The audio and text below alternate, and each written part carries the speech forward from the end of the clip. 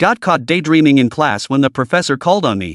Furious over the news of the island nation discharging nuclear wastewater.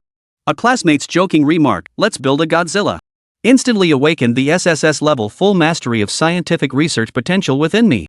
A flood of cutting-edge technological knowledge surged into my mind. Biomechanical engineering, superalloys, even compact-controlled nuclear fusion.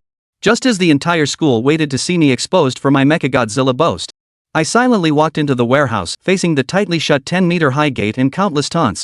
I touched my empty pocket. The detonator that could set the whole venue ablaze. I actually forgot to bring it. Chapter 1, Awakening with Max-Level Comprehension at the Start. May 1 News reports, the island nation has confirmed it will discharge nuclear wastewater next month. The U.S. Secretary of State highly praises it, calling it an effective nuclear crisis response method. China, Russia, and other countries have strongly condemned Japan's reckless discharge of nuclear wastewater and restricted imports of its seafood products. At a large lecture hall in the National University of Defense Technology in Huahai City, China, Xiangyu's face was filled with anger as he scrolled through his phone screen. The Japanese are causing trouble again. There's a nuclear leak at the power plant.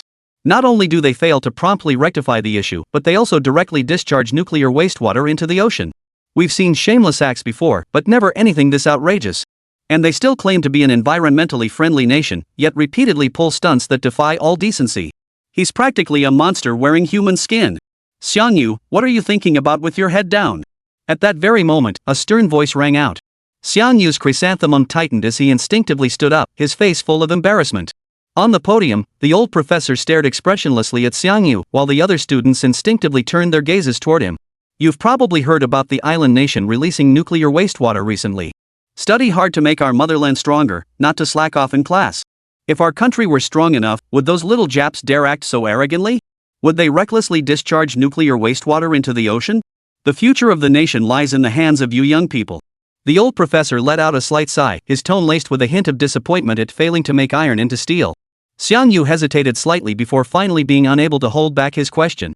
Teacher, given our current national strength, why don't we just use military force to stop Japan from doing those bad things? Do we really have to wait until the environment deteriorates and the situation spirals out of control before we start taking action? Before the old professor could speak, the students around him burst into laughter. Xiangyu is too naive. Who dares to start conflicts so easily in these peaceful times? Our backing is the mighty USA. Starting a war isn't as simple as you think. Classmate Xiangyu should just wash up and go to sleep. Dreams can give you everything. The students chattered away, their gazes towards Xiangyu carrying traces of disdain.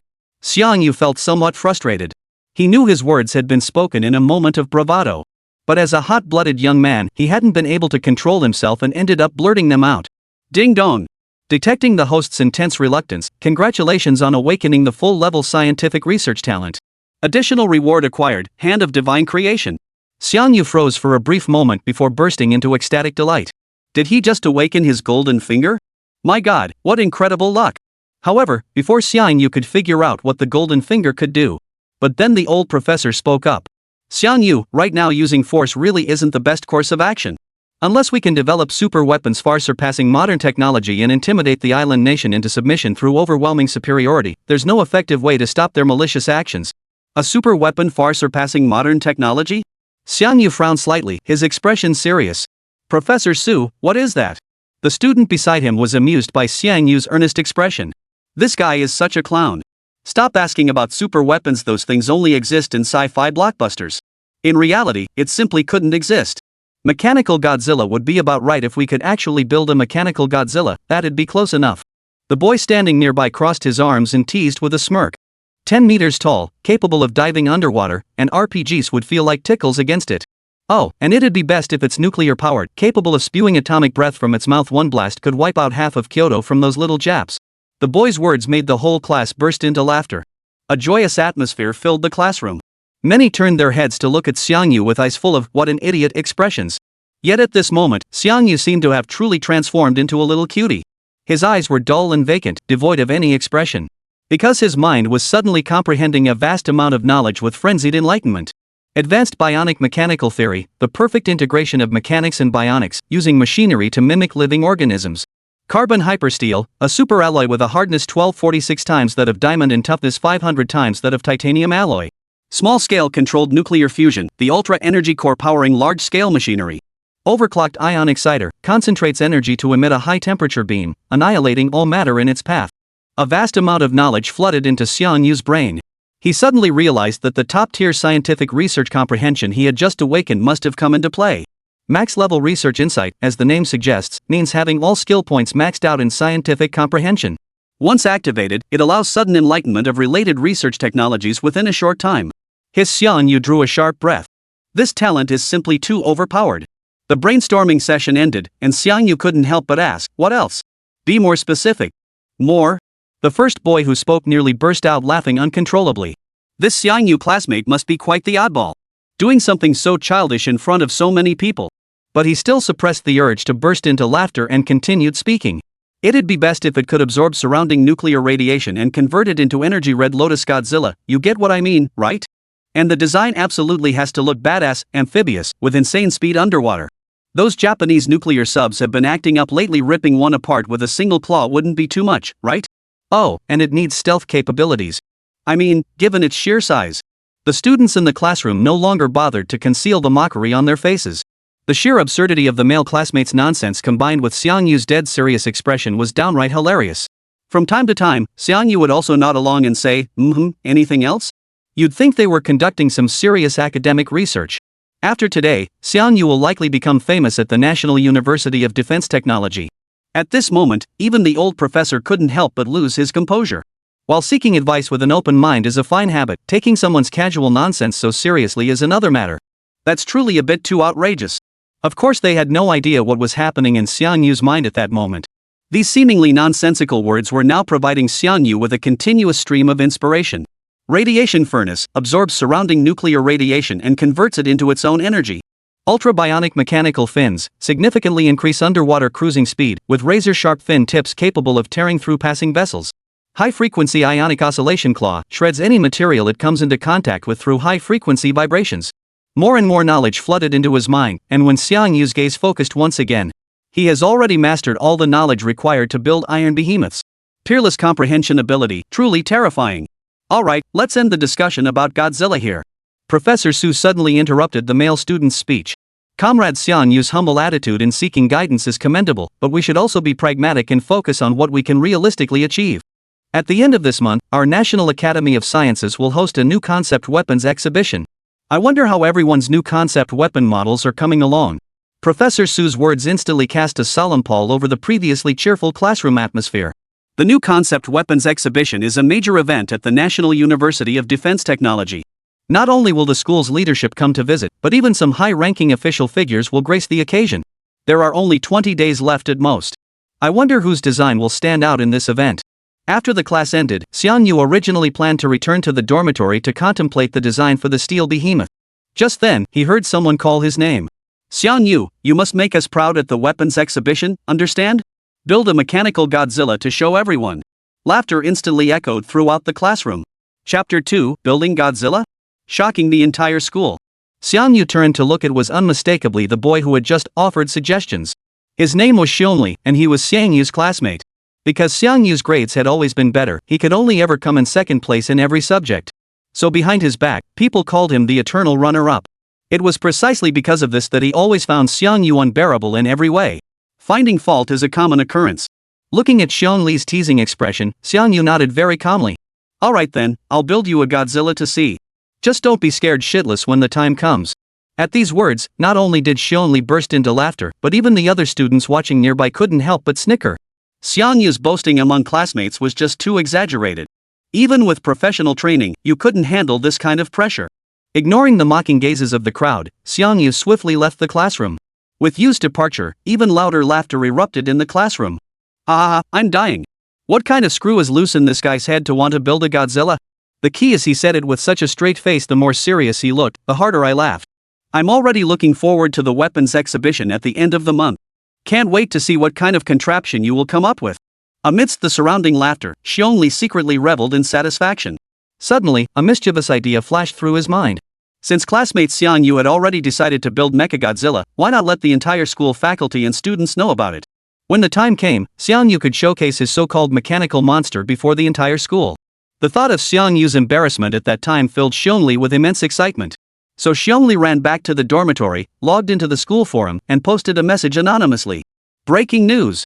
Xiang Yu, the top student in the National University of Science and Technology's Technical Research Program, has announced the exhibition of a 10-meter-tall giant mechanical Godzilla at the New Concept Weapons Expo. Xiang Yu is a junior in Class 2-3 and has been awarded the National Inspirational Scholarship multiple times. This post seems a bit ridiculous. However, when paired with terms like top of the class, specific names, and scholarships, it exudes an inexplicable allure. Especially after the person in question didn't deny it and several classmates confirmed the matter. More students began paying attention to this news, even professors across different disciplines became aware of it. Did you hear? That junior said he wants to build a mechanical monster, a 10-meter-tall Godzilla. Really? Isn't Godzilla just something from sci-fi movies? Of course it's fake, but the senior who said this is a top student. He gets scholarships every year and is a model student. Ha, even top students can spin some wild tales when they brag. But I'm kind of looking forward to it now. Can't wait to see how this guy finally spins this lie. Not only were student circles buzzing about this incident, but even many teachers were shocked by it. In the Academic Affairs Office, several advisors gathered together. Old Wang, have you heard? There's a student named Xiang Yu in the next class who plans to build a 10-meter-tall mechanical monster. Which board student started this rumor again? Godzilla, really? Why not build Iron Man instead? I know this student Xiang Yu. His grades are excellent, and he's quite steady. It doesn't seem like he would say something so unreliable, would he? A college junior building mechanical monsters, what a load of nonsense. But the crazier it gets, the more attention it draws. In room 602, staring at the post with over 1,000 comments, Xiongli revealed a mischievous smirk.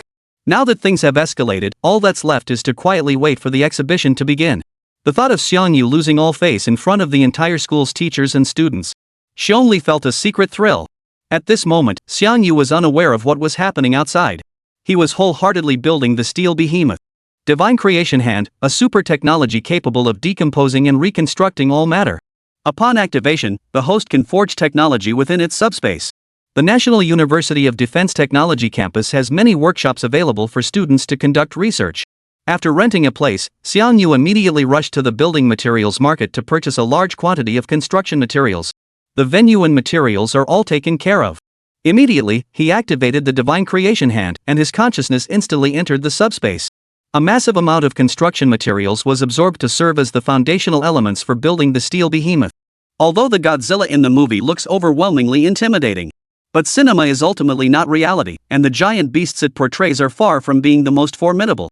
So Xiang Yu directly abandoned the image of Godzilla and turned to seeking inspiration from prehistoric giant beasts. The sharp dorsal fin of a Stegosaurus, the rigid spine of a Mosasaurus, the forelimbs of a Spinosaurus, the torso of a Carcharodontosaurus. When the strongest parts of these prehistoric creatures merged together, a colossal steel monster materialized in Xiang Yu's mind. Time flew by, and in the blink of an eye, it was already the end of the month. This day at the University of Chinese Academy of Sciences was exceptionally lively. Because today is the annual Novel Weapons Exhibition Day at the University of Chinese Academy of Sciences. Accompanied by a black Hummer stopping at the entrance of the University of Science and Technology of China. A spirited elderly man dressed in traditional Tang suit stepped out of the car. Close behind were two soldiers in civilian clothes, their expressions grave. Their bulging waists clearly indicated they were all armed with guns. After walking just a few steps, a stiffly upright middle-aged man came forward to meet him. "Hello, Mr. Li. I'm Qin Fei from the Southern Military Region, responsible for your travel safety during this trip." The old man smiled bitterly. "I'm already at death's door, yet I still have to trouble General Qin. You're too modest, Elder Li. Ensuring your safety is my duty."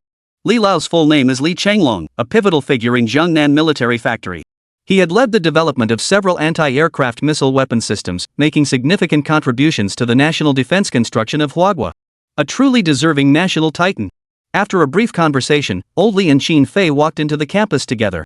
This trip is a private and incognito visit, with an emphasis on maintaining a low profile. So several people, including the guards, were dressed in civilian clothes. Strolling through the campus, Old Li's mind was not on the scenery around him. "General Qin, I've heard that the Japanese side remains obstinate in their intention to discharge nuclear wastewater into the Pacific Ocean?" Flying Qin nodded slightly, a flicker of anger flashing in his eyes. "They are probably dead set on carrying out this atrocity, even as nations continue to issue condemnations." Old Li clenched his fist tightly, then helplessly loosened his grip. The Japanese have the backing of America behind them, so they're completely unafraid of our military power. Sometimes I can't help but fantasize if only China had a superweapon capable of crushing the US, making the Japanese cower before us like grandsons. Shinfei smiled bitterly. The development of new weapons isn't something that can be completed overnight. I just hope this day will come as soon as possible. Old Li let out a faint sigh and changed the subject. I wonder if these little guys at the National University of Defense Technology can surprise me this year. At this moment, it was located at the exhibition site of the junior year Class 2 in the Technology and Science major. A sea of people, with voices boiling in excitement. Students from all grades and majors gathered here, creating a bustling and lively atmosphere. It's not that they were particularly interested in the exhibition. I mainly came because of the trending post on the forum, to check out the mechanical Godzilla. However, to their disappointment, they didn't see Godzilla, only a student sprawled in front of the display stand, snoring away. After asking around, they learned that this sleeping guy was none other than TianGou. Where's the 10-meter-tall Godzilla mentioned on the forum? Why can't we see it? Sigh, came here for nothing. Turns out it was all just hot air. I figured if we can't make a 10-meter one, a 1-meter scale model should be doable, right? Ended up with zilch. TSK, the seniors' bluffing skills are truly out of this world. Chapter 3, What? Controllable nuclear technology? Murmurs of derision rippled through the crowd, and many students shot TianGou looks tinged with contempt. Ah, looks like TianGou's plan to build a mechanical Godzilla has failed. Xiongli, standing nearby, wore an unmistakable smirk. I was actually looking forward to seeing a mechanical monster. TSK, what a disappointment. Xiongli, didn't you manage to build even one decent model after all this time, TianGou? TianGou shifted into a more comfortable position and continued resting. He clearly heard Xiongli's mockery, but couldn't be bothered to respond. Constructing the steel colossus had left him physically and mentally drained. Right now, catching up on sleep was his top priority. As for the swarm of onlookers surrounding him, he couldn't be bothered to figure out what they were doing there. This new concept weapons exhibition had never been his purpose for building the steel colossus. His ultimate goal was to stop little days from discharging nuclear wastewater. Just then, another group of curious students gathered around. What a shame we didn't get to see Senior Xiang use mechanical Godzilla. But I'm kinda curious what powers a machine that big. No-brainer nuclear fission tech, obviously. Where else would it get that much power? Nuclear fission? Wow, that's seriously awesome. Xiang Yu's ears twitched. He suddenly opened his eyes and looked up at the students, their expressions full of mockery. You're mistaken, classmate, Xiang Yu said earnestly. The energy source for the mechanical monsters I've built is controlled nuclear fusion. Fission is far too unstable. A leak would be catastrophic. The words had barely left his mouth when the surrounding classroom erupted in laughter. Holy crap, did I hear that right? Xiongyu not only built Godzilla but also applied controlled nuclear fusion technology? I'm laughing my ass off. Does this clown even think before he talks? He just spouts nonsense without a second thought. I can't take it anymore. How can someone like this even exist? Li Chenglong happened to be passing by nearby. The moment he heard the words controlled nuclear fusion, his heart skipped a beat. As a researcher at the forefront of national technology, he was exceptionally sensitive to those words. For this represented humanity's most likely path to harnessing super energy in the near future. Success in this research would have epoch-defining implications. It might even pave the way for interstellar travel. But he quickly snapped back to reality, shaking his head with a wry smile. In the short term, humanity has virtually no chance of mastering controlled nuclear fusion technology. A subject that eludes the world's top scientists. How could it be solved by students in a school? From the conversations around him, he learned that the student proposing controlled nuclear fusion seemed to be a young man prone to exaggeration. Yet Xiang Yu's voice continued to echo. In truth, the energy source I've applied to mechanical creations isn't a basic controlled nuclear reactor. It's an ultra-nuclear reactor capable of directly absorbing and converting surrounding nuclear radiation into energy. Its power output is roughly 123 times that of a basic nuclear reactor. The instantaneous energy it unleashes approaches that of the sun's surface. Wow, what Xiang Yu's describing sounds so incredible. It can even absorb nuclear radiation? That's ridiculously powerful. With tech like this, Xiang Yu, you might as well just wipe out the Americans altogether. Flattery filled the air, yet their faces betrayed starkly contrasting expressions of mockery. We've seen people show off before, but never someone this full of themselves. This guy must be so full of himself he actually believes his own bull. Xiongli, his face twisted in a cold sneer, fixed his gaze on Xiang Yu. If your mechanical Godzilla can even control nuclear fusion, then where is it? If you're so confident, bring it out for everyone to see. The moment the words fell, all eyes instantly turned to Xiang Yu. The college students gathered here had come specifically to see the mechanical monster. Now the conversation had shifted back to their main focus. Many students began to jeer. Yeah, Xiang Yu, where's your MECHA-GODZILLA? Everyone, let's just leave. This guy's nothing but a clown. Every second we stay here is disgusting. Voices condemning Xiang Yu echoed through the crowd, eyes brimming with contempt. The mechanical Godzilla I built is over 10 meters tall, and its design is way too flashy. Bringing it to the exhibition would definitely cause panic, so I stored it in the back warehouse. Keep blowing smoke, man. Godzilla, my ass. You're the one who's been blowing our USTC's achievements out of proportion. Xiangli's mockery was unabashed. The other students looked equally skeptical, their gazes towards Xiangyu dripping with pity for a fool. Just then, a voice cut through the crowd. What's all this commotion? Hey, Oldly, what brings you here? The crowd parted to reveal the professor who oversaw Xiangyu and the others approaching. The instructor's name was Su Hai, the same old professor from their previous class. The moment he appeared, the previously noisy scene instantly fell silent. Oldly, what do you think? Anything here that catches your interest? Li Changlong and Su Hai were close friends, extremely familiar with each other. But Li Changlong only gave a wry smile. I've walked around, but haven't found anything worthwhile. Su Hai frowned slightly. Oldly, have you really seen everything here? Li Changlong nodded with a wry smile. I think I have. Wait, Professor. There's one more exhibit. Xiangli immediately stepped forward, pointing at Xiangyu's nose and shouting. Xiao Yu's work hasn't been displayed yet. He said his piece is too big and stored in the warehouse. His work even incorporates controllable nuclear fusion technology, pretty impressive stuff. The moment Xiangli finished speaking, another wave of laughter erupted throughout the venue. Everyone, including Oldly and Professor Su, turned their gaze towards Xiangyu in unison. Xiangli struggled to suppress his urge to laugh, feeling a surge of vengeful satisfaction. Controlled nuclear fusion? Probably just a theoretical model, right, Oldly? Want to go take a look? Su Hai glanced at Li Changlong and asked. Li Changlong nodded slightly. Let's go take a look. After all, they had come to the exhibition today. Although the students' discussions about mechanical Godzilla and controlled nuclear fusion technology were quite absurd, he didn't mind taking a look. The crowd shifted restlessly when someone suddenly shouted. Come on, let's follow top student Xiangyu to see his mechanical Godzilla. Ha, remember to take pictures. It's a once-in-a-lifetime chance. The call was met with enthusiastic response as students surged toward the factory building. Not just students, some instructors, driven by curiosity, followed along too. Xiangyu's rented workshop was located at the very back. When everyone arrived, they found themselves facing a massive iron gate standing 10 meters tall. As Xiangyu approached the entrance, he reached into his pocket and suddenly wore an awkward expression. Everyone, my apologies, I left the controller at the exhibition booth. Give me 5 minutes, I'll be right back. Chapter 4, it's definitely just a model. I think you're just trying to slip away. Xiangli blocked Xiangyu's path, his face twisted into a cold sneer. You can go get it, but you have to leave the warehouse key behind. Judging by Xiangli's stance, he clearly wasn't going to let him leave. Xiangyu had no choice but to hand the keys over. Before leaving, he solemnly warned. Under no circumstances open the warehouse before I return. If you insist on opening it and anything happens, you'll bear the consequences. Xiangli immediately promised not to open it prematurely. Yet shortly after Xiangyu departed, someone began to stir trouble. Xiangli, let's open the door and take a look first. I can't wait to see what Xiangyu's created. His work? Pfft, I don't buy that Xiangyu could actually build a mechanical monster. I bet he just found an excuse to bail. Hurry up and open the warehouse so we can check it out. Xiangli was naturally delighted to see Xiangyu make a fool of himself.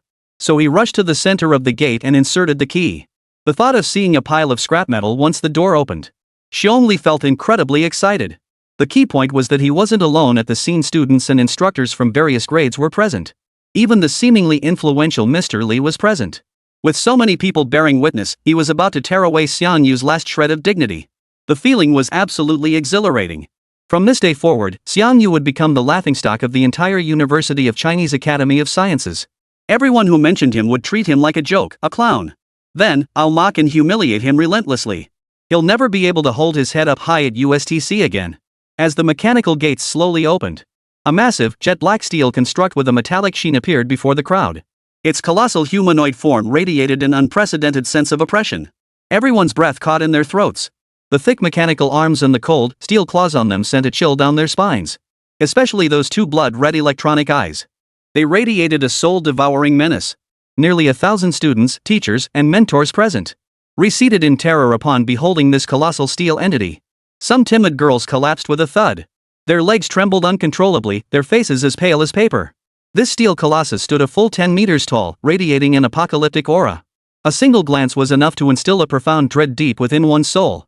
Those students who managed to stay standing had their backs completely soaked through with sweat. Its mechanical body radiated technological might far beyond this era, as if poised to tear everything before it to shreds at any moment. As the one who opened the mechanical gate, Xiongli stood closest to the steel monster. He felt the deepest despair. From his perspective, the monster. He was nothing more than an ant that could be crushed effortlessly. A single gentle lift of that massive mechanical foot could crush him into a pile of mincemeat. Minutes later, the group finally snapped out of their shock. When they looked back at the colossal mechanical beast inside the warehouse, awe filled every pair of eyes. But soon, that awe turned into pure admiration. Holy, this model is absolutely badass. Senior Xiangyu is amazing. We totally underestimated Xiangyu. Who knew he'd actually build a mechanical monster? Even as a model, it's already so cool. A 10-meter tall model? Holy crap. Senior Xiangyu is my idol. So freaking awesome. Praise poured in relentlessly as every student who had regained their senses marveled at the steel colossus's dazzling awesomeness. They stared in awe at the colossal 10-meter tall structure. Even many young girls' eyes sparkled with excitement, looking utterly starstruck. No wonder Xiangyu's mechanical monster design was simply too majestic and imposing. It was even cooler than Godzilla in sci-fi movies. It wasn't just the students who were in awe of this mechanical beast. Even Old Lee's eyes were filled with astonishment. Old Su, did your students really build this? The craftsmanship looks incredibly advanced. Su Hai adjusted his glasses and gave a wry smile. I thought that kid Xiangyu was just bragging, but he actually built a Godzilla. I never imagined he was this talented. He actually built a 10-meter tall mechanical model. Just a model? Old Lee narrowed his eyes slightly. His intuition told him this machine was no simple contraption. Though humanoid in form, its vulnerable areas were covered in armor like steel plates. It was clearly designed by someone deeply knowledgeable about human anatomy. Yet to claim such a colossal contraption wasn't merely a model seemed implausible. After all, modern technology couldn't possibly forge such a colossal steel beast. Old Lee, look, doesn't that cannon barrel protrude from the mouth of this thing? Xin Fei handed the binoculars to Old Lee and asked. Lifting the binoculars, Old Lee focused his gaze on the steel monster's mouth. When he clearly saw the futuristic, ring-shaped cannon inside, his previously calm heart skipped a beat. Could this be an electromagnetic railgun? No, that's not right. Railguns aren't structured like this. More likely a laser-type weapon. Good heavens, is this really just a model? As time passed, murmurs grew louder throughout the venue. All discussions eventually converged on the same question. Was this mechanical monster a model or the real thing? It's definitely a model. It can't just walk out of the warehouse on its own. If you've got enough money and resources, building a model like this isn't that hard. But what's the point of making something like this? To show off, what else? If it's real, I'll do a handstand and run naked around the field 10 times. The murmurs among the crowd continued. Just then, Xiongli snapped out of his daze and stepped forward. As if to avenge his earlier fright, he glared fiercely at the steel colossus. Everyone, stop speculating wildly. This machine absolutely cannot be real. Powering something this massive to move is a huge problem in itself, let alone all those fancy decorations like a tail and dorsal fins. It's clearly designed purely for show, utterly useless in any real combat scenario. After Xiongli's analysis, the crowd found his reasoning plausible and nodded in agreement. Even some instructors subconsciously nodded in agreement, convinced Xiongli had hit the nail on the head. A smug grin spread across Xiongli's lips as he continued. If you still don't believe me, I'll personally pry open this beast's armor. I guarantee you'll find nothing but foam padding behind that armor. Rest assured, if I damage the model in the process, I'll pay double the price to compensate Xiangyu. With Xiangli's assurance, the students immediately grew excited. Take it apart and show us. Take it apart and show us. Chapter 5, The Dragon Roar That Shook the City. His call was met with unanimous agreement, and the students all looked at Xiongli with eager anticipation. Xiongli now held a crowbar in his hands, its origin unknown. He walked up to the mechanical foot of the steel colossus, gripping the crowbar tightly with both hands. The next second, he swung the crowbar down onto the foot. A sharp clang echoed as the crowbar flew from his grasp, sending a tingling numbness through his palms. What a hard shell! Refusing to believe it, Xiongli picked up the crowbar and wedged it into a crack in the beast's foot. He strained with all his might, trying to pry open the steel armor. But the armor didn't budge. Instead, a bone-chilling electronic voice echoed from the beast's skull. External threat detected. Autonomous wake-up protocol initiated. Detecting level 0 threat. Loading expulsion protocol. As the alarm blared, a crimson glow surged across the previously silent steel colossus. These halos flowed across its surface like blood. At that moment, the steel colossus awoke. This model even has touch-sensitive voice control. It's quite the thing. Xiongli smiled faintly, his tone indifferent. Everyone, don't be scared. It's just neon lights and ribbons with a loudspeaker. I told you this model was all flash and no substance. Absolutely no practical value whatsoever. The next second, the ground suddenly began to rumble violently. Under the horrified stares of the crowd, the steel colossus slowly rose from the ground. Originally standing 10 meters tall, it now surged to 15 meters, nearly piercing through the factory ceiling. This scene left Xiongli utterly dumbfounded, his eyes bulging wide as if they might pop out any second. Holy, it's alive! Xiongli collapsed to the floor in terror, his upper teeth nearly shattering his lower jaw. The moment the steel colossus rose, it sent shockwaves through every teacher and student present. Shrieks and gasps erupted in waves. Holy, this monster, it's actually moving! Who the hell said this was a model? How could a model possibly move? Don't just stand there, run! If you don't run now, the monster will eat you. Save me! I'm still young, I don't want to die. Even Old Lee and Professor Su wore horrified expressions. Wasn't this monster supposed to be just a model? Why the hell is it standing up on its own? And its movements aren't stiff at all. It's practically a real-life mechanical Godzilla. Old Lee's eyes flickered as he forced himself to suppress his inner terror. How on earth did that student, Xiangyu, build this colossal thing? Chaos continued to reign. At that very moment, the steel monster, now standing upright, extended a pair of thick mechanical claws and gripped the edge of the metal door. Its entire head slowly emerged from the warehouse. The imposing silver-black metallic head instantly exploded into countless people's eyes. Many students momentarily forgot to flee, their eyes completely transfixed by that commanding mechanical head. Holy crap, that's so cool! Way cooler than Godzilla's little head, it kinda looks like King Ghidorah.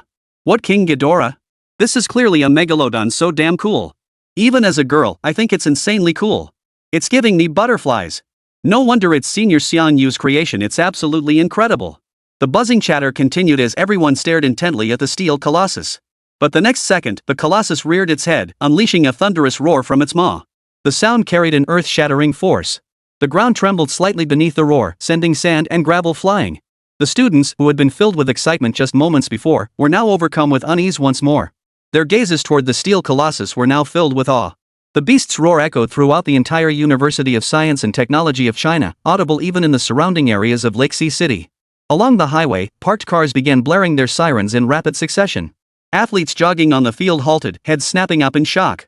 White-collar workers in high-rises leapt from their desks, their faces etched with unease. This roar shook the entire city of Huai. It also stunned the students and instructors present. Yet when the students and instructors finally snapped out of their shock and looked toward the factory building again, the monster had vanished. Apart from the distinct, massive claw marks etched into the steel factory door, there was no other trace of its presence. This colossal steel beast had vanished into thin air. What happened? Where's MECHA-GODZILLA? It's gone. I think I saw its body slowly turn transparent just now, then it vanished. Don't tell me something that big can turn invisible? Has it already left? That doesn't make sense. Something that big couldn't possibly move without making a sound. Where the hell is it? The stunned crowd was utterly bewildered. The mechanical monster that had been so cool and badass just moments ago vanished in the blink of an eye. This was utterly baffling. Old Lee, Professor Su, and the others exchanged bewildered glances. Their faces were filled with shock and confusion. Major General Qin Fei's gaze remained fixed. I didn't move my gaze just now, so I can confirm that this machine gradually became transparent before vanishing completely. This appears to be some form of highly advanced stealth technology. It's not merely advanced, it's far beyond this era. Professor Su adjusted his glasses, unable to hide the astonishment on his face. If it relied solely on mirroring principles for invisibility, it would be detectable to the naked eye. But this machine's cloaking function is undetectable to the naked eye. Such technology doesn't exist today, it won't even be possible in another 20 years of development. The absurdity of the situation far exceeded all expectations. Not only Professor Su, but even Old Lee's eyes now betrayed a look of utter astonishment. Who would have thought that a simple visit back to his alma mater for an exhibition could lead to the discovery of such an extraordinary marvel? It was utterly beyond comprehension. Where did my candle dragon go? Just then, a voice rang out from behind the crowd. The next second, every teacher and student including Old Lee and the others swiveled around in unison. The instigator of it all, Xiangyu, had finally returned. Xiangyu strode swiftly through the crowd and walked toward the steel door bearing the giant claw mark under everyone's gaze. Xiongli still lay slumped on the ground. His eyes were vacant, and he kept muttering things like, "This can't be real. It must be a dream." Seeing Xiongli, who was scared out of his wits, Xiangyu was at a loss for words. Good thing I set the candle dragon to neutral mode, it only hides itself when encountering non-lethal threats. Otherwise, it could have crushed you into mincemeat with a single stump. Hearing Xiangyu's words, everyone felt a chill run down their spines. The steel beast in neutral mode was terrifying enough. It was unimaginable how terrifying this beast would become once its non-neutral mode was activated. Xiangyu, this candle dragon you built, where is it now? Professor Su asked impatiently. Chapter 6, The Days of Arrogance. Standing beside him, Old Lee stared at Xiangyu with burning eyes, hesitating to speak. I was planning to conduct performance tests on the Candle Dragon soon, so I preset the deep sea coordinates. The Candle Dragon should be heading full speed toward those coordinates right now. That works out well. We can conduct a comprehensive test on the Candle Dragon while it's at it. Xiangyu pulled out a controller resembling a wristwatch. He examined it as he spoke. The Candle Dragon has already passed through Lake Sea City's Grand Canal and entered the open sea. Its straight line distance from our current location is 200 kilometers. What? 200 kilometers? Impossible. Absolutely impossible. How long has it even been? Old Li's face betrayed utter shock as he immediately dismissed the claim. From the disappearance of the Candle Dragon to you activating the controller, it was barely 10 minutes. In such a short time, only a supersonic fighter jet could cover over 200 kilometers. Are you saying this machine can travel faster underwater than a supersonic fighter jet? Not only did Old Li find it hard to believe. Professor Su, Major General Qin Fei, and the others all wore expressions of skepticism. Such speed was simply absurd, utterly defying common sense. But Xiangyu didn't bother to explain. He simply activated the projection function on the controller. He projected footage of the Candle Dragon for everyone to see. South China Sea, clear skies. A 15-meter-long black steel colossus surged forward at breakneck speed. From above, a massive black shadow could be seen below the surface. That shadow seemed like a primordial oceanic ruler awakened from ancient times. Sharks swarming before it appeared as mere ants. Its pitch-black steel body was enough to make one's hair stand on end at a single glance, filling them with utter dread. The Candle Dragon charged forward at full speed. In its wake, waves churned violently, and schools of fish scattered in panic. Not far off, where sea met sky, a gourd-shaped island came into view.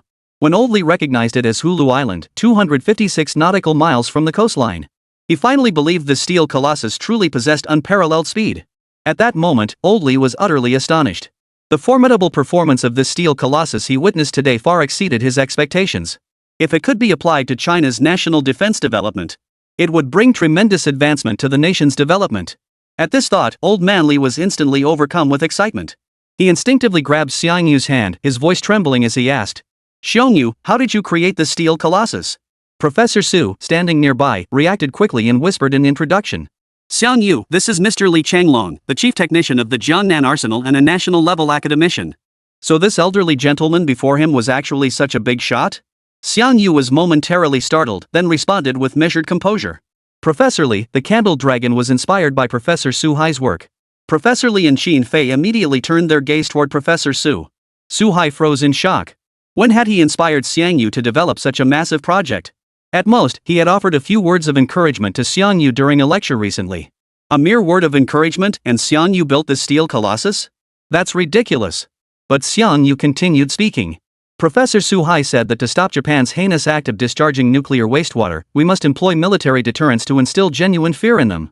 That's what inspired me to build this steel colossus. Hearing this unbelievable explanation, Old Li and the others exchanged stunned glances. Just because Su Hai mentioned using force to intimidate Japan, this kid built a steel colossus? What kind of mind does he have? It's beyond belief. Forging a steel colossus to intimidate the island nation? Such a young age, yet harboring such thoughts, this is commendable. Old Li looked at Xiangyu with considerable admiration before continuing.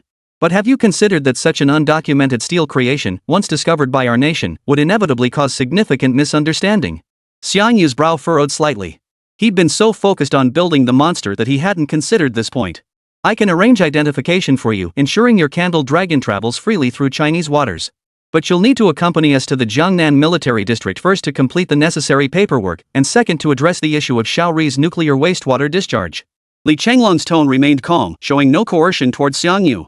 After a moment's consideration, Xiangyu ultimately agreed to Li Changlong's request. Compared to fighting alone, aligning with the state would indeed spare him a lot of trouble. Under the command of Major General Qin Fei, a black Hummer drove onto campus. Xiangyu boarded the vehicle alongside Old Li and Professor Su. Shortly after their departure, the 1,000 faculty and students who had witnessed the steel colossus were summoned for individual interviews. They were strictly forbidden from revealing anything about the steel monster and ordered to delete all related chat records, videos, and other content. An hour later, the Hummer carrying Xiangyu entered the Jiangnan Military District. After passing through multiple security checkpoints, it came to a halt before a concrete building covered in barbed wire. Jiangnan Arsenal. We've arrived. Just as Xiangyu prepared to exit the vehicle, the Candle Dragon suddenly transmitted new data. Radiation source fluctuations detected. Proceed to absorb radiation energy? Radiation source? Xiangyu furrowed his brow slightly. How could a radiation source appear in the middle of the Pacific Ocean? Nevertheless, he approved the request and directed the Candle Dragon to navigate toward the source. At that moment, in a stretch of international waters in the western Pacific Ocean, a massive fishing vessel was rapidly heading toward Chinese territorial waters. A white flag with a red heart, the distinctive emblem of Japanese fishing vessels, fluttered on one side. Captain Takata Chicken stood before the command room's floor-to-ceiling windows. Below him, over a dozen workers clad in hazmat suits were hauling metal drums glowing with a greenish fluorescence. Damn it! Handle those things with care. Spill one nuclear waste drum and we're all finished. Takata's stern warning made the workers below handle the barrels with even greater care. Beside Takata Chicken, a sleazy-looking worker approached, rubbing his hands together. His name was Kikujiro Ono, Takata's deputy. Lord Takata, you deserve immense credit for this mission to dump nuclear waste into China's territorial waters. Once we return to the island nation, you'll surely receive His Majesty the Emperor's commendation. Takata Chicken glanced at his deputy standing nearby, a look of satisfaction on his face. We're just 2 nautical miles from China's territorial waters. Tell the crew to hurry up. Soon, hundreds of specially designed iron drums filled with nuclear waste were hauled onto the deck. Each barrel weighed 300 kilograms, packed with radioactive waste. Once dumped into Chinese waters, this waste would continuously release radiation for years, contaminating the surrounding seas. Heard the Wagwa folks plan to restrict imports of our seafood? Ha! Think eating seafood from their own waters makes them safe? Gaoshianji puffed out his large belly, his face beaming with smug satisfaction. Beside him, Kikujiro Ono immediately offered fresh flattery. Your Excellency Takata is truly wise and mighty. I can't wait to see the look of pure enjoyment on the Chinese people's faces when they eat that contaminated seafood. That scene will be absolutely hilarious. Maybe we should sell our seafood cheap to the yeehaw crowd, then have them resell it at premium prices to China. Those Chinese are such sweethearts. They'd never taste the difference in contaminated seafood. Lord Takata's suggestion is simply brilliant. Truly worthy of Lord Takata. Chapter 7, The Shadow Beneath the Ship. Takata and Ono gradually relaxed as they chatted idly. Yet they remained utterly oblivious to the distant sea surface. A black shadow flickered across the water's surface before silently submerging once more. At that moment, inside the Jiangnan military factory, researchers in white lab coats crowded around a massive display screen. Through the information transmitted by the Candle Dragon, everyone had learned of the little day's impending crime of dumping nuclear waste into China's territorial waters. Upon learning this, Old Li erupted in fury, grinding his teeth in rage. He immediately prepared to call the Navy to crush the little days with thunderous force. But just then, Xiangyu spoke up to stop him. Old Li, why use a sledgehammer to crack a nut? My Candle Dragon is more than sufficient to deal with these little devils. Old Li paused slightly, a flicker of hesitation crossing his eyes. Although the Candle Dragon's current performance was truly impressive, the incident involving the dumping of nuclear waste had already posed a serious threat to national security. Relying solely on this single machine left Old Li uneasy. He nodded slightly and said, Xiangyu, we'll prepare for 2 scenarios. Have the Candle Dragon launch a probing attack first to buy as much time as possible. Once our Navy arrives, we'll wipe them out completely. A complex expression flashed across Xiangyu's face. It seemed Old Li hadn't truly grasped the Candle Dragon's capabilities. Just stall for time? That's giving the little devils far too much credit. The scene shifted back to the Japanese fishing boat. Their vessel had now officially entered Chinese territorial waters. The gunnels were lined with iron drums storing radioactive waste. Beside the barrels, several Japanese workers were casually chatting.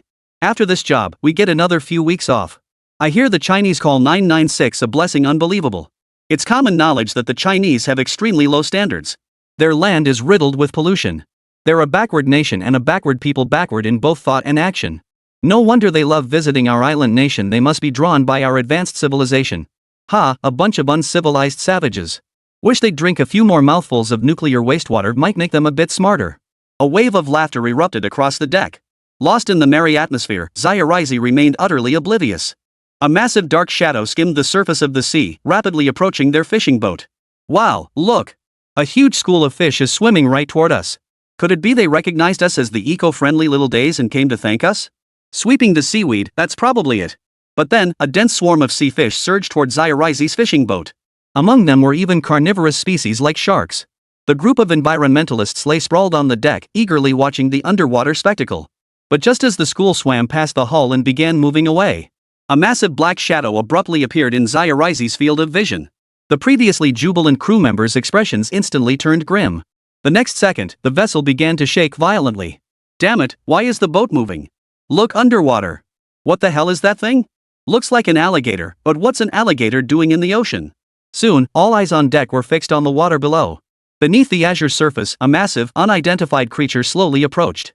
Its shape, part shark, part crocodile, instantly sent shivers down the spines of the crew. What's going on? What are you all looking at? Captain Takada and his first mate, Kikujiro Ono, rushed onto the deck. Captain Takada, a giant crocodile has appeared beneath our ship. Takada Chicken stepped forward and slapped the reporter hard across the face. Bastard! Have you drunk too much nuclear wastewater and lost your mind? How could there be crocodiles in the ocean? The next second, even more violent tremors shook the ship from below. Captain, it's bad. A huge gash has split open in our bottom hold. The crew guarding the hold saw a long row of fins slicing through the hull like a chainsaw. Takada Chicken strode over and delivered another slap. Damn it! Fish fins could slice through our Japanese boat's hull? Are you still half asleep? Takada Chicken was so furious he was panting heavily. His crew was usually beyond stupid. It was merely a ship running aground, yet they made it sound utterly absurd. It's just a grounding. I'll contact the Navy for support. First Mate Ono, take men to patch the hull damage. Everyone else dump the nuclear waste immediately. We must dispose of it before the Chinese discover. Takada's voice cut off abruptly. The next instant, a pair of massive steel claws clamped down on either side of the hull. Immediately after, an oppressively massive steel head slowly rose from beneath the deck. Scarlet eyes, like those of the Grim Reaper, fixed their gaze upon the crew members below. A gaping maw, lined with steel teeth, opened and closed, radiating boundless murderous intent. The faces of the sailors on deck instantly paled, a bone-chilling coldness surging through them. Their eyes widened in terror, eyeballs trembling wildly in their sockets. Their bodies shook like sieves, their upper and lower jaws clattering together in a dull clack-clack rhythm. More than half of them wet themselves right then and there. Run! There's a monster. The linen belt. He tore it off. Why are you grabbing my foot? Let go, damn it. Don't leave me behind. Why, I don't want to die.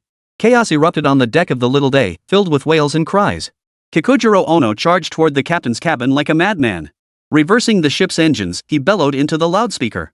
If you want to live, attack the damn mechanical monster with the nuclear waste barrels. Where's Captain Takada?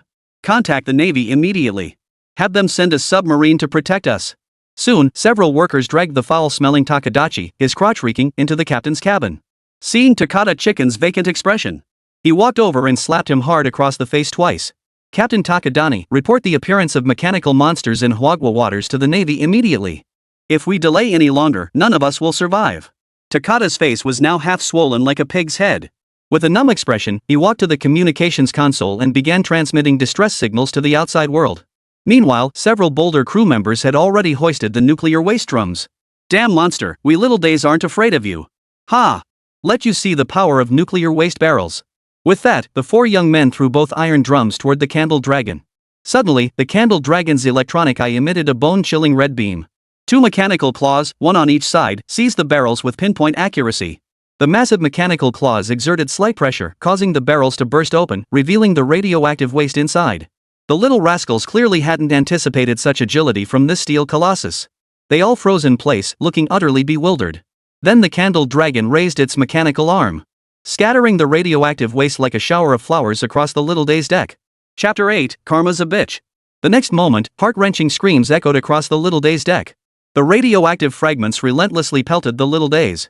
The areas directly exposed visibly began to rot away at an alarming rate. Ah, my hand. I can't feel it anymore. Someone save me. Ants are crawling all over me, it hurts so much. Please just kill me. My head hurts so badly, it feels like it's going to explode. The wails grew louder. Exposed to nuclear radiation, the little devils were no longer recognizable as human. The nuclear waste stored in the special steel drums was collected from the core of the floating island. The radiation levels far exceeded the human tolerance limit by tens of thousands of times. Most of them will die in agony within seconds or minutes. But this was only the beginning. The Candle Dragon extended its mechanical arm once more, smashing wildly at the iron drums filled with nuclear waste. More radiation began to sweep across the ship. Those still in the cabins, walking about, suddenly began nosebleeding and vomiting. Lifting their clothes revealed skin covered in festering pus-filled sores. Within minutes, the deck was devoid of living souls. At that moment, inside the munitions factory of the Jiangnan military district, the vast monitoring room was so quiet you could hear a pin drop. Hundreds of staff members stared at the surveillance feed, their faces frozen in shock. They had witnessed every detail of the Zhulong's actions with crystal clarity. They were all stunned by the Zhurong's overwhelming power. A young researcher clenched his fists in excitement. Excellent. Absolutely brilliant. That little bastard is finally getting what he deserves. Daring to dump nuclear waste into our nation's territorial waters, this is the consequence. Another elderly researcher stroked his beard and chuckled. Those little bastards love playing dirty tricks. Heh, finally got some payback. The candle dragon? Excellent. Absolutely excellent. Oldley and Professor Sue exchanged glances. But it was Oldley who spoke first, his voice tinged with bitter laughter. I was too focused on appearances. I underestimated the Zhu Long's combat capabilities. Major General Qin, notify the Navy to halt their deployment. The Candle Dragon had proven its combat prowess through action. As the engineer who built the Candle Dragon, Xiangyu naturally received a great deal of praise. This left Xiangyu feeling somewhat awkward, and he scratched his head sheepishly. But just then, a stern-faced middle-aged researcher suddenly frowned. The Xiaozi have been eliminated, but the Candle Dragon has also exposed nuclear waste to the air. The subsequent cleanup will be troublesome and will also pollute the environment. This machine shouldn't have acted on its own. It should have waited for the Huawei Navy to arrive and handle it properly. The researchers who had been praising the Candle Dragon fell instantly silent. I understand young people's eagerness to prove themselves, but you shouldn't joke about matters of national importance. Xiangyu, you agree, right? The middle-aged man speaking was Shi Jigang, a veteran technician with over 20 years at the munitions factory. Oldley gave a bitter smile. Jigang does raise a valid point. Regarding the nuclear leak, I'll inform the nuclear safety department and have them send personnel. That's completely unnecessary. Xiangyu suddenly interjected. My Candle Dragon possesses the ability to absorb radiation and convert it into energy. I guarantee there will be no nuclear leak. Converting nuclear radiation into energy? Is such technology even real? Humanity's current nuclear power plants? At their core, they're just boiling water. Directly converting radiation into energy? I don't believe it. I refuse to believe such technology exists. Skepticism quickly filled the entire room. It wasn't that they thought Xiangyu was bragging. It was just that the technology he described sounded so fantastical that most people found it hard to believe. Shi Jigang's stern face creased slightly. Young man, please refrain from making such unfounded remarks. We are discussing a very serious nuclear leak issue. The technology you describe is impossible for human science to achieve within the next 50 years, because it. His voice trailed off abruptly. A look of utter astonishment suddenly flashed across Shi Jigang's face, which had remained rigid for over a decade. The radiation readings on the right side of the monitor screen, already exceeding safe levels, was now dropping at a visible rate. Several survivors on the deck, barely clinging to life, began to stir once more. No, this can't be. The radiation levels are actually dropping. Shi Jigang stared at the large screen with disbelief. The survivors' reactions were indeed a last burst of life before death caused by the decreasing radiation. Unbelievable. Absolutely unbelievable. Comrade Xiangyu, how did you manage this? Shi Jigang grabbed Xiangyu's arm, his face flushed with excitement. If this technology could be applied to the energy sector, the impact would be epoch-making. Not only Shi Jigang, but the other researchers were equally thrilled. Their gazes fixed on Xiangyu were filled with astonishment. It was hard to believe this steel beast was created by the young man in his early 20s standing before them. Look! Something's wrong with this beast's claws, it's about to unleash its ultimate move. Someone suddenly shouted, pointing at the large screen, and everyone's gaze instantly focused there. On the sea surface, the Candle Dragon's razor-sharp dorsal fin glowed with a faint crimson fluorescence. This glow was entirely composed of nuclear radiation absorbed from the surrounding environment. The radiation was absorbed by the Candle Dragon's dorsal fin and rapidly converted into its own energy. Sharp claws began atomic-level vibrations, appearing macroscopically as if a thin film covered the steel claws. Inside the captain's cabin, Takada and Kakujiro Ono, who had narrowly escaped disaster thanks to their expensive protective suits, they now crouched quietly by the window. Don't worry, Ono-kun. Our super submarine is already on its way. Once they arrive, they'll deliver a fatal blow to this monster. That damn monster dared to declare war on our great RB empire, will blow it to smithereens. Ono Kakujiro nodded in agreement beside him. He scrambled to his feet, craning his neck to peer outside. The next second, his entire body froze rigid in place. His body shook violently, beads of sweat as big as beans visibly forming on the back of his neck. Damn it, did you just wet your pants? Takada Chicken flicked the liquid off his hand in disgust, about to scold Ono Kakujiro. The next instant, a shrill, metallic screech filled the air. Takada's expression changed abruptly as he sprang to his feet and looked out the window. The once straight deck was now fractured. At the fracture point, the steel monster swung its claws, violently striking the hull. Any steel material it touched was instantly crushed like tofu. But that wasn't the most terrifying part. Halfway through slicing through the hull, the steel beast seemed to decide cutting was too slow. So it seized the edges of the gash with its left and right claws. Two massive mechanical arms strained outward with tremendous force. An even more piercing metallic screech exploded in Gao Tianji's ears. The 30-meter-long fishing boat was being torn apart piece by piece. Chapter 9, The Enemy Approaches. The shrill metallic screech pierced his ears like a steel spike. It pierced Xiao Rizi's ears like a steel spike. Many young soldiers, unable to endure the hair-raising noise, covering their ears, they wailed in agony. Yet compared to the terror that followed, this was merely an appetizer. As the steel beast tore through the hull, massive amounts of seawater poured into the vessel. Many souls trapped inside the cabin drowned alive. Those who managed to escape the cabin slipped and fell straight through the ship's gaping rift. It landed squarely on the dorsal fin of the candled dragon. The razor-sharp dorsal fin sliced these little creatures clean in half in an instant. They didn't even have time to scream before meeting their maker. Magica! What kind of monster is this? Oh my god, we're dead. I saw my long-dead mother calling me home for dinner. Sea monster lord, spare me. I'll be your most loyal slave. On the deck, in the cabins, even in the captain's quarters. The deck, the cabins, even the captain's quarters. These bastards who dumped nuclear waste into China's waters were now utterly consumed by terror. Before the steel colossus, they were nothing but insects easily crushed to death. Takata and Kakujiro Ono were now utterly consumed by despair. The earth trembled violently, accompanied by the beast's roar. Takata Chicken crawled on the floor of the captain's cabin, peering through the glass window at the enormous black shadow outside. Its crimson electronic eyes held no trace of emotion. It was nothing but a raging killing machine. Whoever drives this damn monster away gets $1 million. In his desperation, Geo Xianji found courage from somewhere unknown. He bellowed into the radio. Where there's a will, there's a way. Soon, a young man appeared on deck, clutching a gasoline can. Takata clung to the sight like a lifeline, his eyes fixed on the young man. Not just him, all the others clinging to life turned their gaze toward the deck. Their last hope for survival, they had to drive back the monster. Damn it, go for it. The young man on deck bellowed, charging toward the candle dragon with the gasoline canister in his arms. The others watched with bated breath, their hearts filled with hope and silent prayers. But in the next instant, a massive steel claw descended from above. With a squish, it flattened the young sailor into a bloody pulp. The last shred of hope was utterly shattered. The entire ship was torn apart in the next instant. Every passenger, their faces frozen in terror, plunged into the abyss. Inside the surveillance room at the Jiangnan Arsenal, everyone, including Old Li, stared silently at the screens. Old Li's throat convulsed, his mouth opening and closing, yet no sound emerged. Professor Su, Jin Fei, and the others felt their scalps tingle, a wave of shock surging through them. Even the state researcher Shi Jigang's gaping mouth could fit a dozen eggs. Dare to defy the majesty of our nation, and this is your fate. Not only was Old Li overcome with emotion, but everyone else was equally exhilarated. Everyone instinctively burst into applause, celebrating their triumph. Beep! Beep! The comm surveillance feed suddenly erupted with a series of alarm sounds. Warning! Warning! Detecting an unidentified nuclear submarine approaching. At that moment, deep within the ocean not far from the Candle Dragon, a nuclear submarine nearly 50 meters in length was rapidly heading toward the Candle Dragon. Submarine Commander De Xiong Chang'er pulled down the periscope with an icy expression. Lock onto that damn beast.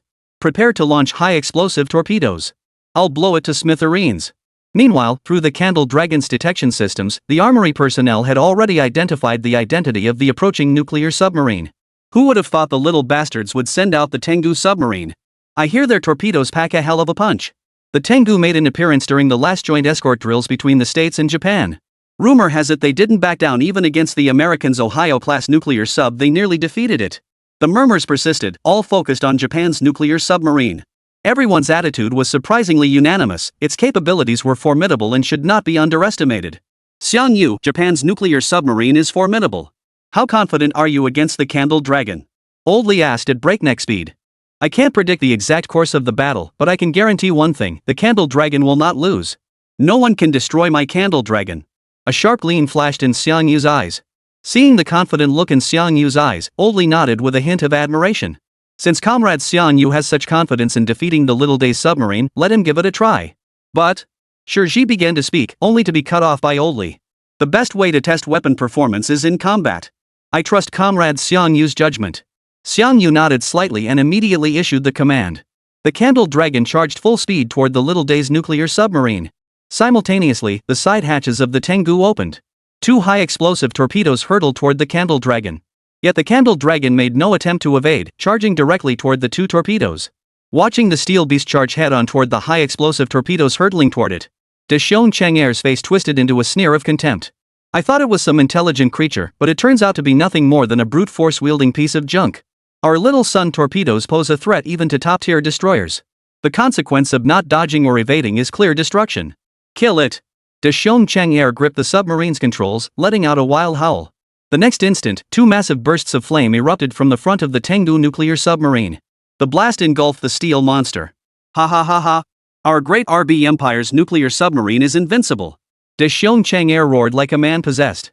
The other crew members inside the submarine joined in with excited shouts. We are invincible! The world will be at our feet! Roar! But then, amidst the flames, a powerful, resonant roar pierced the air. The sound pierced the sea, sending fish within dozens of kilometers into a panic-stricken frenzy as they scattered in all directions. A massive black shadow burst from the flames, charging straight toward the nuclear submarine. The form resembled both crocodile and shark, evoking the primordial oceanic overlord the Azure Dragon. Deshongqing Tu's heart sank as he gripped the observation scope tightly. It was too late to turn or launch torpedoes. In that case, full speed ahead. Ram the damn thing to death. The nuclear submarine's thrusters roared to full power, propelling its nearly 50-meter-long hull like a cannonball toward the Candle Dragon. The Candle Dragon, too, had been roused into savagery. Opening its gaping maw, the entire body shot forward like a fish in flight. Chapter 10, The Raging Beast of the Deep. 500 meters. 100 meters. 10 meters. 1 meter. The two finally collided. The immense force generated a ring-shaped shockwave directly on the seabed. The massive hull of the TianGou nuclear submarine pinned the Candle Dragon firmly against its bow. The submarine continued charging forward. Watching this scene through the periscope, Nobita-style City 2 let out a loud laugh. Ha ha! Damn monster! Daring to clash head-on with my TianGou-class vessel, this is your fate. A mere insect dares to challenge the steel creations of the great RB Empire? It doesn't know its place. Warning! Warning! Extensive damage detected in the forward hull section. Initiate emergency repairs immediately. Repeating. Extensive damage detected in the forward hull section. Initiate emergency repairs immediately.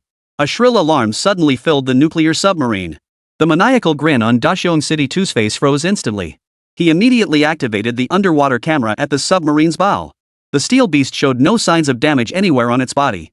A pair of razor-sharp steel claws were savagely tearing through the submarine's steel structure. Each claw strike tore a massive gash in the submarine's hull. How is this possible? Why is it completely unscathed? Deshong Chang'er's face was frozen in shock. Before he could react, the entire nuclear submarine suddenly shook violently. The Candle Dragon had crawled from the submarine's bow to its stern. It wrapped itself around the hull, opening its gaping maw to savagely tear at the submarine's side. With each bite, chunks of metal and even entire components shattered from the hull, scattering into the sea. Deshongqing Tu's face turned ashen, the hairs on the back of his neck standing on end. Damn it! It's biting the nuclear reactor core. How did it know the reactor was there? Commander Deshong Chang'er. The submarine's watertight bulkheads are leaking. We won't hold out much longer. The deputy reported, panic etched across his face.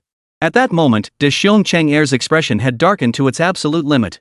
This damn steel monster was far tougher than he'd imagined. In a flash of inspiration, he suddenly conceived a countermeasure. He roared into the communicator. Immediately submerged to the ocean floor. Engage all propulsion engines at full throttle. Crush that damn monster beneath the sea. Under Deshong Chang'er's command, the submarine swiftly descended toward the ocean floor. At that moment, the Candle Dragon was still frantically tearing at the submarine's nuclear reactor compartment. The next second, the submarine made contact with the seabed, crushing the Candle Dragon entirely beneath the sand. Sand and gravel flew wildly, dust filling the air. The submarine's immense weight pinned the Candle Dragon firmly to the ocean floor. Now let's see if you can survive this. A cold, ruthless gleam flashed in Deshong Chang'er's eyes. A confident smile returned to his face. His deputy immediately flattered him. As expected of Commander Deshong Chang'er. Even facing formidable foes, you remain utterly composed. That mechanical monster has likely been crushed into a heap of scrap metal by now. Heh, the TianGou nuclear submarine weighs over 4,000 tons. It's doomed. Deshong Chang'er crossed his arms, his expression unwavering. A sudden tremor shook the submarine. Deshong City 2, who had just calmed his nerves, felt his heart skip 2 beats. What's happening? Why is the submarine's speed dropping so rapidly? Could we have struck a reef? But this area shouldn't have any reefs. Reporting to Commander Deo, the submarine seems to be being dragged by some strange force and can't move forward. Hearing the report over the communicator, Deshong Chang'er instinctively activated the submarine's external camera. Amidst a swirling storm of sea sand, a humanoid steel colossus stood planted on the seabed, its arms raised to clamp down on the submarine's stern. The nuclear submarine, moving at full speed, had only dragged the mechanical monster a few hundred meters before coming to a complete halt. Seeing this scene, Deshong Chang'er's eyes nearly popped out of his head. His legs shook violently uncontrollably. Their little TianGou-class nuclear submarine weighed a full 4,000 tons. This mechanical monster had lifted it single-handedly. How terrifying must its arm strength be? The next instant, the steel beast arched backward, then forced the entire submarine upright. Just like Lu Zhishan uprooting a willow tree. Once upright, it slammed the submarine down into the ocean sand. At the surveillance monitors in the Jiangnan arsenal, researchers watched their mouths agape, staring blankly at the screen. The sheer visual impact of the scene slammed into their very souls. It felt as though their very souls were being torn from their bodies, smashed to smithereens. This wasn't some sci-fi blockbuster, it was a real-life scene unfolding before their eyes. It was hundreds, even thousands of times more shocking than any sci-fi film. Old Lee's face was deathly pale as he struggled to steady his trembling body against the desk. Without the table, he would have collapsed to the floor. He had withstood the relentless torpedo barrage of the little days, single-handedly lifting the entire nuclear submarine. Old Lee believed he had some understanding of the Zhulong's formidable power. But now he realized that was merely the tip of the iceberg. The Candle Dragon hadn't revealed its full capabilities. The thought that the Candle Dragon might harbor even greater hidden capabilities made Old Lee's legs completely give out. "Old Sue, quick! Help me sit down. I can barely hold on." For the Candle Dragon, erecting the nuclear submarine was merely a means to facilitate feeding. Suddenly, the Candle Dragon tore open its hull, revealing a nuclear reactor core radiating intense heat within. It let out a joyful growl before beginning to lap up the nuclear radiation escaping from the fission core. Just then, the TianGou nuclear submarine, which had been shut down, restarted its engines. The hatch opened, ejecting a capsule-shaped escape pod. Deshong Chang'er, his face dark, pressed himself against the glass window, staring intently at the monster below. "Torpedoes couldn't kill you, a submarine couldn't crush you. I refuse to believe a nuclear blast won't finish you." Now utterly deranged, Deshong Chang'er pulled out a remote control and slammed his finger down on the red button. The nuclear fission reactor, which had been running smoothly, suddenly began spinning at high speed. The extreme heat visibly melted the reactor casing at a visible pace. If everything proceeded as planned, the fission reaction would culminate in a violent explosion. Its destructive force would rival half a tactical nuclear missile. Gazing down at the blinding light growing brighter below, Deshongqing too was filled with an abnormal sense of triumph. "Damn monster, I bet this blast won't kill you. Dare to oppose us, and you'll only meet your end." But for some reason, the instant he pressed the button, Deshong Chang'er felt the mechanical monster below glance at him. But none of that mattered now. This steel monster had no chance against a nuclear blast. Roar! A deafening roar erupted from the depths of the ocean. Deshong Chang'er's expression shifted slightly as he instinctively looked toward the ocean floor. The steel colossus stood beside the nuclear fission reactor, now glowing crimson. It opened its gaping maw and sank its teeth into the reactor core. Chapter 11: The nuclear reactor on the brink of explosion. Upon witnessing this scene, Deshong Chang'er froze in shock. Then he burst into laughter, laughing so hard tears streamed from his eyes. This monster is a complete moron, daring to bite into an overloaded nuclear reactor. It must not know this thing is about to explode. That damn beast is as good as dead. At the surveillance monitors of the Jiangnan arsenal, countless researchers watched with bated breath, their expressions tense. Shi Jigang, Old Lee, and others were sweating palms. Some female researchers even instinctively covered their eyes, unable to bear witness to what was about to unfold. Beneath the sea, beside the overloaded nuclear reactor, the Candle Dragon's black dorsal fin rapidly glowed crimson at a visible speed. The light spread from the dorsal fin across the entire body of the Candle Dragon. The entire submarine was now covered in crimson lines. These lines pulsed rhythmically, as if alive, an utterly terrifying sight. In contrast, the light within the nuclear reactor rapidly faded. Temperatures plummeted as the entire reactor core cooled at a visible pace. The scene before them stunned everyone. This steel colossus had absorbed all the energy from the nuclear reactor.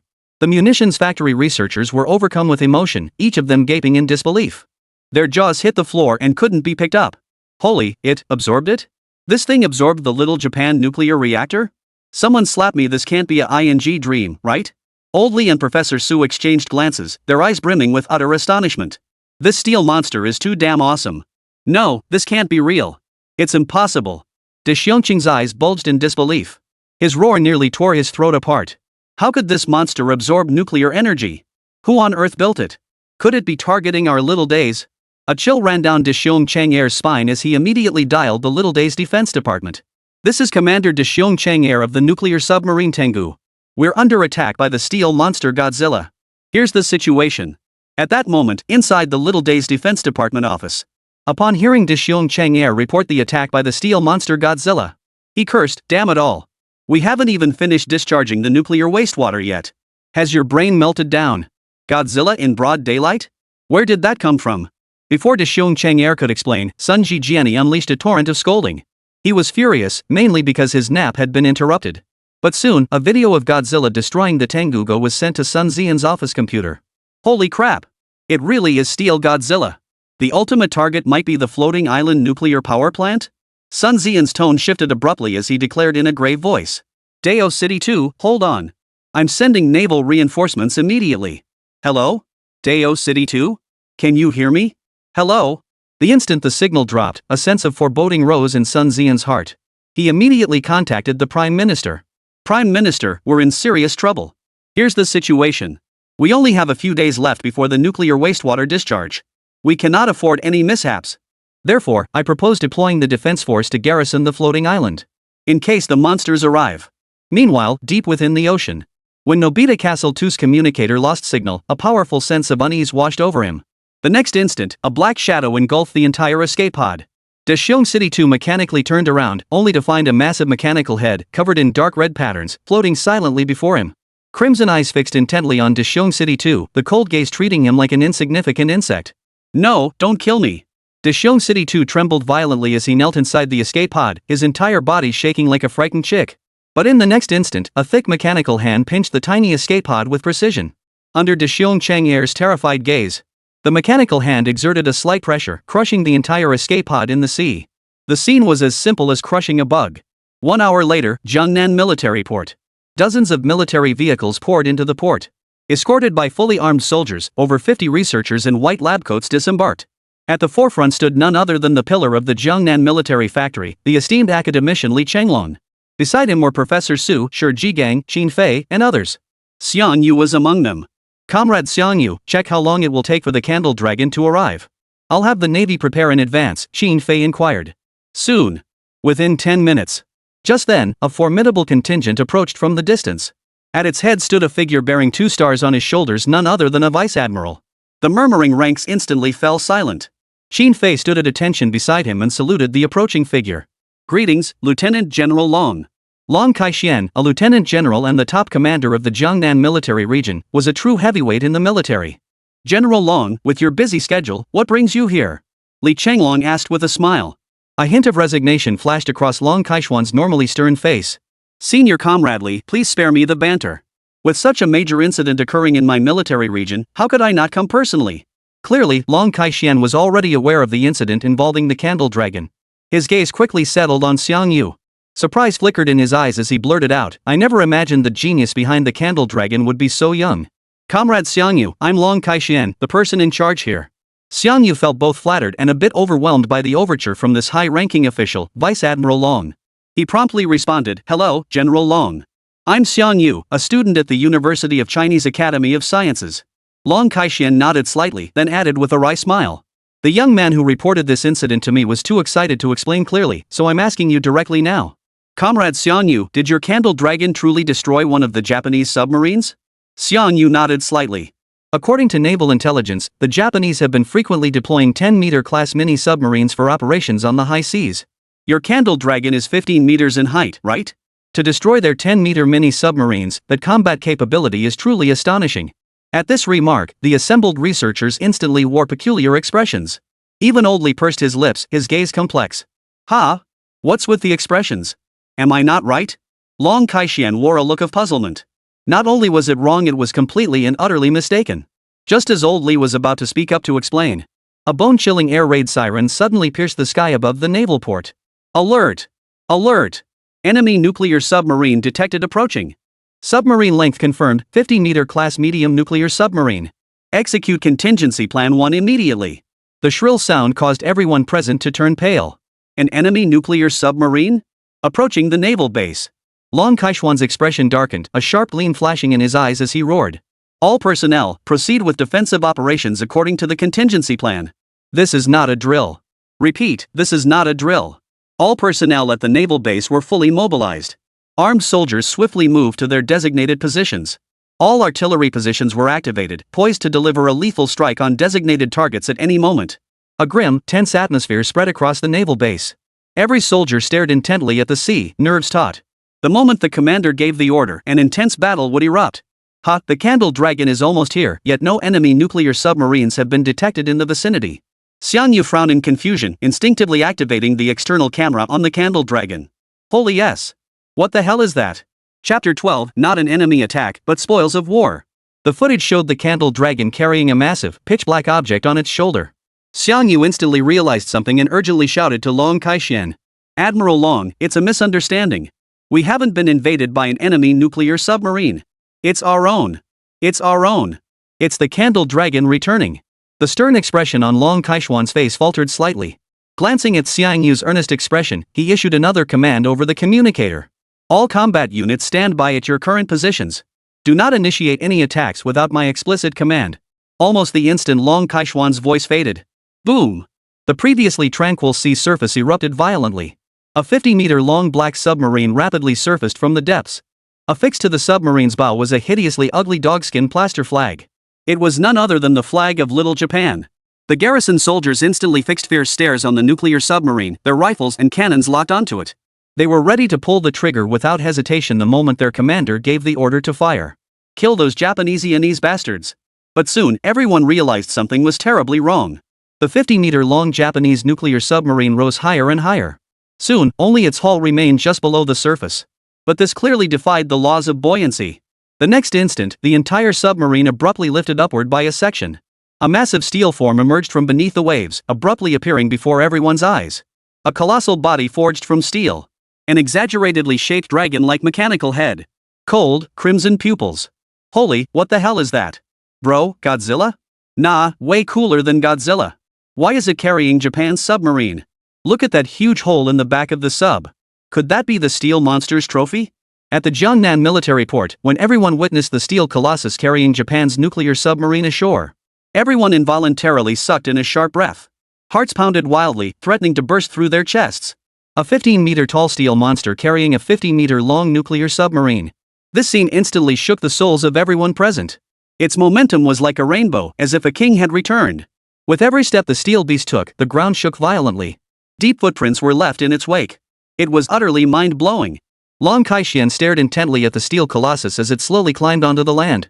He had forgotten to breathe. His fleshy palms clenched tightly together.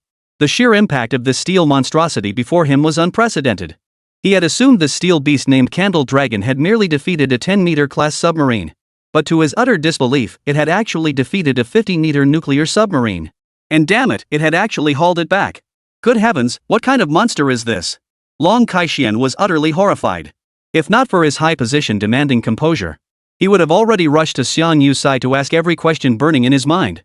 At Xiangyu's signal, the Candle Dragon lowered the submarine wreckage from its shoulders onto the ground. The impact of over 4,000 tons crashing down sent violent tremors rippling through the ground. The surrounding soldiers distinctly felt their feet lift off the ground for half a second. A chill ran down their spines. This steel beast was brutally violent. With the Candle Dragon safely returned, the next step was to transport it to the armory for further testing. Xiangyu had no objections to the testing requirements proposed by Oldley. Soon, a massive transport vehicle rolled into the military port. Truck driver Xiao Lu stared at the 15-meter-tall mechanical behemoth before him and swallowed hard. However, as an experienced tow truck driver, he was confident he could transport this behemoth to its designated location. For large cranes were set up, their steel hooks secured around the midsection of the Candle Dragon. Secured. Begin lifting. Xiao Lu gave the command to the crane operators. The crane motors whirred to life, commencing the transport operation. But just then, the motionless Candle Dragon suddenly opened its eyes. In one bite, it severed all the steel cables, followed by a deafening roar. The roar instantly drained the color from Xiao Lu's face. It also startled the others who were preparing to head to the munitions factory. What's going on? Long Kaixian frowned slightly, asking Xiao Lu who was stumbling toward him. General Long, that beast seems to have a temper it doesn't like being restrained by steel cables. Xiao Lu gasped for breath, his back drenched in cold sweat. Temper? Long Kaixian froze, then turned to look at Xiangyu. Xiangyu cleared his throat. We were moving too fast and forgot to mention this. The Candle Dragon currently has the intelligence of a 7 or 8-year-old child. It might have a bit of a temper. Black lines instantly appeared on everyone's foreheads. A 10-meter-tall steel beast throwing a tantrum? That couldn't possibly be a minor temper tantrum. Comrade Xiangyu, see if you can find a way to calm it down. With a creature this size, even a minor tantrum could cause significant damage. Alright, I'll personally escort it to the armory. Xiangyu scratched his nose as he spoke. With me around, it won't do anything out of line. With that, Xiangyu began walking toward the location of the Candle Dragon. The others exchanged glances, curiosity flickering in their eyes. Come on, let's follow and see. Old Li couldn't help but say. Let's see how Comrade Xiangyu tames this steel beast. Thus, a crowd of over 100 people followed behind Xiangyu, eager to witness the spectacle. At that moment, the candle dragon was trampling the crane like it was a pair of roller skates. The faces of the surrounding guards were etched with tension. They feared the colossus might crush them into mincemeat if it grew angry. This beast had single-handedly destroyed a 50-meter nuclear submarine with its bare hands. Shouldering a nuclear submarine weighing over 4,000 tons is like playing a game. Totally untouchable. And you wouldn't want to mess with it. Whoever's in charge, get this thing out of here ASAP. With this thing docked in their naval port, they're probably losing sleep and appetite every single day. Sleepless nights. It's bloody terrifying. Candle Dragon, sit down. Just then, a commanding voice rang out. The soldiers looked toward the source of the voice and saw a young man shouting sternly at the Candle Dragon. Their expressions instantly turned pale. Young man, you're courting death. How dare you give orders to this Dragon Lord? With your skinny arms and legs, you wouldn't even be enough to fill my teeth. Why did you go and provoke it? That god is way out of our league. The soldiers shouted in unison, trying to get Xiangyu to tone it down. But Xiangyu seemed oblivious, taking several more steps forward. Then he shouted again, Candle Dragon. I'll count to 3. If you don't come over now, just wait and see what I'll do to you. Many soldiers around him turned pale. Is this kid out of his mind? How dare he act so cocky in front of this steel beast? Oh no, this guy's dead meat. Moment of silence in advance. Chapter 13, the man standing on the giant beast's shoulders. Wah! But just then, the Candle Dragon suddenly let out a low growl and charged towards Xiangyu. Its tail swished back and forth, looking as though it were in high spirits. The next second, the most unbearable sight for all the soldiers unfolded. There stood the 15-meter-tall steel beast. The ferocious beast that had destroyed the Zairizhi nuclear submarine and carried it back as spoils of war. Actually lay down right before the young man. Its massive head nuzzled forward, panting and snorting. The soldiers were utterly dumbfounded by this sight. Holy, how is this possible? How could my Dragon Lord be so humble? When I approached you just now, Dragon Lord, you weren't like this. You wouldn't even give me a proper look. Wails of disbelief filled the air. The soldiers had long held this imposing, mighty steel beast in awe. But now it suddenly turned docile, the extreme contrast leaving jaws dropping everywhere. That would leave anyone feeling miserable for days. As for Long Kai-Shian and the others who had followed behind Xiangyu, couldn't help but exchange wry smiles. Who would have thought this steel monster had such an adorable side? Old Li, however, stroked his chin thoughtfully. This Candle Dragon isn't lacking in intelligence. It seems to be more than just a war machine. Xiangyu climbed onto the Candle Dragon's back and gently tapped its neck. The next instant, the steel beast soared into the air, regaining its previous imposing and majestic form. But now, perched upon its shoulders was a human, Xiangyu. The soldiers gazed at Xiangyu perched on the monster's shoulder, their eyes brimming with envy. Their blood boiled, hearts pounding wildly. So cool, absolutely mind-blowing. To stand atop the shoulders of such a steel beast. It felt like a mortal standing shoulder to shoulder with a god. Old Li, General Long, let's go. Xiangyu's voice echoed from atop the shoulder of the Candle Dragon. In the next instant, Xiangyu and the entire Candle Dragon slowly vanished from everyone's sight. This spectacle once again shattered everyone's expectations, eliciting a chorus of gasps. Beside elderly, Professor Su adjusted his glasses and murmured. The stealth coating on the Candle Dragon seems to be made of nanomaterials, yet it also appears to be some kind of force field. With China's current technological capabilities, it would likely take at least 50 years to develop such technology. After the Candle Dragon vanished, the group boarded the military vehicles once more and headed toward the armory. The Zhurong's footpads employed a structure resembling catpaw pads, minimizing traces left behind despite its 100-ton weight. 1 hour later, Jiangnan Arsenal. A black Hummer drove into the compound. 3 researchers carrying black briefcases stepped out. The lead researcher, a stern-faced middle-aged man with a square jaw, stepped out first. The moment they stepped out, several nervous factory staff rushed forward to greet them. Hello, Dr. Wang Liang. I'm your assigned receptionist. You can call me Zhang. The receptionist spoke cautiously, daring not to show the slightest disrespect. No wonder Dr. Zhang Liang was the nation's foremost materials science expert. Any new material development required his inspection. Beyond that, Dr. Wang Liang's notoriously bad temper was equally renowned throughout the industry. His almost obsessive dedication to materials kept many people at arm's length. Yet Dr. Wang Liang merely gave a slight nod, his expression unreadable. I wonder what material the Jiangnan military region has sent me to test this time. I hope it will impress me. Xiao Zheng quickly nodded, assuring him he wouldn't be disappointed. Following Zhang's lead, Dr. Wang Liang soon came face to face with the material awaiting inspection. But at first glance, his brows furrowed tightly. Where's Old Li? This is the material he asked me to test? A toy model? At that moment, the candle dragon had entered hibernation mode, quietly crouched on the ground. Its silver-black exterior did indeed resemble a massive, sci-fi-inspired mechanical model. Xiao Zheng hastily explained. Dr. Wang Liang, this machine isn't a model. Just moments ago, it sank a 50-meter nuclear submarine. Ha! A female researcher behind Wang Liang couldn't help but laugh out loud. So you're saying this giant mechanical dinosaur is a war machine? Then why don't you make it move a bit for us? Another researcher frowned in displeasure. Our professor's time is precious. Can't you guys from the Jiangnan military region even analyze the material composition of a model? Xiao Zhang scratched his head, momentarily at a loss for words. Wang Liang frowned slightly and pressed on. Where is Old Li? I want to ask him face to face if he made a mistake. Old Li and the others are in a confidential meeting with General Long. They'll come over immediately after it concludes. Xiao Zhang now felt caught between a rock and a hard place. 10 minutes tops and old Master Li will be here. Why don't you start inspecting this machine first? Or perhaps your student could give it a try? Rest assured, once Mr. Li arrives, he'll definitely provide you with a satisfactory answer. Wang Liang frowned slightly but ultimately agreed to Xiao Zhang's request. Fine, I'll wait another 10 minutes for old man Li's sake. I've worked in this field for decades and handled thousands upon thousands of materials, big and small.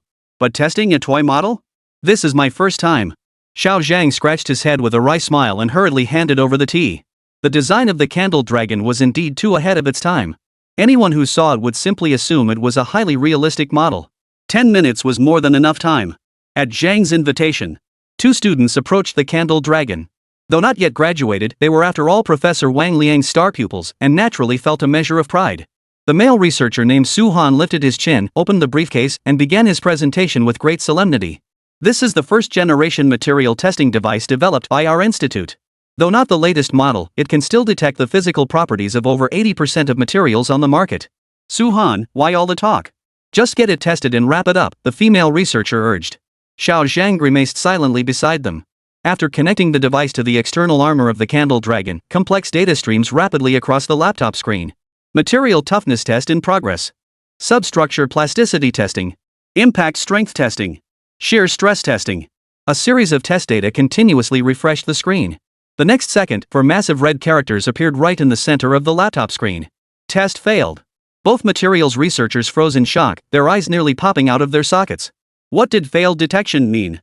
How could the materials composing this model not be detectable? Xiao Zhang scratched his head beside them. Could the instrument be broken? The female researcher immediately activated her own detector. But soon, the same astonishing result appeared again. The screen still displayed the 4 large characters, cannot detect. How is this possible? Chapter 14, Astonishing Material Strength. The female researcher's expression turned grave. Our equipment was thoroughly tested before departure, no issues were found. How could it fail to detect the composition of even a single model's materials? Senior Lu Hui, could it be that the material used in this model is actually extremely rare?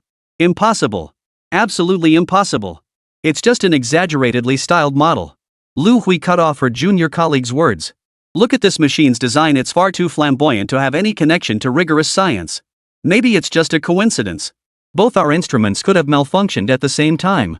Just then, Dr. Wang Liang, who had been resting nearby, approached. Your detectors didn't register anything? Lu Hui and Su Han nodded simultaneously. Wang Liang frowned slightly, his expression turning serious as he retrieved his own testing device. Try using my 3rd-generation detector. It's currently the most advanced material testing device in the country. There's no known material in the world it can't detect. Lu Hui's eyes lit up as she quickly took her advisor's briefcase. Power activated. Testing commenced. Beep. This material cannot be detected. Both were stunned. Even Dr. Wang Liang's usually stoic mouth twitched slightly. How could this be? Even the 3rd-generation detector couldn't identify it. This was beyond absurd. If 1 unit failed detection, it could be attributed to instrument malfunction. But 3 units failing simultaneously?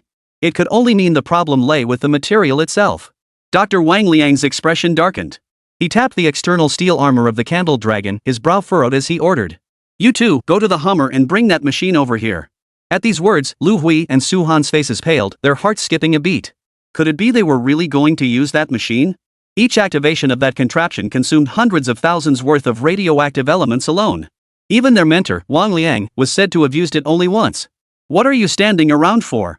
Hurry up! Wang Liang's stern voice snapped them out of their thoughts. They scrambled toward the Hummer. The tightly sealed studio door suddenly swung open. The next moment, dozens of researchers in white lab coats emerged from within. Leading the group were none other than Old Li and General Long Kaixian. At 7 minutes and 6 seconds, the meeting concluded, and Old Li and the others appeared at the testing site. Professor Li was in an exceptionally good mood. Upon seeing Wang Liang, he immediately burst into hearty laughter. Dr. Wang Liang, how did your team fare with testing this big machine? Where's the data? Let me take a look. Even the usually stoic Dr. Wang Liang flashed a barely perceptible look of embarrassment in his eyes. Who could have imagined that 3 testing instruments couldn't even determine the material composition of a model? This was nothing short of slapping himself in the face.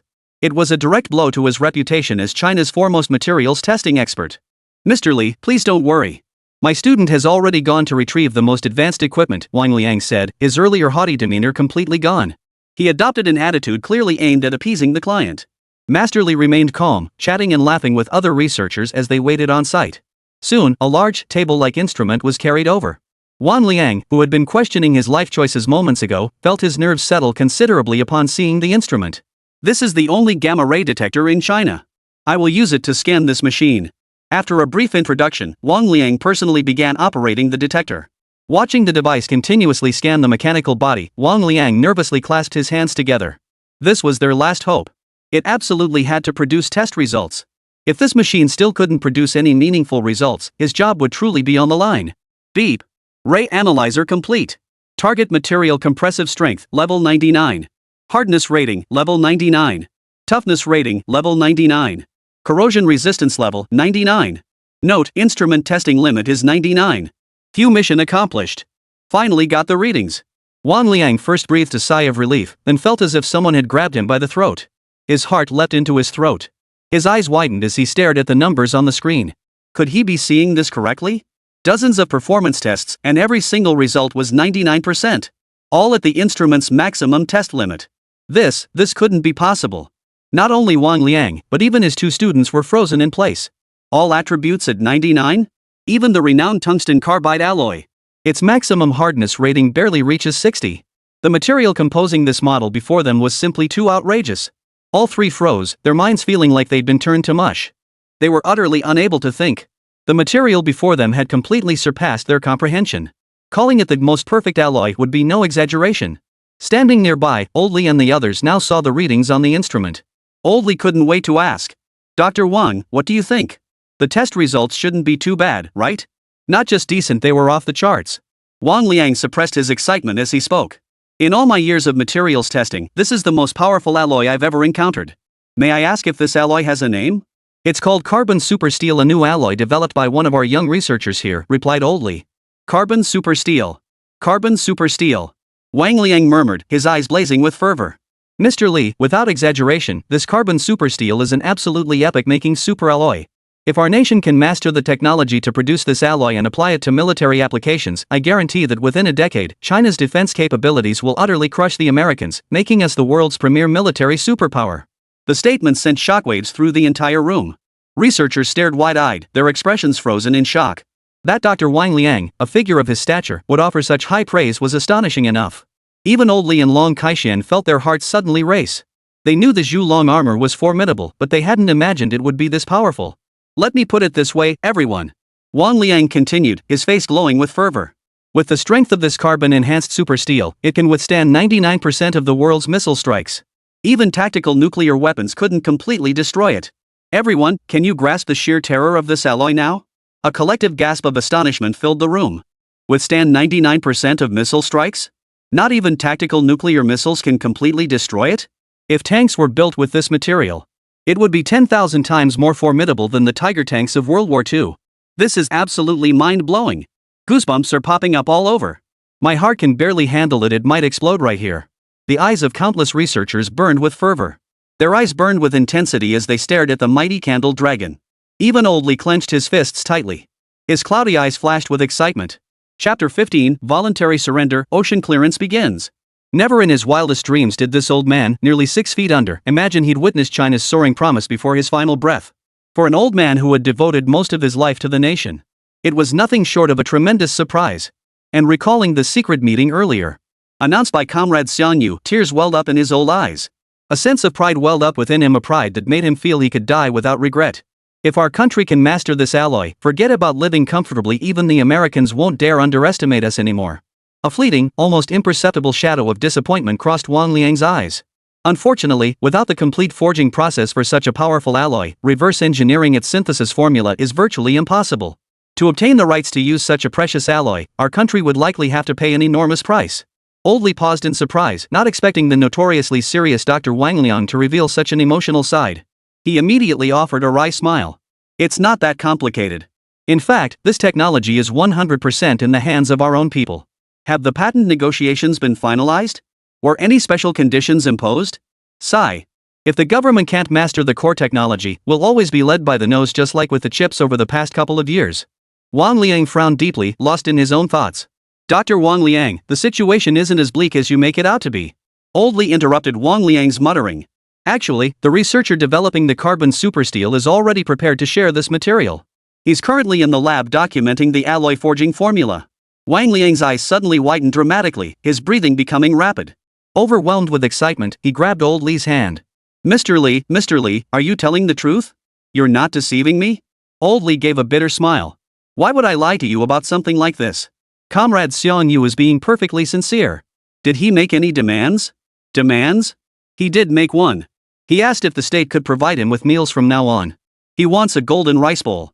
Wang Liang's mouth twitched violently twice, momentarily unsure how to react. By the time Xiang had densely filled 10 sheets of A4 paper with the synthesis formula for carbon supersteel, he noticed several people waiting impatiently by the door. Old Li, General Long, please come in. And who might this be? Wang Liang looked at Xiang, whose face still bore traces of youth, and felt a wave of surprise wash over him. He never imagined the person who developed carbon supersteel would be so young. Even more remarkable was his willingness to hand over the precious carbon supersteel synthesis formula to the nation at such a young age. Such a young talent was truly rare. A true pillar of the nation. Given time, he would surely become a rising star in the nation's scientific research field. At this thought, Wang Liang excitedly grasped Xiang hand. Comrade Xiang, you're a true hero. Don't be afraid, Uncle here isn't a bad guy. Over the next few days, Xiang stayed at the Jiangnan arsenal. He took the opportunity to teach the researchers at the arsenal about carbon supersteel and several other technologies. To ensure the researchers grasped the underlying principles in greater detail, he even held dedicated lectures to explain the details. A week passed in the blink of an eye. Inside the armory, researchers across various fields were enthusiastically learning Xiang's new technologies. Outside the armory, news about the imminent discharge of nuclear wastewater from the island nation flooded the media. According to MECHA, the island nation remains resolute in its stance to discharge nuclear wastewater, with the first batch expected to reach 7,800 tons. Huabian news agency harshly condemned the island nation's nuclear wastewater discharge as an evil act threatening all humanity, urging them to abandon their stubbornness. Otherwise, they will face nature's retribution. Japanese media expressed extreme optimism about the discharge, with dozens of experts rushing to the floating island to sample its specialty seafood, describing it as delicious and chewy. A mass poisoning incident occurred in a county near the floating island, resulting in 200 people poisoned and 36 deaths. As the discharge date approaches, international discussions about Japan's ocean dumping have intensified. Especially among the Chinese public, emotions are running particularly high. Online, they're going absolutely nuts. Damn those little days. They made all those environmental films for nothing. Turns out they're the least eco-friendly of all. Don't insult dogs, upstairs. Japan isn't even worthy of being called dogs. They're committing acts that will wipe out their own future generations. They're worse than beasts. Don't believe the Japanese experts who say dumping nuclear wastewater is harmless. It's extremely dangerous. If the nuclear wastewater isn't dangerous, let Japan's top officials use it for hot pot. If it is dangerous, they absolutely shouldn't be dumping it into the ocean. This is infuriating. Is there no one who will step forward to stop their atrocities? We need a hero to stop Japan's atrocities. At that moment, Xiang was scrolling through videos in the armory. Seeing the passionate comments, a surge of anger welled up inside him. Damn little son, I wish the candle dragon could just go over there and flatten that floating island. Just as he was thinking this, the door suddenly swung open. Xin Fei looked anxious. Xiang, General Long wants you to come over immediately. Xiang instantly realized something was wrong and immediately asked, what's going on? Xiao Ri broke his promise and suddenly announced that the sea dredging operation starts today. Xin Fei frowned deeply. There's less than an hour left before the floodgates open. Xiang sprang from his chair, snatched the wristwatch controller, and dashed toward the door. At that moment, inside the operations command center of the Jiangnan military district, the room was filled with officers at the rank of colonel and above. Long Kaixian stood with his back to the group, silent. Among them were Professor Lee, Old Sue, and other leading scientists. A series of hurried footsteps echoed through the room. Xiangyu pushed open the door and entered. All eyes immediately turned to Xiangyu. At that moment, Long Kaixian turned around, his voice deep and authoritative. Xiangyu, it's your turn. Understood, General Long. At that moment, inside a massive warehouse at the Jiangnan military port, a shrill alarm pierced the sky. Warning! Warning! Warehouse 031 is opening. All non-essential personnel evacuate immediately. Repeating, Warehouse 031 is opening. All non-essential personnel must evacuate immediately. The alarm echoed relentlessly through the air, sending chills down the spine. The soldiers patrolling the harbor wore grim expressions as they swiftly dispersed outward. Most people had no idea what was inside Warehouse 031. But the orders from above were stern. Once Warehouse 031 opened, everyone must immediately clear the way. Even warships must clear the way. As the mechanical doors of Warehouse 031 slowly opened, a pair of crimson pupils suddenly glowed in the darkness. Brain-computer interface connecting. Highest level operator identity verification, Xiangyu confirmed. Loading remote control program. Multidimensional neuron activation successful. The next instant, a thunderous dragon's roar, filled with overwhelming menace, reverberated throughout the entire naval port. Chapter 16, Reports from all sides, Underwater Shadow. Immediately afterward, a pair of massive silver-black mechanical claws emerged from Warehouse 031. Gripping the steel doors on either side of the warehouse, the massive mechanical body slowly emerged from within. The silver-black mechanical form reflected a metallic sheen under the sunlight. It resembled a colossal steel skull from prehistoric times. Each opening and closing of its jaws radiated an overwhelming sense of oppression. As the candle dragon emerged from the warehouse, it made no effort to conceal its footsteps. The entire ground trembled rhythmically beneath its immense weight. With each step, sand and gravel swirled up from the naval port's surface. The soldiers guarding the perimeter felt their hearts pound wildly in rhythm with the pulsing tremors. The mere peripheral glimpse of that colossal mechanical form sent a chill of tension through them. Many soldiers found their backs drenched in cold sweat. Their hands trembled slightly as they gripped their rifles. This colossal steel beast had previously dragged Zairiz's nuclear submarine into the military port by sheer force. And now, it was about to set out once more. Who knew what shocking deeds it would commit this time? Under the watchful eyes of the harbor soldiers, the candle dragon slowly made its way toward the shore. The next moment, a thunderous splash echoed across the water. Step by step, the candle dragon descended into the sea. As vast quantities of seawater engulfed its hull, the candle dragon's colossal form slowly vanished beneath the waves. Twisting its body like an alligator, it accelerated toward the ocean depths. Only its black dorsal fin remained exposed above the surface. The harbor soldiers fixed their gaze intently on the black dorsal fin. Only when it vanished completely from sight did they breathe a sigh of relief. Holy crap, that mechanical beast was downright intimidating. Damn, my legs were shaking when it came out of the warehouse. My heart's still pounding like crazy. Thank goodness it's one of us. Heh, wonder which unlucky bastard the steel beast is going after. Inside the Jiangnan Military District Operations Command Center, Xiangyu strapped on a helmet resembling VR goggles. When he opened his eyes again, his vision had shifted to the depths of the ocean. Reaching out before him, he found a steel claw gleaming with a cold, menacing light. He swung the claw toward a nearby reef. The rock shattered like a block of tofu, crushed effortlessly. This operation would be carried out by Xiangyu controlling the candle dragon. At this moment, Xiangyu's consciousness had fused completely with the candle dragon. The candle dragon was him, and he was the candle dragon. Moreover, due to the profound mental synergy between Xiangyu and the candle dragon, after connecting the brain-machine interface, he felt no discomfort whatsoever. He could even freely manipulate the Zhubiao's tail at will. This meant Xiangyu could now unleash the Zhuron's full power without reservation. Feeling the immense energy surging through the candle dragon, Xiangyu commanded the candle dragon to open its maw, unleashing a massive, thunderous roar. It reverberated across the ocean floor. Within a radius of several nautical miles, fish that sensed the roar fled frantically into the distance. Even the shark schools, overwhelmed by such overwhelming pressure, completely lost all will to resist. They scrambled frantically to flee toward the horizon. Wherever the candle dragon passed, all manner of sea creatures receded like a tide. At that very moment, the Zhulong's speed erupted violently. In an instant, it surpassed the speed of sound, creating sonic booms that rippled through the ocean. The immense commotion plunged the entire seabed into a frenzy akin to an earthquake. Wherever it passed, sea sand swirled and rocks shattered. The most dramatic impact occurred in a shallow water zone. The shockwaves generated by the candle dragon's extreme velocity. A massive trench 30 meters wide was forcibly carved into the sandy seabed.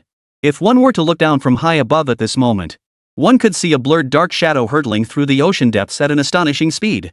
And its course lay directly toward the location of the Little Days floating island. Japan's premature release of nuclear wastewater has drawn intense international scrutiny. Countries have condemned Japan's irresponsible actions and issued warnings. At the same time, the Japanese government held a press conference. As international journalists finished setting up their cameras and microphones, the burly, pig-nosed Nobutada stepped onto the podium. At that moment, news outlets worldwide instantly switched their feeds to focus on Nobutada, who was about to deliver his statement. His expression suddenly stiffened, his entire body tensed, and the fleshy jowls on his face trembled violently. The next second, he bowed deeply toward the cameras. Dear friends around the world. On behalf of the island nation's leadership, I offer our most sincere apologies for this incident involving the discharge of nuclear wastewater into the ocean. But rest assured, our island nation's experts have conducted thorough research. The nuclear wastewater discharged into the ocean will absolutely not cause severe damage to the marine environment. On this point, we ask you to trust the integrity of our island nation and our unwavering commitment to environmental protection. The statement sparked an immediate wave of condemnation from nations around the world. Little days, they pollute the planet and expect the whole world to pay for it. Damn it, who can stop them? Where are the international organizations? Why isn't anyone speaking up? Little days are inhuman, worse than swine. We need a hero, someone to stop Japan from dumping nuclear wastewater. People around the world were disgusted by Japan's hypocritical facade. Nuclear wastewater is not the same as regular wastewater. It causes immense pollution to the oceans. Apart from Japan, no other country's experts would dare claim that releasing nuclear wastewater has no impact on the ocean. To avoid the high costs of treating the contaminated water, Japan chose to dump it directly into the ocean. This is utterly heartless. As the Japanese press conference concluded, China's government immediately issued a statement announcing an immediate ban on imports of seafood from Japan. Simultaneously, all maritime cooperation with Japan would be severed. Russia swiftly followed suit, imposing a series of sanctions against Japan. This was in retaliation for the island nation's discharge of nuclear wastewater. Subsequently, other Pacific Rim nations also launched protests against Japan. Time flew by, and in the blink of an eye, only 5 minutes remained before Japan opened the discharge outlet. At this moment, before a low mountain near the floating island nuclear power plant, over 10,000 Japanese citizens gathered here, laughter filling the air as a relaxed and cheerful atmosphere permeated the entire crowd. They weren't there to stop the discharge, of course. They had been specially invited by the Shaori leadership to witness the nuclear wastewater discharge into the sea. Little days hoped to use these people to tell the world that the discharge of nuclear wastewater into the sea would not cause serious consequences. Chinese journalist Li Meiying, microphone in hand, weaved through the crowd. She quickly spotted a slender, student-like Japanese individual. She extended the microphone and asked, "Hello, what are your thoughts on this nuclear wastewater discharge incident?" Chapter 17, The Steel Colossus Appears. It had to be dealt with sooner or later. Even if it leaks, it shouldn't be a problem. After all, experts have said the radiation levels haven't exceeded standards. If the treated water is scientifically safe, then release it. We can't exactly dump it on our own island nation, can we? I have no objection to discharging the treated water. In fact, seafood will become quite cheap because of this, and I'll be able to eat seafood products I can't usually afford. The ocean is already filthy with trash everywhere. Releasing treated water makes no difference. The various outrageous remarks caused Li Meiying's brow to furrow slightly. But professional decorum kept her from showing it. Meanwhile, at the Island Defense Force headquarters, Sun Zijiani's lips curved into a confident smile as he surveyed the massive gun barrel now securely mounted before him. 50 anti-aircraft guns, 10 escort armored missile vehicles. This configuration could even tear a gaping hole in an aircraft carrier. With these heavyweights in place, he felt utterly at ease. Everyone, stay alert. The countdown to the discharge of nuclear wastewater has begun. We'll hold our ground until the very last moment, charging forward fearlessly against any enemy. Our little lives are invincible. Suddenly, roar! A colossal roar echoed from the direction of the sea. The sound seemed to come from prehistoric times, carrying an overwhelming, spine-chilling pressure. The instant the roar echoed, everyone near the floating island instantly felt their scalps tingle. A fear that pierced the soul swiftly spread throughout their bodies. Defense Corps Headquarters. Sun Zijian's expression darkened before hardening into a ruthless resolve. That monster has indeed reappeared. Fortunately, I, Sun Zijian, am wise and valiant, having made preparations in advance. Meanwhile, viewers on the island nation watching the nuclear wastewater discharge were startled by the sudden roar. Having grown up watching kaiju films, were no strangers to monsters. Their gazes converged on the sea surface, while simultaneously, cameras from various nations trained their lenses on the waters surrounding the floating island. Where sky met sea, a colossal wave was hurtling toward the shoreline. Beneath the towering wave, a massive, dark silhouette could be faintly discerned. The moment the shadow appeared, it captured the attention of the world. Especially among Chinese viewers, who exclaimed in astonishment, "What is that thing? It's enormous." Could it be some ancient deep-sea creature drawn by Japan's nuclear wastewater discharge? Looks over 10 meters long. Could it be a sperm whale? Japan's misdeeds must have been exposed, drawing this colossal creature. Could it be trying to stop Japan from dumping nuclear wastewater? If that's the case, it's a benefactor not just for our nation, but for all of humanity. Go get M, take down Japan. The dark shadow's direction was unmistakable. It was heading straight for the floating island nuclear power plant. Just as everyone thought the shadow would reach the plant unimpeded. The next instant, a barrage of artillery opened fire on the shadow. Shells launched from the floating island's land, tracing parabolic arcs before plummeting toward the sea surface. The impact points lay precisely along the shadow's path. A barrage of explosions erupted continuously above the shadow on the sea surface. The flames from the explosions shot skyward, followed by billowing clouds of thick smoke. Such a barrage of explosions created a terrifying spectacle.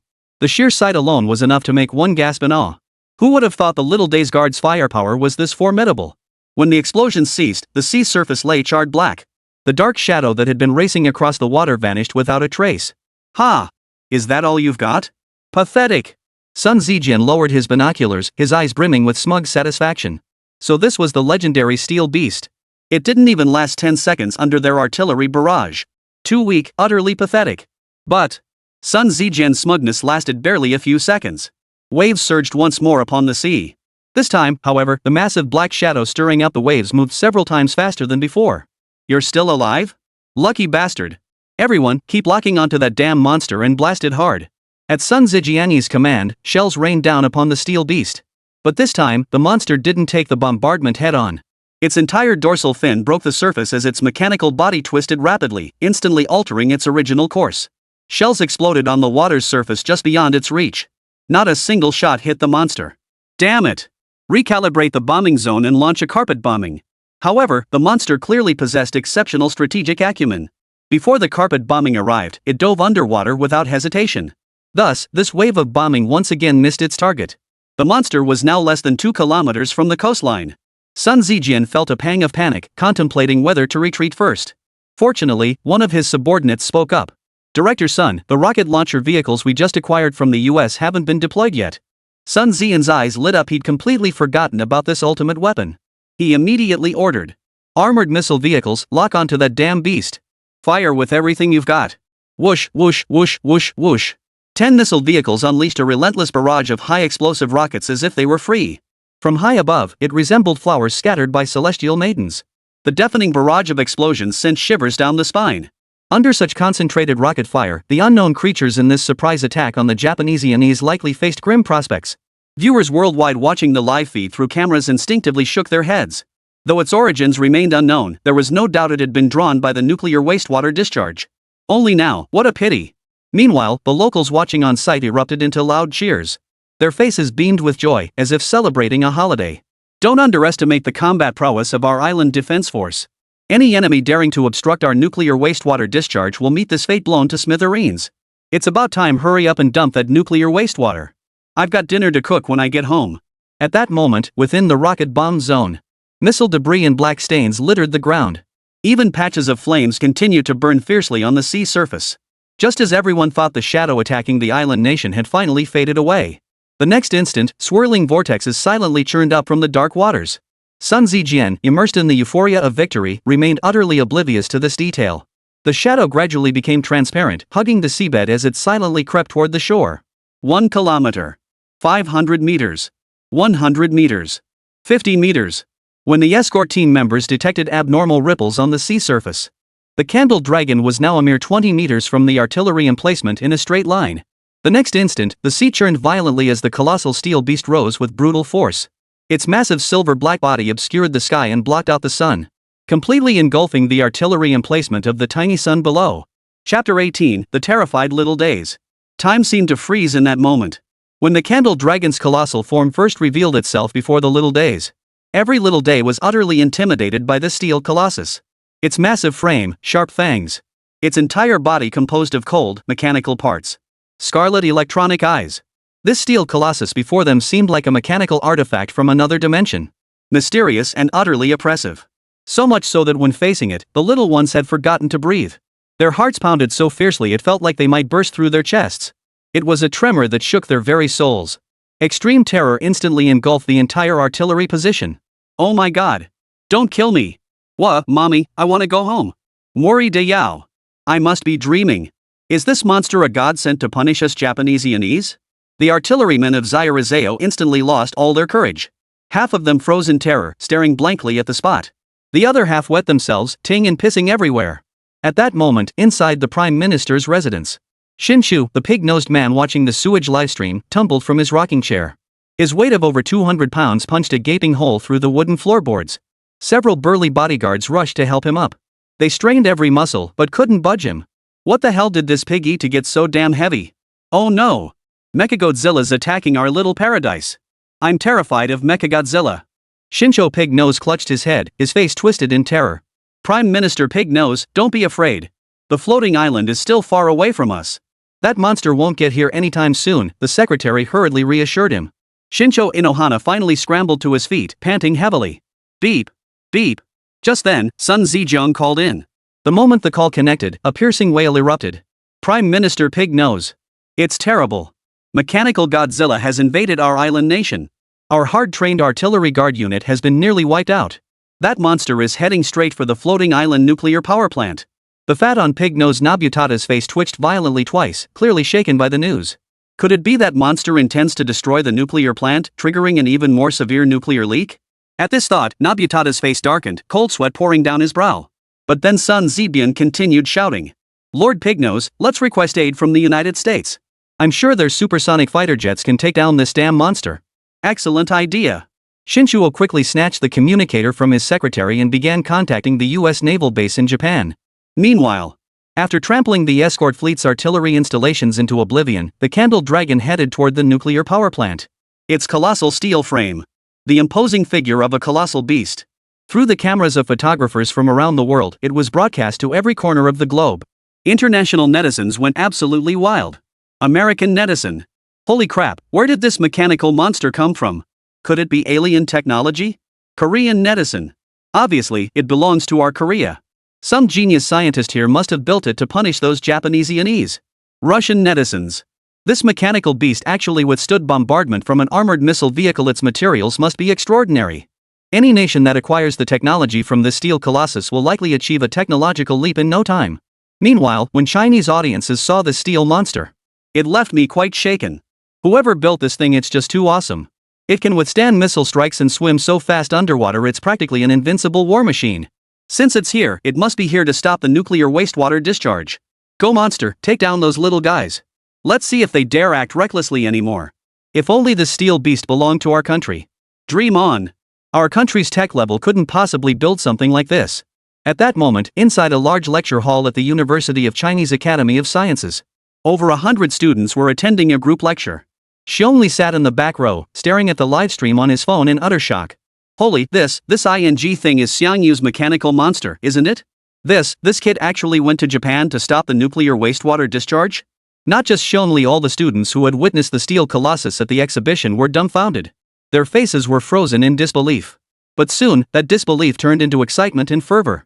This steel monster was 100% made by Huagua. And its creator was from the same school as them. If they could tell anyone, it would be so damn cool. They could brag about it for 100 years. Unfortunately, the faculty imposed a strict gag order. No one was permitted to publicize the steel monster. Thus, across the entire school, only the 1,000 students and faculty who witnessed the steel beast firsthand knew its existence. The rest of the student body knew next to nothing about it. Under Xiangyu's control, the Candle Dragon slowly approached the floating island nuclear power plant. Inside the plant, tiny figures scurried about like ants, their faces frozen in terror. Quick, run! Godzilla is coming! If you don't run now, it'll be too late. Someone carry me. My legs won't hold me, I can't run. I'm an old man. You young whippersnappers, get out of my way, let me go first. What the hell are you grabbing my feet for? Damn it, let go. At the main gate of a nuclear power plant complex, hundreds of people were crammed at the entrance like madmen. The steel monster behind them was drawing ever closer. This only made the already frantic crowd grow more desperate. Many fell to the ground, trampled until their heads bled. Worse still, some had ribs crushed underfoot, while broken limbs littered the scene. Just as Zyrizeo panicked and fled in disarray, a deafening sonic boom suddenly echoed across the sky. The moment the sound hit, the nuclear plant workers who had been jostling each other instinctively looked up. Simultaneously, the spectators at the Little Days event and international journalists nearby also turned their gaze toward the source of the sound. On the distant horizon, 3 black fighter jets streaked toward them at breakneck speed. It's the American F-22 Raptors. Ha! Our little country is saved. The nuclear plant workers seemed to find their anchor in that instant.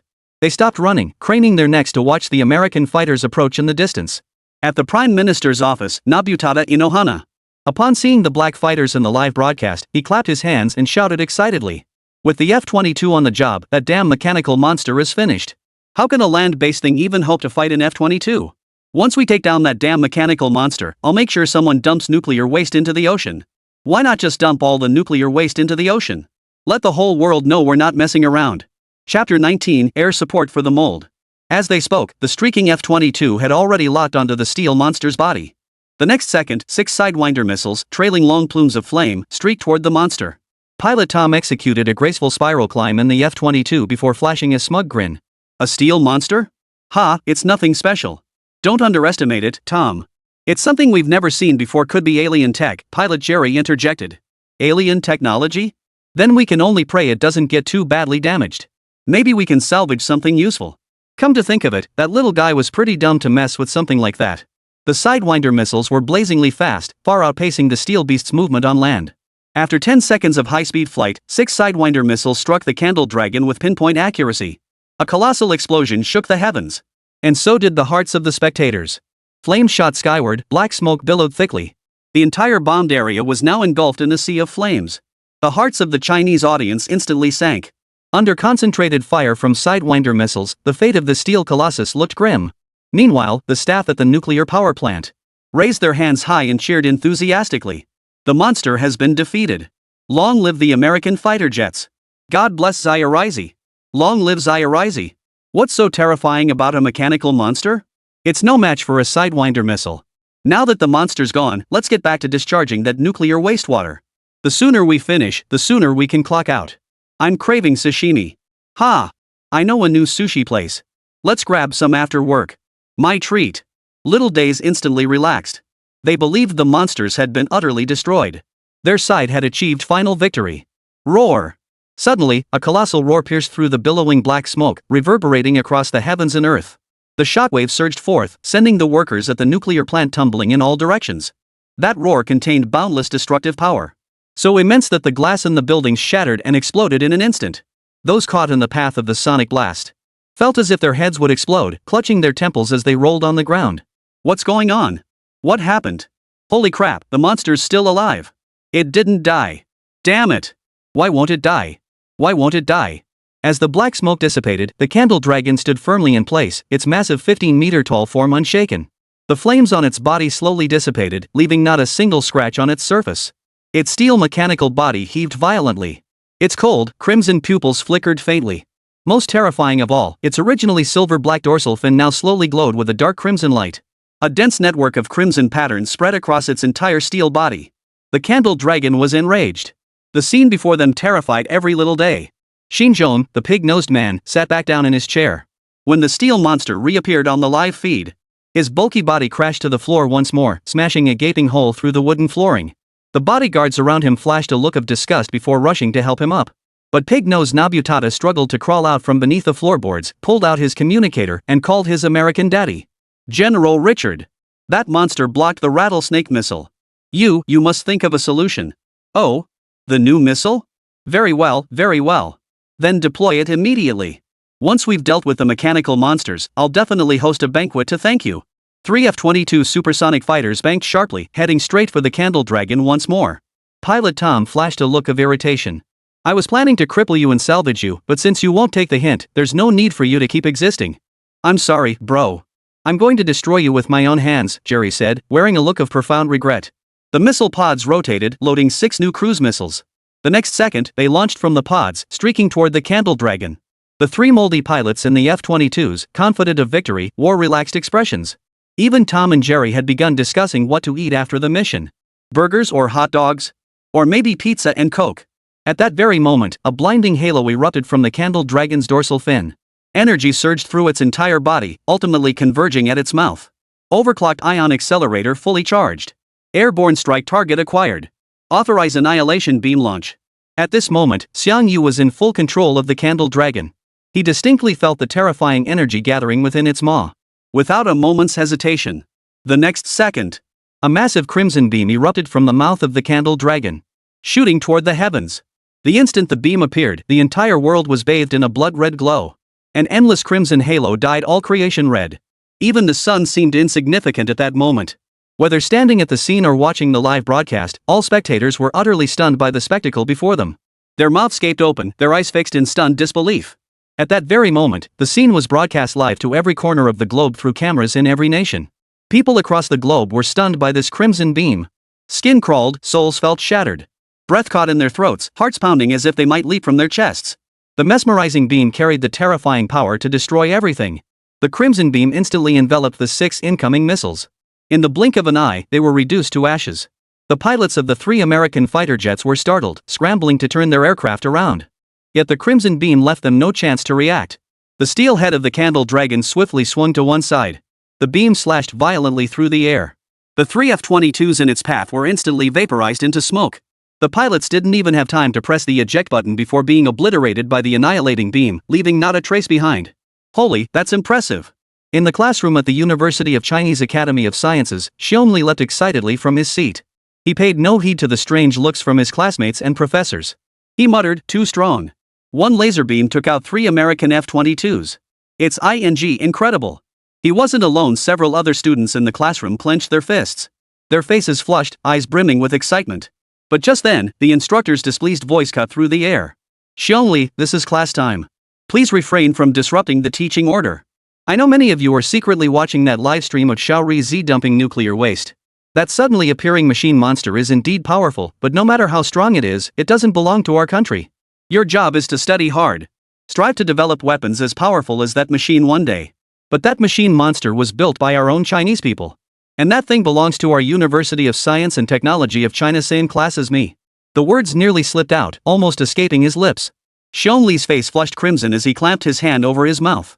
Damn it, he wanted to shout it out loud to let everyone know the steel monster was built by the Chinese themselves. But our advisor had explicitly forbidden discussing this matter. It wasn't just to prevent leaks, it was more to protect Xiangyu's safety. Xiongli knew this was something he couldn't utter even if it killed him. He could only cover his flushed face and sit back down, looking utterly aggrieved. The scene shifted back to the floating island nuclear power plant. When the candle dragon unleashed its annihilation beam, instantly taking out 3 F-22s in a single strike. Xiaorizi was so terrified he collapsed onto the floor. They even forgot to flee. Even the US's F-22s can't take down this mechanical monster.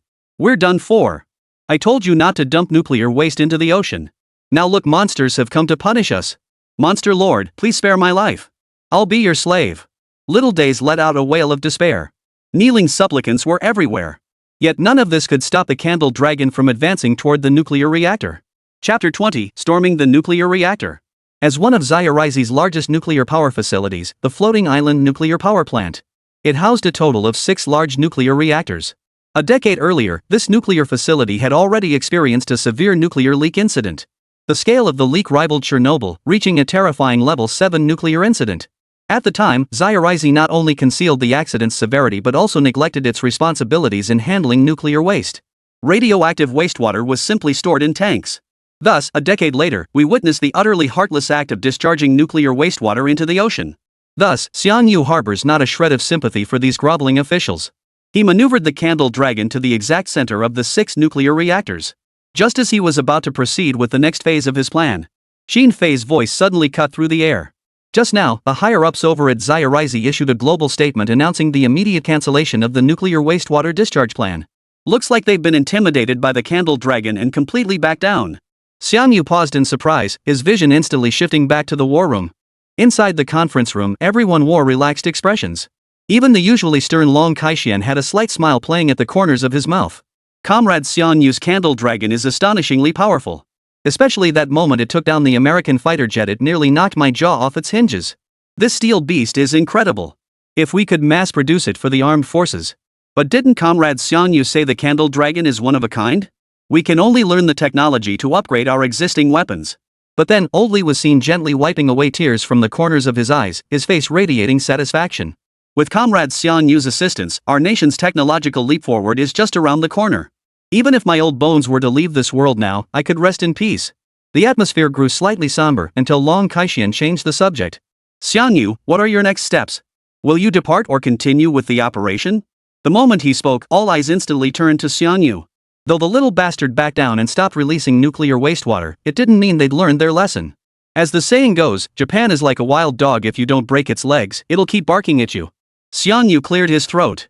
We've come this far. Leaving Japan without a parting gift would make us seem unfriendly. Old Li's eyes lit up as he eagerly asked, Comrade Xiangyu, the gift you mentioned is?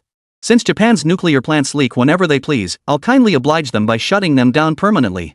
The moment the words fell, not only Old Li and Long Kai-Shian, but every officer around them had their eyes light up instantly. It was as if high-powered light bulbs had suddenly been placed atop their heads. Permanently shutting down the floating island nuclear power plant would be an absolute blessing for Earth's environment. But for the Japanese, the implications were far more complex. Consider the massive power outages, transportation paralysis, unemployment, and so on. Inside the Prime Minister's residence at that moment, after delivering the shutdown announcement, Nobutada Pignose remained expressionless. His eyes were fixed on the motionless steel monster on the screen. I've already issued the ceasefire declaration. This damn monster should finally leave now. Damn it all, I never imagined this cursed monster would push us to such extremes. But everything remains firmly under my control, Nobunaga. Once this damn monster is gone, I'll secretly dispatch personnel to dump nuclear waste. Right. Straight into China's territorial waters, ha. See how arrogant they are then. After China, we'll dump it on Russia. Then we'll scatter the nuclear waste all over the world. Let the whole world taste the might of our little day's nuclear waste. Ha ha ha. Just as Pig-Nosed Nobutada basked in his own triumph, his chin practically touching the ceiling, his secretary suddenly widened his eyes in horror, trembling as he stammered. Pig-Nose Prime Minister. Look at the screen. Shu Bixensong instinctively lowered his head and glanced at the live broadcast. His flabby flesh jerked violently, his face instantly turning the color of liver. The motionless candle dragon vessel now pulsed with crimson patterns. Simultaneously, the 6 surrounding nuclear reactors began operating at overload capacity. A luminous halo swirled as radiant energy rapidly converged toward the candle dragon's dorsal fin. The crimson glow on the dorsal fin intensified at a visible pace. In an instant, it blazed with a brilliance as dazzling as a crimson sun. What's happening? Is it going to destroy the entire nuclear power plant? Shinsha's face twisted with terror. He wasn't alone. Everyone across the island nation now wore expressions of sheer terror. On streets and alleys, people crowded around their phones watching the livestream. Sidewalk TVs and shopping mall screens were surrounded by crowds. The residents stared in horror at the mechanical monster standing at the center of the floating island nuclear power plant. The blinding crimson glow expanded in concentric circles until it engulfed the entire screen. This day would forever be remembered by the island nation's residents. The terror of being dominated by the fat boy. The crimson glow persisted for a full 10 minutes. And during those 10 minutes, the entire island nation was plunged into terror at the impending destruction. Whether commoners or high-ranking officials, all collapsed to the ground. Unable to think, their faces frozen in shock. Terrified both physically and mentally, utterly terrified. Especially Nobutada Inohana at the Prime Minister's residence. He now leaned against the wall like a pile of rotten flesh. His eyes rolled like dead fish, limbs limp as he lay flat on the ground, quietly awaiting the final moment. 10 minutes later, the crimson glow that had blanketed the entire screen rapidly faded. The little minions gradually regained their senses. I'm still alive? Phew! It feels so good to be alive. Wait a minute. Mom, I want to go home. I miss you so much. Damn it. Why didn't the nuclear explosion I was expecting happen? Damn it. Why's the big screen black? Power outage. The little ones had just recovered from the crushing weight of death. Then he realized in horror, the power was out. Traffic lights went out, subways stopped running, and even the electronic doors at the mall wouldn't open. Gamers holed up at home playing video games instantly erupted in heart-wrenching wails. The blackout affected several million population megacities across the floating islands. Tens of millions of lives were affected. Inside the Fukushima nuclear power plant at that moment, the colossal steel beast had vanished. People cautiously peered out from their hiding spots. They rushed to inspect the nuclear reactors, only to discover in horror that the cores of all 6 reactors had completely melted down. The reactors' surfaces were covered in dense, crisscrossing cracks. In the next instant, the cracks widened, and all reactors collapsed with a thunderous roar. Prime Minister Pig knows, it's bad. The floating island nuclear power plant's power generation equipment, worth 300 billion yen, is completely scrapped. Major cities in the surrounding area are experiencing widespread blackouts. Our current direct economic losses have already exceeded 500 billion yen. Chapter 21, The Decline of Our Little Life. The secretary rushed over and threw himself at Pignose Nobutada's feet. Shinshu Pignose had just regained his composure from the nuclear explosion crisis. Hearing the secretary's words, his entire body jerked violently, and cold sweat instantly broke out on his back. 500 billion yen, that's nearly 30 billion US dollars. This was an absolutely massive loss for the major cities in the floating island region. At least the nuclear contamination crisis is resolved. We won't have to worry about handling radiation anymore, Nobutada said, trying to find a silver lining in the misery. The secretary wiped the cold sweat from his forehead. Although the reactors are completely melted down, the radioactive wastewater we've accumulated over more than a decade still retains radioactivity. In other words, we still have to deal with the nuclear wastewater. Thud. Shinshu stumbled and collapsed onto the floor. His face contorted into a grimace. The secretary quickly continued. Prime Minister Pignose, I propose secretly transporting the nuclear wastewater away from Little Days and dumping it deep into the Pacific Ocean. This way we can minimize our losses. Bastard! Before the secretary could finish, the pig-nosed prime minister slapped him across the face. The secretary's previously gaunt right cheek visibly swelled at an alarming rate, transforming into a pig's snout. You're insane! Dumping nuclear wastewater into the ocean? If that monster can come ashore once, it can do it again. Issue an immediate order. Find alternative methods to dispose of the nuclear wastewater besides ocean dumping. The secretary clutched his face, looking utterly aggrieved. But other disposal methods are extremely costly. The estimated expenses could reach tens of billions. And they still won't eliminate all the contamination. If it can't be handled, let the common folk absorb the cost internally. In short, I never want to see the damn mechanical monster again. It had better never show its face in Little Days again. Chicken-hearted, pig-nosed Nobutada was utterly cowed. Withstands the guard squadron's artillery bombardment, one shot kills the old American F-22. It even drained a nuclear reactor dry within minutes. Xiao Rizi had no chance against such a terrifying monster. Under pig-nosed Nobutada's orders, all personnel involved in nuclear wastewater treatment nationwide were redeployed to the floating island. Decades of accumulated nuclear wastewater? That wasn't something that could be cleaned up overnight. But the higher-ups keep piling on the pressure, constantly pushing for progress. What if we can't get it done? Then, as per the pig-nosed prime minister's directive, dispose of it internally. One person carries a bag through city streets, dumping its contents into roadside flower beds whenever no one is around. At first, only a handful of workers did this. But they soon discovered this method significantly increased the efficiency of nuclear wastewater disposal. So more and more people began carrying bags of wastewater through the streets and alleys of Zairizi. A little here, a little there. Thanks to the relentless efforts of the cleanup crew, the nuclear wastewater was finally processed on schedule. They were personally commended by Prime Minister Pig-Nose Nobutada. He called them heroes of Little Japan. But all this happened in the months that followed. The scene shifts back to the present. After absorbing the energy from the nuclear reactor, the candle dragon suddenly vanished before the eyes of Little Japan and all the journalists. At the same time, on the global internet, netizens worldwide were engaged in heated discussions. American netizen, this is clearly alien technology. The creators of this monster must be extraterrestrials. Indian netizen, if we could obtain such technology, achieving a technological leap forward wouldn't be a dream. Kimchi netizen, guys, no need to guess this monster was built by a 16-year-old genius from our country, attaching blueprints. Russian netizen, hey, you two armed folks upstairs, if you really built this, American warships will be shoved down your throats within a week. American netizen, the steel monster is powerful, but it's no match for our super fleet. Not only are citizens worldwide speculating about the monster's origins. At the same time, high-level officials worldwide are paying close attention. At that moment, inside a U.S. Air Force base in southern Little Days, Lieutenant General Richard stared grimly at the satellite imagery before him. General Richard, based on the travel path captured before this mechanical monster vanished, it appears to be heading toward the territorial waters of China. A technician beside Richard explained. So this monster is likely connected to China? Richard narrowed his eyes slightly. Its astonishingly resilient external armor, laser weapons far surpassing human technology, and super advanced technology directly converting nuclear energy into power. If we could recover this monster, it would represent a massive leap forward for the United States. This technology absolutely cannot fall into the hands of the Chinese. The technician frowned slightly. General, are you suggesting? Initiate airspace exercises immediately. Conduct a thorough search within China's territorial waters at any cost. Starlink satellites are to operate around the clock, maintaining constant surveillance over the western Pacific coastline. This steel beast is massive and easily identifiable. The moment it reappears, we deploy immediately to eliminate it and bring its carcass back to the United States. A cold gleam flashed in Richard's eyes. This mechanical beast embodies revolutionary technology. It belongs solely to our greatest nation, the United States.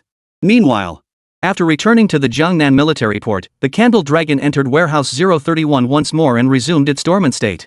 inside the Jiangnan Military District Command Center. The operational meeting concluded, and most officers dispersed. Only Xiangyu, Long Kai-shian, and Old Li remained in the conference room. Old Li and Long Kai-shian stared intently at Xiangyu without blinking. Feeling slightly awkward under their scrutiny, Xiangyu couldn't help but ask, "Gentlemen, is there something you wish to discuss with me?" Long Kai-shian gave a slight nod. "It's like this, Xiangyu. The candle dragon you developed is incredibly powerful, far surpassing contemporary technology. Since you possess such formidable machinery, you are certainly entitled to make any request. Don't tell me about selflessly dedicating it to the nation or the people. I want to hear your true thoughts. What do you desire?" Long Kai-shian's words plunged Xiangyu into silence. What did he truly desire? That was indeed the question. Awakening maxed-out insight, obtaining the hand of divine creation, developing a supersteel monster. These were things money could never measure. Unconsciously, Xiangyu's ambition was swelling rapidly. Money was nothing but a pile of worthless paper. What he truly craved was resources. Endless resources.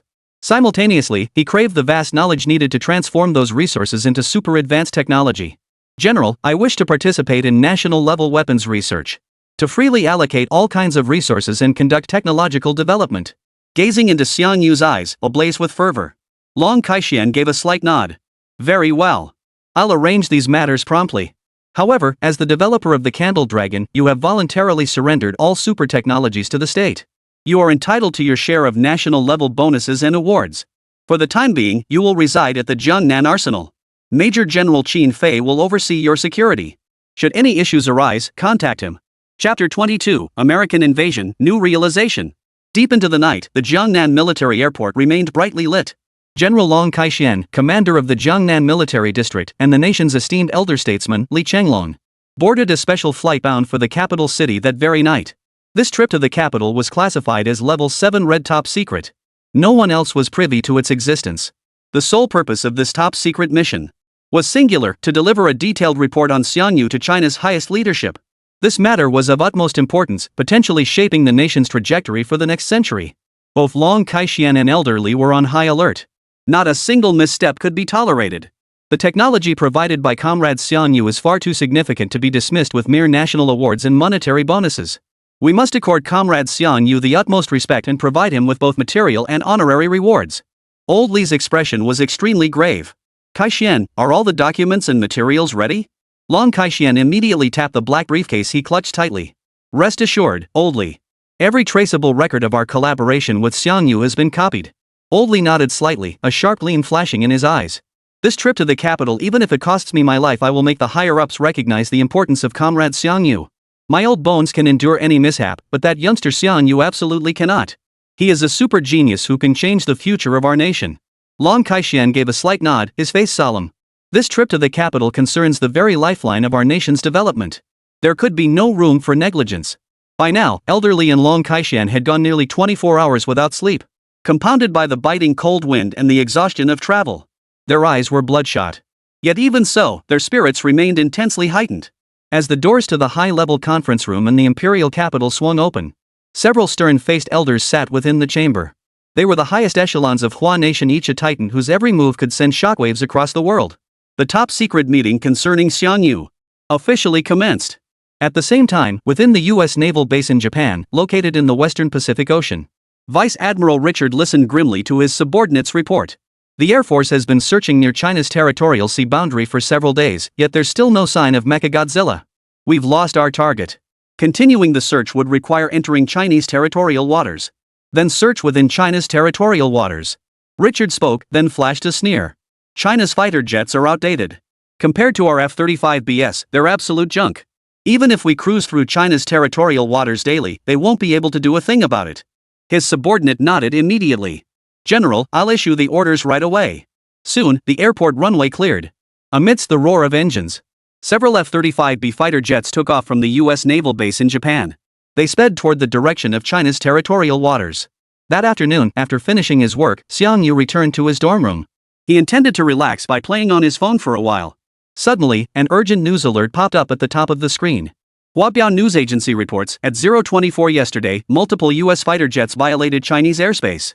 After our fighter jets issued warnings, the U.S. aircraft departed on their own. The U.S. stated the border violation was an isolated incident caused by pilot inattention and has issued a verbal reprimand. Attached image of new fighter jet. Xiang Yu's brows instantly furrowed. Repeatedly violating our airspace? Those Americans definitely have ulterior motives. Xiang Yu's heart burned with anger as he read the news, instinctively opening the comments section. There, a user named Yerai posted a comment. Is it really that hard to admit China's fighter jets aren't as good as America's?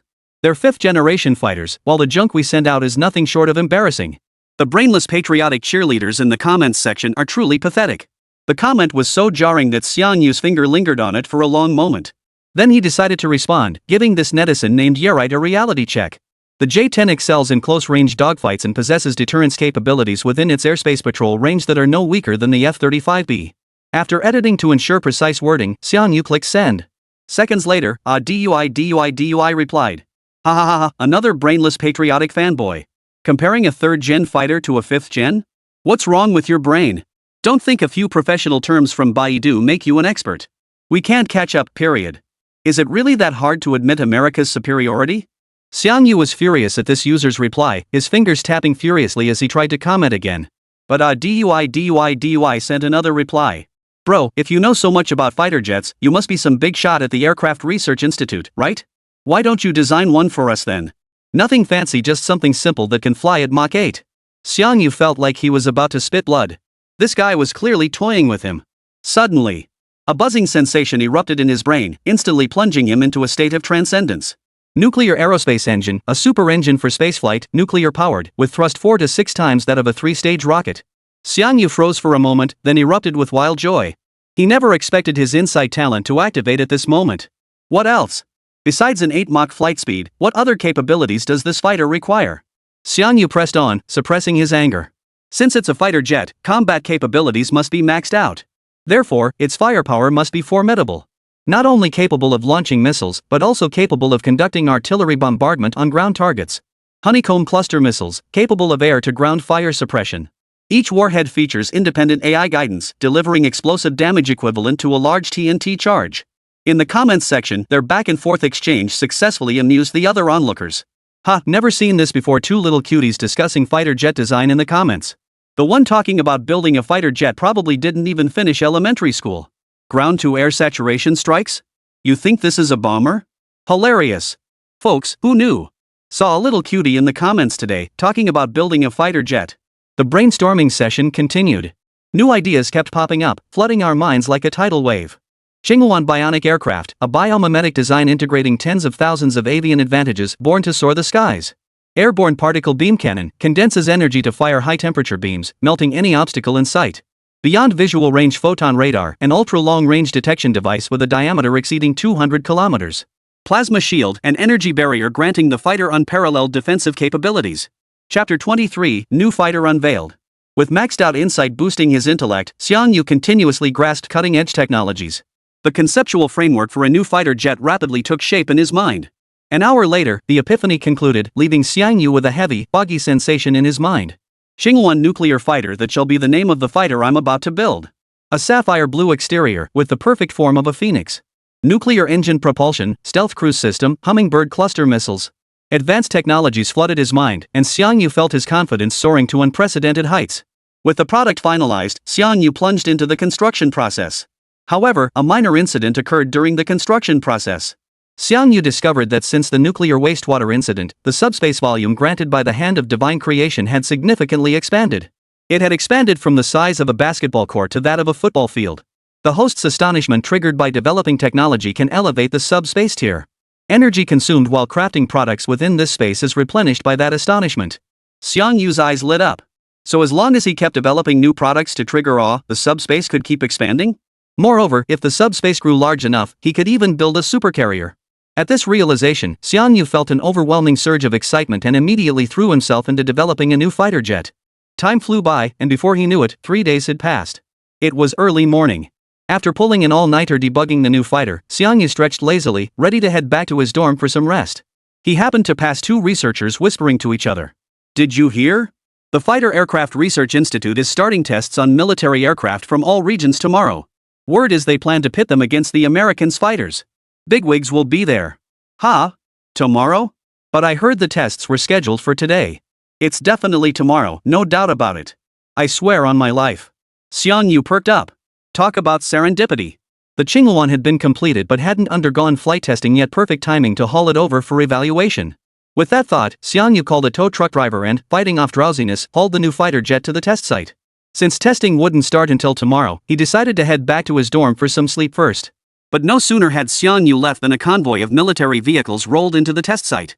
The door of the lead vehicle opened, and an elderly man in old-style military uniform stepped out, his expression stern. Though aged, he radiated an immense, commanding presence. The moment the staff saw him, they fell silent, their eyes filled with respect.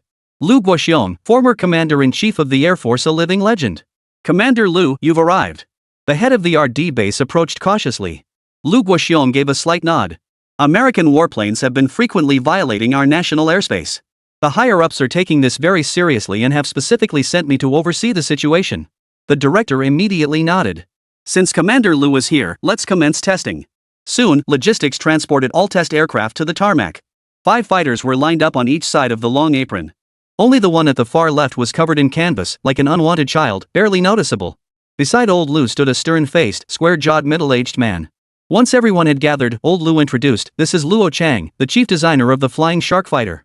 He will be conducting the evaluation of the aircraft." Chief designer of the Flying Shark Fighter jet? Respect immediately flashed across their faces. This was another heavyweight. Luo Chang walked to each fighter jet, inspecting them one by one. His brow furrowed slightly as he examined them. "Chief designer Luo, how do these modified fighters perform?" Long Kai-Xian, who had just arrived, couldn't help but ask. "They're significantly worse than I anticipated," Luo Chang replied without hesitation. "These modified fighters can't hold a candle to the Americans' F-35B. If we have to engage the Americans with these, we'll suffer heavy losses." Luo Chang's words instantly plunged the atmosphere into a deep chill. Even old Lu's face now bore a trace of disappointment. Many researchers clenched their fists tightly. Their hearts were filled with a sense of injustice. Had China's airspace truly become the Americans' backyard? Coming and going as they pleased? Was China destined to be bullied like this? But just then, a mechanic suddenly pointed toward the far end of the apron. "Isn't there another fighter jet over there? It seems to have been transported from the Jiangnan arsenal. Chief designer Luo, should we take a look?" Jiangnan arsenal? Luo Chang paused in surprise. Earlier, covered by canvas, he hadn't paid it much mind, assuming it was just some junk. He hadn't realized there was another fighter beneath the tarp. "Luo Chang, go take another look. One more won't hurt." 2 mechanics immediately volunteered and ran over. One grabbed a corner of the canvas and yanked it upward with a sharp tug. The next second, a sleek, metallic blue fighter jet appeared before them, radiating an intense sense of sharpness. Its streamlined form and sci-fi-inspired wings. The entire craft resembled a blue bird, agile and graceful. The moment the fighter appeared, countless jaws dropped in astonishment. Eyes widened as all gazed intently at this cutting-edge fighter jet. Its form was stripped down to the bare essentials, revealing no visible weapons. At the rear sat 2 massive turbine propulsion units. But just looking at its form, it was mind-blowingly cool. The moment old Lu saw this fighter, a sharp gleam suddenly flashed in his previously calm eyes. A profound sense of awe welled up from within him. Long Kai-Xuan's brow instantly furrowed, as if he were connecting the dots. "Holy crap! It's gorgeous! This is a fighter jet? It looks straight out of a sci-fi movie. This is way too cool. It looks like a work of art. Holy crap, this thing can't be from Earth. I'd believe it was made by aliens. This is the most beautiful fighter jet I've ever seen, absolutely stunning." The crowd erupted in waves of admiration, utterly captivated by the fighter jet that resembled a work of art. Many had even forgotten to breathe, their faces flushed crimson. Lu Guoxiong's gaze swept repeatedly over the fighter jet. As the former Air Force commander-in-chief, he had piloted every generation of Huagua fighter jets on nearly 1,000 missions. Yet at the sight of this fighter, he experienced a momentary lapse of focus. His heart began to race uncontrollably. A powerful premonition gripped him. This fighter jet was no ordinary machine. Yet just as everyone was gazing intently at this dazzling fighter jet, a stern voice suddenly cut through the crowd. "Is this a real fighter jet or just a model? Can it even take off? I've only seen fighter jets like this in sci-fi movies." Everyone immediately turned to look at the speaker. It was none other than Chief Engineer Luo Chang. He strode up to the sleek fighter jet, scrutinizing it with a critical eye. Then, his tone dripping with skepticism, he declared, "I see no modern fighter jet construction in this aircraft. I believe it's merely a model." Chapter 24, The fighter jet is about to take off. At these words, the crowd instantly sobered. Even the 6th-generation fighter currently under development by the United States couldn't escape the stylistic conventions of modern aircraft in its conceptual designs. Yet the fighter before them was far too sci-fi, not just beyond 6th-generation standards. Even future 7th or 8th-generation fighters couldn't possibly reach this level. This fighter looks cool, but the more I look at it, the more it resembles a model. Like a movie prop, flashy on the outside, but with zero functionality. What the Jiangnan military factory has built is likely just a concept model, all show, no flight capability. I was fooled by its appearance earlier. With humanity's current technological capabilities, building such a sci-fi fighter jet is simply impossible. I thought it might actually stand a chance against the Americans' fighters. Sigh. Public opinion shifted instantly. Everyone's gaze toward the new fighter jet now carried a palpable sense of disappointment. At a time when American fighter jets were frequently violating China's territorial waters, nothing felt more crushing than glimpsing hope only to plunge into despair. Chief Designer Luo, this is the controller left behind by the person who delivered the model. They said it's the remote control for the model, but who knows if it's real. A staff member suddenly handed him a black wristwatch. Luo Chang took the watch, examined it, and shook his head helplessly. If the fighter jet is a model, the controller must be fake too. With that, he pressed a few buttons on the watch at random. Beep beep, wake up program initiating. Debugging flight module. Takeoff data acquisition complete. Beginner tutorial loading. The succession of electronic beeps drew murmurs from those around him. Sounds pretty impressive, like the real thing. Probably just a screen with pre-programmed prompts, nothing too complicated. The person who built this concept model even made a controller, but what's the point? Everyone, let's move on. It's just a model, nothing to see here. Luo Chang sighed softly, his eyes filled with disappointment. At this critical juncture, when American fighter jets were frequently crossing the border, none of the modified aircraft met expectations. The only one that had caught his eye turned out to be nothing more than a model, all show and no substance. Luo Chang's mood had sunk to its lowest point. The thought of American warplanes running rampant in their own territorial waters filled him with inexplicable irritation. Program loading complete. Proceed with aircraft startup and enter beginner tutorial? The electronic voice from his wristwatch failed to capture Luo Chang's interest. He merely pressed the start button absent-mindedly. Then, with a bitter expression, he turned to leave. There was no longer any reason to remain at the Fighter Jet Research Institute. This assignment had been utterly disappointing. PSSST. A sound like a sealed compartment being opened echoed. He instinctively looked up to see the new fighter jet, previously deemed merely a prototype. Its top hatch was slowly opening. Luo Chang, Old Lu, Long Kai-Shian, and the others froze in surprise. Long Kai-Shian suddenly remembered something and hurried out of the crowd to contact the armory. Old Li narrowed his eyes with keen interest. Luo Chang, however, eyed the opening hatch suspiciously. What's going on? This prototype even has a hatch that looks so realistically crafted. Please have the trainees board immediately. 2 test subjects for this session, the electronic voice continued. Things are getting more and more interesting. Old Lu beckoned for someone to push the boarding ramp into place, then headed toward the cabin door. Lu Chang's expression darkened. Master Lu, it's dangerous. But Lu Lao waved him off. Didn't you say this was a model? Come on, let's go inside and see what's under the hood. Though the fighter jet looked so sci-fi it seemed unreal, it did indeed appear suspiciously like a model. But as a battle-hardened veteran pilot, Lu Lao sensed deep down that this fighter wasn't as simple as it seemed. That was precisely why he insisted on personally investigating what this aircraft truly was. Luo Chang climbed the boarding ladder and peered into the cockpit. One glance. His brow instantly furrowed. This fighter's cockpit was completely outside the realm of modern fighter aircraft. Its futuristic interior resembled something straight out of a sci-fi movie. Not a single mechanical button graced the interior, every function was controlled by touchscreens. No! It was far more than just touchscreens. Luo Chang's gaze sharpened. With his extreme attention to detail, he instantly realized the electronic devices before him weren't touchscreens. But a holographic control console. Lu Lao, already seated in the cockpit, saw his pupils contract to pinpricks. His voice trembled as he spoke.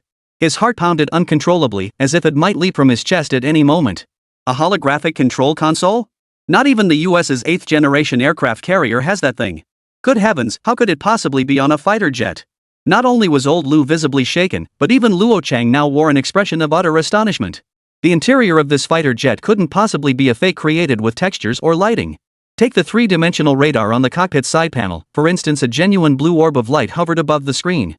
This clearly surpassed the capabilities of modern technology. Luo Chang stood frozen in place, as if struck by lightning. He gasped for breath, panting heavily. His eyes were glued to the cockpit's intricate inner workings. His pupils contracted violently, trembling, his entire body shaking intensely. The next instant, the silent control console activated automatically.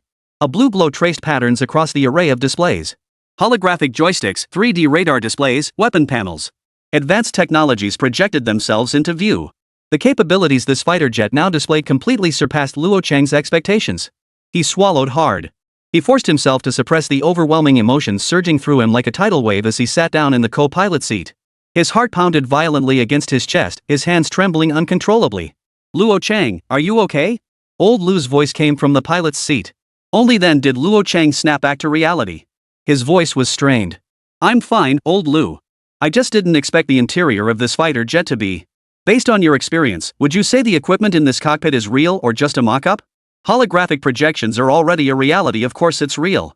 Luo Chang gave a wry smile. "My eyesight is poor and my knowledge is limited. The internal structure of this machine absolutely cannot be a mock-up. This fighter jet is very likely the real thing." The mechanics and staff watching below were growing impatient. "Master Lu, Chief Engineer Luo, what's the status of the cockpit? Is it just a mock-up as Chief Engineer Luo described, with nothing but an empty shell inside?" A flicker of embarrassment crossed Luo Chang's face. Master Lu also gave a wry smile, about to explain. "Attention all units.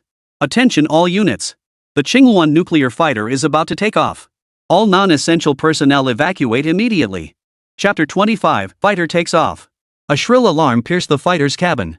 Its frantic rhythm instantly sent chills down everyone's spine. Lu Lao and Luo Chang, who were just about to leave the cockpit, felt as though their hearts had been clenched in an iron grip. A magnetic field seemed to envelop the entire cockpit, immobilizing them. The canopy above them slammed shut, sealing old Lu and Luo Chang completely inside the cockpit. What's going on? How did the canopy close on its own? Everyone's faces turned pale. Oh no! Old Lu and Chief Designer Luo are still inside. What do we do? Calm down, it's just a fighter jet model. It's not like it's going to take off. Worst case, we'll just have someone cut it open with a chainsaw. The discussion abruptly halted. Suddenly, a faint cyan blue glow emanated from beneath the object everyone had assumed was merely a model. Then, it slowly retracted its landing gear and the entire fuselage rapidly rose into the air. Holy! It's hovering? Is this even a feature a model should have? Holy, a fighter jet without wheels? Taking off with magnetic levitation? Everyone's heads were buzzing. It felt like they'd been shoved into a blender, their brains about to be spun clean out. What the hell was going on? The model plane was supposed to stay on the ground. And it kept climbing higher and higher. It was already 5 or 6 meters up. The crucial part was that old Lu and Chief Designer Luo were still on board. Long Kai-Xian, who had just finished his call, burst out of the crowd. His expression was priceless. He just asked old Li this new fighter jet was built by Xiang Yu. It wasn't a model at all, it was a genuine fighter jet. On the ground, murmurs of discussion continued. The next second, the fighter jet's engines erupted with long streams of blue particles. The entire aircraft surged toward the sky in that instant, vanishing from sight in the blink of an eye. The crowd on the ground stared dumbstruck at the sky, utterly speechless. Goosebumps covered his entire body. Not only could this damn fighter jet fly, but it was flying way too fast. Before anyone could react, a thunderous roar split the sky. It rolled on, deafeningly loud. It's a sonic boom. Quick, cover your ears. Ground crew instinctively crouched down, clamping their hands tightly over their ears. But even so, the terrifying sound pierced through their palms and into their ears. Skin crawled, hearts pounded as if they would leap from their chests. Holy crap, today's been nothing short of hell. A vertical takeoff fighter jet can generate a sonic boom in an instant. Forget the world's most advanced 6th generation fighters, even 7th or 8th generation models probably couldn't match this plane's power. My eyes must be playing tricks on me. What an incredibly advanced new fighter jet. The Qinghuan nuclear fighter, that's what it's called, right? Wait. Old Lu and Chief Designer Luo are still on board. At this speed, they both. That single sentence instantly sent a chill through everyone present. Chief Designer Luo is still young, so he might be okay, but old Lu is getting on in years. The old man riding in his supersonic fighter jet was likely in grave danger. Everyone, don't worry. I've just confirmed with the developers at the Jiangnan Arsenal. The Qinghuan is equipped with advanced bioshielding. No matter how fast it flies, it won't harm the pilot. Long Kai-Xuan's sudden voice calmed everyone considerably. At that moment, high above the earth, old Lu and Luo Chang had just recovered from their shock. Before their eyes, a sea of clouds churned like an endless ocean of smoke. Occasional flashes of lightning streaked below, signaling a massive storm brewing. Luo Chang's hands and feet grew numb with cold, his back soaked through with sweat. The sudden acceleration had nearly knocked him unconscious. Never in his life had he experienced anything so thrilling. Luo Chang, are you okay? Old Lu's voice rang out. Though old Lu's face was also somewhat pale at that moment. He recovered from the situation faster than Luo Chang. Lu? Elder Lu, I'm fine. Luo Chang took a deep breath, his emotions slightly calming. Then he gave a wry smile. Where are we now? Still above the Jiangnan military region? Old Lu glanced at the holographic radar before him, a peculiar expression crossing his face. According to the radar display, it seems we're approaching Vaporize airspace. Luo Cheng froze, instinctively pressing himself against the window to look down. But thick clouds obscured the view, preventing any sight of the ground below. Ding! Qingyuan has completed basic flight calibration. Nuclear engine operating normally. All modules loaded successfully. Shall we initiate the beginner pilot tutorial? Beginner tutorial? Old Lu's eyes lit up. From the day he became Air Force commander until his retirement, it had been over a decade since he last piloted a fighter jet. The long-dormant spirit of the Air Force suddenly roused within him. Old Lu's heart pounded wildly, his eyes brimming with eager anticipation. Old Lu, maybe we should head back to base first. Safety comes first. Luo Chang offered a word of caution. But Old Lu ignored him completely, silently launching the beginner tutorial. It was like a seasoned driver who'd been behind the wheel for years suddenly finding himself in the cockpit of a supercar. Who wouldn't want to take it for a spin? The next instant, the hovering joystick rose, and various data began loading rapidly. Today marked the 5th day since Vaporize had encountered Godzilla's attack. The island nation, which had been bathed in clear skies this morning, is now shrouded in thick clouds. As night fell, a torrential downpour was sweeping across the territory of Little Japan. At a coastal air defense missile camp on the west coast, 500 little days, fresh out of artillery boot camp, stand in the rain. Braving the torrential downpour, their faces radiate fervor. Standing directly before them was Sun Zijian, clad in a black raincoat. After days of propaganda, Sun Zijian had been portrayed as a warrior bold enough to confront the steel Godzilla head-on. A god-tier commander who remained unflappable in the face of monsters. The new recruits gazed at this legendary figure with eyes brimming with awe. Sun Zijian's lips curved slightly beneath his raincoat. He continued in a solemn voice. The steel monster is not terrifying. As long as we possess the resolve to die and the courage to go down together, it will fear us too. Just like when it was only 3 meters away from me, I still picked up the RPG without hesitation. Aimed straight at its head and fired a shot. Applause erupted once more. Many young recruits couldn't help but shout. Well done, Minister Suanzi. Minister Suanzi, you're my idol. Hero of the little days. Your courage is unmatched. Just then, a streak of blue light suddenly sliced through the dark sky. The next second, a shrill air raid siren blared. Warning! Warning! Unidentified flying object detected approaching the island nation. Velocity has reached Mach 10, suspected intercontinental ballistic missile. All relevant personnel, activate defense protocols immediately. The sudden commotion startled Sun Zijian to his core. Almost instinctively, he threw himself to the ground, clutching his head with both hands. The last time Godzilla landed, this very action had saved his life. Chapter 26, Earth-Shattering Explosion. The sudden air raid siren triggered Sun Zijian's fight or flight response. He instinctively threw himself to the ground and covered his head. This scene left the 500 new recruits utterly dumbfounded. Minister Sun, why are you on the ground? It must be some unique pre-battle prayer ritual from your hometown, right? The air raid siren says an intercontinental missile is approaching, you must have a solution. The clamor jolted Sun Zijian back to reality. He awkwardly scrambled to his feet, instantly regaining his previous stern demeanor. Activate the air defense missile vehicles immediately. Launch indiscriminate strikes against the ICBMs. Think you can sneak attack us, little days? Not so fast. We little days are the greatest nation, we are invincible. Seeing Minister Sun's impassioned tone, the new recruits' morale soared instantly. With our great Sun Tzu here, what can an ICBM do to us? Exactly. I'll become a warrior as mighty as Minister Suanzi. We little days are invincible. Watching the little days recruits regain their courage, Sun Zijian nodded with satisfaction. He then instructed his subordinates. Prepare the vehicle immediately.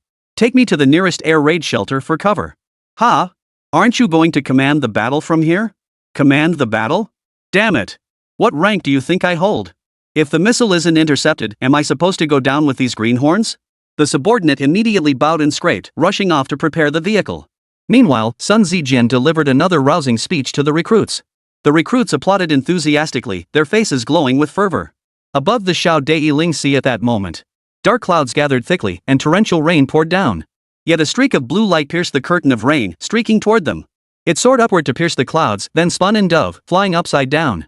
Luo Chang stared at the instrument panel before him, his expression of astonishment never fading from the start. This Qingyuan isn't even in the same league as conventional fighters. Its speed is one thing, but the real marvel is how effortlessly smooth it handles. Supersonic vertical climb this is simply astonishing. Old Lu nodded non-committally. You're right, this fighter feels fantastic to pilot. It truly feels like a top-tier supercar among fighter jets. Beep, beep. Just as he spoke, the communicator suddenly rang. The next second, the projection of a yawning young man appeared above the communicator. Who's piloting the Qingyuan? Has the fighter test already begun? Old Lu was in a good mood and immediately asked, "Young man, who is this?" "I'm a developer for the Qingwan. I thought testing was scheduled to start tomorrow. Why did it suddenly begin today?" Xiang Yu's voice faltered, then he shook his head. "But none of that matters now. I have some bad news to share with you both. The Qingwan has been locked onto by the Little Sun's air defense system and missiles are already on their way." At these words, Old Lu and Luo Chang's eyes instantly narrowed. Little Japan's a dog? Their nose is sharp. Old Lu frowned slightly.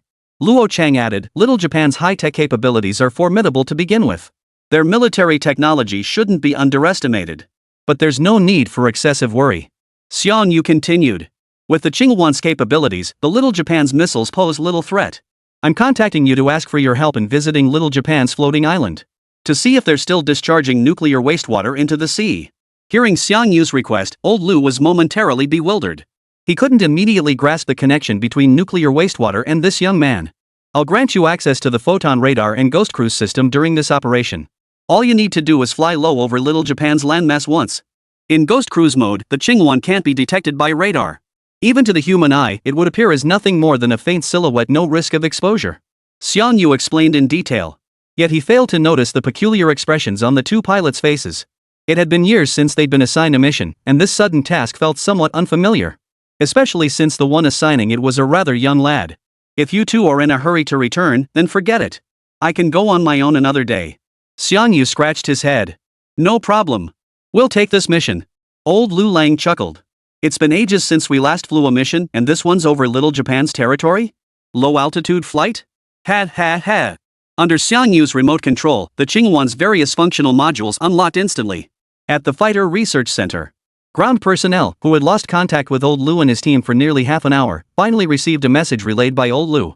Hearing that both were safe and sound, the collective tension among the team members finally eased. Then came a barrage of pleas urging them to return immediately. After all, the skies were unsafe, and Professor Lu's age was a factor. "You all go ahead with your work. Luo Chang and I have a mission to complete. We might be back a bit later." "Carry out a mission?" The group froze in stunned silence, utterly speechless. One was a recently retired national heavyweight, former Air Force commander. The other was a fighter jet chief designer, a bona fide heavyweight in the defense industry. Do these two even need to be assigned missions? What kind of mission? Who the hell dares assign them a mission? Whispers rippled through the crowd. Yet among the crowd, Long Kaixian wore an odd expression. Oh no! He hadn't made it clear to Xiang Yu who the pilot was. No matter how much the ground crew researchers talked themselves hoarse. Old Lu and Luo Chang were dead set on taking a spin around Zayarizi's homeland. It's like riding your bike home and having a mad dog constantly baring its teeth at you. Now that you're returning in a bulldozer, wouldn't you just flatten the doghouse right in front of the mad dog? In short, Old Lu commanded the Qingwan to race full speed towards Zayarizi's mainland. At that moment, within the Defense Ministry camp on the western coast of Zayarizi. Reporting to Minister Suanzi, the missile is closing in on the target. 10 seconds until detonation. Sun Zijian, who had been about to leave, halted in his tracks. Together with the 500 Little Days recruits behind him, he lifted his head and looked westward. The moment the countdown ended, a continuous roar of explosions erupted from the sky. In the distance, a hazy glow of fire lit up the sky. Target acquired. Heh, these intercontinental missiles are absolute junk. Sun Zian's face broke into a triumphant grin. Simultaneously, cheers erupted from the Japanese recruits behind him. S1, truly the pride of our air defense missiles. Suga, I'm proud to be part of the self-defense forces. What a beautiful explosion. An ICBM is nothing but. A thunderous explosion echoed across the sky. It instantly shattered the ears of the Little Days. A ghostly white streak streaked across the sky above the camp. In its wake, glass shattered and bottles exploded. Before the self-defense camp's occupants could react, the deafening roar shattered his mind. His brain felt as though it had been shoved into a meat grinder. Their brains were crushed into a pulpy mess. Chapter 27, Crack Open Your Skull. What was that sound? So terrifying. Wha, mommy, I want to go home. Damn it, pull yourselves together. Grandchild Minister will back us up. Minister Suanzi. Minister Suanzi? The disoriented rookie soldiers frantically searched for their spiritual leader. Suddenly, they spotted Minister Suanzi burying his head in the muddy water. His entire body was curled up like a chick, trembling violently. Faint cries of "Oh my God, don't kill me, I surrender," could still be heard. Boom! The new recruits froze in shock, their faith shattered. But just then, the ghostly apparition in the downpour surged toward the camp once more. The roar of supersonic flight at low altitude. Like the roar of a colossal beast from the heavens. Even with the downpour as cover, it still echoed across Zayarizi's land. Wherever it passed, every Shaori soldier in the guard squad clutched their ears in agony. A spine-chilling dread instantly gripped their hearts. The throbbing pain in their eardrums relentlessly assaulted their nerves. They forgot to breathe, their pupils trembling violently. Just then, someone suddenly shouted, "Run! Run now! If we don't run now, we're dead men." The moment the words fell, the entire camp of the Zayarizi Defense Department descended into utter chaos. Wails and screams echoed in waves. Everyone scattered in panic, utterly terrified by the unidentified flying objects in the sky and the deafening roar. Damn it! I should never have joined the guard squad.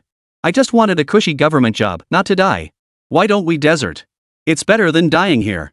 Yeah, I'm deserting too. Let's all desert. The law doesn't punish the masses, and I'm still young, I don't want to die. The recruits instantly found their purpose, tearing off their guard uniforms and flinging them into the muddy water. Then they covered their heads and ran toward the camp exit. Some veterans witnessed the new recruits' actions, but instead of stopping them, they joined in tearing off their uniforms and fled the camp, stomping on the mud-soaked uniforms as they went. The invasion by the Steel Godzilla hadn't even lasted a few days. Now an unidentified flying object attacked the camp. The roar nearly shattered their eardrums. This guard duty? They couldn't wait to get out of there. How much better it would be to stay cozy at home playing video games. Stuck with this escort duty, who knows when you might bite the dust and who's to say anyone will even bury you. Deserters spread like wildfire, one can drag 10 away, 10 can drag 100. Soon, the Defense Department camp was deserted. When Sun Zujian finally crawled out of the mud, he found himself completely alone. Even his personal secretary had vanished without a trace. Sun Zijian was so furious his chest felt like it would explode. Damn it all. They didn't even take me with them when they fled. Bunch of bastards. Meanwhile, at the Prime Minister's residence, Pig-Nose Nobutada was savoring a top-grade steak freshly airlifted from Kobe City. For some reason, ever since the nuclear wastewater incident, this Kobe beef always had a peculiar taste to it. The merchants explained it was due to Chinese herbs added to the cattle feed. A change in taste is a perfectly normal phenomenon. Prime Minister Pig-Nose, we have an emergency. An unidentified flying object is attacking our nation's west coast. The sudden report made Pig-Nose Nobutada's body tremble. His jiggly fat trembled violently. What unidentified flying object? Could it be a hot air balloon from China? Pig-Nose Nobutada feigned calmness. Not a hot air balloon. It's. The secretary wiped the cold sweat from his forehead. According to the report from the field, the unidentified flying object resembles a ghost that roars. Ghost? Bull. You think we're making a movie? Pig-Nose Nobutada scoffed. And you call yourself a top graduate from Football Chicken University? Believing in things that defy science. But just days ago we were attacked by Steel Godzilla. Steel Godzilla is real, but ghosts definitely don't exist. Shinshu interrupted his secretary impatiently.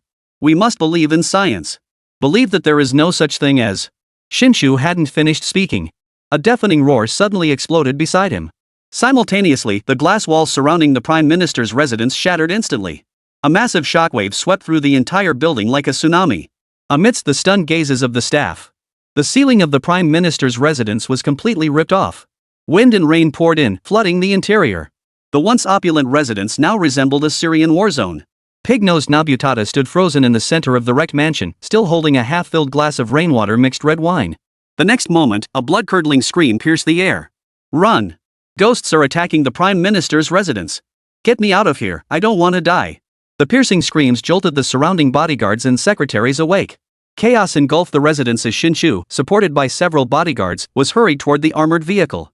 However, his physique was far too bulky, and his limbs had gone limp from the shock. No matter how hard the bodyguards strained, they simply couldn't get him into the vehicle. At a loss, one bodyguard leaped back over 10 meters, gathered speed, and delivered a brutal kick to Shinshu's rear. Accompanied by a blood-curdling scream like a pig being slaughtered, Pig-Nose Shinjon was finally shoved into the armored vehicle. Lee, contact General Richard immediately. Request backup. Request backup. News of the UFO attack on the Prime Minister's residence spread like wildfire across Zayarizi's homeland. Simultaneously, reports of ghostly flying objects surfaced across the nation. In an instant, panic gripped the entire nation. Everyone huddled indoors, shivering under blankets. Oh, please don't let that UFO appear over our homes. News of the incident even reached foreign countries, where many nations scoffed at Zayarizi's claims of ghostly flying objects. Little Days must have grown up drinking nuclear wastewater ghost aircraft? That's utter nonsense. Probably just some natural phenomenon caused by thunderstorms. Doesn't Little Days even know that? Bunch of brainless idiots. Just laugh it off. Holy crap, look at the Prime Minister's residence uploaded by Vaporize netizens. The entire roof's been ripped off. It's a wooden structure blown off, isn't that normal? Probably a tornado. The internet spread the news to every corner of the globe in under half an hour. At that moment, inside the Jiangnan Military Region's fighter aircraft center, ground crew members stared at the newsfeed from Vaporize, exchanging bewildered glances. Their faces were filled with all sorts of strange expressions. Just moments ago, Old Lu and the others had announced they were heading to Shaorizi territory for a mission. Then came the news of the Prime Minister's residence being razed. It was hard not to connect the two events. But Long Kai-shian was the first to lose his composure. He grabbed his communicator and asked, "Old Lu, we just got word that the ceiling of the Prime Minister's residence in Little Japan was blown off. Was it you?" Chapter 28, What gives you the right to cyberbully him? How well informed are you? Everyone already knows? Old Lu sounded cheerful, his voice crisp. Little Japan has repeatedly provoked our nation. I went to collect some interest from them. Is that unreasonable? A wave of heated discussion erupted instantly among the crowd. Holy crap, it really was Old Lu and his crew. Damn, that's awesome. No wonder he's a veteran, swift and decisive. It's mainly because their fighter jets are so advanced Little Japan can't stop them. I'm worried this might drag our country into it. What's there to fear? Little Day is just a mad dog. Without its American daddy backing it up, how dare it act so brazenly? Ha, I just saw netizens commenting on Little Day's Prime Minister's office and the Syrian war damage. It cracked me up. Just enjoy the moment. If Old Lu isn't scared, why should we be? After circling over the little country, the Qinghuan spacecraft dove into the clouds and headed back toward China. Meanwhile, Xiangyu, working at the Jiangnan arsenal, received the radiation data. After the Godzilla incident, Little Japan had indeed ceased discharging nuclear wastewater into the sea. This satisfied Xiangyu, who nodded approvingly. However, upon seeing the land radiation readings for Little Days, a peculiar expression crossed his face. How could the land radiation levels in Little Japan be 50 times higher than those in coastal areas? Could it be that Little Japan had dumped the nuclear wastewater directly onto its own land? Xiangyu shook his head with a wry smile. This was something Little Japan had brought upon itself. It was none of his concern. When the Qinghuan spacecraft safely returned to the fighter jet center with Old Lu and chief designer Luo aboard, everyone silently breathed a sigh of relief. But it was Old Lu who leapt off the fighter jet, his face glowing with health. He strode straight toward Long Kai-shian. "Kai-shian, where is the researcher for this fighter jet? I want to meet him." Inside the naval base in Japan, Vice Admiral Richard hung up Little Day's distress call, a hint of amusement flickering in his eyes. I hadn't expected the Steel Godzilla incident to remain unsolved. Now suddenly a ghost aircraft appears? An officer nearby immediately interjected. Based on the video footage provided by Japan, this ghostly flying object appears to be non-physical, with a speed comparable to an intercontinental missile. When he heard his subordinate mention that the unidentified flying object first appeared off the coast of Little Days, a fleeting look of contemplation crossed Richard's otherwise composed face. I recall the last time Godzilla attacked a Little Days fishing vessel, it was also in the west. Yes, General. Not far from China's territorial waters. China? A sharp gleam flashed in Richard's eyes before he spoke. Ghost aircraft, Steel Godzilla? Could it be sent by the Chinese? We know China's technological capabilities, they simply don't possess the relevant technology. It's far more likely to be a Middle Eastern nation, or even extraterrestrials. Richard remained silent, pondering for a moment before speaking. Whether it's a weapon from China or not, we'll find out by testing it.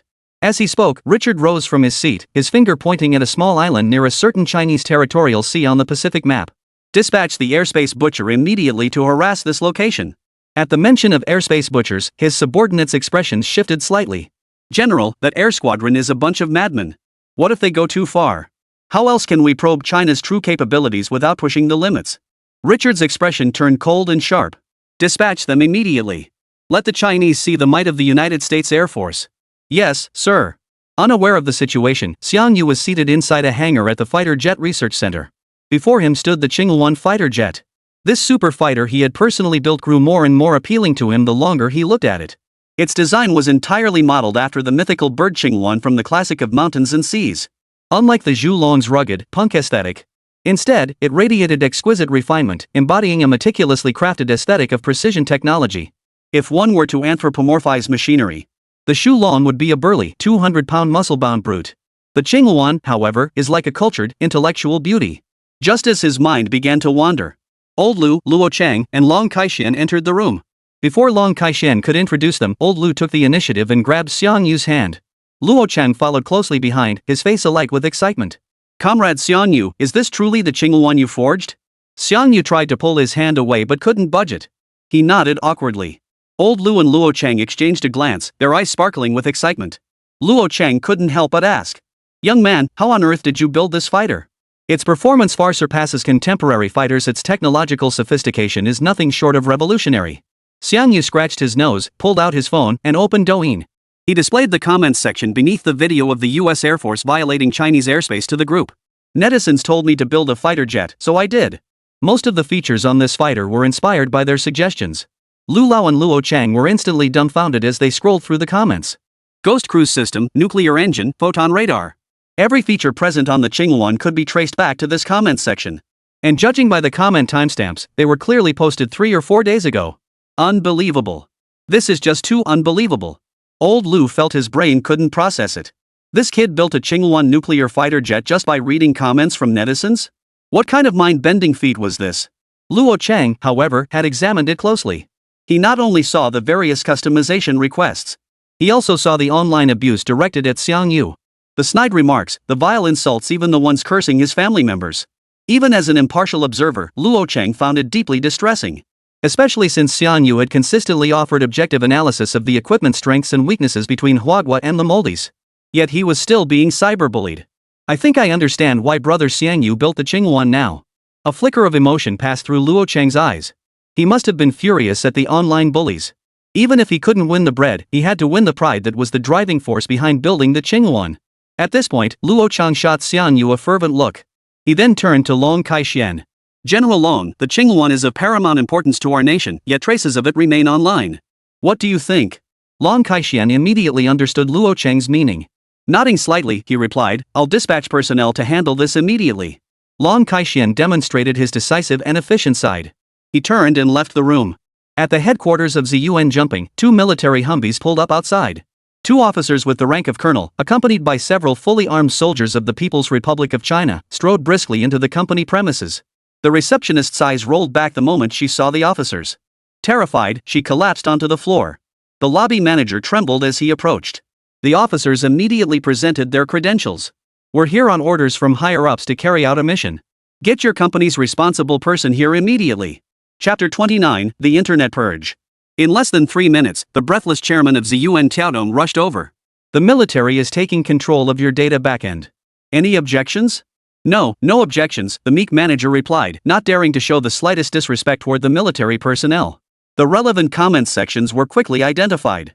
While deleting the comments section, users like right, I don't like watermelon were placed under strict surveillance. Lunchtime, in an office building in a city in Huagua. An ordinary young man was following his colleagues downstairs, preparing to grab lunch at a nearby restaurant. Suddenly, sirens blared as over a dozen police cars converged from all directions, completely surrounding them. Everyone was startled, unsure what was happening. The young man frowned slightly. What are the police doing? Is there a criminal in the building? But several officers walked straight toward him. You're XXX, right?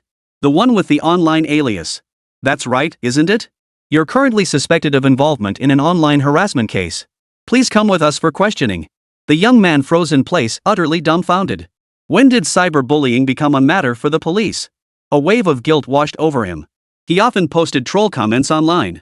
Whenever he disliked someone, he'd vent his frustrations online. Oh no, I must have posted too much and been reported by the authorities. The young man's face had now turned completely liver-colored. His eyes bulged as if someone had struck him hard on the back of the head. His co-workers nearby shot him strange looks. Who'd have thought this guy, who usually keeps a low profile, is actually a troll online? At the same time, across Huagua, similar arrests were happening one after another.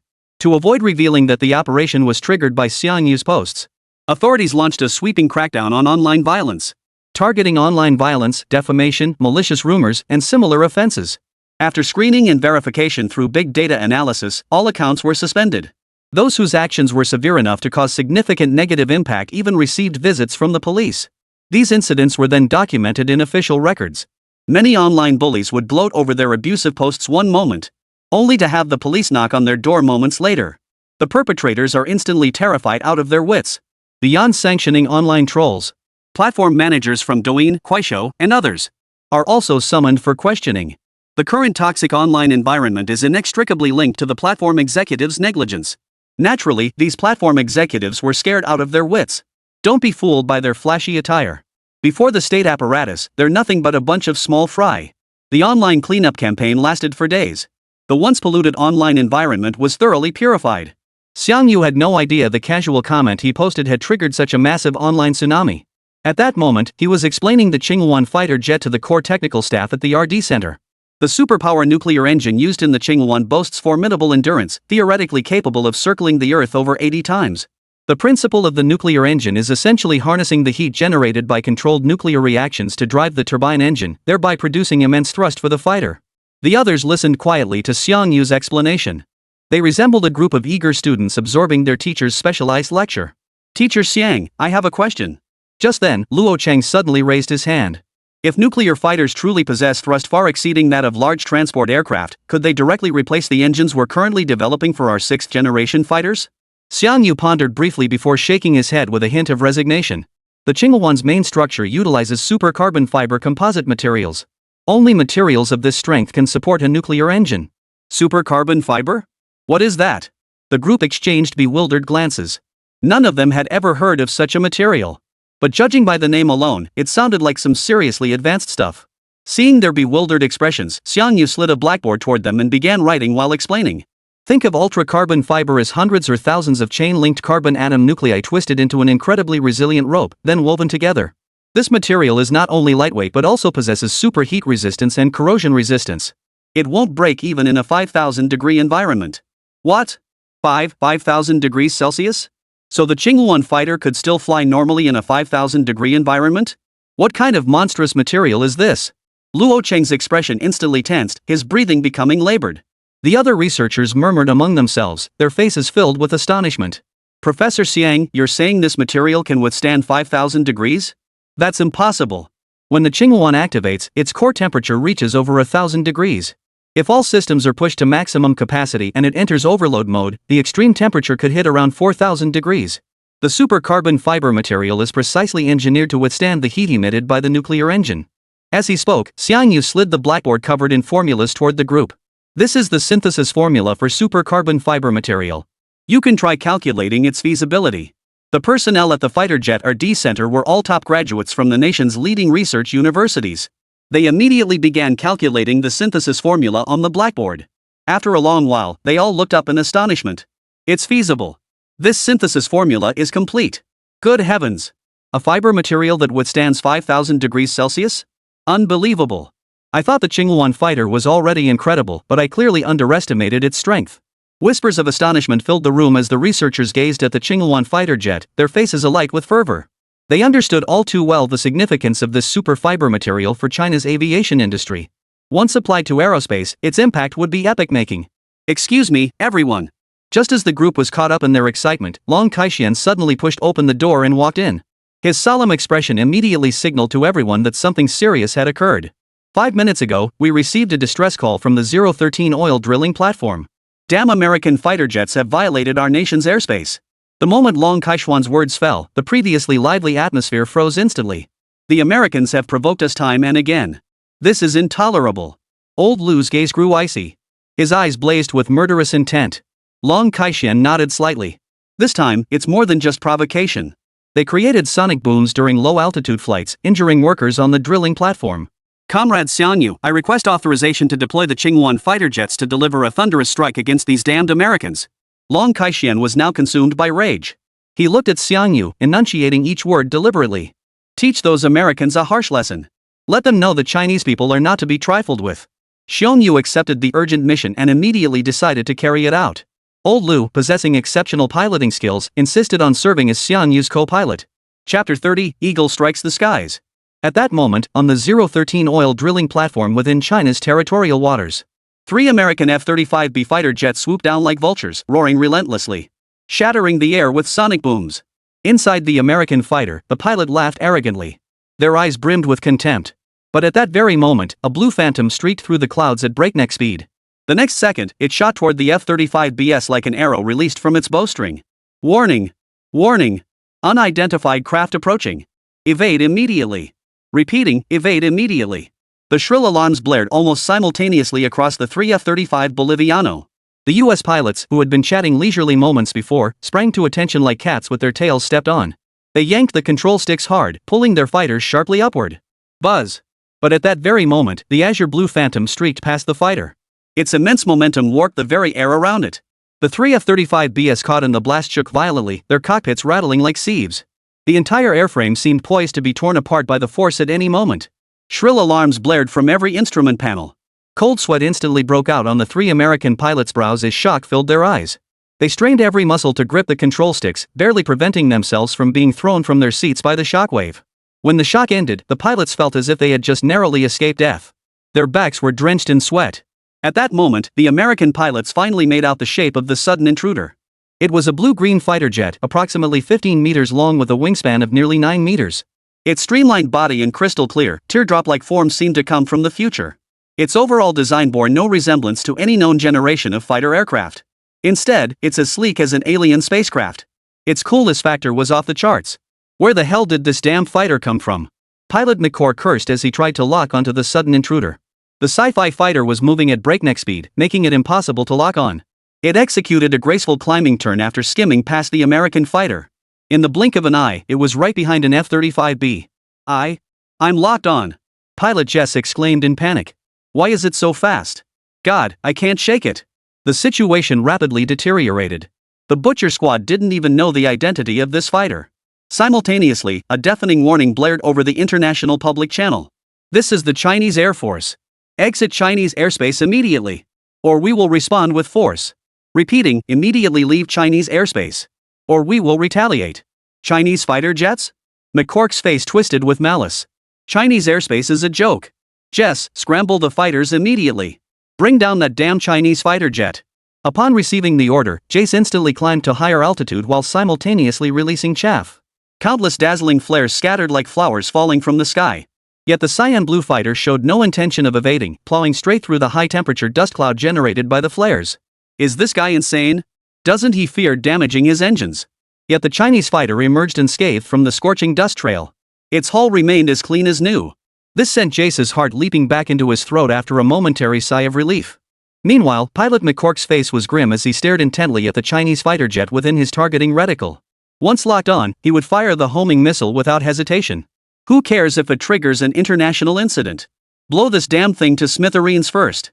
Yet, just a split second before the missile locked onto the enemy target, the Chinese fighter dogging Jace's tail executed a sudden, graceful spiral acceleration. The lock was instantly broken. It then spiraled back into position, reappearing directly behind Jace's fighter. Damn it! He's too fast, I can't lock on. McCook cursed under his breath, forced to keep chasing. At the front, Jace unleashed everything he'd ever learned. He executed extreme turns, the Immelman maneuver, scissor flight, and even the Cobra maneuver. Every high-difficulty maneuver was thrown into the mix. All to shake off the Chinese fighter hot on his tail. Yet, to his utter despair, no matter what maneuvers Jace executed, the Chinese fighter behind him clung to his tail like a ghostly shadow. Like a shadow, impossible to shake off no matter what. By now, Jace's back was completely drenched in sweat.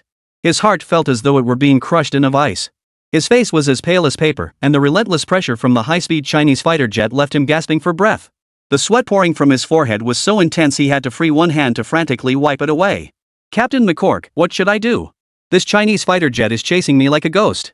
Jesse was terrified, his voice trembling. Don't panic. Head for international waters immediately. The Chinese won't dare cross into international waters. Once you're there, you'll be safe. Jace's spirits lifted, and he immediately maneuvered the fighter toward international waters. The International Airspace Convention explicitly stipulates that any nation launching an offensive against another nation within international waters shall be regarded as a grave act of peace disruption. The Chinese absolutely wouldn't dare to act on the high seas. Meanwhile, aboard the Qinghuan vessel trailing behind Jace. Beep beep. F-35B supersonic fighter scan complete. Fighter data analysis complete.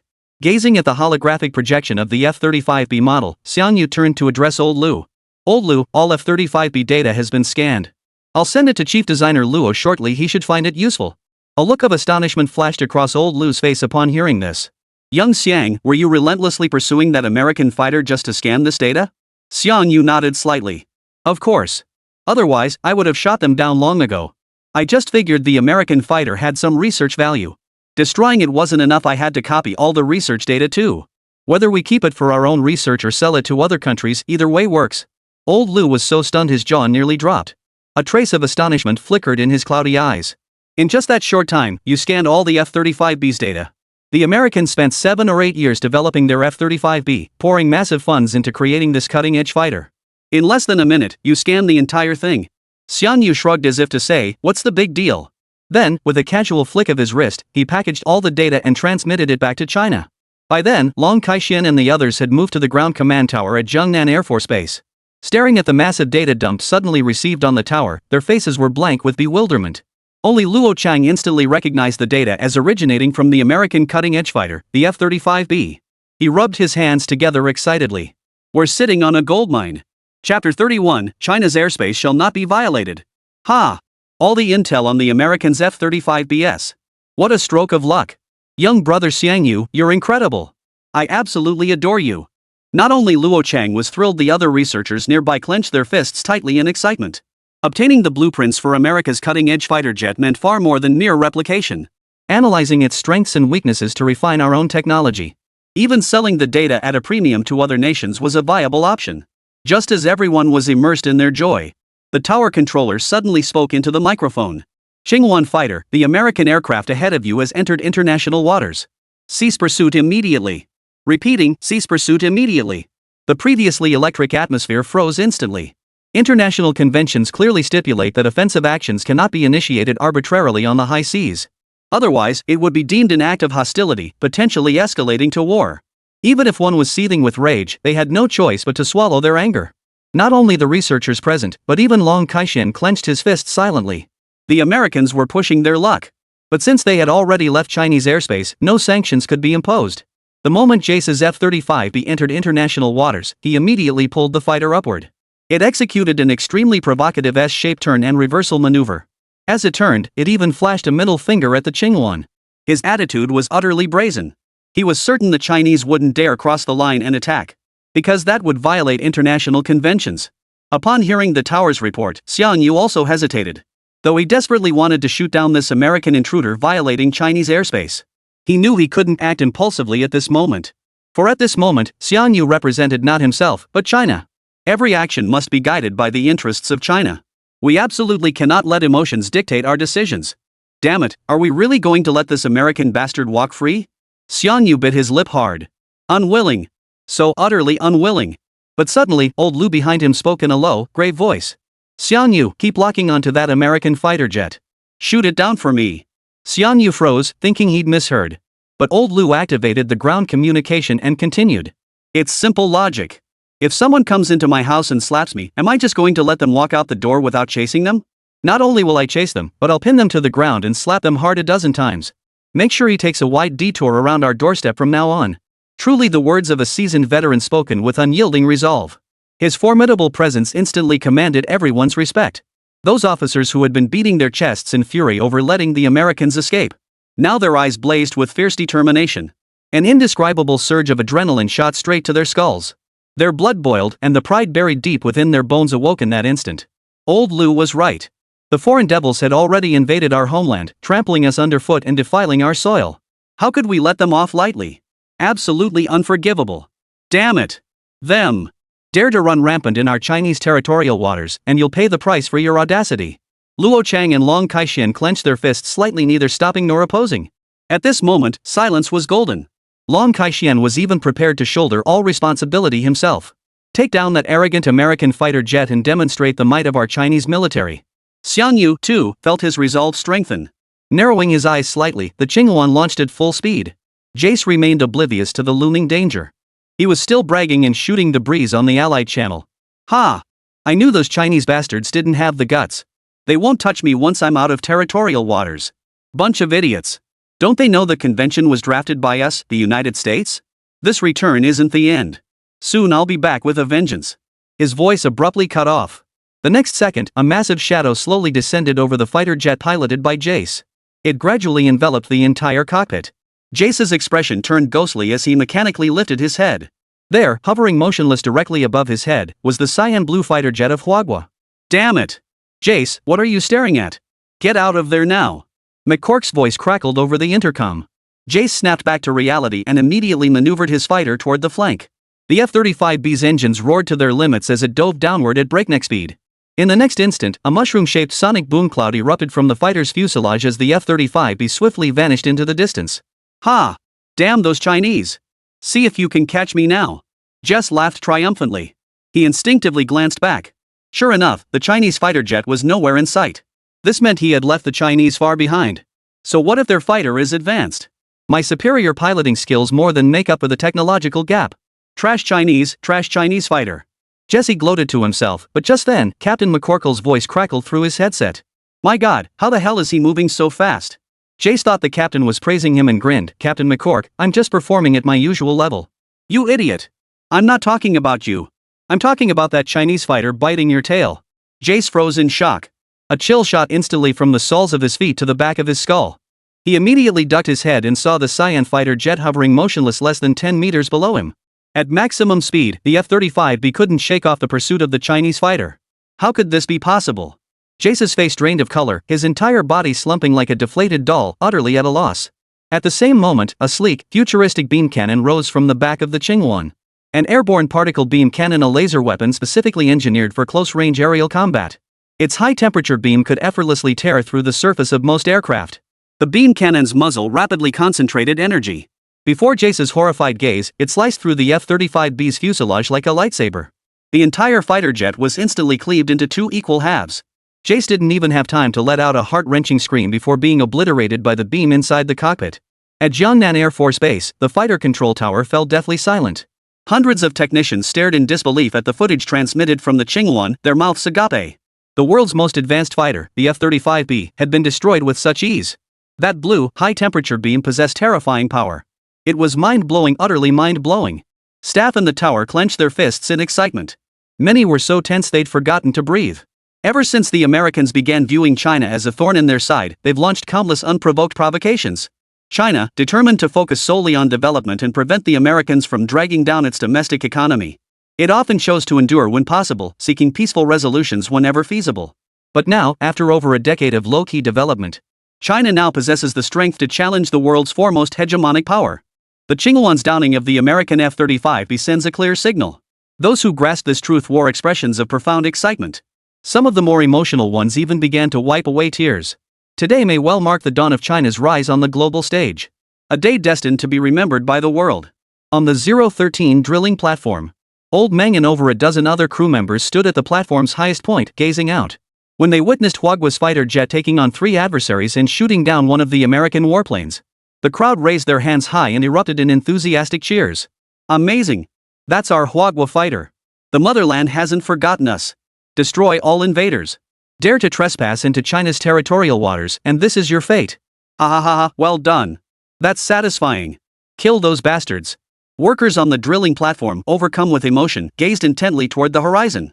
One of the 3 F-35Bs was shot down in an instant. Captain McCork's face darkened with grim determination. However, thanks to his comrade's sacrifice, his and Steve's fighters successfully reached the rear of the Ching-1. Fire control radar locked onto the distant enemy aircraft. Die, you damn Chinese. The next instant, McCork and Steve simultaneously pressed the missile launch buttons.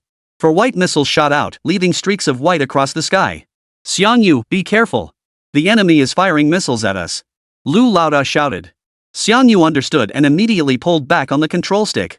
Behind the Ching-1, the blue particle stream suddenly erupted with even more intense flames. The craft accelerated sharply, streaking diagonally upward. Damn those Huagua bastards trying to escape. Bite him to death. McCook roared, immediately climbing in altitude as he closed in on the Ching-1. This time, the 4 missiles closed to within less than 100 meters of the Ching-1. Chapter 32, Cowboy Showdown. 4 missiles streaked toward the Ching-1, trailing long plumes of flame. At this moment, Xiangyu showed no sign of panic. Though technically this was his first time piloting a fighter jet. As the creator of the Ching-1 and possessing the super talent of maxed out, mastering the fighter jet truly took only a matter of seconds. As the missiles closed in, mere 10 meters from the Ching-1, Xiangyu abruptly yanked the control stick left. The entire aircraft instantly executed an exaggerated arc, pivoting its nose. The turn was so abrupt that the 4 homing missiles couldn't react in time. Like the hammers flung from a flail, they swiftly lost their target and flew straight out toward the distant ocean. The 2 F-35Bs tailing the Ching-1 were startled by the maneuver. The turn speed and angle of this Chinese fighter were beyond what their F-35Bs could achieve. In other words, the performance of this Chinese fighter jet before their eyes was actually superior to that of the F-35B. But how could that be possible? When did the Chinese acquire such formidable fighter technology? In the blink of an eye, McCorkle's mind raced. But the next second, he was jolted awake by the wailing alarm. The distant Chinese fighter, after executing an extreme turn, was now heading straight toward his position. Damn it! Are you trying to ram me? Gazing at the rapidly approaching Ching-1, McCork lost his temper instantly. As the top graduate of the U.S. Air Force Academy, he had led his squadron to devastating victories during the Second Gulf War. He earned the moniker Airspace Butcher. His pilot's pride flared instantly. A head-on collision was like playing roulette. It all came down to who backed down first. Whoever backed down was a coward. Thus McCorkle also accelerated to full throttle, charging toward the Ching-1. The distance between the two fighters rapidly closed from an initial 50,000 meters, 30,000 meters, 20,000 meters, 10,000 meters. Their relative speed was now so fast it made your scalp tingle. A collision would mean certain death for all. Moreover, the F-35B's speed has reached its limit. At this altitude, parachuting was virtually impossible. McCook's forehead was now covered in cold sweat. He clenched his jaw muscles so tightly his cheeks turned deathly pale. The distance between the two fighters rapidly closed to 5 kilometers. Why the hell hadn't that damn Chinese fighter turned yet? McCork fixed his gaze on the Ching-1, now clearly visible in his field of view. Like a Western cowboy fixated on the revolver in his enemy's hand. The moment the enemy fighter showed the slightest deviation in its nose, this game would be his to win. The distance between the fighters closed to 2 kilometers. That damn Chinese fighter continued charging straight ahead, showing no sign of turning. Madman. The pilot flying the Chinese fighter is a bloody lunatic. McCook cursed under his breath, ultimately succumbing to the psychological pressure and pulling back on the stick to change course first. The two fighters passed each other at an extremely extreme angle. In the split second they overlapped, time seemed to freeze. McCook looked up and saw the pilot of the Huagua fighter jet unusually young. Are all Huagua people freaks? How could they send someone so young into battle? McCook cursed under his breath, immediately calling his teammates to prepare for the return flight. After the first two engagements, the Chinese fighter before him had proven its formidable strength. There was no point in continuing the engagement. The Chinese are a bunch of lunatics. Steve, mission over, we're heading back. Damn it, I'm going to get dead drunk when I get back. Today's been insane. But just then, McCork instinctively glanced at the rearview mirror. Then, with horror, he realized the Huagua fighter was still right behind him. In an instant, a chill rose from the soles of his feet and shot straight to the top of his head. Drawing on years of piloting experience, McCork immediately yanked the control stick. He tried to shake off the pursuing Chinese fighter jet. Yet the fighter clung to his tail like a ravenous wolf. No matter how he tried to shake it off, he couldn't shake it off. This is Captain McCork, pilot of the US F-35B. Immediately release your lock on me. This is international waters. Do you want to start an international war? McCook bellowed over the international public channel. But his tirade proved utterly useless. Through his rearview mirror, McCorkle clearly saw a sci-fi-like cannon deploy from the rear of the Chinese fighter. This cannon was the very same advanced weapon that had destroyed Jess earlier. Panic. McCork was utterly panicked. Cold sweat drenched his back as a bone-chilling dread swept over him. Damn Chinese. Cease pursuit immediately. I am a US fighter pilot. This is international waters. If you attack me, you will face retaliation from the US naval fleet. McCook shouted, his stern voice tinged with hoarseness. Though the Chinese fighter was formidable, McCorkle was certain that invoking the authority of the US military would suffice. The Chinese wouldn't dare do anything to him. After all, for China, the US naval fleet was a colossal force. The Chinese would never dare to confront them head-on. What McCork had not anticipated, however. The moment his speech concluded, the only response came in a voice of aged Chinese. Those who trespass upon Chinese territory shall be slain. McCork didn't understand the words, but he saw the beam cannons already glowing blue. His pupils contracted sharply, his soul trembling violently. The next second, the blue light erupted, instantly slicing through McCork's fighter. The high-temperature beam tore through the fuselage in less than half a second, splitting it clean in two. Any who dare violate the territory of China shall be slain. At that moment, upon hearing this voice of unparalleled authority, their blood seemed to stir to life. An indescribable surge of emotion welled up within them. Once upon a time, the mighty Chinese Empire drew nations from all corners to pay homage. A century ago, isolation and military weakness left us vulnerable to foreign aggression and humiliation. Especially that little country, a mere speck of a nation, dared to invade China, slaughtering our compatriots with utter disregard, leaving this ancient land ravaged and desolate. A century later, Huagua has focused wholeheartedly on development, and before we knew it, its military power had surged to the forefront of the world. China is no longer the weak nation the world once looked down upon. From this day forward, China shall rise to prominence on the global stage. The resonant, powerful voice of old Lu still echoed in their ears. Control tower personnel clenched their fists tightly. Everyone suppressed the surging excitement within. Hearts pounded wildly, as if they might burst from their chests. It was too thrilling, too exhilarating. The Qingyuan had taken down 2 cutting-edge American fighter jets in quick succession. Such combat prowess was unmatched anywhere in the world. It was old Lu who had just responded to McCork. Xian Yu was tasked with reporting McCorkle's fighter's destruction according to old Lu's instructions. Xian Yu himself felt his blood surge at that moment. With old Lu backing him up, he could focus solely on combat without worrying about anything else. 2 of the 3 American fighter jets had already been destroyed. The last one, sensing its dire situation, fled frantically like a cornered dog. Xian Yu licked his lips, yanked the control stick, and gave chase.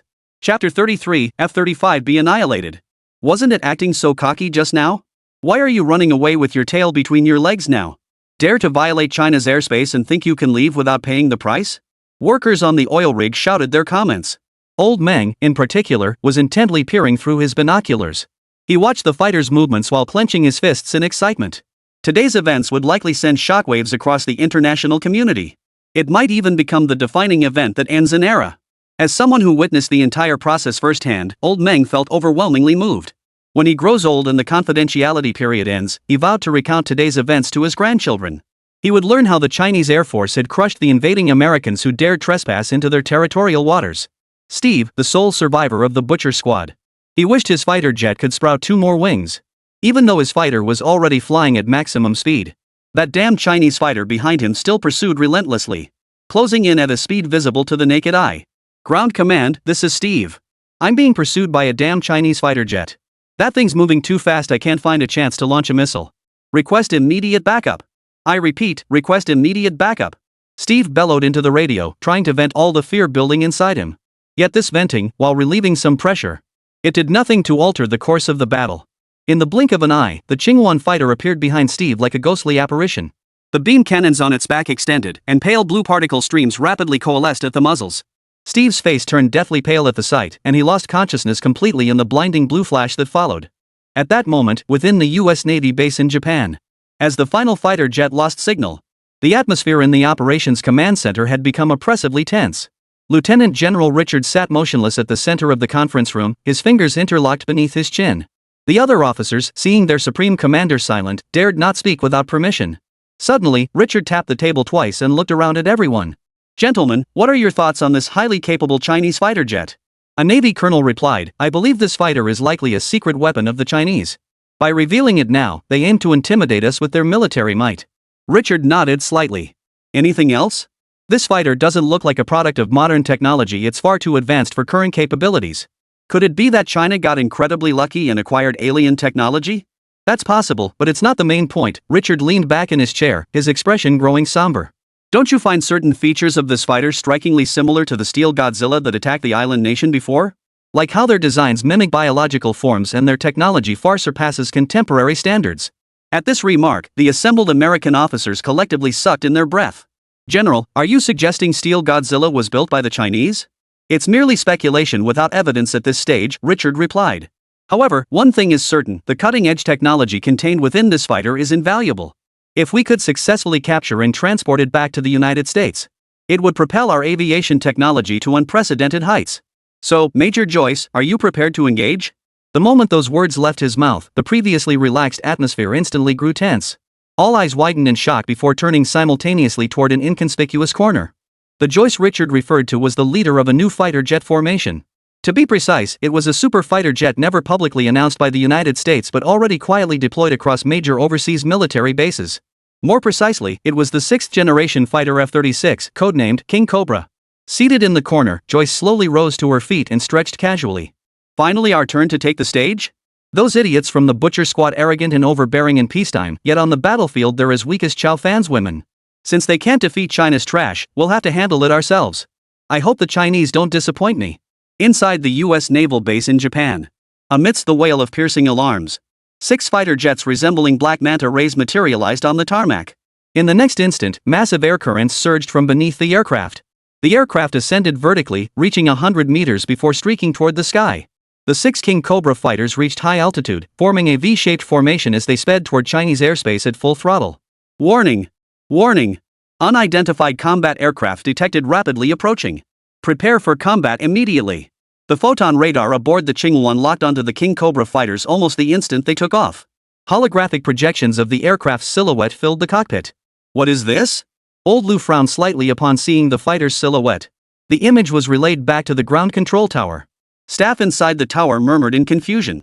Is this an American fighter? Why haven't we seen it before? It doesn't look like a 4th or 5th generation fighter. Could it be a 6th generation model?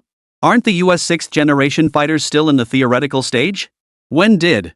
Those Americans are sneaky. They're probably saving the 6th generation fighter as their trump card. The murmurs continued as everyone discussed the new American fighter. But at that moment, Luo Chang beside them spoke with a tense expression.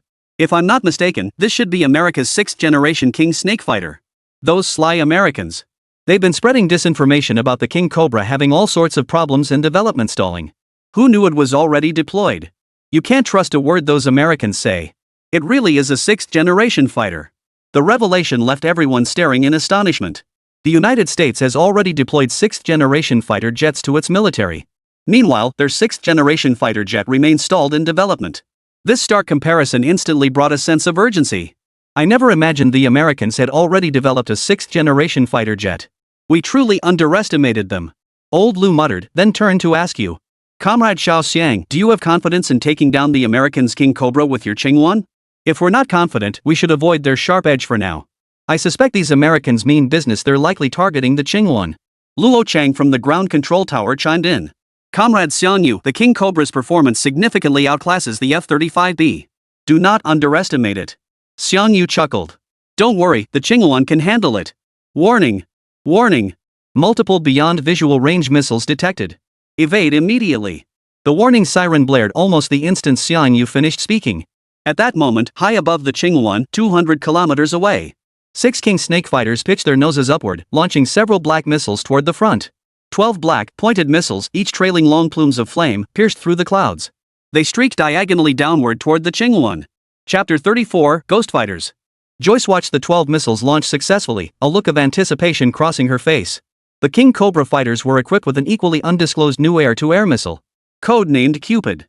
Beyond its flight speed far surpassing the Sidewinder series, but also its world-leading AI targeting system. Its onboard chip possesses the intellectual capacity equivalent to a 13 or 14-year-old boy. Once it locks onto an enemy, it will persistently track the target until it is destroyed. Joyce firmly believes that in beyond visual range combat scenarios, 12 Cupid missiles would deliver a fatal blow to the Chinese fighter jets. At this moment, 200 kilometers away in the sky, the Chingwan's holographic radar displayed 12 rapidly approaching red dots. These missiles were diving from high altitude, accelerating to their maximum speed. Xiang Yu, fly close to the sea surface. When the missiles get near, pull up immediately and dump them into the ocean. Old Lu barked at breakneck speed. Xiang Yu understood and immediately piloted the Chingwan toward the sea surface. As it neared the water's surface, it abruptly pulled up, the shockwave instantly carving a massive white trail across the sea. Whoosh! Whoosh! Whoosh! Cupid followed close behind, its target locked onto the Chingwan hovering above the sea. The photon radar activated fully, locking onto the 12 missiles overhead. 3,000 meters. 1,000 meters. 600 meters. 50 meters. Now! Pull up! The moment Old Lu's voice fell, Xiang Yu yanked the control stick. The Chingwan, which had been skimming the sea surface, surged upward like an arrow, streaking toward the sky above. Yet what no one anticipated was this. The Cupid missile seemed to anticipate the climb. Anticipating the Chingwan's trajectory, it elevated early and barreled straight toward the aircraft. The alarm blared loudly. Everyone in the control tower felt their hearts leap into their throats. Their breath caught in their throats. Just as the missile was about to strike the Chingwan, Xiang Yu activated the plasma shield. A barely perceptible arc-shaped barrier swiftly unfolded across the Chingwan's hull. The next second, a continuous barrage of explosions erupted. Flames shot skyward, smoke billowed everywhere. The deafening roar could be heard clearly even dozens of nautical miles away. Beep beep. Enemy heat signature detected no longer. Target successfully destroyed. High above, Joyce received the message. Couldn't help but laugh out loud. What a thrill! Taking down one of those cutting-edge Chinese fighter jets feels absolutely exhilarating. Our US military's Cupid missiles boast the world's most advanced guidance systems. No matter how powerful Chinese fighter jets are, they can't escape Cupid's lock-on. At that moment, Joyce wasn't the only one feeling elated. Even Richard and the others watching from the US naval base in Japan wore relaxed smiles. Truly worthy of the 6th-generation King Cobra fighter. It destroyed the Chinese fighter in a single engagement. That Chinese fighter wasn't anything special. It might fly a bit faster, but it's no match for our King Cobra. I suggest we leak this to the media tomorrow and humiliate China properly. The discussion continued, but Richard cut them off abruptly. How much longer until Fleet 141 arrives? Expedite the salvage operation to avoid interference from the Chinese. Immediately afterward, Richard wore a distinctly displeased expression. If I'd known that Hwagwa fighter was so fragile, I would have had Joyce fire just one missile. Now we can only pray the Chinese fighter isn't too badly damaged, or salvaging it alone will be a headache. At that moment, high above the clouds, the 6 King Cobra fighters, having completed their mission to eliminate the enemy, had received orders to return. Joyce's fighter led the formation. The constant grumbling of dissatisfied squad members echoed through her headset. I thought those Chinese-made fighters were supposed to be something special, but we got wiped out before we even saw them. This is so unsatisfying it didn't even make me feel tense. Chinese junk, Chinese pilots even worse. This mission was a disappointment. The Chinese are worse than I imagined. Joyce didn't stop the team's complaints, for he too was deeply disappointed. Just then, he noticed a fluffy, glowing patch swirling around the edge of the rearmost King Cobra fighter. At first glance, he thought he was seeing things. But as the light grew brighter, he instantly realized it wasn't an illusion. It was the glow emitted by some kind of laser weapon as it concentrated its energy. In an instant, Joyce's hair stood on end, and he roared. Quick, get out of the way. Almost the instant his words fell, a beam of blue particles swept down from above toward the King Snake formation. Wherever it passed, heat waves surged, and the air itself warped and distorted under the intense heat. The elite pilots of the King Snake fighters reacted with lightning speed, yanking their control sticks to evade sideways. This narrowly averted casualties. But the beam was utterly unexpected, triggering no warning systems whatsoever. It appeared as if conjured from thin air, like a ghostly apparition. This sent a chill down the spines of the King Cobra squadron members. Having evaded the attack, Joyce finally had time to check the situation behind them. Behind the King Snake fighter formation, a ghostly white, fluffy substance trailed along. Its shape resembled Einstein's condensed matter. The next instant, the mass abruptly contracted, and a vivid cyan fighter jet abruptly materialized before them. This can't be. Joyce's pupils contracted sharply as she recognized the fighter's form. Her composure shattered instantly, and she let out a hoarse scream without a care for her dignity. We destroyed it. Why is it here? At that moment, it wasn't just Joyce and his companions who were filled with dread. Inside the Naval Base's Operations Command Center, Richard and the others were equally overcome with utter disbelief. What's going on? We clearly detected no heat signatures from Chinese fighter jets just moments ago. Why did it suddenly appear near the King Cobra fighter formation? This defies all logic. It makes no sense whatsoever. Inside the U.S. Military Command Center, several aerodynamics expert advisors were nearly tearing their hair out. Yet they couldn't fathom what had transpired. Richard's brow furrowed deeply. His face, which had been smiling moments ago, now frosted over. His sullen face looked as if it could drip black ink. At the Jiangnan Military Region Air Force Control Tower, silence reigned, so thick you could hear a pin drop. Unlike the grim expressions on most faces in the U.S. Military Command Center, the staff at the Jiangnan Military Region Tower were now overwhelmed with shock and excitement. Especially Long Kaixian and Luo Chang, their gaping mouths could easily fit an ostrich egg. This is the Qinghuan's Ghost Cruise mode. It completely evades thermal detection. Infrared scans? Electromagnetic waves? Nothing registers. The most absurd part is that even at high speeds, it appears as nothing more than a blur to the naked eye. No wonder they call it Ghost Cruise. This technology is nothing short of revolutionary on a global scale. Chapter 35, The Divine Bird Qinghuan. Wait, am I the only one who noticed the plasma shield on the Qinghuan? That thing's got to be nearly as impressive as Ghost Cruise. The control tower crew was buzzing with excitement, their discussion growing heated. When the Qinghuan was struck by the Cupid missile moments ago, every heart in the control tower had skipped a beat. Then, suddenly, the Qinghuan activated its plasma shield, deflecting every explosion. Immediately after, it engaged Ghost Cruise mode. Transforming into a phantom, it closed in at breakneck speed on Old Mike's King Cobra fighter. At that moment, they were over international waters. Joyce and the others, having recovered from the shock, regrouped and prepared for close-range aerial combat. Although the Chinese fighter was highly unusual, they still believed their odds were favorable with 6 against 1. Joyce bellowed into the intercom. Execute TCF close-range combat protocol immediately. Bring the damn Chinese fighter down. Almost the instant Joyce issued the command, the 6 King Cobra fighters immediately executed tactical turns to the left and right. Provided the missile firing angle was sufficient, they would lock onto the Chinese fighter and deliver a lethal strike. Joyce pulled back on the control stick while monitoring the enemy aircraft's movements. Yet the Chinese fighters showed no intent to pursue any of the looping fighters. Instead, they maintained straight flight in the relatively stationary air. Joyce froze for a moment, then let out a cold chuckle. Stupid Chinese. If they'd kept pursuing, they might have shot down 1 or 2 Cobra fighters. But now, they've stopped pursuing. Utterly foolish deck. Before Joyce could finish her sentence, a shrill alarm suddenly pierced the air. Warning! Enemy lock acquired. Warning! Enemy lock. Joyce froze in shock. Her fighter had been locked on at this critical moment? But it didn't stop there. Voices from other team members flooded her headset. Damn it, I'm locked on by a Chinese fighter. I'm locked on too. But I clearly flew out of their detection range. What? I'm locked on too. Damn it, we're all locked on. The chatter in her earpiece had become deafening. Joyce felt as if countless ants were biting her all over. A complex mix of fear and confusion filled her heart. Ward, look behind us. What's that Chinese fighter doing? A cry of alarm rang out over the radio. Joyce instinctively glanced backward. She saw the Chingguan, which had been flying level, now raising its nose, the entire fuselage tilting diagonally upward. Simultaneously, the alloy panels covering the fighter's surface peeled back like scales, stretching and twisting. The Chingguan, originally 15 meters long, now surged to 20 meters in length. The entire fighter's form was utterly transformed, now resembling a colossal mechanical divine bird. This spectacle left not only the US fighter pilots staring in utter disbelief, but also left Richard and others in the US command center utterly stunned. Ward! Why can the Chinese fighter transform? Damn it, I must be dreaming. At that moment, the faces of everyone in the Zhengnan Air Force Control Tower were equally frozen in disbelief.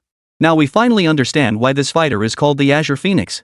It truly can transform into the Azure Phoenix, our nation's sacred bird. Beep. Chingguan bionic posture conversion complete.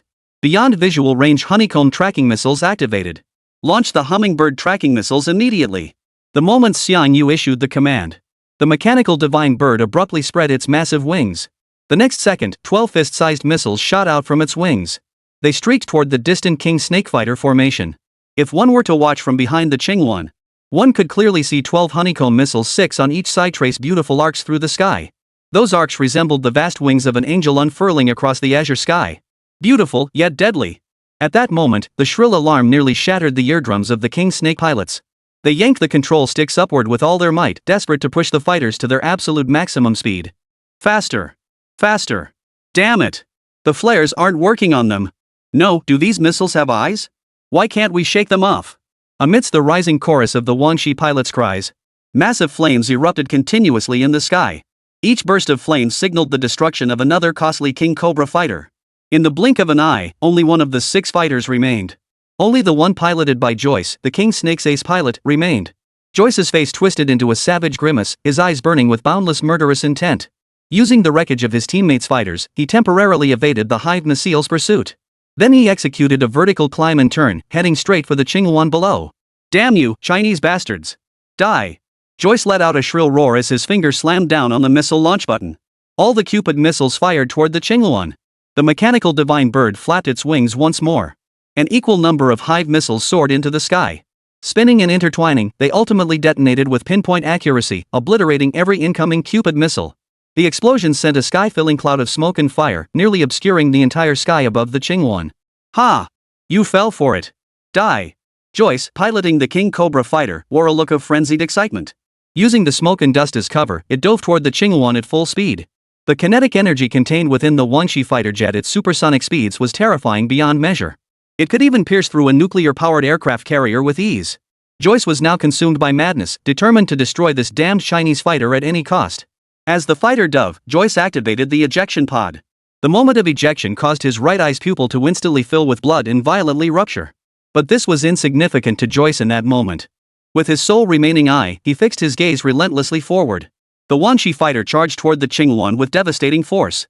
As long as he could take down this damned Chinese fighter jet, it would all be worth it. The Guangxi fighter's speed was now approaching 4 times the speed of sound. Joyce refused to believe the Chinese fighter could survive such a terrifying impact. Yet, a circular shield rapidly materialized around the mechanical divine bird. The next instant, the fighter slammed into the shield and shattered with a thunderous boom. A deafening explosion reverberated across the sky, followed by the debris plummeting downward, revealing the Chingguan completely unscathed. No! This can't be. Joyce's pupils dilated to the point of tearing her eye sockets apart. Why couldn't her all-or-nothing strike even scratch the enemy? This couldn't be. This can't be real. This must be a dream, ha! A nightmare. The Huagua people couldn't possibly be this powerful. This is too unreal, it can't possibly be real. Under the dual assault on body and mind, Joyce completely lost her mind. He laughed maniacally while coughing up blood repeatedly. Clots of blood gushed from his mouth and nose, making it clear he was beyond saving.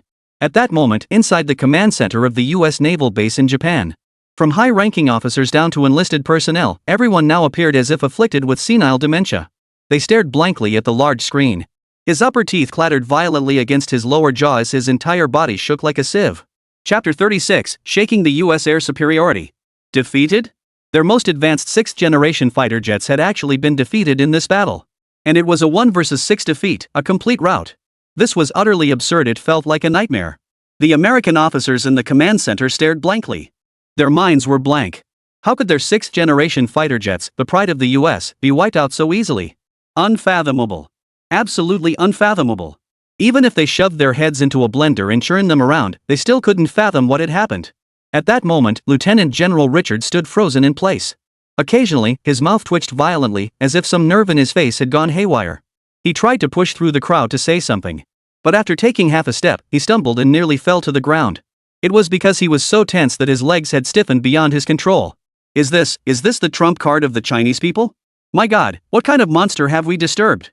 How on earth did they develop such a formidable fighter jet? The Chinese have always been a clever bunch. We've underestimated them all along. Whispers echoed incessantly. These self-proclaimed mighty American officers. Now, their faces bore an uncommon look of apprehension and fear. The sleeping lion of China may truly be awakening. The shockwaves from the Qinghuan's downing of 6 American 6th-generation fighters continued to reverberate. Inside the Jiangnan Military District Control Tower, the technical staff and officers who witnessed this great victory were filled with excitement. The Qinghuan's formidable combat prowess had stunned every single person present. All clenched their fists in excitement. They understood all too well what it meant to shoot down America's most advanced 6th-generation fighters. It meant that from this day forward, the United States would no longer be the unshakable colossus in the realm of aerial combat. The myth of American dominance in the skies would be utterly shattered. At this thought, their hearts felt as though molten lava was about to erupt. It was so thrilling. It felt like their chests were about to burst. General Long, who would have thought our nation could produce such a prodigious talent? Luo Cheng's voice trembled slightly, his lips turning pale as he struggled to contain his overwhelming emotion. Long Kaixian nodded. Comrade Xiang Yu's Qinghuan is truly astonishing, and he even built. Long Kaixian abruptly fell silent, leaving the rest of his words unsaid. Now was not the time to reveal Xiang Yu's identity. However, after this aerial battle, Long Kaixian's regard for Xiang Yu had reached an entirely new level. At that moment, Xiang Yu, still flying over the Pacific, remained unaware of the situation at the control tower. The Qinghuan, now in its bionic form, gently flapped its massive metallic wings, hovering less than 100 meters above the ocean surface. Beneath the Qinghuan, a vast expanse of debris from the Wangxing fighters floated on the ocean surface. The Qinghuan was conducting data scans on these wreckages. Even though the American fighter is a bit underwhelming, it is still the world's first 6th-generation fighter. Its data holds considerable reference value, right, old Lu? Lu Guoxiong had just regained his composure after the battle. In truth, from the moment the Qinghuan initiated stealth mode until it destroyed every King Cobra fighter, its combat tactics had completely shattered his understanding. Unable to comprehend it, his brain had remained in idle mode. Throughout the entire sequence, he felt dazed, his mind having ceased all rational thought. Now, old Lu had finally snapped out of that state. Only then did he react with belated realization, exclaiming in shock. The American 6th-generation fighter jet, it really got shot down. Xiang Yu nodded awkwardly. That was already 3 minutes ago. Good heavens. Remarkable. Absolutely remarkable. Old Lu's beard bristled with excitement. The myth of the Americans dominating the skies has been shattered today. A height we aviation professionals couldn't catch up to even after generations of relentless effort. Achieved today. And I have the immense honor of witnessing it firsthand. Haha, I die satisfied. I die satisfied. Comrade Xiang Yu, thank you. If we weren't on this plane, I'd bow to you in gratitude, haha. At that moment, old Lu resembled an excited child. He gestured wildly, laughing unrestrainedly. Looking at the crescent-shaped smile etched around the wrinkled corners of old Lu's eyes, Xiang Yu felt a slight stir within his heart. This man, though retired, still cared deeply about the safety of the nation's airspace at all times. Even in their twilight years, they continue to labor for the nation. A national giant who worries for the future of the motherland. Deeply admirable. The Qinghuan returned to its original form, engines roaring as it accelerated toward the Jiangnan Military District. July 26, 3:26 p.m. A video purportedly showing combat between Huagua and American fighter jets over the sea suddenly surfaced on foreign video platforms. The moment it surfaced, it triggered a massive online storm abroad. Had Huagua, long known for its low-key development, suddenly changed its stance and decided to confront the United States head-on? This was an extraordinary event. It could even trigger World War III. The video's resolution is poor, making it impossible to discern the aircraft's appearance. Yet it fully documents one fighter engaging in combat with 6 others. And the process of destroying all 6 of them. The video's popularity keeps soaring, dominating trending topics across major websites as netizens debate its significance. Hot search: suspected first direct confrontation between ZM Air Forces, U.S. Air Force suffers complete defeat in 6-on-1 engagement. Facebook hot list: tech guru restores ZM combat video, screenshot reveals suspected new fighter, image. Top page: Russian experts confirm 6 aircraft in video or U.S. secretly develops 6th-generation Cobra fighters. Blue Whale Society hot topic: fishermen recover metal debris confirmed as wreckage from a US F-35B fighter jet, suggesting the aerial combat may have actually occurred. Netizens everywhere are eagerly piecing together clues to uncover the big story. Soon, through information sharing among experts, this video less than 20 seconds long was analyzed to reveal its essence. China and the US engaged in an unprecedented aerial combat over the Pacific with their secret fighter jets.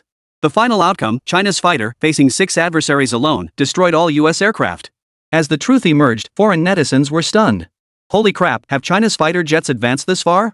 Unbelievable, this sleeping lion is awakening. Who would have thought the US 6th-generation fighters couldn't defeat China's fighters? This is unimaginable. Looks like the US's decades-long dominance of air supremacy might be coming to an end. I've noticed neither China nor the US government has commented on this video so far. The more they stay silent, the more likely it is true. US fighter jets were truly defeated by China in a surprise attack. Chapter 37, Figurative Language, Confronting the American Journalist. At that moment, inside the US naval base in Japan, Richard roared like a raging tiger. "You useless bunch! What good are you if you can't even help me?" Richard pointed at the surrounding officers and cursed. "The operation failed, 6 King Cobra fighters lost, damn it. I haven't even figured out how to explain this to Chief Biting. Do you realize I'm a laughingstock now? You're all useless fools, good for nothing." The officers around him looked grim, but none dared to argue back at this moment. "Contact the Ministry of Foreign Affairs immediately. Issue a statement accusing China of maliciously shooting down our fighter jets. This cannot end here. China must compensate us tenfold, 100-fold for our losses." Soon after, the US government released an international statement. It vehemently condemned the brutality of the Chinese Air Force pilot. Not only had he destroyed a US fighter jet conducting routine airspace exercises, they even targeted the pilots, all of whom perished in the clash. The moment the statement was released, it immediately drew global attention. Countries aligned with the United States immediately joined in denouncing China. They branded China as a demon, the enemy of the entire world. The following afternoon, at China's Foreign Ministry routine press conference, as Minister Chu Qing stepped onto the podium, journalists from various nations immediately aimed their cameras and microphones at him. "Minister Chu Qing, what is your response to the deliberate destruction of a US fighter jet by your country's military aircraft? This incident has caused extremely detrimental repercussions. Does it indicate that China's ambitions have been exposed, signaling its intent to antagonize the entire world? Is China's action an intentional provocation to ignite World War III?" Foreign Minister Chu Qing remained composed. Facing the foreign journalists' pointed questions, he merely smiled faintly. "Before addressing your questions, I must first acknowledge one thing." His pause silenced the journalists below. "During yesterday's airspace conflict, the specific models of US aircraft shot down by our nation's fighter jets were 3 F-35Bs and 6 6th-generation Cobra fighters." The moment the words fell, the room fell deathly silent. Foreign journalists wore expressions of utter shock. An admission? Who would have thought the Chinese government would openly acknowledge shooting down American warplanes? When did the Chinese become so bold? But it didn't end there. Chu Qing pressed a button on the remote control in his hand. The screen behind him displayed combat footage retrieved from the Qinghuan aircraft carrier. The footage clearly documented the high-definition destruction of the Guangxi fighter jet. The clarity was so high that one could even see the pilot's terrified expression in his final moments. Boom! The journalists below utterly erupted. Their minds went blank, their skulls nearly exploded. It wasn't just because the Chinese government had officially acknowledged shooting down a US fighter jet. The bigger reason was that the US fighter jet shot down by China wasn't just a 4th or 5th generation aircraft. It was the 6th generation fighter secretly developed by the United States, the King Cobra. This could only mean one thing. China possesses fighter jets even more powerful than the 6th generation King Cobra. Previous rumors were merely speculation. But now, China has openly acknowledged it. The explosive nature of this news rivals that of a nuclear bomb. It sent shockwaves across the globe. Military experts from all nations immediately launched into heated discussions. China's fighter jets have defeated the United States, meaning America's dominance in airspace is no longer secure. It may not be long before China replaces the US as the world's most dominant air power. China is a militarily formidable nation. Negotiations with them must be conducted with utmost caution. The news quickly reached China. Upon learning that China's Air Force had shot down a US 6th-generation fighter jet, the nation erupted in excitement. Every street and alley buzzed with discussion. Did you hear? Our fighter jet took down a US plane. Holy crap, is that for real? Our fighter jets are that awesome. Absolutely true. The foreign ministry just issued an official statement confirming it. Will the Americans just take that lying down? This could spark World War III. What's there to fear? If war breaks out, I'm enlisting right away. First take down the little bastards, then deal with the Americans. The scene shifts back to the foreign ministry press conference. American Star reporter Johnson stood up, his voice sharp and cold. Since your side has admitted to shooting down our fighter jet, does this mean China is declaring war on the United States? Does your action indirectly admit that you are a hegemonic power seeking to conquer the world? True to his reputation as America's top reporter, his two sentences instantly escalated the tension to a new level. Yet Chu Qing remained remarkably composed, countering with a question. Then may I ask this American journalist, if a thief entered your home, neither stealing nor robbing, but instead spat on the floor right in front of you, what would you do? Johnson answered without hesitation, I give him a stern scolding and kick him out. What if he refuses to leave and keeps breaking into your home? Then I'll have no choice but to use my shotgun, Johnson declared without hesitation. In our country, we have the right to shoot trespassers dead. But what does that have to do with my earlier question? Chu Qing's lips curled slightly, then hardened into a cold, sharp expression. Because from our perspective in China, American warplanes are precisely those thieves repeatedly breaking into our home. Not only do they spit in our face, but they also mock us with their words. Mr. Johnson, may I ask, is it justified for us to pick up a hunting rifle in self-defense against your country? The words had barely left his lips when Johnson's face turned the color of liver. His lips trembled slightly, yet no words of rebuttal could form. Any response seemed feeble and inadequate in the face of Chu Qing's vivid metaphor. Journalists from other nations were stunned, utterly unprepared for such a metaphor from China's foreign minister. Even some journalists from nations friendly with China couldn't help but applaud. Well said. It was the most elegant way to deliver a stinging rebuke to the United States. When footage of the diplomatic press conference aired back in China, Chinese citizens were also extremely excited. This counterattack by China's Ministry of Foreign Affairs was truly brilliant, a classic move. The people clearly sensed their nation was growing stronger. China's rise is within reach. Meanwhile, as the foremost contributor to thwarting this US fighter jet incursion, Xiang Yu received the corresponding commendation. In the conference room of the Jiangnan Military District, General Liu solemnly pinned a gleaming gold medal of honor onto Xiang Yu's chest. The accompanying silver plaque bore the inscription, single-handedly shot down a US 6th-generation fighter jet. Officers of all ranks stood at attention around them, their expressions solemn and reverent. Xiang Yu felt the weight of the hero medal pressing heavily against his chest.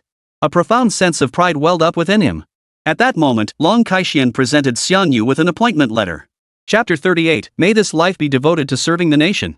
Effective immediately, Comrade Xiang Yu was appointed Chief Military Advisor to the Jiangnan Military District, reporting directly to the Chief Designer of the Shanghai base. During his tenure, Comrade Xiang Yu shall possess the highest authority to access all resources within the military region. No department shall interfere with Comrade Xiang Yu's research and development work. Additionally, Comrade Xiang Yu's identity shall be classified as top secret at the national level. Military personnel of the rank of Lieutenant General and below shall have no authority to access his identity records. During Comrade Xiang Yu's tenure, no individual shall interfere with his decisions or restrict his personal freedom. Should Comrade Xiang Yu's life be threatened, immediately activate the national level protection protocol and preserve Comrade Xiang Yu at all costs. The provisions on the appointment letter were personally drafted word by Long Kai-shian. He fully understood Xiang Yu's significance to China's scientific research sector. Thus, he personally guaranteed to higher authorities, clearing every obstacle for Xiang Yu. It was no exaggeration to say that Xiang Yu was pivotal to China's future rise. Any of the people present here could meet with misfortune, but Xiang Yu absolutely could not. Upon accepting this appointment, I will station the most elite Special Forces unit from the Jiangnan military region at your side, dedicated solely to your protection. The nation's rise requires super geniuses like you. Whatever you desire, as long as it doesn't defy the states, I will do everything in my power to make it happen. I hope you will carefully consider accepting this appointment letter. Long Kai-shian spoke with utmost caution, weighing every word and sentence, fearing Xiang Yu might suddenly shake his head in refusal. Yet after a moment of contemplation, Xiang Yu did not rush to accept the appointment letter. Instead, he stared intently at Long Kai-shian. General Long, joining the Jiangnan military district is acceptable, but I have one request. What is it? Speak. During my tenure, I demand that no one may probe my secrets. You should be aware that I harbor immense secrets. But I can assure you, this secret belongs solely to me. No one else will ever obtain it. Long Kaishuan's gaze sharpened as he instantly grasped Xiang meaning. 7 days to build the mechanical Godzilla, another 7 days to create the Ching-1 fighter jet. Such advanced technology emerging in such a short time clearly defied common sense. Long Kaishuan even speculated that Xiang must have obtained some ultra-advanced technology from an extraterrestrial civilization. That was how he had forged those formidable machines. He understood the principle that possessing great wealth invites trouble, and Xiang surely understood it too. That was precisely why he emphasized it now. Xiang I, Long Kaishuan, pledge on my honor that no one will ever pry into your secrets. Long Kaishuan spoke each word with solemn earnestness. We only seek the technology you share to advance Huagua's technological transformation. We will never harm you personally. As if his oath still lacked sincerity, Long Kaishuan abruptly removed his military insignia. I swear by my rank and my honor as a soldier I will protect Xiang safety with my life. Anyone who dares harm you will be making enemies of me and the entire Jiangnan military district. Long Kaishuan's voice resonated with solemnity and overwhelming authority. The spirit of a true soldier shone through. No one could doubt his resolve. With Long Kaishuan's assurance, Xiang finally felt completely at ease. Taking the appointment letter from Long Kaishuan's hand, he suppressed his inner excitement and said, "In that case, I accept this mission. To serve my country in this lifetime is my greatest wish. Why yearn to ascend the Jade Gate Pass?" Tears instantly welled up in Long Kaishuan's eyes. To dedicate my life to serving my country, why must I ascend to the Jade Gate Pass? Well said. At that moment, the weight on Long Kaishuan's heart finally lifted. With the existence of Xiang that prodigiously gifted genius, he believed that in the not-too-distant future, Huagua would soar to new heights. To become the world's foremost superpower. The next morning, Xiang headed to the Jiangnan military port. Since the nuclear wastewater incident, the Candle Dragon had been stored in Warehouse 031 at the military port. Xiang came today with the intention of transporting it to the Mountain Sea base. After signing the appointment letter, Xiang gained supreme command authority over the Shanghai base. From now on, he would continue his technological research within this base. Once the Candle Dragon was loaded and secured onto the transport, the driver followed dozens of armed military vehicles heading toward the Shanghai base. Just as Xiang was about to depart, an orange-hued bus slowly rolled into the military port. Soon after, waves of cheerful, childlike laughter filled the air. Xiang paused in surprise. This is a military port, right? Why would there be a school bus? Xin Fei beside him explained, these are all organized by the municipal government for ship tours. Every year, a group of elementary school students comes. It's one of the few public outreach activities held by the Jiangnan military port. Touring warships? Xiang eyes lit up and he immediately grew eager. I've never toured a warship in my life. Major General Qin, may I join them on the tour? Of course, Xin Fei replied with a wry smile. But the dangerous materials on the ships these kids are touring have been sealed off. If you want a more detailed look, I can take you separately. Xiang waved his hand. No need. Following them is just fine. Xiang naturally possessed the charming appearance of a friendly older brother. Before long, he was mingling freely with the group of first graders. But soon, Xiang noticed a bespectacled boy among them who seemed particularly out of place. He always trailed at the back of the line, clutching a large sketchbook. He'd occasionally dip his head to sketch a few lines, then look up and mutter to himself. The other children wouldn't play with him either, going out of their way to avoid him whenever they passed by. This little boy suddenly evoked a strangely familiar feeling in Xiang. He seemed to have been like this when he was little. His parents were busy with work and often absent from home. From a very young age, he slept alone, went to school alone, and returned home alone. In class, he was always the quietest, most inconspicuous one. Xiaotian, are you doodling again? Watch out, I'll tell the teacher. A voice that sounded fierce but was actually childish rang out. A chubby little boy approached the bespectacled child. Did you draw something weird again? The chubby kid's voice successfully drew the attention of 3 other children. They all gathered around curiously. My mom says Xiaotian's drawings are messy and worthless. Xiaotian, show us what you've drawn this time. Let go. The 4 boys began wrestling for the sketchbook in Xiaotian's hands. But Xiaotian clung to it tightly, refusing to let go no matter what. Soon, the situation escalated into a 4-against-1 tug of war. The 4 boys were determined to snatch the sketchbook from Xiaotian. Just then, Xiang appeared behind them. He grabbed 2 at a time and tossed the 4 little brats aside. If I catch you bullying anyone again, I'll toss you into the ocean to feed the sharks. Xiang flashed a fierce expression, terrifying the 4 little brats into sitting on the ground, wailing and crying. Chapter 39, New Enlightenment, Super Battleship. When Xiang returned, Xiaotian was still sprawled on the floor, scribbling away in his sketchbook. Xiang's gaze swept over the sketchbook, only to see a main shape resembling a hybrid of a squirtle and a sperm whale. Around the main body were structures resembling cannon barrels. Particularly the shell section was covered in black circles. Xiaotian, what are you drawing? Xiang sat beside Xiaotian and asked softly. A ship. Yi Xiaotian's face flushed slightly. A fighting ship. This ship looks incredibly powerful. Did you design it? Xiang Yu's expression betrayed genuine surprise. Yi Xiaotian's face flushed bright red instantly, then he pointed to a corner of the hull. This is the engine. Engine? Right, the engine, a really fast engine. And what about this? This is a cannon that can fire in all directions. What are these circles? Electromagnetic coils. They release lightning. As Xiang Yu continued asking questions, Yi Xiaotian no longer felt nervous. He didn't even wait for Xiang Yu to ask. He began explaining his design to Xiang Yu on his own. These are its front limbs. Not only can they paddle through water, but they can also strike down villains. The cockpit occupies only a small portion of the head, the rest is a cannon. It can leap out of the water, just like a frog. Xiang Yu listened quietly, nodding occasionally. Suddenly, a familiar sense of realization washed over him. Then, a flood of knowledge materialized in Xiang Yu's mind. Xuanwu Bionic Mech, a super mech designed to counter large-scale naval forces, featuring super defense capabilities, capable of mounting large-caliber turrets, and possessing independent amphibious landing capabilities. Hydrogen-powered turbocharger provides stable, powerful propulsion for large-scale naval machinery. Knob-launched projectile cannon, an advanced anti-aircraft artillery system capable of firing high-explosive shells in a parabolic trajectory toward enemies, discharging over 100 shells per second. Nuclear magnetic blast coil releases a supercharged lightning pulse across a designated maritime area. New knowledge surged through his mind. By the time Xiang Yu regained his senses, he had already mastered all the knowledge required to construct a super battleship. The mental image steadily refined and solidified, ultimately crystallizing into the concrete form of a warship. It was a warship that utterly defied conventional understanding. A colossal behemoth possessing unprecedented firepower. Time flew by, and before they knew it, the warship tour was drawing to a close. Yi Xiaotian waved reluctantly toward Feather. He boarded the bus with the other students. Xiang Yu waved back at him with a smile, saying, "Xiaotian, your warship design is excellent. Keep up the great work." Yi Xiaotian nodded earnestly, his face beaming with joy. To activate his innate talent for the third time in such a manner. Xiang Yu was somewhat surprised too. They boarded the military vehicle with Major General Qin, traveling in silence. By noon, they arrived at the Mountain Sea Base, nestled near Lake Sea City. Built amidst the mountains, the base was surrounded on three sides by hills and faced the sea on one. Except for the helipad and transport corridors, most facilities were built underground, making it a high-level base along the southeast coast. However, upon entering the base, Xiang Yu realized it appeared to have been recently completed. Many facilities and personnel were still inadequate.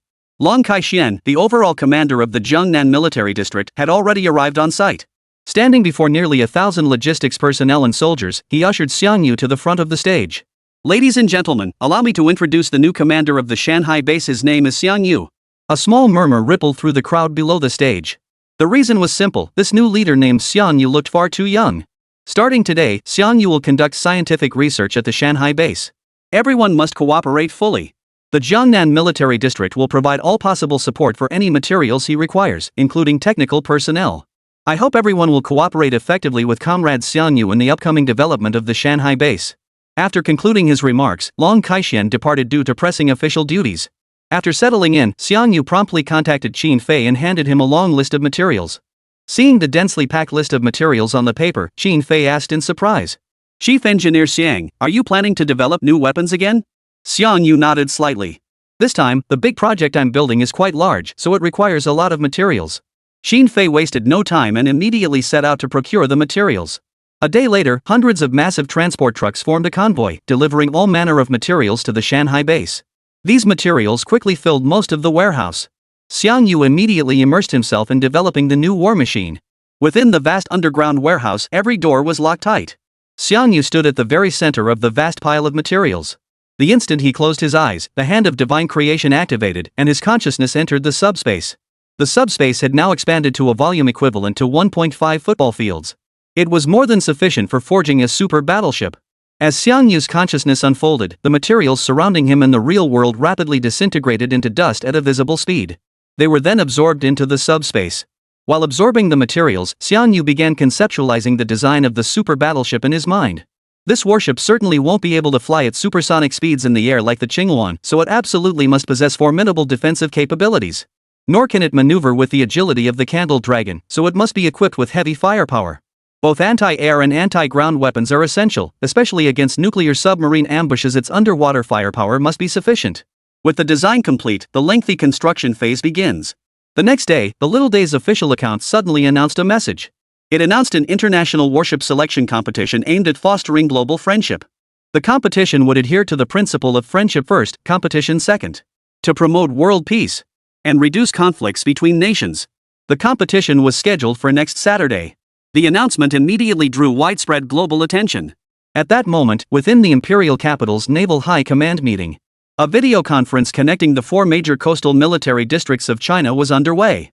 The current commander-in-chief of the Navy, Kong Zhan, appeared expressionless on the video screen. Commanders from the northern frontier, eastern mountains, Jiangnan, and Yunzhou military districts participated in the conference. The atmosphere was somewhat oppressive, with solemn expressions on every face. Clearly, this meeting was no ordinary affair. Little Japan suddenly organizing an international naval competition, this likely isn't a friendly gesture. Commander Kong Zhan remarked with a stern expression. Intelligence indicates Japan's actions are directed by the US military. Long Kai-Xuan's eyes narrowed sharply. This incident is likely aimed directly at our nation. Ever since that fighter jet incident, the Americans have been unusually quiet. They were probably biding their time for this dirty trick. Chapter 40, Dongshan tests the bigwigs gather. Kong Zhan nodded slightly, then swept his gaze across the commanders of the 4 major military regions. China will participate in this naval competition. You 4 coastal military regions have been building strength for so long. It's time to see what you're made of. As his words fell, the expressions of the 4 military region commanders instantly turned solemn. They all saluted Kong Zhan in unison. News of the warship selection quickly spread throughout the military regions. Upon hearing the news, Xiangyu perked up immediately. Crafting the new warship had drained the energy from his divine creation hand, and he'd been fretting over where to replenish it. Then a warship competition was delivered right to him. This competition he had to participate. When Long Kai-Xuan learned that Xiangyu had developed new machinery again, he was equally astonished. He promptly decided to have Xiangyu represent the Jiangnan military district in the selection process. 3 days passed in the blink of an eye. Early that morning, at the maritime entrance of the Shanghai base. As the mechanical gates opened, hundreds of personnel and soldiers poured into the passageway.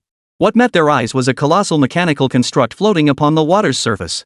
As the crowd beheld this mechanical marvel, their eyes widened in sheer astonishment. Hearts began to pound uncontrollably. Everyone instinctively held their breath. Not only because of its football field-sized bulk, but more importantly, its appearance was utterly sci-fi. Like a mechanical whale encased in steel plates, it looked utterly breathtaking. Holy moly, is this really the super battleship Chief Engineer Xiang developed? It doesn't look like a warship at all, it's more like a prehistoric sea monster.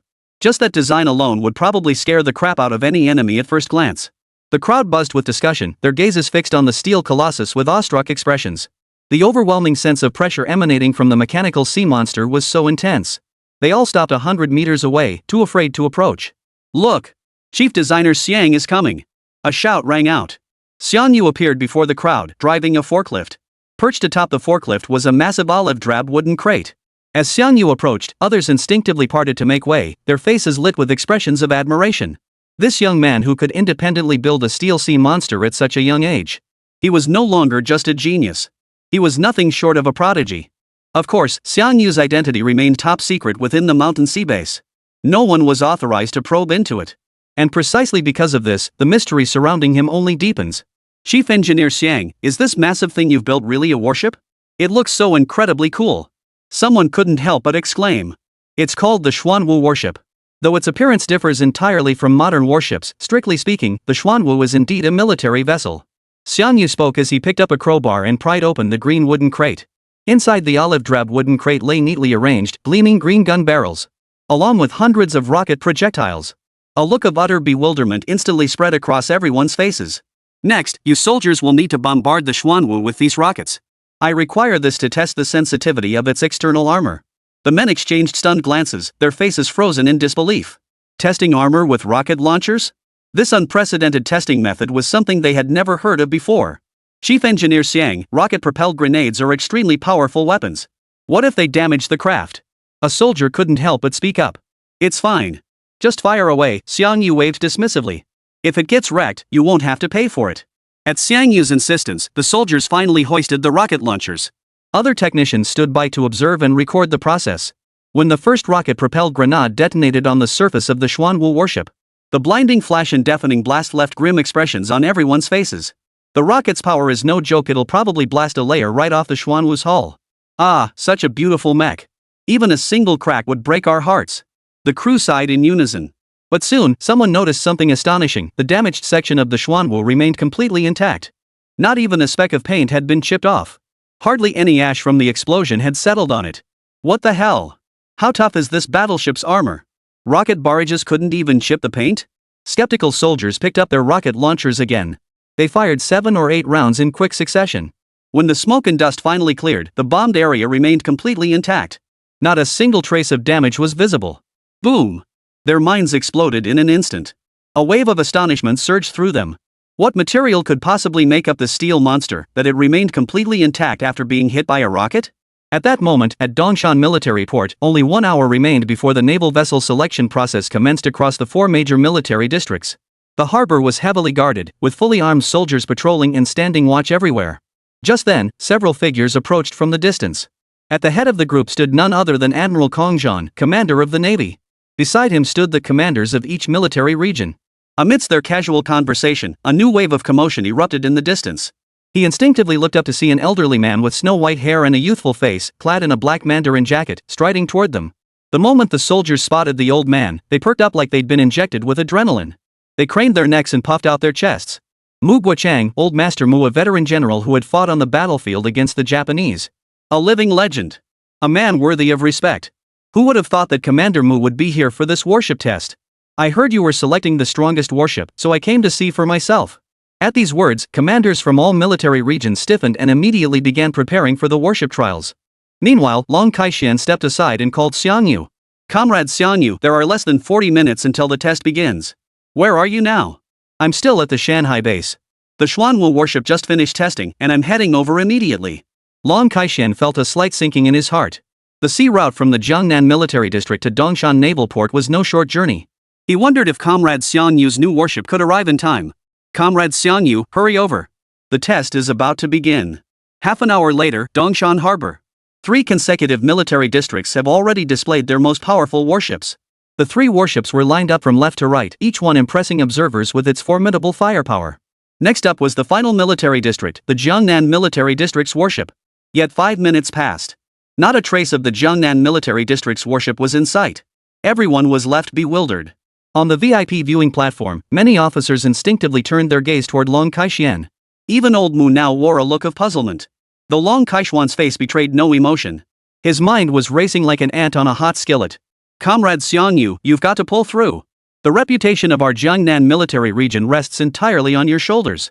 Chapter 41, a mix-up? Turns out it was one of our own. Kai-shian, haven't the Jiangnan military region's warships arrived yet? Kong Zhan couldn't help but ask. Long Kai-shian stared intently at the horizon. Just wait a bit longer. They'll be here soon. Another 5 minutes passed. But that straight horizon remained as flat as a flat line on an electrocardiogram. Desperately calm. Whispers began to stir around them. Experts and technicians also began whispering among themselves. What's going on? Why haven't the Jiangnan military region's warships arrived yet? Could they have broken down en route? Unlikely. This selection process is too crucial. Could it be they're stalling because their warships aren't up to par? Who knows? But this has gone on far too long. I reckon the Jiangnan military district is about to lose face. At that moment, even the usually unflappable old Mu turned to look at Long Kai-shian. His eyes brimmed with questioning. Sweat beaded on Long Kai-shian's forehead as his gaze darted nervously. Everyone, please wait a little longer, just a little longer. The distance from the Jiangnan military district to Dongshan military port was considerable. Could Xiang Yu truly pilot the new warship here in just over half an hour? At this moment, even Long Kai-shian felt uncertain. Beep, beep. Just then, Kong Zhan's communicator suddenly began to beep urgently. He instinctively glanced down at it, his expression instantly turning grim. What's wrong? Old Mu noticed Kong Zhan's unusual expression. Coastal Defense Radar has detected an unidentified object rapidly approaching Dongshan military port. Its speed is astonishing, it's already exceeded 70 knots. At these words, the expressions of those around him instantly changed. Even an American nuclear submarine can only reach 45 knots at full speed. An unidentified object moving at 70 knots at sea, could it be a torpedo? Even if it is a torpedo, it can't be an ordinary one. Kong Zhan's eyes narrowed. At this speed, we can't rule out the possibility of a nuclear weapon. At this remark, everyone's expressions instantly turned grim. Could it be that an enemy nation's nuclear submarine was launching a surprise attack on China's coastline? Could it be? Was war about to break out? The next second, air raid sirens blared over Dongshan military port. The piercing wail sent a chill down everyone's spine. Woo woo. Warning! Warning! Unidentified objects approaching the coastline. All units, prepare for impact. Possibility of nuclear warhead cannot be ruled out. Warning! Warning! The military port fell instantly silent, a palpable chill of tension gripping the air. All soldiers frantically rushed to their designated defensive positions as outlined in the exercise plan. Although this attack could potentially trigger a nuclear explosion. As defenders of the naval base, they must remain vigilant at all times. Should any enemy forces land along the coastline, they would be the first line of defense for the nation. Simultaneously, officers prepared to evacuate under the cover of their troops. Especially Old Mu, he must be escorted out immediately. All others could be sacrificed, but not the veteran General Mu. He had already fought on the battlefield for the nation. In those difficult years, he defeated the foreign devils using the most outdated weapons and equipment. The current battlefield would be fought by these young men. This nation needs its youth to shed blood and sacrifice their lives. The shrill air raid sirens continued to wail. The garrison personnel rushed about incessantly. Armored vehicle engines roared to life, poised to depart the moment the generals boarded. Commander Kong, this is the latest aerial footage from the front lines. Just then, a technician hurried toward Kong Zhan and the others. We've captured something approaching the coastline, a very strange, massive object. You should take a look. Kong Zhan halted immediately. At the same moment, Long Kai-shian and the other military district leaders also halted. What is that? The moment Kong Zhan saw the aerial footage, his brow furrowed. It doesn't look like a ship or a submarine. More like some kind of mechanical monster? Major General Jian Long of the Northern Frontier Military Region spoke up. That thing's at least the size of a football field. How can it swim so fast underwater? Is this even achievable with modern technology? Could it be an alien spacecraft? The group murmured in confusion.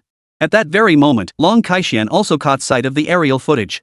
When I saw that enormous mechanical contraption right in the middle of the ocean, a sense of familiarity instantly washed over him.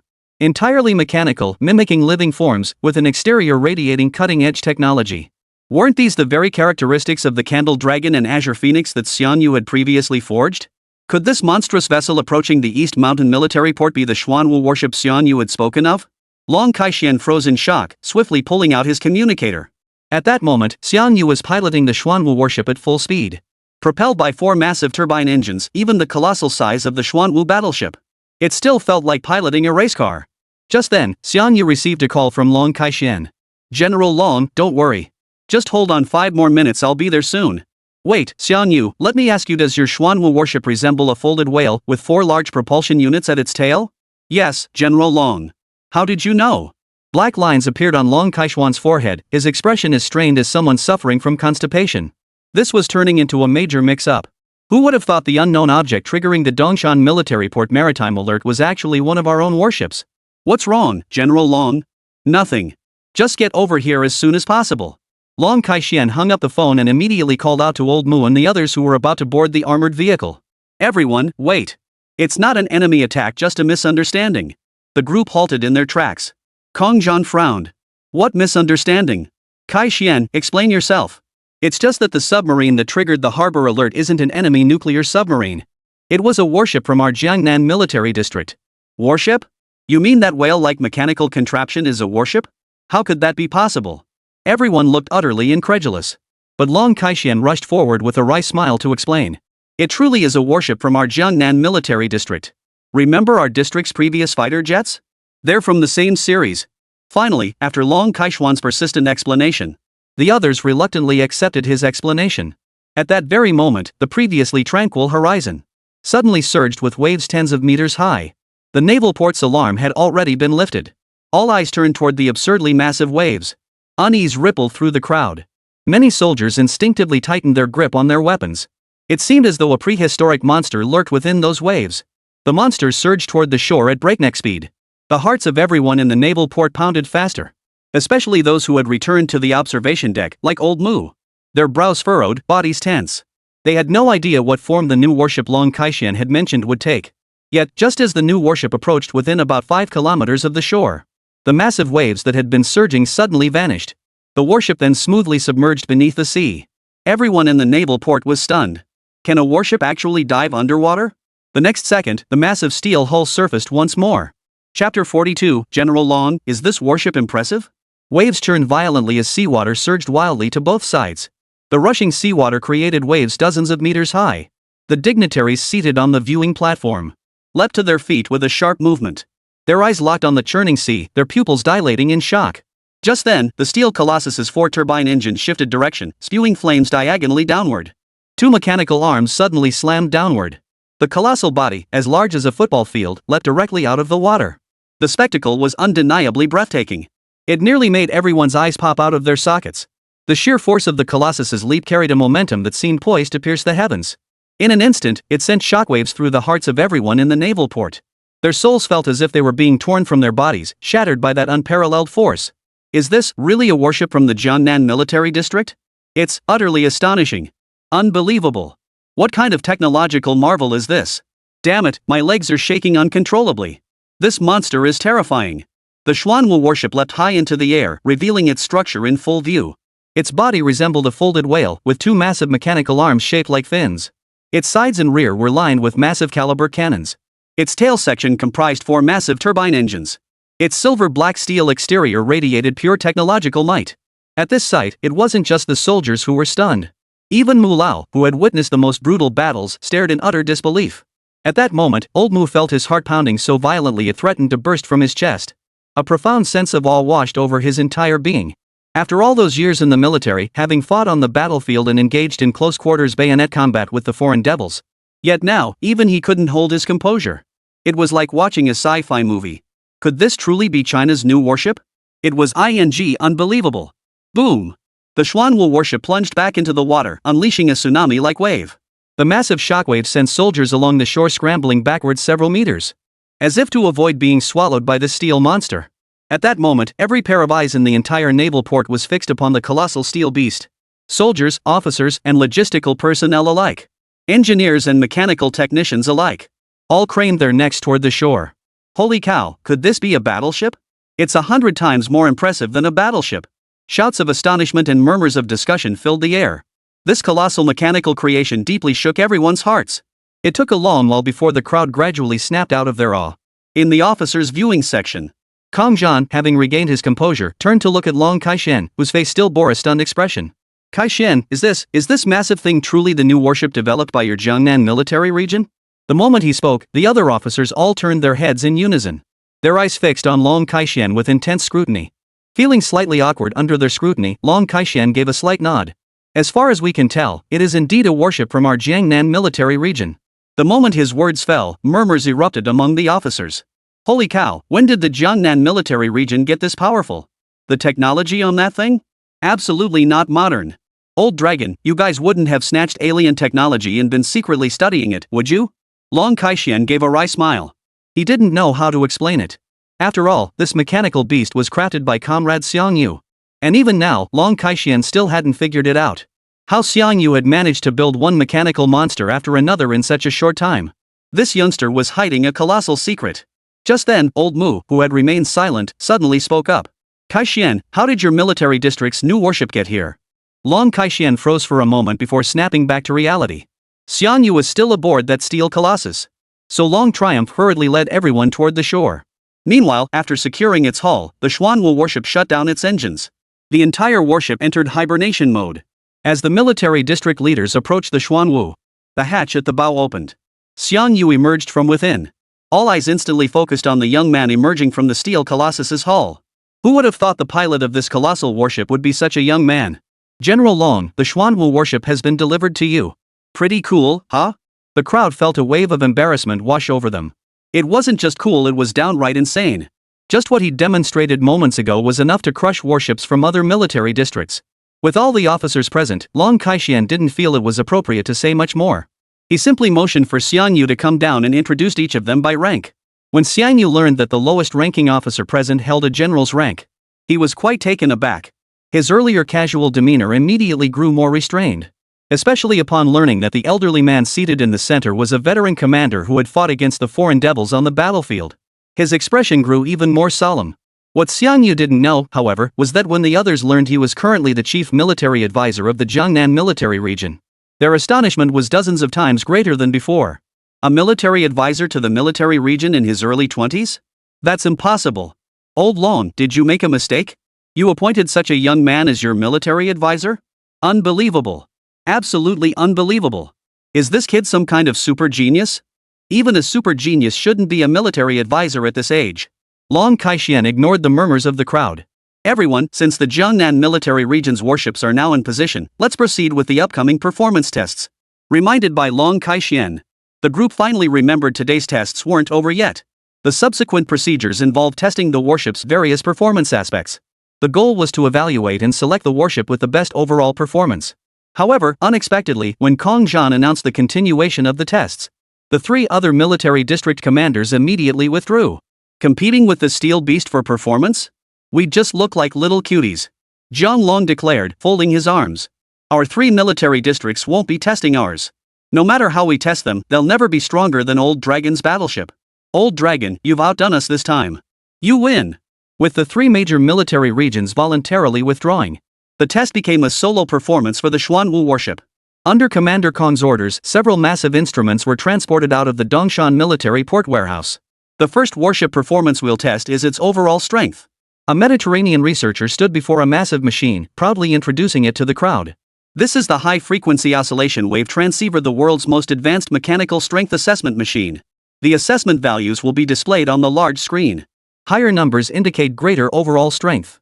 Take our nation's Type 052 destroyer as an example. Its test value was 49.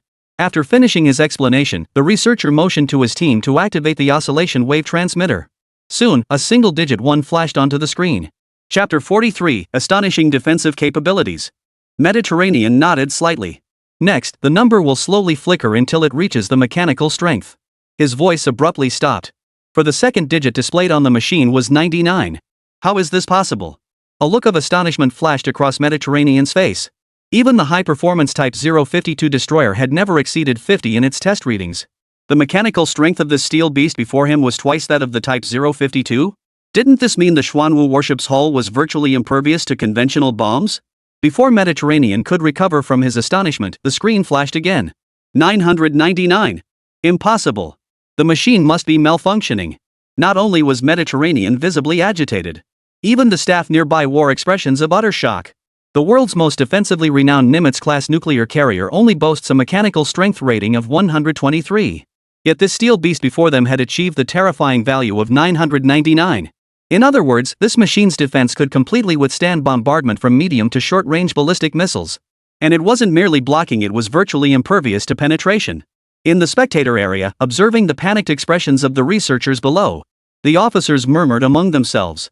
After the researcher assigned to explain the situation to them clarified the concept behind the 999 figure, everyone wore expressions of astonishment. Especially Old Mu, whose expression was visibly agitated, his hands trembling slightly. If the Xuanwu warship can truly withstand medium to short-range missiles, then its materials must be incredibly powerful. Kong Zhan, standing nearby, instinctively clenched his fists.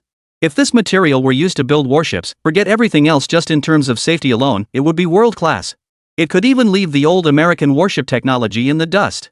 Yet just as everyone believed 999 was the Xuanwu battleship's ultimate test limit, the readings on the display screen surged once more. 9,999. Thud. Mediterranean was so startled he collapsed onto the floor. His lungs felt like ancient blowers, wheezing and gasping for air. His scalp tingled, and his eyes nearly popped out of their sockets.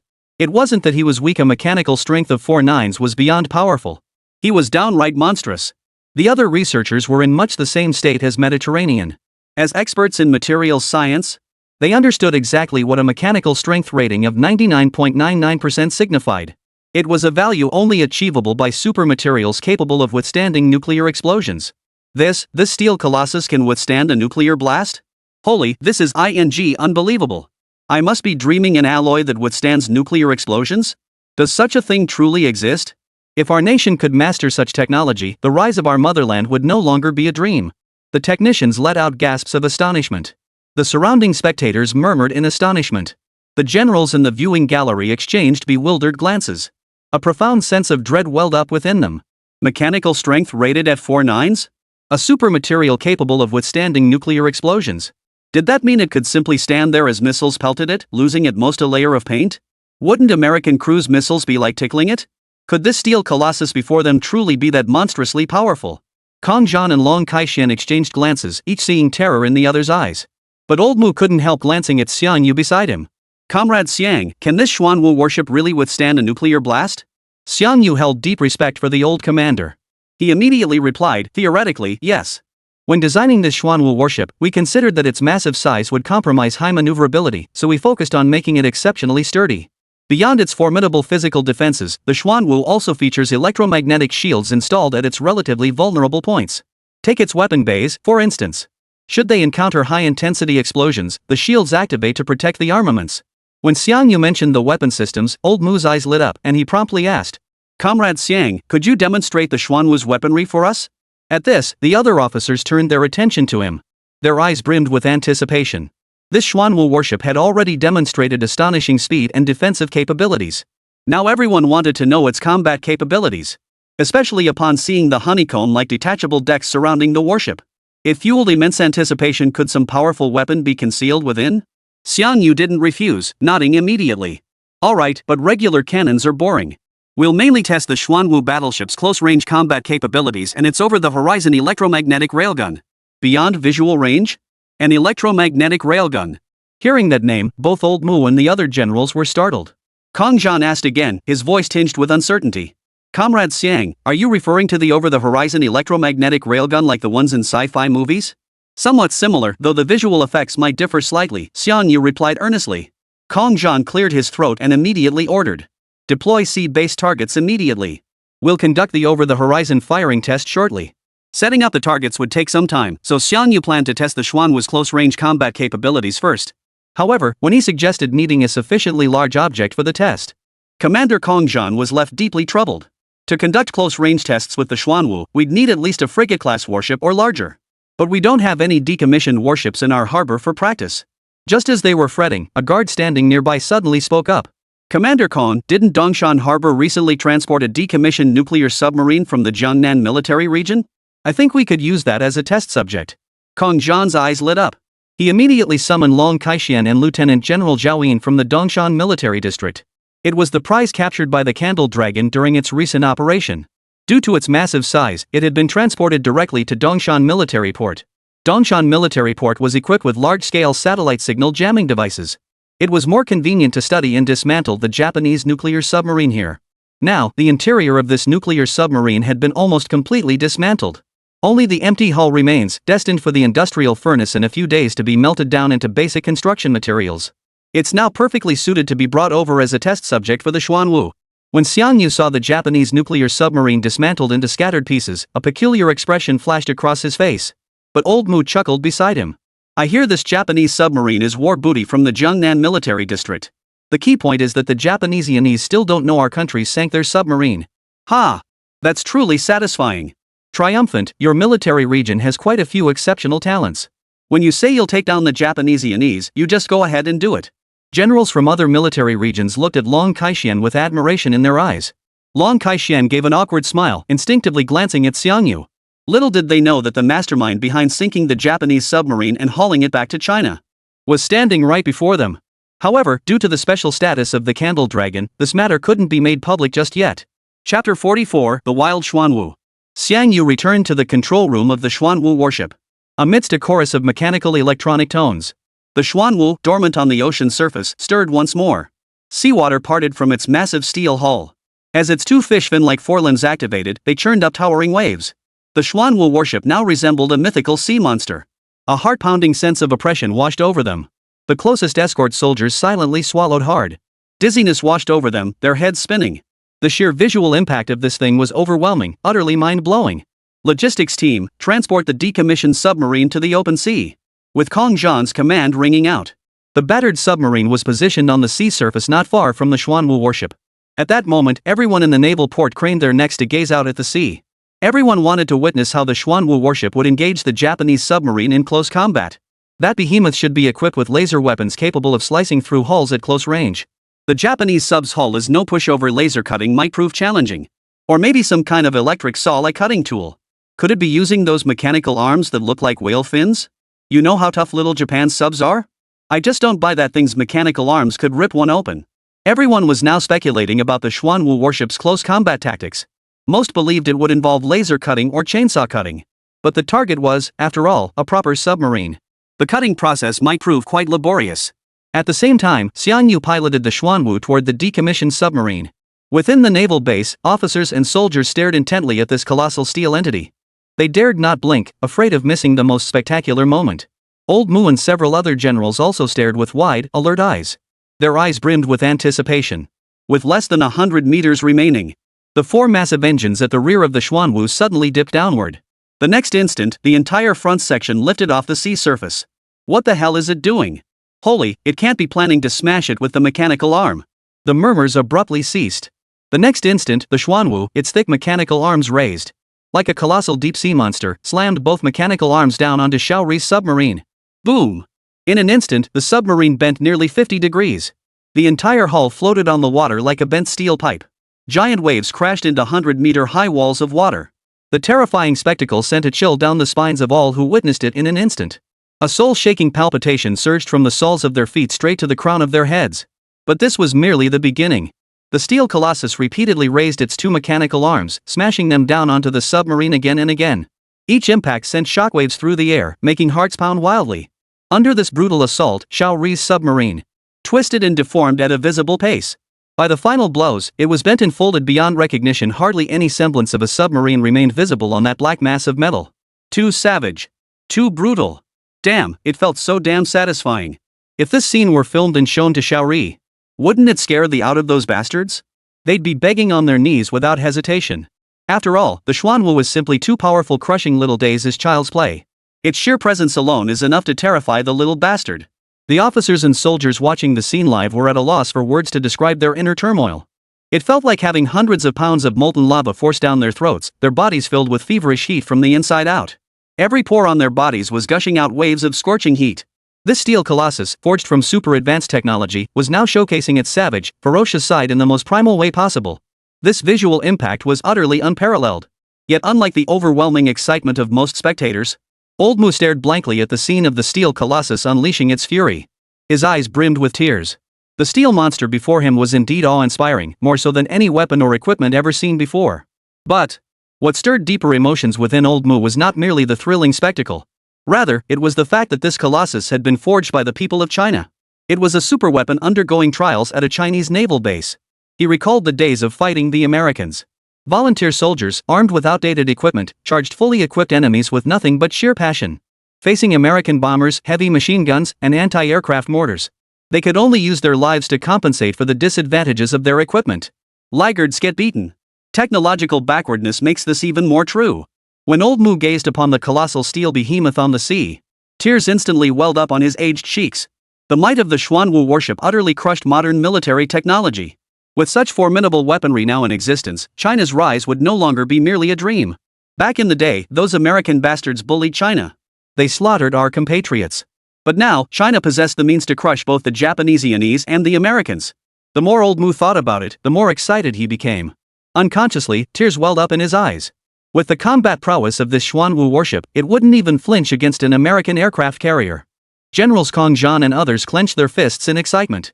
They too were exhilarated by the sheer might of this steel colossus. In less than 3 minutes, the 50-meter-long wrecked submarine had now been reduced to a black, spherical mass of scrap. Little Japan's nuclear submarine had been utterly reduced to a heap of junk. Commander Kong, the sea target has been deployed. Shall we proceed with the long-range weapon test? The guard stepped forward to report. Test. Proceed with testing. Kong Zhan licked his lips, his eyes brimming with anticipation. The Xuanwu warship's close combat capabilities alone were terrifying. How astonishing must its long-range weapons be? Soon, the order was issued.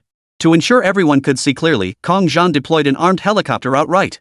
The chopper hovered high above the target site, capturing real-time footage. Inside the Xuanwu warship, Xiang Yu also received the firing command. He immediately activated the Xuanwu warship's over-the-horizon targeting system, locking onto the ship-shaped target hundreds of kilometers away.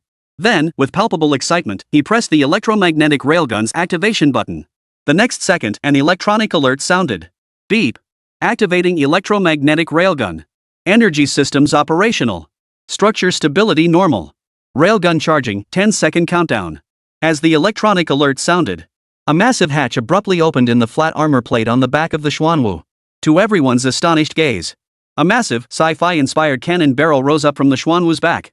Chapter 45, Xiaori's Provocation. As the barrel rose, spine-tingling arcs of electricity continuously spread across its surface. A pale blue ball of lightning rapidly coalesced within the barrel. Is this the electromagnetic railgun? It looks so cool. The soldiers murmured among themselves, their eyes reflecting sheer astonishment.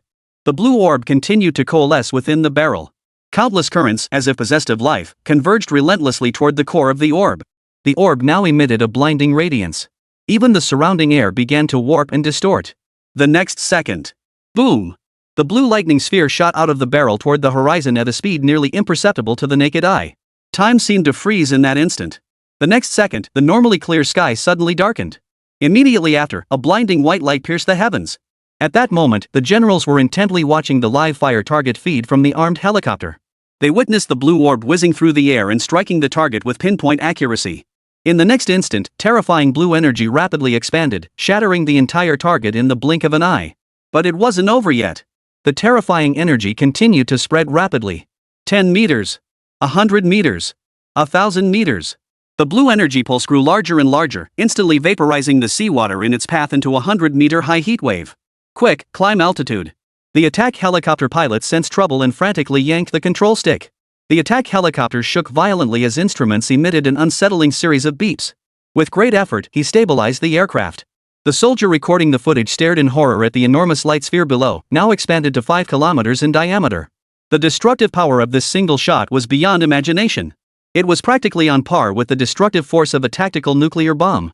Once the energy of the light sphere had completely dissipated, the entire sea surface was enveloped in thick white steam. From a distance, it resembled a colossal steaming cauldron. Within a radius of several kilometers, steam continuously billowed upward from the sea surface. The scene left everyone utterly stunned. The generals at Dongshan military port sucked in a sharp breath. I thought the electromagnetic railgun was a precision long-range weapon, but it turns out it deals area damage. Its destructive power rivals that of a ballistic missile, truly a formidable weapon. Imagine the thrill if that cannon hit the heart of the old man's fleet. The generals' faces flushed crimson as they plunged into heated discussion. Commander Kong Zhan, however, clenched his fist with excitement. With this super battleship, we wouldn't just take on the Americans' fleet, even an aircraft carrier strike group wouldn't faze us. Superior defense paired with terrifying firepower. Man, I can't wait to see it in real combat. The testing of the Xuanwu battleship concluded here. Not a single person present doubted the might of the steel colossus. However, just as Xiangyu stepped off the warship and rejoined the others, a new question arose. Should such a formidable warship be deployed to participate in the international naval competition? I believe such a formidable warship should be kept as our trump card, not to be revealed lightly. General Zhao Yin of the Dongshan military district stated. I also believe the Xuanwu should not be deployed. Jiang Long voiced his opposition. What if the Americans get any funny ideas and try to seize the Xuanwu warship? I'm not in favor of it either. Numerous generals voiced their objections. Amidst the surrounding dissent, Xiangyu scratched his head, yet held a different perspective. He felt that even in times of peace, powerful weapons should be flaunted for others to see. Put simply, this is called flexing our muscles. Let other nations know our strength, lest they provoke us. In reality, whenever nations achieve significant military advancements, they stage grand parades. The purpose was to project military deterrence. As an international event, this naval competition has drawn significant global attention. If we send the Xuanwu warship to compete in the naval competition, it'll give foreigners heart attacks. Therefore, Xiangyu believes the Xuanwu battleship should participate in this international competition. The discussion reached an impasse. Just then, Old Mu spoke up with a smile. You're all saying no to this and no to that, but you haven't even asked Comrade Xiangyu's opinion. This warship belongs to him. Generals from all military districts turned their gaze towards Xiangyu in unison. Xiangyu paused briefly to gather his thoughts before voicing his true intentions. Generals, I wish to pilot the Xuanwu in this competition. You all know the Xuanwu's defensive capabilities. It stands no chance against the US fleet. This naval competition is a prime opportunity to showcase the might of our nation. As soon as he finished speaking, murmurs rippled through the room. But then Long Kaixian also stepped forward, his expression earnest. I also believe the Xuanwu should participate in this competition. Our nation has maintained a low profile for so many years, it's time to draw our sword when the moment calls for it. I also support deploying the Xuanwu. Comrade Xiangyu's warship is incredibly safe, it can even withstand a nuclear blast. Using this international competition to demonstrate our national strength, isn't that a splendid opportunity?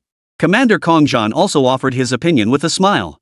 With even Commander Kong speaking up like this, the dissenting voices quickly died down. In truth, if the Xuanwu truly participated in this international naval competition, everyone was quite eager to see it. The Xuanwu warship had already demonstrated combat capabilities far surpassing modern standards. If it made an appearance at the naval competition, it would surely keep the foreigners awake all night. Then, let's see who dares to underestimate China.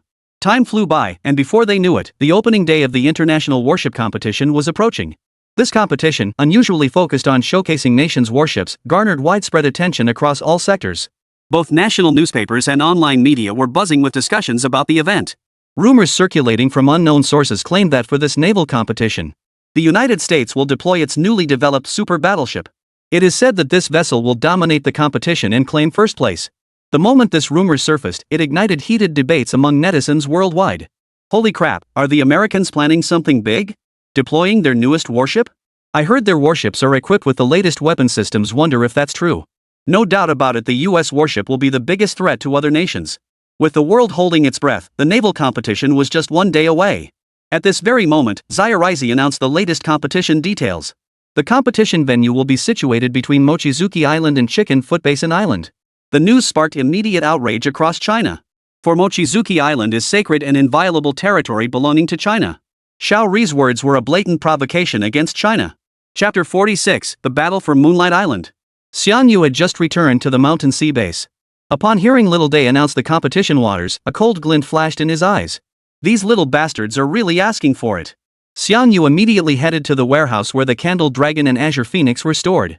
As if sensing Xiang fury, the moment Xiang entered the warehouse, the Candle Dragon slowly rose from the ground, opening its blood-red electronic eyes.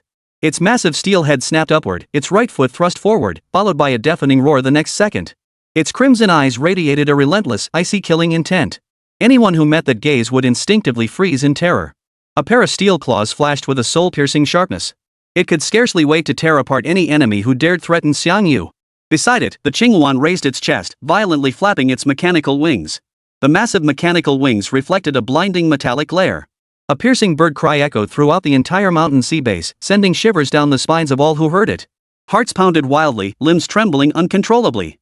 Gazing upon these two imposing colossal mechanical creations, Xiang felt considerably reassured. The machines forged by the divine creator were far more than mere cold metal constructs. Xiang realized both the Candle Dragon and Azure Phoenix possessed considerable intelligence. This intelligence differed from pure AI. It would continue to grow and evolve over time. He even had a premonition that these mechanical creations would one day possess wisdom and emotions rivaling those of humans. For the upcoming warship competition, I'm counting on you two to provide escort. Xiang stroked the foot of the Candle Dragon. This steel beast, which appeared utterly formidable to outsiders, now displayed remarkable affection. It lowered its massive steel head and gently rubbed against Xiang's back. Such affection was reserved solely for its creator Xiang. At the entrance to the Shanghai base, the Xuanwu also growled in response to Xiang. However, its response was so deep and subdued that no one noticed. The Candle Dragon, Azure Phoenix, and Black Tortoise were all mythical beasts from the classic of mountains and seas, each possessing unique characteristics. The Candle Dragon was a killing machine capable of stealthy movement in the deep sea, excelling in close-quarters combat. Its defining trait was the ability to absorb nuclear radiation and convert it into energy. The Qingyuan was primarily designed to engage aerial targets, boasting high agility and mobility. Its unique trait allowed it to enter stealth cruise mode for efficient traversal. The Xuanwu, a surface combat unit, possesses overwhelming firepower. Though less swift and agile than its counterparts, it boasts the highest defensive capabilities among the three. The three mechs complement each other's strengths, already forming the beginnings of a coordinated combat unit. Xiang eagerly anticipated their performance in upcoming joint operations. At that moment, within the naval base at Dongshan Harbor, Long Kaixian slammed his fist hard onto the table before him. Those damn Japanese bastards! How dare they provoke a territorial dispute at this critical moment? Do they really think we won't dare to act? Kong Zhan's gaze sharpened as he immediately ordered in a deep voice. Issue the order, deploy the Dongshan fleet immediately to the waters near Wanyue Island and prepare for battle. At these words, the expressions of those present instantly turned grave. The Dongshan fleet was one of the largest naval combat formations, second only to the aircraft carrier task force. Commander Kong was preparing to intimidate the little bastards with force. Blood surged through their veins, and many instinctively clenched their fists. After years of low-key development, was the moment to draw the sword finally here? How long had they waited for this moment? Prepare the troops mentally. Should conflict erupt, our nation must strike first. We're not just dealing with those bastards. The United States may also intervene. We must be fully prepared. The officers immediately rose from their chairs and rendered a military salute in unison. Yes, Commander. That very night, units mobilized swiftly upon Kong Zhan's orders. From communications command to maritime and land surveillance, every department sprang into action. They responded to Kong Zhan's directives in unison. Everything was ready, awaiting only the dawn of the next day. the night passed without incident. The world-renowned international warship competition officially commenced. Near the island of Chicken Feet, off the coast of Little Japan, warships from nations around the world gathered here. Simultaneously, Zairiz's global livestream launched swiftly. Inside the livestream, netizens from every nation were wildly boasting about the might of their own warships. Our US warship, the Venom Wolf, boasts world-leading technology, all others are junk. Our triple nation's invincible warship is the strongest. Our Kimchi nation has imported the latest warship technology. Just as the heated discussions were underway, a netizen from Little Life suddenly chimed in. Why aren't China's warships here? Are they scared? It's definitely because of the Mochizuki Island incident. They're boycotting to show their condemnation. Or maybe their warships are so crappy they're too embarrassed to show up. Yeah, that's definitely it. China's warships are so trash they can't be shown in public. The live chat was flooded with malicious comments disparaging China. Meanwhile, Chinese netizens, having not seen their nation's warships for so long, were growing increasingly anxious and restless. The Chinese definitely aren't coming. We don't need to wait for them, Commander Jeffrey of the Lone Wolf warship waved impatiently at the Little Days representative. Little Days immediately bowed and scraped, announcing the start of the competition. The first event of the warship competition was a speed trial. The first to depart from Footbasin Chicken Island, circumnavigate Moon Viewing Island, and return to Footbasin Chicken Island would claim victory in this opening contest. The moment the rules were announced, Chinese netizens erupted in fury. Circumnavigating Moonview Island clearly violated China's territorial waters. Such blatant provocation was utterly unforgivable. At that moment, in the waters west of Moonview Island, a colossal steel beast lay motionless, lurking beneath the surface. Inside the colossus, Xiang ate his breakfast while watching the livestream. His face betrayed no emotion as he calmly finished his meal. The live feed showed warships from various nations already revving their engines, racing toward Moonview Island at full speed. In 10 minutes, these warships would breach China's territorial waters, delivering a brutal slap in the face to the nation. Thanks to the exceptionally clear live feed, he could clearly see the Japanese self-defense vessel's captain. Their expressions were frenzied, radiating utter arrogance. Since you're asking for it, don't blame me for showing no mercy. Xiang Yu's gaze grew icy. He swallowed his last bite of food, and Xiang Yu's fingers rapidly tapped the control panel of the Xuanwu warship.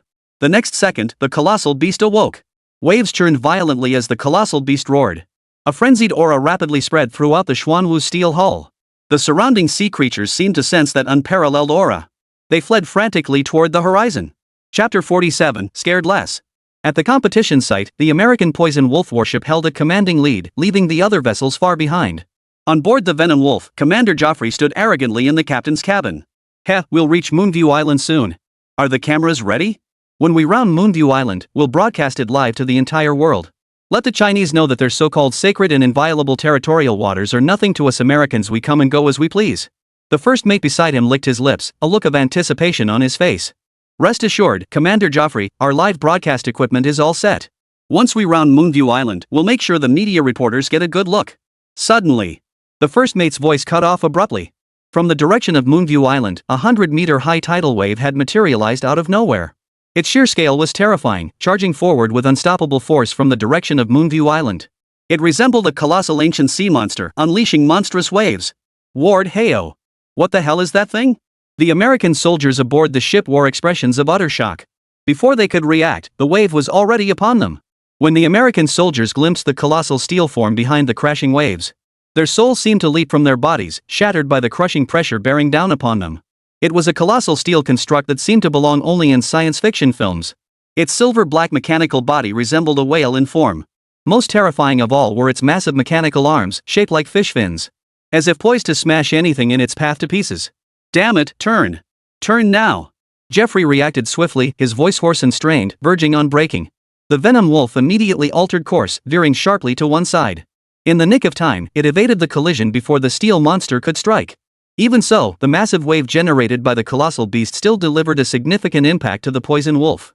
The entire vessel shook violently, nearly capsizing. Many American soldiers on deck were knocked off their feet by the massive wave and plunged directly into the sea. Those inside the ship's hold fared even worse, crashing into iron pipes and walls, leaving them bloodied and bruised. Broken ribs and fractured limbs were commonplace. In reality, the average displacement of a U.S. warship exceeded 80,000 tons. That such a massive warship was nearly capsized by this force alone was proof enough of the sheer, unimaginable, savage power possessed by the steel monster before them. Possessed unimaginable, savage power. In the command center of the Venom Wolf, several officers, including Jeffrey, scrambled to their feet from the floor in disarray. The colossal beast had already passed them and was retreating into the distance. Yet the fear clung to their hearts, refusing to fade. Damn it, what kind of monster was that? It looked like a giant machine. If someone slaps me, I must be dreaming. Monsters like that shouldn't exist in reality. In the warship's command room, only Joffrey managed to maintain his composure. The other officers were utterly terrified by the colossal creature. Constant curses and shouts erupted, trying to drown out the terror in their hearts. The situation had clearly spiraled beyond all reason. This steel sea monster that had suddenly appeared was of unknown origin. It certainly didn't appear to be a product of modern technology. Meanwhile, behind the poison wolf, the little sun's pufferfish had surged into second place. Commander Shoko Inohana spoke to Nobutada Inohana over the phone with a fawning expression. Yes, Prime Minister. Rest assured, I will hoist the flag of Little Japan the moment we reach Mochizuki Island. We'll slap the Chinese right in the face. Hey, rest assured, I will definitely. Boom! A deafening explosion erupted from the bow of the Fugu. Immediately following was a tremor akin to an 11-magnitude earthquake. Caught completely off guard, Shoko Inohana slammed into the windshield like a pile of mush. His nose snapped clean off, 3 or 4 teeth shattered. Blood gushed wildly from her nose and mouth like a fountain. Every passenger aboard the Fugu was thrown to the floor by the sudden impact. Bodies slammed against every part of the patrol vessel, and screams instantly filled the entire ship. The lucky ones suffered broken arms and legs. The unlucky ones had their skulls and spines crushed, leaving them paralyzed from the waist down. The rest of their lives would be spent confined to wheelchairs. Damn it! Who was steering this ship? We must have hit a reef. Shoji Inobana spat out a mouthful of broken teeth, cursing as he glared out the window. Don't you people have eyes? How could you make such a rookie mistake? Almost the instant his gaze fixed on the glass window, a massive shadow, seemingly from ancient times, slowly materialized before Inobana Shoji. A mechanical body gleaming with cold metal, a powerful form like a whale. 2 colossal mechanical arms blocked out the sky. Like a colossal god soldier from myth and legend. Wielding power capable of obliterating the world, it crushed Sayorize so fiercely he forgot to breathe. What the hell? Holy crap! The moment Shoko Inazuma beheld the colossal mechanical construct, time seemed to freeze. Terror instantly shattered his skull. His soul trembled violently, his eyeballs threatening to burst from their sockets. His entire body shook like a sieve, completely losing the ability to think. Islanders are naturally short, and their fear of giant creatures is ingrained in their bones. Works like Retreating Dwarves and EVA fully illustrate this point. So when the Genbu rammed head-on into the pufferfish destroyer, the little people aboard were utterly terrified. Their legs gave way, and they collapsed onto the deck. Countless crew members on deck wet themselves in terror. They stared blankly at the colossal sea monster looming at the bow, their faces frozen in utter stupor. Some even knelt on the deck, frantically kowtowing. Their mouths kept repeating phrases like, "Please spare me, sea monster lord. I'll be your slave." Yet no matter how desperately they pleaded, that massive steel fish fin had already begun to rise slowly. The heavy mechanical fins carried an overwhelming, devastating force. As if the entire sky were obscured by these colossal fins. Beneath the shadow, the little days had completely lost the ability to move or even think. They watched helplessly as the mechanical fins, like the thick arms of a giant, crashed down with brutal force. In the next instant, the pufferfish frigate began to shatter from the deck upward. The steel hull snapped clean in two, from the upper deck down to the engine room. Everything was utterly deformed by this single blow. Giant cracks spread across the entire frigate. Those crew members who hadn't managed to jump into the sea were all swallowed up by these cracks, dragged into the unfathomable depths of the ocean. The belated arrival of warships from other nations witnessed the colossal beast smashing the Shaorizi frigate to the bottom. Their pupils dilated wildly, eyes filled with utter shock. What the hell? How did a perfectly normal competition suddenly get invaded by a steel sea monster? The crucial point was that this sea monster had only half a minute to smash Little Japan's Fugu into a pulpy mess. This monster is beyond insane. Chapter 48, The Revealed, Nation in Jubilation. What the hell is that thing? It can't be human-made. Is it alien technology? Could aliens be invading Earth? The sudden appearance of the colossal sea monster threw naval fleets worldwide into disarray. Under the command of naval officers, Kangaroo, John Bull, and other nations immediately redirected their warships, aiming their cannons at the charging sea monster. Let this damn mechanical monster taste the might of our human steel cannons. The moment the words left his mouth, warships from all nations simultaneously fired their cannons at the colossal creature.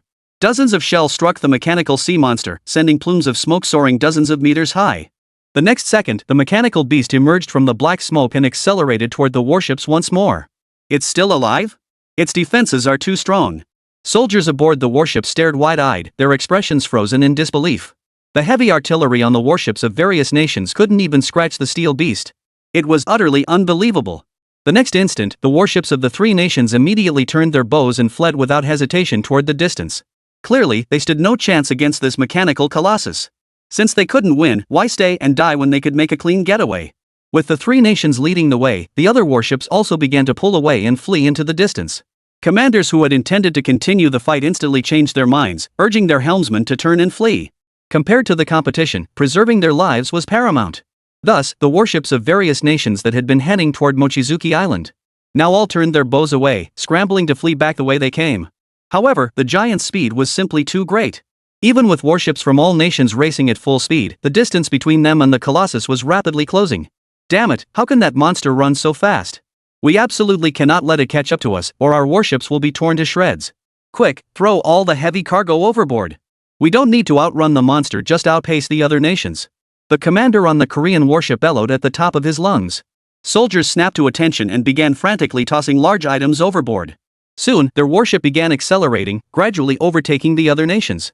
But just as the Koreans were about to cheer triumphantly, another warship shot past them with a whoosh. Turning to look, it was the warship of the A-triple nation. Haha, you bastards, become cannon fodder for Grandpa. The soldiers of the A-triple kingdom laughed loudly as they dumped heavy shells into the sea one after another. After jettisoning hundreds of heavy shells, the third country warship surged ahead, firmly taking the lead. Good heavens! To save their skins, the Indians were even abandoning their shells. Seeing the Indians' desperate efforts, the commanders of other nations' warships grew increasingly anxious. Especially with the mechanical sea monster closing in from behind if caught. They feared their ships would be smashed to pieces like the Japanese patrol boat. After a moment's hesitation, the warships led by Korea began jettisoning even more valuable equipment and even shells. There was no choice, the giant monster was closing in too fast. Whoever lagged behind would suffer the consequences. The warships hailed from different nations, and none wished to stay behind to fight. Regardless of whether they could win, the main concern was not wanting to help others achieve their goals. Just then, the live-streaming helicopter arrived belatedly. What they witnessed was dozens of warships scrambling to retreat toward the rear, while simultaneously jettisoning cargo into the sea. They were utterly baffled. Especially the viewers watching the live stream, they were completely baffled. It's a competition, so why are they throwing things into the water? The Indian and South Korean warships were the most outrageous. They even ditched their shells and gun barrels. They dismantled everything they could and dumped it all into the water. Then, the next second, when the camera panned to the rear of the warship, the live stream audience collectively gasped in horror. Behind the warship, a colossal steel beast was charging forward, churning up towering waves. Its entire body was mechanical, a massive silver-black form radiating an intimidating sense of pressure. Two massive mechanical fins pulsed with raw power, seemingly capable of tearing through any obstacle. This monstrosity seemed to emerge from the abyss, possessing terrifying power to dominate the seas. Damn it, what the hell is that thing? Could it be the mechanical Godzilla that landed on the island nation? Open your dog eyes and look properly. This thing is way bigger than MECHA-GODZILLA. My god, it looks like a mechanical whale. What an astonishing construction. The international livestream exploded, utterly shattered. Netizens were utterly terrified by this sea monster. Their heads buzzed, eyes filled with terror. Among those watching the livestream were Kong Zhan and others at the Dongshan Naval Base. Their faces now radiated excitement. Ha! I knew sending out the Xuanwu was the right call. Long Kaixian clenched his fists, his face radiating excitement. The little bastards and the Yanks thought they could lay claim to Moon Island. This is what happens. General Zhao Yin of the Dongshan Military District nodded in agreement. The Xuanwu single-handedly scared off warships from multiple nations. Its deterrent power is unparalleled. Not only did it safeguard our territorial waters, but it also delivered a resounding slap to the hostile nations. After a pause, Zhao Yin continued. Commander Kong, since the Xuanwu's image is already public, I suggest we announce it domestically outright. The public deserves to know about such an inspiring achievement. Zhao Yin's words sparked a flicker of excitement in the other's eyes. Especially Kong Zhan, who immediately nodded. You're right. This should be made public. Soon, an official announcement from Huagua's government account went live, instantly dominating the front pages of major news outlets. The accompanying image showed footage from the live broadcast of the TianGou-class destroyer pursuing warships from various nations. China's newest warship, the Xuanwu, unveiled. Moon Island has been an inalienable part of China's sacred territory since ancient times. Any force or organization daring to violate China's sovereignty will face severe consequences. Within moments of its release, the official account's post surged past 100 million views. Holy crap, what does this mean? Could that steel monster actually be ours? The images and text make it crystal clear it's definitely China's. Holy crap, is this real? When did our country acquire something this incredible? Just seeing that thing on the live feed scared the crap out of me. But now that I know it's one of our own. Ha! Suddenly not scared at all. Feeling totally safe and secure. Ah, those bastards in Japan and the US, let's see if they dare act cocky now. The moment the official announcement confirmed the Xuanwu warship, the entire nation erupted in astonishment. That colossal steel creation, a sea monster that single-handedly repelled warships from every nation. It actually came from China. Such explosive news was electrifying. It felt like 100,000 volts of electricity surged through my heart. It pounded relentlessly. When did our nation acquire such formidable warships? This surprise came out of nowhere. Chapter 49, Richard's Conspiracy. Xiao Day's Prime Minister's residence. The incident where the steel sea monster rammed and wrecked the Fugu had terrified Pig-Nose Nobutada. Hiding in his office, he dared not face anyone. He'd even found a blanket to wrap around himself, shivering uncontrollably. The mere thought of that steel monster's frenzied rampage sent icy shivers racing up his spine. Sleeplessness was inevitable tonight. That creature was too terrifying. Lost in thought, he was startled when his secretary suddenly pushed open the office door, her voice shrill. Prime Minister Pig-Nose. We just received news the steel monster that wrecked our Fugu was made by China. What? Impossible. Pig-Nose Nobutada couldn't process it at first. After a moment, he suddenly leaped 3 feet into the air. Instantly, he flew into a rage. Damn those Chinese! How dare they destroy our island nation's self-defense vessel? It seems they don't know the might of our island nation. Shoko Inohana, rest assured I will see justice done for you. Shincho Inohana immediately convened a press conference. At the conference, Shincho stared grimly into the camera, his voice cold and sharp. I, Nobunaga Inohana, Prime Minister of the island nation, hereby strongly condemn China's malicious destruction of the self-defense force vessel Fugu. Alongside this condemnation, I call upon nations worldwide to impose sanctions upon China. Not only must China compensate our nation tenfold for all damages incurred, but the warship responsible for ramming the Fugu must be handed over to our nation for trial. The crew members must be brought before a military tribunal, preferably to be executed by firing squad. If China fails to meet these demands, it will be declared an enemy of the world. A destroyer of peace. It is declaring war on every nation on earth. Pig-Nose Nobutada delivered a passionate speech, his chubby cheeks jiggling violently. He looked like a pig that had undergone excessive liposuction. Yet Nobutada Pig-Nose remained utterly oblivious to his own grotesque appearance. He strode down from the podium with his head held high in pride, only to suddenly notice that all the foreign journalists below had simultaneously lowered their heads. One hand held a camera, half-heartedly snapping a couple of shots. The other hand cradled a smartphone. The journalists' attention was clearly not focused on the press conference. Instead, they were glued to the live stream of the naval competition unfolding on their phones. The live feed had just zoomed in on the Xuanwu warship of Huagua. Its entire hull was encased in heavy armor, completely departing from modern warship design concepts. Its entire appearance was incredibly sci-fi, resembling alien technology. Especially its 2 massive mechanical fins. A single glance conveyed the immense power they held. A single swing could likely smash an entire warship to pieces. All the journalists were utterly captivated by the Xuanwu's ferocious appearance, unable to look away. Whispering among themselves as they watched. China's warship looks like a mechanical whale, utterly majestic. Japan's Fugu-class ships look like papier-mâché in front of it, they'd crumble at the slightest touch. Serves them right, heh. See if they dare provoke China now. Bastards! What are you saying?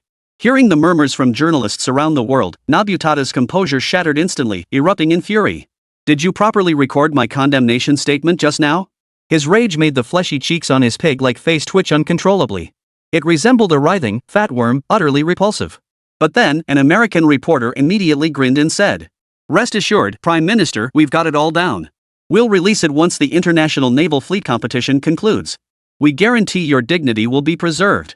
Upon hearing this, Shinzo Abe's expression softened slightly as he nodded. The thought that his statement would soon intimidate China brought a smug look back to his face. He then turned to the assembled journalists and snorted coldly. "I believe once this condemnation statement is released, the Chinese will be terrified. Out of fear of joint sanctions, they'll beg and plead to deliver the super battleship to our island nation's territory. Yes. That's what happens when you mess with us little guys." Hearing Shinzo's words, many reporters instinctively looked up. Their eyes betrayed expressions of amusement, as if watching a clown. Some even covered their mouths, afraid they might accidentally laugh out loud. Who gave this guy the confidence? What made him think the Chinese would compromise over a foolish statement? With such formidable warships at their disposal, would China truly care about a condemnation devoid of any real threat? The little guys really are a bunch of brainless fools, whispered many journalists. The naval vessels from various nations had made a complete spectacle of themselves over the escape incident. Naturally, they had no face to continue the competition. Next up, a one-on-one showdown between the United States and China. At the same time, at the Japanese mold base. Upon learning that China had deployed the steel colossus, General Richard not only showed no anger. Instead, his face lit up with intense excitement. I was right. China has indeed mastered some cutting-edge technology. Whatever this cutting-edge technology may be, it will belong to our great United States. His secretary quickly inquired. General, what about our plan? Contact Admiral Plot of the 3rd Fleet immediately. Have them rush to our support at full speed. And those 12 King Cobra fighters, put them on combat alert immediately. Richard paused, a sharp gleam flashing in his eyes. He swept his gaze across the officers in the command room, his tone rising sharply. Gentlemen, we have only one objective in this operation: seize China's cutting-edge technological weapons at any cost. We are the United States, the most powerful nation on Earth. We Americans are the strongest people. Therefore, every cutting-edge technology in this world must be in our hands. Only the United States can lead humanity toward a greater future. Richard's words ignited fervor in every pair of eyes present. Yet Richard pressed on, even if this operation triggers World War III, we shall not hesitate. Once the operation succeeds, every one of you here will be heroes of the United States. Your names will be engraved on monuments for all eternity. The moment his words fell, a tidal wave of cheers erupted within the command center. The United States is the greatest nation on Earth. All cutting-edge technology will belong to us. A covert operation targeting the Xuanwu warship was rapidly unfolding. Inside the Xuanwu, Xiangyu closed his eyes, sensing the void of hyperspace. The collision had been broadcast globally, generating a massive surge of shock. All these emotions were absorbed by the hand of divine creation. Within the hand of divine creation, the white mist's density surged dramatically, showing faint signs of solidifying. Not only that, but the area within the subspace itself expanded from the size of 1.5 football fields to that of 2 football fields.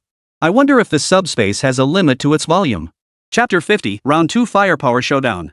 Xiangyu stroked his chin thoughtfully. If it could expand infinitely, that would be incredible. Someday, it could even grow larger than Earth itself. The insane technology we could develop, and it's beyond imagination.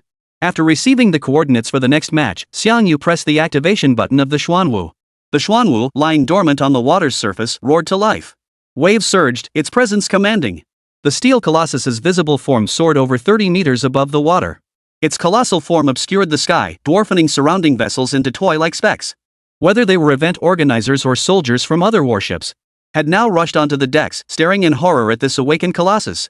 2 massive steel fins seemed poised to crush everything they touched. A mere turn of its massive body sent towering waves crashing in layers. The live stream was filled with continuous gasps. Netizens worldwide were left gasping at the sheer spectacle of the Xuanwu's activation. Holy crap, this mechanical sea monster is way too intense. I'm gonna have nightmares tonight. Unbelievable technology. Machinery straight out of sci-fi movies has been developed by China. China is an extraordinary nation. Their technology has advanced beyond recognition. This is a terrifyingly powerful warship. China is about to rise. It wasn't just foreign audiences buzzing with excitement. Back home, upon witnessing the Xuanwu warship smashing the Zayarizi self-defense vessel and its imposing appearance, domestic netizens were all on edge. Their blood ran hot, their eyes brimming with pride. Haha, our Huagua warships are so badass, they'll wipe out those little guys. Who knew our country secretly developed such a beast? Let's see who dares bully us now. The Xuanwu warship is so cool. Both sleek and imposing. No regrets for being Chinese. I'd choose to be Chinese again in my next life. Chinese netizens were boiling with excitement, their enthusiasm nearly spilling out of the livestream. After the Xuanwu warship launched, its presence was unmatched. It churned up waves that spread outward across the surrounding waters. So much so that warships from other nations caught in the wake were violently rocked. Compared to the colossal Xuanwu warship, the vessels of other nations seemed like mere dwarfs. Especially when the Xuanwu moved, the others shook violently. They appeared almost fragile in comparison. Soldiers on the decks clung desperately to the railings to avoid being swept overboard by the surging sea.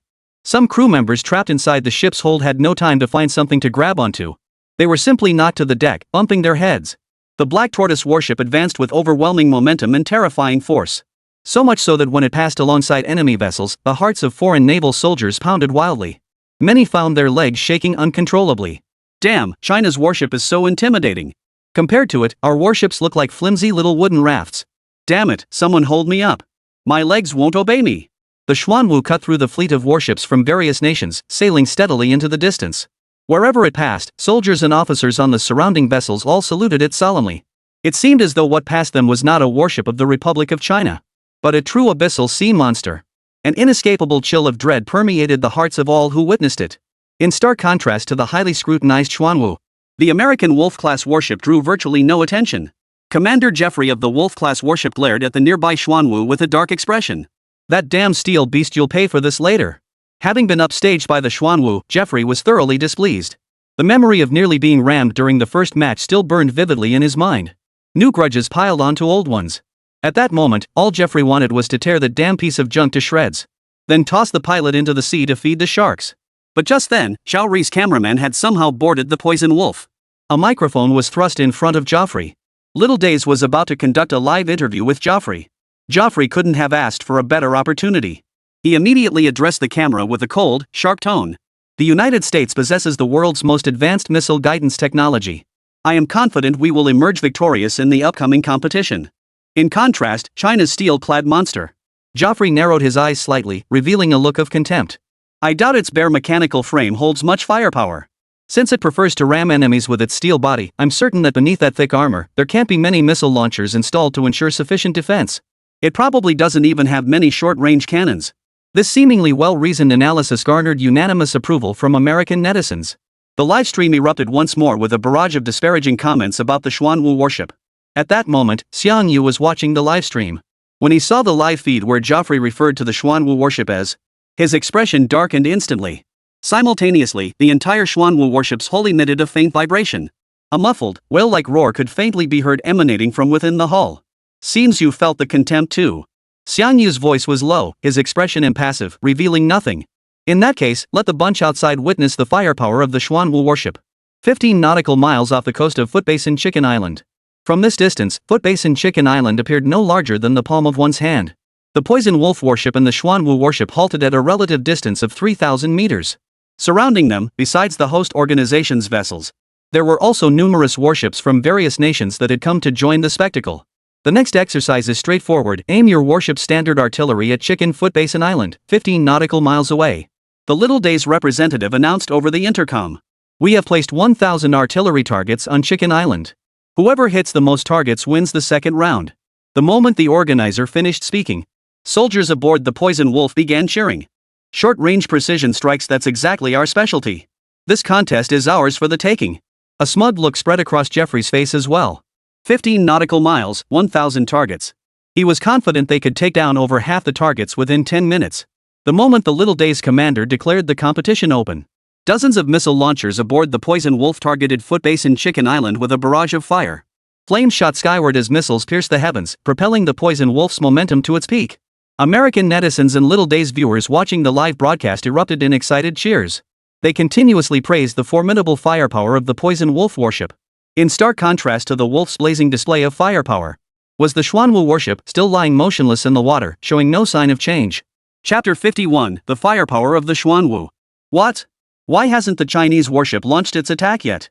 The number of targets on that island is fixed. Once they're gone, they're gone. Ha! They must be scared stiff by the American warship's overwhelming firepower. Yes. Just as expected, a steel piece of junk that looks good but is useless. Chinese netizens were also closely watching this live broadcast. The Xuanwu's delayed offensive had everyone on edge. What was going on? Did the Xuanwu lack long-range weapons? Or is its arsenal too meager to be worth deploying? Why hasn't the Xuanwu launched yet? The targets on that island are about to be wiped out by the Americans. It's over. The Americans have already hit over 500 targets. There's no way we can win now. This is driving me crazy. Just fire one shot already. Does the Xuanwu warship not even have long-range weapons? Chinese netizens were now on pins and needles. Meanwhile, the American warships unleashed their full firepower with great fanfare. In stark contrast, their own warship remained silent and motionless. This stark contrast was unbearable for Chinese netizens, especially those who saw the foreign livestreams filled with mocking comments. They were filled with rage. They were itching to join the battle and fire a shot themselves. Meanwhile, upon seeing the Xuanwu warship remain persistently silent, Joffrey, a look of undisguised scorn spread across his face. I was right, wasn't I? This steel beast really isn't cut out for long-range combat. The second match goes to our American Poison Wolf. The voice abruptly cut off.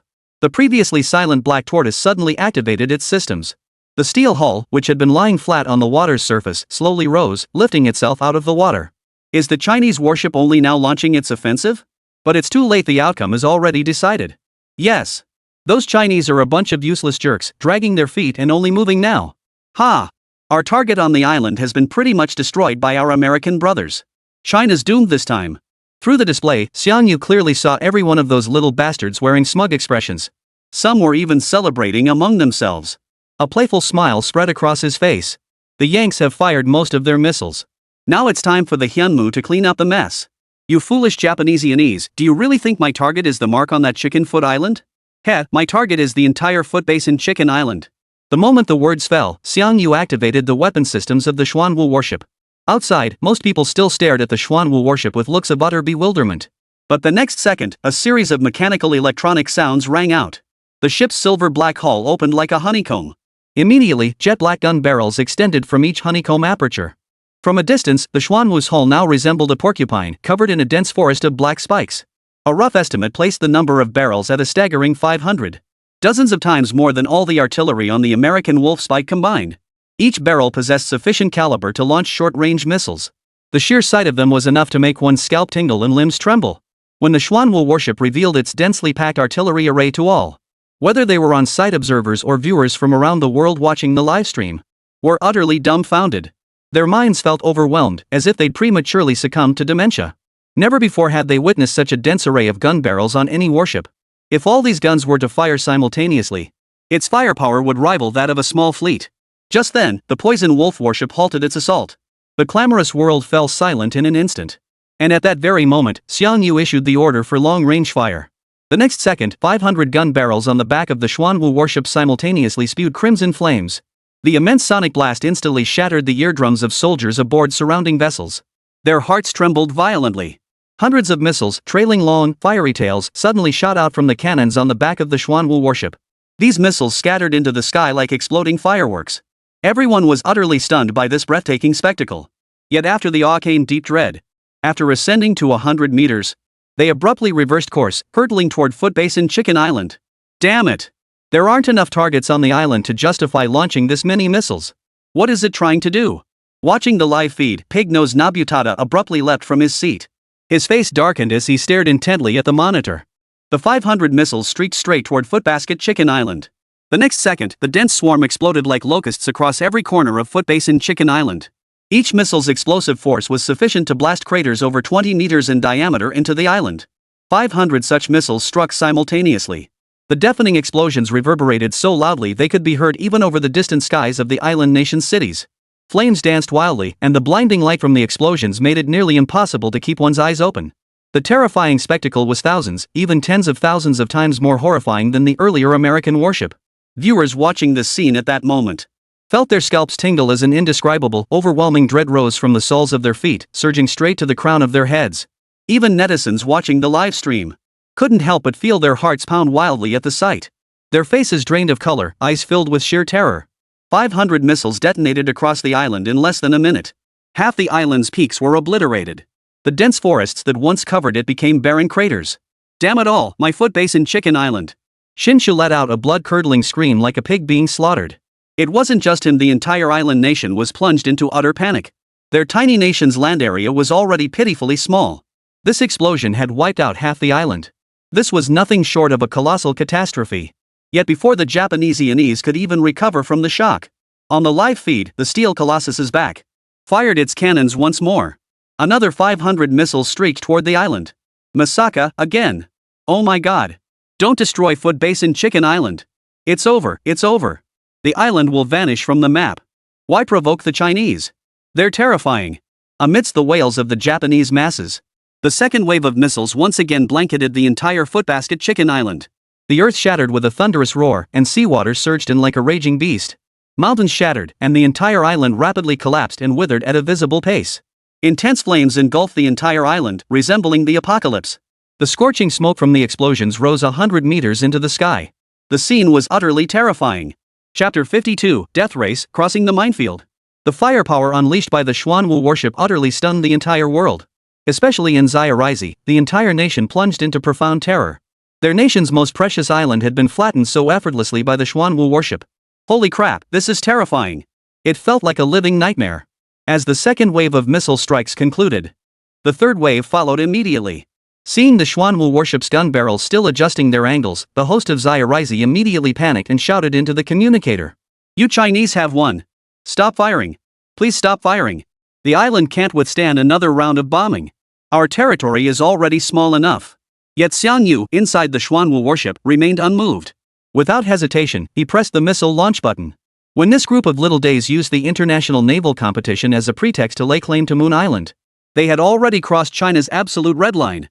Since these bastards refused to learn their lesson, then let them taste what true despair feels like. As Xiang Yu pressed the missile launch button, 500 missiles shot skyward like fireworks. Holy crap! Holy crap! The leaders of Zayarizi were all terrified, their eyes filled with fear as they stared blankly at the missiles hurtling toward Footbase in Chicken Island. No! Our Footbase in Chicken Island! Why did we provoke the Chinese? Amidst the wails of the Japanese officials, 500 high-explosive missiles rained down like a meteor shower, mercilessly striking the severely damaged Footbase in Chicken Island. The deafening explosions, so dense they made one's scalp tingle, reverberated across the sky above Footbase in Chicken Island. The immense explosion dust reflected in the violently trembling pupils of the Japanese leader. Flames shot hundreds of meters into the sky, forming a colossal mushroom cloud. The live broadcast of the explosions aired nationwide across little days. The nation was shocked, even terrified. On this day, Zayarizi relived the terror of being dominated by a certain martial artist. With a thud, the head of Zayarizi collapsed lifelessly to the ground. His face drained of color. Only his face twitched occasionally. Clearly, he'd been scared into facial paralysis. Ultimately, unable to withstand the terrifying explosion, the rock layers collapsed with a thunderous roar, and the entire island rapidly sank beneath the waves at a speed visible to the naked eye. The island, once as large as 10 football fields, now vanished completely beneath the sea. The island's submersion unleashed a colossal force, generating 100-meter-high tidal waves. The wave crest spread in all directions, crashing against warships from various nations. The warships rocked violently. Only the Xuanwu warship stood firm atop the waves, steadfastly anchored on the sea surface. Like a sovereign ruler, it looked down upon the warships of all nations. Damn those Chinese bastards! Why did you deliberately sink our Footbase in Chicken Island? The head of Little Japan shouted furiously into the livestream camera. This tramples the dignity of our Little Japan. Openly provoking our Japanesian. The Little Japan representative intended to continue denouncing China on the livestream. But just then, the livestream suddenly seemed to be jammed. The entire screen was blanketed in white static. Before Zayarizi could react, Xiang Yu's voice rang out, cold as ice. Moonview Island is an inherent territory of Huagua. By setting the competition area here, what are your island nation's intentions? Since you've openly laid claim to Moonview Island, you must pay the price. Xiang Yu's words left Zayarizi speechless, momentarily unable to respond. But Xiang Yu pressed on. Moreover, what business is it of yours if I destroy you? Boom!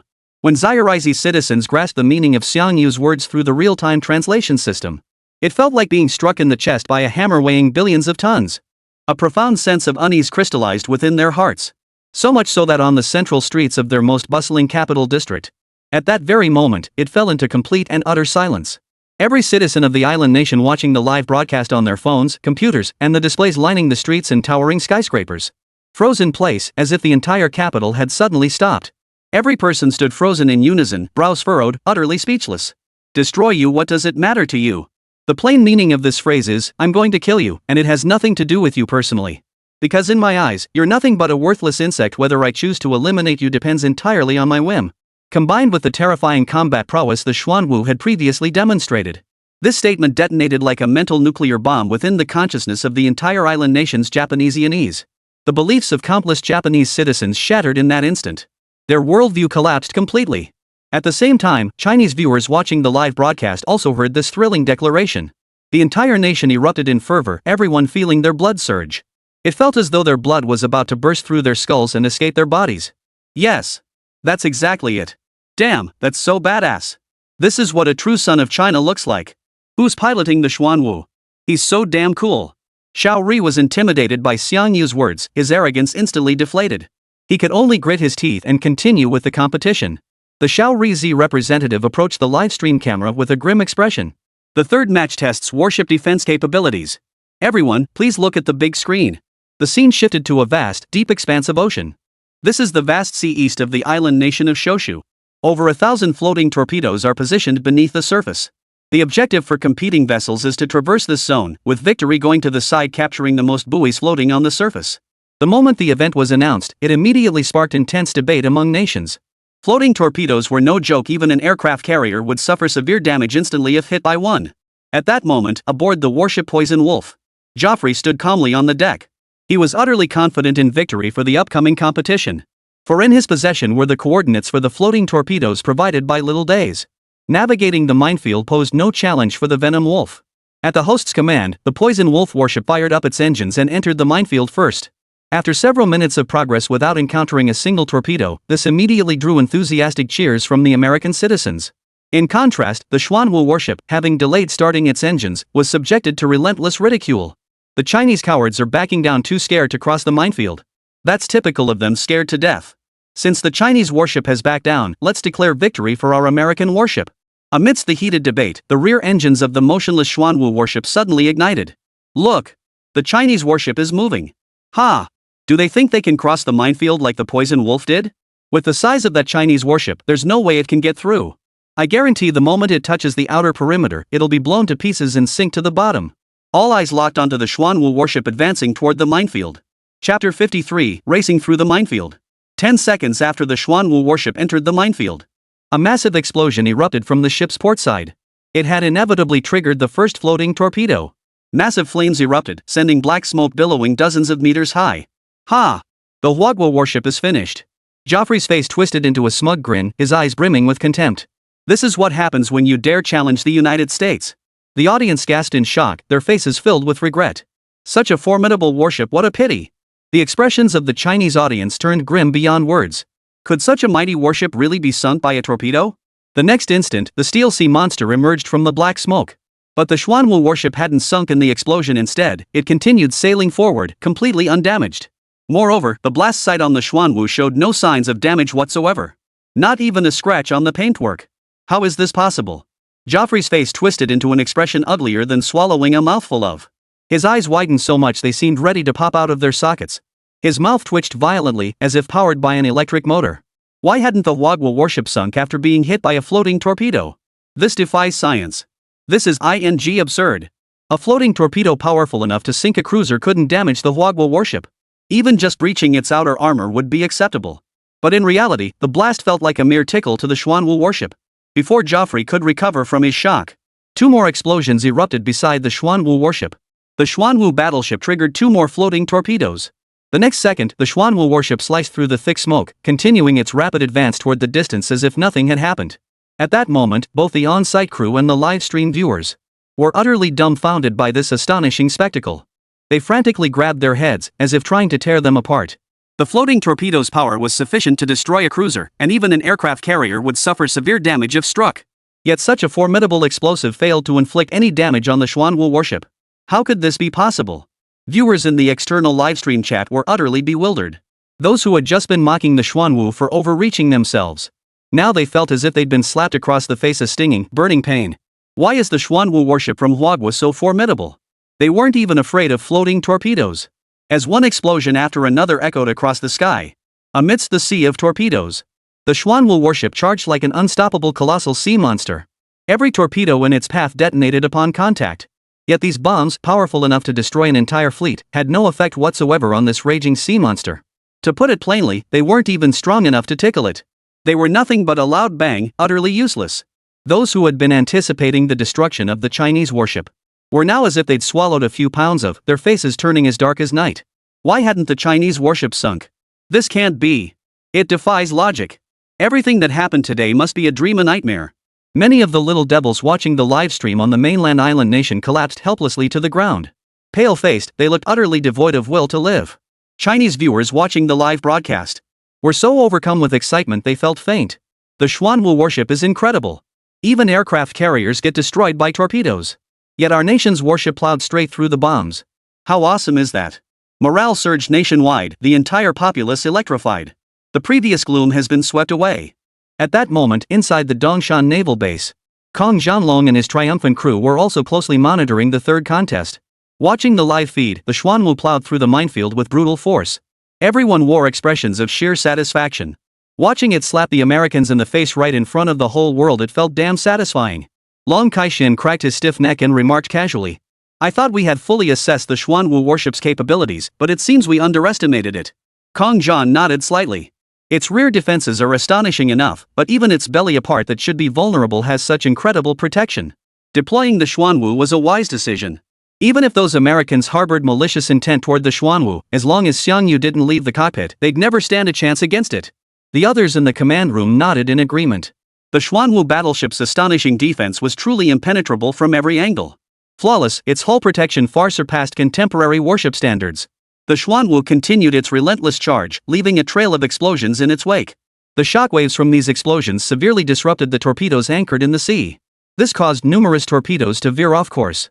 On board the Poison Wolf warship, Commander Jeffrey felt as if his brain was about to explode. His dead fish eyes rolled back, turning completely white. Even his jaw trembled slightly, his teeth chattering. His entire being seemed to turn into a zombie. His entire body froze rigid in place. This was absurd. Why the hell hadn't the Huagua warship sunk in the torpedo blast?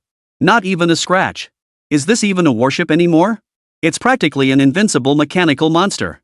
Could such an iron monster truly be forged by modern technology? This is beyond belief, like something out of a sci-fi movie. The floating torpedo explosion inflicted no damage whatsoever on the Xuanwu warship. This deeply shook Joffrey's core. But the next second, an explosion erupted from the side of the Poison Wolf warship. The entire warship shook violently. The deck shook violently, sending numerous American soldiers flying across the deck. The Venom Wolf had collided with a floating torpedo. Damn it!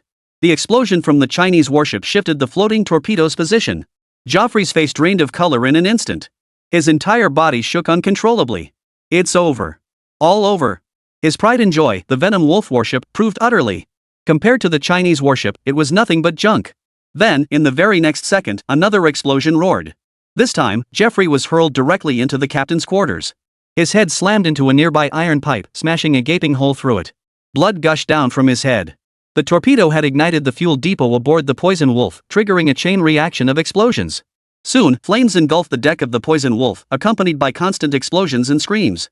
Flaming figures burst from the lower holds, bodies engulfed in fire, clawing wildly like vengeful spirits. They collapsed after a few steps, burned alive on the deck. Thick smoke billowed across the deck, choking everyone so badly they couldn't keep their eyes open. Chapter 54, A Daring Leap. Dusty and disheveled, Joffrey burst from the captain's cabin, his eyes filled with terror. The positions of the floating torpedoes had shifted, and he now had no idea how many torpedoes surrounded the ship. Damn it, lower the lifeboats. On the other side, the first mate bellowed the order. No, wait. Jeffrey tried to stop them, but the desperate soldiers had already lowered the lifeboat. The next instant, a massive explosion erupted beneath the ship. The lifeboat struck a loose floating torpedo. It was instantly blown to smithereens. Soldiers clinging to the railings, ready to board, were caught in the blast. Many were struck directly by debris from the lifeboat, spitting blood and collapsing instantly. Worst of all, the hull was ripped open again, and seawater surged violently into the ship's hold. How did it come to this? Joffrey now looked every bit the spoiled brat. With the warship collapsing and the surrounding waters littered with mines, there was no escape, only certain death. The fire spread rapidly, threatening to engulf a quarter of the ship. He stared blankly at the raging inferno consuming the deck, and the constant wails of his men trapped within the flames. For a moment, all hope vanished, his face turning deathly pale. Suddenly, a surge of intense resentment erupted from his heart. His gaze locked onto the nearby Xuanwu warship. It's all because of that damn Chinese warship. If not for it, the Poison Wolf would never be in this state. With this thought, Joffrey stumbled back to the control room and shouted frantically at the officers inside. Open the missile silos immediately. Lock onto that damn Chinese warship. Even if we die, we'll take it down with us. But, Colonel. Before the officer could finish speaking, Joffrey pressed the muzzle of his gun against the man's temple. Bang! The body collapsed. Terror spread across every face in the command room. Carry out my orders immediately. At that moment, Joffrey was like a raging madman, heedless of everything. The destruction of the Poison Wolf and the appearance of the Chinese warship had shattered every shred of his pride. He must exact brutal revenge, venting his fury upon the Chinese. At Joffrey's command, the missile silos in the central section of the Poison Wolf opened rapidly. By now, flames had engulfed half the deck of the Poison Wolf. The ship's compartments were filling with seawater. Yet even so, Joffrey was determined to launch this cruise missile capable of destroying large warships. With a violent burst of flame erupting from the launch silo, the cruise missile soared skyward, hurtling toward the Xuanwu warship. At that moment, viewers in the livestream chat exploded in outrage. Holy, why is the Venom Wolf launching a cruise missile now? Aren't these missiles meant for carrier strikes? What's the point of using it now? Look at the trajectory, it seems to be heading straight for the Xuanwu warship. I get it now, the Wolf commander must be going down with the ship, taking the Huagua warship down with him. No one was prepared for this sudden turn of events. The critical issue was that the missile locked onto the Xuanwu battleship was a cruise missile. Its destructive power was over 10 times that of a floating torpedo. The Xuanwu warship had absolutely no chance of surviving a cruise missile attack. The hearts of Huagua netizens instantly clenched together. Could their nation's warship truly meet its end here? Unbearable. Absolutely unbearable. Such a formidable warship, if it were to fall now, it would be an immense loss for China. Yet, as everyone stared intently at the live feed with bated breath, inside the Xuanwu warship, Xianyu remained utterly calm. Beep. Missile structure analysis complete. Trajectory plotted. Turbo engine charged. Angle adjustment complete. Xuanwu battleship, jump drive mode activated. A series of cold, mechanical alerts sounded. Xianyu straightened his back, hands resting on the propulsion switches of the Xuanwu warship. The next instant, he thrust the control stick upward with all his might. The Xuanwu warship surged forward like an enraged colossal sea monster. It abruptly turned on its heel and charged toward the lone wolf warship. Massive waves surged outward on both sides, churning up towering crests dozens of meters high. The instantaneous energy from the colossal waves detonated every floating torpedo in its path. A dense barrage of explosions echoed relentlessly, sending shivers down the spine and making hearts pound wildly. The sheer spectacle was so overwhelming that even viewers in the livestream chat couldn't help but show fear on their faces. At that moment, the cruise missile had completed its high-altitude turn. It then turned and headed straight for the Xuanwu vessel below. Its speed was extreme, approaching the speed of sound. 500 meters. 400 meters. 200 meters.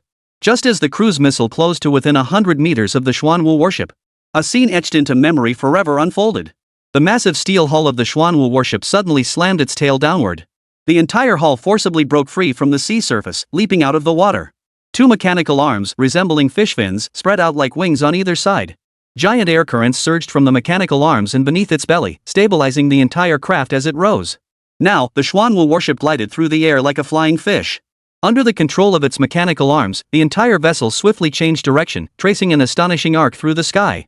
Visaka, this can't be possible. How the hell is it flying? Damn it, my god. What kind of steel monster is this? Its movements defy the laws of physics.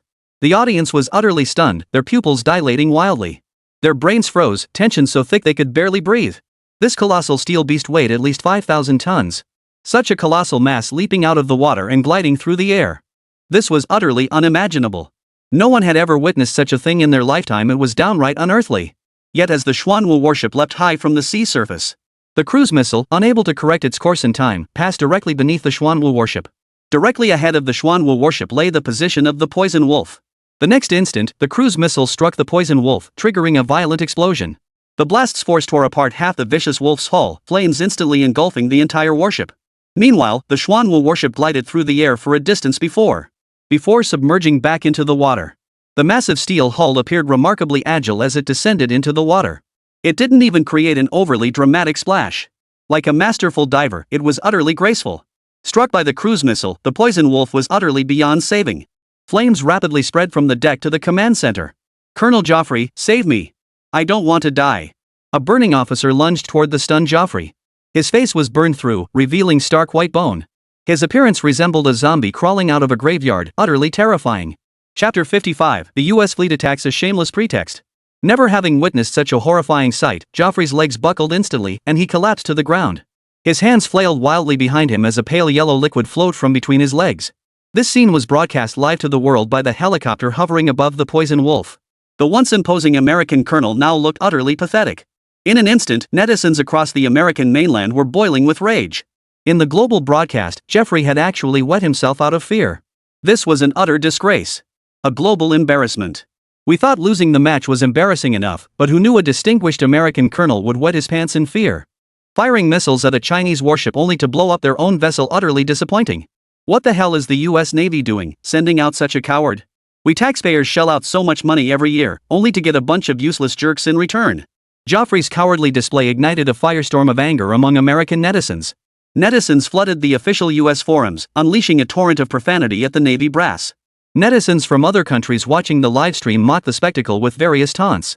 Truly the mighty USA, the cruise missile's power is astonishing, though its accuracy leaves much to be desired. Talk about shooting themselves in the foot. Americans are so used to their arrogance, but the Chinese gave them a proper lesson. Today's livestream was highly dramatic. The Americans' clownish antics were laughable yet infuriating. Netizens from various countries flooded the chat with sarcastic remarks. American viewers watching these comments were furious but couldn't refute them. They could only redirect their fury toward the US Navy. So another wave of netizens flooded the US official forums, flooding them with comments demanding the immediate disbandment of the US Navy. The incident even drew in top hackers, who directly breached the US government's official systems. They replaced the official website background with a photo of Joffrey wetting himself in fear. In an instant, the US Navy became a laughingstock. Meanwhile, across the ocean in China, the scene was starkly different. When netizens witnessed the Xuanwu warship leaping from the sea and successfully evading the US cruise missile, they were undoubtedly thrilled and delighted. The US warship had brought this upon itself, suddenly launching an attack on the Chinese warship. The result? Their own warship was blown to smithereens. Meanwhile, the Chinese warship remained completely intact. This not only delivered a resounding slap to the Americans but also demonstrated the Xuanwu warship's formidable power to the world. It was absolutely badass.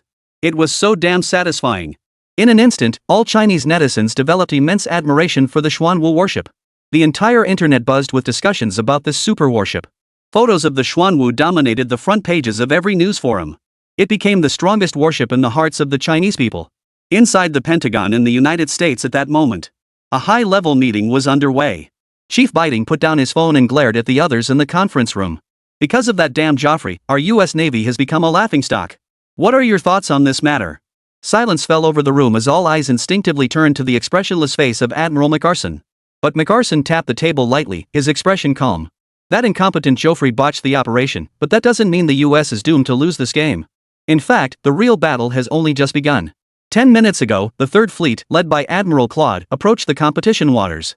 What unfolds next will be the main event of this incident. At that moment, over the competition waters, as the Venom Wolf exploded into a fiery ball, the Xuanwu warship had undoubtedly secured victory in the third contest. Xiangyu stretched lazily, ready to depart. But just then, dozens of white warships suddenly appeared on the eastern horizon. Simultaneously, several Apache attack helicopters swept overhead, hovering not far from the Xuanwu. The destruction of the US Venom Wolf warship is suspicious. We now have grounds to suspect that a Chinese warship launched a covert attack on our vessel. Chinese warship crew members, exit your cockpits immediately and cooperate with our investigation. If the investigation finds no connection to you, we will depart your vessel immediately. The helicopter's cabin door opened, and the American machine gunner's barrels pointed deliberately toward the rear of the Xuanwu warship. Simultaneously, the US Third Fleet accelerated at full speed, swiftly encircling the Xuanwu warship. Faced with this sudden confrontation, everyone was utterly bewildered. What was going on? Hadn't the destruction of the US warship been their own doing? Why were they pinning it on the Chinese? Inside the Dongshan Naval Command Center, Kong Zhan reacted swiftly, immediately connecting to Xiangyu's communicator.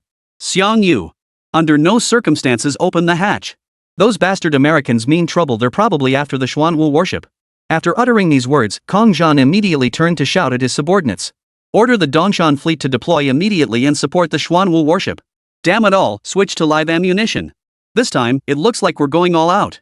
The might of the Xuanwu warship was undeniable. The Americans would undoubtedly fight tooth and nail to seize it. Understanding this, Kong Zhan dispatched the Dongshan fleet without hesitation. But he didn't regret sending the Xuanwu out. As long as Xiangyu remained in the cockpit, the American warships posed little threat. Just then, Xiaorizi abruptly ended the livestream without warning. This instantly made viewers worldwide realize something major was about to happen. Especially the Chinese viewers, who instantly tensed up. What are the Americans playing at? Why are they deploying a fleet to surround the Xuanwu warship? Could the Americans be targeting the Xuanwu? The Xuanwu was so powerful the Americans must be jealous, that's why they're acting. Where is the Chinese Navy? They need to rush over and provide support. Anxiety gripped the entire nation of China. What unsettled them even more was China's state media had fallen into an eerie silence. As if by mutual agreement, all major television stations simultaneously airing the animated series The Adventures of Bear Brothers. Everything pointed to a major power struggle unfolding between nations. From the very beginning, Xiangyu aboard the Xuanwu warship had no intention of leaving the vessel. Within the Xuanwu, he feared not even nuclear bombs. But once outside the Xuanwu, even a single bullet could end his life. He must find a way to develop life-saving technology later. If a spy ever discovered and killed him, that would be a huge loss. Images from all directions popped up in the command room. Each feed showed at least 3 US warships. Chapter 56, The Wrath of the Colossus. Clearly, the Xuanwu warship was now completely surrounded by the US Third Fleet. Hundreds of cannons were trained on the Xuanwu warship. Above, several Apache attack helicopters circled overhead. Rocket launchers were primed and aimed directly at the Xuanwu warship below. I knew those Americans would cause trouble. Faced with such overwhelming naval forces, Xiangyu showed no sign of panic. Silently, he raised the communication wristwatch on his arm and tapped it a few times. At that moment, within the Shanghai base of the Jiangnan military district, a shrill alarm suddenly blared. The deafening noise shook the very soul. Staff members startled, as if suddenly realizing something. They scrambled to flee toward the surrounding areas. Yet at the base's central storage warehouse, a massive mechanical gate slowly opened. The doorway was pitch black. The next instant, a pair of blood-red pupils snapped open. The surrounding staff felt their hair stand on end as they stared blankly at those cold eyes. Soon, a steel-clad figure emerged from the mechanical gate. Its silver-black mechanical form resembled a ferocious beast from primordial times. Its mere presence was enough to terrify the faint-hearted. Step by step, the candled dragon emerged from the gate. Simultaneously, the base's passageway to the sea opened automatically. The candled dragon slowly descended through the passageway, submerging into the water until it vanished from sight. Holy crap! Is this our mountain sea base's secret weapon? It's so badass. The staff members instinctively breathed a sigh of relief. They thought that was the end of it. But the next second, a second steel gate slowly opened. The entire crew gasped in unison. They stared in stunned silence at the second mechanical gate. The next instant, a vivid blue-green figure shot out from within the gate. The gale it carried swept the staff side to side, nearly knocking them to the ground. Yet, like a divine bird, the azure-blue phantom streaked along the waterway channel, soaring outward. As it surged toward the sky, a pair of enormous mechanical wings fully unfurled. Spinning upward, it accelerated several times before vanishing into the clouds. The perspective shifted back to the naval competition site. After repeated warnings went unheeded, the American warship finally revealed its true intentions. All large-caliber cannons swiveled to lock onto the Xuanwu warship. The flagship of the Third Fleet bore the name Silent Mary. Inside the command center of the Silent Mary, Commander Claude issued a final ultimatum over the intercom. Chinese forces, abandon the Xuanwu warship immediately and submit to our investigation. You have 10 seconds to comply. Failure to do so will be interpreted as an admission of guilt for the atrocities committed against the Poison Wolf warship. Countdown, 10, 9, 8. The silent Xuanwu warship suddenly stirred as its rear armor plates began to move. Claude's eyes lit up with a flicker of satisfaction. Those foolish Huagua people were actually about to leave the ship. The moment they stepped out, the machine gunners and snipers aboard the armed helicopters would unleash devastating fire upon them. This Xuanwu warship would surely fall into American hands. But then, the armor plates on the Xuanwu's hull opened, revealing 500 blackened gun barrels extending from within. All 26 enemy warships were instantly locked onto by every single barrel. The next second, 500 homing missiles erupted like a shower of flowers, streaking toward the American warships. Simultaneously, the major U.S. warships activated their Vulcan anti-aircraft cannons. Anti-aircraft ammunition poured into the sky like a torrent, weaving and splashing ceaselessly. The instantaneous barrage of fire quickly shot down every single missile fired from the Xuanwu warship. Ha! Damn those Chinese bastards, we've been expecting this trick. Claude smirked triumphantly. Since you're so reckless, let's see if your armor is tougher than our Third Fleet's firepower. All units, prepare to fire. Target, Xuanwu warship. At that very moment, the 4 massive turbine engines on the Xuanwu battleship's stern erupted with tremendous thrust. The Xuanwu warship charged forward at full speed, hurtling toward the Silent Mary. Claude, who had maintained a composed expression until then, his expression abruptly changed as he watched the Xuanwu warship hurtle toward them. He immediately ordered full power fire. Blow this damned steel beast to smithereens. Thus, 26 American warships simultaneously launched a fierce assault on the Xuanwu. Violent explosions erupted continuously across its deck.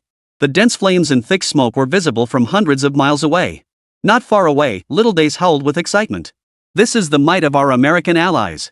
Yes, the Chinese warship is doomed. But the Japanese bastard's smugness didn't last 3 seconds. The next moment, the Xuanwu emerged unscathed from the black smoke of the explosion. Before the American fleet could react, the Xuanwu warship had already leaped high into the air. 2 massive mechanical fins, like steel whips, slammed viciously onto the main ship's deck. The deafening impact created a tangible shockwave that radiated outward. In an instant, the nearly 200-meter-long Silent Mary was smashed into 3 sections. Salt water surged in, while the deck was littered with crew members whose internal organs had been shattered by the impact, violently vomiting blood. Yet this was merely the beginning. The Xuanwu had now slipped beyond Xiangyu's control. Like a rabid beast, it savagely smashed the Silent Mary to pieces. Earlier, it had been targeted by countless cannons, a provocation that, while not causing any real damage, was deeply insulting. The Xuanwu was enraged. At that moment, crew members aboard the surrounding warships were all frozen in place, utterly stunned by the rampaging Xuanwu. It was brutal. Technology and savagery fused perfectly within the Xuanwu warship. Its savage aura shattered the souls of the American soldiers in an instant. Damn it, Richard. Why aren't you moving? Save me. Claude, his eyes bloodshot, bellowed into the intercom with heart-wrenching fury. Before undertaking this mission, he believed he had meticulously assessed the Xuanwu warship's capabilities. Yet now he realized its combat prowess far exceeded his wildest expectations. Over 20 warships concentrated their firepower simultaneously, unleashing a blast nearly as devastating as a tactical nuclear weapon. Yet they still couldn't breach the Xuanwu warship's defenses. It was utterly devastating. Just as Claude was plunged into utter despair, Richard's voice crackled over the intercom. "Hold your position, Claude. Reinforcements are on the way." The moment the words fell, 12 King Snake fighters streaked across the sky, trailing sonic booms as they raced downward. The next second, a white missile launched from the underside of each King Snake fighter. 12 fighters, 12 missiles in total, hurtled toward the Xuanwu below. Shenyang had already maneuvered the Xuanwu warship to evade the attack, but 4 missiles still detonated on its hull. Beep. Pulse weapon attack detected. System functions compromised. Repairing damaged components. Estimated recovery time, 3 minutes. It's a pulse bomb. Xiang Yu's heart sank. He immediately commanded the Xuanwu to leap off Silent Mary and retreat toward Huagua. Chapter 57, Annihilate the enemy aircraft. Ha! The Huagua warship is trying to escape pursuit. Claude, who had already departed Silent Mary aboard a lifeboat, issued the order once more. 25 remaining warships pursued the Xuanwu warship. In the air, the Wanshi fighter squadron continued to circle overhead, periodically unleashing several pulse bombs upon the Xuanwu warship. Inside the Japanese naval base, Richard watched the combat footage transmitted back by the fighter jets. A look of contempt flashed in his eyes. So what if its defenses are formidable? Against pulse weapons, all electronic systems are useless. It won't be long before this damn mechanical beast is completely crippled. Then it will be ours for the taking. At that moment, a cyan blue specter streaked across the skies above China's territorial waters. Massive mechanical wings, combined with nuclear thrusters on its back, propelled it to speed several times the speed of sound. The naked eye could scarcely discern its form. Suddenly, the Qingyuan activated ghost cruise mode, transforming the entire craft into an ethereal, milky white phantom. To the naked eye, only a fleeting white flash would be visible, utterly inconspicuous. Jack, commander of the King Cobra squadron responsible for this operation, was now ordering his subordinates to launch another round of pulse bomb strikes. The Xuanwu battleship's speed has dropped by 20%. A few more rounds of bombing and it won't escape. Jack licked his lips, his gaze fixed on the Xuanwu warship racing across the sea, as if hunting his prized prey. But just then, a white halo suddenly caught the corner of his eye. Before he could react, the next second, the fighter jet beside Jack erupted in a violent explosion without warning. The entire craft shattered like fireworks, sending debris scattering in all directions. The explosion was so intense it even shook several nearby King Cobra fighters violently. The other pilots were startled, quickly pulling up and scanning the sky for the attacker. But before they could locate the enemy, a second fighter was destroyed.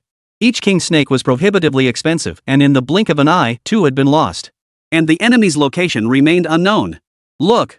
The enemy's in the sky. What kind of monster is that? Jack instinctively looked up at the sound of his teammates' alarmed shouts over the radio. A colossal mechanical bird loomed overhead. Its body, glowing with a blue-green aura, was as exquisitely crafted as a work of art.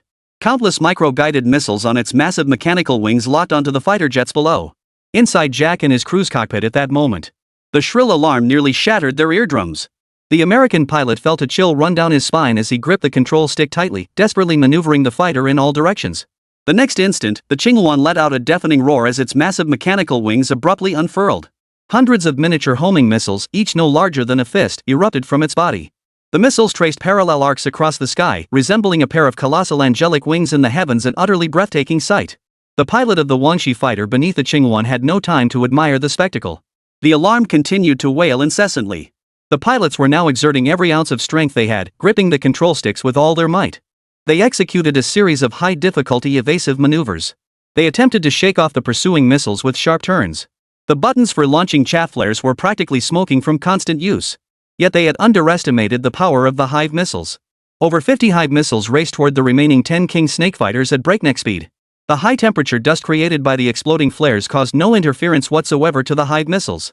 Piercing through the dust, they fired relentlessly toward the King Snake fighters.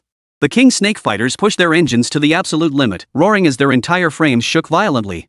Yet within less than 3 minutes, every single one was struck by the Hive missiles. Explosions erupted one after another in the sky. Each flash signified the destruction of another King Snake fighter. No! How could this happen? At that moment, Richard, stationed at the U.S. naval base in Japan. His eyes were filled with utter shock. His chest heaved violently, as if it might burst. He never dreamed that America's top-tier 6th-generation King Cobra fighters had not a shred of resistance against China's TianGou-class warship, especially when confronted by the swarm of honeycomb cluster missiles, had annihilated the King Cobra fighters in an instant with overwhelming force. At that moment, it wasn't just Richard whose face turned ashen. The members of the U.S. Third Fleet observing from the sea were equally stunned. No! This can't be real. Why were our nation's most powerful King Snake fighters wiped out so quickly? This isn't even a fair fight. China's air force is too powerful.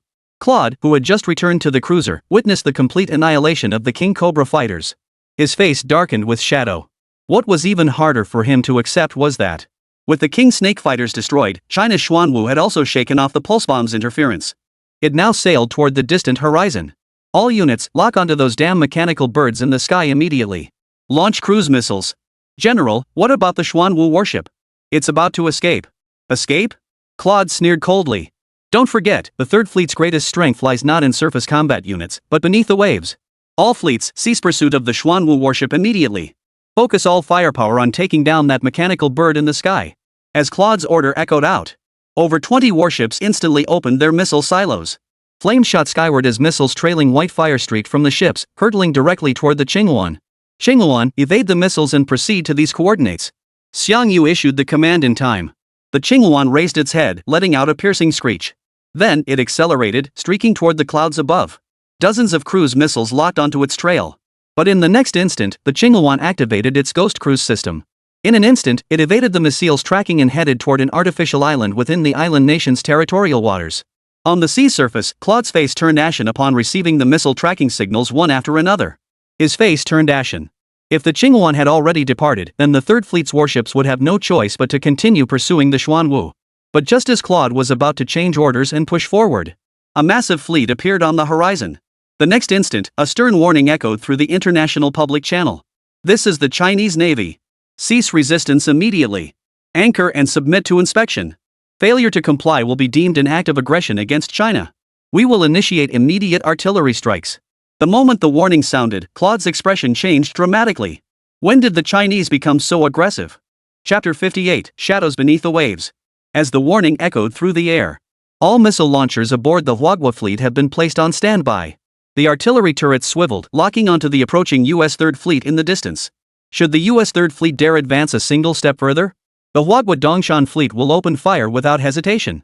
At Dongshan Naval Base, Commander Kong Zhan and several other generals were already on high alert in the command center. Command units from all departments sat quietly at their respective stations. Soldiers and officers of the Dongshan fleet stood at the ready, their eyes fixed intently on their targeting equipment. The atmosphere was eerily quiet. Everyone knew this was the calm before the storm. The moment Commander Kong issued the attack order, the Dongshan fleet would launch an assault on the U.S. fleet without hesitation. Never before had China issued such a stern warning. No expulsion, no room for compromise. The United States was being told directly and decisively to halt its advance and submit to inspection by China. Otherwise, the Chinese fleet will open fire immediately. At that moment, the hands of U.S. soldiers aboard the Third Fleet were drenched in sweat. They sensed the fury in China's warning. This time, China might actually mean business. The Third Fleet rapidly slowed down and eventually halted less than 5 kilometers from the Dongshan fleet. A standoff began between the two great powers, tensions running high. At that moment, Xiangyu piloting the Xuanwu warship toward China's territorial waters. Suddenly, he received a transmission from the Xuanwu's maritime radar. It indicated that an underwater formation comprising 10 nuclear submarines was concealed less than 200 nautical miles from the Xuanwu. The Americans are going to great lengths to get their hands on the Xuanwu warship. Xiangyu immediately reported the situation to Commander Kong. What? The Americans have deployed nuclear submarines. Commander Kong's brow instantly furrowed upon hearing the news. Xiangyu, you control the Xuanwu and delay them as much as possible. I'll immediately dispatch the Northern Desert Fleet to support you. Hearing the urgency in Commander Kong's voice, Xiangyu quickly interjected. General Kong, there's no need to deploy the Northern Desert Fleet. I have a way to handle those American submarines. You have a way? Kong Zhan's eyes lit up. 10 nuclear submarines, are you confident you can defeat them? Absolutely, Xiangyu replied, glancing at the 10 red dots on the radar representing the American nuclear submarines. Not far from their position, a rapidly approaching green blinking dot grew closer. Let's show those Americans the power of the Candle Dragon. The Candle Dragon? Kong Zhan's expression shifted to surprise, his eyes suddenly brightening. Could it be that Comrade Xiangyu possessed not only the Xuanwu warship and Qingyuan fighter jet but also other hidden cards?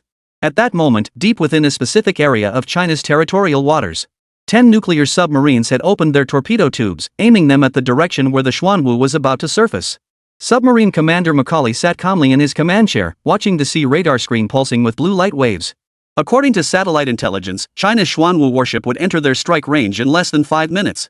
At that moment, 10 nuclear submarines would simultaneously launch pulse torpedoes specifically designed to disable electronic systems, capturing and retrieving the Xuanwu warship. Beep, beep. Suddenly, a green blinking dot appeared on the sea radar. Macalloway's face lit up with joy, thinking it was China's Xuanwu warship. But his expression quickly turned grim. The direction from which this green dot appeared was diametrically opposed to that of the Xuanwu warship. Moreover, with each flash, the green dot seemed to traverse nearly 2 arc lines. Its speed was faster than a torpedo. What the? Before Macaulay could finish his sentence, the entire nuclear submarine began violently shaking. It felt as though they'd suddenly plunged into an underwater vortex, the entire submarine instantly losing all control. But that wasn't the most terrifying part. Through the periscope, Macaulay glimpsed a massive black shadow flash by in the deep, dark waters. The next second, he saw the surface of another nuclear submarine beside his own. Somehow, a massive claw mark over 20 meters long had appeared. 3 parallel gashes gaped open, spewing torrents of gas from their edges. Witnessing this scene, Macaulay felt his mind explode. A bone-chilling dread washed over him. What on earth was that black shadow that could tear through the hull of a nuclear submarine? After all, the United States nuclear submarines were the world's most advanced. Their external armor was exceptionally robust, even multiple high-explosive torpedo hits would only inflict minor damage at most. Yet that sudden, darting shadow had torn a massive gash in the submarine in a single strike. What kind of razor-sharp blade could inflict such damage?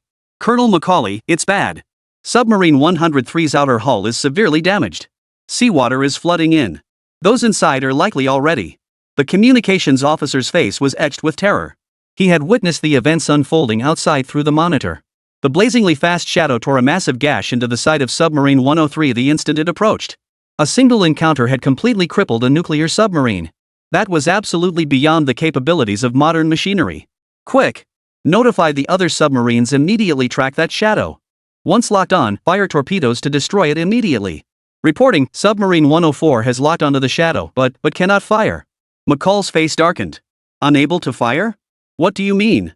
The communications officer turned pale, trembling as he pointed upward with his index finger. It's above us. McCallion's entire body bristled instantly, a chill rising from the soles of his feet and rapidly climbing to the crown of his head.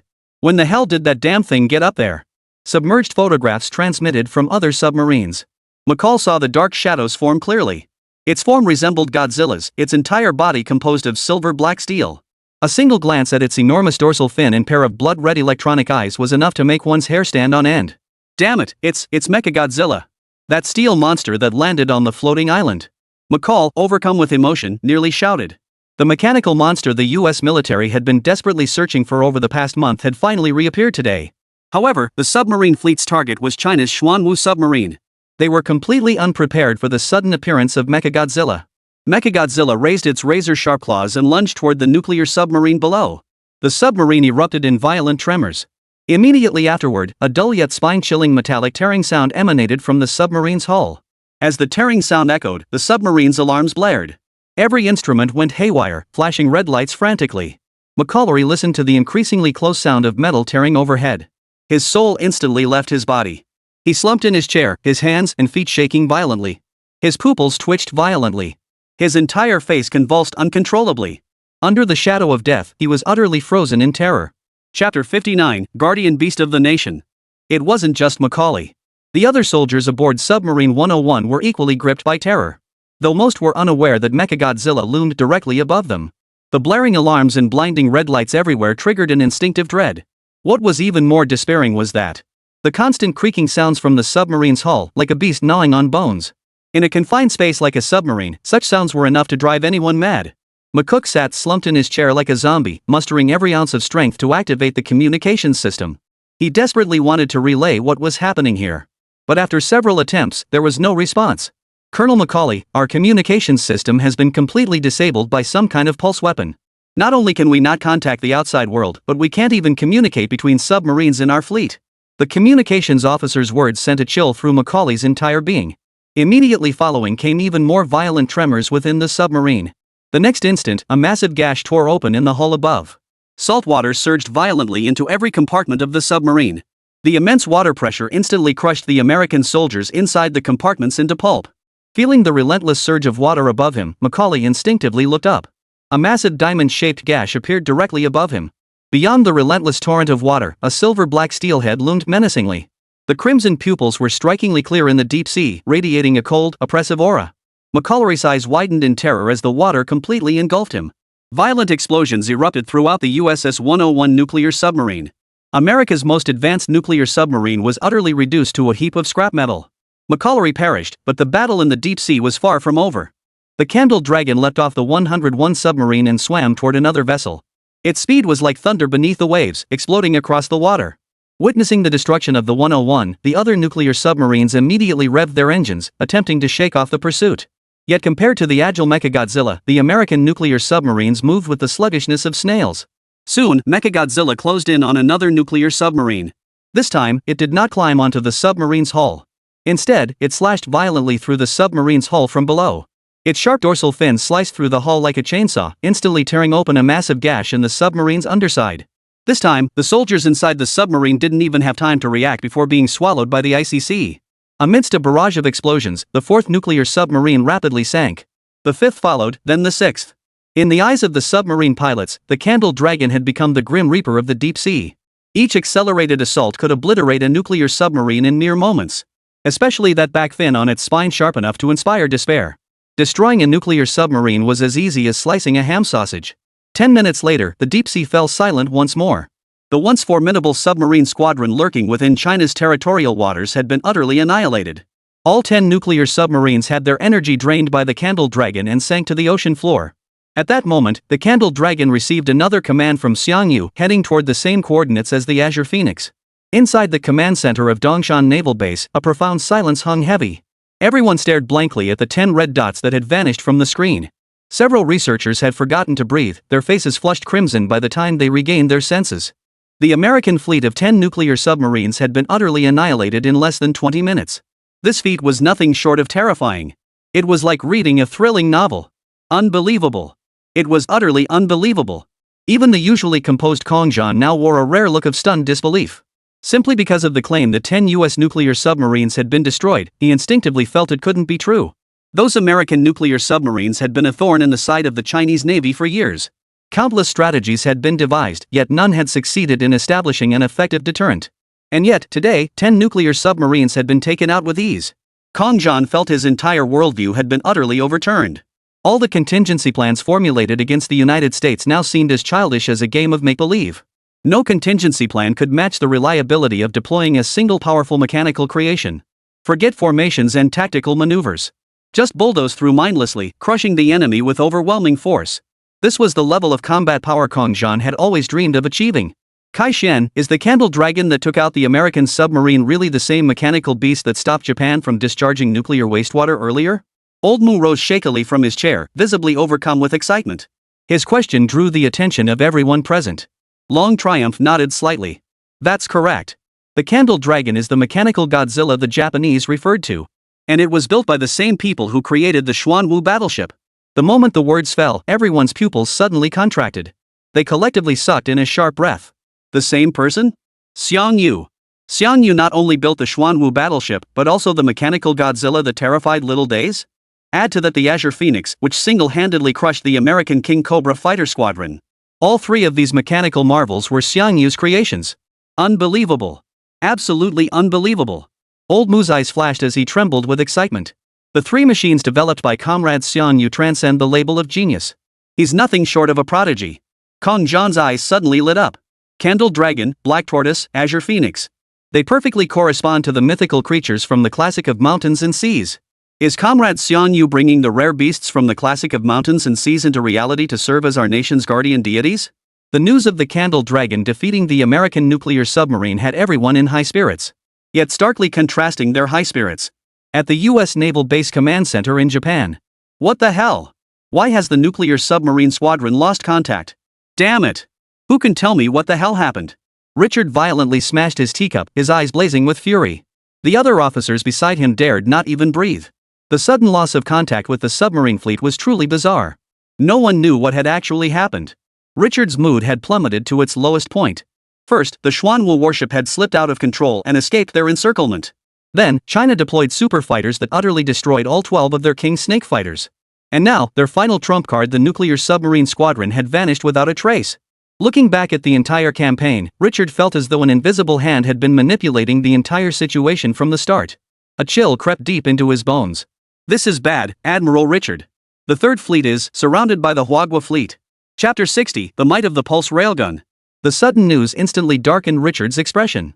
The scene shifted to the open waters of the western Pacific Ocean. The standoff between the Chinese and American fleets was rapidly shifting. The Huagua fleet formed a single line, advancing in a semicircle to encircle the American fleet. The most eye-catching vessel was the Xuanwu, positioned at the very center of the formation. Having shaken off the threat of the King Cobra fighters and submarine squadron, Xiangyu piloted the Xuanwu warship back to the standoff location. With the Xuanwu's arrival, the previously evenly matched fleets were thrown completely off balance. All 500 gun barrels of the Xuanwu extended, ready to launch homing missiles at the American fleet at any moment. Meanwhile, the Dongshan fleet had its own guns loaded and ready to fire. A fully equipped fleet combined with the Xuanwu battleship formed a crossfire network. The U.S. fleet's anti-aircraft artillery stood no chance against such an onslaught. Precisely for this reason, the Huagua fleet broke the stalemate first, applying pressure toward the U.S. fleet. We are the Chinese Navy. Immediately withdraw from this maritime zone. Failure to comply will be regarded as a challenge to China's sovereignty. We will launch an attack against the provocateurs once our warnings prove futile. The stern voice carried overwhelming pressure. At this moment, every member of the Dongshan fleet remained on high alert, not daring to relax for even an instant. They understood exactly what today's standoff signified. For the first time in decades, Huagua had forced the enemy to retreat at the scene of a standoff. The confidence to reach this point stemmed from China's possession of the Xuanwu warship. This warship had already demonstrated its formidable power in previous competitions. Even its capture required the deployment of an entire fleet. Now, with the Xuanwu battleship and the Dongshan fleet launching a joint strike, they fear not even the Third Fleet of the old Americans, let alone if the Second and First Fleets were to be deployed as well. 15 minutes later. The relative distance between the two fleets had compressed to within 2 kilometers. They were practically nose to nose. On the deck of the Huagua fleet, fully armed soldiers stood at the ready. In contrast, the American fleet, facing the relentless advance of the Chinese fleet, especially the Xuanwu warship. Flashes of panic flickered in their eyes. Their backs were drenched in sweat, though they hadn't noticed when it started. This was largely due to the recent scene they had witnessed, the Chinese Xuanwu battleship smashing the command ship to pieces. Now, that steel sea monster loomed within striking distance, its 2 massive mechanical fins rising and falling on the surface of the sea, pressing down on the nerves of every American soldier. At that moment, aboard the temporary command ship of the Third Fleet, Claude's gaze darkened as he stared at the Huagua fleet looming almost upon them. He immediately opened the international public channel and bellowed. The United States Navy is exercising its right to freedom of navigation in international waters. Why are you suddenly obstructing us? Do you intend to tear up the peace treaty and openly declare war on the United States? It was clearly the Americans who initiated hostilities against the Xuanwu warship, yet now they were turning the tables. The generals in the command room looked grim. Yet the American fleet continued issuing warnings. Apologize to the U.S. fleet immediately and retreat 5 kilometers. Otherwise, we will condemn China for unilaterally violating the peace agreement. Claude's voice was sharp, his tone dripping with arrogance. He was certain the Chinese would not dare to attack the Third Fleet. For doing so would mean completely severing ties with the United States. It could even trigger World War III. Given the Chinese people's cautious nature, they would never let it come to that. Precisely for this reason, even knowing his fleet was at a disadvantage, Claude refused to budge an inch. He even pressed his advantage further. Immediately hand over the Xuanwu warship for our investigation. We have reason to suspect this warship has committed hostile acts against our American Wolf warship. After delivering this demand, Claude set down the communicator, crossed his arms. His expression radiated confidence in victory. However, just as Claude believed China would soon contact them proactively, the next instant, the Xuanwu warship, which had been lying dormant in the ocean, suddenly began to shake. Its entire front section submerged, fully exposing its back. Then, all 500 cannons retracted into the armor. Witnessing this, Claude assumed the Chinese had backed down, his smug expression growing even more pronounced. Just as I thought. The Huagua people are cowards at heart, too afraid to stand up to our great United States. Once we acquire the technology from that Xuanwu warship, the United States will make a comeback. Then we'll make those damn Chinese beg for mercy on their knees. Amidst his excitement, Claude suddenly noticed a massive hatch slowly opening on the back of the Xuanwu warship. In the next instant, a massive, futuristic-looking cannon barrel emerged from within. Its trident-like circular structure featured razor-sharp tips at the ends, resembling the fangs of a dragon poised to pierce the heavens. Inside the Triton lay intricate electromagnetic rails, densely packed with fine arcs that made one's scalp tingle. They flowed and spread endlessly within. The moment Claude saw the barrel, he instinctively shuddered. His legs went slightly weak and his entire body instinctively took 2 steps back. Hadn't the table been there to catch him, he might have fallen flat on his face. The sheer terror of this barrel's appearance was undeniable. A single glance confirmed its limitless destructive power. It wasn't just Claude, everyone else on the fleet who saw the sci-fi-like cannon.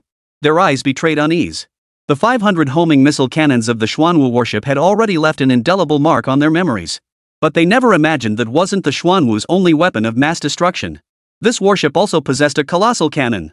And judging by its appearance, it seemed to be some kind of pulse or laser weapon straight out of a sci-fi movie. Meanwhile, aboard the Dongshan fleet, the Muda manhwa soldiers stood in stark contrast to that of the American troops.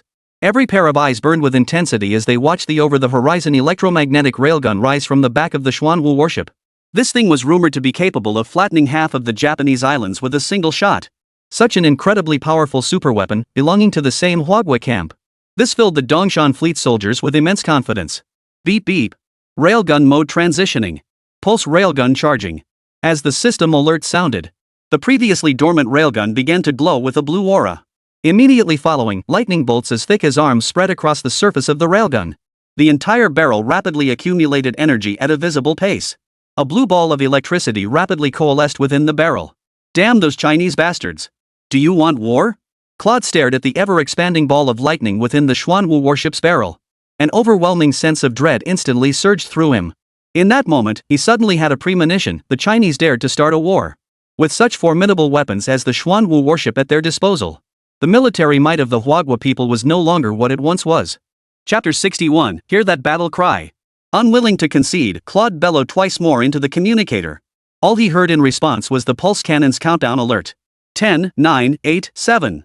Cold sweat trickled down Claude's forehead. It pooled rapidly at his chin before finally falling to the ground.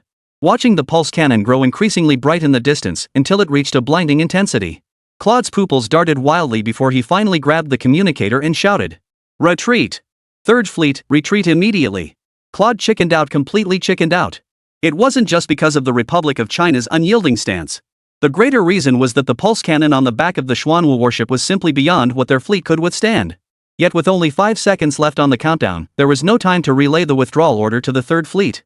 The pulse cannon's energy had now reached its maximum concentration. Under Claude's horrified gaze, the colossal cannon unleashed its fury. A sphere of light, crackling with blue arcs, erupted from its barrel. Like an artificial sun, the orb shot from the cannon's barrel. Trailing a blue arc, it plunged into the heart of the Third Fleet. 3 seconds of deathly silence. In the 4th second, a terrifying blue pulse surged from the sea. Expanding like an inflating balloon, it swiftly engulfed the entire Third Fleet. Everything in its path instantly malfunctioned, sparks flying everywhere. The American soldiers within the Third Fleet were instantly pierced through by the powerful pulse. Though not immediately killed, they all bled from their 7 orifices, their faces contorted in agony. The pulse cannon's blast radius precisely enveloped the entire Third Fleet. Following the bombardment, all systems aboard the fleet were instantly destroyed. The warships were completely crippled, drifting on the sea surface while billowing thick black smoke. At that moment, inside the command center at East Mountain Base, everyone stared blankly at the battle footage. The Xuanwu warship had destroyed the entire Third Fleet with a single shot. What an absurdly exaggerated level of combat power. Such a formidable mechanical creation, a single unit possessed combat power surpassing an entire army. Kong Zhan's eyes flickered as he spoke with palpable excitement. The Xuanwu battleship. The guardian warship of the nation. A super battleship whose might rivals 1,000,000 soldiers. The others were no less stirred than Kong Zhan. After years of being bullied by the Americans, today, they finally got their revenge. Though destroying the American fleet was somewhat reckless. With the Xuanwu battleship in their possession, even if war were to break out, manhwa would fear no one. Beep beep. At that moment, a special video communication request sounded. Kong Zhan's gaze sharpened at the notification. He immediately ordered all personnel below admiral rank to leave the command center. Soon, only a few generals, including Long Kai-Shian, remained in the command center. Only then did Kong Zhan activate the communicator. The next second, the video feed displayed an elderly man in worn military fatigues, his expression stern. The moment the figure appeared, everyone present instantly stood at attention and rendered a military salute in unison. Chen Longfei, General of the Army, Commander-in-Chief of the Chinese Armed Forces. A formidable figure who commanded genuine awe among the highest echelons of the imperial capital. Commander Chen nodded slightly in the video. His gaze, however, was stern as it fixed on Kong Zhan. Kong Zhan, why did you disobey orders and fail to withdraw after escorting the Xuanwu warship out? The single sentence instantly plunged the atmosphere into oppressive silence. Long Kaixian and the others exchanged nervous glances at Kong Zhan. Yet Kong Zhan stood tall, his voice firm. Because given the situation at the time, if the Dongshan fleet had backed down, the US fleet would likely have taken advantage and continued advancing toward our nation's territorial waters. And the consequence of your unauthorized action? It escalated the friction between China and the United States into full-scale hostilities. Do you grasp the gravity of this? Kong Zhan's eyes flickered as he lowered his head slightly. Historically, China and the United States had mostly engaged in small-scale territorial conflicts and frictions. Though tensions were high, both sides maintained a line of restraint to preserve peace. Now, the Xuanwu warship had crippled the entire Third Fleet with a single strike. It felt satisfying, but the consequences were catastrophic. The United States would likely not let this go, and might even launch a war against China. Once the situation escalates to that level, peace will cease to exist. Kong Zhan pondered briefly, then spoke with unwavering resolve. Commander Chen, even if China were to concede today, the United States will still covet the Xuanwu warship and continue to provoke or even attack us. The man is innocent, but the jade brings guilt. Beside him, Long Kaixian could no longer hold back and spoke up. It's not just the Xuanwu warship, the Zhulong and Qingyuan are also targets for the Americans. Recently, US warplanes have repeatedly violated China's territorial waters, specifically to track the Zhulong's movements. I believe General Kong's approach is correct. The exposure of cutting-edge military technology is inevitable. Since it can't be avoided, we should strike with thunderous force to intimidate the enemy nation. Long Kaixian's voice rose with passion as he spoke. The other generals now spoke up in unison, rallying behind Kong Zhan. At that moment, Kong Zhan stared unblinkingly at Commander Chen on the screen, his fists clenched tightly. Back when Huagua had just emerged from war, its national strength was feeble. It was an agricultural nation with little influence on the international stage. Until one day, a roar that stunned the Americans and shook the world echoed across the Gobi Desert.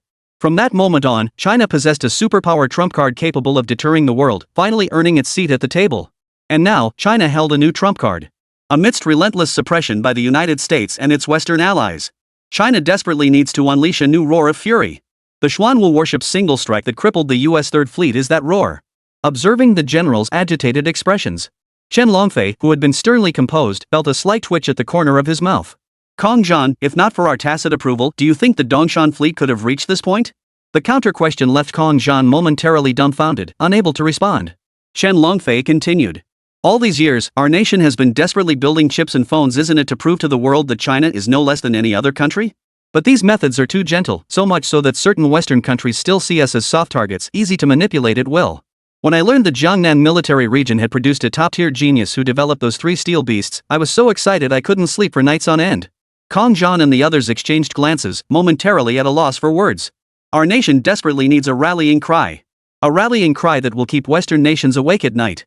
Therefore, Kong Zhan will have full authority over the upcoming operation. Since you've assigned Comrade Xiang Yu to deploy the Candle Dragon and Azure Phoenix to the Americans' naval base in Japan, I trust you have a crystal clear plan for what comes next. Kong Zhan, his intentions exposed, scratched his head awkwardly. His expression immediately turned serious. Rest assured, Commander Chen. You'll see what happens next. Chapter 62, The 3 Divine Beasts Attack the US Military Base. An even more spectacular show is about to begin. Chen Longfei nodded slightly. When you strike, leave no trace. I'll have Chu Qing handle any subsequent PR issues. Also, once this matter is concluded, have Comrade Xiang Yu come to the capital. I wish to meet him personally. After hanging up, Long Kaixian and the others felt their confidence soar. The scene shifted back to the sea. Claude, stunned into a daze, slumped to the ground like a dead dog. He appeared utterly soulless, his eyes vacant, his legs and feet utterly devoid of strength. Though his Third Fleet was not the strongest within the US Navy, it was still among the world's elite. He never imagined it would be crippled by a single shot from China. Claude's worldview shattered into pieces at that moment. Not a trace of color remained on his weathered face. General.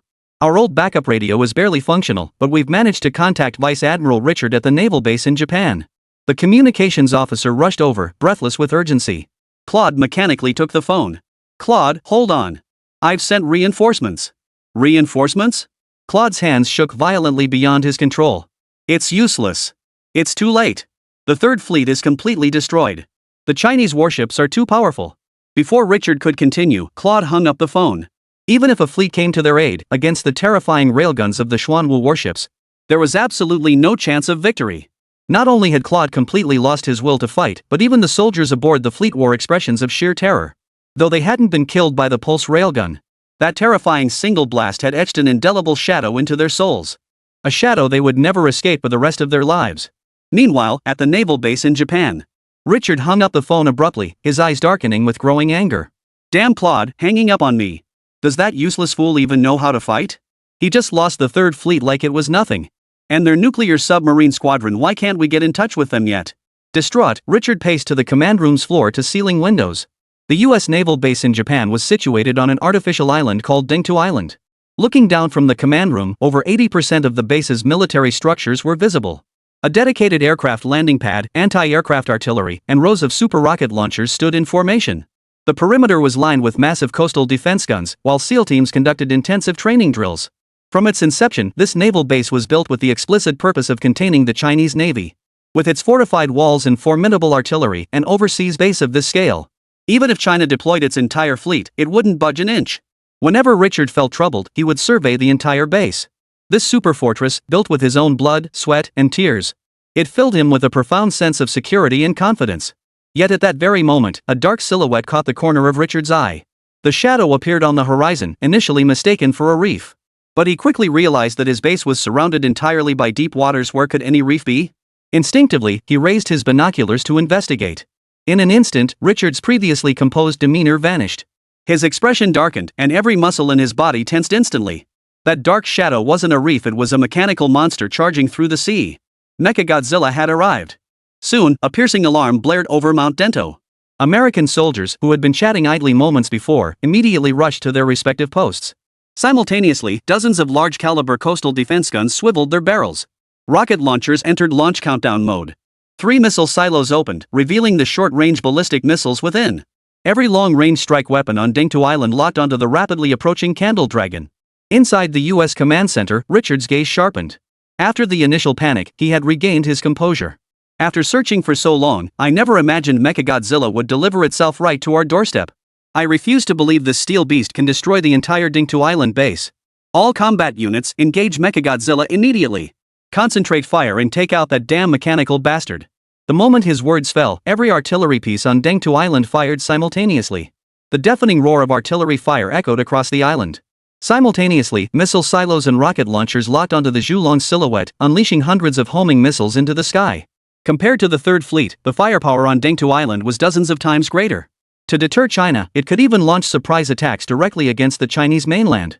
Dengtu Island also housed intercontinental missile silos.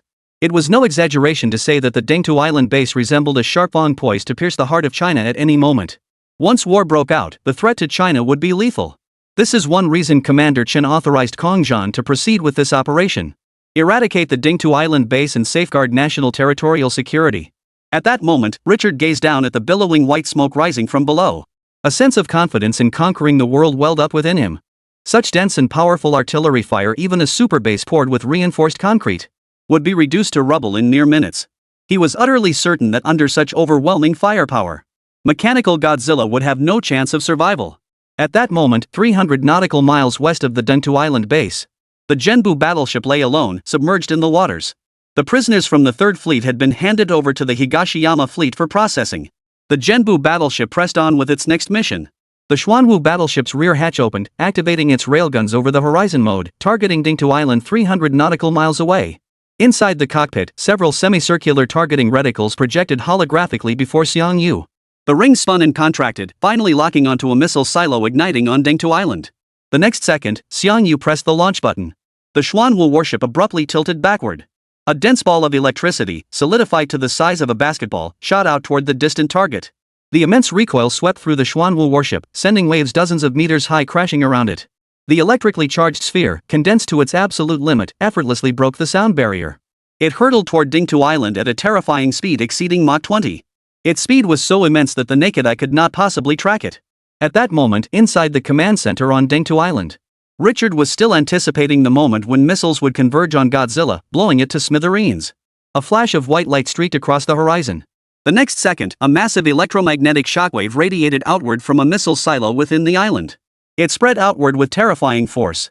Wherever the shockwave passed, electronic equipment was instantly destroyed.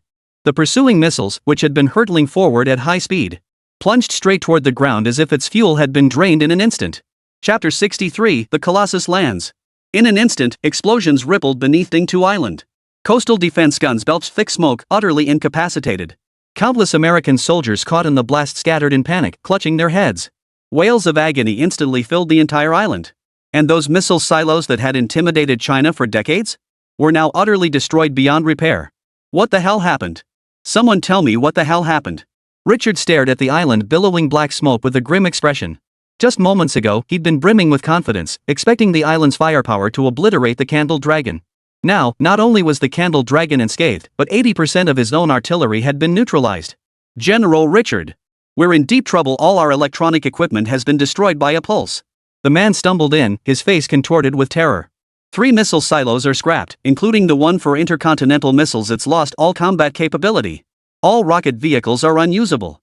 Operators report internal chips are completely melted beyond repair. Coastal defense guns have ceased fire. Mechanical Godzilla is about to land. The bad news pierced Richard's chest like a barrage of steel needles. He now resembled a vampire impaled through the heart by a stake.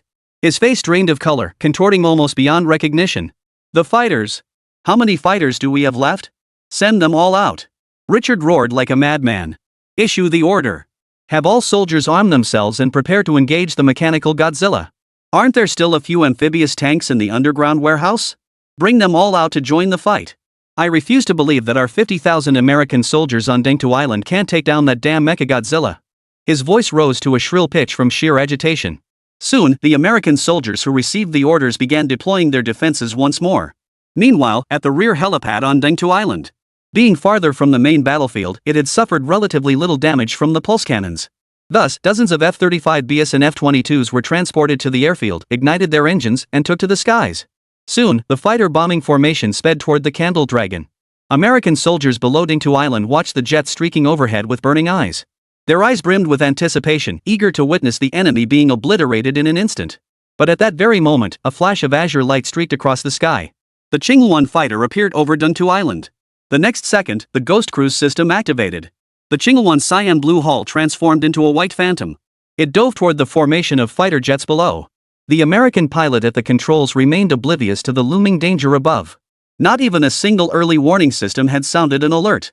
As the Ching-1 rapidly descended to within a mere 1,000 meters of the fighter formation, the entire craft abruptly halted its descent. Immediately, 2 massive mechanical wings spread wide. Hundreds of homing missiles erupted from beneath the wings, raining down like a meteor shower upon the fighter jets below. Throughout this sequence, the Ching-1 remained in stealth mode. To the naked eye, it appeared as nothing more than a ghostly white bubble. What the hell is that thing? Ghosts! My God, it's ghosts! The American soldiers on the ground erupted in cries of shock. When the Ching-1 unfurled its massive wings, everyone caught sight of the shadowy figure drifting high in the sky. But before anyone could ponder what it was, the next second, a massive explosion echoed from above. Within everyone's field of vision, every single American fighter jet in the sky exploded without exception. The incident unfolded so suddenly that no one could react. Some even plopped down onto the ground, their faces frozen in utter shock. Their minds went blank, thoughts frozen in place. Hearts pounded wildly, as if they might burst through their chests. The American fighter jet formation exploded without warning. Total annihilation. Just like the electromagnetic pulse that had destroyed the base facilities moments earlier, its origin unknown. Bizarre and utterly defenseless. No, this can't be. My fighter squadron. Richard was paralyzed. His pupils contracted violently as he pressed his hands firmly against his temples. In his fury, he yanked out a large clump of hair. The sudden explosions of the fighters caught everyone off guard, leaving no one to witness the cause. Officers exchanged fearful glances, murmuring among themselves. What the hell attacked us? Could it be aliens? Bull aliens. It's definitely China. Damn China, who knows what tactics they've deployed. But before they could recover from the shock, a dragon's roar as if from primordial chaos echoed across the entire Dingtu Island. The Americans on Dingtu Island instantly felt their scalps crawl. A chill rose from the soles of their feet, shooting straight to the crown of their heads. Their backs were instantly drenched in sweat. At the island's edge, a colossal mechanical entity nearly 20 meters tall slowly emerged from the water. The moment it appeared, 2/3 of the American soldiers on the island were instantly paralyzed with fear. MECHA-GODZILLA had landed. Tank crews. Quick, fire the cannons! Someone screamed. One by one, underground bunkers across the island opened their mechanical doors. Several armored tanks rolled out. The tanks swiveled their cannons, aiming at the Candle Dragon rampaging nearby. In the next instant, dozens of amphibious tanks unleashed a coordinated barrage. Fist-sized shells pelted the Candle Dragon's steel hull like a torrential downpour. The deafening explosions sent shivers down the spine. The billowing smoke choked the air, stinging eyes shut. Ha! Damn mechanical monsters, now you know how tough we Americans are. This is what happens when you cross the Americans, you end up blown to bits. Before the smoke had even cleared, some American soldiers were already screaming hysterically. In their eyes, the steel beast couldn't possibly withstand tank fire. This battle, the Americans had won. One soldier, closest to the blast. He even grabbed 2 machine guns, aimed them at the billowing smoke, his face contorted with rage. He spewed a torrent of profanities, while frantically pulling the trigger, pouring bullets into the thick smoke like a madman. Just as he gloated, convinced the monster was finished, the next second, a thick mechanical leg emerged from the smoke, instantly crushing him into pulp. The American soldier's face, still frozen in excitement, suddenly stiffened. Then, a soul-shaking terror froze them in place. Many collapsed on the spot, their minds going completely blank. MECHA-GODZILLA was not dead. Blinding lights suddenly pierced the thick smoke. The next instant, a searing beam of intense heat shot through the haze. The intense heat caused the air itself to ripple. Chapter 64, Annihilation of the Dengtu Island Base. The high-temperature beam sliced through the distant tank formation like a gigantic sword. No explosions followed. Yet as soon as the 10 amphibious tanks made contact with the high-temperature beam, at the edges of the wreckage, the glowing metal continued to melt slowly like hot chocolate. To the Americans, this strike was nothing short of devastating. Especially for the fearless American soldiers who attempted to ambush the Candle Dragon with homemade bombs. The next second, they were brutally crushed into pulp. Across the entire island of Dengtu, no weapon remained capable of stopping the Candle Dragon. The Dragon of Candle moved relentlessly through the major military installations. A single claw strike shattered concrete walls like blocks of tofu. A single sweep of its mechanical tail crushed and deformed over a dozen armored vehicles. Explosions erupted wherever it passed, billowing thick smoke. Occasionally, it would unleash high-temperature beams, obliterating distant military installations. American soldiers watched the steel beast rampage through their base. Despair washed over every face. Some were so terrified they wept silently, while others grabbed machine guns and fired wildly at the Candle Dragon. Yet even the large-caliber armor-piercing rounds capable of penetrating tank armor barely scratched the surface of the Dragon Lantern's hull. The despairing Americans dropped their weapons, their faces frozen in blank stupor. They now possessed neither the means nor the courage to oppose the Candle Dragon. They could only watch as it rampaged through the base, wreaking havoc at will. Countless military installations were obliterated by the Candle Dragon. Ammunition depots, helipads, and the entire military dock turned to rubble. The entire island of Dengtu rapidly descended into a sea of flames at a visible pace. Inside the base command center, gazing down at the inferno below and the steel monster roaring within it, Richard could no longer contain himself. With a thud, he collapsed to the floor. Dengtu Island, developed over nearly a decade, proved so fragile. Destroyed in mere moments by mechanical beasts. This aged Richard by a decade in an instant, leaving him utterly soulless. His gaze grew vacant. He remained utterly unresponsive to the shouts of his subordinates behind him. At that very moment, the Candle Dragon, having already destroyed most of the military installations, raised its head, its crimson pupils fixed on the command center atop the mountain. The next instant, a high-temperature beam erupted from its maw. A blinding light engulfed the entire mountain peak. Richard and the entire command center were reduced to smoke. The U.S. military's Dengtu Island base, which had constrained China for decades, was reduced to ashes within the next half hour. The mountain collapsed. Sea water surged in, permanently losing its strategic value. This threat capable of directly launching ballistic missiles into the heartland of China. At this very moment, it was utterly eradicated. At that moment, within the Dongshan naval base. Witnessing this, the soldiers' eyes filled with tears. Overcome with emotion, they erupted into frenzied applause to vent their surging feelings. Eradicating Dengtu Island, a monumental achievement. The most lethal threat to the Americans has finally been neutralized. We've waited far too long for this day. Haha, brothers, tonight we drink till we drop, this joy is too great. Several gray-haired veterans now embraced each other, tears streaming down their faces. Having guarded the coastal defenses and weathered hundreds of territorial crises, fully understood the significance of destroying the Dengtu Island base. From its very construction, this U.S. military base had been designed to monitor China. Their fighter jets and warships, every time they invaded the territorial waters to provoke China, used Dengtu Island as a staging ground or even an ammunition supply point. Departing from Dengtu Island, the U.S. fleet could reach the Bohai Gulf in just half a day. Such proximity has always posed a grave threat to China. Now, with the destruction of the Dengtu Island base, the sharpest fong threatening the Chinese people has been pulled. This is truly an uplifting development. It was cause for soldiers to rejoice and shed tears of joy. As the commander of this operation, Kong Zhan quietly breathed a sigh of relief. No mishaps occurred, the Dengtu Island base was successfully eliminated. Not only had it deterred the United States, but it had also neutralized a major threat. This offensive had paid off handsomely. Commander Kong, Commander Chen is calling again, his secretary announced from the side. Kong John nodded slightly and took the phone. Before he could even raise it to his ear, a hearty laugh boomed from the other end. Ah, brilliant. Absolutely brilliant. Chen Longfei was in high spirits, showering praise over the phone. Kong John, you handled this incident while especially destroying the Dengtu Island base. You left virtually no trace. After a pause, Chen Longfei continued. But don't get too cocky, you weren't the main architect of this victory. Kong John immediately nodded in agreement. In truth, had any other general commanded this operation, the outcome would have been largely the same. The most pivotal figure, however, was a young man barely in his 20s. The greatest hero of this campaign is Xiang Yu. Kong John replied without any hint of seeking credit for himself. Commander Chen, I hope you will show him sufficient respect, even honor, when you meet him. This young technological genius has made tremendous contributions to our nation. His contributions far exceed those of myself and the others around me combined. Chen Longfei's smile faded, his expression turning serious. I understand this well. Comrade Xiang Yu not only voluntarily handed over invaluable technical documents to the state, but also, when faced with the greater good of our nation, he showed not the slightest hesitation. Such a talented young man must be generously rewarded by our country. He is even qualified to be awarded a national medal. The moment the word medal was uttered, the generals' gazes instantly sharpened. A look of reverence unconsciously appeared on their faces. In China, the honor represented by a medal was worth its weight in gold. A medal bestowed by the state itself carries weight as heavy as Mount Tai, its significance profound. For Xiang Yu to receive a national-level medal in his early 20s, it would be an almost unimaginable feat. The communication call ended, marking the conclusion of this incident. After completing their mission, the Candle Dragon, Black Tortoise, and Azure Phoenix returned to Huaguo. Meanwhile, the Dongshan fleet had completed the capture of all American soldiers aboard the Third Fleet. To redeem these prisoners, especially the high-ranking officers at the admiral level and above, the United States would inevitably have to pay a hefty sum. At that moment, inside the Pentagon in the United States, upon learning of the destruction of the Dengtu Island base, the U.S. leadership was both shocked and terrified. Shocked that anyone dared attack a U.S. military base. Their dread stemmed from the fact that the impregnable Dengtu Island base had been utterly annihilated within half an hour.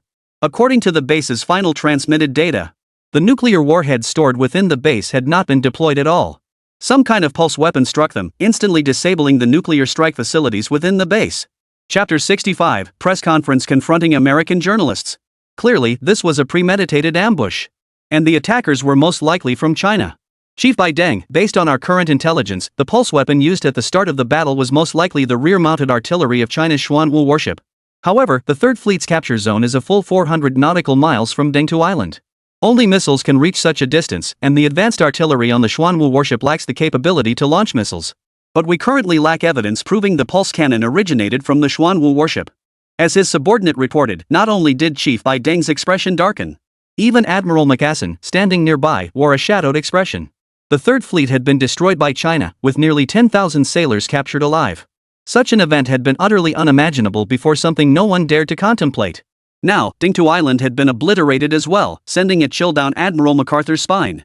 Convene a press conference immediately and expose China's atrocities to the world. Chief Bai Deng commanded, a cold gleam flashing in his eyes. If they cannot compensate us tenfold for our losses, then we go to war. The word sent ripples of murmurs through the conference room, the atmosphere turning grim. Soon, the U.S. State Department sprang into action. A condemnation statement denouncing China's atrocities was disseminated worldwide. The condemnation included the malicious attack on the U.S. Third Fleet and the destruction of the Dengtu Island base. This was an explosive piece of news. Upon release, it detonated like an atomic bomb. It shattered countless people's worldviews. What the hell? The Chinese defeated the U.S. Third Fleet? Is the Chinese Navy that formidable? The Third Fleet isn't the main point, it's the Dengtu Island base. That base is the strongest defensive facility the U.S. has deployed in the Western Pacific. It even stores nuclear warheads, and it was captured. God, how did the Chinese pull this off? What terrifying power! Foreign netizens erupted in heated debate. But the focus of the debate wasn't on the atrocities themselves, it was on why China suddenly became so formidable. How could they defeat the U.S. fleet and an overseas base? News of this sent shockwaves through China, triggering a tsunami of discussion. Hours earlier, the U.S. fleet had abruptly surrounded the Xuanwu warship and cut off the live broadcast. This left many Chinese hearts in knots. They had hoped for the best outcome, the Xuanwu battleship breaking free from the American blockade and returning safely to China. Yet hours later, the U.S. was actually condemning China for destroying their fleet and base? This news was utterly explosive. Unexpected and exhilarating. Ha! The Chinese Navy is awesome. Pulled off such a major operation without a word. Let's see if the Americans dare to act so arrogantly now. Take them down. So satisfying. We Chinese finally stood our ground. Let's see which foreigner dares say we won't stand up to the US now. The Chinese public was buzzing with excitement, spreading the news everywhere. The atmosphere was as joyful as during the New Year's celebrations. Some generous shop owners and car owners even took it upon themselves to hang national flags on their storefronts and vehicles. In an instant, streets and alleys became a sea of red. At this moment, the hearts of the Chinese people were united as one. Yet amid the celebrations, official business could not be neglected. Following the U.S. condemnation statement, Huagua swiftly convened a diplomatic press conference. Foreign Ministry spokesperson Chu Qing strode steadily onto the stage. The moment he stood still, journalists from various countries below the stage began firing questions uncontrollably. Minister Chu Qing, is it true that the Huagua Navy destroyed the U.S. fleet and overseas bases? Can China take responsibility for this incident? Aren't you afraid of U.S. retaliation? Maliciously attacking U.S. overseas bases could severely disrupt the peace. What is your perspective on this? A barrage of questions erupted from the journalists like a machine gun. At this moment, they desperately wanted to know the official stance of China. Such an international incident could easily escalate into a large-scale war. When wars between major powers escalate, they inevitably become world wars. Yet Chu Qing remained calm and composed as he listened to the reporters' questions. Only after the room had quieted did he speak.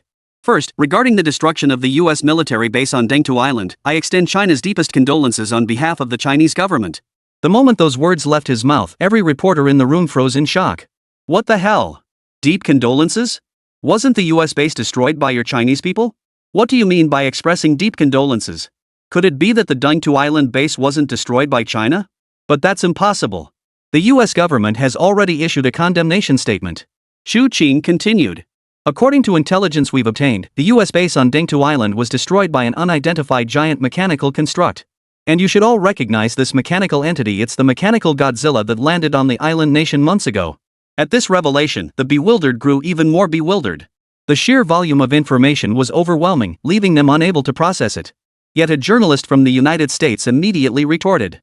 Isn't MECHA-GODZILLA a mechanical construct created by your nation, China? It shares structural similarities with the Xuanwu battleship, a mechanical body, biological characteristics. My friend, we must base our statements on evidence. If you cannot provide concrete proof, maliciously defaming China would be an extremely serious matter. Chu Qing's tone was measured, yet his words sent a chill down the American reporter's spine. He forced himself to continue. Then why did your nation openly attack the U.S. Third Fleet? Does this indicate China harbors ambitions to conquer the world and disrupt international peace and stability? First, we acknowledge that China defeated the U.S. Third Fleet and captured 4,369 American servicemen. However, I disagree with the term openly attacked used by this journalist friend, as China's actions constituted a defensive counterattack, not a preemptive offensive. Self-defense counterattack? You destroyed our Third Fleet without losing a single warship. What kind of self-defense counterattack is that? The American reporter lost his composure, his tone sharpening.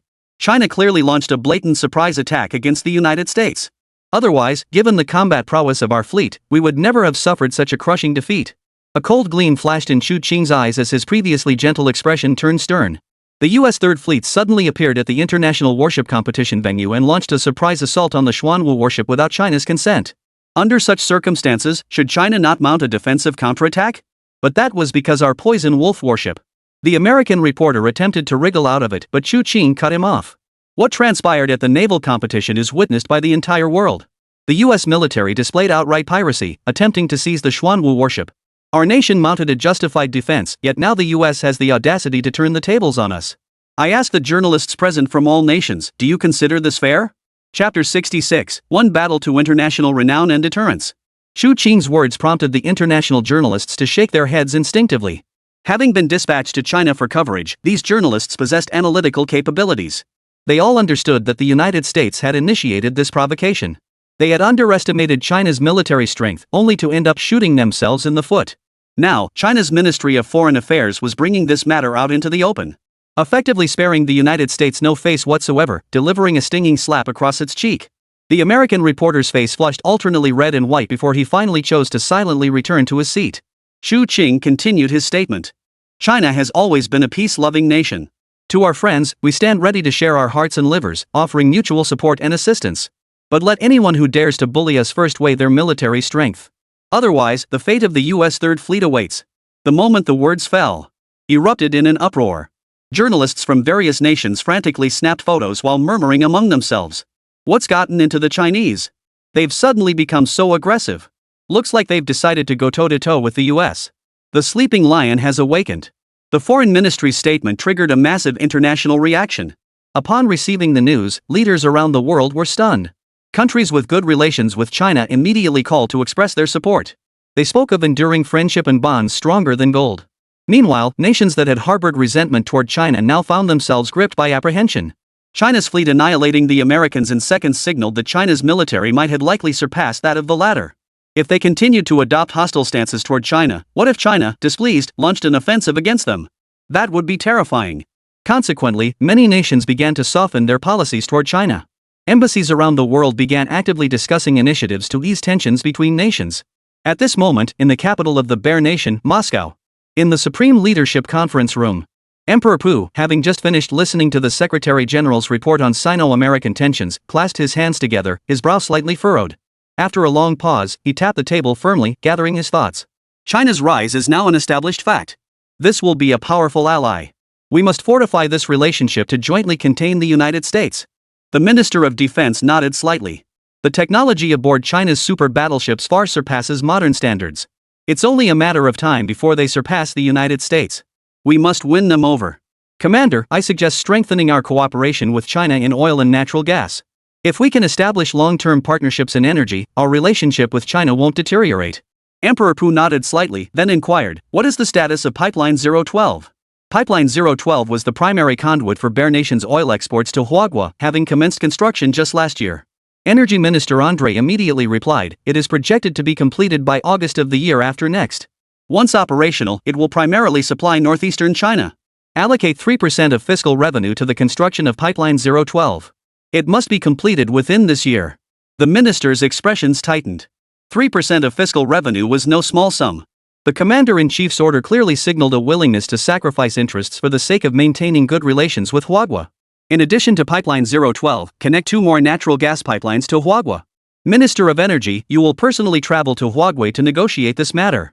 Andre immediately nodded solemnly. Commander, rest assured. I guarantee the task will be completed. The Emperor nodded slightly. Energy prices may be set below market rates. Our objective is to sustain relations with China. This sleeping eastern lion has awakened. China's defeat of the U.S. Third Fleet carries implications far deeper than meets the eye. The direct and indirect gains far outweigh the losses. Bohai Bay, China. Imperial Capital Military Port. An order to clear all vessels from the harbor and remove all cargo containers from the land suddenly came down from the higher-ups. The once quiet military port erupted into frenzied activity as if suddenly brought to a boil. Soldiers scrambled frantically, operating machinery of all sizes to move debris. Smaller, scattered cargo containers were carried out by 2 or 3 soldiers at a time, rushing them away. An elite division of 10,000 troops stationed at the imperial capital garrison was also mobilized at this moment. Spears and cannons, fully armed and ready. Even a tank regiment rolled in, encircling the perimeter of the naval base. The entire division entered wartime readiness, forming a protective cordon around the naval port. Any suspicious individuals were to be shot on sight without warning. All military vessels, large and small, moored in the harbor were now ordered to depart and disperse to both sides. A vast expanse of water directly facing the harbor was left completely empty. The warships flanking both sides stood like armored soldiers, forming a mutually supporting defensive position, as if awaiting the arrival of some formidable force. Just then, the roar of engines echoed through the air. 2 armored military vehicles entered the harbor. The vehicles halted, and several soldiers in military uniforms disembarked. Except for the drivers, every soldier bore a golden 5-pointed star on their shoulders. These were high-ranking officials from various military districts, each holding at least the rank of general. At the forefront of these military leaders stood an elderly man of imposing stature. He was also the only one among them wearing 3 gold stars. This man was none other than the Commander-in-Chief of the Army, Navy, and Air Force Old Chen Longfei. A genuine rank of general. As Old Chen and his entourage arrived at the naval port, every soldier stood at attention, backs straight as arrows. Not a single one dared to slack off. Accompanying Old Chen were Kong Zhanlong, Kai Xian, and others. They had flown in from the Dongshan military district. They had come specifically to welcome the return of the Xuanwu warship. It's been nearly 3 years since our last joint military exercise, hasn't it? Chen Longfei chuckled cheerfully, glancing at Kong Zhan, who stood stiff-faced beside him. Kong Zhan nodded solemnly. 3 years and 6 months. Commander Chen's strategy of besieging Wei to rescue Zhao is still vivid in my memory. So, have you figured out how to counter that strategy of mine? Chen Longfei pressed. I have. Kong Zhan paused, a flicker of excitement flashing in his eyes, but those tactics are outdated now. With the Xuanwu warship now in service, most of the tactics and strategies we developed back then will become obsolete. Chen Longfei nodded slightly, his gaze drifting unconsciously toward the horizon. The decision to vacate the Imperial Capital naval base was entirely to prepare for the Xuanwu battleship's landing. The battles of the super warship in the Pacific were still fresh in everyone's memory. Lost in thought, the Imperial Capital harbor commander jogged over. He saluted Chen Longfei and reported. Commander, the naval base has been fully cleared, and the satellite jamming equipment is operational. When will your distinguished guests be arriving? For security reasons, the order to clear the naval port had not disclosed that the arriving vessel was the Xuanwu warship. Just as Chen Longfei was about to explain. The next instant, a thunderous explosion shattered the heavens. Chapter 67, The Three Fearsome Beasts Gather at the Military Port. Everyone in the naval base instinctively turned toward the sea. High above, a shimmering azure blue specter streaked across the sky. Wherever it passed, clouds churned violently and gales scattered. A colossal wind pressure swept across the sky like a tidal wave, accompanied by a deafening roar. Within the Imperial Capital's military port, Huagua soldiers listened to the successive sonic booms echoing overhead. Their scalps tingled with a sudden chill. Their hands gripping their rifles trembled uncontrollably. The next instant, the Phantom plunged from the clouds, abruptly halting less than 100 meters above the naval base. Massive metallic wings unfurled to nearly 30 meters in span. Its exquisitely engineered mechanical structure, with a streamlined form reminiscent of a mythical divine bird, it delivered a visual impact that fused technology with avian forms. As the Azure Phoenix abruptly materialized before the crowd, everyone was utterly stunned. The wind pressure swept across the ground in the next instant, knocking unprepared soldiers back several steps. Dust from the harbor's surface swirled wildly into the air, churning like a sandstorm tornado. Holy crap, where did this mechanical bird come from? Good heavens, what exquisite machinery! Could this be the mechanical divine bird that defeated the American King Cobra fighter jet before? Holy crap, it's too beautiful! Absolutely stunning! The soldiers, snapping back to their senses, erupted in a chorus of gasps. Chen Longfei and his companions, standing nearby, were equally stunned. Although Chen Longfei had learned about the Qingyuan from Long Kaishuan's previous intelligence report, and knew it could transform from a fighter jet into a mechanical divine bird, but seeing it with his own eyes today, his heart still pounded wildly beyond control. A wave of palpitations surged through him, leaving his entire body tingling with numbness. The commander of the Imperial Capital military port stared blankly at the Qingyuan hovering in the air. His mouth opened and closed, eyes wide with astonishment. After a long moment, he stammered out a question. Is this the distinguished guest? Unbelievable, it's actually this ship. I recall its name is Qingyuan, correct? It's breathtakingly beautiful, like a masterpiece of art. No, it's merely one of the mechanical creations crafted by the VIP, Long Kaishuan replied. The real VIP hasn't. Long Kaishuan's voice abruptly cut off. Suddenly, the sound of splashing water erupted from the waterfront area of the military port. Massive bubbles shattered the tranquil surface. The next instant, a monstrous beast that seemed to have emerged from ancient times slowly raised its head from beneath the water. A steel skull, crimson pupils, and teeth as sharp as a Tyrannosaurus Rex. As the imposing figure of the candle dragon materialized before the crowd, the soldiers at the naval base felt a chill run down their spines, swallowing hard in sheer awe. Their minds buzzed, and they forgot to breathe. Yet they watched as the candle dragon stepped out of the sea, one step at a time. Its mechanical frame suddenly shot upward nearly 20 meters. Its steel body, resembling a mechanical Godzilla, delivered an unprecedented shock to everyone present. Especially since this mechanical Godzilla had obliterated the American overseas base just hours earlier. People were so stunned they froze in place, unable to move forward. The candle dragon walked onto the pier. Its crimson pupils scanned the military port surroundings with an almost human-like gaze. Its mechanical brow furrowed slightly. It seemed dissatisfied with the soldier's reaction upon seeing it. The next instant, the candle dragon extended its left foot forward. Its neck arched high, its mouth gaping wide to its limit. A thunderous dragon's roar erupted from its throat. The tangible sound waves reverberated throughout the entire military port. The immense sonic pressure nearly shattered the eardrums of the surrounding soldiers. They all instinctively covered their ears, their faces frozen in terror. Meanwhile, the soldiers stationed around the harbor, upon hearing the dragon's roar, turned pale and instantly tensed up. However, orders had been issued, their responsibility was solely to guard the perimeter of the harbor. As for what transpired within, they had no authority to intervene. The candle dragon, satisfied with the sight of the pale-faced soldiers, nodded approvingly. It lifted its head and strode toward the landing site of the Qingyuan. Watching this mechanical beast move through the naval port, the soldiers' hearts were in their throats. They feared it might accidentally trample someone or crush some valuable equipment. Fortunately, though, this mechanical dragon enjoyed showing off. It was remarkably careful with its footing, managing to walk for quite some time without damaging a single thing. Chen Longfei and the others watched the candle dragon depart, their hearts filled with both unease and complexity. Kong Zhan couldn't help but turn to Long Kaixian beside him and ask, "Kaixian, I heard that Comrade Xian Yu's first mechanical design was this very candle dragon?" Long Kaixian nodded slightly. Xian Yu built the candle dragon specifically to counter the nuclear wastewater discharge incident by the Japanese bastards. According to old Li Changlong, during the early stages of designing the steel colossus, Xian Yu faced plenty of skepticism. Many dismissed him as a braggart, refusing to believe he could pull it off. But then, at the new concept weapons exhibition at the University of Science and Technology of China, he actually built this massive thing. Everyone listened intently to Long Kaishuan's account, their eyes filled with disbelief. Chen Longfei frowned and asked, "If the candle dragon appeared at the USTC exhibition, surely many people witnessed it. What about your confidentiality measures?" "Rest assured, Commander Chen. Our USTC students are trustworthy individuals. Not a single leak has occurred thus far." Commander Chen nodded in relief. The candle dragon and the Azure Phoenix had already arrived one after another. Next up was the final heavyweight guest. All eyes turned toward the horizon. Amidst the eager anticipation of all present, a colossal steel sea monster was charging toward the harbor. Four massive turbine engines roared at full throttle from its tail, sending 100-meter-high waves crashing into the air. The sheer spectacle was breathtaking to behold. Here it comes, the hero of this naval competition, the Xuanwu, the ship that shattered the U.S. Third Fleet with a single shot. Long Kaixian clenched his fists in excitement. The other generals gazed expectantly, their eyes ablaze with excitement. Though the Azure Phoenix and Candle Dragon had left them profoundly shaken. That awe stemmed from their outward appearance. The Xuanwu warship, stretching over 100 meters in length, dwarfed the Qingyuan and Zhulong by several times. A fearsome colossal mechanical entity. Its sci-fi inspired design. The Xuanwu battleship exuded an even more oppressive presence than an aircraft carrier. Its relentless charge continued, like a primordial oceanic tyrant, carrying a breathtaking awe. Many coastal soldiers, after staring at the Xuanwu warship for too long, found their spines involuntarily tingling with cold sweat. Could this steel sea monster be heading straight for the harbor?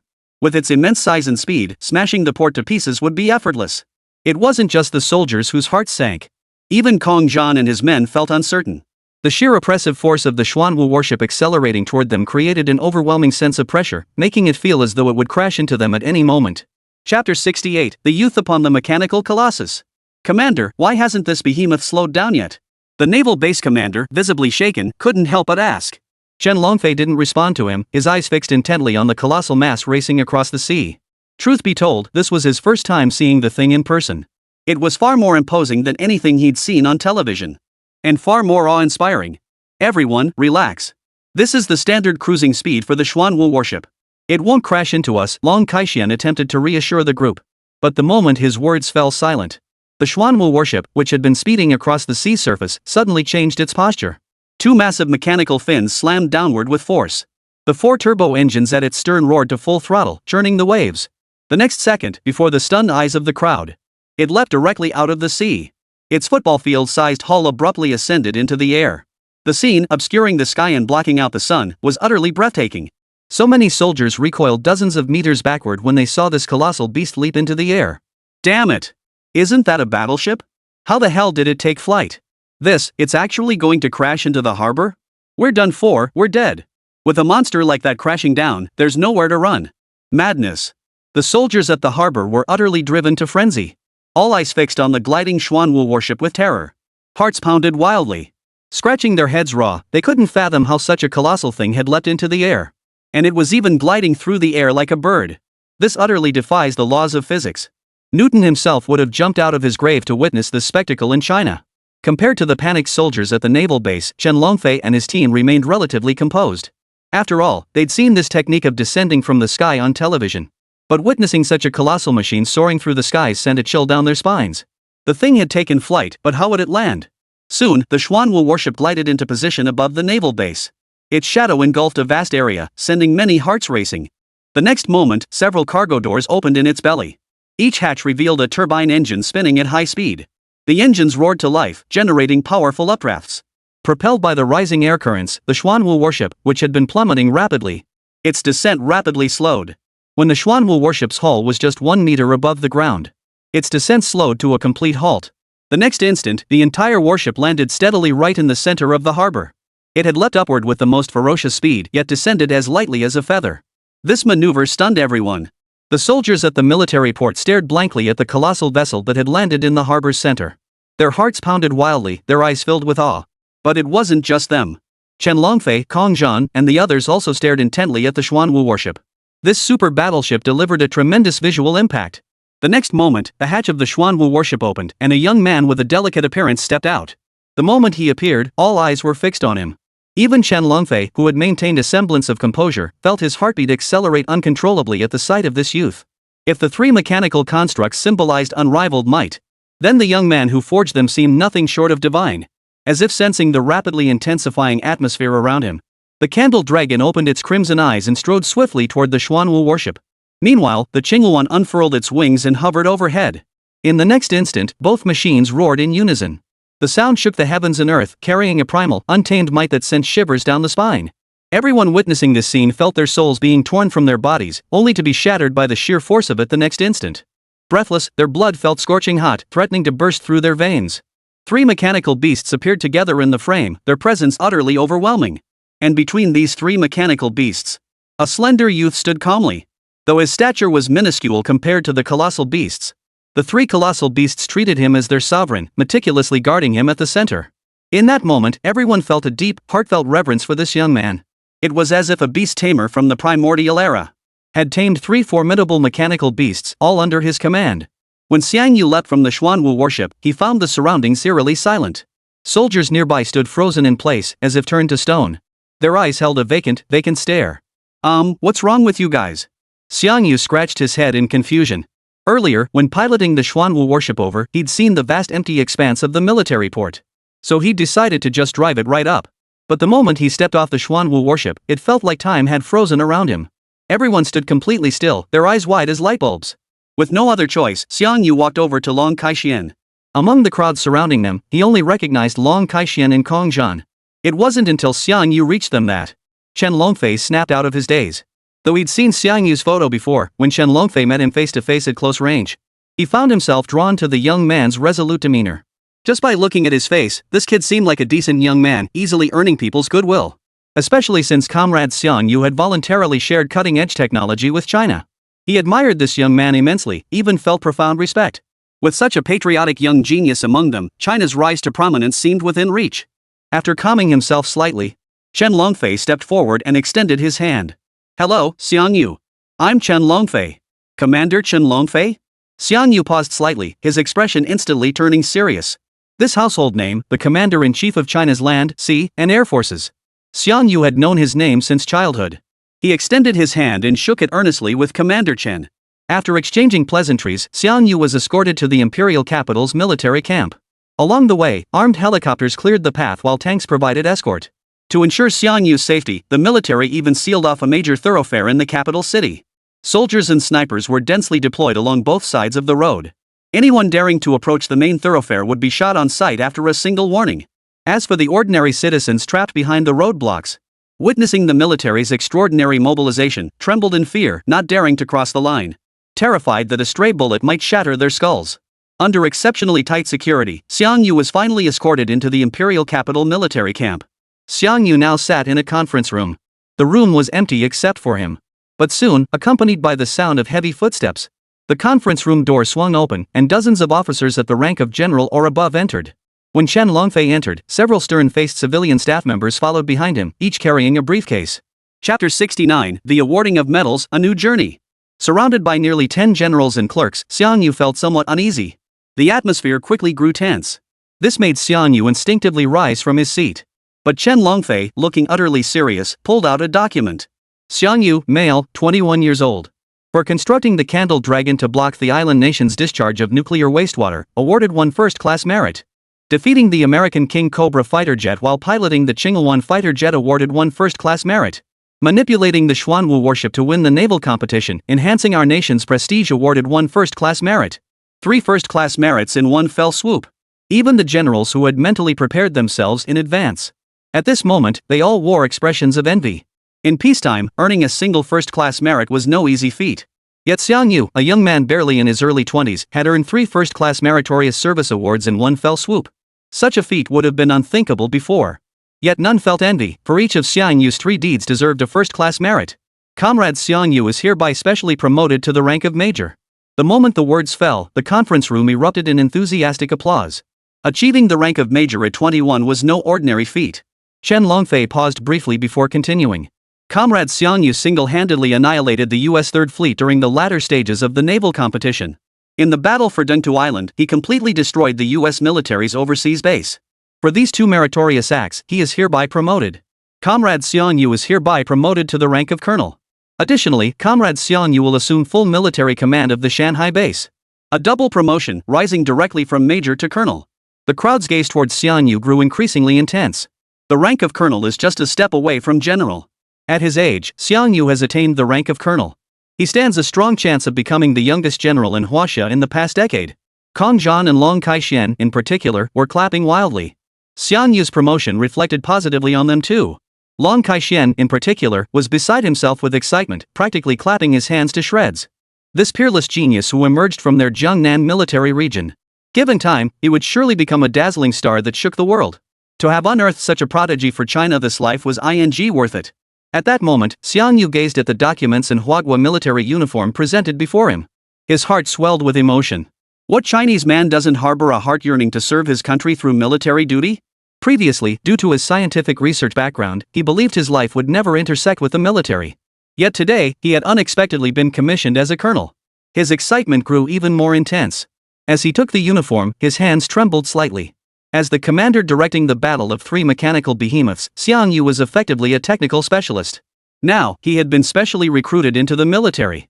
The commendation ceremony wasn't over yet. Chen Longfei took out a gleaming gold medal and handed it to Xiang Yu, saying, "Comrade Xiang Yu, you have selflessly gifted several cutting-edge technologies to Huagua. Your contributions to military machinery, aerospace fighters, and near-future weapon development have been immense. We hereby award you the National Scientific Research Medal. And you are hereby conferred the title of National Academician." The moment Chen Longfei finished speaking, the surrounding air filled with audible gasps. The general's eyes brimmed with profound respect. For in Huagua, this medal and title carried weight as heavy as Mount Tai. The National Scientific Research Medal was reserved solely for those national giants who had devoted their lives to serving China. The title of National Academician, meanwhile, carried unparalleled honor. It represented the nation's highest recognition of outstanding scientific talent. Xiang Yu had simultaneously earned both the research medal and the title of National Academician. There was no doubt that he had earned the highest recognition from China's top leadership. Such honors are beyond the reach of most individuals, even over the course of a lifetime. The moment Xiang Yu received the medal, the venue erupted in thunderous applause. Every gaze fixed upon Xiang Yu brimmed with respect and admiration. This young man, barely 20 years old, possessed boundless potential for the future. Chen Longfei gave Xiang Yu a firm pat on the shoulder, his tone tinged with resignation. "Given your contributions, this ceremony should have been a grand celebration, making your name known across the nation, even the world. But you're simply too vital to our nation, more crucial than all of us soldiers combined. So Xiang Yu, for now, we can only present your medal in this windowless conference room." Chen Longfei paused before continuing. "But rest assured, it won't be long. When our nation is ready, we will make your contributions to China known to the world. Let everyone know just how immense your contributions to our nation truly are." Chen Longfei spoke with utmost sincerity, his tone deeply earnest. In his view, Xiang Yu's willingness to transfer cutting-edge technology to China without compensation. This single act alone was worthy of profound respect. However, present-day China lacked the capacity to guarantee Xiang Yu's safety. Therefore, his identity could not be made public. Once China possessed sufficiently powerful military strength, they would announce Xiang Yu's achievements to the entire nation. Following the conclusion of the commendation ceremony, Xiang Yu was escorted out of the conference room. At this point, Xiang Yu was no longer merely a military advisor to the Jiangnan military district. He was now also a technical officer holding the rank of colonel and a national academician. Feeling the weight of the research medal on his chest, a profound sense of pride welled up within him. "Father, mother, can you see me from heaven? Your son has become a soldier just like you." Xiang Yu's eyes grew slightly moist, his emotions complex and stirred. Born into a military family yet orphaned at a young age. His emotions were heavy and complex at this moment. Achieving these accomplishments, surely their spirits in heaven would be filled with immense pride. After the commendation ceremony concluded, Xiang Yu did not rush back to the Jiangnan military district. Although he had been promoted to the rank of colonel, he had never received formal military training. Therefore, Xiang Yu planned to remain at the imperial capital barracks for a period of military training. However, just 1 week into the training, Commander Chen suddenly came looking for him. He delivered news to Xiang Yu. Just the day before, the Bear commander had contacted the upper echelons of Hua Nation. He wished to invite China to conduct a joint exercise concerning the Land King. This exercise would be conducted jointly by China and the Bear Nation, with the location set in the Siberian marshlands. The Bear's leadership hoped this exercise would deepen cooperation with China across various fields. Military experts and journalists from various nations, including the United States, would be invited to observe. While showcasing national military strength, it also aimed to deter other nations' leadership. Commander Chen, for such a large-scale exercise, we should deploy tank corps to participate, right? Is that why you called me here?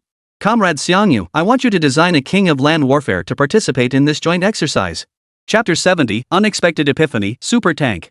Chen Longfei's expression suddenly turned extremely serious. Ever since our naval fleet defeated the US Navy in the ship competition, the entire international landscape has begun to turn against our nation. Some Western nations have abruptly reduced trade ties with us, and even countries that previously maintained decent relations are now deliberately keeping their distance. While we can't definitively say the US is behind this, they're undoubtedly involved. Chen Longfei's words caused Xiang Yu to furrow his brow slightly. Chen Longfei continued. In this joint military exercise, our nation must demonstrate the strongest possible military might to the world. Only when we are sufficiently strong will foreigners cease to underestimate us. Xiang Yu, do you understand what I mean? Xiang Yu immediately nodded in agreement. Only with a strong fist will we avoid being bullied, and only then will more nations choose to cooperate with us. Chen Longfei nodded with a hint of approval. You built the Xuanwu warship in less than half a month. That efficiency is beyond ordinary capabilities. So I came here today to ask if you could design a new tank for our country. Seeing Xiang Yu lower his head in thought, Chen Longfei continued. But rest assured, the military won't pry into your secrets any further. We're partners, we won't restrict your freedom in any way.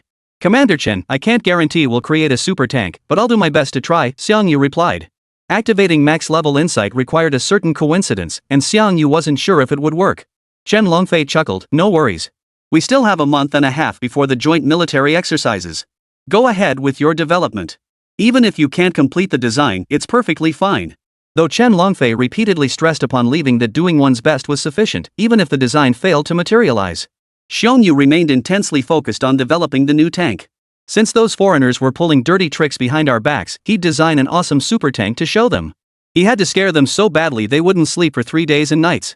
To trigger his max-level insight talent, Xiang Yu slung his backpack over his shoulder early the next morning and headed to the nearest armored division for inspiration.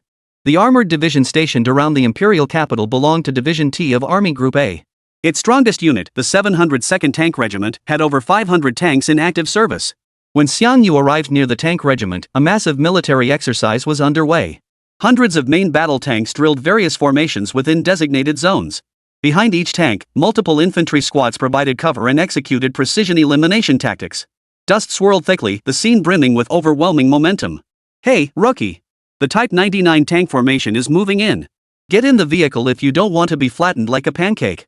A voice rang out from behind Xiang Yu. Immediately after, an off-road vehicle pulled up in front of Xiang Yu. With the tank seemingly imminent, Xiang Yu was yanked into the vehicle before he could react. Inside the SUV sat several middle-aged men in camouflage uniforms and glasses. Their appearance didn't suggest they were military personnel, they were likely technical staff involved in military manufacturing. Yet one of them, a scruffy bearded middle-aged man, eyed Xiang Yu up and down before chuckling. Young comrade, you don't look too old. Student soldier, right? Here to tour the tank camp? Xiang Yu gave a slight nod before handing over his credentials. The ID was encrypted, revealing only that Xiang Yu was a tank technician. After verifying the credentials, the SUV accelerated toward the tank camp. Midway through the journey, the bearded man suddenly spoke up. Heard the Russians recently developed a new depleted uranium armor-piercing round that can even penetrate BT-2 blast-resistant ceramic armor. Penetrate BT-2? That'd make hitting small tanks as easy as poking tofu with chopsticks. No wonder the Russians want joint exercises with us, they're just using us as practice targets. Actually, the firepower of modern tank shells isn't vastly different. The real issue is that breakthroughs in armor materials have been slow, which limits how much protection they can provide. The bearded man sighed and continued. A single wave of bomber saturation strikes would wipe them out. There's basically no defense against it. Increasing armor defense is no big deal, just add more ceramic armor. Don't go around saying I taught you that, it's embarrassing. The bearded man rolled his eyes and continued. Installing ceramic armor requires more powerful engines. Otherwise, tanks just get heavier and heavier, and they'll break down after a few steps. Besides, tanks mostly operate off-road. The heavier they are, the easier it is to get stuck in low spots. You can't overload them with armor, you know. Beside the bearded man, the square-jawed uncle shook his head with a wry smile. Without new materials and with the engine being such a major issue, tank development might hit a bottleneck. Technological stagnation is the last thing we want to see. Just then, Xiangyu couldn't help but speak up. I think we could modify aerospace engines, replace the classic diesel engines with turbo engines. The statement fell into a momentary silence inside the off-road vehicle, as several technical soldiers turned their gaze towards Xiangyu in unison. The next second, the cabin erupted in laughter. Ha! Replacing turbine engines with diesel engines? Young comrade, you certainly have some ideas. Isn't that exactly what the Americans did with their new tanks? But the cost is astronomical. The thing is, swapping to a turbine engine doesn't really boost tank performance much. Current materials just don't have the toughness or strength for it. Plus, turbine engines overheat super easily. Bottom line, the core issue is still the materials. What about adding a condenser to cool the engine? Or just mount a cooling fan under the chassis? Ha! That actually gives me an idea. The discussion grew increasingly heated as the technical crew launched into wave after wave of brainstorming, debating passionately. Although Xiangyu didn't contribute further to the conversation afterward, he found himself drawn into the conversation, sitting nearby and listening intently. The group of veterans moved from engines to tracks, then from gun barrel diameters to tank anti-aircraft capabilities. Just as Xiangyu was engrossed in the conversation, a familiar pang of heartache suddenly welled up from deep within him. Xiangyu paused in surprise, then his face lit up with delight. Max-level insight activated at this very moment. Super titanium tungsten alloy steel, resists temperatures exceeding 5,000 degrees Celsius, possesses ultra-high toughness and anti-destruction properties. Nuclear heavy axle engine, provides 200,000 horsepower of thrust equivalent to a nuclear aircraft carrier's propulsion. Aerial fission missile cluster, capable of simultaneously launching up to 1,000 micro-guided missiles into the air. Trinity Devourer cannon, average enemy elimination range 200 kilometers. Arthropod-inspired bionic limbs, mechanical appendages modeled after spider structures, adaptable to diverse complex environments. A torrent of knowledge surged into Xiangyu's mind like a gushing spring. Xiangyu's mind was now engaged in a frenzied brainstorming session. Conceptual blueprints for new tank designs continuously generated and optimized within his mind. Chapter 71, Xiangyu's sense of foreboding. Once again, he felt his mind being flooded with an overwhelming sea of knowledge. Xiangyu felt an extraordinary sense of exhilaration. Each time he activated his maxed-out insight, Xiangyu would grasp vast amounts of technology that surpassed the era. As the number of such insights increased, previously grasped technologies would automatically fuse together. This opened up more possibilities for technological advancement. Xiangyu believed that with enough such epiphanies, a qualitative leap would eventually occur. At that point, even leading humanity into the interstellar age would be within reach. Hey, buddy, snap out of it. We're here. His musings were interrupted. When Xiangyu snapped back to reality, he found they had arrived at the tank battalion camp. The commander of the 702nd Tank Regiment was named Wang Jiangwo. Under his guidance, Xiangyu conducted a thorough inspection of the entire 702 Tank Regiment. It took a full day for Xiangyu to conduct an extremely detailed examination of the tanks within the camp. This included the strengths and weaknesses of various tank types, ammunition varieties, combat strategies for different environments, and more. He recorded everything in his notebook for future reference during development. By the time he returned to the Imperial Capital Barracks, evening was approaching. Without delay, Xiangyu headed to the nearest mechanical factory to immerse himself in the design of the new tank. The most fatal flaw of modern tanks is that larger sizes become increasingly cumbersome. While tracked mobility suits standard terrain, it remains ineffective against rivers or swamps. Therefore, adding mechanical legs to the tracks is essential for reliability. Xiangyu scribbled and sketched on his draft paper, continuously incorporating today's observations into his plans. Armored tanks universally suffer from weak anti-air capabilities. Air defense must be strengthened. Max out the elevation angle of the god-devouring cannons so they can fire skyward too. The heavy axle engine provides ample traction, so we can max out the defensive armor. However, considering the pulse bombs the Germans deployed earlier, we must also install an electromagnetic shield on the tank for added security. As Xiangyu's thoughts expanded, a revolutionary land combat vehicle gradually took shape on the paper. In Xiangyu's vision, this machine would not only fulfill all current ground combat requirements, but should also possess combat capabilities transcending contemporary warfare paradigms. This included, but was not limited to, aerial combat, Arctic warfare, ultra-long-range sustained operations, and even interstellar space battles. These capabilities might not be needed for a very long time, but they must be included. Better safe than sorry. What if an alien civilization suddenly arrives on Earth, or a colossal monster emerges from the Pacific Ocean? Xiangyu muttered to himself, continuously organizing his thoughts into his notebook. Tanks serve as mobile artillery units capable of both offense and defense. They will bear the crucial responsibility of fortifying China's borders. He must also consider every conceivable crisis scenario. Only when the new tank possesses the capability to operate in diverse complex environments can such a machine truly be called the king of the battlefield. Though Xiangyu's current deliberations might seem overly cautious. But in the not-too-distant future, when that terrifying catastrophe of flesh and blood entanglement truly descends, Xiangyu would be profoundly grateful for today's contemplation. As Xiangyu's design progressed, this land combat vehicle had completely overturned the image of modern tanks, its entire form resembling alien technology. And at the very top of this design sketch, the name of this new tank is written. Xingtian Tank. With the design finalized, Xiangyu immediately activated the divine creation hand and began forging the new tank. Several days passed without incident. Time flew by, and a week had passed. Shen Longfei was processing documents as usual. Just then, the guard suddenly ran over, panting heavily. "Commander, we just received word that the Russian Foreign Minister Turgenev has boarded a special flight bound for the capital. They're on their way here. He's also brought a weapons research team, claiming they're here to study our nation's tank technology." Shen Longfei paused his work.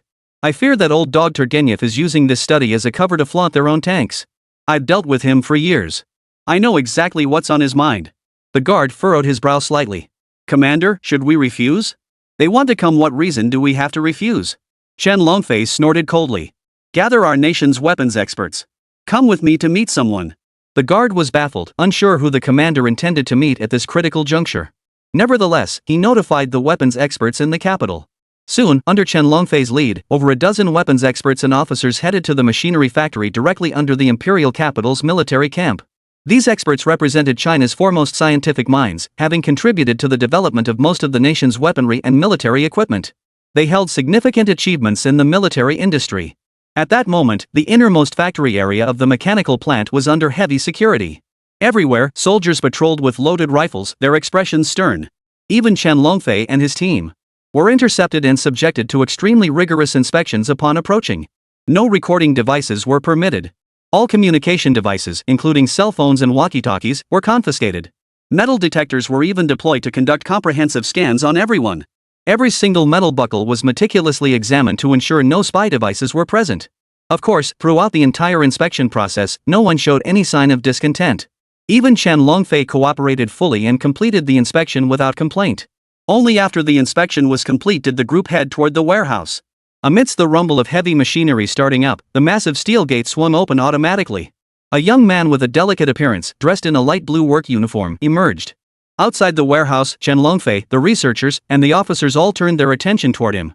Particularly beside Chen Longfei stood a silver-haired, spry-looking elderly man. A sharp gleam flashed in his eyes as he stared intently at the youth emerging from the warehouse. As Xiangyu approached, Chen Longfei introduced him proactively. "Comrade Xiangyu, this is our nation's chief designer of the latest Crimson tank, the esteemed elder Xiananshan." Xiananshan, the living legend who would have thought this national giant would be present. Xiangyu immediately adopted a respectful expression. He had heard stories about old Master Xia since childhood. He had led China in breaking through the Soviet Union's technological blockade and developing China's own modern tanks. A truly admirable giant. Yet Xiananshan scrutinized Xiangyu from head to toe, a flicker of intense admiration flashing in his eyes.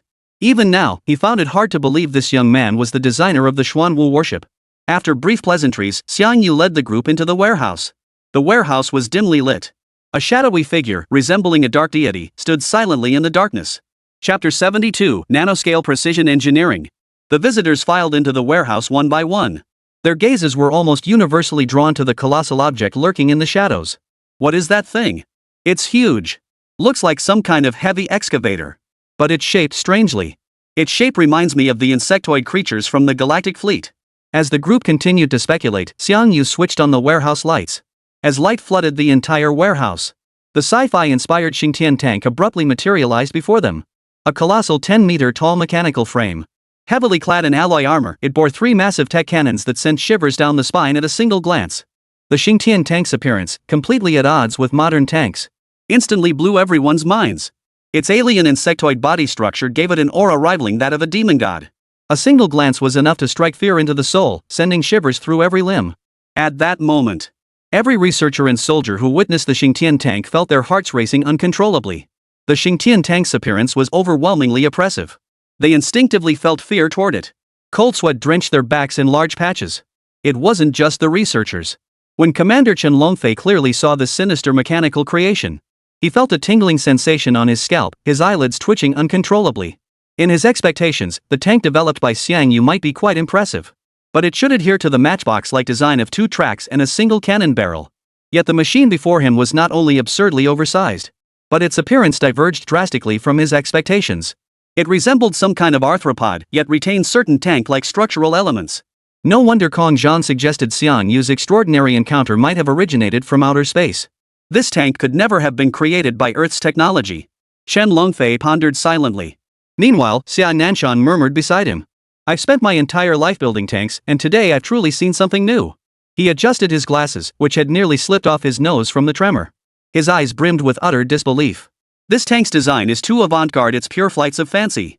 Yet every single component makes perfect logical sense. It's astonishing. A young clerk beside Xia Nanshan couldn't help but ask. Professor Xia, this machine looks imposing, but could it really outperform modern tanks in actual combat? Exactly.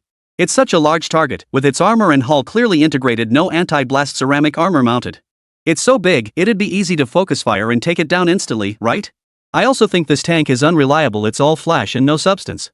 A chorus of skepticism rippled through the crowd. They all found the mechanical design before them a bit too outlandish. Xia Nanshan shook his head helplessly. I told you, this tank's design is extremely avant-garde. You can't judge it with the same standards you use for modern tanks. Seeing the lingering confusion on their faces, Xia Nanshan pointed to a specific part of the tank and asked, look closely at the joints of this mechanical body. Do you notice anything? Several technicians immediately moved closer, some even pulling out magnifying glasses for a closer look. Soon, their expressions shifted from calm to puzzlement. Wait, where are the seams? Why can't we see any gaps in the knob's construction? Could it be nanoscale craftsmanship? But that doesn't make sense. Why would nanotechnology be used on the external structure of heavy machinery? Could this tank be a 3D printed mock-up? That's the only way to explain the absence of seams. Would they let us inspect a fake? I bet this tank's manufacturing process is anything but simple. The discussion among the staff grew increasingly heated. Everyone was debating why there were no visible seams from modular assembly on this exaggeratedly styled tank. Some even questioned the tank's authenticity. Some thought it might be a monolithic mechanical structure, or perhaps just a model. But just then, Xia Nanshan cleared his throat softly, interrupting the heated debate among the researchers. His gaze sharpened as he declared in a deep voice, I can state with absolute certainty that this machine is not a mere mock-up. It is a genuine, combat-ready land warfare weapon. So tell me, why can't you find any seams on its surface? The room fell instantly silent. The researchers exchanged glances. A single, most plausible theory rapidly formed in their minds. Though utterly preposterous, it was the only explanation for the current situation. An elderly technician spoke up, his voice trembling slightly. The most likely cause is, every module of this massive machine employs nanoscale composite technology. Each module is physically separated, yet the gaps between them are at the atomic level. Machinery crafted with this technology could operate freely not just on the planet's surface, but even in outer space. As the veteran technician revealed the correct answer, the room fell into complete silence, so quiet you could hear a pin drop. Especially the staff members who had just argued fiercely, their eyes widened in disbelief. Their expressions betrayed utter disbelief. Satisfied with the astonished expressions, Xia Nanshan nodded approvingly. He then turned to Xiang Yu, who remained silent, a flash of intense curiosity in his eyes. Comrade Xiang, what's the name of this land battle tank of yours? Could you fire it up and let us witness its power? As the words fell, Chen Longfei beside him also wore an expectant look. The nano-level craftsmanship alone was proof enough of this mechanical creation's value. And now, its combat capabilities were about to be put to the test. Of course, Xiang Yu nodded without hesitation. Oh, and I've named this new tank Xingtian. Xingtian? Chen Longfei and Xia Nanshan's eyes lit up simultaneously. Xingtian tank. Xiang Yu tapped the activation program on his wristwatch. The previously motionless Xingtian tank rapidly glowed with a dark crimson aura. Simultaneously, a series of bone-chillingly cold commands echoed throughout the warehouse. Beep. Xingtian tank is activating. Nuclear heavy axis engine operating normally. Photon radar system activated successfully. Energy modules operating normally, energy hub calibration complete. Divine Devourer cannon calibration complete. Xingtian land combat tank mode activated. With the final cold command issued, the Xingtian tank rapidly expanded downward, transforming into a 5-meter-tall land combat machine resembling a bat-like war vehicle. Mechanical limbs extended outward, unfurling 4 tracks beneath to provide support and mobility for the entire chassis. Witnessing this colossal mechanical creation activate before their eyes, everyone felt their hearts involuntarily race. The next instant, the hatch opened, revealing an interior so advanced it instantly stunned everyone. Chapter 73, Powerful Visual Capabilities. Its internal structure completely defied modern technology. It felt like stepping into a sci-fi spaceship. Holy, what kind of design is this? I've never seen anything like it. Holographic projection? Holy crap, a touchscreen holographic display? That's insane. Hey, someone pinch me, I must be dreaming. As the tour continued, murmurs of astonishment filled the air. Their eyes were glued to the displays like magnets, utterly unable to look away. Chen Longfei swallowed hard. His gaze swept relentlessly across the array of high-tech equipment. Though he knew nothing about tank technology, these dazzlingly advanced systems before him were definitely not mere decorations. They were undoubtedly genuine, cutting-edge technological marvels. Comrade Xiangyu, you've truly given me a huge surprise. I asked you to design a tank, and you went and built me an alien war machine. Chen Longfei's voice trembled slightly as his eyes burned with intensity, fixed on Xiangyu. Xiangyu could only shrug helplessly. You made the choice, Commander Chen. Among all present, none was more stunned than the venerable Xia Nanshan. As a national giant with profound achievements in tank design, he understood tanks better than anyone, obsessed with them. So when he stepped inside the Xingtian tank and saw the dazzlingly illuminated cockpit, he fell into a state of fascination. As he examined the tank's structure, he murmured to himself, This holographic control panel design is simply brilliant. The seat seems to have a magnetic lock mechanism. I can't figure it out. Good heavens! Could this be the legendary superconducting joystick? Old Xia paced back and forth within the cockpit. His eyes remained fixed with an unyielding fervor throughout. The advanced control console with its myriad functions seemed straight out of the future. Not a trace of modern technology was visible. Though Old Xia prided himself as a research expert, he couldn't make heads or tails of this tank's internal structure. Everyone present was utterly captivated by the Xingtian tank's breathtakingly intricate interior. For a moment, they all fell into a kind of dazed state. Ladies and gentlemen, please fasten your seatbelts. We will now demonstrate the Xingtian tank's enemy reconnaissance capabilities. Elder Xia and Commander Chen's eyes instantly flashed with intense anticipation for the upcoming test. As the tank's hatch closed, the group sat nervously in their seats. The next instant, an overwhelming pressure engulfed them, invisible forces pinning their bodies firmly to the seats. Everyone, please relax. This is the magnetic protection system, Xiangyu explained briefly. It's a safety measure to protect you during high-speed operation. Just relax your bodies. The seatbelts Xiangyu referred to were actually formed from magnetic fields. The group found it utterly astonishing. Simultaneously, Xiangyu pressed a button, activating the enemy reconnaissance program. The interior of the tank, which had been ablaze with dazzling light, was swiftly engulfed in darkness. Before anyone could react, the next instant, within the dark void, blue light waves radiated outward in concentric circles from the group. Like a bat's echolocation, it swiftly spread throughout the vast black void. The next instant, a jaw-dropping spectacle unfolded before everyone's eyes. The blue light waves spreading outward rapidly constructed the surrounding environment. Every wall, every piece of equipment, all were enveloped by the light waves, forming three-dimensional outlines. It was like a holographic projection. This is... Seated at their respective positions, the crowd was so stunned their faces contorted violently. Their pupils dilated with disbelief. Holographic projection? No, it's holographic vision. Elder Xia trembled violently with excitement. His heart pounded wildly, his facial muscles twitching uncontrollably. The holographic image before them outlined every surrounding object with flawless precision, revealing every detail without the slightest deviation. This meant that around the Xingtian tank, any concealed object would be utterly exposed. It was like having a cheat code. Such technology was beyond humanity's current capabilities. Even with 3 or 4 decades of further development, it couldn't be achieved. How on earth did Xiangyu develop this? Just as Elder Xia was inwardly stunned, the surrounding area erupted once more with gasps of astonishment. Within the external space formed by blue lines, swiftly materialized orange-red figures. It was none other than human projections, projected into this virtual space. Those orange-hued figures must be captured by thermal imaging devices, Elder Xia speculated, his gaze fixed in astonishment. Holographic projection, X-ray vision, thermal imaging. If such technology were applied on the battlefield, it would undoubtedly be the most advanced reconnaissance method, capable of overwhelming any modern tank.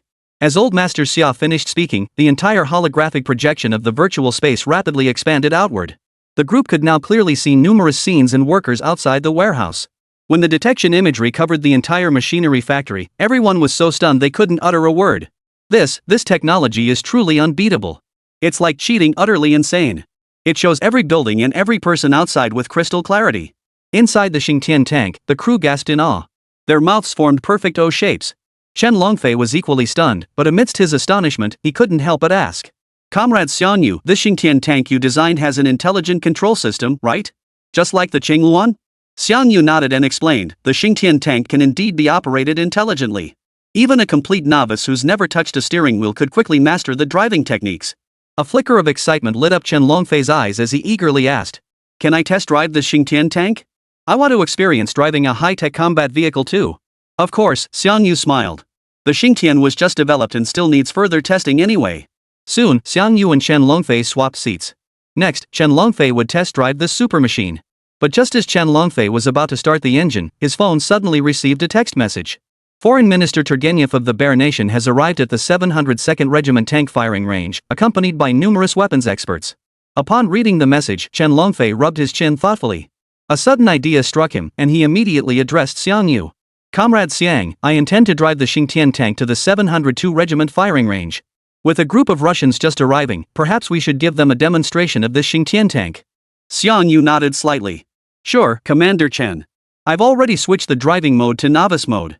Just drive with confidence, the system will automatically evade danger if needed." Hearing Xiangyu's words, Chen Longfei felt reassured.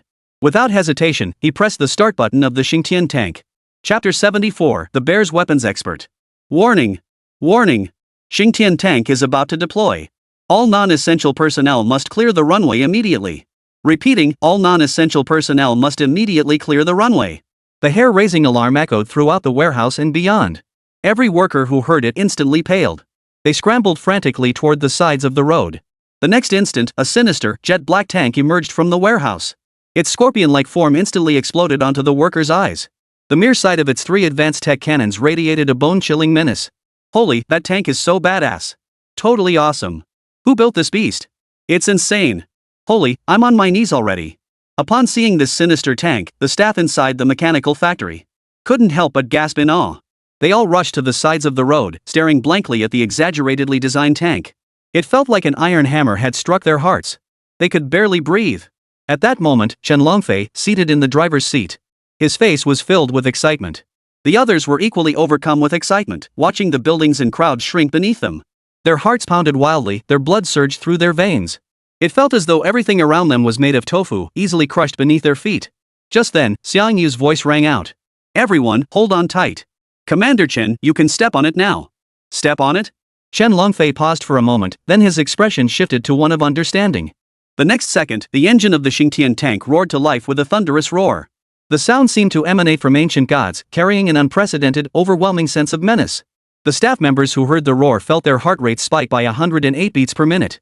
A flicker of unease flashed instinctively in their eyes. Like a primordial beast, the Xingtian tank erupted with astonishing speed. Those inside felt a powerful force slam them back into their seats. They were pinned dead to their seats. Xingtian tank accelerated at full throttle, surpassing even the fastest supercars in an instant. Chen Longfei drove with relish, his face flushed, eyes brimming with exhilaration. Adrenaline surged wildly through his veins. Driving this super machine was pure bliss. This was the real deal for real men. Compared to it, those so-called supercars were utterly pathetic. But just then, at the end of the factory road, a heavy truck had just rounded the bend and was heading straight toward them. "Oh no! We're definitely going to crash." Xia Nanshan's heart sank, his face turning pale. The others aboard the Xingtian tank also paled in shock. The oncoming heavy truck had no time to turn around, while their Xingtian tank's speed had already surged to 400 kilometers per hour. A collision at this speed would be unimaginably catastrophic. At that moment, directly opposite the Xingtian tank, the driver of the heavy truck spotted the Xingtian tank hurtling toward them. He instantly leaped from the vehicle and sprinted for cover. Numerous staff members had gathered along both sides of the road. They stared in terror at the Xingtian tanks charging like wild horses. Some female researchers even instinctively covered their eyes, unable to bear witness to the impending tragedy. Just as everyone thought the Xingtian tank would crash into the heavy truck, only Xiangyu remained utterly composed. Suddenly, the Xingtian tank's body plunged downward. 4 mechanical tracks extended outward in all directions. The next instant, the Xingtian tank as large as a basketball court leapt directly off the ground. It soared over the heavily armored truck and leapt toward the exit of the mechanical factory. Holy! It can do that? The onlookers froze in shock, staring blankly at the Xingtian tank soaring over the mechanical factory. In that instant, their worldview shattered completely. The entire world seemed to lose its grip on reality. Fake. So fake. A machine the size of a basketball court, weighing at least 100 tons. And it just leapt into the air like that? How could that be possible? It was beyond absurd. It's more absurd than a tank parachuting. It wasn't just the ground crew who were stunned. At that moment, those aboard the Xingtian tank Xiananshan and the others were also frozen in disbelief. Their faces were frozen in utter bewilderment. How could such a massive machine jump so high and so far? Just how powerful must its suspension modules be to achieve such feats? Their minds buzzed like overheated engines, completely blanking out any ability to think. For a split second, Xiananshan even thought he was dreaming. Everything from this morning until now must be a damn dream. How could such an absurd tank possibly exist in reality? Yet there it was, the Xingtian tank leaping out of the machinery factory, plunging rapidly toward the wilderness. The moment it touched down, it glided like a sand dune buggy. It executed a smooth, graceful arc. Then it instantly accelerated, racing toward the tank firing range. At that moment, on the firing range of the 702nd Tank Armored Regiment, the Russian delegation was walking among the tanks. The leader, with thick eyebrows and large eyes, sporting a stubbly beard. None other than Turgenev, the Bear's foreign minister. Beside the delegation walked Colonel Wang Jiangwo, commander of the 702nd Regiment, accompanied by his bodyguard. Wang Jiangwo's face showed no expression. Yet the slight turn of his lips revealed his current mood was far from pleasant. While the tanks of our Chinese ally perform well, they still fall short compared to our newly developed T-100. Beside Turgenev stood a diminutive old man with round-rimmed glasses, his expression aloof and cold. His name was Puzikin, a renowned heavy weapons specialist in the Bear Nation. His status was equivalent to that of a national academician in Huagua. Our Bear's T-100 not only boasts the world's most advanced explosive reactive armor, but also possesses cutting-edge fire control and tracking guidance systems. We're confident we could take down even the old American F-22. By comparison, the tanks of China's allies fall short in these areas. Puzikin adjusted his glasses and declared with pride. Moreover, I've noticed these tanks' track designs still adhere to concepts from a decade ago. As Puzikin finished, the accompanying Russian researchers nodded in agreement. Through the accompanying Russian interpreter, Puzikin's words were heard loud and clear by the surrounding Chinese military personnel. The previously cordial atmosphere quickly turned tense. Wang Jiangwo's brow furrowed slightly. This Russian weapons expert had been making pointed remarks the entire journey. It was obvious that Turgenev had deliberately brought him along to provoke the Chinese. The problem was, the little old man made such compelling points that Wang found himself unable to refute them. So now, he could only suppress his displeasure and offer a forced smile. I will document the issues Mr. Puzikin raised and ensure they are relayed to our researchers. Puzikin nodded, his expression saying, that's exactly what you should do. I suppose there's no need to tour the remaining tanks. I only hope that when the joint military exercises begin, the Chinese tanks can keep pace with our Bear. Before Puzikin could finish his sentence, the ground suddenly began to shake violently. Chapter 75, Tank Speed Run. Ha? What's going on? Turgenev frowned. You Chinese have tank formations training outside the base? Wang Jiangwo didn't respond. He too was momentarily bewildered. All the tanks from his 702nd Regiment were parked at the firing range, yet the ground tremors told him otherwise. Tanks were approaching the firing range. But apart from his own 702nd Regiment, where else around the capital could there be other tank units? Just as he was pondering this, the surrounding soldiers suddenly erupted into commotion. Holy! Look over there! What the hell is that? Looks like a tank. Holy crap, how'd it get here so fast? The Russian delegation followed the soldiers' gaze. A massive cloud of dust churned at the end of the highway. And within that dust, a massive dark silhouette could be vaguely discerned, charging forward with the force of a mountain-moving beast. The shadow cast by the dust didn't resemble a tank or any other heavy machinery. Its immense size and absurd speed sent a chill down everyone's spine. Could this massive unknown object be about to crash directly into the firing range? Wang Jiangwo frowned at this moment. But unlike the others' panicked reactions, what puzzled him most was why the alarm at his camp hadn't sounded yet. Had the tech soldiers on watch all fallen asleep? Colonel Wang, Commander Chen has sent word that we needn't panic. Just then, a messenger suddenly jogged up to Wang Jiangwo and whispered rapidly. The stern expression on the regiment commander's face instantly gave way to a peculiar look. He promptly relayed the message to the surrounding Huagua soldiers. The massive unknown object continued hurtling toward them. Within the Russian delegation, many Russians showed varying degrees of tension on their faces. What the hell is that thing? Could it be a new type of Chinese tank? Your tanks can't run that fast, and they're so huge. Maybe it's a herd of enraged wild buffalo. I've seen it on Animal Planet. Listening to the growing unease in the ranks, Turgenev's brow furrowed. Then his voice turned sharp and cold. Calm yourselves. You Russians don't make fools of yourselves. The Chinese soldiers aren't panicking. What are you afraid of? We are brave Russians. Even if the sky falls. Boom! At the end of the dust-choked highway. Amidst the swirling yellow sand, a primal roar erupted as if from the dawn of time. The sound resembled a supercar accelerating from 0 to full throttle in an instant, but its power was far more profound. tens of thousands of times more formidable than the latter. When the Russian soldiers heard that furious roar, their expressions changed instantly. My legs began to shake violently beyond my control. That voice carried an overwhelming aura, crushing the air from his lungs. Pushkin's face was as pale as a sheet of paper. Even Turgenev, who prided himself on his composure, felt a slight twitch begin at the corner of his eye. The veins on his forehead pulsed relentlessly. The monster in the dust storm doubled its speed after the roar. Its already terrifying presence now reached its absolute peak. Damn it, run! That monster is charging straight at us. At this speed, the shockwave alone could kill us. Run! If you don't run now, it'll be too late. The Russian delegation was thrown into complete chaos, with many already scattering toward the roadside. In contrast, the Chinese soldiers nearby showed only fleeting panic in their eyes but did not scatter in flight. This stark contrast left Turgenev feeling rather displeased. But lives were at stake. Ultimately, he relented and led the delegation to take cover nearby. What he hadn't anticipated was that the indistinct monster in the dust storm had simultaneously changed direction. It charged straight toward Turgenev and his group. This sudden turn of events instantly changed the expression of the Russian foreign minister, who had been calm and composed just moments before. Damn it! What's going on? It's coming for us. Quick, everyone scatter! Scatter! Turgenev abandoned all concern for his dignity. Shouting at the top of his lungs, he hurriedly retreated behind cover. But the monster in the dust was far too fast. In an instant, it had closed in. There was no way to dodge it. This was it, he was done for. Sweat drenched Turgenev's back. His heart rate skyrocketed to 230, pounding so hard it felt like it would burst through his throat. Staring at the colossal creature now upon him, he closed his eyes in despair. His life flashed before his eyes like a whirlwind. Was this the end? Squeak! A shrill mechanical scraping sound rang in his ears, instantly snapping Turgenev out of his reverie. He snapped his eyes open to see, amidst the rapidly settling dust, a colossal mechanical entity, 5 meters tall and resembling a divine demon, stood before him.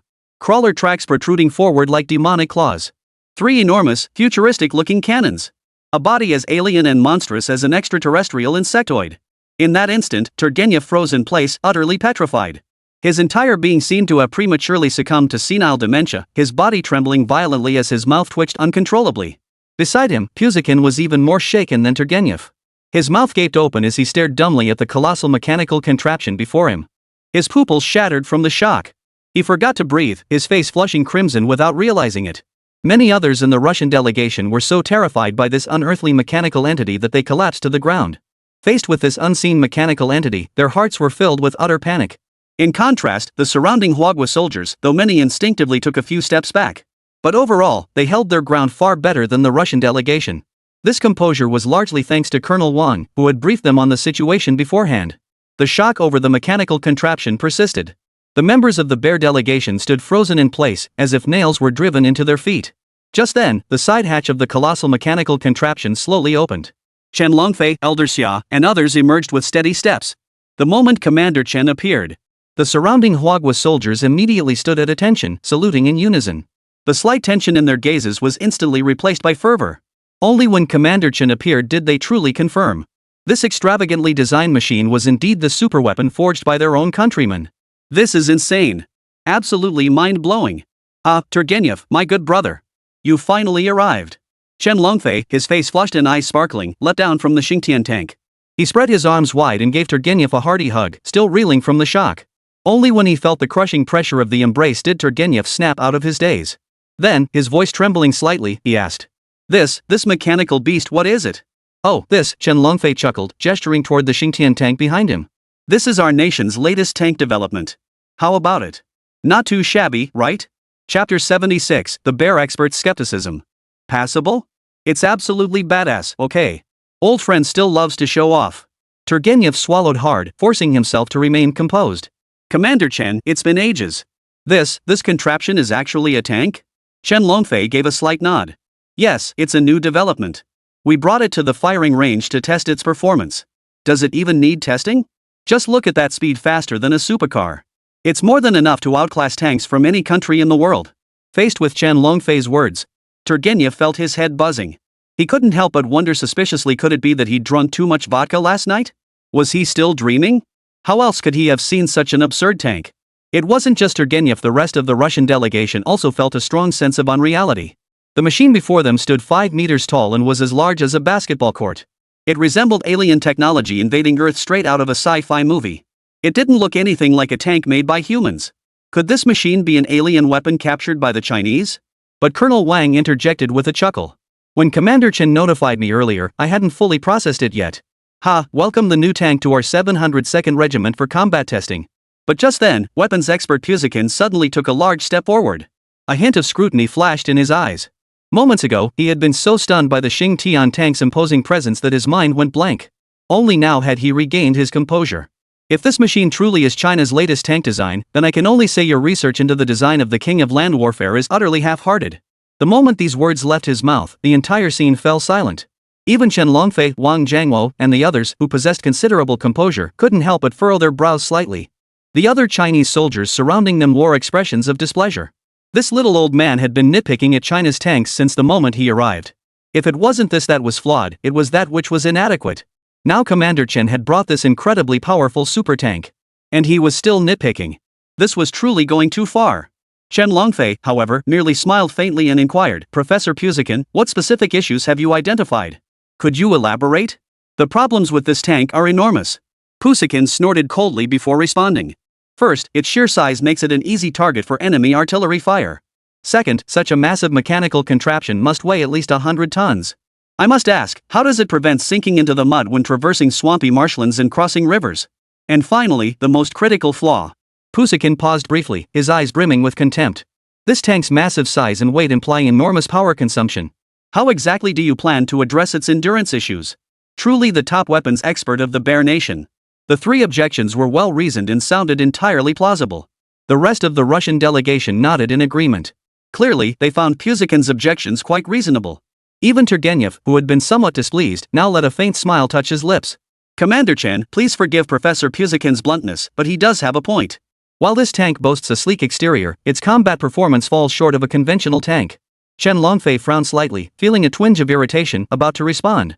But suddenly, Xiang Yu's voice crackled through his earpiece. Commander Chen, since the Russians think the Xingtian tank is useless in combat, let's give them a little demonstration. Due to his special status, Xiang Yu hadn't left the Xingtian tank with the others. However, before Chen Longfei exited the vehicle, Xiang Yu had given him a set of earphones to facilitate communication. Chen Longfei nodded slightly and laughed heartily. Since our Russian friends question the combat prowess of our Xingtian tanks, let's put them to the test in real combat. Colonel Wang, where is your combat training ground? Let us there. Upon hearing of the live fire exercise, the Russian delegation murmured in discussion. Puzikin, in particular, jogged to catch up. By now, he had fully convinced himself that this tank was nothing but a hollow facade. There was no way it could outperform conventional tanks in combat. To prove this point, he had to witness the Xingtian tank's defeat with his own eyes. Under the arrangements of Colonel Wang, the group soon arrived at a mudflat. Puzikin was still chattering incessantly, with this tank's weight, it'll sink the moment it rolls onto the mudflats. The tracks will fill with mud in mere minutes, rendering it immobile. I suggest you prepare a crane in advance. Otherwise, extracting it will take considerable time. Colonel Wang couldn't be bothered to engage the Russian weapons expert. Instead, he picked up the walkie-talkie and explained to you, this tidal flat is filled with half a meter of silt and quicksand. Proceed with extreme caution. See that flat area at 2 o'clock on the tidal flats? That's where the engineers practice mine clearance. It's packed with anti-tank mines. Make sure you don't go that way on your return. Preparations complete, Xiang Yu activated the Xingtian tank. Roar! The roar of the engines echoed across the entire tank camp. Like the deep, guttural roar of a primordial beast. It sent shivers down spines and shook souls to their core.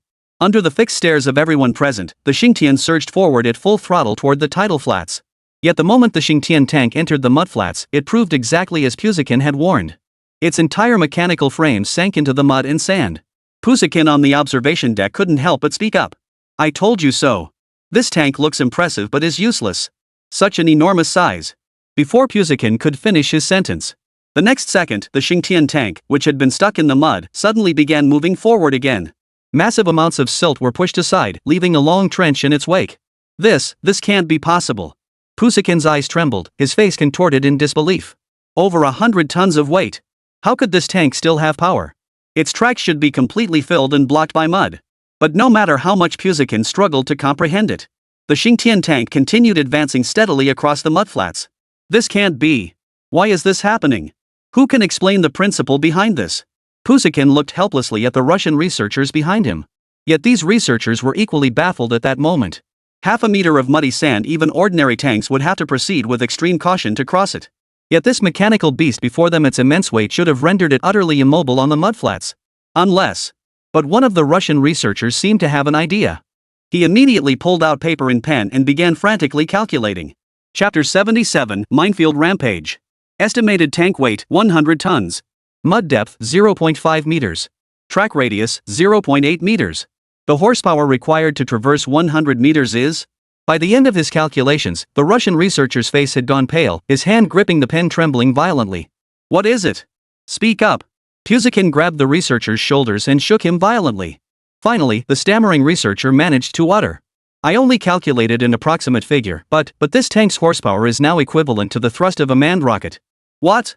A manned rocket? Hearing this, the Russian researchers sucked in a sharp breath.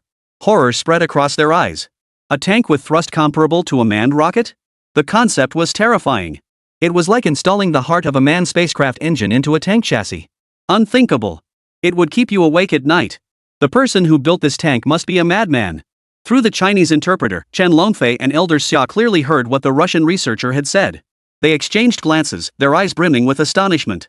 Who would have thought the Xingtian tank's engine was this powerful? If it could be integrated into China's standard tanks, the mobility alone would make China's tank corps unrivaled in the world. Amidst the heated discussions among the group, the Xingtian tank had already crossed the tidal flats and ascended onto the opposite shore. Behind it, the once level tidal flats had been transformed into a massive trench. Both the visiting Russian delegation and the soldiers stationed with the tank regiment were frozen in place, their mouths opening and closing, yet unable to utter a single word. Commander Chen, I don't think this tidal flat alone is sufficient to properly test the Xingtian tank's fundamental capabilities. Xiao Yu's voice crackled through Chen Longfei's earpiece. Chen Longfei paused slightly, instinctively asking, Comrade Xiang, what do you mean? I want to take it through the minefield to test the tracks. What? Challenge the minefield? Before Chen Longfei could respond, Xia Nanshan, who was also wearing a headset, suddenly blurted out. Comrade Xiang, you must stay calm. Those are anti-tank mines. 1 blast can sever a track, and 2 can destroy a lightly armored tank. The Xingtian may be powerful, but there's no need to take such a huge risk. How about we use a gentler test instead? Like a pressure device. Old Xia panicked, rushing to dissuade him while frantically signaling Chen Longfei. Chen Longfei cleared his throat and offered his own caution. Comrade Xiangyu, we truly don't need to use anti-tank mines for testing. What if it gets damaged? Haha, relax, you too. My Xingtian tank isn't going to break that easily. Xiangyu declared with unwavering confidence. Don't forget, the Xuanwu warship I developed earlier wasn't even afraid of American missiles. At this remark, the previously nervous old Xia suddenly relaxed. Oh yeah, Comrade Xiao Xiang's Xuanwu warship has insanely high defense. Since he managed to develop the Xuanwu, the current Xingtian tank certainly won't be weak either. Besides, Comrade Xiao Xiang is a level-headed young man. He wouldn't do anything without being sure of success. Well then, Comrade Xiangyu, take care. At that moment, on the observation deck, Professor Puzikin had just recovered from his earlier shock. He took out a blood pressure pill and swallowed it, his wildly surging blood pressure gradually stabilizing. He glanced at Minister Turgenev beside him. His face was sullen, as if someone owed him $100 or $80. The original plan for this visit to China was to ascertain the number of tanks China would contribute to the joint military exercises. Upon returning home, the Russians would then expand their own tank force by 1 to 2 times that number. Then, when the exercises commenced, the appearance of that steel torrent would surely astonish the world. But now, a problem had arisen. Though China's tanks were fewer in number than Russia's, the single Xingtian tank was simply an invincible force. This was precisely why Minister Turgenev was in such a foul mood. Puzikin immediately stepped forward and whispered into Turgenev's ear. Minister, there's no need for excessive concern. However formidable the Chinese tank may be, it remains a solitary unit. Should the hypothetical enemy materialize, our Bear's artillery barrage won't be a walk in the park. A single volley would eliminate this threat. We'll tear through its armor and destroy its interior with ease. Listening to Puzikin's confident words, Turgenev's gloomy mood lifted slightly.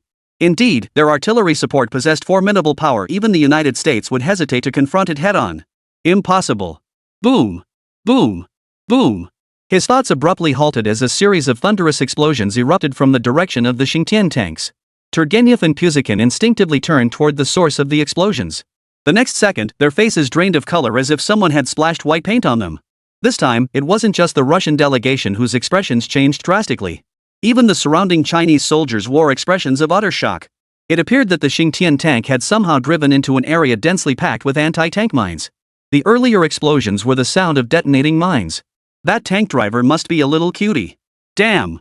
Didn't even notice such a huge mine marker. One of the Russian researchers couldn't help but exclaim.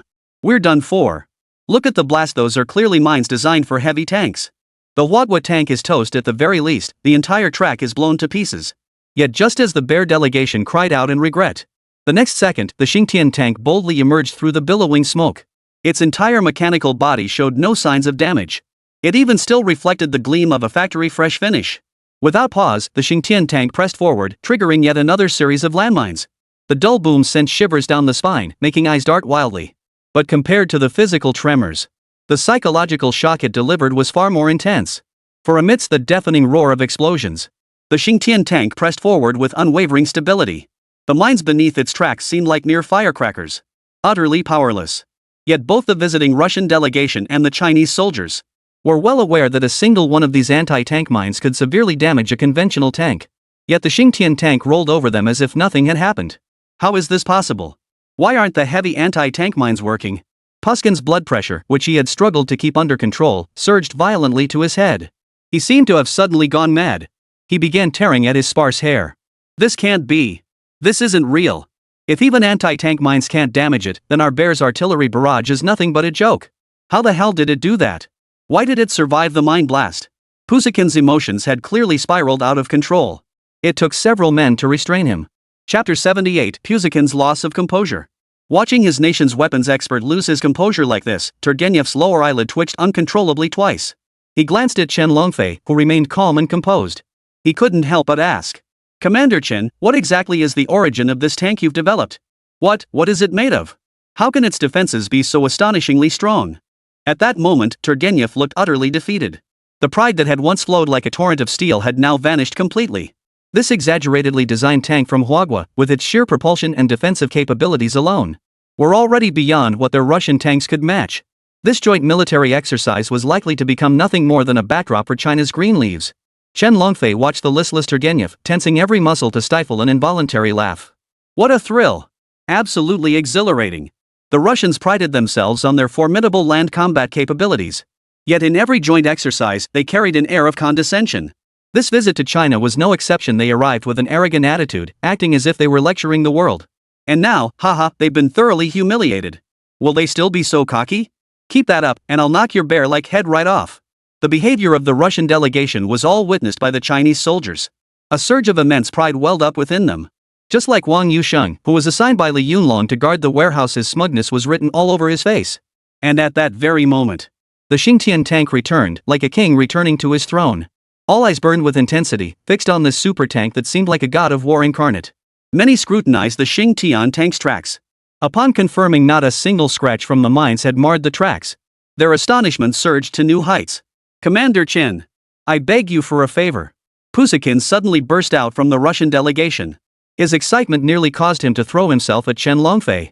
Please let me observe this magnificent land warfare marvel up close. Its construction is mesmerizing. The designer behind it, I'd call him a genius of the ages. At that moment, Pushkin's eyes held no trace of arrogance. His eyes widened as he stared at Chen Longfei, a hint of pleading visible deep within his gaze. For Russian weapons experts, the fervor for formidable arms was ingrained in their very bones. And now, the Xingtian tank had proven its might. It was precisely this that plunged Pushkin into a frenzy of fascination with the Xingtian tank. He yearned to examine and touch this super weapon up close.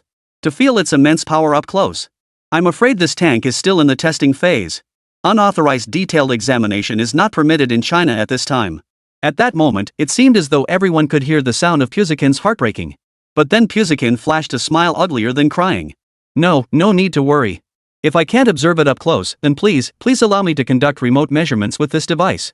Pushkin beckoned, and his assistant brought over an instrument the size of an iron pot.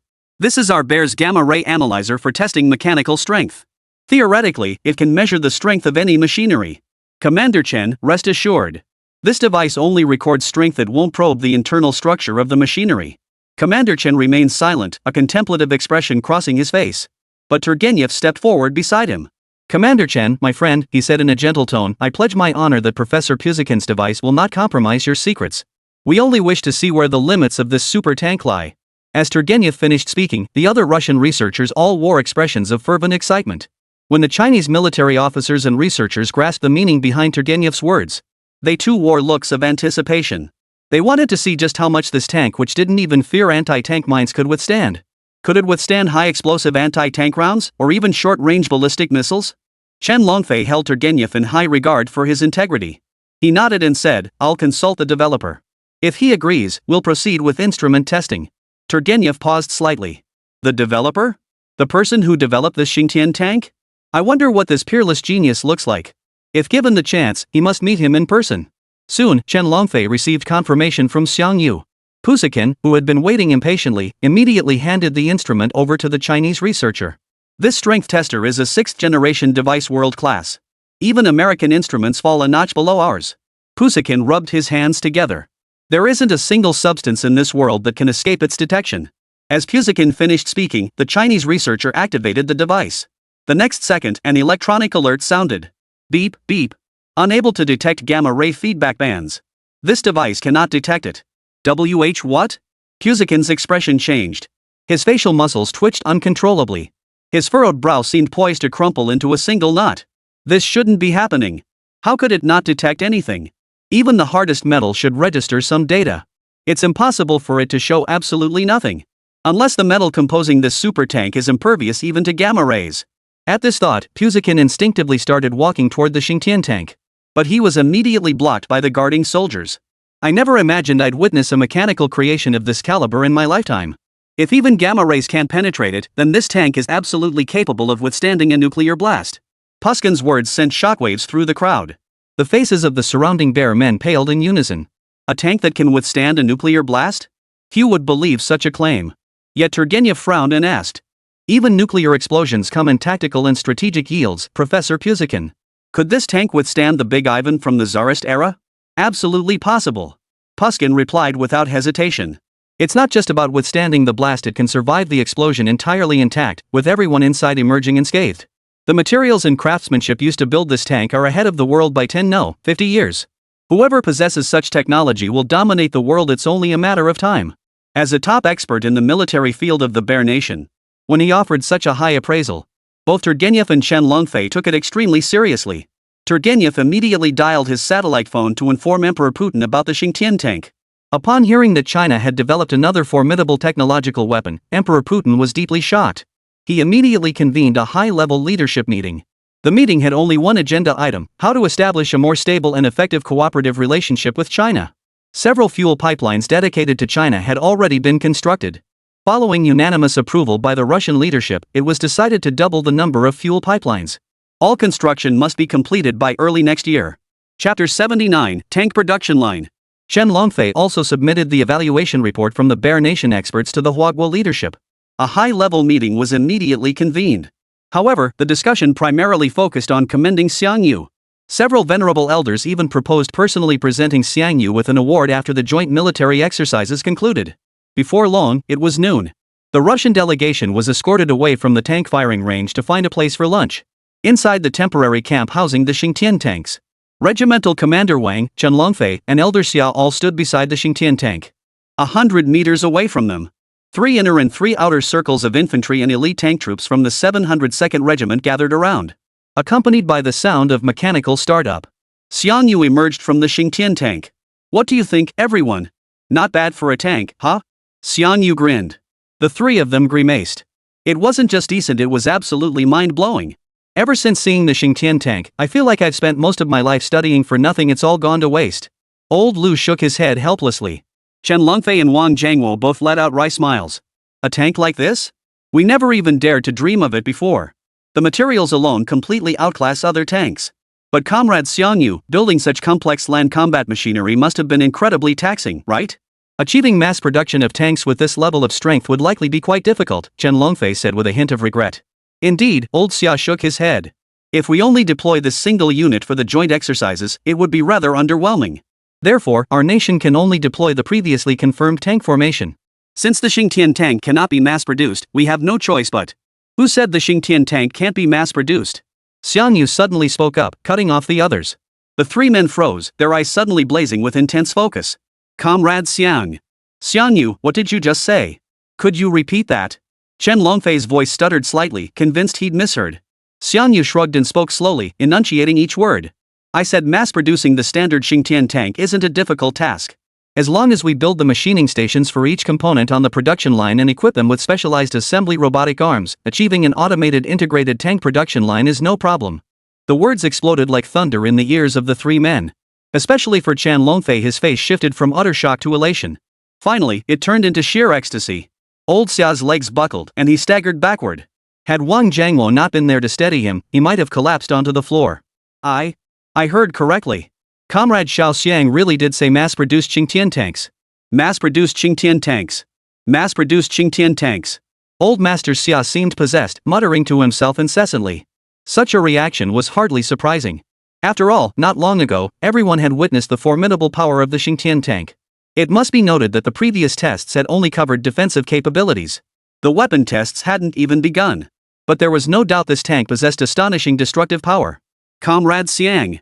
Chen Longfei approached Xiang Yu with a solemn expression. The Qingtian tank production line is of paramount importance.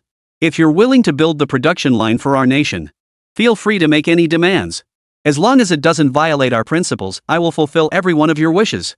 As Commander-in-Chief of the Army, Navy, and Air Force, Chen Longfei's words carried the weight of a mountain. Whatever he promised, he would deliver. Even if Xiang Yu were to ask for a star plucked from the heavens, Chen Longfei would immediately dispatch teams to develop a rocket. He would procure one for Xiang Yu. After all, the Qingtian tank production line was of paramount importance to China. A single Qingtian had already scared the Russian delegation out of their wits. It was unimaginable what level of terror China's land warfare capabilities would reach. China's land warfare capabilities would reach terrifying heights. By then, across all of Asia, no one would dare threaten China. At this thought, Chen Longfei grew increasingly agitated. His hands trembled violently, his eyes red and bloodshot, his entire being taut with anticipation. But Xiang Yu merely pursed her lips and smiled faintly. I lack nothing at present. Chen Longfei's heart skipped a beat. Nothing lacking? Could it be that Comrade Xiang Yu was about to refuse his request? Just as Chen Longfei was filled with anxiety and wild speculation, Xiang Yu continued speaking. Actually, I've been considering setting up a production line for Huagua. Previously, certain technical hurdles prevented its implementation, but now the time seems ripe. At these words, Chen Longfei took 3 quick steps forward. He gripped Xiang Yu's hands tightly. His eyes brimmed with excitement. Comrade Xiang Yu, you mean this is real? You're going to build a Qingtian tank production line for China. Not just the Qingtian tanks, Xiang Yu shook his head, but also the Xuanwu warships, Qinghuan fighter jets, and the Zhulong. But constructing these production lines will consume vast amounts of building materials and electricity. I wonder. As long as we can establish the production lines, mobilizing national resources won't be a problem. Chen Longfei's voice was hoarse. If we have this arsenal of war machines, neither the Japanese nor the Americans will sleep soundly for nights on end. Western nations would never dare bully us again. They'd steer clear of us. That's why we must build these super mechanized production lines with the entire nation's strength. They're too crucial for China. Chen Longfei's eyes burned red with passion as he clenched his fists tightly. He looked utterly tense. Gazing into Commander Chen's sincere eyes, Xiang Yu was instantly moved. He nodded immediately. Rest assured, Commander Chen. Your aspirations will soon be realized.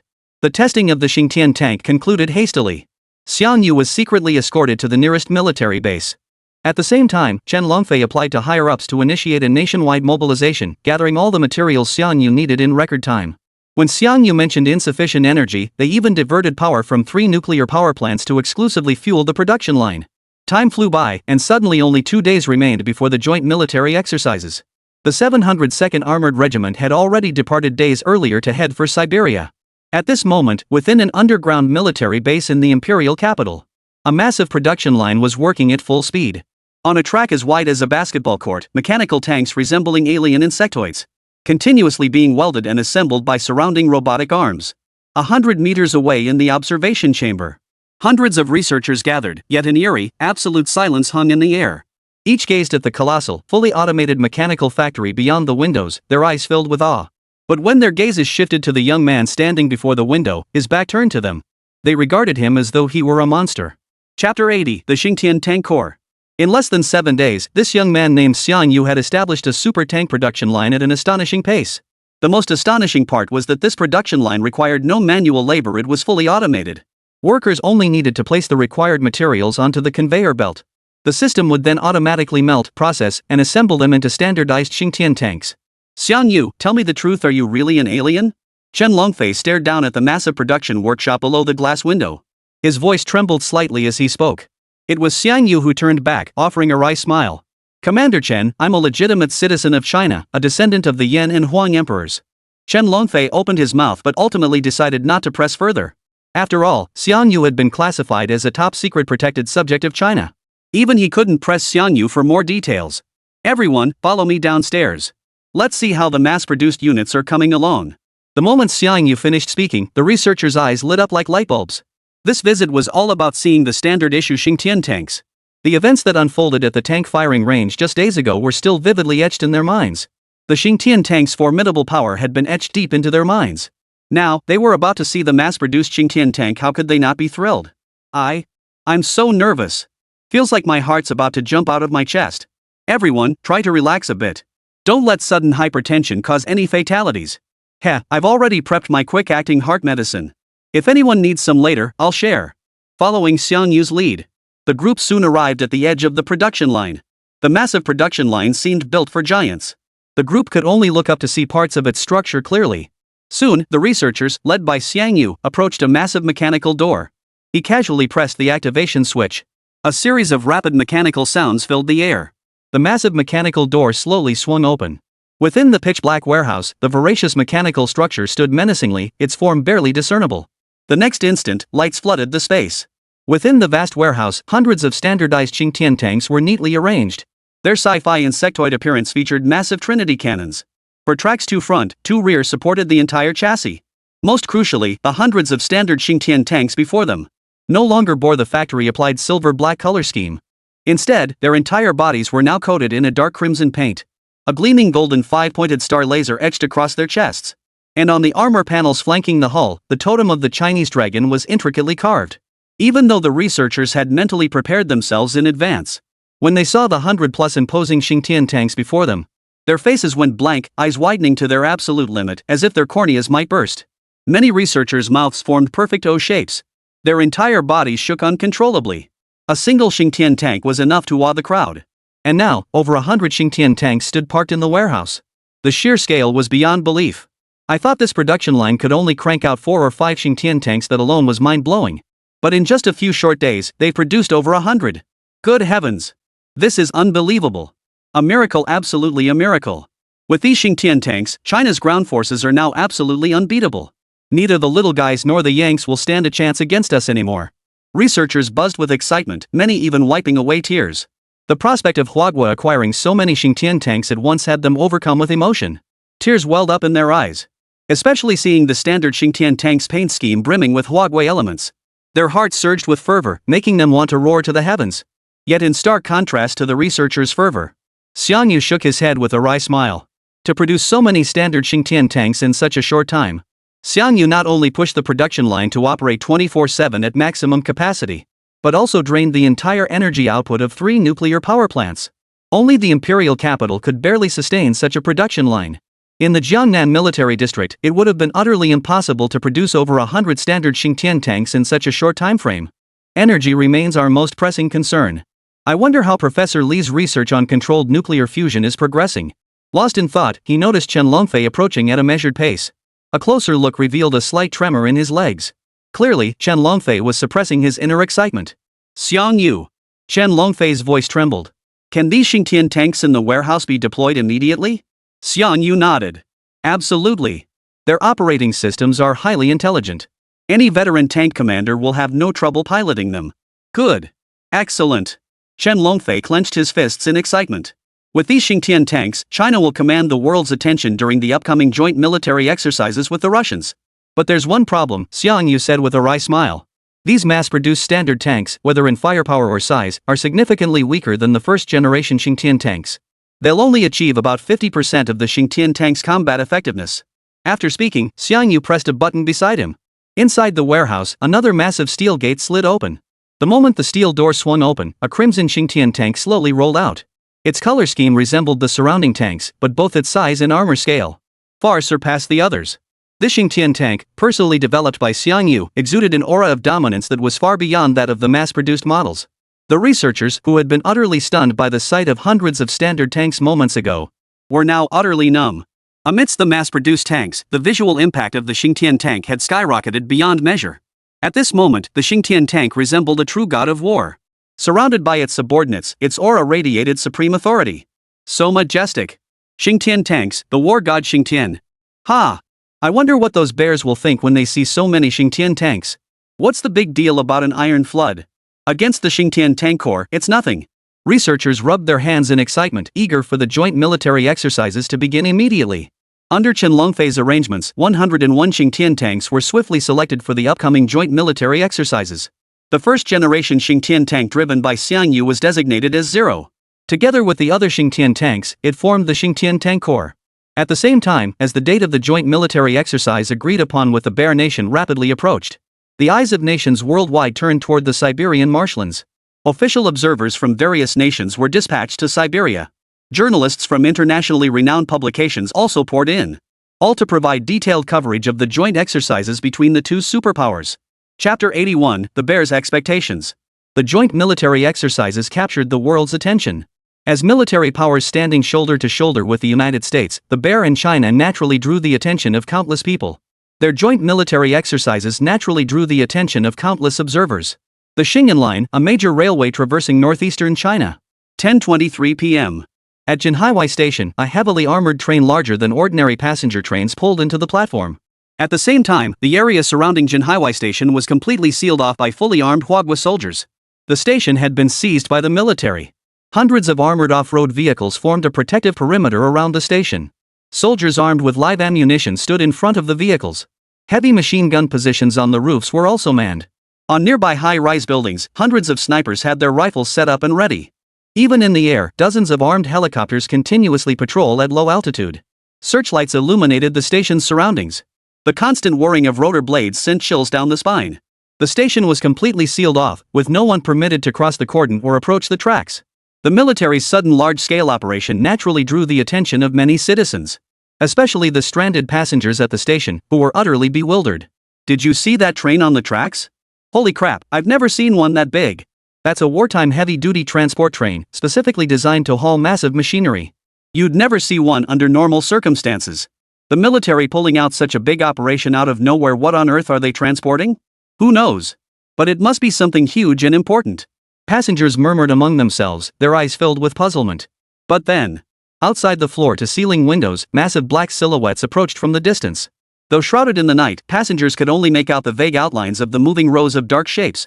But their size, easily 10 times larger than a sedan, instantly sent shockwaves through the passengers' hearts.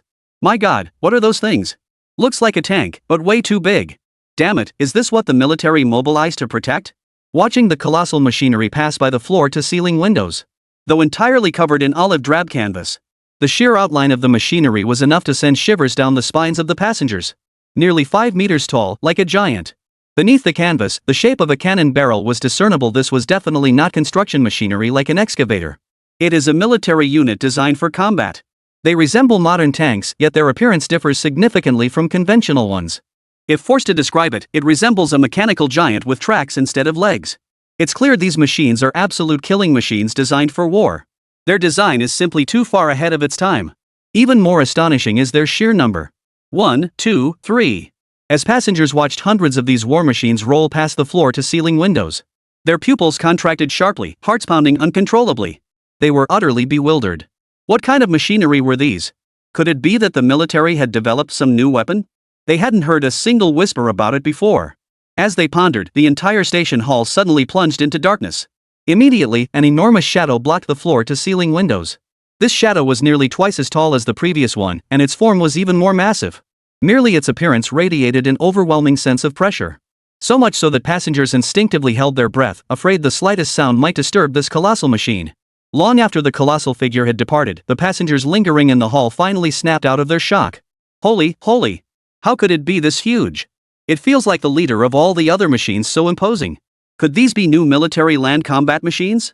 The sheer pressure was overwhelming. My hands are still shaking. After all the giant machines were transported away and the military departed, the station resumed operations. Soon after, numerous related news reports flooded the internet. Shocking. I saw China's newest land combat mechs at Jinhaiwei Station, utterly formidable. I saw them too, over 100 units. Each one was far larger than a heavy tank. The last one was the biggest, nearly 10 meters tall, like a Transformers robot. If I make up a single word about this, my kids will be born without buttholes. Initially, the online buzz around this event was muted. Since no one had captured images of the mysterious machines, mere descriptions lacked credibility. But overnight, early the next morning, at Chiara Station, another stop along the Shingen line, as the heavy-duty train carrying hundreds of large mechanical contraptions rolled past the platform, the massive machines secured with steel cables on the train startled the passengers at the station. They rubbed their eyes, thinking they must be seeing things. Yet upon that absurdly large train, rows upon rows of colossal machinery were indeed placed. Next came Mo Station. More and more passengers witnessed the mysterious mechanical contraptions. More and more people were posting about it online. Finally, the topic gained traction, rapidly escalating in popularity. Netizens across Huagua buzzed with speculation. What exactly is this thing? Some even speculated that these machines might be en route to Bear Country for an upcoming joint military exercise. At that moment, in the Supreme Commander's conference room of Moscow, the capital of Russia, the Emperor sat at the highest point in the chamber, with news reports titled "Mysterious Machinery Appears in Huagua" placed beside him. The Emperor sat with his arms crossed, silent for a full 5 minutes. Just then, Turgenev rose to his feet. "Your Majesty, I believe there is no need to overemphasize the significance of China's mysterious machinery." As the Emperor slowly raised his head, Turgenev took a slight breath. He proceeded to explain. China's Xingtian tank is indeed formidable, but as Professor Puzikin noted, such advanced machinery cannot be mass-produced. China could only build one unit in the short term. Secondly, even if China is transporting some new type of land combat weapon, by the time they deliver it to the Siberian exercise zone, the maneuvers will be long over. Our plan to restart the Iron Flood will certainly not be disrupted. Turgenev's words prompted the other ministers to nod slightly. Even the Emperor, who had remained silent throughout, visibly relaxed. 6 hours until the joint exercises commence. General Ivan, how prepared is your tank corps? The Emperor turned to the middle-aged man beside him, adorned with the rank of general. The man replied in a deep, resonant voice, "Rest assured, Your Majesty. The Bear's tank corps stands ready. At any moment, they can unleash a roar that will shake the world." "Very well. Whether we can recreate the military might of the Tsarist era rests on your shoulders." The assembled ministers and generals immediately rose to respond. "The Bear shall prevail." Yura. Chapter 82, The Sudden Attack. Meanwhile, at the Bear Tank Corps camp, Commander-in-Chief General Ivan climbed aboard the lead-heavy tank. "All combat units, advance." Amidst the roar of thousands of engines, 8,000 main battle tanks of various models began their advance. The vast convoy stretched as far as the eye could see. In stark contrast, the Huagua forces fielded only a little over 100 tanks. The disparity in scale was staggering, the superiority immediately apparent. At that very moment, Bear TV launched its global live broadcast. Seizing this opportunity, Bear Nation intended to launch a massive propaganda campaign abroad. Inside the Bear Nation's high-level command center, the Emperor and his ministers all wore expressions of pride. The Emperor, in particular, wore a faint smile, clearly in high spirits. But then, a shrill alarm suddenly pierced the air. Before anyone in the conference room could react, the door burst open. A defense ministry officer strode in, moving so hurriedly. He nearly stumbled midway. "Your Excellency, no, it's bad. Our automated early warning system deployed in southern Siberia has triggered an alert. Massive extreme heat signatures are detected advancing inland. Based on energy matrix calculations, there's a 70% probability of intercontinental nuclear warheads, over 10 of them." "What?" Within the command center, the Emperor abruptly leapt from his chair, a flash of shock crossing his eyes. Fear flickered in the eyes of the other officers as their pupils twitched uncontrollably. "Have border forces been contacted? Any specific details on the attackers?" the Emperor demanded in a deep voice. The defense ministry officer looked grim. According to the border guard's description, by the time they detected the projectile crossing the border, all they could see was thick smoke billowing through the forest. They couldn't make out its exact shape. No nuclear warhead flies just above the ground. Turgenev frowned deeply. Could the early warning system have malfunctioned? Or is this something else entirely? The system shows these projectiles reached speeds of 1,000 kilometers per hour, approaching the speed of sound. Apart from intercontinental missiles, I can't think of any other object capable of carrying such terrifying heat sources. At these words, the faces of all the officers paled simultaneously, a chill instantly running down their spines. Extreme heat source, speeds approaching the speed of sound. This is most likely a nuclear bomb. The thought of a nuclear bomb's annihilating, terrifying, destructive power. The Russian ministers' faces darkened to the extreme, their hearts pounding so violently they felt ready to burst from their chests at any moment. To make matters worse, the nuclear warhead was flying just above the ground. Anti-aircraft missiles had no chance of intercepting it in time. Could it be that the Bears were about to be hit with a nuclear strike? The ministers instantly lost their composure. Some even instinctively glanced at the two black briefcases behind the Emperor. If Russia were to suffer a nuclear strike, should it activate its dead man switch? If the dead man's switch were ever activated, they would bid farewell to world peace forever. As the ministers were lost in their own thoughts, the emperor, his brow furrowed, pressed on. Can we confirm the trajectory of these unidentified objects? Judging by their movement patterns, they appear to be heading toward the joint exercise area. Bang! The emperor, who had maintained his composure until then, slammed his fist onto the table. The table shook, emitting a shrill sound. The other ministers seemed to grasp something as well, their hearts racing and faces turning grim. It's clear these unknown attackers are targeting our bare steel flood. Contact Admiral Ivan immediately and suspend the joint military exercises. All tanks, turn your guns around and aim at the direction of those unknown attackers. Whether they're missiles or something else, the moment they enter range of our bare tank corps, launch an offensive. The Emperor's command authority was undeniably formidable. The orders were swiftly relayed throughout the tank corps. The bare tank corps instantly learned of the terrifying threat approaching from the south, their nerves taut. All units enter combat readiness. At the Emperor's command, the bare tank corps simultaneously swiveled their gun barrels, aiming directly at the densely forested jungle to the south. Should the enemy arrive, they would be met by a barrage of fire from the Bear's 8,000 tanks. Global netizens watching the livestream were instantly dumbfounded by this sudden turn of events. What's going on? Why aren't the Russian tanks moving? Why are they pointing their guns south? Is something coming? This doesn't look like a drill. What the hell is going on? The livestream went absolutely wild. 8,000 tanks simultaneously turning their guns. Could they be preparing to confront some enemy? The livestream was abuzz with speculation as everyone frantically debated. At that moment, the Russian tanks had already formed their battle array. Gun barrels elevated to maximum firing range, every soldier on high alert. Tanks covered the hills and valleys, as if facing a formidable foe. It felt as though the Bear was preparing to confront some terrifying foe. So terrifying that it required 8,000 tanks deployed together to stand a chance of defeating the enemy. General Ivan, positioned at the very front, had furrowed his brow upon hearing news of the enemy advancing from the south. Anxious unease gripped his heart. Yet when he witnessed 8,000 tanks simultaneously entering combat readiness, endless confidence surged within him. 8,000 tanks, an unrivaled force on land. With such overwhelming firepower concentrated on a single target, even an American aircraft carrier could be sunk in an instant. With such firepower, Ivan was confident he could annihilate even the strongest enemy in an instant. From the observation helicopter, U.S. Admiral MacArthur gripped the helicopter's handrails, leaning his head out to assess the situation. Strange. Why did the Russians abruptly halt the exercise? Could it be an illegal incursion into their territory? MacArthur spoke while instinctively scanning the observers aboard the helicopter. Most wore puzzled expressions. Only Chu Qing, the foreign minister of China, remained calm. McAdoo immediately asked, Minister Chu Qing, do you know something? Why else would you be so calm? Chu Qing merely shrugged. I know nothing more than you do. As if he didn't know. McCassin frowned slightly.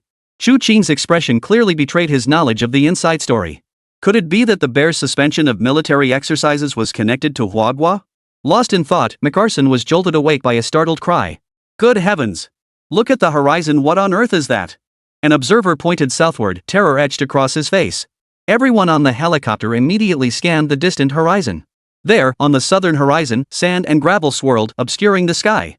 The dust plume soared to a terrifying height of dozens of meters. Within the dust, the vague outline of some gigantic creature could be discerned. When the observers witnessed this scene, their hearts pounded wildly out of control, their eyes nearly popped out of their sockets.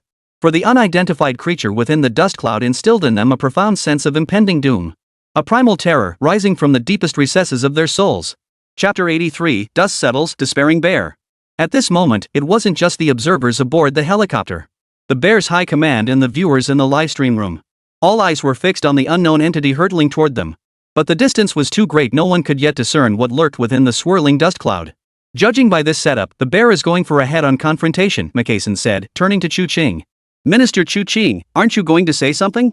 What if there's friendly fire? Chu Qing's expression remained unchanged as he replied meaningfully, isn't the ultimate purpose of exercises to simulate real battlefields? I imagine the sight of the Bear's steel torrent opening fire simultaneously must be quite spectacular.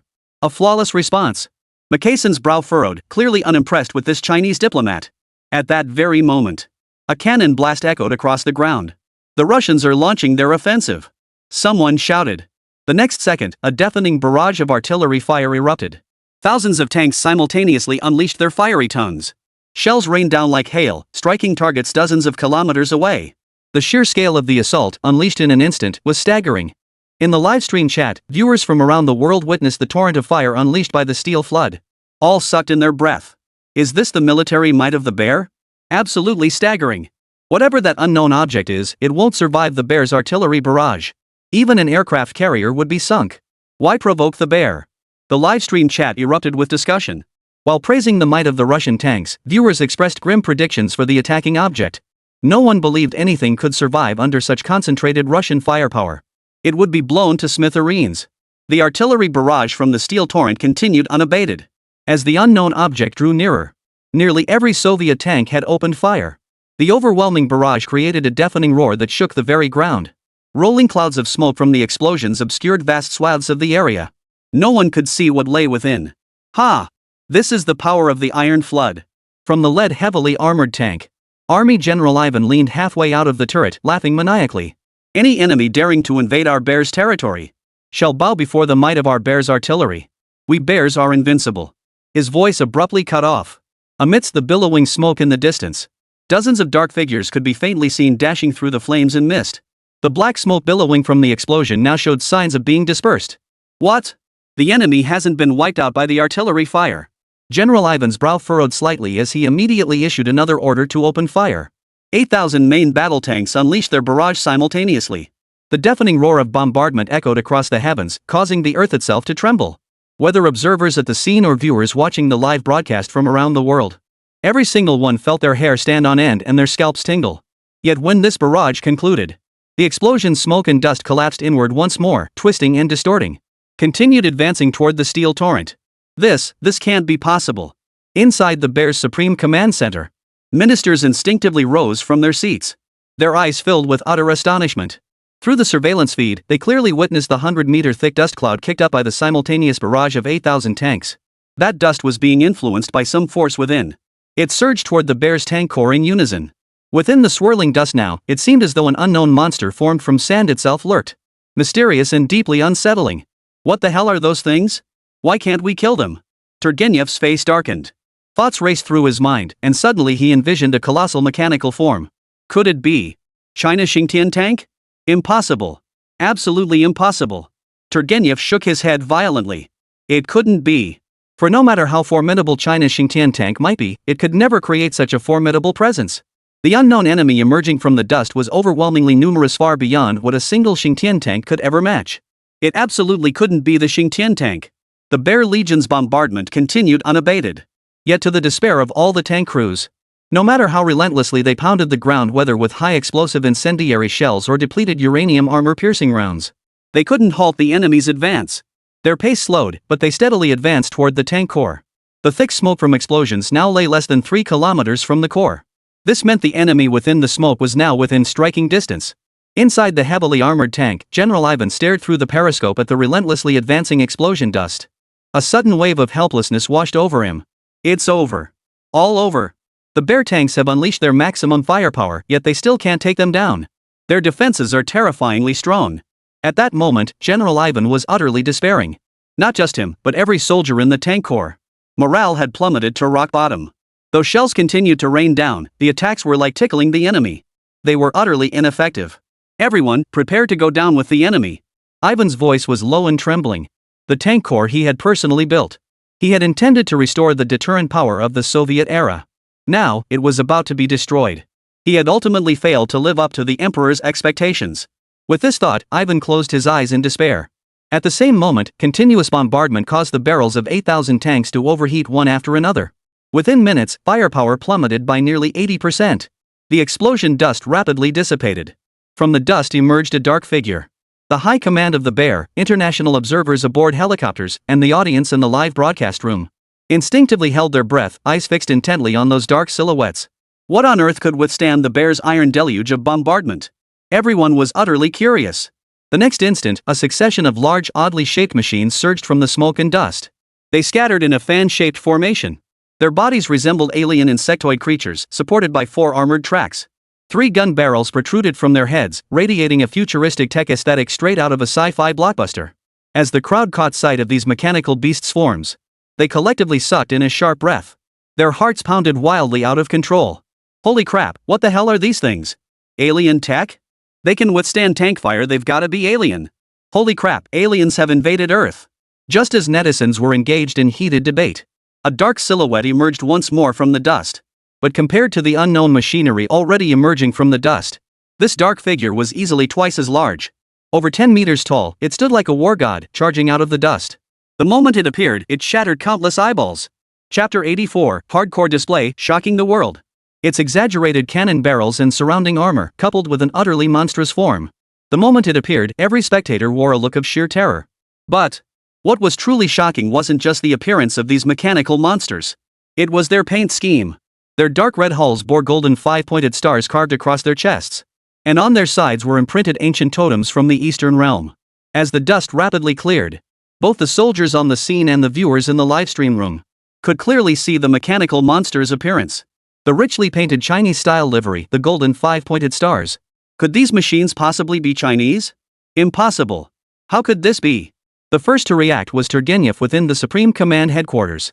The moment he recognized these familiar machines, he instantly realized they originated from China. Xingtian tanks. Professor Kapuskin had emphasized repeatedly. The Xingtian tanks were masterfully crafted. Mass production within such a short time frame was impossible. Yet now, he saw hundreds of Xingtian tanks appearing here. A single Xingtian tank was already an unrivaled force. Yet now, over 100 had materialized. This scale was utterly despair-inducing. Turgenev's worldview shattered instantly. His entire body felt light as a feather, and he began to fall backward. Fortunately, those nearby reacted swiftly and caught him. Turgenev, are they products of China? The emperor's flat tone snapped Turgenev back to his senses. His voice trembled as he replied. Yes, your majesty. They are called Xingtian tanks. When I visited Huagua earlier, there was clearly only one. How did the Huagua people manage to produce so many Xingtian tanks in such a short time? This is utterly absurd. The emperor interlaced his fingers, his expression serene. Do not underestimate the productive capacity of the Chinese people. China is a powerful nation with profound foundations. The discussion continued within the Supreme Command headquarters.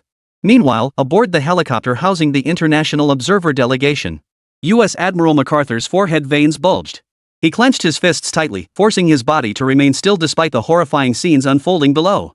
Besides him, the faces of the other generals and even ministers from various nations bore varying degrees of shock. Chu Qing, you can't deny it now. It was your China that launched the surprise attack on the Bear Tank Regiment. MacArthur glared at Chu Qing, whose expression remained unruffled, his eyes blazing with fury. The American general's fury stemmed not from Chu Qing feigning ignorance.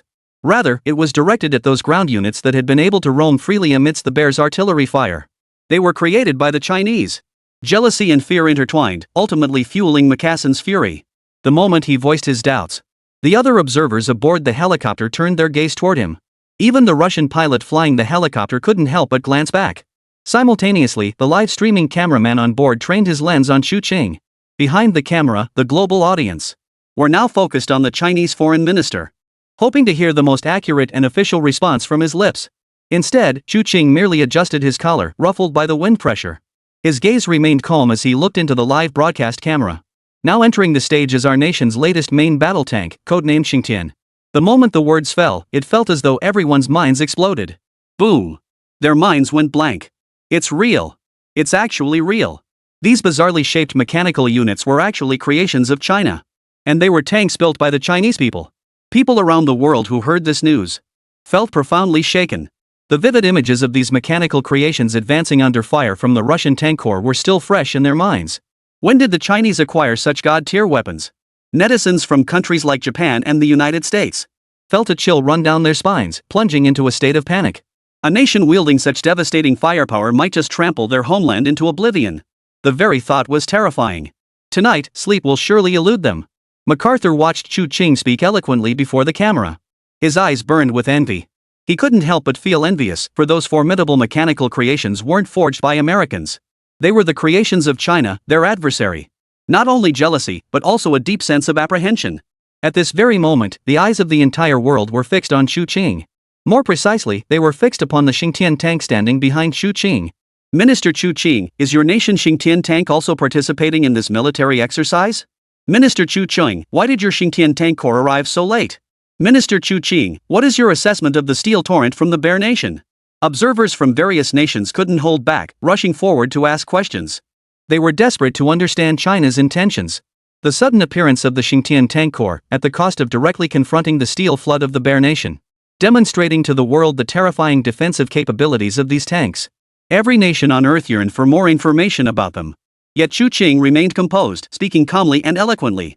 China attaches great importance to this joint military exercise. That is why we have dispatched the Xingtian Tank Corps to participate. After all, the ultimate purpose of the exercises is to prepare for potential real warfare, so the more realistic, the better. The observers exchanged glances, their faces flashing with apprehension. When China's foreign minister mentioned actual warfare, a chill ran down their spines. They couldn't shake the feeling that Chu Qing's words carried hidden meaning.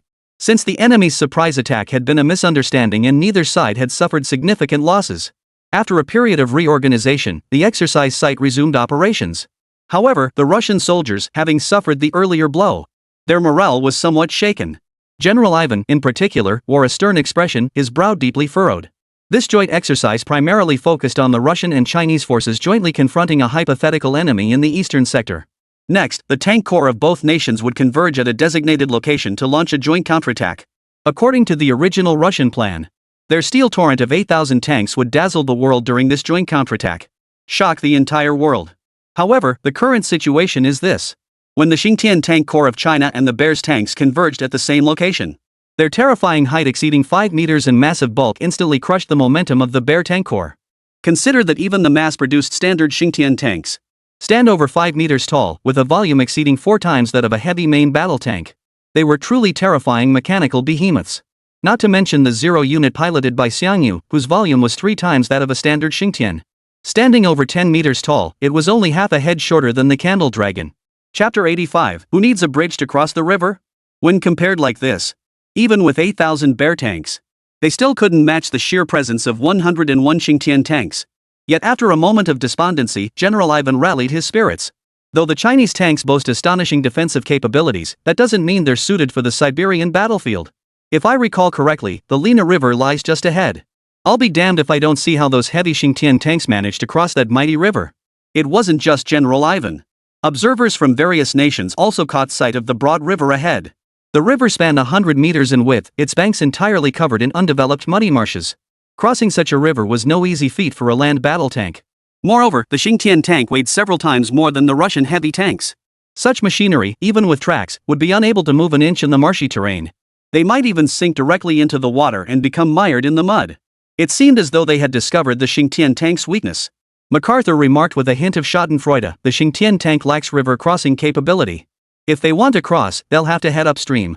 Observers from other countries were also buzzing with discussion. That's the nature of large machinery, it demands perfect terrain. Even slight unevenness leaves it stuck. So exaggerated designs don't necessarily translate to combat effectiveness. Just in terms of mobility alone, the Xingtian tank falls short of conventional tanks. On the ground, 8,000 Mao Xiong tanks were now preparing to cross the river. Following traditional methods, hundreds of pontoon transport vehicles approached from the rear. These vehicles would soon be deployed across the river, constructing a bridge to facilitate the tanks crossing. As expected of the Bears, their engineering corps is highly efficient. The pontoon bridge will be completed in under an hour. The entire 8,000 tank corps will cross this river swiftly. I wonder what the Chinese are using for their bridge. It doesn't look like they have any logistics units prepared. Could they really be planning to detour upstream? All spectators were buzzing with speculation. Most believed the massive Xingtian tanks simply couldn't cross this stretch. Though the earlier scenes of them withstanding the steel torrent of the Bears were astonishing enough, it didn't mean the Xingtian tanks could conquer the river before them. At that moment, within the imperial capital's military camp in Huagua, Chen Longfei's face bore a rare look of self-reproach. Damn it, I forgot to assign bridge engineering troops to Xiangyu's unit. The banks of the Lena are untamed wilderness terrain. Even ordinary tanks must proceed with extreme caution there, let alone Xingtian tanks. The other officers exchanged worried glances. Chen Longfei couldn't help but dial Xiangyu's number. Comrade Xiangyu, can our Xingtian tanks cross the river? If it really can't make it. Rest assured, Commander Chen. Crossing this small river poses absolutely no challenge for the Xingtian tanks. A small river? Xiangyu's words left Chen Longfei momentarily stunned. He quickly added, somewhat bewildered, are you sure it can make it? The Xingtian tank weighs several times more than a heavy tank. What if it gets stuck in the mud? To Chen Longfei's concern, Xiangyu simply replied, just watch. And issued the crossing order to the Xingtian tank corps. The next instant, the Xingtian tank standing motionless by the riverbank abruptly rose. Yes, it rose like a giant, its height suddenly surging from 5 meters to 10. The 4 mechanical tracks beneath its chassis abruptly unfolded and raised upward, revealing 4 sharp mechanical legs resembling spider legs. The Xingtian tank, which had retained some semblance of a tank's form, was now utterly transformed. It now stood like a colossal mechanical spider. Even during its transformation, it exhibited a surprisingly agile trembling. Like certain arthropods, it shifted sideways. The instant the Xingtian tank core began its transformation, every observer, including McCarson, instantly widened their eyes. Their eyes nearly popped out of their sockets. Holy crap, how can this machine transform? That's not scientific. Aren't tanks supposed to move on tracks? What's with these four mechanical legs suddenly popping out? Before the murmurs could subside, the 101st Xingtian tank swung its massive mechanical legs and surged toward the Lena River. Like the body of an alien insectoid, it carried an unsettling sense of oppression. Meanwhile, at the nearby Bear tank core, the engineering corps had just finished deploying the bridge. Before they could begin laying the deck, the next instant, hundreds of giant spider-like machines surged from the distance. They moved swiftly toward the river. The engineering troops watched as the swarm of machines plunged into the water all at once. Their faces drained of color, their upper teeth clattering against their lower jaws. Their eyes were filled with utter astonishment. The Xingtian tank core submerged in the Lena River emerged from the opposite bank in a mere minute. Apart from a trace of silt visible on their limbs, the rest of their bodies remained gleaming white as new. The Russian soldiers who witnessed the entire process stared wide-eyed at the Xingtian tanks on the opposite bank, utterly dumbfounded. General Ivan, in particular, had been confident that his forces would gain an advantage over the Chinese across the river, only to find his own forces still resorting to the cumbersome method of building bridges to cross. The Chinese tanks had simply driven straight through the river. This was the gap in technology, absolutely overwhelming military-industrial prowess. The scene before him shattered General Ivan's worldview in an instant. His pupils contracted violently, his hands shaking uncontrollably like he had Parkinson's. Impossible. This can't be happening. Meanwhile, aboard the helicopters carrying international observers, U.S. Admiral MacArthur gripped his hair with both hands, his face contorted as if he'd seen a ghost. His entire face twisted in agony, his mouth twitching uncontrollably. Every single one of China's machines weighs at least 100 tons. How did they get out of the river? They must have poured concrete into the riverbed beforehand. The Chinese must have cheated. Yes, they cheated. MacArthur's outburst sparked murmurs among international observers. They too harbored doubts about how the Xingtian tanks had so effortlessly crossed the river. Xu Qing's lips curved slightly, his expression betraying no emotion. Since the Russians still had ample time to construct their bridge, he might as well have someone inspect it. Thus, at McCarson's insistence, the Bear-related personnel conducted a thorough inspection of the riverbed below. The results were soon announced. Everything beneath the river was normal. The Wagwa Xingtian tank had indeed crossed the Lena River under its own power. Upon hearing the news, McCarson's legs gave way, and he collapsed into the helicopter seat. His expression shifted from utter disbelief to deep envy and dread. How could Wagwa possess such formidable machinery? Chapter 86, The Might of the God-Devouring Cannon. 3 hours later, the Russian tanks crossed the Lena River one after another. On the opposite bank, the Xingtian tank corps had been standing guard for quite some time. The Russian soldiers stared at the colossal mechanical beasts, each resembling a demon god. Their eyes filled with fear. The entire combined legion pressed forward. The Xingtian tanks demonstrated formidable terrain mastery throughout the operation. Whether traversing dense forests, treacherous swamps, or rugged highlands and mountains, the Xingtian tanks' four mechanical legs traversed them with ease. They traversed the terrain as if walking on level ground. In contrast, the Bear tank regiment could only advance slowly through complex terrain using various clumsy methods. At this juncture, for the Xingtian tank corps, the entire Bear army had become a liability. The mighty crossing techniques the Bears prided themselves on seemed as crude as those of primitive tribes. On the heavy tank at the very front of the Bear brigade, General Ivan's mood had sunk to an all-time low. Especially as the rugged terrain unfolded, the Chinese tanks pulled further and further ahead. This engendered a profound sense of defeat within him. Damn it, how much farther to the exercise zone? Can't the construction crew work any faster? The Wagwa people have been waiting for us for 2 hours. If you don't want to embarrass us, pick up the pace. After a frantic rush, the Joint Legion reached the final exercise area. Before them stretched a vast expanse of wilderness. At the edge of the wilderness lay a range of rolling mountains stretching into the distance. Scattered among the peaks, thousands of white targets were faintly visible. All these targets were positioned deep within mountain ravines, requiring considerable skill to hit. In truth, it was clear to any discerning observer. The hypothetical adversaries for this joint military exercise between the Bear and the Chinese nation were none other than the Americans across the ocean. Both China and Russia intended to use this exercise to deter the United States. Looks like both superpowers have their hypothetical enemies to the east. Wonder if that has anything to do with us Americans. McCarson suddenly chimed in with a sarcastic remark. But no one paid him any mind. Because the grand finale of this exercise was about to unfold. On the drill grounds, ultra-high-definition cameras specifically installed for live streaming were already in place. Audiences worldwide flooded into live streams, eager to witness the climactic finale of this joint military exercise. Amidst the roar of engines, the Russian tanks fired first, launching artillery strikes toward distant mountain peaks. 8,000 tanks fired simultaneously, creating a deafening roar. Thousands of shells traced parabolic arcs through the sky. Then, with tremendous force, they crashed into the mountain ravines below. In an instant, flames danced and thick smoke billowed. The targets nestled within the mountain ranges were utterly shredded to pieces. The bear-themed host in charge of the live broadcast immediately announced the results. In this volley, the Russian tanks destroyed a total of 436 targets. This outstanding performance earned unanimous recognition and praise from the live audience. Next up, China's tanks. Xiang sat atop the Zero-type Xingtian tank, glancing at the Russian tank battalion. He glanced again at the live stream, which was being flooded by viewers from all nations. His expression unchanged, he immediately issued combat orders to the other 100 Xingtian tanks.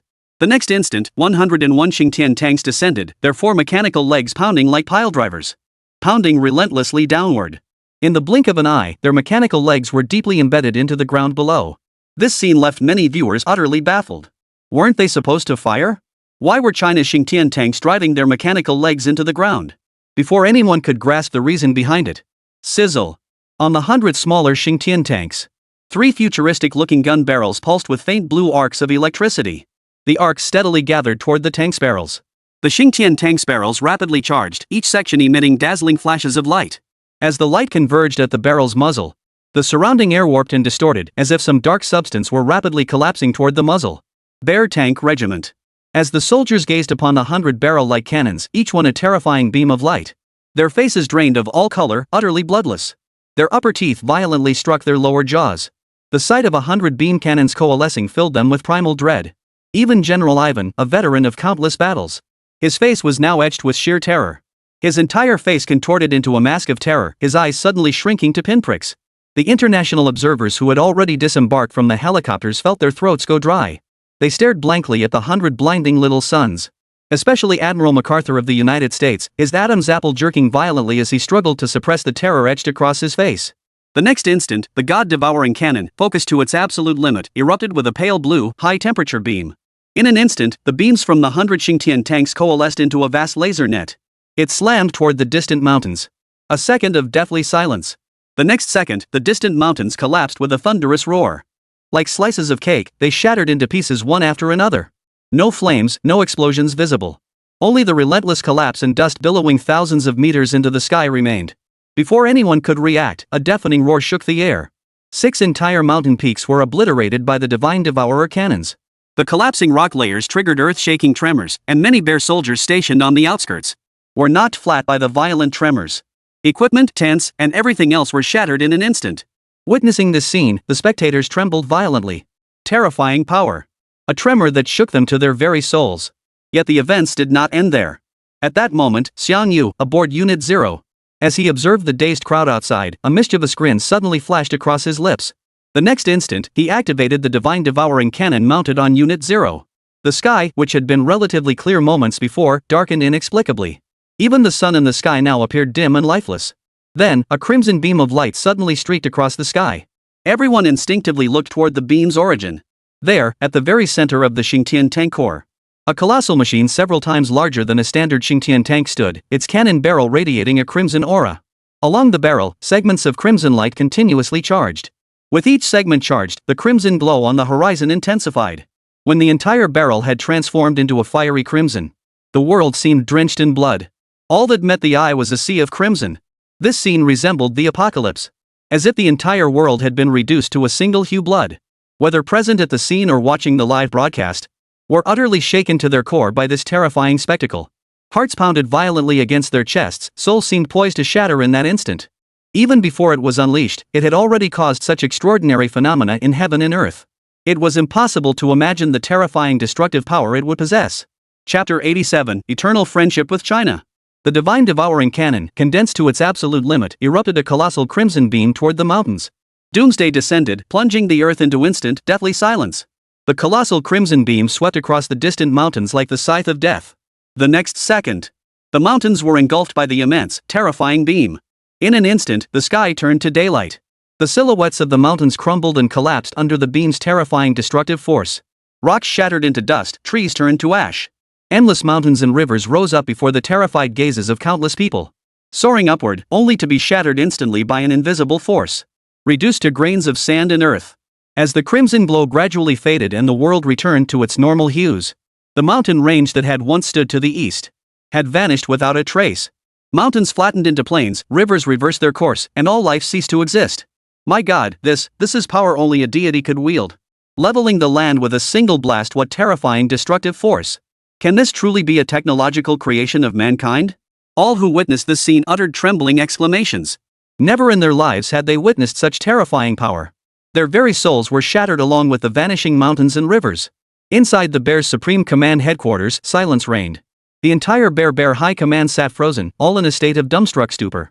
Only the occasional twitch at the corners of their eyes betrayed any movement. The forces sent by Huawei to participate in this joint military exercise. What kind of monsters were they, after all? Their defensive capabilities were astonishing enough, but a single shot obliterated entire mountains.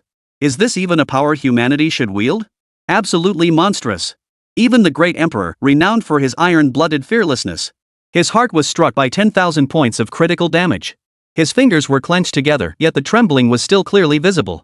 The emperor stared intently at the live stream. Endless contemplation and apprehension spread through his eyes. Though he was desperately trying to control his facial expressions, the subtle unease remained unmistakable. The might of the Xingtian tank had utterly surpassed his comprehension. Though rumors of China's advanced military machinery had circulated before this, it was only upon witnessing it firsthand he truly grasped the sheer magnitude of China's military machinery. So formidable it was utterly despair-inducing. With such formidable machinery at its disposal, China would inevitably ascend to the pinnacle of global superpowers in due course. As for those bears, the emperor seemed to suddenly grasp something. His entire body stiffened abruptly as he spoke in a deep, solemn voice. "Gentlemen, I have made my decision." His voice was deep and commanding. So much so that the other high-ranking officials in the command center instinctively straightened their backs and stiffened their expressions. It had been many years since the emperor had spoken in such a stern tone. This signaled that the emperor was about to announce a matter of grave importance concerning the future of the Bear Nation. Today, we have witnessed the formidable strength of China's land combat forces, a might capable of overwhelming the entire world. To uphold our steadfast friendship with China, I have decided to further deepen our cooperative relationship with them. As the words fell, the room fell silent. Not a single voice raised in opposition. Every high-ranking Russian official nodded in unanimous approval. China's forces were already renowned for their elite status.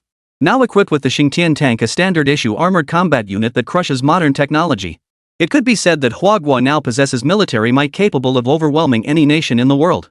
Even if the United States deployed all its forces, they would likely be no match for the Xingtian tanks.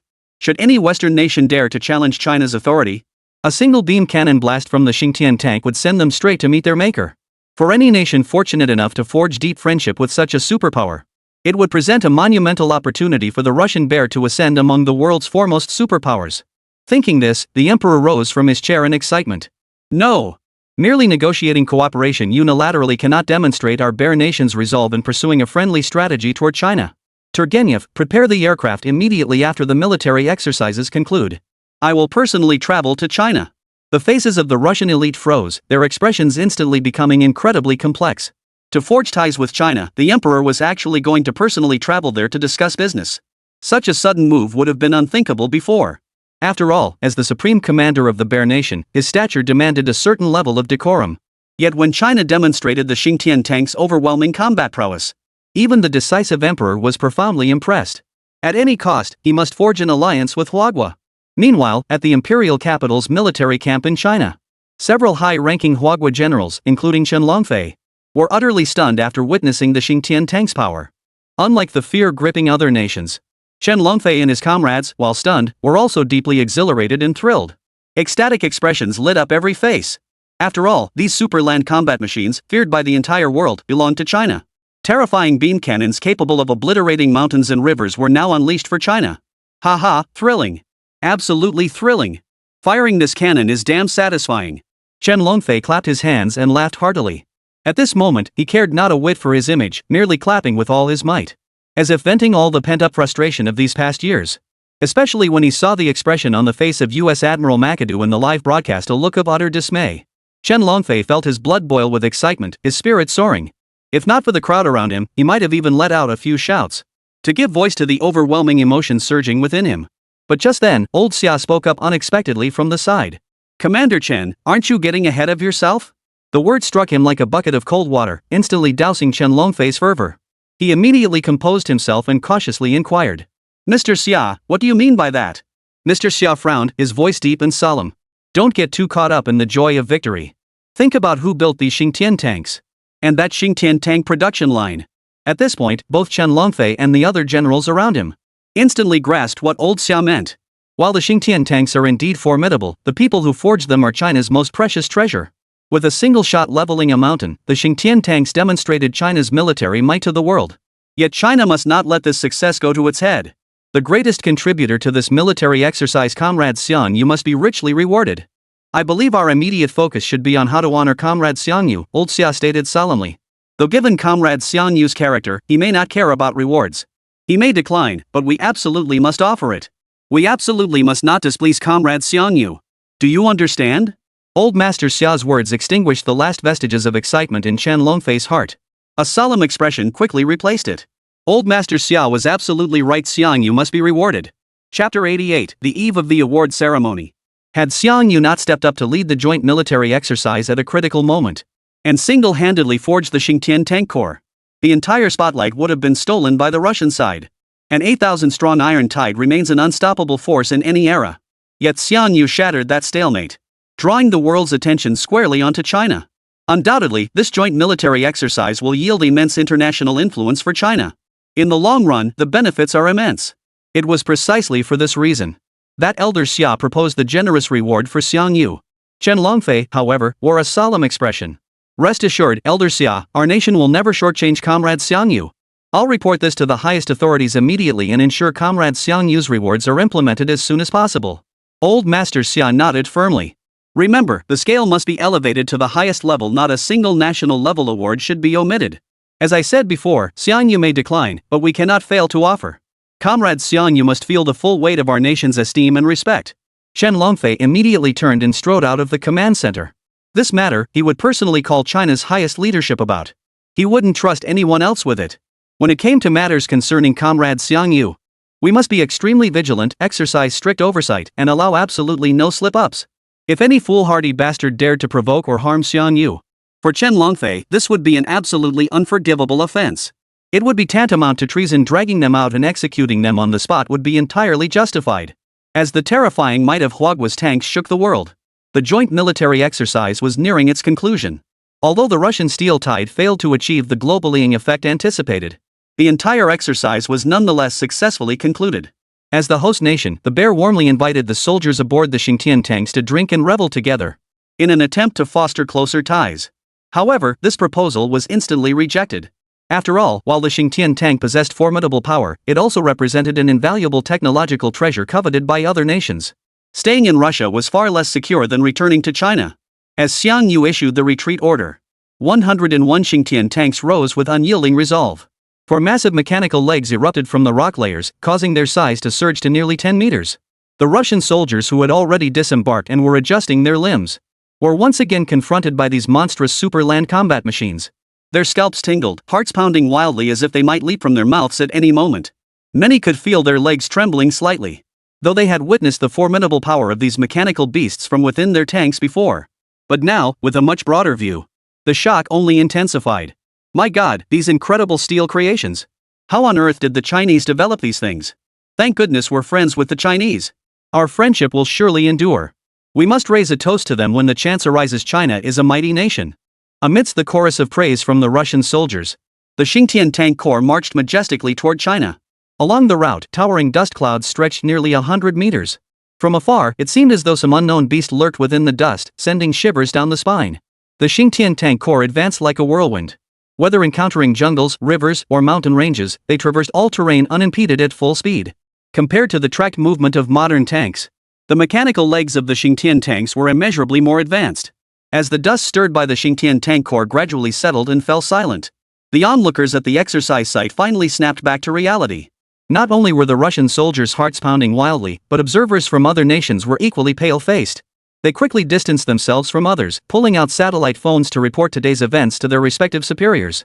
Among these observers, U.S. Admiral MacArthur was particularly agitated.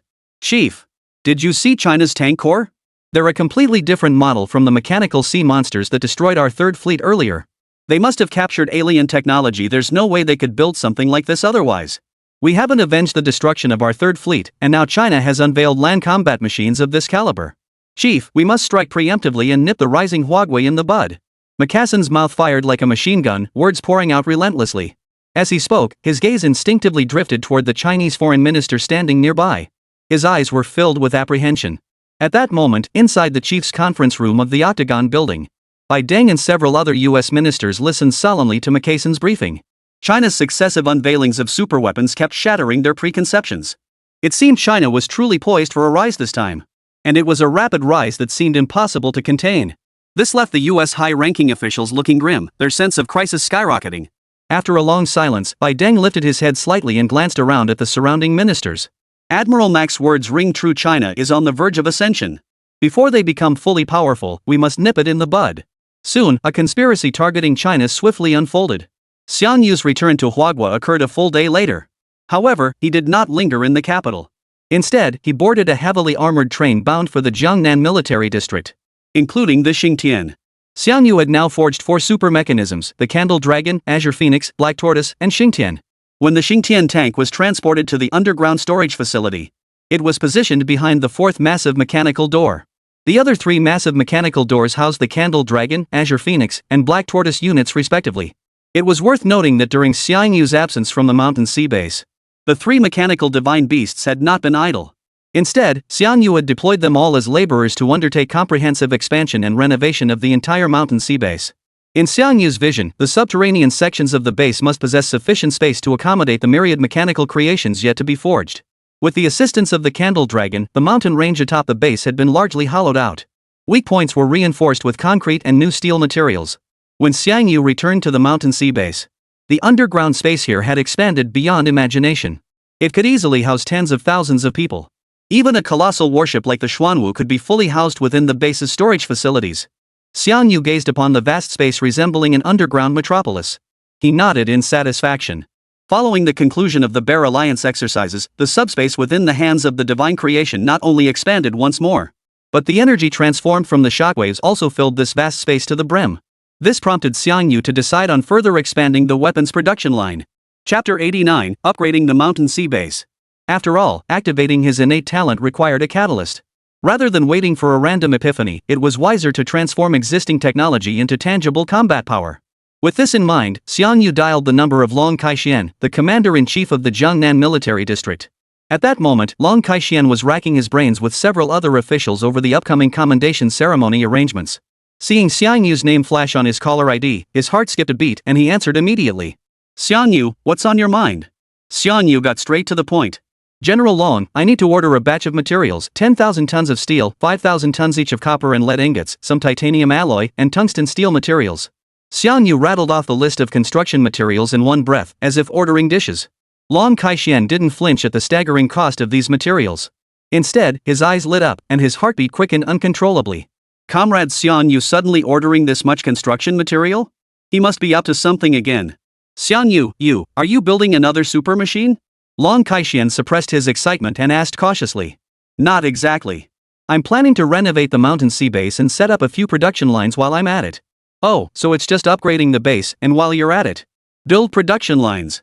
Long Kaixian's voice shot up in pitch. It was like getting a fishbone stuck in his throat. His Adam's apple jerked twice, and his eyes widened in shock. What did you say?" "Production lines. Xiang Yu, what kind of production lines are you building? Could it be something like the Xingtian tank production line they're building in the capital?" Xiang Yu gave a slight nod. "Yes, I plan to establish a similar production line within the mountain sea base. And just one line seems a bit too monotonous. I plan to build several more." "One isn't enough, so you want to build several more?" Anyone unaware might think these super mechanized production lines were cabbages you could just grow as many as you wanted. At this moment, Long Kaixian was utterly flustered. His chest heaved like a broken bellows, gasping and panting with ragged breaths. He had completely abandoned any concern for his image. His face shifted between shock and wild elation, his entire expression utterly uncontrolled.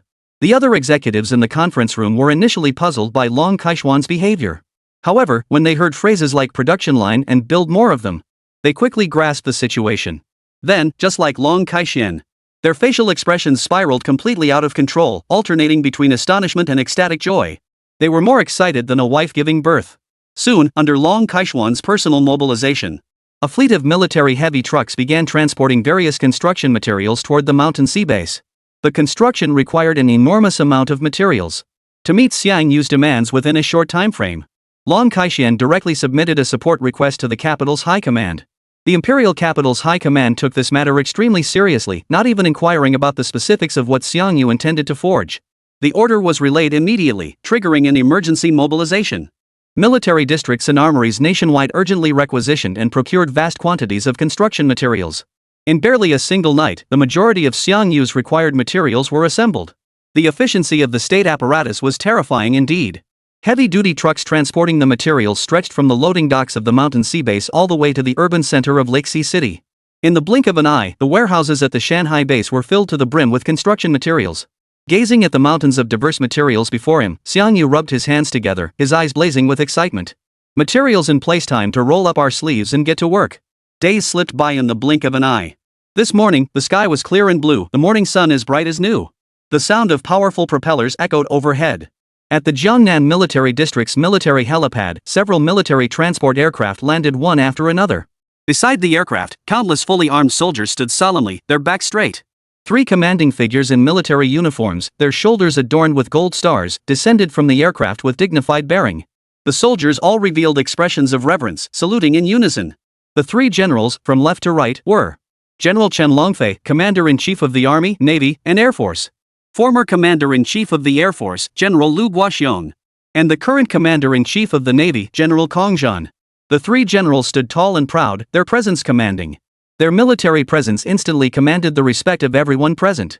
Behind them, aside from their escort guards, dozen researchers in white lab coats, their expressions equally solemn. Most of these researchers had graying temples. Many were titans in their respective scientific fields.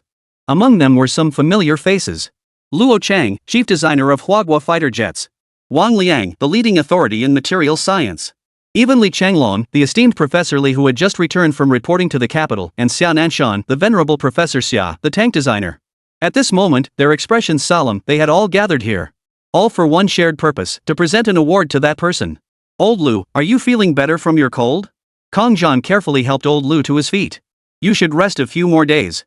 You shouldn't have come. But Old Lu waved dismissively. A mere cold is nothing.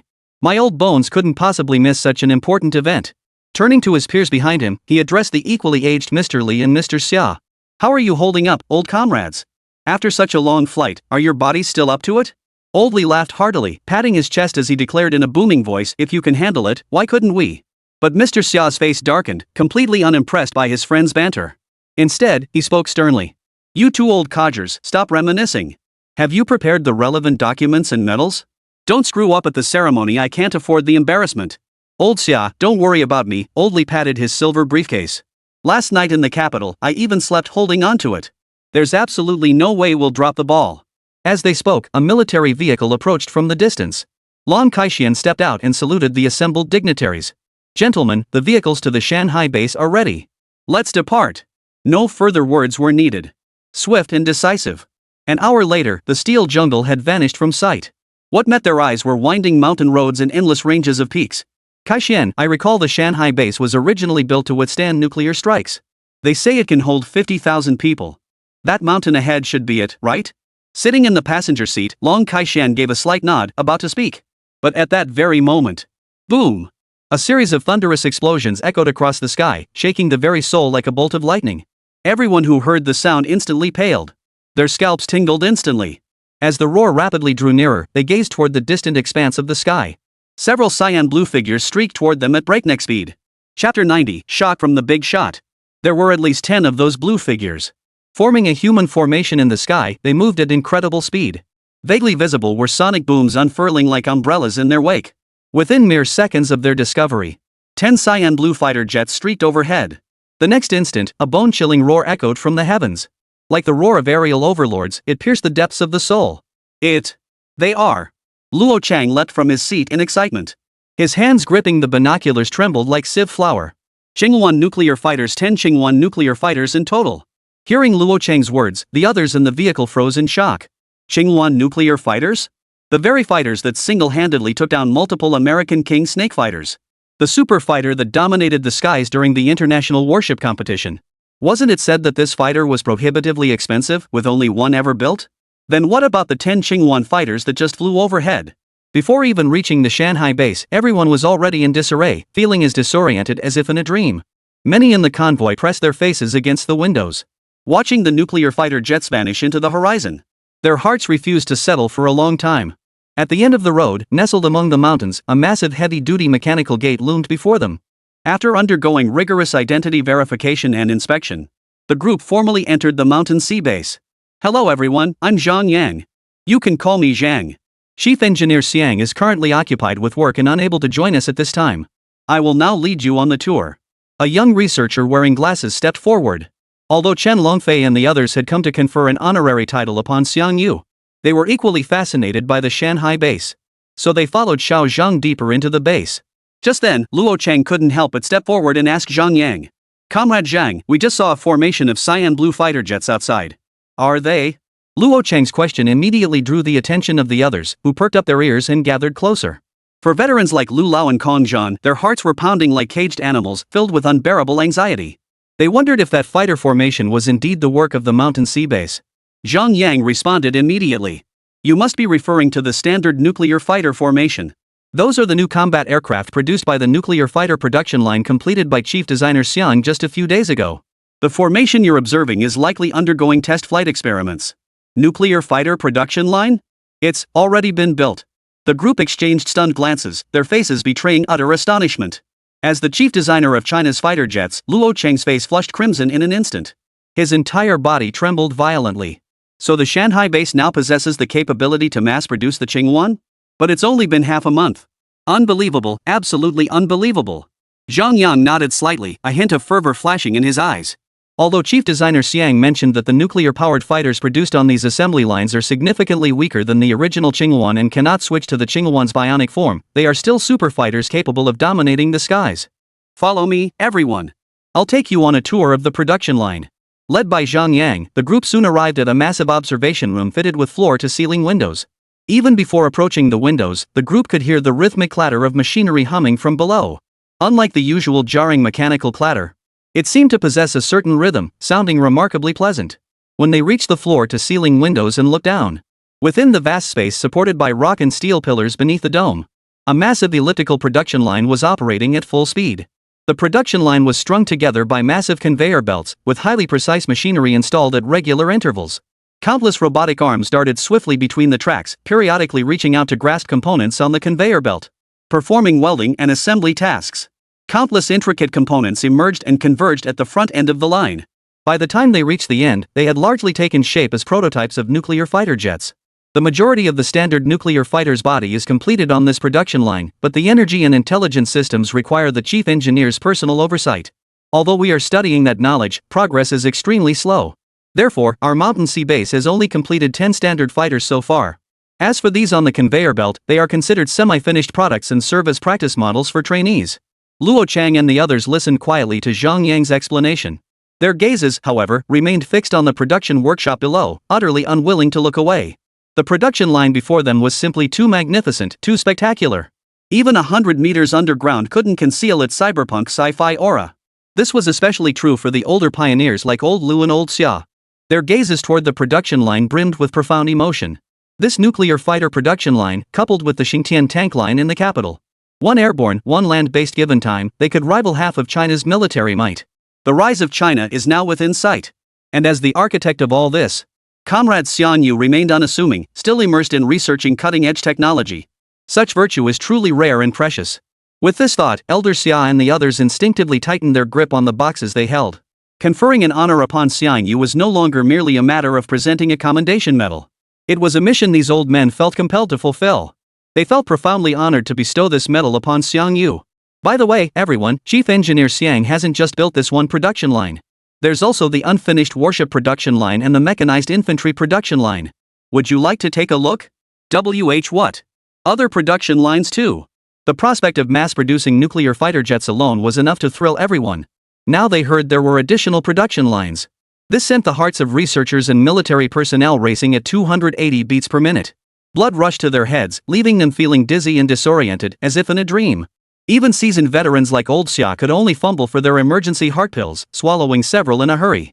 Only then did their wildly pounding hearts begin to settle.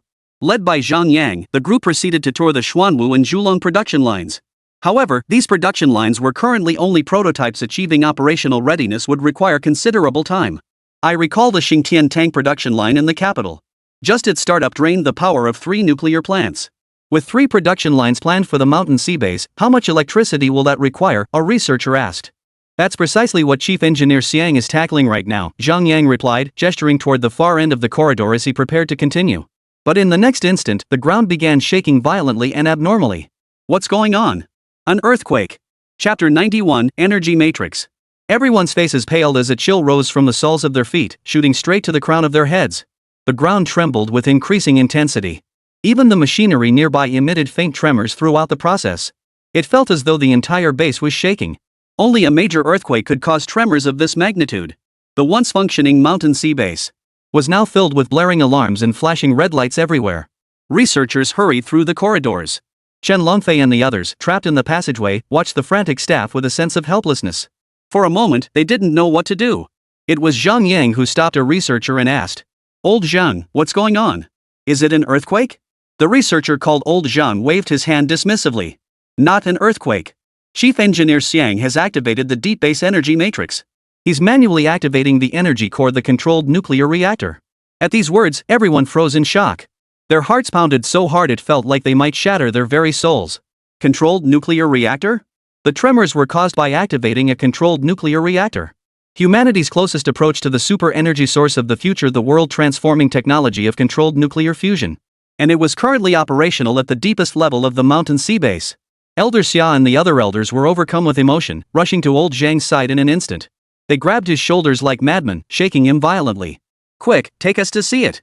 Hurry!" Seeing the exaggerated expressions of wide-eyed amazement on everyone's faces, old Zhang immediately dared not say another word. He led the group running deeper into the base. By now, Chen Longfei and the others had completely abandoned any concern for their appearance.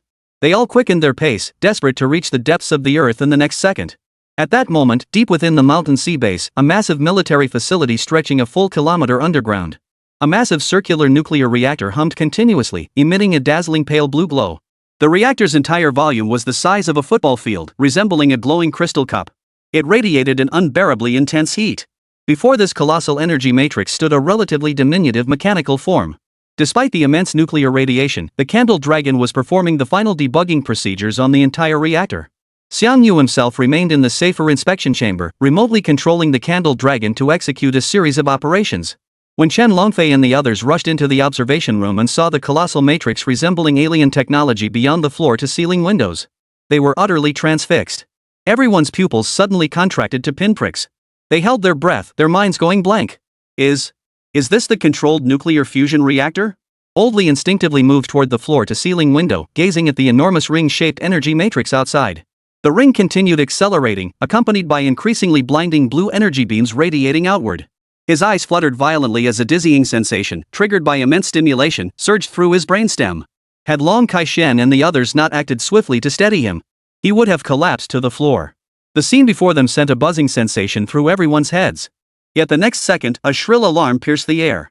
"Warning! Warning! Detected rapid overheating of the reaction core. Immediately inject coolant. Warning! Warning! Coolant levels critically low. Coolant levels critically low." The alarm sent shockwaves through the crowd. Though they weren't nuclear energy specialists, their basic understanding of nuclear power made them realize that a lack of coolant was an extremely serious matter. Take the floating island nuclear power plant in Shaorizi. Insufficient coolant led to core meltdown, ultimately producing massive amounts of radioactive wastewater. Now, upon hearing the news of insufficient coolant, everyone's faces turned grim. Without coolant, didn't that mean? But before anyone could fully grasp the worst-case scenario in their minds, the next instant, a colossal dragon's roar thundered through the glass windows. The sound was deep and powerful, like that of a primordial beast. Everyone's spirits surged, and they immediately pressed themselves against the windows to look out. There, standing outside the reactor, was a mechanical monster. "It's the Candle Dragon." The Candle Dragon. Long Kai-Shian couldn't contain his excitement, shouting the name aloud, his eyes brimming with awe. The others, upon seeing the Candle Dragon, also wore looks of excitement. But it didn't end there. As the Candle Dragon let out a deafening dragon roar, two more mechanical constructs appeared from the other two directions of the controlled nuclear matrix. The divine bird Qingyuan and the war god Xingtian emerged from adjacent passages. Both machines activated their bionic forms. Qingyuan, resembling a blue bird, and Xingtian, crawling on all fours like an alien insectoid.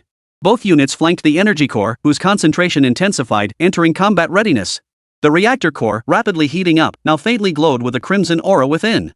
The scorching heat spread relentlessly in all directions, showing signs of melting the surrounding metal. Even within the highly secure observation chamber, the crew could feel the intensifying heat. Sweat poured down their backs, soaking through their entire garments. Everyone watched the three mechanical divine beasts below with tense expressions. The next instant, the Candle Dragon raised its head and roared once more.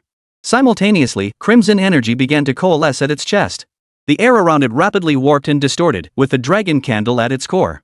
Simultaneously, the energy within the fusion core gradually withdrew, drawn by some unseen force. Wherever it passed, the air emitted extreme distortion. Like dozens of crimson streams, it continuously converged toward the Dragon of Candle's chest. The researchers witnessing this spectacle stared in utter disbelief, their eyes nearly popping out of their sockets. They had never witnessed anything like this before, nor could they explain it with their existing scientific knowledge. Yet the fusion core's energy was indeed being absorbed by the Candle Dragon. The piercing alarm had vanished. The silver-black Candle Dragon, having absorbed vast amounts of radiant energy. Its entire hull had transformed into a fiery crimson. Energy surged through its body like molten lava. A single glance was enough to sense the terrifying heat it contained. The energy continuously gathering at the Candle Dragon's chest had now coalesced into a fiery red sphere. It pulsed and contracted like a searing heart. The next instant, the heart shattered, its boundless energy being sucked into the body of the Candle Dragon. Then, it lowered its head, and a massive stream of blue particles erupted from its mouth. The high-temperature particle stream was instantly absorbed by the energy converters installed on the ground the moment it made contact. The converters lit up instantly, channeling the immense energy into the bodies of the other two mechanical constructs. The three mechanical constructs now were like electronic devices plugged into charging cables, frenetically absorbing the immense energy radiating from the energy matrix. Chapter 92, Award Ceremony Postponed, Controlled Nuclear Fusion. Remarkable. Absolutely remarkable. These three mechanical beasts actually possess energy storage capabilities. Absorbing excess energy to prevent overheating from power surges, only this facility could possibly manage that. The crowd marveled at the spectacle before them, murmuring in astonishment. As the Candle Dragon withdrew from the core, the once violent energy currents now settled into a steady flow. All the scattered light halos retracted into the reaction ring. The entire reaction matrix now emitted a soft, pale blue glow. In that moment, it shone as brilliantly as the stars themselves. Gazing upon this breathtakingly beautiful reaction core, everyone was utterly transfixed, speechless. Is this what controlled nuclear fusion looks like? They never imagined it could truly be achieved. It felt like a dream. The quickest to react was the venerable Li Changlong. He extended his trembling hand and gently wiped the hot tears from the corners of his eyes. His cloudy pupils reflected the pale blue energy ring above the energy matrix. In that moment, old Master Li felt his heart surge with fervor. His entire heart felt as though it had instantly grown 10 years younger. Beating powerfully.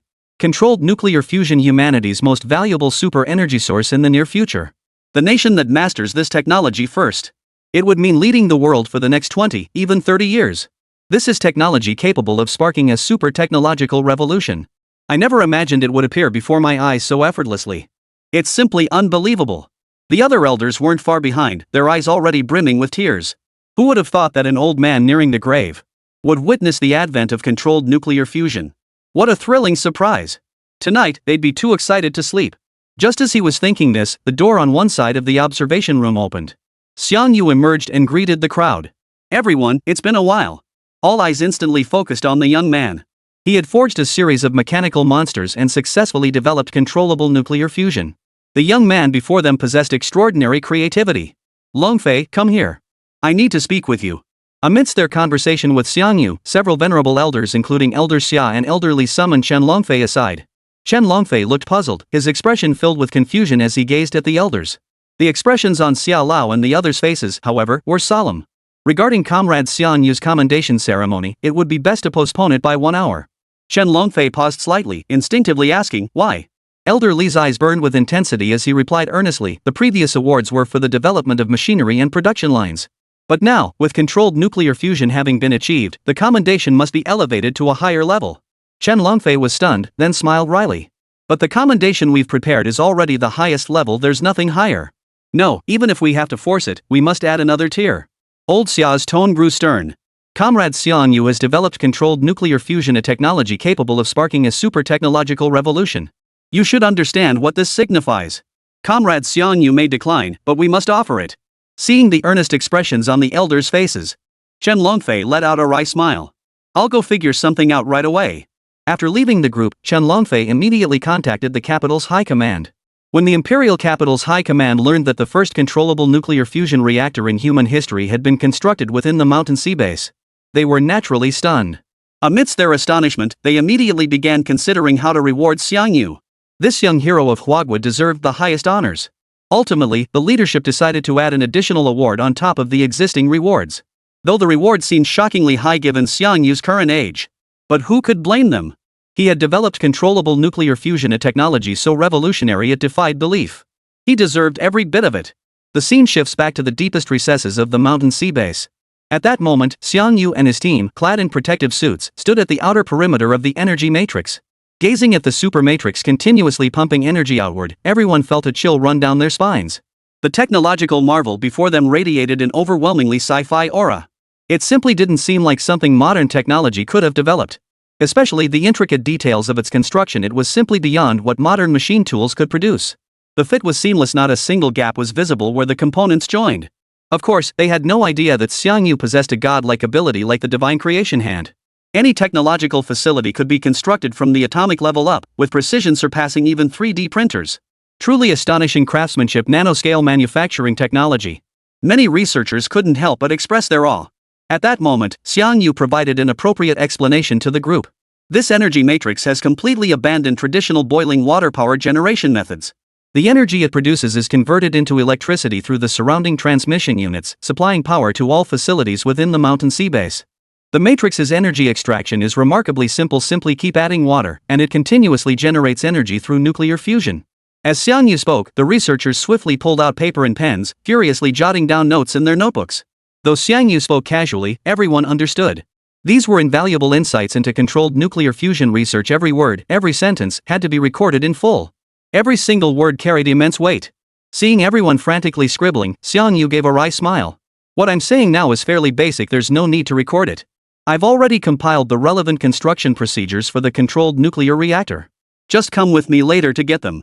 At these words, the researchers who had been frantically scribbling abruptly looked up. Their eyes burned with fervor. Elder Xia, elderly, and the others were so overcome with excitement they rushed to Xiangyu's side. Their bodies trembled as they exclaimed with excitement. Comrade Xiang, what did you say? The construction process for controlled nuclear fusion. Earlier, Xiangyu had submitted a theoretical paper on controlled nuclear fusion. However, with only theoretical knowledge, it would still take years to actually build a controlled nuclear fusion reactor. Now, Xiangyu was claiming he could provide the construction process. Didn't that mean a controlled nuclear power plant could begin construction soon? This was nothing short of a life-changing stroke of luck. The researchers present were overcome with fervor, practically wanting to hug Xiangyu and give him a big hug. Once China establishes controlled nuclear power plants around its major cities, China's energy crisis would be completely resolved. Electricity costs would plummet dramatically, potentially even becoming free. At that point, from everyday life to national defense, everything would undergo a qualitative leap thanks to the advent of controlled nuclear fusion. A qualitative leap. Suppressing his excitement, old Xia spoke solemnly. It's getting late. It's time to proceed with the medal ceremony for Comrade Xiangyu. Chapter 93, The Highest Honor, the Crimson Medal. Soon, an internal medal presentation ceremony commenced. The ceremony would take place within the Shanghai base, with only internal personnel invited to attend. An hour later, the award hall was filled to capacity. From the base's staff members to the military district leaders and national academicians who had traveled specifically to witness the ceremony. All sat quietly in their seats, awaiting the proceedings. Then, Long Kai-shian, serving as the temporary host, delivered the opening remarks for the award ceremony. Next, please welcome former Commander-in-Chief of the Huagua Air Force, General Lu Guoxiong, to deliver the commendation speech. The moment his words fell, the crowd perked up, their faces lighting up with anticipation. General Lu, his expression solemn and bearing dignified poise, strode toward the podium. Below the stage, every seat was filled, eyes burning with intensity. Military personnel and researchers from the imperial capital, along with staff from the mountain sea base. All gazed at General Lu Guoxiong with profound respect. This venerable elder, whose chest bore the weight of numerous medals for his distinguished military service to the nation. His presence here to present the awards signaled that this commendation ceremony held immense significance. Without reaching for his speech notes, old Lu stood ramrod straight before the microphone. To prepare for this ceremony, he had memorized his speech thoroughly long before arriving here. Xiang Yu, male, 21 years old, student at the National University of Defense Technology. Lu's voice was strong, his eyes filled with solemnity. Following his triumph at the International Naval Competition, where he defeated the United States and elevated our nation's prestige, he has now achieved another glorious feat. This commendation is hereby bestowed. Comrade Xiang Yu's achievements are as follows. Developed the Xingtian tank, stunning the world during joint military exercises with Russia, significantly enhancing China's international influence, and indirectly facilitating close cooperation between our nation and Russia in the fuel sector. Awarded the National Combat Medal. For establishing the Xingtian tank production line in China, substantially strengthening our national defense capabilities, and selflessly transferring cutting-edge technology to the nation, an act of patriotic devotion worthy of profound respect. Awarded the National RD Medal. As Comrade Lu's deep voice concluded, Chen Longfei and Elder Li emerged from the waiting room, their expressions solemn and grave. Holding the national medals, they approached under the gaze of all present. They solemnly pinned the medals onto Xiang Yu's chest. The next instant, thunderous applause erupted from the audience below the stage. It surged like a mountain flood, shaking souls to their core. Every gaze directed at Xiang Yu now brimmed with profound respect. This young man, barely in his 20s, had just been awarded 2 national medals at once. Such glory had never been achieved by anyone before. But no one felt envy. Instead, they held him in sincere admiration. Xiang truly deserves both of these awards. Every contribution he has made to China deserves the medals he has been awarded. The awards ceremony did not end there. Old Lu, controlling his emotions, took a deep breath and continued. During Comrade Xiang Yu's tenure managing the Shanghai base, he not only established multiple super-mechanized production lines but also developed the first controllable nuclear fusion reactor in human history. Most significantly, Comrade Xiang Yu voluntarily handed over all construction blueprints for the nuclear fusion power plant to the state. Such patriotic devotion, I believe everyone here shares my profound emotion. Old Lu's voice trembled slightly, his emotion too profound for words. The audience seated below the stage was equally stirred, their faces radiating excitement. Even some of the older veterans in the audience were discreetly wiping away tears. Controlled nuclear fusion represented the most powerful energy technology of the near future. Such a precious asset, if placed abroad, would inevitably spark fierce competition. It could even ignite a world war. Yet Comrade Xiang Yu voluntarily handed over these invaluable materials to the nation without compensation.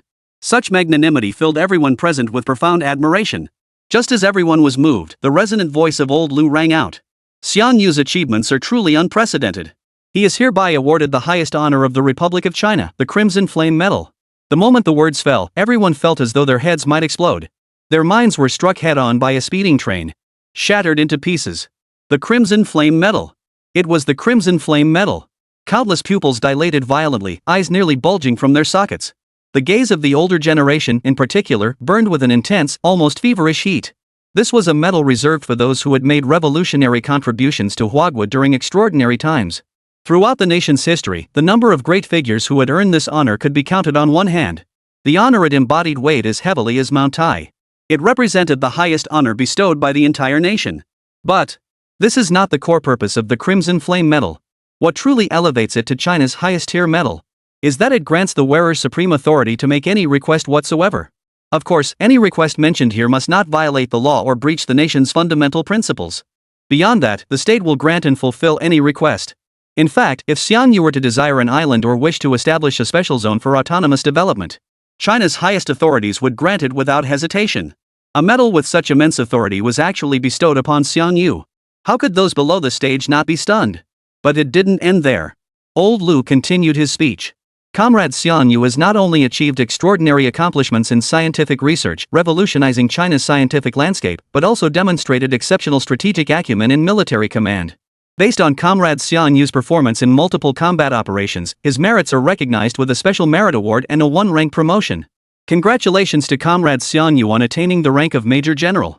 Upon hearing his military rank elevated to Major General, he was utterly dumbfounded. A special merit award is an honor bestowed only during wartime.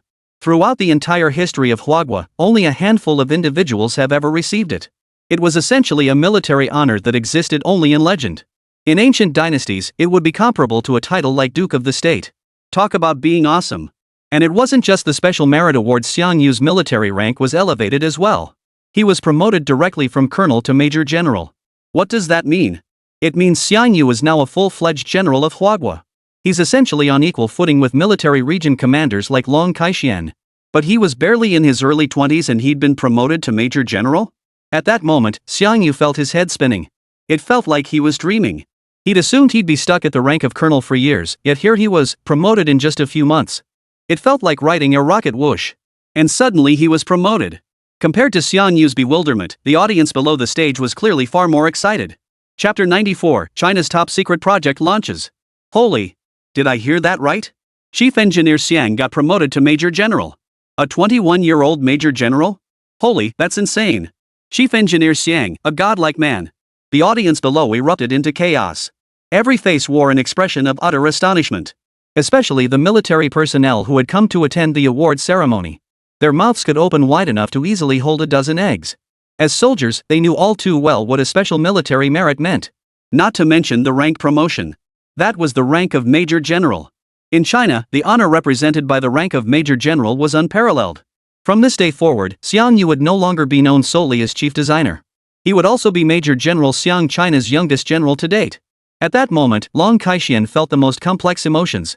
His gaze flickered as he watched Xiang on stage, a hint of complexity flickering in his eyes. It wasn't that he envied Xiang reward. Rather, he was somewhat taken aback that Xiang, who had been merely a student just months ago, had now grown to this level. In terms of military rank, he was nearly on par with Long. And in the realm of scientific research, he had completely outshone him. Such a prodigy emerging from their Jiangnan military region. What an honor! When General Liu announced Xiang military rank, the room fell silent for 3 seconds. The next second, thunderous applause erupted throughout the entire award ceremony hall. The fervent sound even penetrated the hall's doors. Even passing staff members couldn't help but pause and listen. Everyone was genuinely moved. There was no envy, only the purest admiration. Chief Engineer Xiang's achievements deserved every honor bestowed upon him. He was truly deserving. At this moment, Elder Xia, Elderly, and the others, having completed the awards presentation, breathed a slight sigh of relief. The ceremony proceeded smoothly. Comrade Xiang's contributions had received the recognition they deserved. Whether it was the national level medal or the precious Crimson Blaze medal, the Special Military Merit Award and the rank of Major General. These were the highest honors bestowed by Huagua for Xiang's outstanding contributions. As for the material rewards accompanying the medals, they were even more substantial. Those, Comrade Xiang would need to collect himself. Following the conclusion of the award ceremony, as the host, Xiang invited everyone to dinner. Taking advantage of this opportunity, Xiang handed over the hard drive containing data related to the controllable nuclear power plant to Chen Longfei. Upon receiving the hard drive, Chen Longfei barely had time to take a few bites of his meal. He immediately boarded a military transport aircraft and returned to the capital under extremely tight security. That very night, a mobilization directive originating from the heart of the capital was transmitted to high-level officials across all provinces. The first page of the document bore the 4 characters "Top Secret Project" in bold. Provincial leaders were on high alert, daring not to show the slightest negligence. Simultaneously, cities and prefectures across the provinces sprang into action. They organized the recruitment of large numbers of engineers and technicians, procuring massive quantities of building materials and construction machinery. Additionally, all personnel involved in this top-secret project across cities and regions were required to sign non-disclosure agreements. Anyone daring to disclose project details will be prosecuted for treason. China's mobilization capabilities were no exaggeration.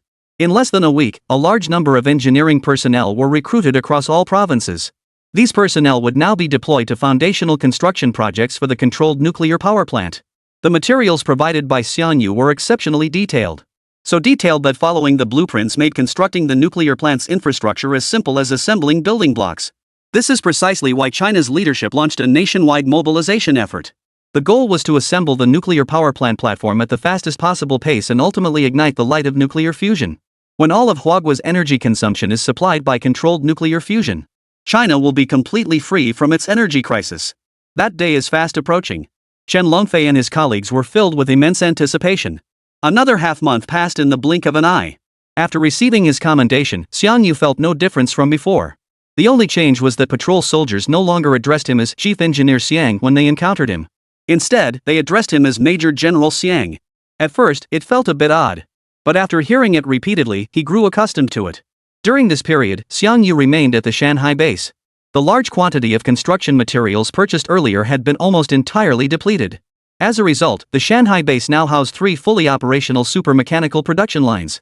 As technicians mastered the relevant operations and production techniques, the 3 production lines were now capable of steadily churning out various military-grade machinery. After production, a portion is transported to major military districts for observation and personnel training. A pressing issue that followed was that these machines were not only large in size but also extremely heavy. Take the Xingtian tank, for instance. It can only be transported by heavy-duty rail freight, as standard trains simply cannot bear its weight. The Xuanwu battleship, however, is so colossal that water transport is virtually the only viable option. Currently, we lack a means of large-scale aerial transport, something akin to an armed transport aircraft.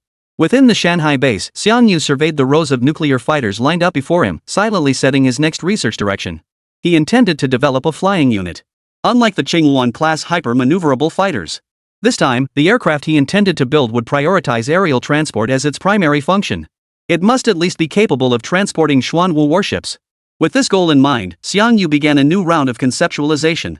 At that moment, above the eastern seas of Zairizi, 12 massive transport aircraft, slightly different from modern machinery, were approaching the mainland of Zairizi. The spectacle was immense. The roar of the engines could be heard from a great distance.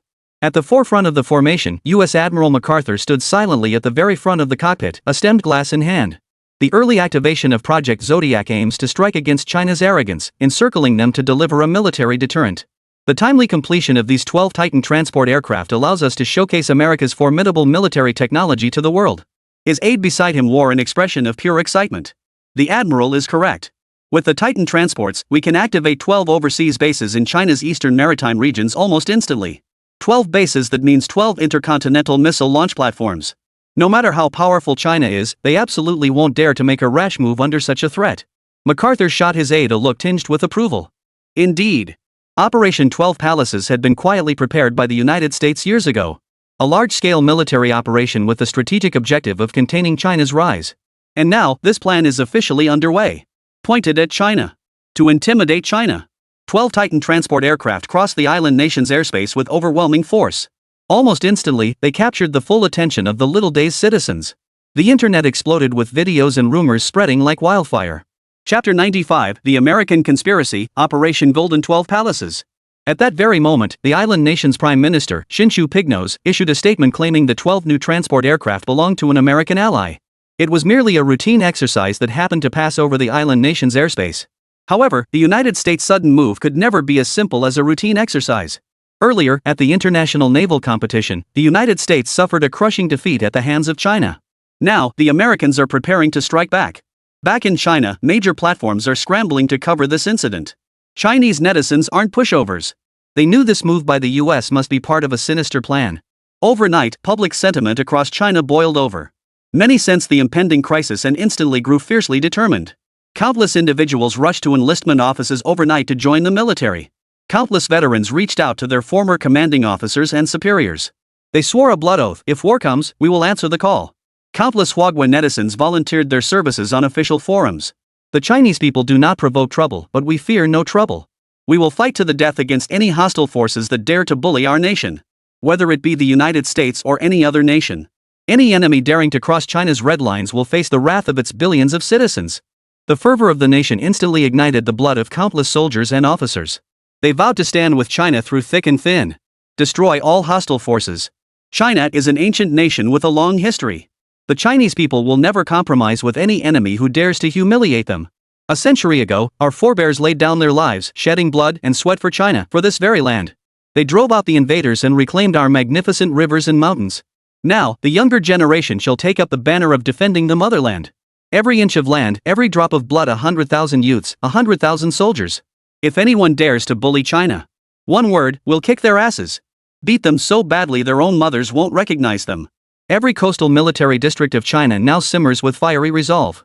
Awaiting the command from above, their fleets will immediately deploy to China's territorial waters. They swear to defend China's dignity with their lives. Amidst the surging patriotic fervor within the nation, the highest-level war room in the imperial capital remained unusually quiet. All senior officials, including Chen Longfei, were present, their faces etched with solemnity. Zhao Yueshan, Minister of National Defense of Hua Nation and the highest-ranking official presiding over this meeting, sat with his hands folded. He listened intently as personnel from the intelligence department delivered their briefing. Based on the intelligence we currently possess, the United States has deployed new transport aircraft with the objective of establishing a missile launch circle near China's territorial waters to deter China. This launch zone comprises 12 U.S. naval bases. Utilizing islands, artificial landmasses, and even portions of island nations' territories, they form a ring-shaped deterrence zone targeting China. Should hostilities break out, these bases will deliver an overwhelming saturation strike against China's major cities in under half an hour. Damn those Americans! Are they declaring war on China? Kang Zhan clenched his fists so tightly they cracked, his eyes blazing with murderous intent. The other generals wore equally grim expressions. This move by the Americans wasn't merely crossing a line. It was a blatant declaration of war against China. Had this happened before, such American actions would have filled them with grave concern. But now, everything had changed. China's Xingtian Tank Corps and nuclear strike aircraft squadrons had both reached operational strength. Facing the United States, China is not only unafraid, but they are confident they can obliterate them completely. Therefore, if the Americans dare to defy China's authority, we'll make sure they never return. If you want war, we will fight. Let the Americans know that the fury of the Chinese people is not something they can withstand. The generals clenched their fists tightly. Their eyes blazed with the will to fight. Yet at that very moment, Defense Minister Zhao Yueshan, sitting calmly as a fisherman in his boat, tapped lightly on the table, capturing everyone's attention. The sudden revelation of America's new transport aircraft at this moment suggests they've likely already prepared their countermeasures. 12 overseas bases capable of launching intercontinental missiles. No matter which one we attack, the others can immediately fire missiles at our homeland. That's how the Americans deter us. They believe China cannot simultaneously destroy all 12 missile launch bases. And once war breaks out, even a single remaining base would pose a fatal threat to our nation. Zhao Yueshan's words plunged the group into deep contemplation. Although China's military strength no longer fears the United States, it currently lacks the capability to simultaneously eliminate all 12 missile bases. Given this reality, the United States 12 Palaces project may remain China's greatest threat for a long time to come. Unless... Chen Longfei's gaze sharpened as he spoke. Simultaneously destroying the old man's 12 bases isn't impossible, but we need time. At these words, a young figure immediately flashed through the minds of the others. Xiang Yu. And the super mechanisms he had created. Both the nuclear fighter production line and the Xuanwu production line within the Shanghai base have commenced operations. Once their scale reaches a deployable level, that will be our moment to launch the counterattack. The attendees in the conference room nodded in agreement. Zhao Yueshan gave a slight nod and turned to Chen Longfei. Old Chen, you'll handle negotiations with Comrade Xiang Yu on this matter. Seek his opinion. Simultaneously, all naval fleets along the coast are to deploy immediately for large-scale combat exercises. Should the Americans dare to cross the line, strike back immediately. Every head snapped up straight, faces hardening with unprecedented gravity. In this confrontation with the United States, China absolutely must not lose. As the meeting concluded, Chen Longfei contacted Xiang Yu. He briefly outlined the national incident. Comrade Xiang Yu, that's the situation. What are your thoughts? Xiang Yu set aside his work and replied with a grave expression. America's so-called 12 Palaces project is certainly more than just a deterrent against us. It's likely they'll soon launch further actions targeting our nation. A flicker of approval crossed Chen Longfei's eyes. You make a compelling point. We suspect this 12 Palaces project is likely a tactic by the US to coerce us into handing over our cutting-edge technology. If we don't find a way to remove these 12 cancerous tumors, the consequences will be endless. Xiang Yu nodded slightly before offering his assurance. Commander Chen, rest assured. I will immediately push production lines into overdrive, working through the night to build nuclear fighter jets and Xuanwu warships. Since those Americans are so reckless, let them witness the true might of our nation. Chen Longfei clenched his fist slightly. Then this matter is in your hands. If you need any materials, just give me a call. I'll request permission to allocate all necessary resources nationwide for you. The US's 12 Palaces project we can only win, not lose. Chapter 96, Epiphany and Fury, Operation Southern Heavenly Gate. Following Xiang Yu's issuance of emergency production orders, the entire Mountain Sea base began operating like a massive mechanical workshop running at full throttle. After assigning tasks, Xiang Yu went alone to his room. On the desk, a design blueprint lay quietly on the surface. It depicted the blueprint for the super transport aircraft Xiang Yu was about to build. However, most of the blueprint remains blank. The persistent inability to unlock max-level insight has stalled Xiang Yu's transport aircraft project without any tangible progress. Right, I should check out American transport planes. Maybe I can find some inspiration there. Xiang Yu pondered briefly before opening an external platform to search for relevant footage. Before long, Xiang Yu found the footage he was looking for. In the footage, 12 massive transport aircraft swept across the sky. 2 massive propellers atop each aircraft spun frantically, emitting a deafening roar. These are our American super transport aircraft, absolutely unmatched. The United States is the world's leading military power. Our strength isn't just talk. Tremble before our mighty nation, all you countries of the world. Below the video, countless American netizens flooded the comments with praise. Amidst the praise, shouts of provocation echoed. Is the US finally going to take action against China? The Chinese have been getting too cocky lately, they need a lesson. I heard the US military plans to establish 12 missile launch bases around China for this operation. The Chinese must be scared out of their wits. Before long, they'll be on their knees calling us father. Reading these arrogant remarks, TianGou frowned deeply. It seems capturing their fleet and flattening their overseas bases didn't teach them a lesson. Now they actually dare to challenge China. The more he thought about it, the angrier he grew, a raging fire igniting within his heart. Buzz. Suddenly, TianGou's mind trembled violently. Instantly, his entire being entered a state of ethereal clarity. In the blink of an eye, TianGou's gaze refocused on the American Titan transport aircraft. The transport aircraft in the video seemed to detach itself from the screen. Before TianGou's eyes, it rapidly transformed into a dense web of white lines. The next second, the lines shattered, revealing the entire interior of the transport aircraft. Engines, control panels, and other modules lay completely exposed before him. Mechanical systems composed of parts, components made of materials, and all constituent data flooded into TianGou's mind like a raging sea. In just 10 seconds, TianGou had completely mastered the entire structure of the Titan transport aircraft.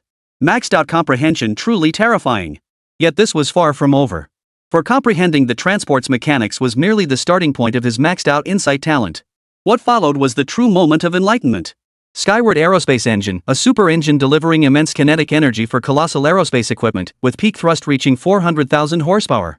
Hypersensory magnetic levitation takeoff module, an upgraded version of jet-powered vertical takeoff, providing more stable launch and landing capabilities for near-future aerospace equipment. Superconducting plasma shield, a super shield offering 360-degree coverage with no blind spots, boasting space-grade defensive strength. Multifunctional carrier aircraft storage module incorporates storage, maintenance, and upgrade capabilities, enabling deployment of small craft for combat operations. Perhaps due to this incident, TianGou felt unusually agitated. This epiphany lasted an exceptionally long time. The number of cutting-edge technologies he grasped simultaneously was staggering. Approximately 3 to 5 times that of the Xingtian tank.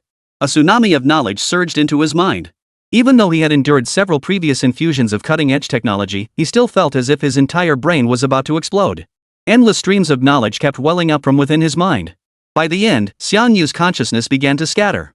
His mind grew hazy and dazed. This state lasted for about half an hour. After half an hour, TianGou had mostly sorted through the knowledge. The throbbing sensation finally eased considerably. Feeling the vast sea of new knowledge stored within his mind, TianGou's pupils regained their focus.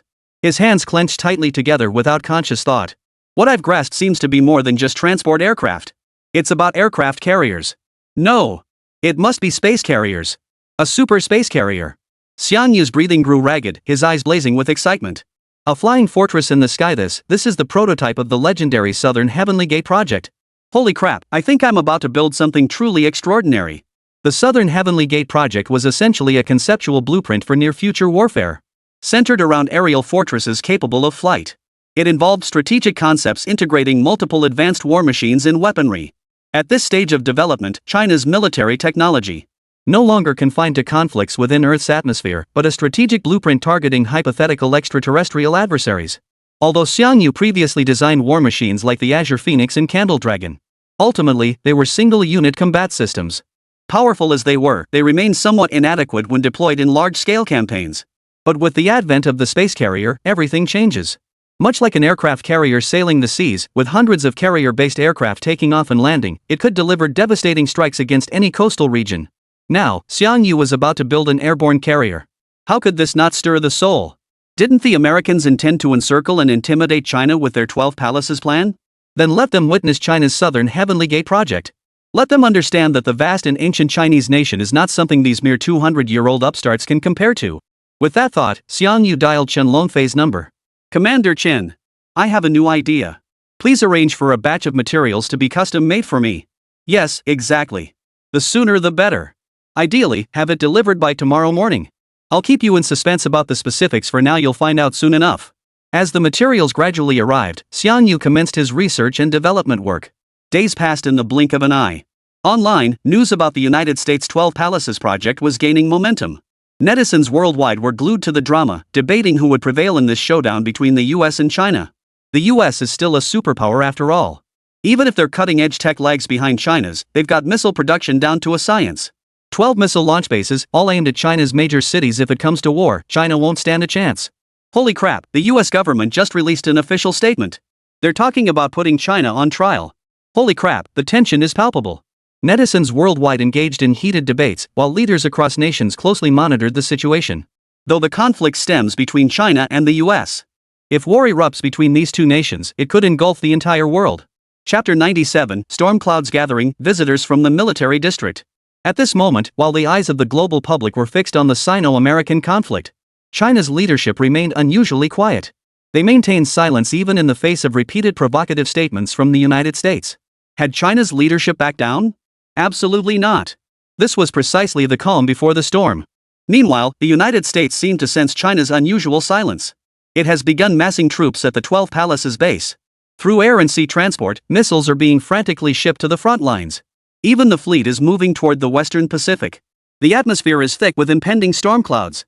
This time, the United States is determined to confront China head-on. It will stop at nothing to intimidate China and force it to surrender its cutting-edge technology. Several days later, on a late afternoon, torrential rain poured down amidst thunder and lightning. Within the Shanghai base, lights blazed brightly. Over 1,000 personnel gathered before a massive steel gate. The gate sides were reinforced with the latest ultra-carbon-tempered glass. Beyond the massive floor-to-ceiling windows, the ocean stretched out pitch black, evoking an inexplicable sense of dread. Occasional flashes of lightning streaked across the sky, illuminating the ocean floor only for a fleeting moment. The staff members' eyes were filled with tension. This gate led to the deep sea, to the super underwater helipad that Chief Engineer Xiang had ordered constructed. Yet what puzzled everyone was this. Even a vessel as massive as the Xuanwu warship could be stored within the mountain sea base. Then for whom was this specialized underwater helipad designed? Just as they pondered this, someone suddenly shouted. "Damn it, it's here!" The next instant, every pair of eyes fixed on the deep, dark waters beyond the floor-to-ceiling windows.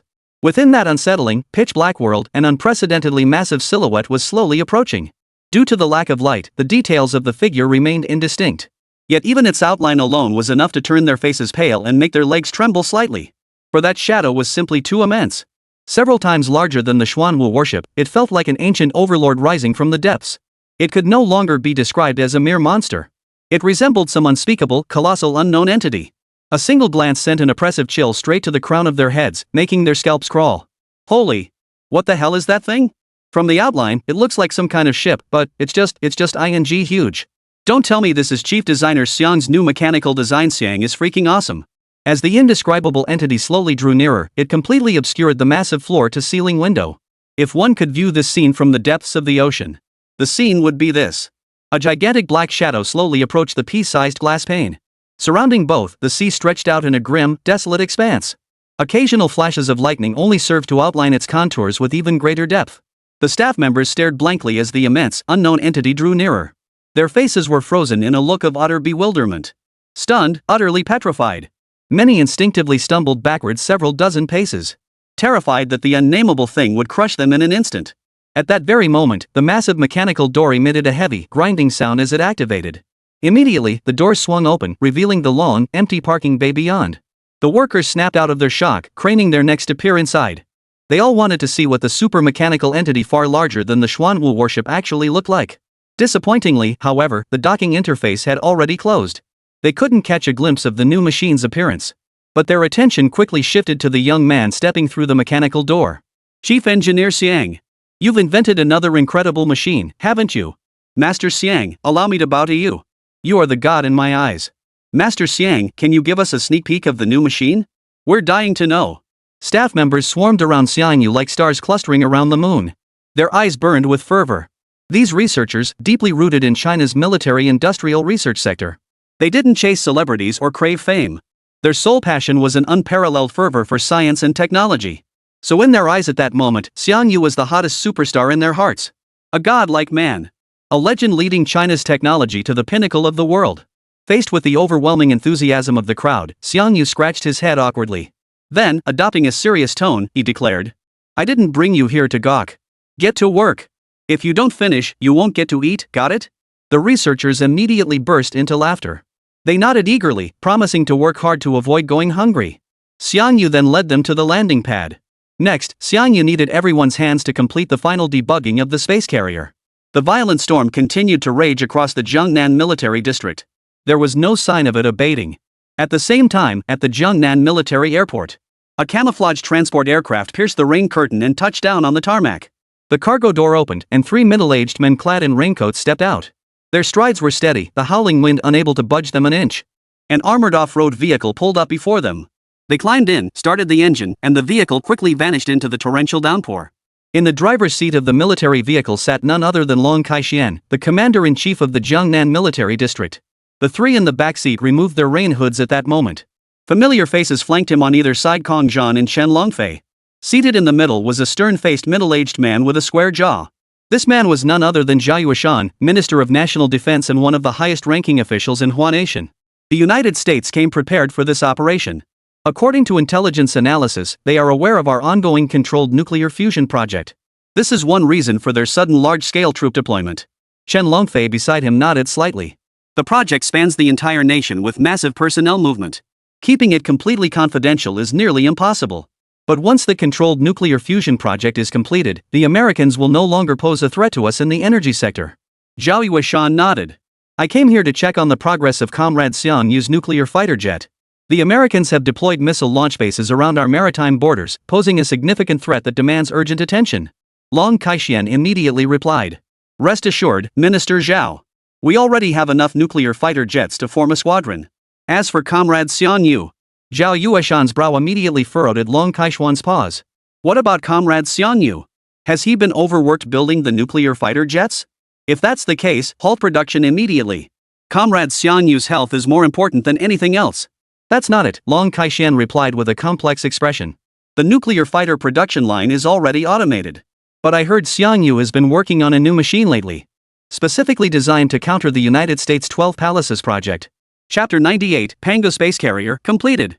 Long Kai-shian's words made Zhao Yueshan's body tense abruptly. A sharp gleam flashed in his eyes. Comrade Xiang Yu has developed new machinery? And specifically to counter the United States Zodiac project. Zhao Yueshan was instantly electrified with excitement, urging him immediately. Kai-shian.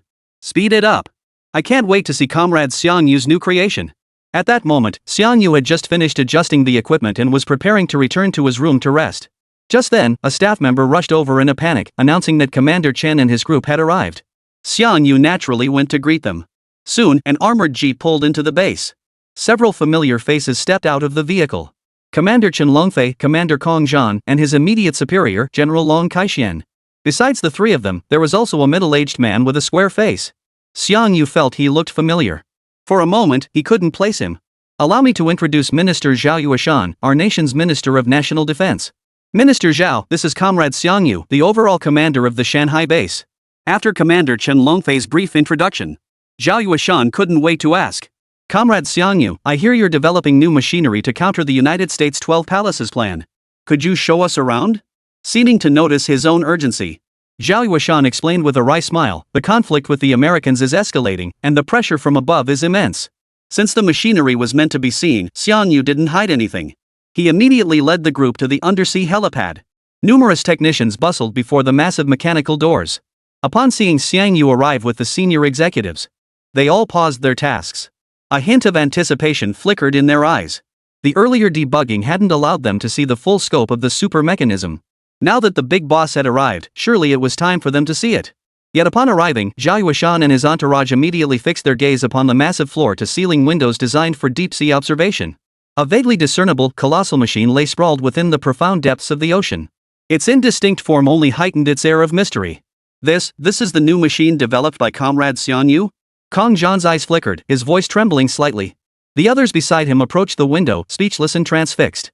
Whispering like a dream, their minds busily sketching the machine's form. At that very moment, Xiang Yu tapped the activation program on his wristwatch. The next second, countless powerful lights instantly activated on the deep-sea landing pad. The immense brightness instantly banished the darkness of the ocean depths. Simultaneously, the colossal mechanical entity resembling an ancient deity appeared before the crowd with overwhelming force.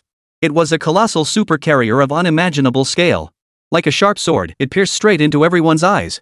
Its exaggerated sci-fi design was sharply angular. Its breathtakingly sleek hull radiated an earth-shaking, overwhelming presence. The deep, mysterious ocean depths lost all sense of mystery in the shadow of this colossal carrier. It seemed like nothing more than an ordinary lake or river. In contrast, the sci-fi carrier looms like an ancient colossus, its grandeur overwhelming. At this very moment, every spectator's mind and body were profoundly shaken. Every pupil trembled violently, as if ready to burst open at any second. Hearts pounded relentlessly, their chests heaving like broken bellows, gasping for breath. Whether staff or higher-ups present, everyone seemed struck by lightning. They stood frozen in place. Zhao Yueshan instinctively stumbled back 2 steps, his eyes filled with utter terror. He had thought the Xuanwu warship and the Xingtian tank corps were already awe-inspiring enough. But witnessing this colossal sea behemoth today revealed the truth. There was always something greater beyond what he knew. The advancement of military technology knew no bounds. Even Zhao Yueshan, usually as steady as a mountain, had lost his composure slightly. This technological aircraft carrier was simply too awe-inspiring. No one could remain calm under such overwhelming pressure. This is Xiangshen's latest mechanical creation. It's so badass. Xiangshen is awesome. Xiangshen is my idol. Woohoo! With such a machine at our disposal, let's see which country dares to bully us now. The surrounding staff were equally stunned by the mechanical marvels in the sea. Their faces lit up with fervor as they gestured wildly and debated passionately. Some laughed uncontrollably, forgetting all decorum, while others quietly wiped away tears of joy. After feeling the immense pressure of this technological aircraft carrier, an unparalleled sense of security followed. This colossal machine was forged by the people of China, and it would protect the people of China. Chen Longfei and Kong Zhan, having regained their composure, exchanged a knowing glance. Both, overcome with emotion, clenched their fists tightly. Their eyes brimmed with hopeful anticipation. This mechanical marvel dwarfed even the Xuanwu warship by several times over. It appeared to be an aircraft carrier. If it could coordinate with standard nuclear fighter jets, its combat power would be unparalleled. Thinking this, Chen Longfei instinctively turned to Xiang Yu and asked, "Comrade Xiang Yu, this colossus you've built, it must be an aircraft carrier, right?" Xiang Yu nodded. Theoretically speaking, it was indeed an aircraft carrier. Then what's the maximum speed of this carrier at sea? Chen Longfei pressed. With such massive dimensions, it must require at least 2 controllable nuclear reactors to sustain propulsion, right? And since it can dock in the deep sea, shouldn't it also be considered a type of nuclear submarine? Xiang Yu was taken aback. Commander Chen's guesses were mostly off the mark. But what was truly absurd was that the others seemed to agree wholeheartedly. They were even saying things like, the underwater carrier developed by Xiangshen is terrifyingly advanced, truly worthy of the name Xiangshen? If not for the birth of Xiangshen, would technology remain shrouded in eternal darkness? Ahem, actually, everyone. Xiang Yu raised his voice a notch, his tone turning serious. The vessel before us is formally known as the aerospace carrier, codenamed Pangu. As the name implies, a space carrier is a carrier that can fly in the sky. Within 10 seconds of her words falling, the surrounding area fell completely silent. So much so that Xiang Yu wondered if he hadn't explained himself clearly. Just as he was about to repeat himself, Chen Longfei suddenly appeared beside Xiang Yu, gripping his shoulders tightly. His gaze was so intense it felt like it could melt Xiang Yu on the spot. "Comrade Xiang Yu, what did you say? A space carrier? You mean this carrier can actually fly in the sky?" Not only Chen Longfei, but the others rushed forward as well. In disbelief, they thought they'd misheard. A carrier that could fly in the sky? This wasn't just impressive. It was utterly mind-blowing. "Comrade Xiang Yu, can this aircraft carrier truly soar through the skies like an airplane?" Zhao Yueshan forced himself to suppress his shock, asking each word deliberately. He met the somewhat skeptical gazes of the others. Xiang Yu gave a wry smile. "If you don't believe me, come aboard the Pangu for a test flight." Chapter 99, Touring the Interior, mind-blowing. At the mention of a test drive, everyone's eyes lit up instantly. The researchers couldn't contain their excitement and began asking questions. "Chief Xiang, can we come up for a look too?" "Please, Chief Engineer Xiang, we promise not to touch anything. If I could just ride on a space carrier once, it'd be worth dying right then and there." The staff at the Mountain Sea Base had worked alongside Xiang Yu for quite some time. They knew each other well, and his character was beyond reproach. Therefore, Xiang Yu immediately agreed to their request. After all, the Pangu's interior was spacious enough to easily accommodate over 1,000 people. And so, under Xiang Yu's lead, the group surged toward the helipad access corridor. A streak of light swept over Xiang Yu as a sleek, futuristic hatch slowly opened. Zhao Yueshan and the others followed closely behind Xiang Yu. Despite having mentally prepared themselves thoroughly before entering, the moment they stepped inside the ship's cabin, their eyes widened in astonishment. Their hearts pounded violently against their chests. The sci-fi-inspired interior of the ship's cabin was far beyond anything modern technology could create. Everywhere, dazzling electronic screens and holographic projections shimmered. Levitating seats, 360-degree ultra-long-range retinal scanners. An array of cutting-edge equipment dazzled the eyes. Beyond its tech-heavy aesthetic, the ship's first impression was sheer scale. The interior space is immense. But the most awe-inspiring space was the carrier command center. At the front of the command center sits a massive curved display screen, providing a clear view of the ship's forward situation. Following this is a circular control console roughly the size of a basketball court. The console features no mechanical buttons, every control is a holographic joystick. This circular console can accommodate around 30 operators to control the ship. The entire design concept is remarkably avant-garde. At the very center of the console sits a massive, technologically advanced chair capable of rotating 360 degrees. Undoubtedly, this is where the Pango's commander-in-chief sits, responsible for issuing overall commands to the carrier. As personnel boarded the Pango space carrier one after another, everyone looked around in awe. Peering left and right, the look of astonishment never left their faces. Chen Longfei, Kong Zhan, and others now joined the tour group. They continuously explored the carrier's interior, rich with cutting-edge technology. This is the Pango's energy core, composed of 4 controllable nuclear fusion reactors. Without landing, it can sustain continuous flight for about 3 months. Of course, factoring in the liquid water supplied by the carrier's condensation system, it could easily fly for a full year, Xiangyu explained as he led the way. Hearing his words, the group behind him collectively gasped in astonishment. A year of continuous flight? That's outrageous. Before they could recover from the shock, Xiangyu continued. The next area we'll reach is the Pango's carrier aircraft launch platform. When war breaks out, the various war machines stored here will be deployed for combat. Xiangyu spoke as he opened the electronic door before him. The next instant, an automated platform resembling a honeycomb unfolded before their eyes. Unlike the long aircraft catapult runways typically associated with aircraft carriers, the Pango's flight deck featured no such long runway. Each combat machine was stored within individual cells. Hundreds of giant robotic arms handled the organization and storage. Following Xiangyu's lead, the group traversed one massive cell after another. Each cell was densely packed with intricate robotic arms. Observing these mechanical arms, Chen Longfei grew pensive. He couldn't help but ask, Xiangyu, these storage cells must serve other purposes besides housing combat machinery, right? Of course, it's not just simple storage, Xiangyu smiled faintly before explaining, each cell possesses independent maintenance and resupply capabilities. If carrier-based aircraft sustain damage during combat operations, they undergo automatic repairs upon retrieval into the cell. Within a few hours, they're restored to peak condition and ready for action again. Not only can they recover the aircraft, but they can also repair carrier-based fighters? Doesn't that mean they possess extraordinary endurance? Capable of sustained long-range operations. The group exchanged stunned glances, staring at Xiangyu as if he were some kind of monster. How on earth did Chief Engineer Xian come up with such mind-blowing technology? Just then, Minister Zhao, who had remained silent, suddenly asked. Xiangyu, since the Pango is an aircraft carrier, it must be equipped with carrier-based aircraft to unleash its true potential. What kind of machinery have you decided to deploy? The room fell instantly silent at his words. All eyes turned towards Xiangyu simultaneously, a hint of anticipation flickering in their gazes. Currently, I plan to deploy nuclear fighter jets and the Candle Dragon 2 submarine-launched aircraft, Xiangyu stated without hesitation. One airborne, one submarine-based, more than enough to handle those Yanks. Zhao Yuashan nodded in agreement. Perhaps thinking of something thrilling, he instinctively clenched his fist. I'm already looking forward to seeing this supercarrier in action on the battlefield. The carrier's volume was roughly equivalent to 5 football fields. It was an immense presence. Even the largest American carrier would appear like a mere speck beside the Pangu. After giving everyone another tour of the carrier, the visit concluded. Now came the main event. Amidst the eager gazes of the group, Xiangyu returned to the Pangu's command center and took his seat at the central main control console. Noticing the group's nervous glances around for handrails, Xiangyu reassured them. No need to panic, everyone.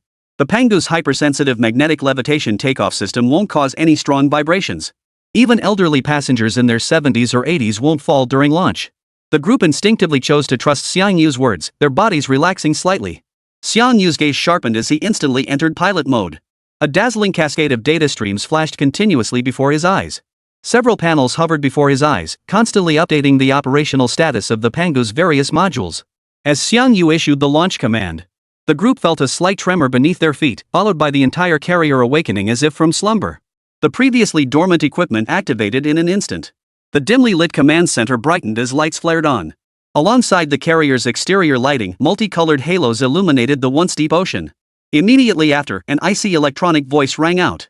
Attention all units. The Pango space carrier is initiating startup. Energy modules operational. Aircraft module operational. Shield modules operational. Functional components of the hull have been debugged. Pango space carrier, initiate activation. The cold voice struck everyone's hearts like a massive iron hammer.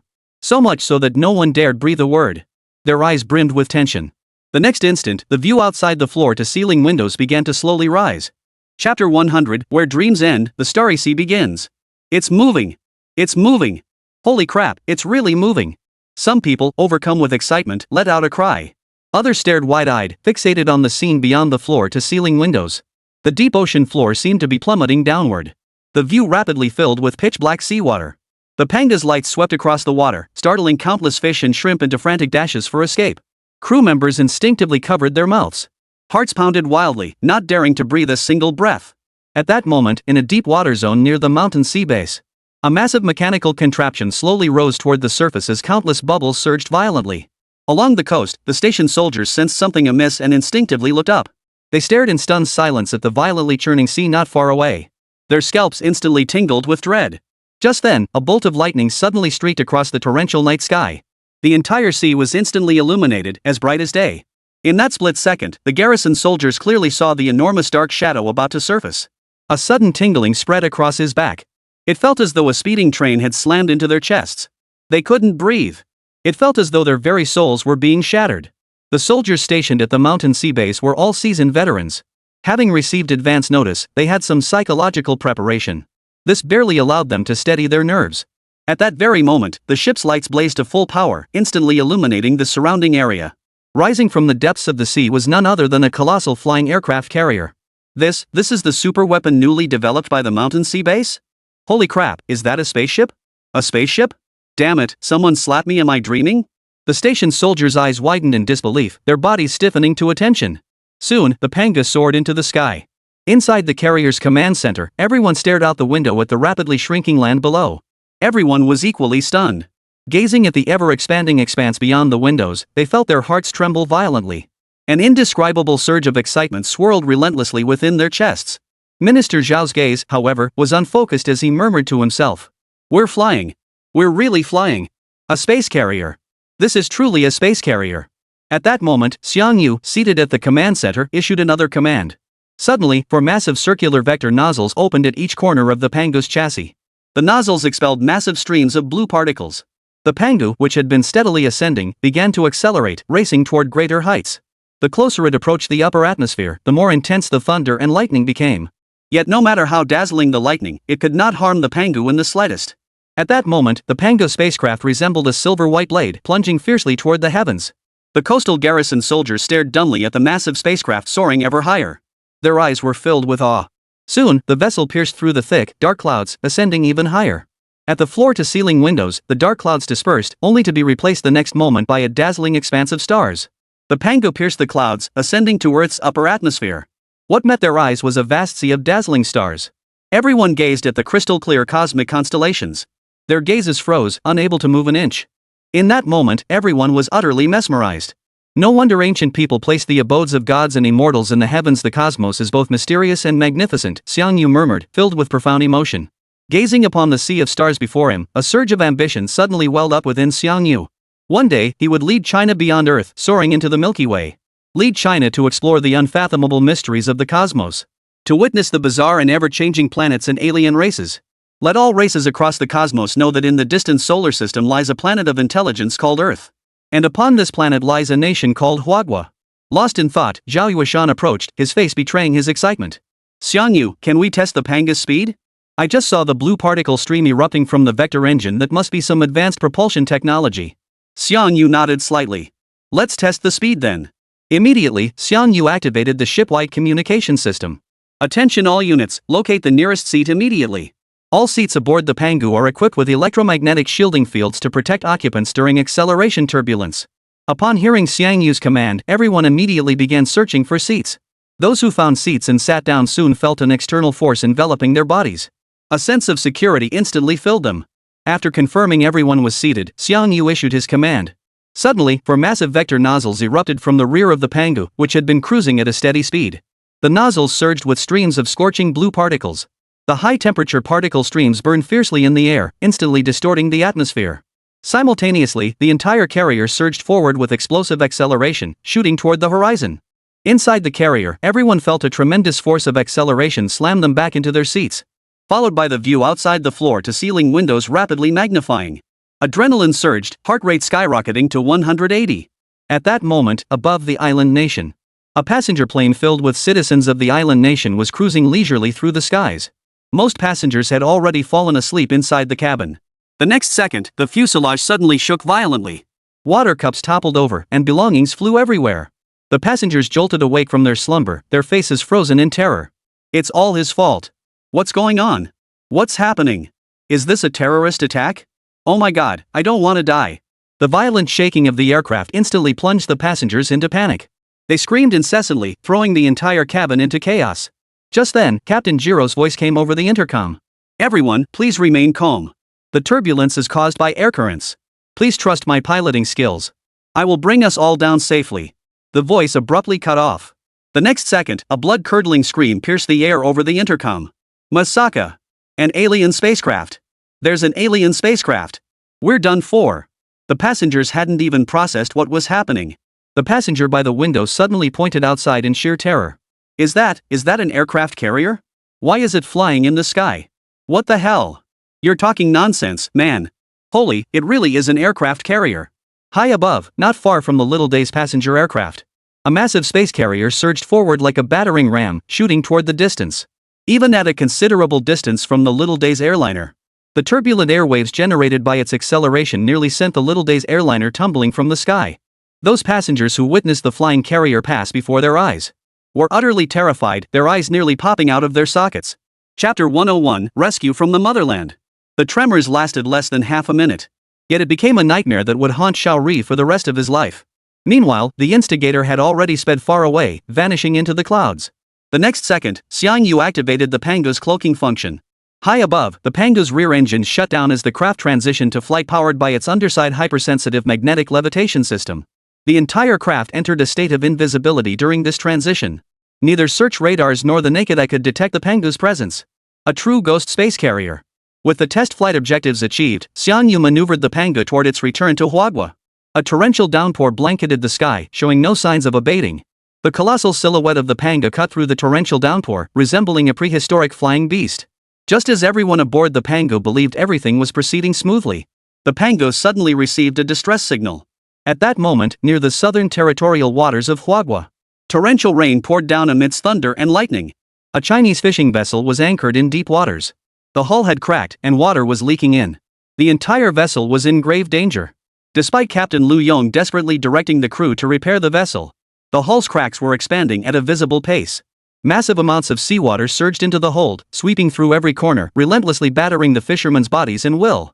Torrential rain poured down, while lightning and thunderclaps relentlessly pounded the fishermen's spirits. Watching the fishing boat gradually sink into the sea, a wave of despair washed over everyone, their faces etched with terror. Who made the distress call? When will the rescue team arrive?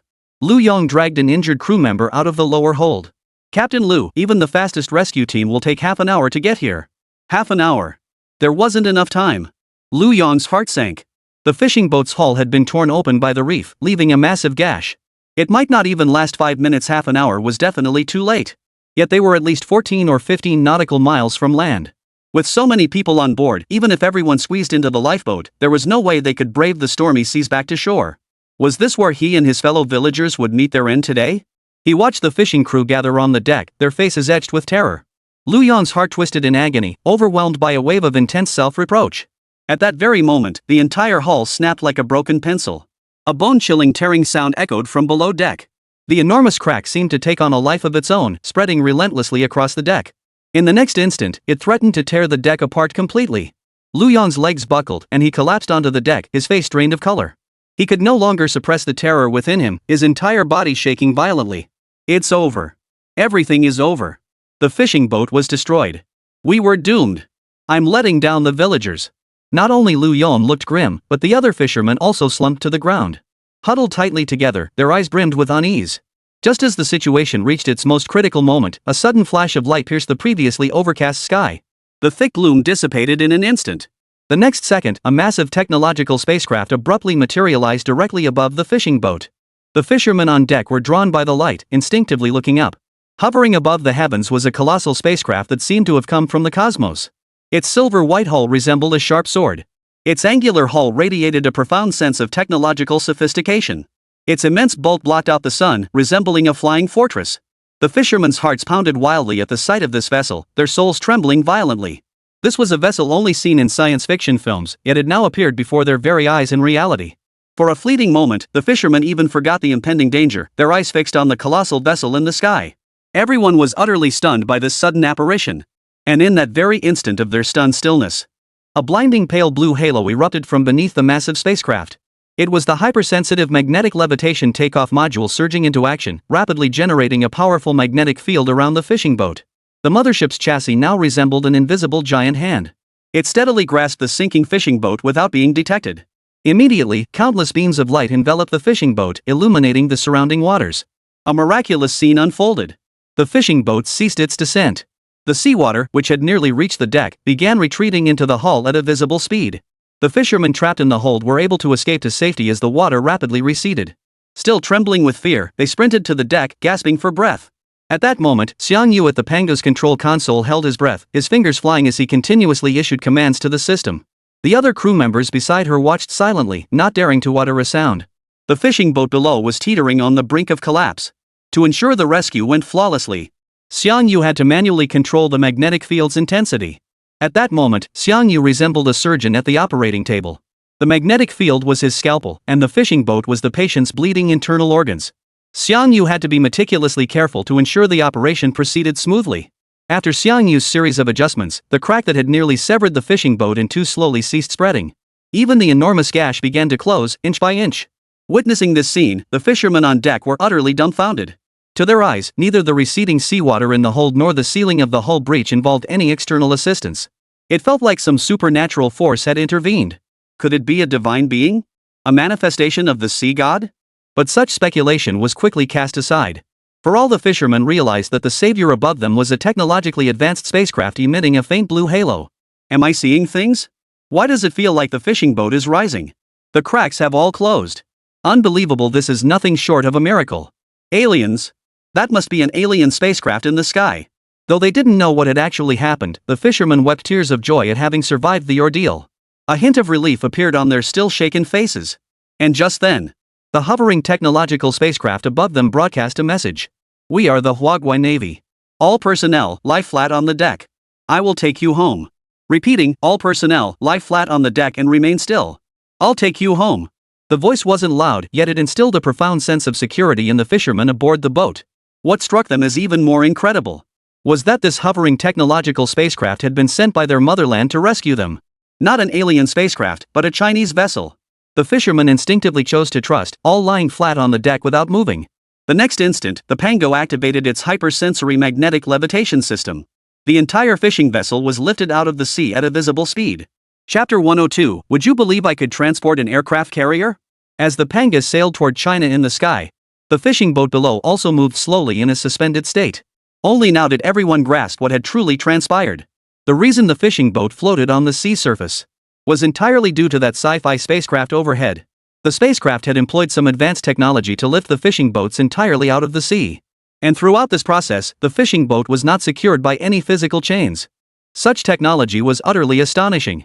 Moreover, the fishing boat itself is extremely heavy. Even the latest transport aircraft from the US couldn't possibly lift it. Is this really our Huagua's spacecraft? It's incredible. Lu Yong stared intently at the massive aircraft carrier overhead, his eyes burning with awe. Tears welled up in his eyes instantly. Without this spacecraft's rescue, none of them would have made it back home alive.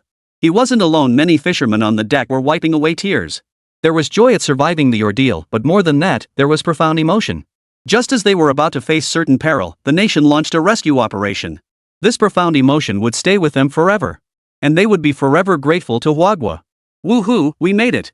We really made it. Thank you, Motherland. Thank you, Motherland spacecraft.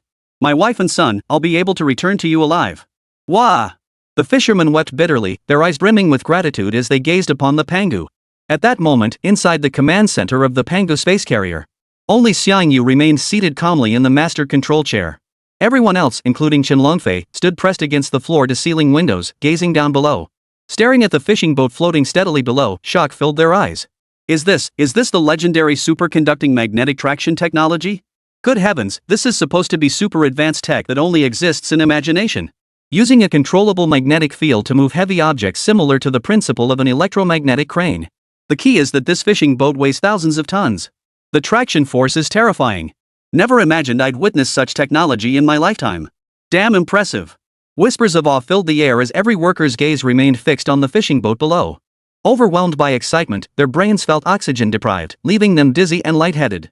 At that moment, everyone felt like all those years of studying had been for nothing. Compared to this electromagnetic traction technology, what they'd learned wasn't even close to the basics. Their worldviews were shattered. Many even began questioning the meaning of life. Zhao Yueshan stood before the floor-to-ceiling window, staring blankly. Having lived most of his life, this was the first time he'd witnessed such miraculous technology. The fact that an aircraft carrier could fly through the sky was already mind-boggling enough. But not only could it fly, it could even transport cargo like a transport aircraft. It could even hoist fishing boats directly. Comrade Xiangyu.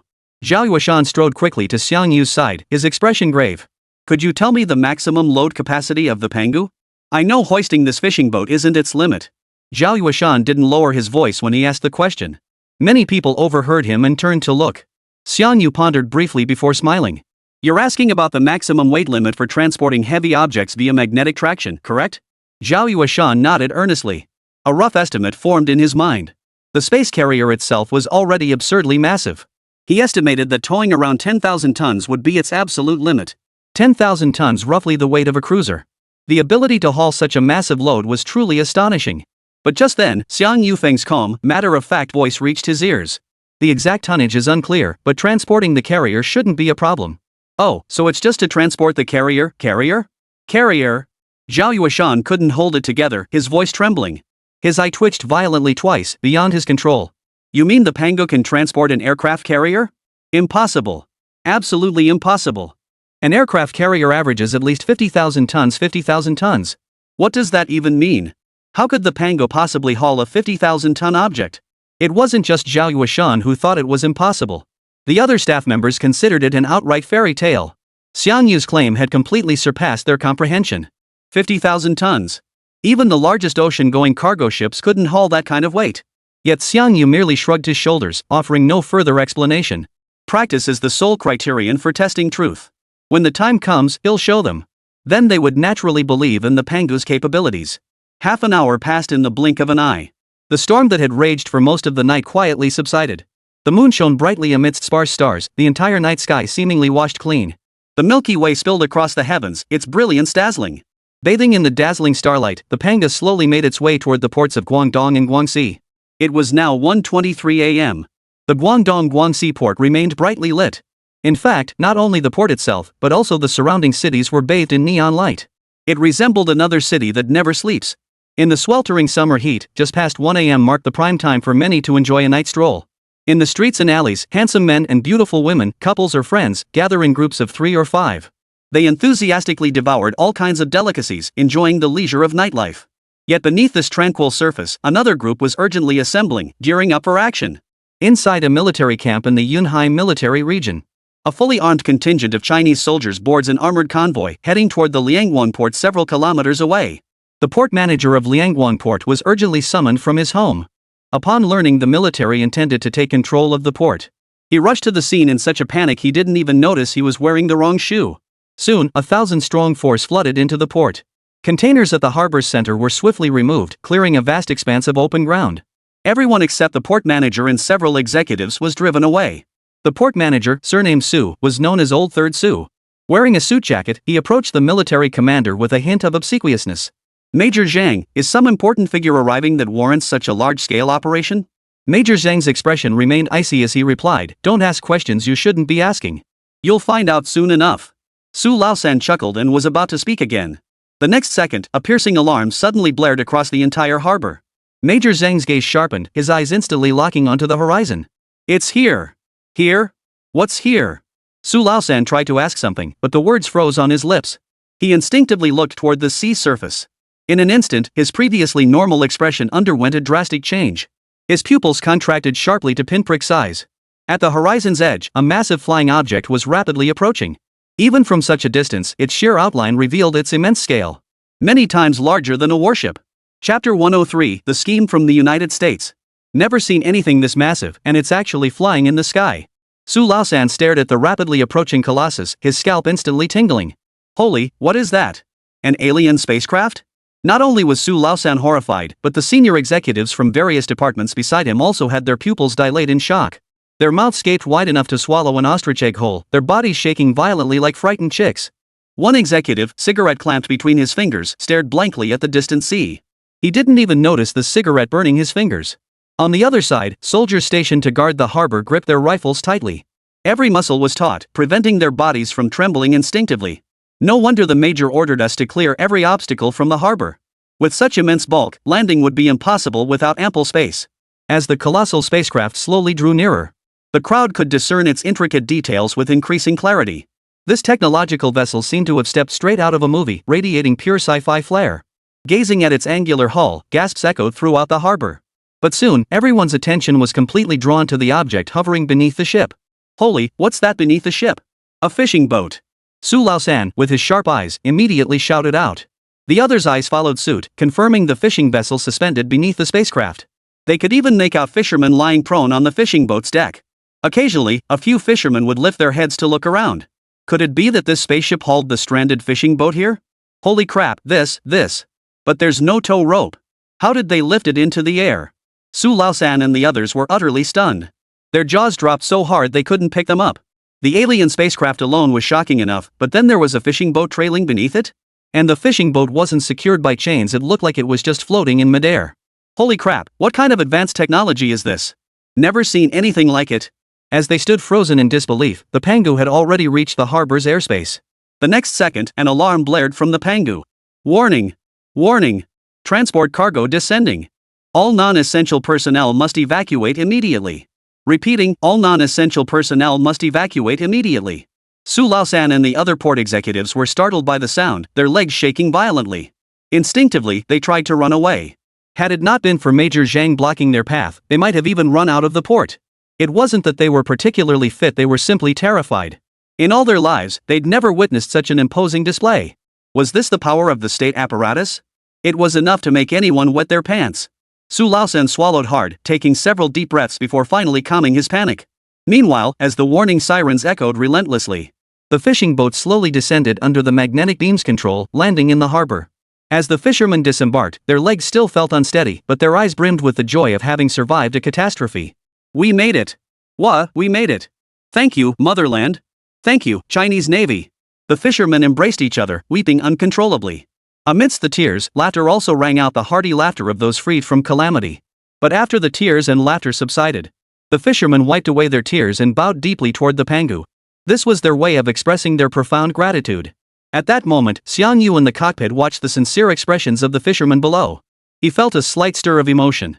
It felt as though a hot water bottle had been placed against his chest, warming his entire ribcage. A smile involuntarily curved his lips. The next moment, the engines roared to life. Amidst the gazes of the crowd, the Panga soared into the night sky, disappearing into the darkness. With that, the fishing boat rescue mission was successfully completed. For the rest of the night, Major Zhang, Su Laosan, and the others busied themselves with the cleanup operation at the scene. The existence of the Pangu was still classified as a state secret, and any traces that might reveal its capabilities had to be erased. Moreover, to avoid arousing suspicion, all cleanup must be completed before dawn the following day. For efficiency, Su Laosan and his team brought in large cutting machines to swiftly dismantle the fishing boats. Naturally, the fishermen were provided with financial compensation for the cutting. Under Major Zhang's command, hundreds of soldiers rolled up their sleeves and worked furiously. Like ants, they swiftly dismantled and transported the fishing vessel. Within hours, the scene was cleared, and the entire fishing boat vanished without a trace. As the first rays of morning sunlight rose, the early morning at the ports of Guangdong and Guangxi welcomed the first wave of workers as usual. It was as if nothing had happened the night before. The only flaw in the picture was the deep dark circles under the eyes of Su Laosan and his crew. Occasionally, they were teased, asked if their panda eyes were from being beaten by their wives. Su Laosan and the others could only grin wryly. At this moment, silence was golden. Yet despite the military's utmost efforts to maintain secrecy, a blurry photo of the Panga still made its way across the ocean. Inside the Pentagon in the United States, U.S. high-ranking officials, led by Bai Deng, stared intently at the blurry photo transmitted from China, their brows furrowed. The image was extremely blurry, vaguely revealing what appeared to be an aircraft carrier suspended in midair. Clearly, this is a smokescreen released by China to divert our attention. Alex, the director of intelligence, stated with certainty. A carrier that can fly? Don't be ridiculous, China could never build such a thing. Besides, my intelligence division hasn't provided any related leads. This footage must be fabricated. Hearing Alex's words, the frowns etched on everyone's faces relaxed slightly. America's intelligence network was the most powerful in the world. No nation's secrets could escape the CIA's scrutiny. So if Alex said so, the others felt considerably reassured. But Bai Deng crossed his arms, his voice low and solemn. Everyone, do you remember what the ultimate goal of our 12 Palaces project is? Alex immediately replied. Use military force to intimidate China and compel them to surrender their existing cutting-edge military technology. The defense minister added. If China fails to meet our demands, initiate hostilities immediately and forcibly recover the advanced weaponry. After seizure, bring them back for domestic research and reverse engineering. Bai Deng nodded slightly. China's decision to deploy this smokescreen at this juncture, in a sense, stems from their fear of our United States. Therefore, I believe it is now more crucial than ever to demonstrate the formidable military might of our nation. The moment the words fell, all the ministers immediately straightened their backs, their expressions turning solemn. Dispatch the USS Dreadless Carrier Strike Group to the Western Pacific immediately. Notify international media outlets to cover this extensively. Chapter 104, Full Combat Readiness, The Candle Dragon 2 makes its debut. A sudden US announcement ignited the internet. The United States had abruptly deployed a massive force, sending its most powerful carrier, the Fearless, to the Western Pacific. The already tense situation in the Western Pacific has now grown even more complex. There were even faint signs of impending war. Major powers held their breath, closely monitoring the situation. 8:26 a.m. Xiang Yu had just awakened from sleep when he discovered a crowd gathered outside his door. Several high-ranking officials, including Zhao Yueshan, stood outside his door with solemn expressions. As soon as Xiang Yu opened the door, Chen Longfei immediately briefed him on the U.S. actions. The USS Fearless Carrier Strike Group? Are the Americans getting serious this time? Xiang Yu narrowed his eyes slightly, showing no fear, only excitement. The Americans had repeatedly provoked China, secretly sabotaging its efforts, and showed no signs of reform. This time, it was time to show them the might of China. Since the US has deployed a carrier strike group, their move against China is imminent. Xiang Yu, I expect you to prepare for crisis and deploy the Pangu when necessary. Zhao Yueshan spoke each word deliberately, his eyes gleaming with sharp intensity. As Minister of National Defense, he should have returned to the capital to oversee the situation during such a tense standoff. But now, he had pushed aside all other matters to stand before Xiang Yu's door, waiting. Placing the entire burden on Xiang Yu. Rest assured, Minister Zhao. I'll begin preparations immediately. Xiang Yu replied earnestly. It's time for the Americans to witness the might of the TianGou-class space carrier. After seeing off Minister Zhao and Commander Chen Longfei. Next, Xiang Yu launched a mobilization campaign within the Shanghai base. As a colossal space carrier, the Pangu required a massive crew to operate. Nuclear fighter pilots, in particular, required large-scale recruitment. Fortunately, Minister Zhao's coordination and deployment were in place. Top reserve fighter pilots trained across military districts rushed to the Shanghai base. In less than a day, the number of pilots had already reached 100.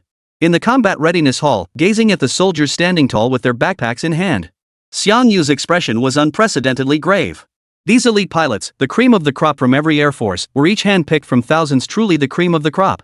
And now, all these gifted pilots were gathered here.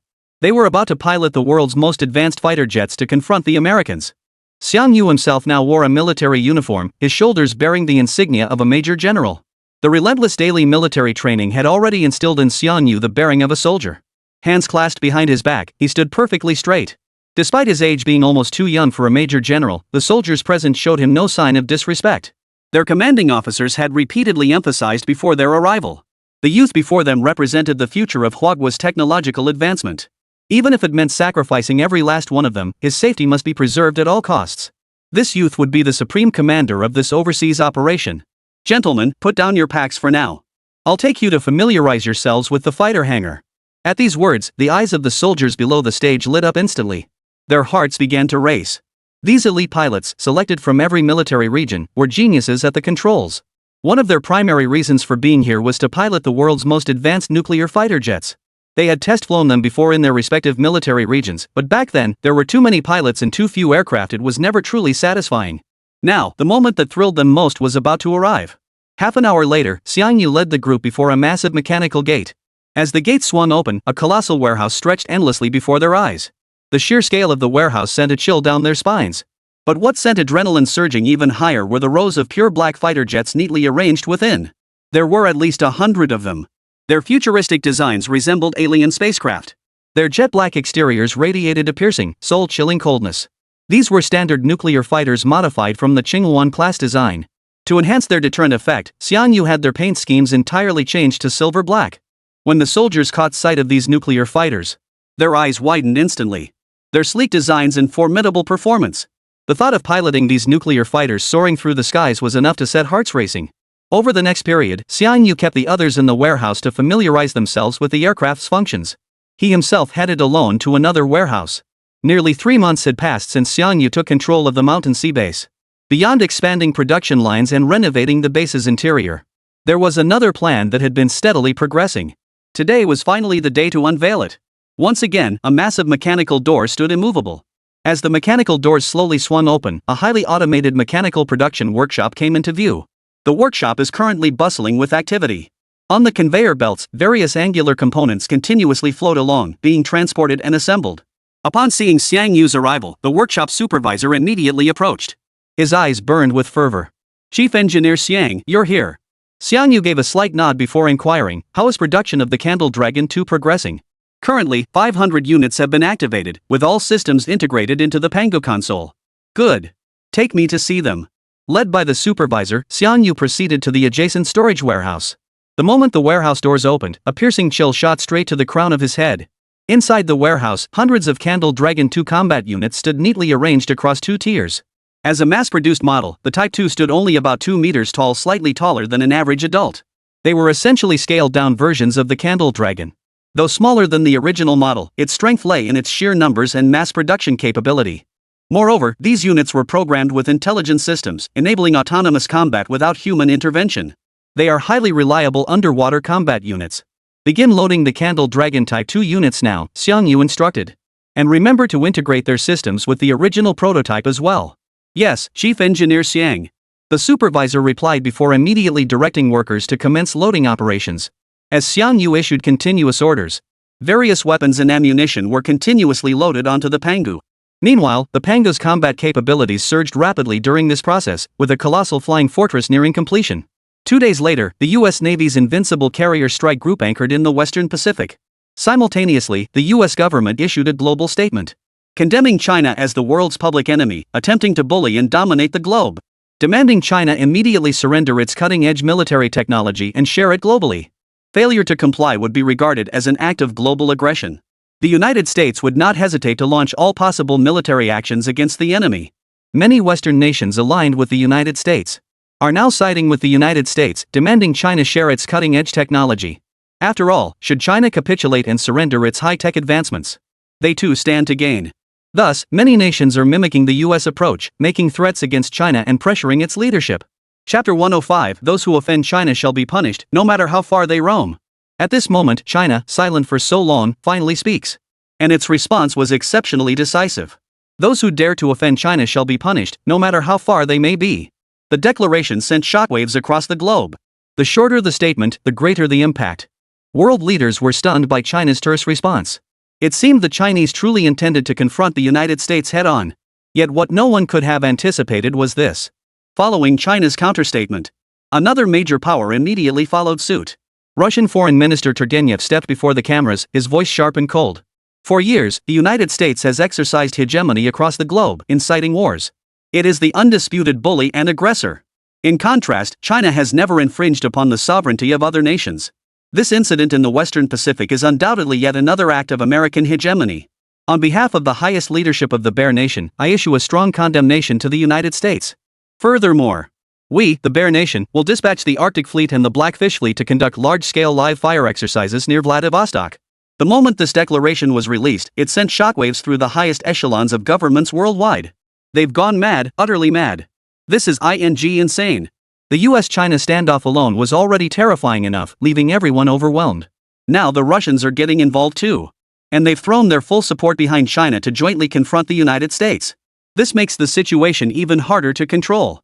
Many immediately speculated that the reason the Russians would make such a crazy move, it must be closely tied to the recent joint military exercises. The joint exercises made the Bear realize China's rise, which is why it resolutely chose to aid China. In response to their allies' offer of assistance, the Chinese populace reacted with immense enthusiasm. With the Bear's formidable strength as an ally, they felt much more at ease. Be good, eat your meals at home, take the dog for walks when you can. Daddy has things to attend to. Honey, I won't be home this weekend. I'll leave the cooked meals in the fridge, no ordering takeout. Mom and Dad, here's my bank card pin. Next year, I plan to get married.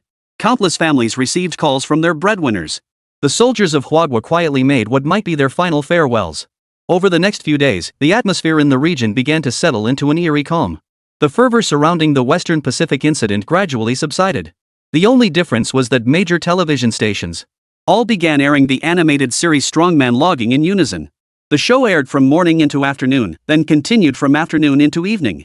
Apart from daily news updates, almost no other programs were aired. Even some popular TV dramas were taken off the air. This eerie atmosphere persisted for 2 full days. 2 days later, at dawn, near the territorial waters of Huagua, 2 massive U.S. naval fleets crossed the territorial boundary and entered China's territorial waters. At the same moment, alarms blared throughout the Shanghai base. Chinese soldiers, clad in combat gear, immediately rose from their seats and rushed out. The crowd surged rapidly, eventually converging in the combat readiness hall. At the very center of the hall, Xiangyu stood before the crowd, also clad in military uniform, his expression solemn. He made no grand declarations, reserving his energy for the impending enemy. With a sweeping gesture, Xiangyu directed everyone to swiftly board the Pango space carrier.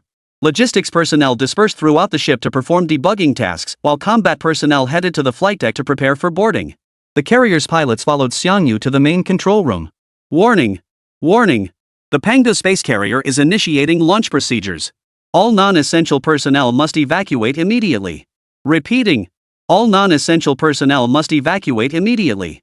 The deafening alarm echoed throughout the mountain sea base. Staff members steadied their trembling nerves and remained firmly at their posts.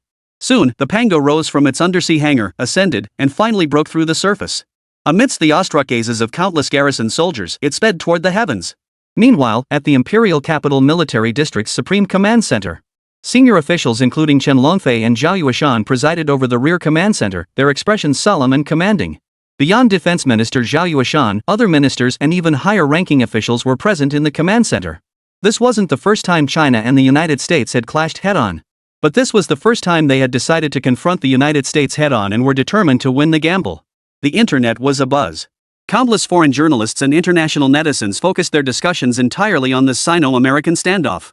Everyone was speculating who would emerge victorious in this showdown. Some pessimists have even begun frantically stockpiling food and digging bomb shelters. They felt that conflict between these two superpowers would inevitably trigger a world war. The Americans are coming in full force this time. Unless China hands over its cutting-edge technology, they won't back down. The Chinese may be low-key, but they're tough as nails. They probably won't compromise. During the last joint military exercises, China demonstrated weapons surpassing modern technology. This time, the outcome is truly uncertain. Whatever happens, I hope our country stays out of it. Nobody likes war. Foreign online forums buzzed with relentless discussion. The world's gaze was fixed on this standoff in the Western Pacific. Within Huagua itself, public sentiment was equally intense. Enlistment applications alone have surged nearly tenfold compared to last year.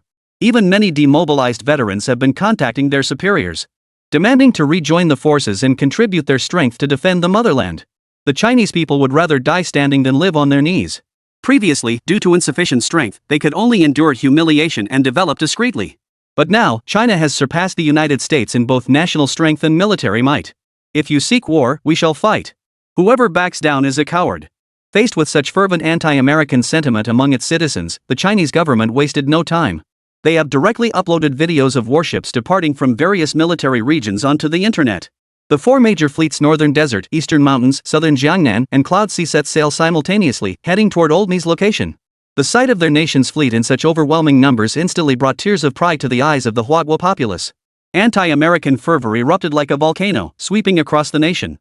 Foreigners temporarily residing in China were startled by the frenzied crowds filling every street and alley. For a time, they dared not even step outside, fearing they might be beaten in the streets.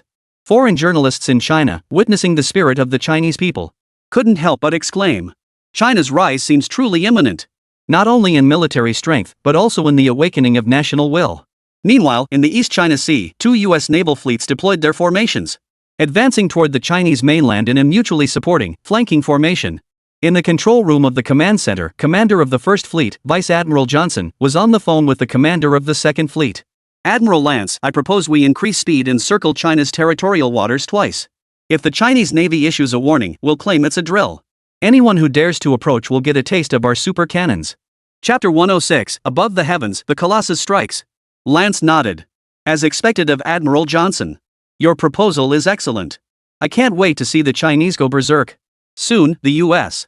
First and Second Fleets began accelerating. Like two rabid dogs, they rampaged through China's territorial waters. To flaunt American hegemony, they even uploaded satellite imagery to the internet. They sent it to foreign networks utterly brazen. Johnson couldn't help but take a deep breath. He felt an overwhelming sense of ease wash over him, a thrill of conquest swirling through his mind. China? What good is cutting-edge technology to them? We, the United States, are un. Suddenly, Johnson's voice abruptly cut off. The next second, a deafening explosion rent the heavens from above. The sound was like the roar of a primordial beast, instinctively sending chills down one's spine and causing cold sweat to break out. Johnson, who had been calm and composed moments before, his expression changed instantly. What's going on? What happened? The other officers were equally startled by the deafening blast, instinctively looking up toward the sky. High above in the sky, a colossal figure pierced the sky, hurtling toward them at breakneck speed. Wherever it passed, the air distorted, and the clouds scattered in rippling waves. Behind the colossal form, faint blue streams of particle light could be glimpsed. To the naked eye, it resembled a star falling from the heavens, a sight of utter terror. Ward. A meteorite? A meteorite is heading straight for us. No, it doesn't look like a meteorite. It looks like a spacecraft. The fleet deck was now packed with American soldiers. Eyes fixed upward, they stared intently at the massive mechanical object plummeting through the sky. As the colossal object in the sky drew nearer, the American soldiers finally made out its shape. It was a massive, silver-white technological spacecraft. Shaped like a sharp sword, it hurtled toward them with unstoppable momentum. Many soldiers were so overwhelmed by its presence that they collapsed to the ground. Never in my life have I seen anything like this. It was terrifying, like the end of the world. Damn it, you're American soldiers. Get up and fight. But at that moment, Johnson's cold, sharp voice crackled over the broadcast. All fleet units, activate missile silos. Bring that thing down from the sky. Only then did the commanders of each ship snap to attention, immediately issuing concentrated fire orders. In the next instant, countless streaks of fire erupted from the fleet's decks. Dozens of short-range missiles streaked toward the unidentified mechanical object soaring high above. On the flagship, Johnson watched the missiles rise from the deck. His heart settled. Our American missiles pack a devastating punch. They can shred even a cruiser in under 3 minutes. Whatever that thing up there is, it'll be blown to smithereens. Soon, the sky echoed with a dense barrage of explosions. Immediately after, his subordinates reported that all missiles had hit their targets. Johnson's heart leapt with joy, his face beaming with smug satisfaction. Flames shot skyward, and the smoke from the explosions instantly blanketed a vast expanse of the sky. American soldiers on the deck looked up as deafening explosions continued to reverberate from the sky. The sound restored a measure of reassurance. Those American soldiers who had been cowering on the ground scrambled to their feet. Fists clenched, their eyes brimming with pride. This is the power of our invincible American missiles effortlessly shredding any enemy. At the same moment, the commander of the Second Fleet sent a communication. Admiral Johnson, what's going on? What happened over there? Johnson adjusted his collar slightly and replied in a relaxed tone. Some junk satellite must have fallen from the sky, but it's been taken care of. We can continue our operations in. Boom! Another deafening explosion echoed across the sky, like the roar of a colossal beast rampaging through the cosmos. Johnson's expression froze instantly. Without even hanging up the phone, he scrambled out of the command room. The moment he looked up, he froze in place. Right in the center of the thick smoke cloud created by the missile explosion, a massive gap had suddenly appeared. As if a colossal beast of the heavens had torn through the dust, tearing a massive gash through the thick smoke, beyond which the clear blue sky was now visible. Johnson's entire chest cavity felt like it had turned into a broken blower. He gasped for breath, panting wildly. His entire body froze in shock. Just as Johnson stood frozen in shock, the next second, the colossal beast slowly materialized behind him, plunging the entire flagship into its massive shadow. Johnson felt the sky suddenly darken. A chill ran down his spine as he mechanically lifted his head like a robot. A sci-fi spacecraft, its chassis shrouded in a pale blue aura, hovered directly above the flagship. It was none other than that massive mechanical beast that had been bombarded by concentrated fire. But how could this be possible? Why hadn't it been blown to smithereens? Instead, it hovered intact directly above them. Why hadn't the missiles inflicted even a scratch on them? This defied all logic. At that moment, whether it was Johnson or the other soldiers of the First Fleet, felt their worldviews shatter completely, utterly unable to believe the scene before them was real. A wave of helplessness washed over them. It felt like the sky was falling. At that moment, inside the Pangu's cockpit, TianGou was checking the scale of the warships below via an electronic screen. Numerous American soldiers appeared on the display, their faces etched with fear.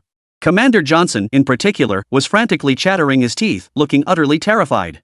For these fools who dared to act recklessly within China's territorial waters, Xiangyu felt not a shred of pity. He immediately pressed the counterattack button. Steel barriers on both sides of the Pango sequentially opened. Hundreds of armored mechanical bodies emerged from within. They leapt from the Pango like dumplings being tossed into boiling water. They were none other than the Zhulong 2 naval combat mechs. Only then did the soldiers of the First Fleet realize this flying aircraft carrier was attacking them. Quick, counterattack! Counterattack! The enemy's coming down! More than one soldier let out a heart-wrenching scream. The American soldiers snapped to attention and raised their weapons.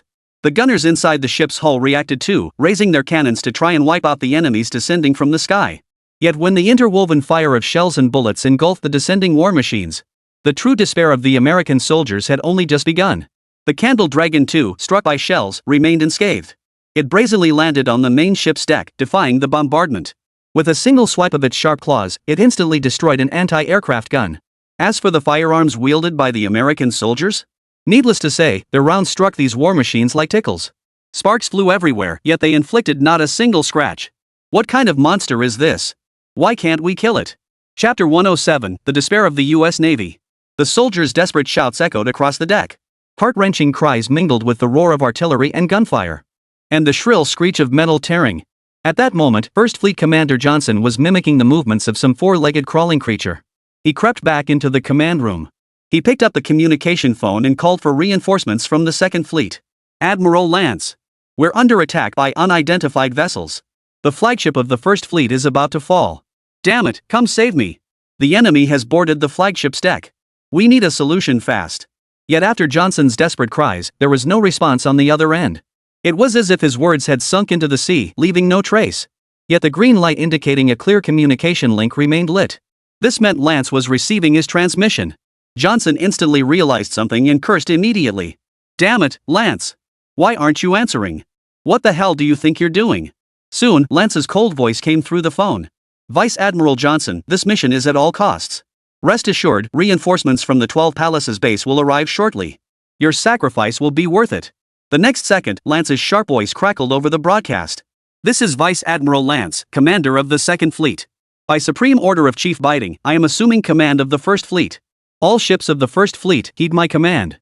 Immediately lock onto the enemy on the flagship's deck and launch indiscriminate fire. Under Johnson's horrified gaze, warships encircling the flagship unleashed relentless barrages. Anti-aircraft guns spewed rockets like machine guns, unleashing wave after wave of explosions across the flagship's deck. The soldiers aboard the flagship were utterly bewildered. The indestructible war machine that defied all attempts to destroy it was already enough to drive them to despair. Now, warships from their own faction had begun attacking them as well. This was outright betrayal. Betrayal of their own comrades. Yet no matter how the main ship's crew cursed, death was inevitable. And the most ironic twist? The Candle Dragon II primarily targeted the hull's artillery and power systems, inflicting limited casualties on the American soldiers. Most of the American soldiers aboard were blown to pieces by their own fire. Inside the Pango Command Center, operators watched the developments below with intense focus, their eyes gleaming with excitement. The U.S. First Fleet was nothing special after all. A single engagement forced them to attack their own flagship. Simultaneously, the American flagship was engulfed in a barrage of concentrated fire. Explosions erupted everywhere, flames shooting skyward as the entire hull sank at a visible speed. At the core control console, Xiangyu stared intently at the holographic battle display. Hundreds of green dots surged from the sinking flagship, rapidly spreading outward. Each green dot represented a Candle Dragon II. Hundreds of Candle Dragon IIs plunged into the sea like ravenous sharks. They raced toward the surrounding warships. The commanders of each warship quickly noticed the situation. They immediately bellowed orders. Fire torpedoes immediately. Blow these damn things to smithereens. Soon, hundreds of homing torpedoes pierced the water, hurtling toward the Zhulong 2 at full speed. Yet the expected explosions never materialized. Beneath the waves, the Zhulong 2 swished its thick tail, dodging the incoming torpedoes with remarkable agility. As a scaled-down version of the original Candle Dragon, boasts not only formidable defenses but also exceptional agility in the water. To its eyes, the torpedoes moved as sluggishly as snails. By the time the American soldiers realized the torpedoes had failed, a bone-chilling metallic tearing sound echoed from beneath the hull. Looking down from the deck railing, dozens of machines were already clinging to the edge of the warship. Some were already scurrying upward like lizards. Their razor-sharp steel claws sliced through the hull like cutting tofu with the slightest pressure. Deep claw marks were left in their wake. Snapping to attention, the American soldiers raised their weapons and unleashed a hail of fire at the war machines climbing below. Some even shouldered RPGs, unleashing a barrage of fire upon the enemies below. Yet even after emptying their magazines and exhausting every rocket, those mechanical creations, resembling death incarnate, remained utterly unscathed. At the same moment, the Candle Dragon 2 units had already begun climbing onto the warship's deck. Heavy armor, a pair of sharp steel claws like the scythe of death. A single glance was enough to make one's hair stand on end. The American soldiers were no longer merely stunned. It was fear, deep, profound fear. Their legs shook like sieves, their upper teeth clattering violently against their lower jaws. Their backs were drenched in cold sweat, and their gun-gripping hands trembled uncontrollably no matter how tightly they clenched. Some fearless American soldiers attempted to operate artillery to destroy these war machines at close range. Yet each Candle Dragon 2 possessed extraordinary intelligence. They weren't primitive robots that could only fire from a stationary position. One Candle Dragon 2, sensing it had been locked onto by artillery, it immediately swung its claws, tearing a massive gash in the deck beneath its feet. The soldier controlling the artillery was stunned. Before he could react, the next second saw the control cabin pierced clean through by a pair of sharp claws. The artillery in the compartment was pierced through, and they met their end. The First Fleet, excluding the flagship already destroyed. The remaining 12 vessels of various types had now completely lost their ability to resist. Flames raged across the decks, punctuated by intermittent explosions. Wails of agony rose in waves as American soldiers watched in despair as the seemingly invincible war machine relentlessly destroyed the ship's gun turrets and various installations. They were plunged into utter despair. Their legs gave way, and they collapsed to their knees with a thud. They dropped their weapons and raised their hands in surrender. Many suffered mental breakdowns, their eyes glazed over, looking utterly terrified and dazed. They had clearly suffered severe psychological trauma. They'd need lifelong therapy. On the Pangu, Xiang-Yu, who had intended to deploy another Candle Dragon 2 into battle, abruptly cancelled the plan. The speed at which the American fleet collapsed was faster than anticipated. There was no longer any need to deploy the second squadron. These Americans hadn't even managed to mount a proper offensive. They were crushed in an instant, without even a shred of resistance. Thus, technology is not only the primary productive force, but also the primary combat force. The personnel in the Pangu Command Center were now visibly exhilarated, their eyes brimming with excitement. The invincible American fleet had been defeated with such ease, and their side had suffered virtually zero casualties. Such a feat was extremely rare throughout history. Just as everyone relaxed, even beginning to engage in casual conversation, a red warning suddenly flashed across the carrier's main control screen. Simultaneously, a floating window automatically appeared before everyone. The display revealed over 100 missiles streaking toward them from above. Their target was the Pangu space carrier. Chapter 108, The Might of Missile Interception. At that moment, aboard the U.S. Second Fleet, dozens of kilometers away, Fleet Commander Lance was monitoring the battlefield through the surviving surveillance equipment of the First Fleet. When streaks of supersonic missiles trailing white contrails appeared high above, a flash of ruthless determination flickered in his eyes. His hands clenched into fists at that very moment, sacrificing the entire First Fleet to concentrate America's mightiest strike in the Western Pacific. It had finally arrived. All units of the Second Fleet, hear my command. Lance's spirit surged as he roared into the communicator. Proceed immediately to the First Fleet's location and prepare for enemy vessel salvage and recovery operations. In this battle, the United States shall prevail. Lance was now filled with absolute confidence. The medium-range ballistic missiles launched from 12 U.S. missile bases. Among the United States' most advanced missiles, they were veritable weapons of mass destruction. A bombardment of this scale would be utterly devastating to the Chinese aircraft carrier. Meanwhile, aboard the Pangu, the crew had already entered combat readiness. Chief Designer Xiang, quantum radar scans indicate 114 U.S. Poseidon III medium-range ballistic missiles approaching at nearly Mach 18. Estimated time of impact, 36 seconds. The atmosphere in the cockpit grew tense. The operators' faces were etched with grim determination. Facing an onslaught of over 100 missiles, it was impossible not to feel the tension. But at that very moment, Xiang-Yu's calm voice rang out. The Yanks sure think highly of us, 114. They're really pulling out all the stops.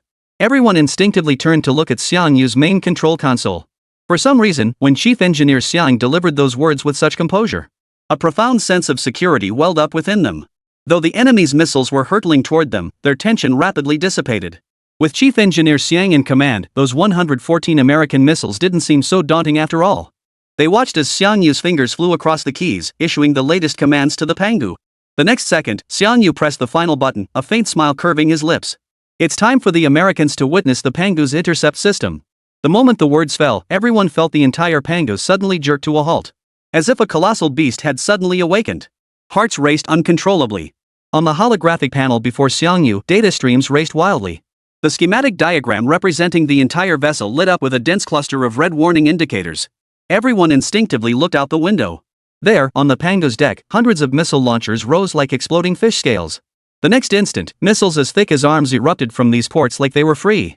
From these launch ports, the view shifted to the exterior. On the Pango space carrier at that moment, countless white, columnar plumes of gas erupted across the entire top deck. At the tips of these plumes were missiles not particularly large in size, yet astonishingly swift. These missiles reached subsonic speeds within moments of leaving their launchers. Then their speed surged, instantly breaking the sound barrier as they shot skyward. The missile storm rapidly converged above the Pangu, appearing from afar like a colossal white spider lily. They bloomed in unison toward the higher skies. Meanwhile, the First Fleet soldiers clinging to life in their dire straits were now utterly transfixed by the spectacle unfolding above. Their eyes darted wildly, and a chill ran down their spines, witnessing the astonishing density of interceptor missiles launched from the flying aircraft carrier. The American soldiers felt their minds shattered, their entire worldview collapsing in an instant. How could an aircraft carrier possess firepower surpassing that of a cruiser? This was beyond belief. Had these Chinese people somehow cheated their way to victory? Fleet Commander Lance witnessed the Pango launching its torrent of missiles. He instinctively clenched his fists, convinced America's ballistic missiles could cripple that flying aircraft carrier. After all, America's Poseidon missiles possess the world's most advanced intelligent evasion systems. This battle, the United States must win. Lance was now consumed by blind confidence. His eyes were glued to the screen, his entire body tense. High in the atmosphere, the 114 ballistic missiles had already accelerated to Mach 20 after piercing through the clouds. As they descended, each Poseidon detected incoming interceptor missiles. Thus, these missiles equipped with the world's most advanced intelligence systems began executing their evasion protocols. Adjusting fuel thrust direction, activating electromagnetic jamming devices, initiating. Boom! Boom! Boom! Boom! Explosions erupted without warning overhead. But before the Poseidon missiles could determine their evasion course, the interceptor missiles below had already streaked toward them. With pinpoint accuracy, they destroyed all 114 missiles. Not a single U.S. missile landed on the deck of the Pangu. Wardfa, this can't be. How is this possible? The moment he witnessed this scene, Lance lost all composure, letting out a heart-wrenching roar of fury. His eyelids twitched violently, and the corners of his mouth twisted in rage. His entire head shook violently, as if he wanted to smash the display screen before him. So overcome with emotion, Lance's vocal cords tore, leaving his voice hoarse and raspy. His pupils contracted sharply, his face frozen in utter disbelief. It wasn't just Lance, all the American officers watching this missile exchange couldn't believe what was unfolding before their eyes. Their pride and joy, the Poseidon ballistic missiles, had been intercepted, every single one of them. What kind of goddamn intercept capability was this? It was beyond absurd, beyond belief, utterly unbelievable. At that moment, every single American Poseidon missile detonated high in the sky. Not one had evaded interception, inflicting not a shred of damage on the enemy. The officers of the Second Fleet wore expressions of utter disbelief. Many eyes betrayed deep-seated terror. To deliver this ultimate strike, the U.S. military had sacrificed an entire fleet, the First Fleet. The result? The First Fleet was completely annihilated, while China's flying aircraft carrier remained utterly unscathed. The First Fleet had been sacrificed in vain. General Lance, the First Fleet has been completely destroyed, and the missiles from the 12 Palaces base failed to intercept the enemy. Should we continue the offensive? The aide asked grimly. Lance snapped back to reality, but the light had gone out of his eyes. His face was as pale as a vampire freshly exhumed by grave robbers. Though his entire body was tense to the breaking point, his slightly trembling hands betrayed his inner turmoil. Lance was utterly panicked inside. His throat convulsed twice before a trembling voice emerged. Retreat! Immediate retreat! All warships, full speed out of Hua. Suddenly. Roar! A deep, rumbling roar erupted from the depths of the ocean without warning. As if from a primordial, mysterious beast, it carried a heart-stopping sense of oppression. The instant the sound reached their ears, Lance's face instantly drained of color. Chapter 109, The Candle Dragon makes its move, piercing the hull. Before the officers aboard the Second Fleet could react, the next second, a terrifying vibration erupted beneath the flagship. As if some colossal creature had collided with the vessel. In an instant, the American soldiers on deck were thrown to the ground. The violent impact felt like an electric shock. It felt like colliding head-on with a speeding train. Their internal organs shifted, rendering them temporarily incapacitated. Those American soldiers inside the ship's compartments fared even worse. The force of the collision slammed their entire bodies against the metal bulkheads. Skulls split open, bones shattered, and ribs snapped to common sight. Meanwhile, in the flagship's command center, Vice Admiral Lance and his subordinates were also thrown to the floor by the sudden impact. Lance's nose and mouth were filled with blood. His entire demeanor was listless, looking as if he was about to kick the bucket. Most of the ship's crew had rushed to the deck due to the shockwave. Lance and the other officers huddled in the captain's command room, clinging to life. The command communication channel erupted with chaos. All eyes were fixed on the violently shaking flagship. Commanders from other ships frantically hailed Lance, demanding to know what had happened. Lance had just regained his composure. He picked up the communicator, about to speak.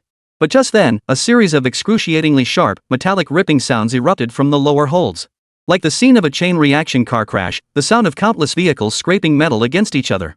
The piercing noise made one's scalp tingle, hearts pounding wildly out of control. The next instant, at the very center of the flagship of the U.S. Second Fleet, a giant, cold glinting metal claw pierced through the deck.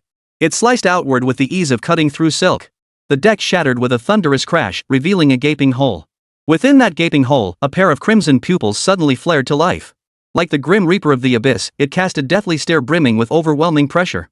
American soldiers near the wound all saw the blood-red pupil below, utterly devoid of emotion. Instantly terrified out of their wits, their bodies trembled violently. Their limbs fell paralyzed, utterly beyond their control. What's going on? What did you see? Lance and the others clearly noticed the abnormal expressions on the deck soldiers' faces. They immediately bellowed into the loudspeaker. Yet no one answered.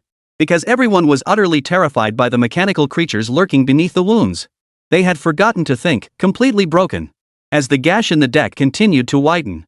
Finally, the mechanical monster that had pierced the flagship completely ripped through the hull. Its entire body jerked upward, burrowing completely through the deck. Its colossal mechanical form radiated terrifying pressure. It brutally appeared before the eyes of the Second Fleet soldiers. Damn it, it's MECHA-GODZILLA. It's back. MECHA-GODZILLA was indeed created by the Chinese. I told you we shouldn't have provoked them. The instant the candle dragon appeared before them, a fear laced with the scent of death instantly spread through every member of the Second Fleet. They stared in horror at the colossal mechanical entity emerging from beneath the main ship's deck. Sea water gushed from the gaping hole as the entire main hull rapidly sank. Clearly, the Second Fleet's flagship had been violently breached by this terrifying creature. Then it began tearing the entire hull apart with frenzied ferocity. Lance stared at the colossal mechanical entity towering nearly 20 meters before him. His eyes were filled with utter despair. They couldn't even kill the smaller Godzillas that swarmed like locusts. Much less this colossal monster before them. In that moment of stunned paralysis, the candle dragon's claws already lashed out toward the gradually revving engines. The next instant, a deafening explosion erupted, sending acrid black smoke billowing 100 meters into the sky. At that very moment, Lance snapped back to his senses. If we can't fight it, we run. The thought barely formed before Lance prepared to shout at his second-in-command to make a run for it. But just then, a shell suddenly exploded on the main deck. In an instant, dozens of American soldiers were wounded. Immediately following, a dense hail of shells swept in. Without warning, surrounding ships suddenly opened fire on the flagship. The barrage engulfed the Candle Dragon while swiftly mowing down American soldiers on the flagship. One shell even landed near the command room, instantly tearing Lance's second-in-command to shreds. Lance stared in utter shock, then hurled a torrent of curses into the communicator with all his might. Damn bastards! Cease fire! I'm still aboard the ship. This is treason. But in the next instant, one of the warship commanders replied. Vice Admiral Lance, we've received the supreme order from Chief Bidding, eliminate MECHA-GODZILLA at all costs. Therefore, make the ultimate sacrifice for your country. As terror spread across Lance's face, a barrage of concentrated fire engulfed the entire warship. In a mere 30 seconds, the flagship was utterly destroyed. Raging flames engulfed the flagship, transforming it into a colossal fireball. Yet within that fiery orb, a dark silhouette gradually emerged. The next instant, the Candle Dragon emerged step by step from the flames. It appeared unscathed within the remaining warship's field of vision. The Candle Dragon extended its thick mechanical legs and craned its neck forward. A blood-curdling roar that shattered the soul echoed across the heavens and earth. The American soldiers aboard the remaining warships, hearing this roar, their expressions instantly turned grim. They immediately went on high alert, loading their cannons. They had assumed the mechanical Godzilla would target a single warship. Yet the next instant, they heard the bone-chilling sound of metal tearing from beneath their own vessels. Looking down from the edge of the hull, they saw miniature versions of MECHA-GODZILLA rapidly climbing up the hulls toward the decks. These killing machines, which had effortlessly annihilated the First Fleet, now they extended their deadly claws toward the fleet. The entire Second Fleet plunged into endless despair in an instant. In the final moments of the fleet's annihilation, the fleet commander transmitted the devastating footage back to the United States. At that moment, within the operations command center of the Octagon building in the United States, Senior leaders, including Bai Deng, sat with grim expressions. Having witnessed the entire battle, they were both shocked and furious. Soon after, the United States issued an official condemnation statement to the world. Through investigation by the U.S. Intelligence Department, sufficient evidence now proves that the mechanical monsters threatening security in the Western Pacific months ago were war weapons manufactured by the Chinese. The Chinese possess cutting-edge technology capable of altering human history, yet they have devoted it entirely to building weapons and equipment, demonstrating strong strategic offensive intent that has severely threatened global harmony. Chief Bai Deng now calls upon all nations to unite and form an alliance against China, jointly opposing this ambitious nation seeking to conquer the world. If China does not wish to be regarded as an enemy of the world, it must immediately surrender all its cutting-edge technology, pay tenfold compensation to the United States, and issue the highest-level apology. Otherwise, we reserve the right to conclude that China seeks global domination and stands as the world's adversary. Chapter 110, World Leaders Will Be Losing Sleep Tonight. The statement sparked intense international reaction upon release. Upon hearing the news, leaders worldwide instantly tensed, their scalps tingling with dread. What extraordinary fortune had China stumbled upon recently? Confronting the United States was one thing, but forcing them to issue a counterstatement was another. Wasn't this effectively an admission that the US couldn't beat China? Especially Shaori the moment the US statement was released. They instantly transformed into a rabid dog from the village, leaping out to demanding China pay tenfold compensation for the damage to their little island. At the same time, Western nations in cahoots with the US echoed the demand. Demanding China cease its hegemonic activities abroad. They demanded an immediate halt to all hegemonic military actions in the Western Pacific. And surrender all design documents for advanced weaponry. At this juncture, China had become the target of international condemnation. With the exception of a few friendly nations like Russia, most nations harbored hostility toward China. Yet just as world leaders assumed China would yield under the siege-like international pressure, China's Ministry of Foreign Affairs made a forceful appearance. Without mincing words, it released 2 videos directly. The videos sent shockwaves across the internet. After viewing the footage, the faces of world leaders turned ashen in an instant. Chills ran down their spines, their eyes filled with terror. The 2 videos released by China's Ministry of Foreign Affairs showed nothing less than the complete annihilation of the US First and Second Fleets.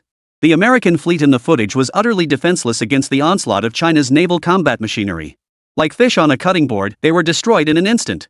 Yet these 2 fleets were renowned for their formidable power on the international stage. They had conducted live fire drills near other nations' territorial waters on multiple occasions. Each drill sent nearby nations into a state of panic, fearing that a moment's inattention would allow the Americans to sneak up behind them. Yet the American superfleet, once deemed virtually unmatched in the eyes of nations worldwide, is now being thoroughly outmaneuvered by China. It even evokes a sense of déjà vu reminiscent of European colonial battles against Native Americans a century ago. The disparity in weaponry strength is simply not on the same level. After watching the footage, leaders worldwide were profoundly shaken. Cold sweat poured down their spines, and their legs trembled slightly. With such formidable weaponry at its disposal, could any coalition of nations truly stand against China? Could they truly defeat China? And this wasn't even China's full deployment of cutting-edge technological firepower. Their nuclear fighter jets and Xingtian tank corps possessed equally formidable power. At this thought, nations felt their scalps tingle with dread. Some smaller nations even switched sides at the last moment. They swiftly retracted their earlier statements and earnestly apologized to China, fearing they might be blacklisted by China the moment they hesitated. Amidst this collective hesitation, China's Ministry of Foreign Affairs poured fuel on the fire. It directly released combat footage of the Panga space carrier. When nations witnessed China actually possessing a flying space carrier, their eyes nearly popped out of their sockets. Their necks felt as though gripped by invisible hands, suffocation surging to their skulls. Unable to breathe, utterly unable to breathe. Terror swept through their bodies, leaving them nearly paralyzed. While the mechanical Godzilla was formidable, it remained a single type unit with limited operational range. But paired with the space carrier, its operational reach expands to the entire globe. Moreover, this carrier could even fly through the skies. This means China can deploy MECHA-GODZILLA to any corner of the world, enabling devastating surprise attacks. Such synergy creates an unbeatable force. The unveiling of the Panga space carrier not only stunned high-level officials worldwide, it also sent shockwaves across the internet worldwide. American netizen, holy crap, China's so badass they even built a space carrier. Kimchi Nation netizen, damn, is it too late to mend fences with China now? Russian netizen, haha, see? This is the power of our Chinese ally. Will the Yanks dare to be so arrogant anymore? While netizens worldwide engaged in heated debates, China itself was immersed in a festive atmosphere. It was bustling like New Year's celebrations. Ha! Finally got the damn Yanks. Been waiting for this day forever. Tonight we're having 2 big dishes. Let's hit the bars, guys. My treat. I have no regrets for being born Chinese. Next life, I'll be Chinese again. Losing 2 fleets at once has the Yanks in a right rage. The nation's morale soared as people rushed through streets and alleys sharing the news. Old man, did you hear? The Americans' 2 fleets got wiped out by our Chinese Navy. Why would I lie to you? I'd be lying if I said I was a virgin. Haley, hey Wang, great news. Our Navy took out the American fleet. War breaking out? Relax, the Americans haven't even dared to fart since. In stark contrast to the euphoria sweeping across Wagwa, American netizens, however, fell into dead silence. No wonder after all, 2 of their own ships had been sunk. This isn't just embarrassing, it's an utter disgrace. A stain that will never fade. I used to think our Navy was pretty decent, but damn, I never imagined they'd be this incompetent. We taxpayers shell out so much money every year, only to get a bunch of useless jerks in return? They're so incompetent yet still go bullying others in their territorial waters. It's embarrassing. The US Navy should just disband already, bunch of trash.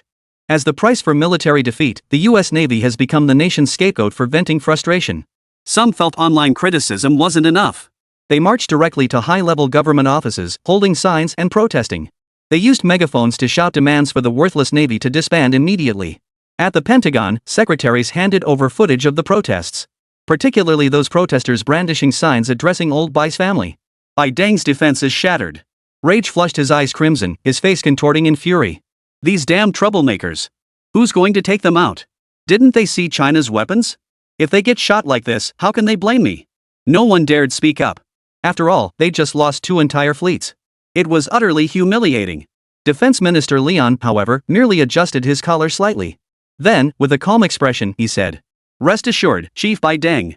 The 12 Palaces bases are scattered throughout the Western Pacific. Should any single base come under attack from China, every ballistic missile from the remaining bases will be launched toward China. Therefore, the Chinese will absolutely not dare to attack lightly in the short term unless they wish to provoke a world war." Lion's words eased the tension among those present slightly. The 12 bases in the 12 Palaces project are interconnected touch 1, and the entire system is affected. China's homeland defenses could never withstand simultaneous strikes on all 12 missile bases.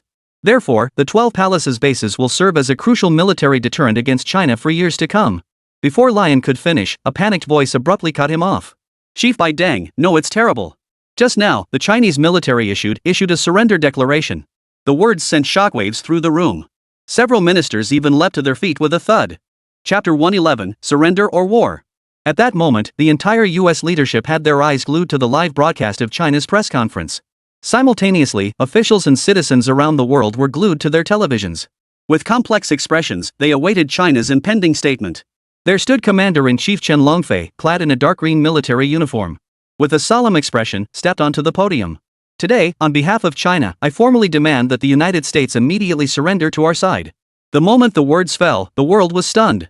Chen Longfei's tone was not intense, but his words exploded like thunder across nations. Accept surrender from the United States? In today's world, the United States wields global hegemony. It has always been the United States accepting others' surrender, demanding its own surrender was unprecedented. It was simply unbelievable. What the hell? What's gotten into these Chinese? They actually dare demand the United States surrender. The current US leadership must be furious. The real issue is they might not even be able to defeat China. China truly is a nation you don't mess with. The Chinese are the real warriors. Foreign netizens exploded in an instant, their discussions raging non-stop. The American leadership was equally furious at that moment, including top officials like Bai Deng. Their faces alternated between pale and crimson as they felt profoundly humiliated. They were seething with rage. Yet on the screen, Chen Longfei continued his statement. The Chinese side accepts the following terms of surrender from the United States. First, all military facilities along the western Pacific coast, including the 12 Palaces missile base, must be dismantled and removed immediately. Second, compensate the Chinese side for non-monetary damages totaling $236 billion for a series of actions including malicious border violations and provocations against the Chinese Navy. Third, issue an apology to China at the highest international level and guarantee to all nations that the US military will never again violate China's territorial sovereignty. Having delivered these 3 demands, Chen Longfei strode decisively off the stage. The next instant, the live broadcast cut away. It immediately shifted to the western Pacific Ocean. 4 main fleets from the northern desert, eastern mountains, southern Jiangnan, and Yun naval districts were arrayed in formation. Their bows pointed directly toward the eastern seas. The sheer scale of the naval formation was awe-inspiring. It also sent the high-ranking officials of various nations into a frenzy. The mightiest naval forces from China's 4 coastal military regions carried considerable international renown. Now, they were all deployed. This move leaves little doubt about China's resolve. They won't rest until the 12 Palaces base is eradicated. But soon, netizens worldwide noticed that these Chinese warships appeared to have undergone some sort of modification. On the forward deck of each vessel, an odd triangular cannon barrel had been added. Particularly massive was the one mounted on the flagship of the Jiangnan military district.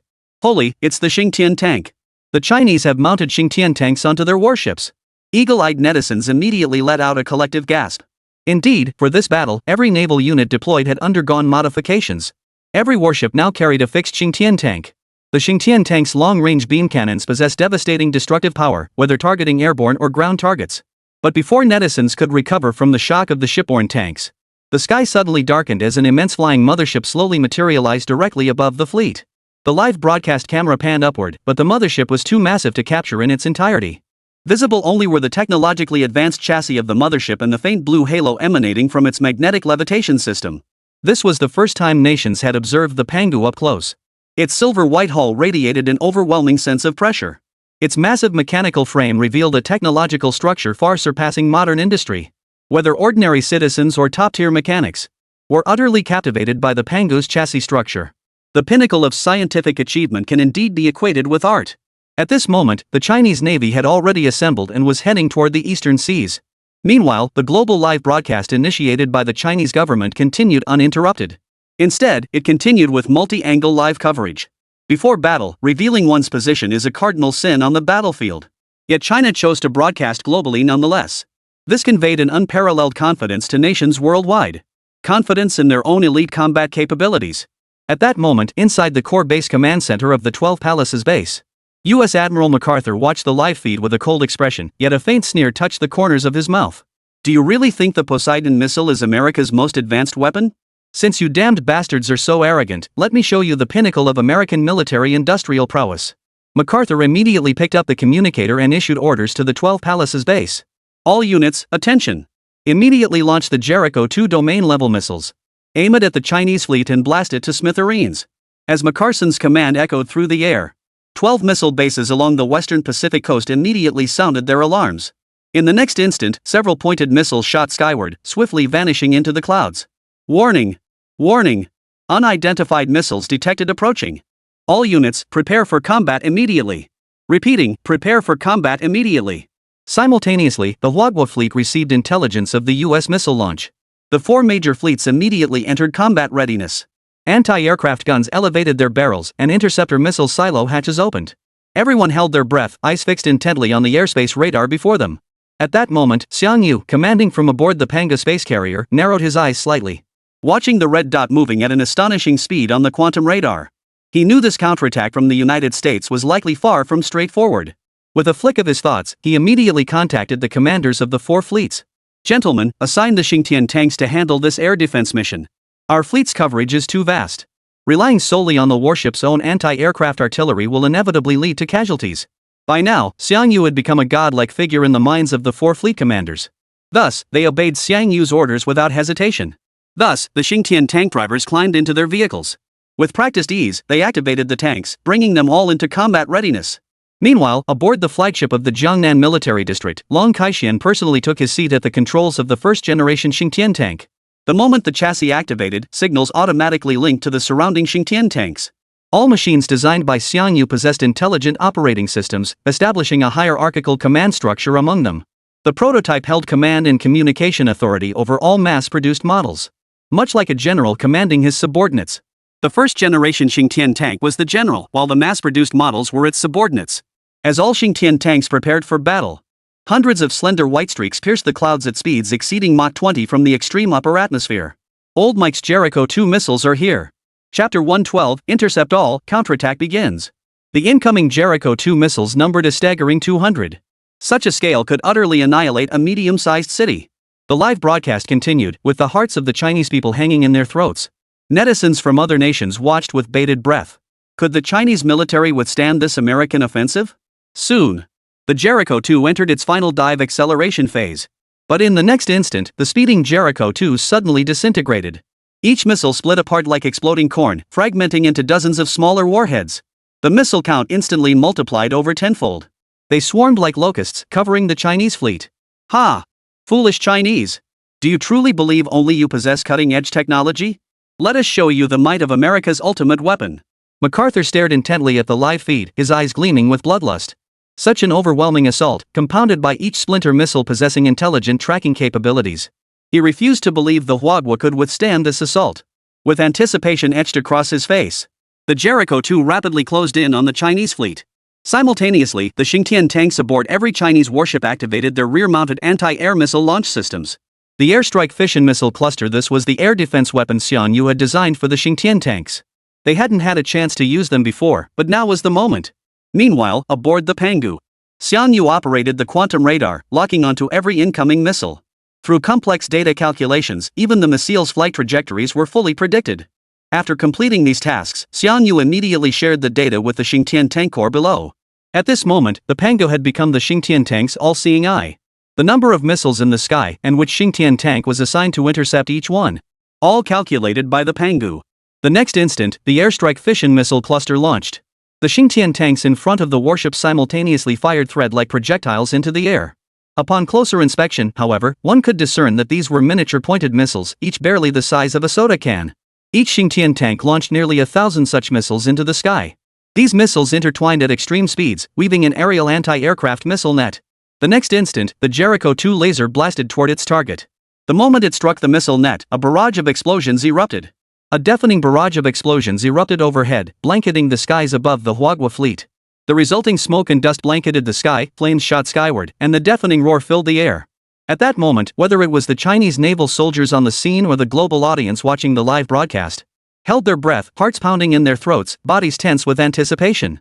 Could the Huagua fleet withstand such an intense assault? The broadcast continued, and soon, the viewers' expressions turned to utter bewilderment. Even as the explosions overhead grew so frequent they made one's scalp tingle. Not a single Chinese warship below was harmed. Not a single warship was damaged. Ward, all U.S. missiles have been intercepted. An unbelievable interception system, a 100% success rate. Such formidable weaponry, our nation stands no chance against Huagua. Foreign viewers' comments flooded the livestream chat, every word dripping with fear. They were all stunned by China's flawless missile defense system. No, this can't be possible. McCassin, who was also watching the explosion, instantly lost his composure. He roared loudly while frantically pulling at his hair. He pulled his hair until it was nearly gone, yet still couldn't comprehend why the Jericho missile hadn't breached the intercept. He appeared to have suffered a massive mental blow. Staring blankly, he clutched his head and muttered, "This can't be real. This can't be real." His gaze was unfocused, as if his entire belief system had collapsed in that instant. At that moment, inside the Pentagon in the United States. Inside the Supreme Operations Command Room. All the high-ranking officials of the United States, including Bai Deng, were deathly pale, their pupils unfocused. They slumped in their chairs as if their bones had dissolved. Yet it was Defense Secretary Leon who swallowed hard, his voice trembling as he spoke. They actually intercepted all of them? Does this mean China can intercept other missiles too? The Jericho 2's maximum speed has surpassed Mach 20, making it the fastest missile in the world today, no contest. China has now achieved a 100% interception rate against the Jericho 2 airstrike. There is no doubt they could easily intercept other missiles as well. Even intercontinental missiles carrying nuclear warheads. It was precisely this realization that left Bai Deng and the others pale as death. After all, nuclear deterrence relies on intercontinental missiles to be effective. If China possesses technology capable of intercepting ICBMs with 100% certainty, it would drastically reduce the threat nuclear deterrence poses to China. And China is also a nuclear power. I can defend against you, but you can't defend against me. Tell me, are you scared yet? This war is unwinnable, utterly unwinnable. Bai Deng crossed his arms, head bowed in silence. The slight tremor in his trouser legs betrayed his inner turmoil. A raging storm was brewing within him. Silence fell over the octagon as every high-ranking U.S. official present fell into profound silence. Meanwhile, as the final Jericho missile was successfully intercepted, a deafening roar of cheers erupted across the deck of the Chinese Navy vessel. Joining them in celebration were hundreds of millions of citizens across the entire nation. At that moment, every Chinese citizen, young and old, male and female, felt their blood boil with pride. This missile interception battle was broadcast live worldwide. To destroy every single American missile under such scrutiny. Now tell me, how incredible is China's military might? World leaders were equally stunned. Yet compared to the awe felt by ordinary citizens, their reaction was dominated by fear. With such technology, China could potentially intercept even ballistic missiles or even intercontinental ballistic missiles. Tonight, certain high-ranking officials from nations at odds with China will likely suffer collective insomnia. Intercepting American missiles was not the ultimate objective of this operation. The subsequent actions were crucial. Xiang sat before the central control console, his gaze fixed on the vast holographic projection displaying the entire Western Pacific. Marked across this map were 12 red dots. They clearly marked the locations of the 12 palaces' bases. But alongside the red dots, 5 green dots representing friendly forces also flashed on the map. Watching as his allies neared their designated positions, Xiang Yu's lips curved into a faint smile. Next, it was China's turn to launch a counterattack. Suddenly, the official Chinese livestream shut down without warning. Audiences worldwide tensed instantly, realizing China was about to make a major move. Meanwhile, deep within the Pentagon, American high-ranking officials felt their hearts sink. A profound sense of crisis surged through them. A chill rose from the soles of their feet, shooting straight to the crown of their heads. Chapter 113, The Fall of the 12 Palaces Base.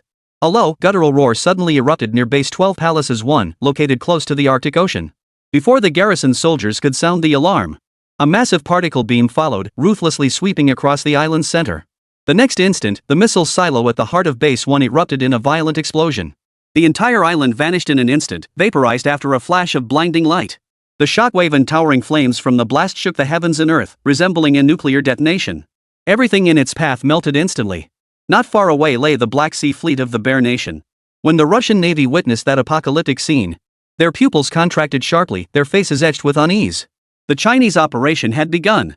At the same moment, on the mainland of Little Days, at the location of U.S. Military Base No. 2, a blue orb, constantly emitting faint flashes of lightning, vanished without warning into the base's interior. The next instant, a massive electromagnetic pulse erupted from within. The pulse formed a massive electromagnetic barrier hundreds of meters high, expanding outward like a bubble. Everything in its path was rendered inoperable. Military installations, including missile silos, detonated in a chain reaction due to short circuits. Flames rapidly spread throughout the base. That afternoon, the nearby city of Zairizi experienced complete power and water outages. Cell phones lost signal, subways ceased operation, and major cities became isolated islands. The soldiers stationed at Base 2 remained unaware of what had transpired. They were completely cut off from the outside world. Yet as they scrambled to repair the base's external communications, a colossal mechanical entity resembling a whale had already activated its honeycomb missile launch system on its back, looming over the nearby sea. The next instant, a dense hail of missiles engulfed the entire Base 2. At this moment, at U.S. Naval Base 3 near Korea, Naval Base 4 on Tsushima Island also came under fierce attack. The battle was captured by nearby Kimchi Nation fishermen and uploaded to the internet. In the footage, both bases were destroyed, one by a giant cyan mechanical bird, the other by a swarm of mechanical Godzilla units that suddenly landed like locusts. Explosions echoed continuously as flames spread. But at the battle's climax, the missile base under attack were profoundly shocked upon seeing the footage. Who would have thought the Chinese would act so swiftly, already going toe-to-toe with U.S. military bases? In less than half an hour, 4 bases fell in succession. At that moment, within Base 5, McCarson's face darkened to the extreme. His pupils trembled violently. Those cunning Chinese! That global broadcast was just a diversion to buy time for their surprise attack on our bases. However, a cold gleam flashed in McCarson's eyes. Even if we lose 4 bases, the remaining A-12 Palaces bases can still unleash their full power. Do you truly believe the United States dares not act against you? Soon, under McCarson's orders, the A-12 Palaces bases near Chinese waters immediately entered combat readiness. Missile launchers were all in position. After locking onto major coastal cities in China, they launched a fierce assault. At the same moment, Xiang Yu aboard the Pangu received the intelligence, his gaze instantly turning icy. When the United States announced its intention to establish 12 missile launch bases around China's territorial waters, the conflict between the two nations had reached an irreparable point. Eliminating the United States' 12 missile bases was something China had to accomplish at all costs, even if it meant going to war. And now, they had finally met the United States' all-out counterattack. Xiang Yu, who had long anticipated this, showed no panic. Instead, he directly activated the Pangu space carrier's most powerful trump card. As Xiang Yu pressed the launch button on the landing pad, a cold mechanical voice echoed throughout the carrier. "Attention all combat units! Attention all combat units! Proceed immediately to the nuclear fighter hangar. The hangar deck will open in 3 minutes. Repeat, the landing pad will open in 3 minutes." The cold voice echoed. Hundreds of fighter pilots swiftly boarded their respective aircraft. These elite pilots, handpicked from major airbases across China, had finally arrived to take the stage. Inside the Pangu's cockpit, the quantum radar activated fully. Its coverage rapidly expanded across most of the Western Pacific region. Simultaneously, all missiles launched from the United States' 12 palaces were detected and marked. The data was shared with the pilots of the nuclear fighter jets preparing for takeoff. Su Mo, a fighter pilot assigned to an airbase under the East Mountain Military District of China. With 8 years of fighter pilot experience, he had earned his nuclear fighter pilot qualification by ranking first at the airbase. Now seated inside a nuclear fighter jet codenamed Nightingale, he waited solemnly for the takeoff command. In the moments before takeoff, the cockpit was eerily quiet. Seated within his cockpit, he felt disconnected from the outside world. Only faint mechanical hums and the sound of his own heartbeat filled the air. His mission was to intercept 3 medium-range ballistic missiles near the former site of Chicken Island. According to intelligence from the TianGou, the missiles had already ascended to high altitude. Judging by their flight path, they were heading toward the Jiangnan military district. Soon, the launch command echoed in his ears. Immediately afterward, the pod was thrust into the fighter's launch bay. In the next instant, the entire pod spun out from within the TianGou like a revolver cylinder. The dim interior instantly brightened, revealing a vast expanse of blue sky, white clouds, and endless ocean. And the neatly arrayed fleet of the Huagua nation. The moment the Nightblade fighter was ejected from the bay, its engines roared to life. The fighter spun 3.5 times before accelerating violently. White vortexes erupted from its wings, tracing a beautiful double helix pattern in the sky. The entire fighter streaked skyward at breakneck speed. Su Mo instinctively glanced outside the cockpit. Hundreds of nuclear fighters identical to his own were already soaring through the sky. In the next instant, they all broke the sound barrier, streaking away at an absurdly fast speed. 100 fighters flying supersonic simultaneously created an utterly breathtaking spectacle. Guided by the TianGou's radar, Su Mo quickly locked onto 3 missiles streaking through the upper atmosphere. They were American Peacekeeper long-range ballistic missiles. Each possessed immense destructive power. A single explosion could obliterate a medium-sized power plant. Su Mo maneuvered the nuclear fighter jet, charging head-on toward them. The moment he reached optimal firing range, he pressed the missile launch button without hesitation. The 3 missiles detonated violently in the upper atmosphere. Debris from the explosions scattered everywhere in the air. Mission accomplished. The nuclear fighter's power was undeniable. Just as Su Mo prepared to return to base, the early warning radar suddenly sounded an alarm. The next instant, 26 King Snake fighters appeared in the sky, hurtling towards Su Mo. Warning! Enemy lock acquired. Evade immediately. Chapter 114, Fall behind and you'll get hit. Su Mo's gaze sharpened as he instantly maneuvered Nightingale into a sharp evasive roll. Dozens of homing missiles streaked past the Nightingale's flank. They detonated in the sky not far away. Before Su Mo could retaliate, the 26 King Snakes charged forward like rabid dogs. They didn't even attempt to dodge, crashing straight into him. By the looks of it, these King Cobra fighters intended to trade blows with the Nightingale, seeking mutual destruction. Su Mo immediately relayed the unfolding situation to the TianGou. Upon receiving the message, Xiang wasted no time, immediately issuing reinforcement orders to nearby fighters. Soon, 3 fighters received the command and sped towards Su Mo's airspace. 3 minutes later, the Nightingale was flying at breakneck speed just above the sea surface. The remaining 19 King Cobra fighters showed no sign of relenting, still locked onto the Nightingale's tail. They seemed to have resolved themselves to die, refusing to give up until the Nightingale was shot down. Just then, the sky darkened slightly. The next second, 3 black specters appeared above the King Snake fighters. Like Black Reapers, they plunged down from the sky. They fired relentlessly at the King Snake fighters. The King Snake fighter formation pursuing Nightingale had no time to react. The next instant, the missiles locked on and fired without hesitation. Even though the King Snake pilots executed evasive maneuvers as quickly as possible and released chaff flares, they still couldn't shake the tracking missile's lock. 3 seconds later, multiple explosions erupted across the sea surface. Amidst the towering flames, wreckage from the King Snake fighter jets kept plummeting into the sea. As for the American pilots who attempted to parachute to safety, their internal organs ruptured instantly upon exiting the aircraft at supersonic speeds. With their bodily functions severely compromised, not a single one survived. The majority of the King Cobra fighters were destroyed in an instant. The remaining 3 seemed to panic. They abruptly turned, attempting to flee the area. Even a single nuclear fighter was a formidable foe for them to confront, and now there were 4 present. They were utterly hopeless. Yet before the King Snake pilot could accelerate, another wave of homing missiles struck. Before the pilot's eyes, filled with despair, explosions erupted across the King Snake's fuselage. The entire pilot was instantly engulfed in flames and reduced to ashes. In the end, all 26 King Snake fighters that had suddenly appeared were destroyed by the Chinese Air Force. China suffered 0 casualties. At that moment, all ballistic missiles launched from the 12 Palaces base were successfully intercepted. Not a single one entered Chinese airspace. At that very moment, Xiang issued the order for a full-scale offensive to all combat personnel. Simultaneously, the Candle Dragon, Black Tortoise, Azure Phoenix, and Candle Dragon 2 naval battle groups all headed toward nearby US military bases. They launched a second wave of attacks using the same tactics. In an instant, 4 more US military bases were engulfed in explosions, reduced to a sea of flames. The roar of explosions mingled with the screams of American soldiers, echoing relentlessly over the bases. The entire battle reached its climax. Countless American soldiers lost their lives in the one-sided battle. The overwhelmingly powerful machinery became a grim reaper, harvesting lives. Wherever they passed, not a blade of grass remained, leaving countless dead and wounded in their wake. Some officers attempted to flee aboard their pride and joy, the Titan transport aircraft. But in the next instant, beam cannons struck. The Titan transport was sliced clean in two like a block of tofu. The flames from the explosion instantly engulfed the entire transport, incinerating the officers inside to ashes. When the United States made no secret of its hegemonic ambitions and attempted to contain China by establishing the 12 Palaces base, forcing China to surrender its cutting-edge technology, this great war became inevitable. This was a battle China could not afford to lose. It must achieve total victory. Otherwise, China would face enslavement by the United States, the plunder of its cutting-edge technology, and a drastic decline in its international influence. Countries around the world will view Chinese people as weaklings to be bullied at will. Laggards get beaten. This truth holds in any era.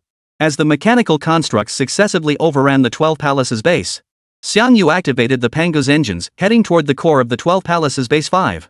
Hundreds of standard nuclear fighters returned to the Pangu's carrier hangars like a flock of majestic birds homing in, awaiting the launch of their next mission.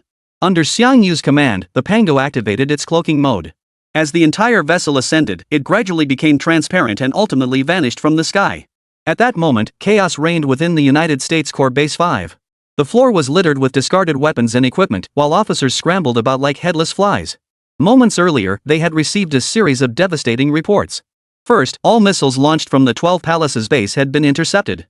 Not a single missile entered Huagua's airspace, all were shot down. Then came the annihilation of the entire King Snake fighter squadron. Reports indicated that the enemy had deployed only 3 fighters to destroy the entire formation of 26 King Snakes.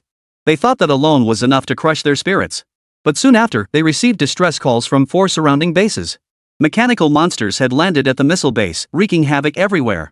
All 4 bases were on the verge of being reduced to complete ruins. What followed was the dreaded realization: these mechanical monsters would surely attack their own base next. The mere thought of this possibility sent everyone's hearts plummeting to the depths. They looked utterly dejected. Inside the command center of Base 5, U.S. Admiral MacArthur, his worldview shattered by the devastating blow, had lost all confidence.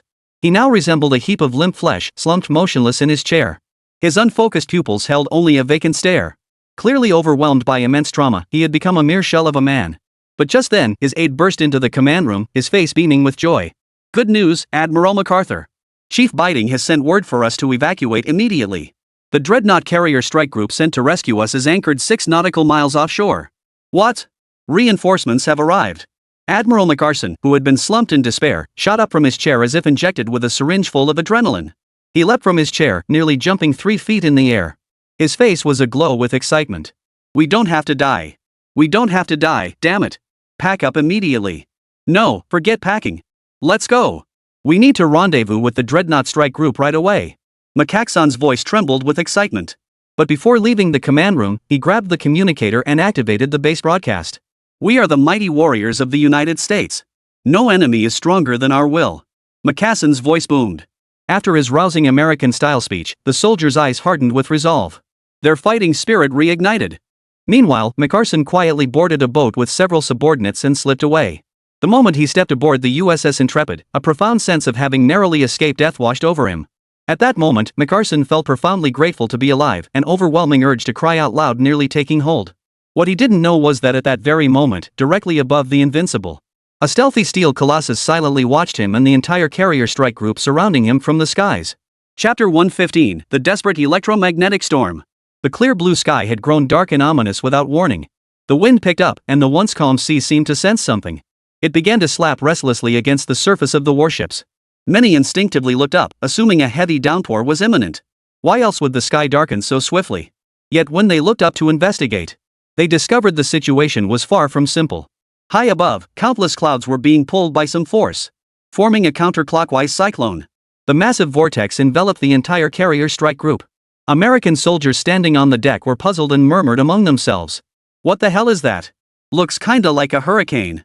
Bro, hurricanes don't form at this time of year. I bet it's some new kind of weather phenomenon. As the American soldiers chattered and occasionally pointed. Suddenly, several thick bolts of lightning spread out from within the cyclone.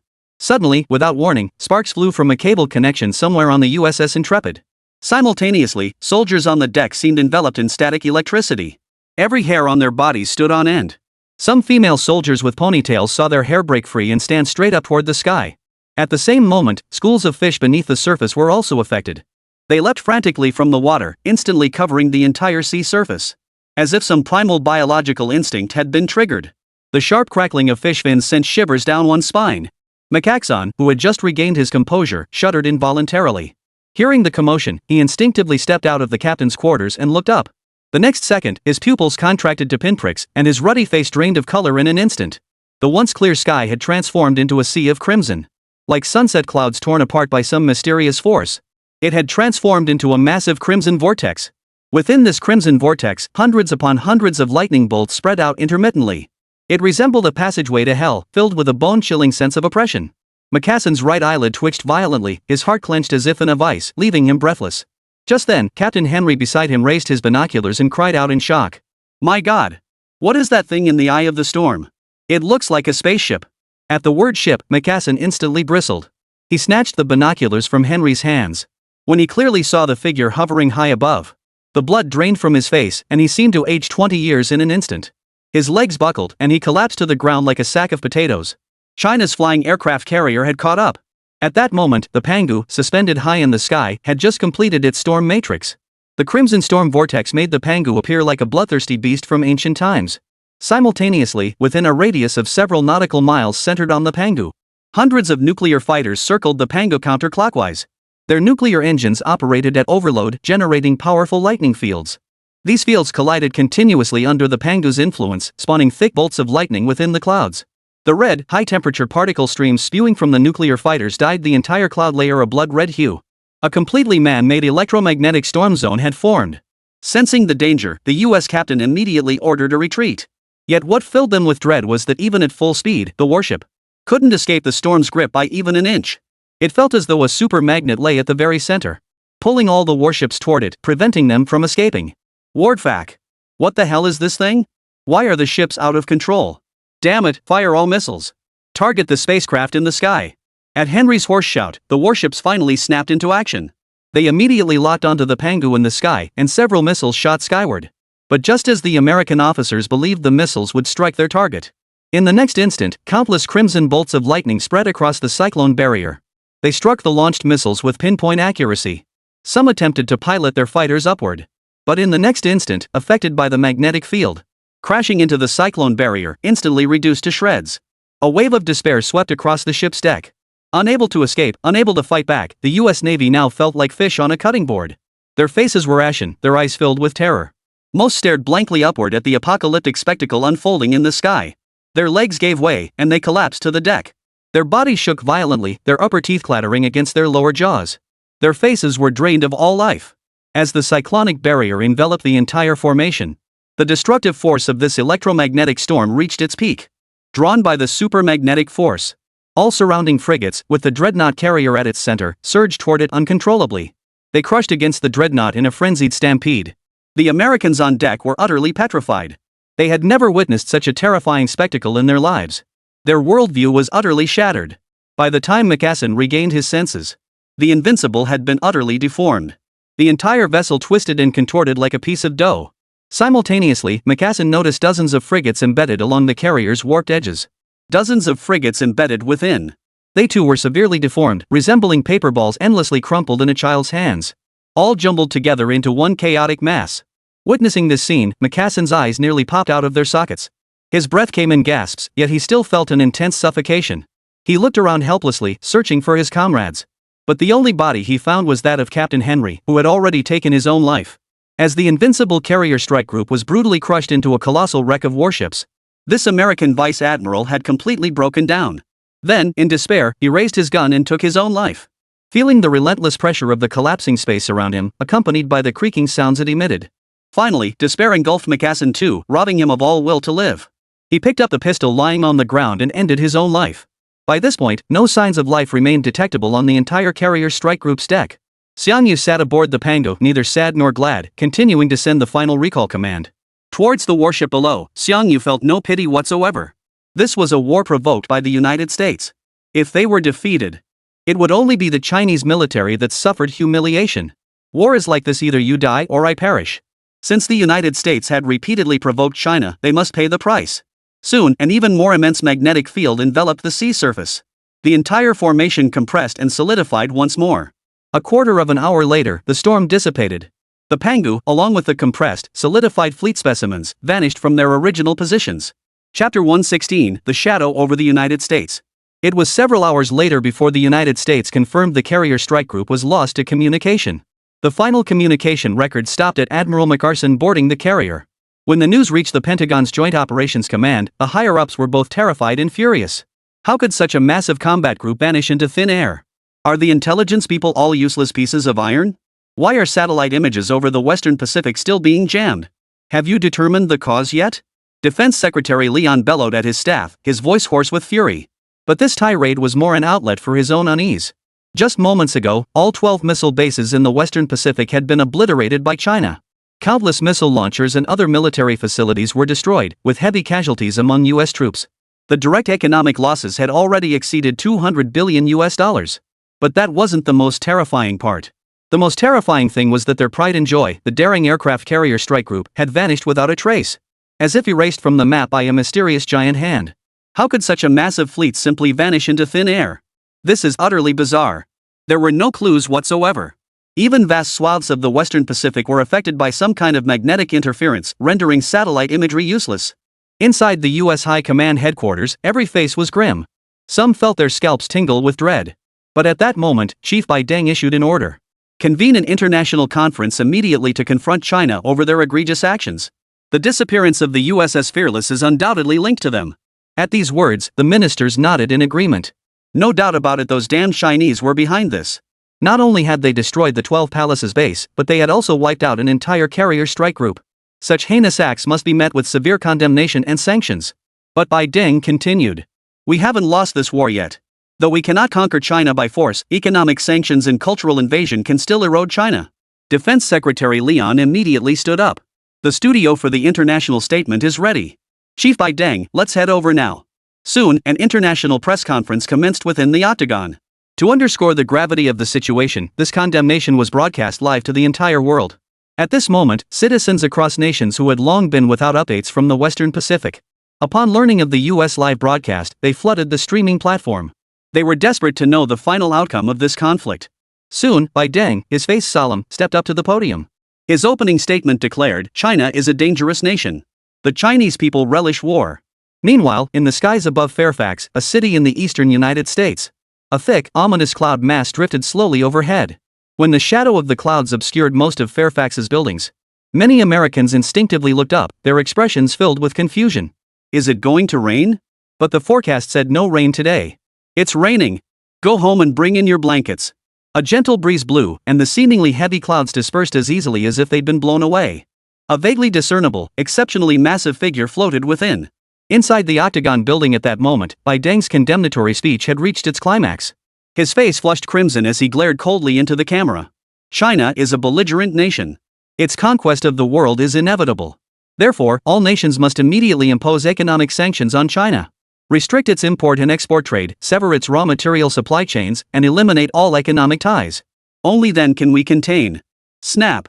The door burst open as Defense Minister Lyon stormed in. Leon's expression was grim. He didn't even pause for the ongoing live broadcast, striding quickly to Bai Deng's side. I'm in the middle of a live broadcast. What's going on?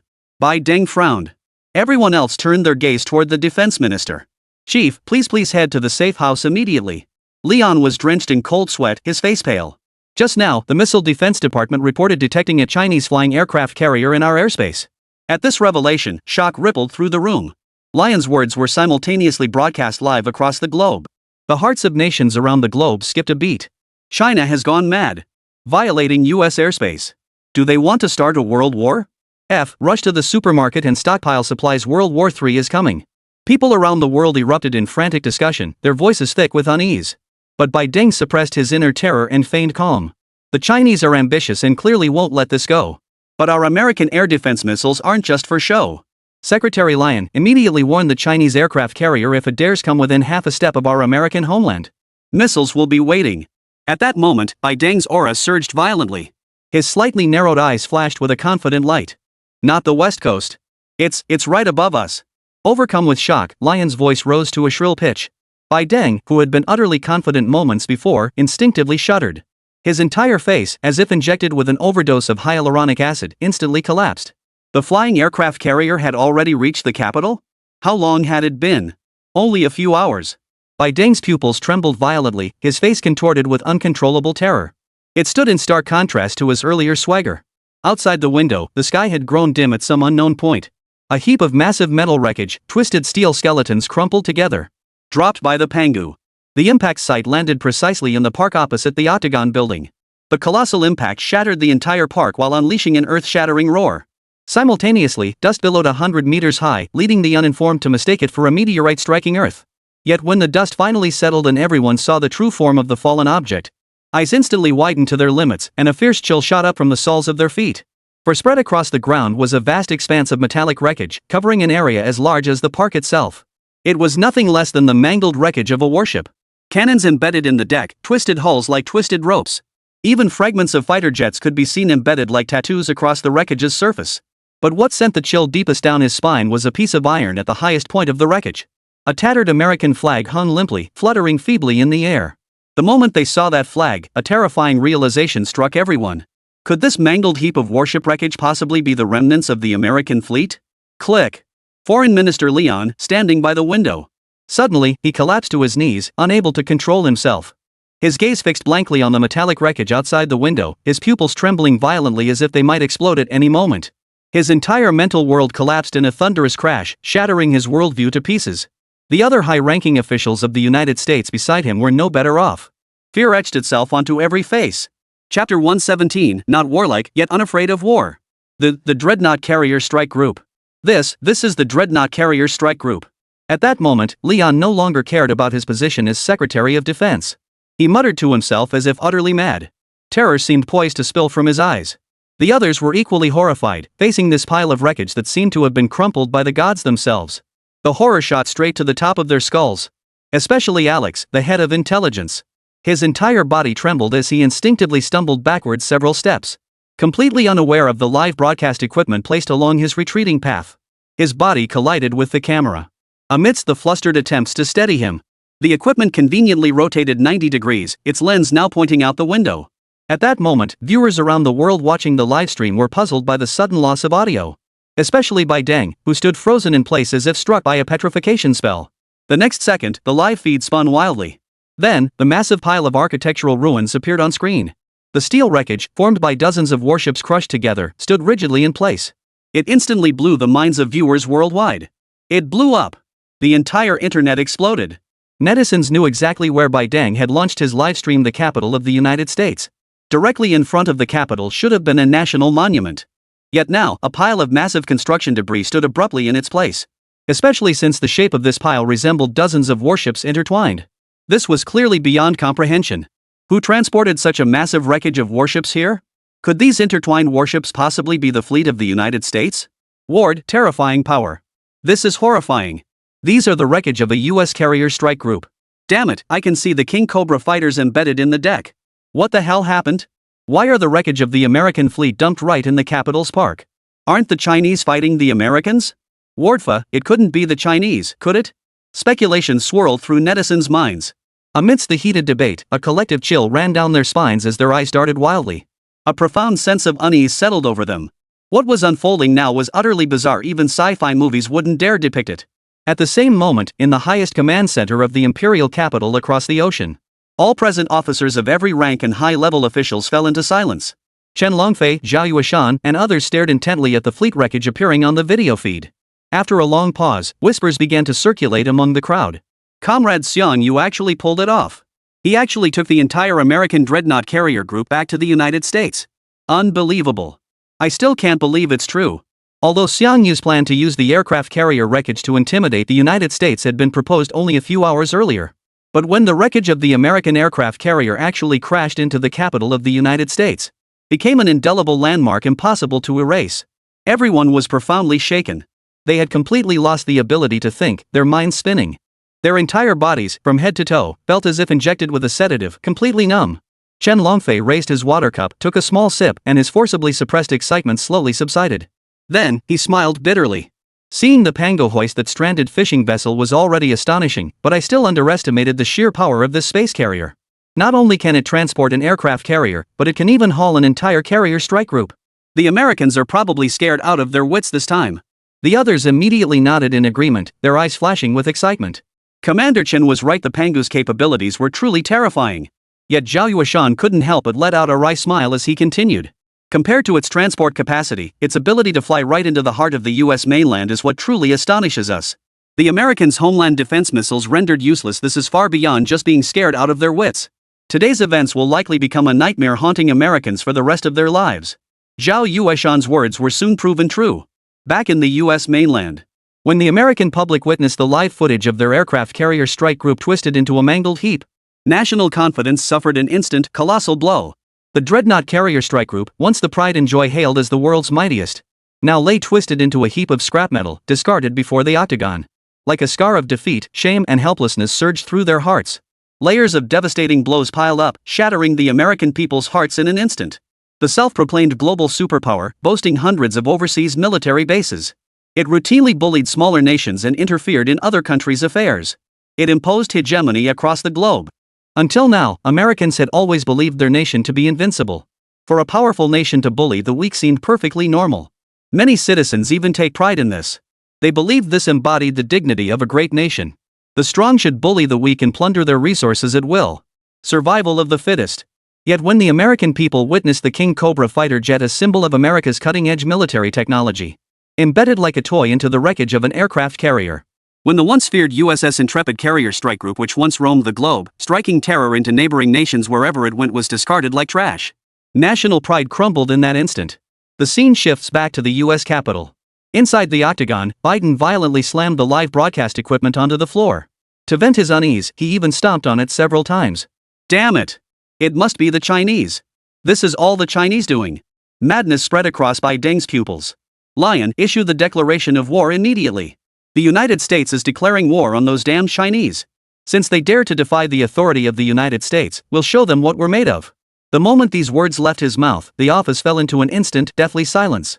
Instead, several ministers exchanged glances, their eyes showing no spark of warlike intent. Instead, a fleeting sense of dread washed over them. In this situation, should they really go to war with China? If we did, could the United States win? Don't forget, China possesses not only sky-flying aircraft carriers, but also unmatched land-based mechs. They also possess super fighter jets that crush the King Cobra and a mechanized Godzilla Legion with terrifying destructive power. Waging war against such a nation would be utterly hopeless.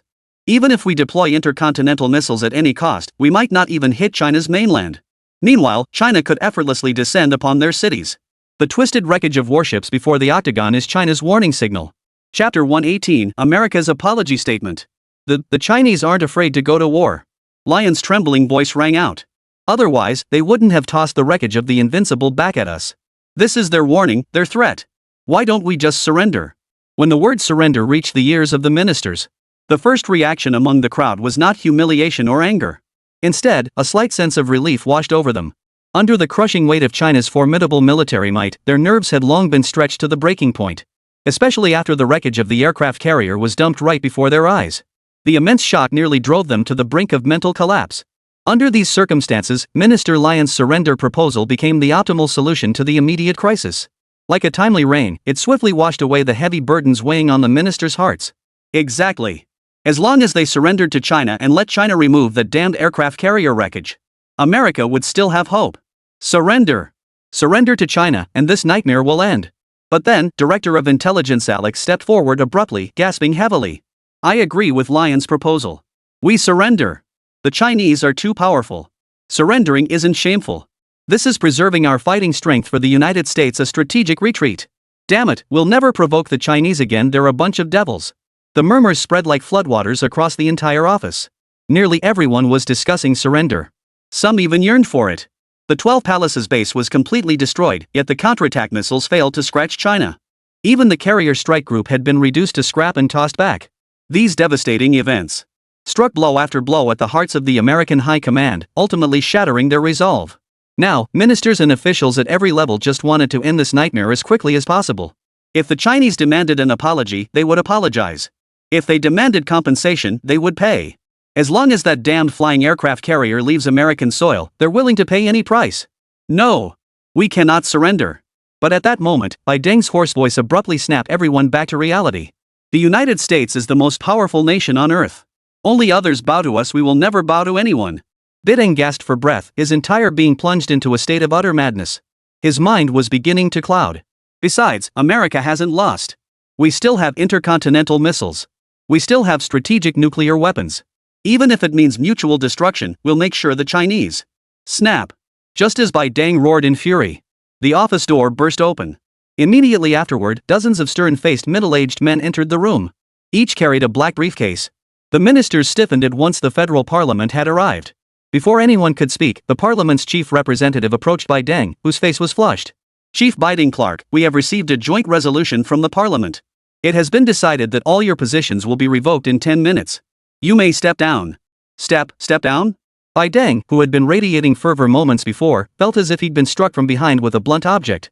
His face drained instantly, his eyes bulging like those of a desiccated corpse freshly dug from the grave. Why are you removing me? On what grounds do you dare remove me? Bai Deng pointed a finger at the parliamentary leader's nose, his voice shrill. Why? The leader only snorted coldly. 3 major fleets annihilated. All bases deployed in the Western Pacific destroyed by China. Even the dreadnought carrier strike group was destroyed and left as a slap in the face to the Pentagon. You are the worst chief in American history. Unless you're removed from office, the people's anger will never be appeased. Thud. Bai Deng instantly collapsed to the ground, utterly drained of strength. Even with 2 ministers trying to help him up, they couldn't lift him. He was broken. Completely broken. His worldview shattered, his will collapsed, and he utterly lost his purpose in life. Yet at that very moment, the parliamentary leader thrust a document into Bai Deng's hands. You have 10 minutes left in office. Issue a statement immediately, this damn war must end now. The document handed by the parliamentary leader.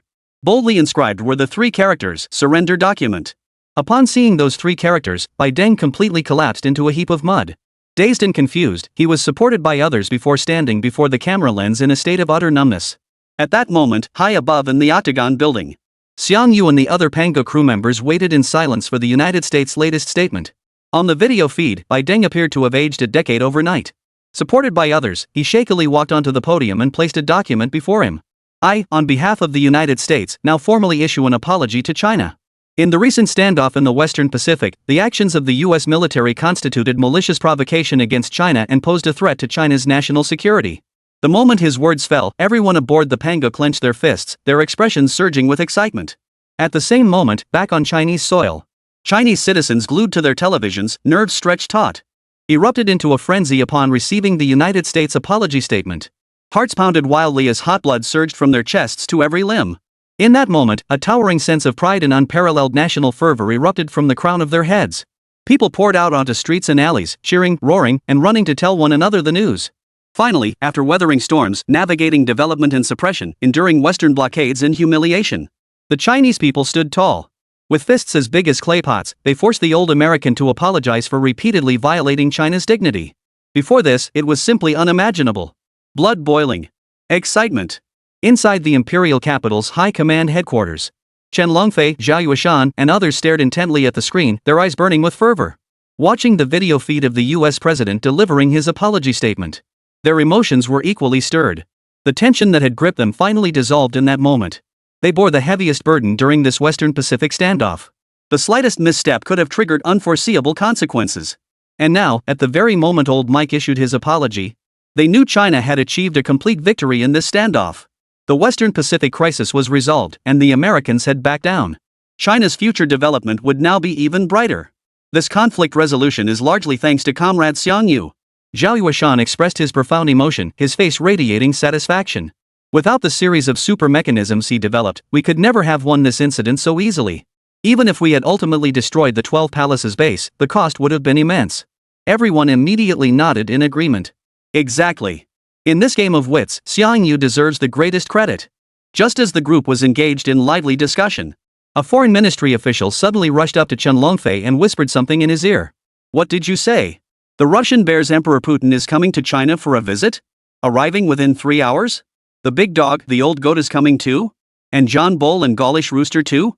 Chapter 119, The Heroic Fleet Returns. The sudden news left Chen Longfei utterly dumbfounded. For within mere minutes, at least 10 nations had contacted China's Ministry of Foreign Affairs, all requesting friendly visits to China. What? Unlimited supply of rare earth ore? And we can establish cooperative relationships? Build a transnational tourist railway? You foot the bill? And cover accommodation costs too? Oil at 40% off? Buy as much as you want? While they called it cooperation, the overtones of flattery were overwhelming. The telephone operators at the Ministry of Foreign Affairs were completely dumbfounded. Especially those at the command center in the capital, listening to the diplomats' accounts. They all wore expressions of utter speechlessness, their faces complex with emotion. Zhao Yueshan, however, nodded slightly, his voice steady. We owe this entirely to Xiang Yu. If he hadn't orchestrated such a grand spectacle, these nations wouldn't be scrambling to curry favor with us. The others nodded in agreement. Chief Engineer Xiang's move to strike at the heart of the matter was reckless, but we have to admit, it was incredibly effective.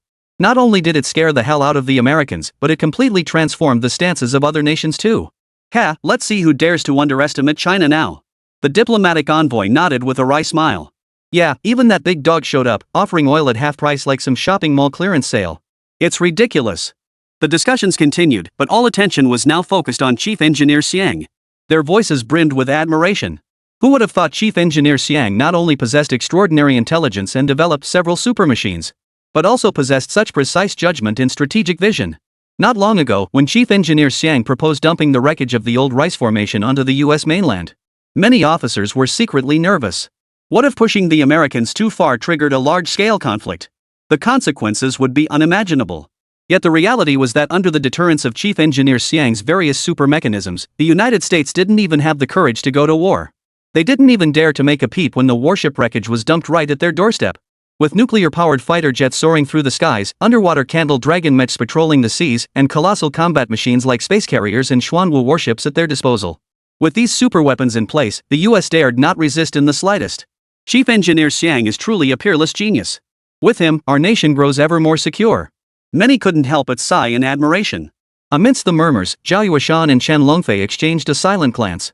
With unspoken understanding, they distanced themselves from the crowd and whispered to each other. Xiang Yu really pulled off a masterstroke this time, Zhao Yueshan analyzed. It seemed impulsive, but every move was calculated. Chen Longfei nodded slightly. I briefly reviewed the operation earlier. Following Comrade Xiang Yu's approach was the optimal solution for this battle. No other method could have achieved the results we see now. This kid is incredibly talented, he's got tremendous potential. Zhao Yueshan remarked, then added, Old Chen, you need to draft a report for the higher-ups right away. Document Comrade Xiang Yu's strategic analysis and operational plan during the mission for them to review. This kid isn't just a tech whiz in research. He's also got the makings of a great general truly capable of handling major responsibilities. Chen Longfei nodded in full agreement, then turned without hesitation and headed back to his office to draft the report. 3 hours later, at the Imperial Capital International Airport, Emperor Pu descended from the plane surrounded by his security detail, his expression solemn. But before he could take a few steps, several familiar faces approached him. There stood Prince Abad of the Dog Dynasty's royal family, flanked by Baba Yang and the chief of the White Elephant Nation. He hadn't expected such swift reactions from these nations' leaders. They'd arrived so early. Emperor Puda nodded slightly in greeting, but inwardly, a sense of unease began to stir. He sensed a crisis in the matter of establishing friendly relations with Huagua. Instinctively, he quickened his pace. Soon, Defense Minister Zhao Yueshan and Foreign Minister Chu Qing arrived at the airport to receive the visiting leaders. At the Foreign Affairs Department in the imperial capital, Emperor Pu and his entourage were escorted to the department's reception hall. I wish to know how long you have been developing these machines? And whether the technology used in their creation is exclusively applied to military fields. Emperor Puda cut straight to the question that concerned him most. Chu Qing remained impassive. I'm afraid I cannot answer that. This falls under China's highest state secrets. You cannot disclose it? Emperor Pu expressed slight disappointment but refrained from pressing further. Just then, Zhao Yueshan spoke up from the side. We cannot disclose classified information, but if you are truly interested, you are welcome to observe our returning warships. Judging by the timing, they should be returning soon. The Emperor of Pu paused, a flicker of surprise crossing his eyes. Though he deliberately suppressed his inner emotions, a flicker of astonishment still flickered deep within his pupils. The high-ranking officials from the other three nations were equally shocked. Prince Abad, in particular, spoke with evident restraint. Minister Zhao, are you certain? May we truly observe the returning warships? Zhao Yueshan nodded with a smile. Of course. After all, it's practically an open secret. 1 hour later, at the military port in Jingjianwei Bohai Bay, fully armed soldiers frantically moved large, medium, and small containers throughout the port. An hour earlier, they had received the order. The heroic fleet that had swept away the Americans would be landing at this Bohai Bay port.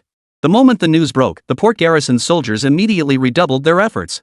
They were giving it their all, frantically clearing debris from the port.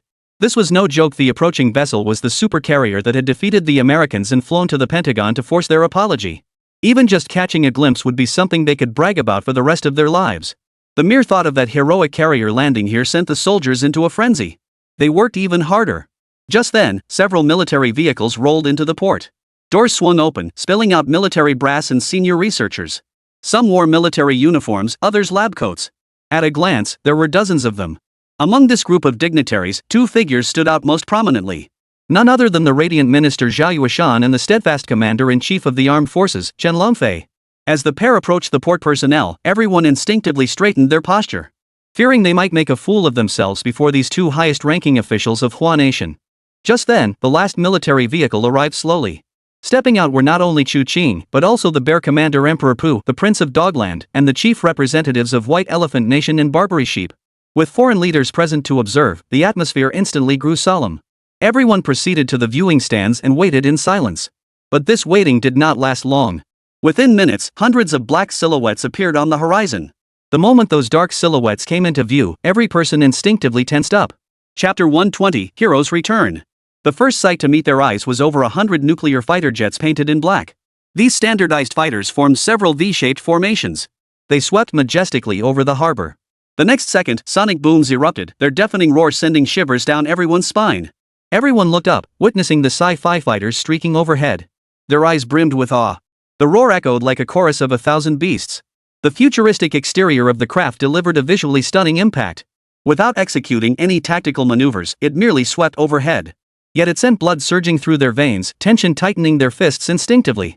So this is the nuclear fighter capable of utterly annihilating the King Snake. Emperor Pu's eyes flashed with astonishment. A terrifying technology. Abad and the others murmured among themselves, their eyes filled with awe. They say a single nuclear fighter can take on 20 King Snake fighters. Those King Snakes are the latest 6th-generation models developed by the Americans' top-tier fighters anywhere in the world. But against China's fighters, they're nothing but punching bags. Just as the foreign leaders were engaged in heated discussion. Boom! The murmurs abruptly ceased. High in the distant sky, a thunderous, deafening explosion reverberated across the heavens.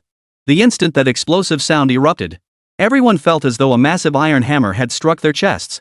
Hearts skipped a beat, breath caught in their throats. At the Bohai Bay military port, every pair of eyes instantly focused on the sky above the sea. Foreign leaders like Emperor Pu and others felt their pupils instantly contract to pinpricks. They shuddered violently. At the horizon where sea met sky, a colossal spacecraft surged forward with overwhelming momentum. Its colossal mechanical form, even from several nautical miles away, still made one tremble instinctively. If it were merely its immense size, the crowd might have recovered quickly. But the truth was, this colossal machine was now accelerating at terrifying speeds. Its volume, equivalent to several football fields, amplified by its velocity. The visual impact rivaled that of a giant meteorite colliding with Earth. Every spectator's soul trembled at that moment, stunned by the hurtling colossus as if their skulls were about to shatter. It's broken the sound barrier. Emperor Pu, blessed with keen eyesight, instantly noticed the umbrella-shaped cloud of vapor trailing the massive flying object, exceeding Mach 1 at such an immense scale. The materials composing this flying aircraft carrier must possess strength that borders on terrifying. Emperor Pu murmured, feeling a chill run down his spine as his composure rapidly crumbled. At that moment, not only Emperor Pu, but even Prince Abad and the others were utterly stunned. Their eyes brimmed with disbelief, tinged with a hint of dread. No wonder the Chinese military could sweep across the United States. This colossal spacecraft alone is beyond what the Americans can match. Thank goodness His Majesty was wise enough to order this goodwill visit immediately.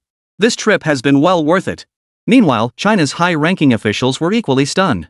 Yet beneath the shock lay an overwhelming surge of exhilaration and excitement. Apart from a few individuals like Chen Longfei who had seen the Pangu up close, most were witnessing the Pangu's formidable presence for the very first time. Thus, they were exceptionally exhilarated, their hearts beating wildly against their will. The soldiers stationed at the port were especially overcome with excitement. Their blood surged, threatening to burst through their skulls. Amidst the astonished gazes of the harbor crowd, the Pangu sped toward them. Less than a nautical mile from the harbor, the massive spacecraft's rear engines shut down. Simultaneously, four massive engine ports opened in its belly. Blue particle streams surged in the opposite direction, working in tandem with the hypersensitive magnetic levitation system to rapidly decelerate the flying aircraft carrier. The next instant, a massive shockwave carried by the Pangu surged into the naval port. Many people were knocked off their feet, their collars rustling in the wind. Even some equipment moved to the side was affected by the blast wave. Everything shook violently.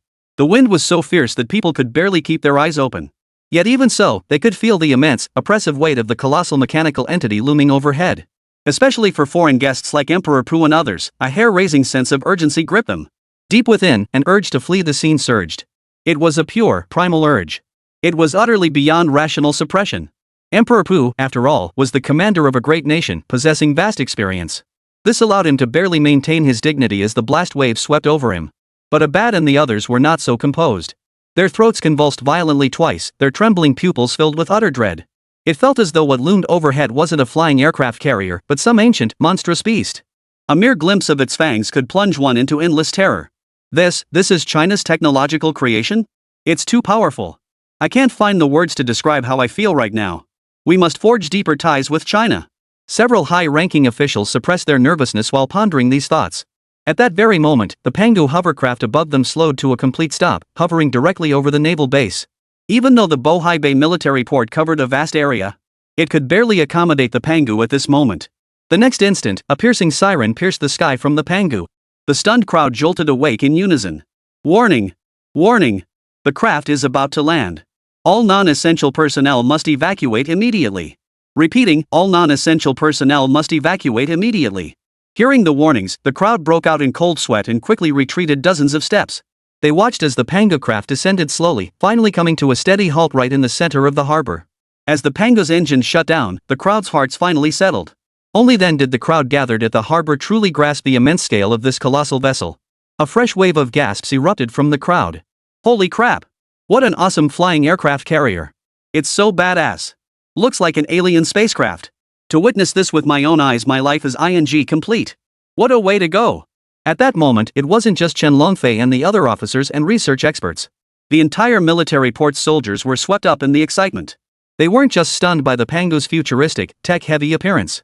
What truly stirred them was the fact that this very supercarrier had recently flown into the United States. It had flown right into the face of the U.S. Department of Defense, forcing them to apologize to China. Thus, in the eyes of all present, the landing of this flying aircraft carrier felt like a hero's homecoming. Everyone gazed at the carrier with solemn and reverent eyes. Led by General Chen Longfei and other commanders, every single soldier in the harbor rendered a military salute to the Pangu in perfect unison. The next instant, a deafening roar erupted over the harbor. Welcome home, our battle hero. Chapter 121, The Shocked Bear Commander. Welcome home, heroes of battle. Welcome home, heroes of battle. The soaring voices carried a surging momentum like a flood. Hormones surged as every soldier roared and bellowed with all their might. Their eyes blazed with fervor. The sheer scale of the spectacle left the leaders of various nations utterly stunned, their eyes flashing with profound complexity. Such morale! Such fighting spirit! Even the so-called warrior nation of the bears would feel apprehensive. The Chinese military truly lived up to its reputation as the world's most willpower-driven force. Their sheer spirit alone was awe-inspiring, commanding respect, even fear. At that moment, Xiang Yu and the others aboard the Pangu were also shaken by this sudden outburst of cheers. Their blood boiled, bodies trembling with exhilaration, every nerve tingling. A pride buried deep within their bones instantly awakened. Every single person, including Xiang Yu, felt an inexplicable force surging within their hearts. Like a volcano erupting, it demanded release. At that moment, Xiang Yu desperately wanted to open the hatch and cheer alongside the soldiers of Huagua, celebrating their victory. To salute these unsung heroes who silently guarded the nation.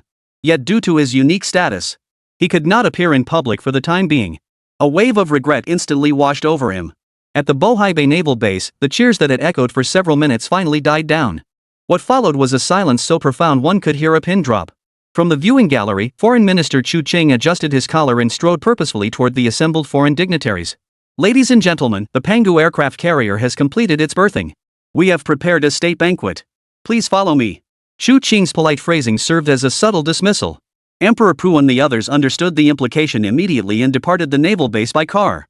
Inside the vehicle, after a brief silence, Prince Abad of Dogda suddenly spoke up.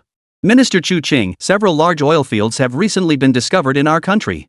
Regarding the matter we previously discussed with your side about a 40% discount on oil. Chu Qing, expecting Abad to renege, remained unperturbed and replied with a smile. A 40% discount is indeed too low, Prince Abad. We could renegotiate based on market conditions. No, what I mean is that even 40% off is too high, Abad cleared his throat. How about we go with 40% of the market price instead? And whatever quantity you require, we will supply. Chu Qing was instantly dumbfounded. 40% off? And unlimited supply? You'd think Dog Tycoon was selling cabbages. But the big dog wasn't selling cabbage, it was oil. National Strategic Reserve Resources. Such vital resources being sold at 40% off? That's outrageous. If one could truly purchase large quantities of oil from the big dog at a 60% discount, it would mean a huge reduction in the cost of building China's basic infrastructure. The fuel burden on citizens and vehicles would be substantially eased. More and wider asphalt roads could be constructed, and various fuel products would become more affordable. But before Chu Qing could fully process this, Emperor Pu spoke up, dropping an even bigger bombshell. By the end of this year, we Russians will commence development activities in the central and eastern regions of Siberia. We hope China will participate in this development initiative. Squeal! The military vehicle screeched to a sudden halt by the roadside. The surrounding armored escort vehicles pulled over urgently, their occupants rushing forward to assess the situation. Only after confirming everything was in order did they disperse. At that moment, Chu Qing's eyes flickered with a complex expression. Your Majesty, are you suggesting we collaborate with China to jointly develop the natural resources of the Far East? The Far East region of the Bear Nation, that is, Central and Eastern Siberia. This region holds the world's largest untapped natural resources. It is known as Asia's treasure trove. However, due to the region's harsh environment and widespread marshes, for a long time, Russia has not effectively developed this region. Now, the emperor has suddenly proposed a cooperative development initiative, inviting China to jointly mine this treasure trove. Chu Qing was quite interested. The emperor continued. I hope China can provide us with technical support in mining laborers, and assist us in constructing sufficient rail lines and road networks across this frigid land. In return, your nation may participate in resource extraction activities across the Far East. We'll split the profits 50-50.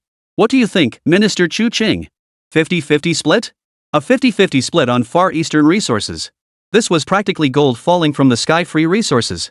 Chu Qing's pupils contracted slightly, his breathing momentarily uneven. The Russian leader's offer was remarkably generous. I will discuss the emperor's proposal with our leadership as soon as possible, Chu Qing said, steadying himself before speaking. Jointly developing the Far East region, I believe this will undoubtedly be an extremely successful collaboration. After witnessing the might of the Pangu up close, both the supreme commander of the Bear Nation and the prince of the Dog Nation were profoundly shaken to their core.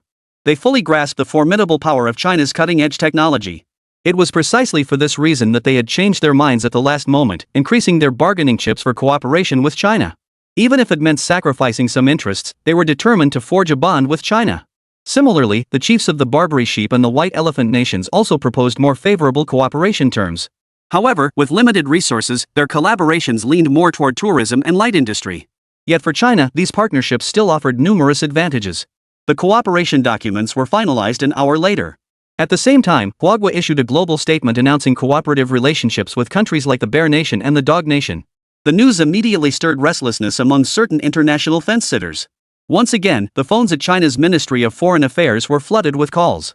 At that moment, inside the White Palace in the United States, a gaunt-looking man named Biting, under the care of his personal attendant, was packing his belongings. Just then, a pot-bellied middle-aged man with a buzz cut and yellowish hair strode confidently through the door. I told you, no one understands China better than I do. If they'd let me take the stage earlier, perhaps today's events wouldn't have unfolded this way. Upon seeing the visitor, Bai Deng immediately flew into a rage. None other than the United States' self-proclaimed expert, Trump. Trump, what the hell are you doing here? Bai Deng demanded, his face darkening. Trump strode up to Bai Deng, a hint of smugness in his expression. Former Chief Bai Deng, just moments ago, my approval ratings completely crushed yours. Now, I'm taking your place on stage to lead the United States toward an even brighter future. Rest assured I'll handle the mess you've created properly. The sudden change of leadership in the United States failed to stir much interest in China. At dawn, Xiang Yu awoke from a long slumber, all traces of fatigue vanished, leaving him refreshed and alert. Outside the door, Chen Longfei and Zhao Yuishan had been waiting for quite some time. Even Chu Qing and several other high-ranking officials from the capital were quietly waiting. Something significant seemed to be unfolding. When Xiang Yu emerged from his dormitory, Zhao Yuishan approached him with a solemn expression. Comrade Xiang Yu, the chairman wishes to see you. Are you prepared? Chapter 122. This metal weighs as heavy as Mount Tai. The chairman? Xiang Yu's heart skipped a beat as the image of that composed, reserved man in his 50s flashed through his mind. The helmsman of Huagua, tirelessly working for the nation and orchestrating grand strategies from behind the scenes. I never expected the chairman to be here at this moment. Xiang Yu's voice grew solemn as he lifted his head, his expression grave. Minister Zhao, I'm ready. Soon, an armored vehicle arrived, transporting Xiang Yu to Tiananmen. 2 hours later, after passing through multiple layers of security checks, Xiang Yu arrived at the very heart of China's National Command Center Tiananmen. He stepped out of the vehicle before a red-painted detached courtyard. What met his eyes was a secluded, private courtyard quite ordinary in appearance. Yet Xiang Yu knew that within these walls resided a great man. The helmsman who had devoted over a decade to painstakingly developing Huagua, transforming it into a global powerhouse. Xiang Yu's universe was a parallel world bearing an uncanny resemblance to the present one. In this universe, everything appeared similar, yet the details held subtle differences. As Xiang Yu entered the courtyard, he saw the study window wide open. Seated before a rosewood desk, an elderly man practiced calligraphy. Yet merely seated, the old man exuded an aura as steady as a mountain and as profound as the stars. Xiang Yu approached silently. At that moment, the old man turned his head. Their eyes met, yet the anticipated tension never materialized. Instead, the great man beckoned to Xiang Yu with a gentle wave, radiating the warmth and wisdom of a kind neighborly grandfather. As Xiang Yu entered the study, the venerable figure slowly set down his brush. His deep gaze shifted to Xiang Yu. Hello, Xiang Yu. We finally meet. Chairman, hello. Xiang Yu's mouth felt slightly dry. The thought that this benevolent elder before him was the helmsman of Huagua. His emotions surged uncontrollably. The great man merely smiled faintly and got straight to the point. I summoned you here today for 2 reasons. First, I wanted to see you, young man. And second, I have 2 matters I need your help with. Favors? Xiang Yu felt both flattered and a bit overwhelmed. He immediately replied, whatever you need, as long as it's within my power. No need to be nervous. It's quite simple. The great man paused briefly before slowly pulling open a drawer beneath his rosewood desk. From within, he retrieved a medal that looked slightly worn yet gleamed with a polished shine. I intend to entrust this to you. The front of the medal bore a relief carving of a figure charging on horseback, sword raised. A ring of flames was carved around the edges.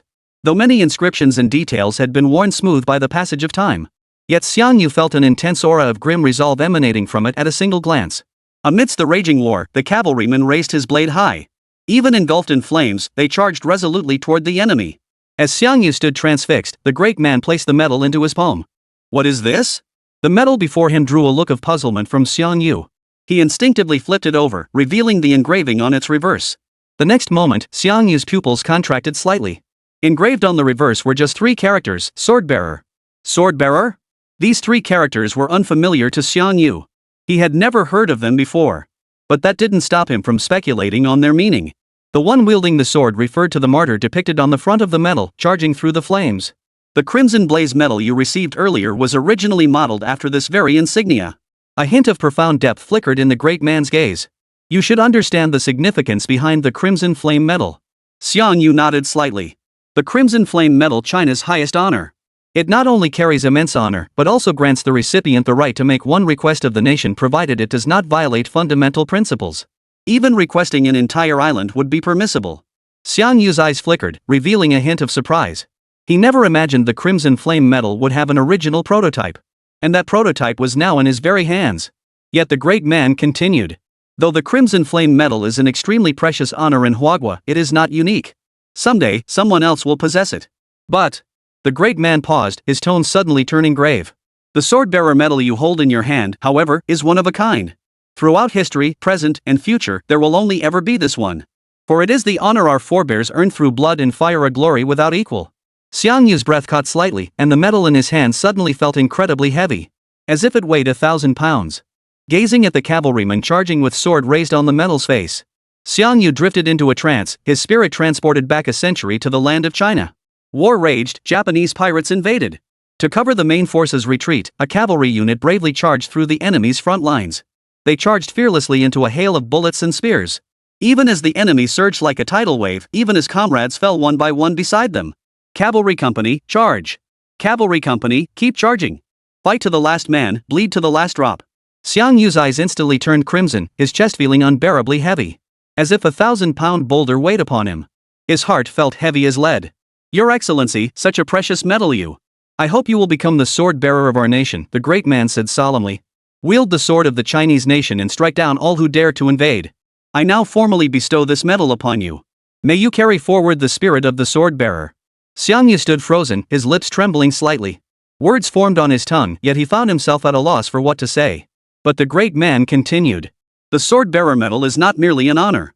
It also holds greater authority than the Crimson Flame medal. The bearer of this medal becomes the guardian of Huagua, empowered to wield the sword of Huagua to strike down all invading foes. Xiang Yu, do you understand what I mean? Xiang Yu nodded instinctively, though his eyes held a complex mix of emotions. The sword bearer medal was less an honorary title than a position imbued with immense authority.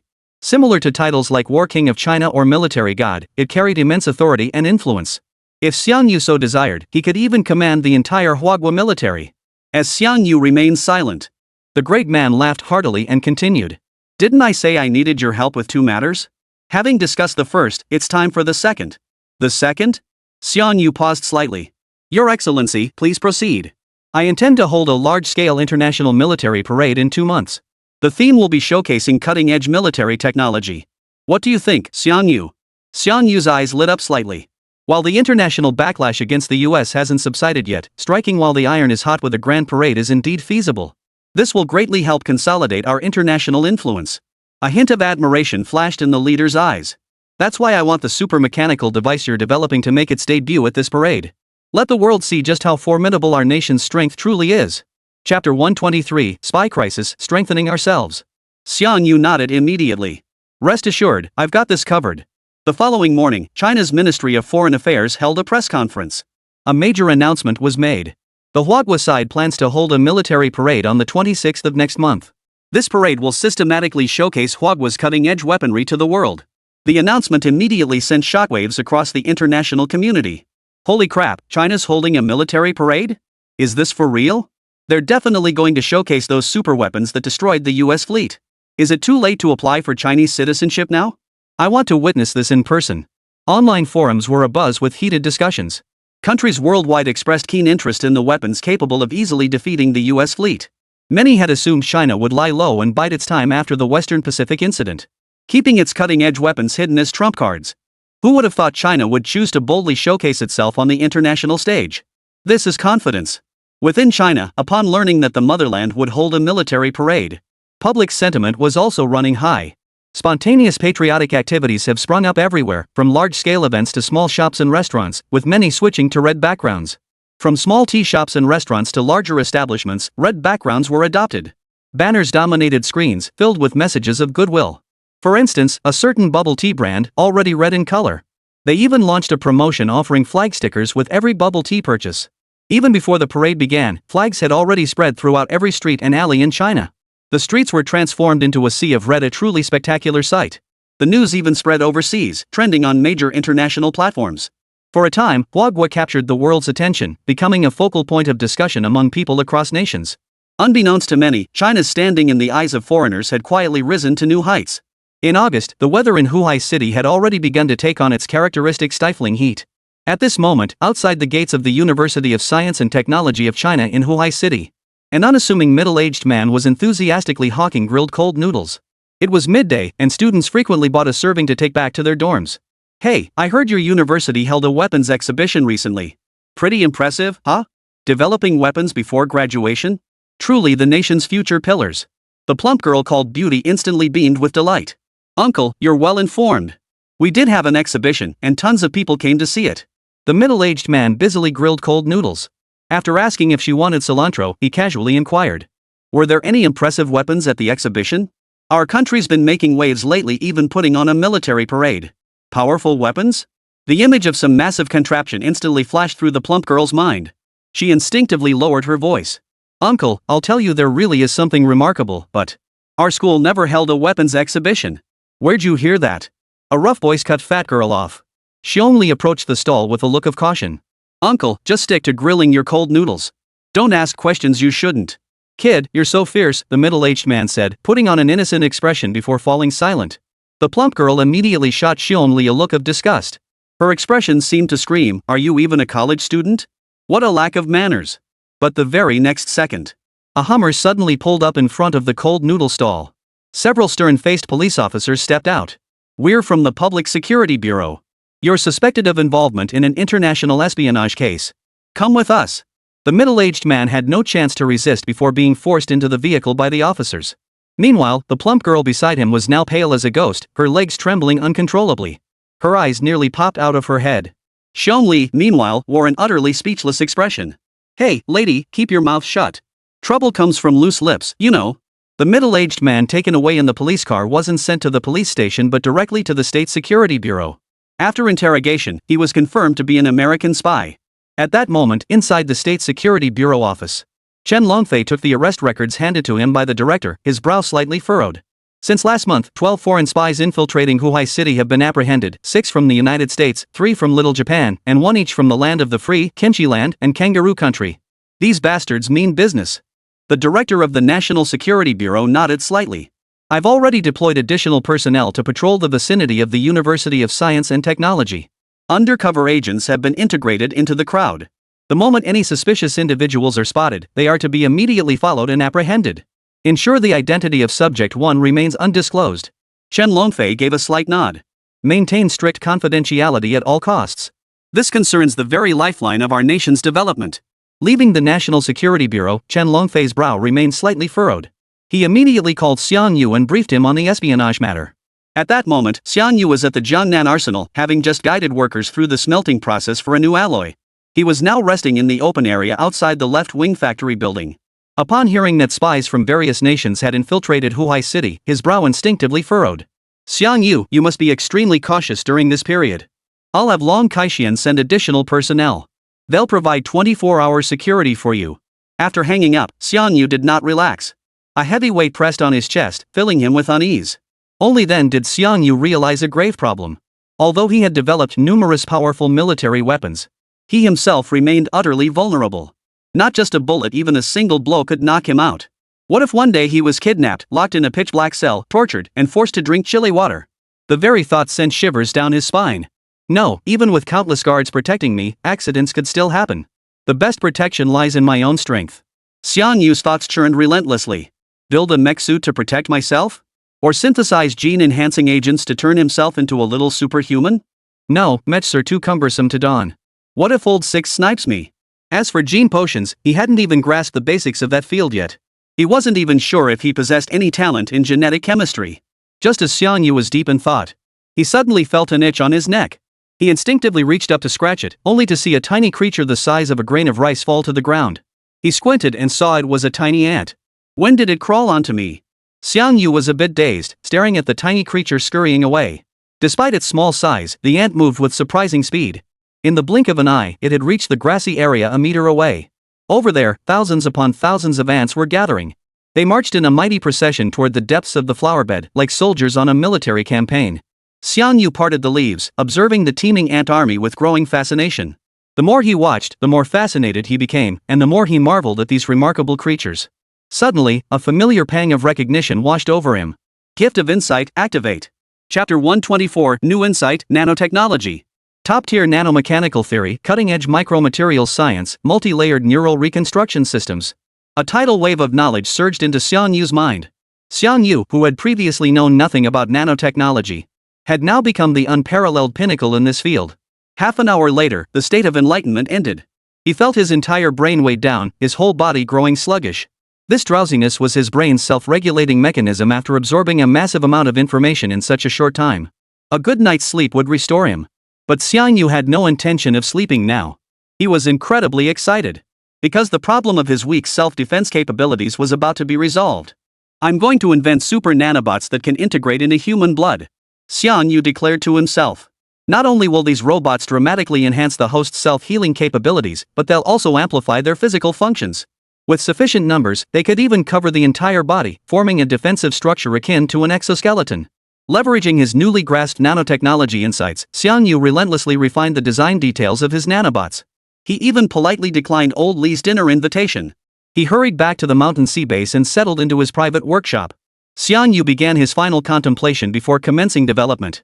The primary function of these nanobots will be rapid reconstruction of damaged cellular tissue.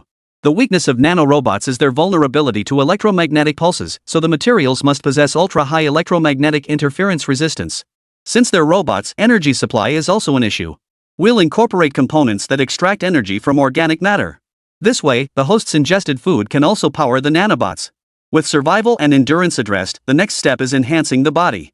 Xiangyu muttered to himself as he swiftly jotted down his ideas in his notebook. These nanorobots must constantly enhance muscle tissue, granting the host physical capabilities far surpassing those of ordinary humans. They must also possess a degree of autonomy, acting as the host's bodily janitors and doctors, clearing away dead cells to maintain optimal health. As his thoughts deepened, the design concept gradually crystallized. Xiangyu soon finalized the nanorobot's core functions. Next came the design phase for the robot's main body. Half a month slipped by in the blink of an eye. After 2 weeks of meticulous refinement and conceptualization, Xiangyu finally designed the most satisfactory nanorobot structure. At that moment, inside his private workshop, a massive blueprint lay spread across the table. The drawing depicted an extremely complex, bizarre robot resembling an octopus. The robot possessed 8 slender, pointed legs, while its torso resembled some kind of flat insect. At first glance, this bizarre machine evoked the image of an alien insectoid. Yet this seemingly bizarre machine was precisely the super nanorobot Xiangyu was about to build. Just then, the phone rang abruptly, startling Xiangyu awake. All materials are ready? Got it, thanks for your hard work. He dragged all the materials into the workshop in one go. After locking the door to ensure no interruptions, Xiangyu activated the divine creation hand. Within the subspace, now expanded to the size of 20 football fields, Xiangyu's consciousness slowly coalesced within this space. All around him, thick white energy filled the space. This energy had been transformed from the collective shock and fear of nations during the standoff in the Western Pacific. It now permeated nearly the entire subspace, appearing abundantly saturated. After steadying his mind, Xiangyu immediately immersed himself in the construction of nanobots. Time slipped away unnoticed. Several days later in China, as the date of the Grand Military Parade drew nearer, domestic sentiment grew increasingly fervent. Simultaneously, military districts across the nation were engaged in intense preparations. Preparations for the imminent Grand Military Parade were underway. According to the original plan, as Commander-in-Chief of the Armed Forces, Chen Longfei would undoubtedly oversee the entire parade site. Yet now he personally commanded operations from Huai City, solely to handle the more challenging espionage infiltration case. Within a mere fortnight, a large number of spies had been uncovered in Huai City. Spies from various nations seemed to have coordinated their efforts, flooding into Huai City in a frenzy. They were desperately trying to find any trace of the number one figure here. Chen Longfei sat at his desk, his expression grave as he leafed through the documents in his hands. Sitting for too long made him instinctively want to stretch. But just then, the guard abruptly entered, his expression taut. Commander, the number one figure he left the Shanghai base an hour ago. And he didn't request any protection. The moment the words fell, Chen Longfei's body tensed abruptly. The scene shifted to National Highway 113 beside Lake Sea City. A Hummer raced down the empty, deserted highway. Xiangyu sat in the driver's seat, wearing a pair of black-rimmed sunglasses. He leisurely admired the scenery along the way. After a month of intense work, the nanorobot project was finally completed this morning. With this, Xiangyu now held a life-saving trump card. A month cooped up indoors had left Xiangyu feeling stifled. That's why he took this drive to breathe in some fresh air. Meanwhile, several hundred meters behind the SUV, a seemingly ordinary private car was quietly tailing him. In the passenger seat, an unremarkable-looking man with glasses pulled out an encrypted satellite phone. The target has appeared. Proceed with the operation? Yes, sir. Rest assured, we won't tip off the target. I will coordinate with Mr. Pirk's operation. Soon, Xiangyu drove the Hummer into Lake Sea City. The wind blowing through his hair put Xiangyu in a great mood. It's been ages since I visited USTC. Should I swing by and see Professor Su? Just as Xiangyu was pondering his next destination, a call came in. Xiangyu, where are you? Are you okay? Chen Longfei asked urgently. Xiangyu was puzzled. I'm fine, Commander Chen. What's the matter? Chen Longfei was momentarily speechless, then forced a wry smile. Spies from various countries have infiltrated Huai City recently. I'm worried about you going out alone. Xiangyu immediately laughed heartily. Don't worry, Commander Chen, I haven't. His words abruptly cut off. The next second, a screeching brake sound echoed, followed by a thunderous crash. Inside the office, Chen Longfei's expression instantly turned grim. He tried to call out to Xiangyu, but the line had already gone dead. No matter how many times he tried, he couldn't get through. Security guard! Chen Longfei immediately burst out of the office. Before anyone could react, he bellowed. Mobilize all units immediately. The number one has been compromised. At the same moment, at an intersection in downtown Huai City, a chain reaction collision unfolded. The culprit was a heavy truck that suddenly accelerated. It slammed into a Hummer traveling normally. Chapter 125, Sudden Collision. The Hummer was sent flying, tumbling violently through the air before crashing into the edge of a nearby flower bed. The violent collision startled nearby pedestrians. They stopped in their tracks and stared toward the scene. Oh no, oh no. With a crash this bad, the people in that car are definitely dead. Don't jinx it. I've already called 911. Hopefully he can hold on until the ambulance arrives. Damn it, was that truck driver an idiot? He didn't slow down at the intersection. This is ing murder. The overturned Hummer was a mess inside. Xiangyu shook his head, trying to crawl out of the cabin. But just then, he suddenly sensed several figures appearing before the shattered window. He instinctively looked up to see several ordinary-looking passers-by. Bro, you okay? Here, give me your hand. I'll pull you out. One of them, a guy wearing glasses, reached his hand through the window with a seemingly friendly gesture. But in the next instant, a miniature syringe suddenly emerged from his sleeve. It darted towards Xiangyu's neck. The syringe was no larger than a fingernail. An ordinary person would never have noticed it. Yet a flash of icy light shot from Xiangyu's pupils. His hands blurred into afterimages as he snatched the syringe with blinding speed. He then thrust it back into the bespectacled man's neck. The bespectacled man's eyes widened in shock as he collapsed to the ground, his face frozen in disbelief. This scene left the few people who had gathered around completely stunned. Wait, wasn't the intel clear? Number 1 was supposed to be a weakling student. That move just now clearly wasn't the speed of an ordinary person. Damn it! Get him! With their scheme exposed, the men abandoned all pretense. They immediately drew their stun batons and closed in on the Hummer. There were 6 of them, armed to the teeth. Even if the opponent was a special forces soldier, they were confident they could subdue and take him away. Boom! Suddenly, a deafening explosion erupted from the Hummer. Before the Little Day's spies could react, the Hummer's door was violently kicked open by a tremendous force. The door instantly transformed into a high-speed projectile. It slammed into the chest of one of the Japanese spies. The little guy instantly let out a piercing scream. His entire body was sent flying, his chest caved in with a massive dent. His internal organs and ribs were completely shattered. What the hell is going on? The others were stunned. Why did the door suddenly fly out? Was there a Hulk sitting inside? Just as everyone stood frozen in shock, a figure strode out of the Hummer. The moment he stood up, an invisible aura instantly radiated out. Even the Little Day's spies instinctively took half a step back. Xiangyu's delicate features remained serene as still water. Yet in the deepest recesses of his eyes, a fleeting, icy glint of murderous intent flickered. From their scattered remarks, he had deduced their identities. A group of spies from the island nation. Since they were island nation spies, there was no need for mercy. Damn it, all of you, attack! 5 of us can't possibly take him down. A middle-aged man wearing a black baseball cap growled in a dark voice. He was Nakamura Ichiro, the squad leader of this operation, a former special forces soldier. A 10th-degree black belt in martial arts, he was supremely confident in his close-quarters combat skills. At his command, the operatives swung their stun batons and charged toward you. Xiangyu stood rooted to the spot, unmoving. The instant the Japanese soldiers closed in, a blue glow flashed in his pupils.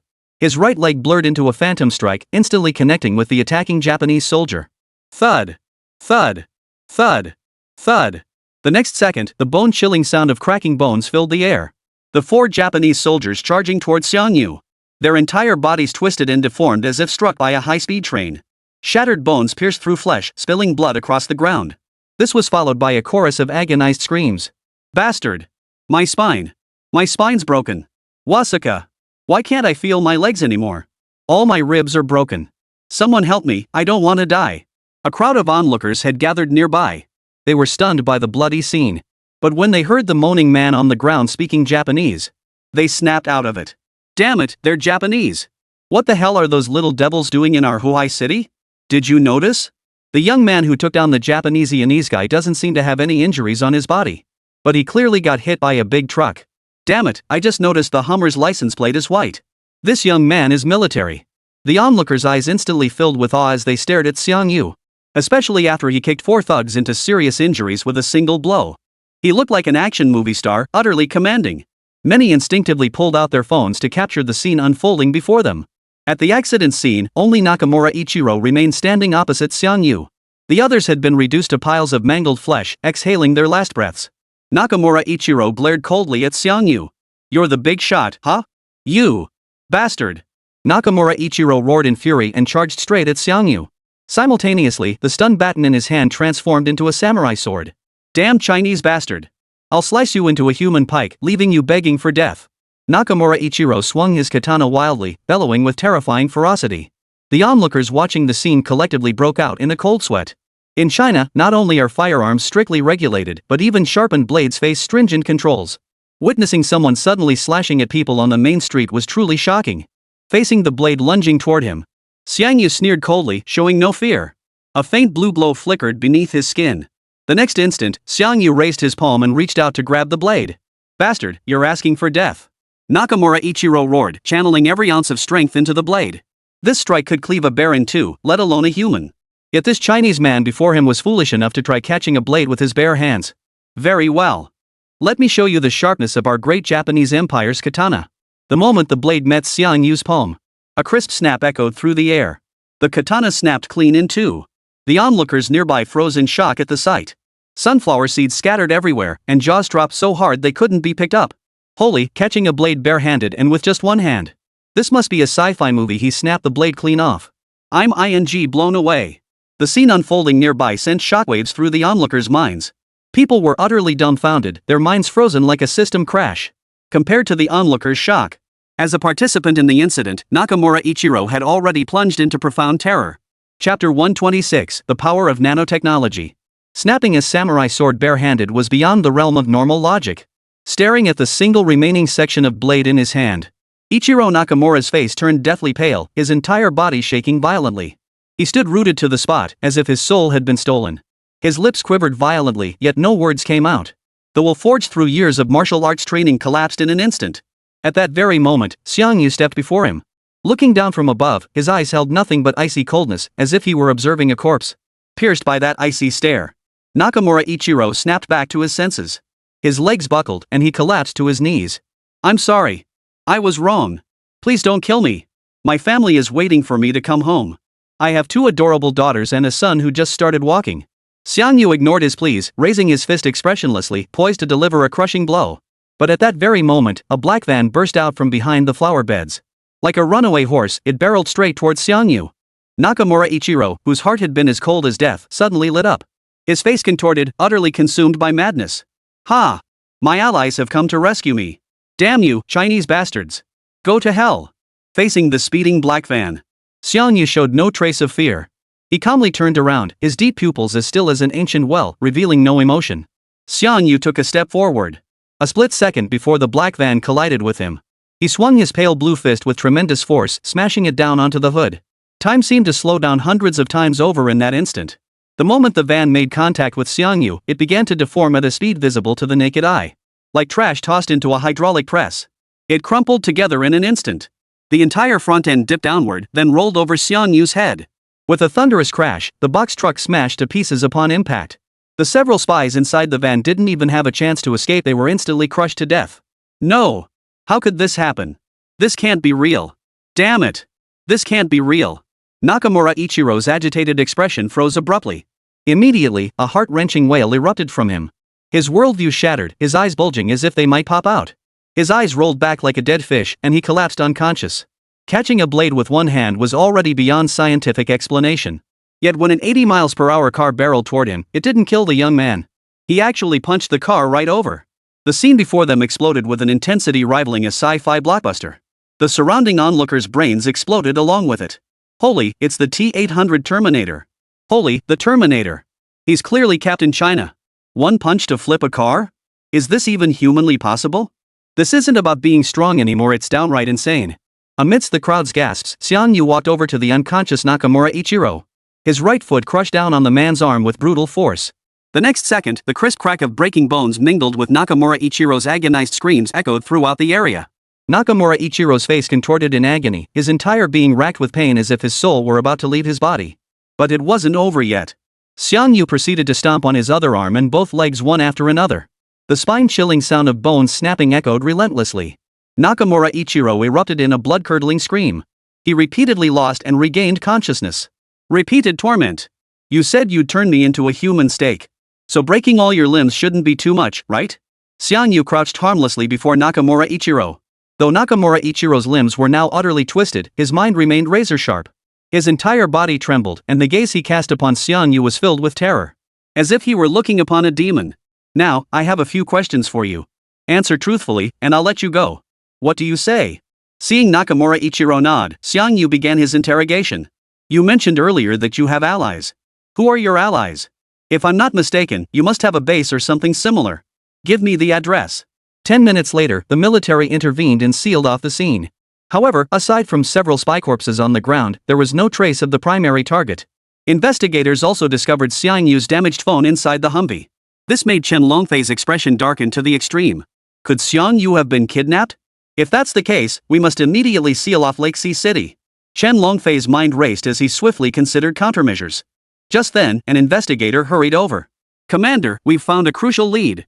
The investigator handed a phone to Chen Longfei and pressed play on the video recording. The footage documented everything from the start of the car accident to its conclusion. The entire sequence lasted less than 5 minutes.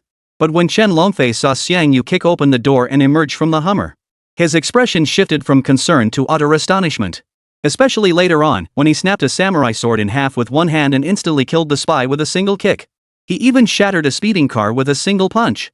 This wasn't merely a matter of strength that defied the very laws of biological structure. How could a human possibly be this powerful? Chen Longfei's mind raced and he quickly realized that Xiangyu must have invented something extraordinary again. No wonder he'd left the mountain sea base alone. It turns out he's gained powerful self-defense abilities. Judging by his performance in the video, Xiangyu is practically a little superhero. His physical prowess is dozens, even hundreds of times greater than that of a special forces soldier. This is footage recorded by an eyewitness at the scene. The good news is that Subject 1 was not abducted. He left the scene with a spy in tow. The investigator's voice interrupted Chen Longfei's thoughts. Chen Longfei steadied his nerves and immediately ordered. You handle everything here. Remember to destroy the video evidence and seal off the information. The rest of you follow me to track Subject 1's movements. Linhai City, situated along the river, was a city crisscrossed by numerous tributaries.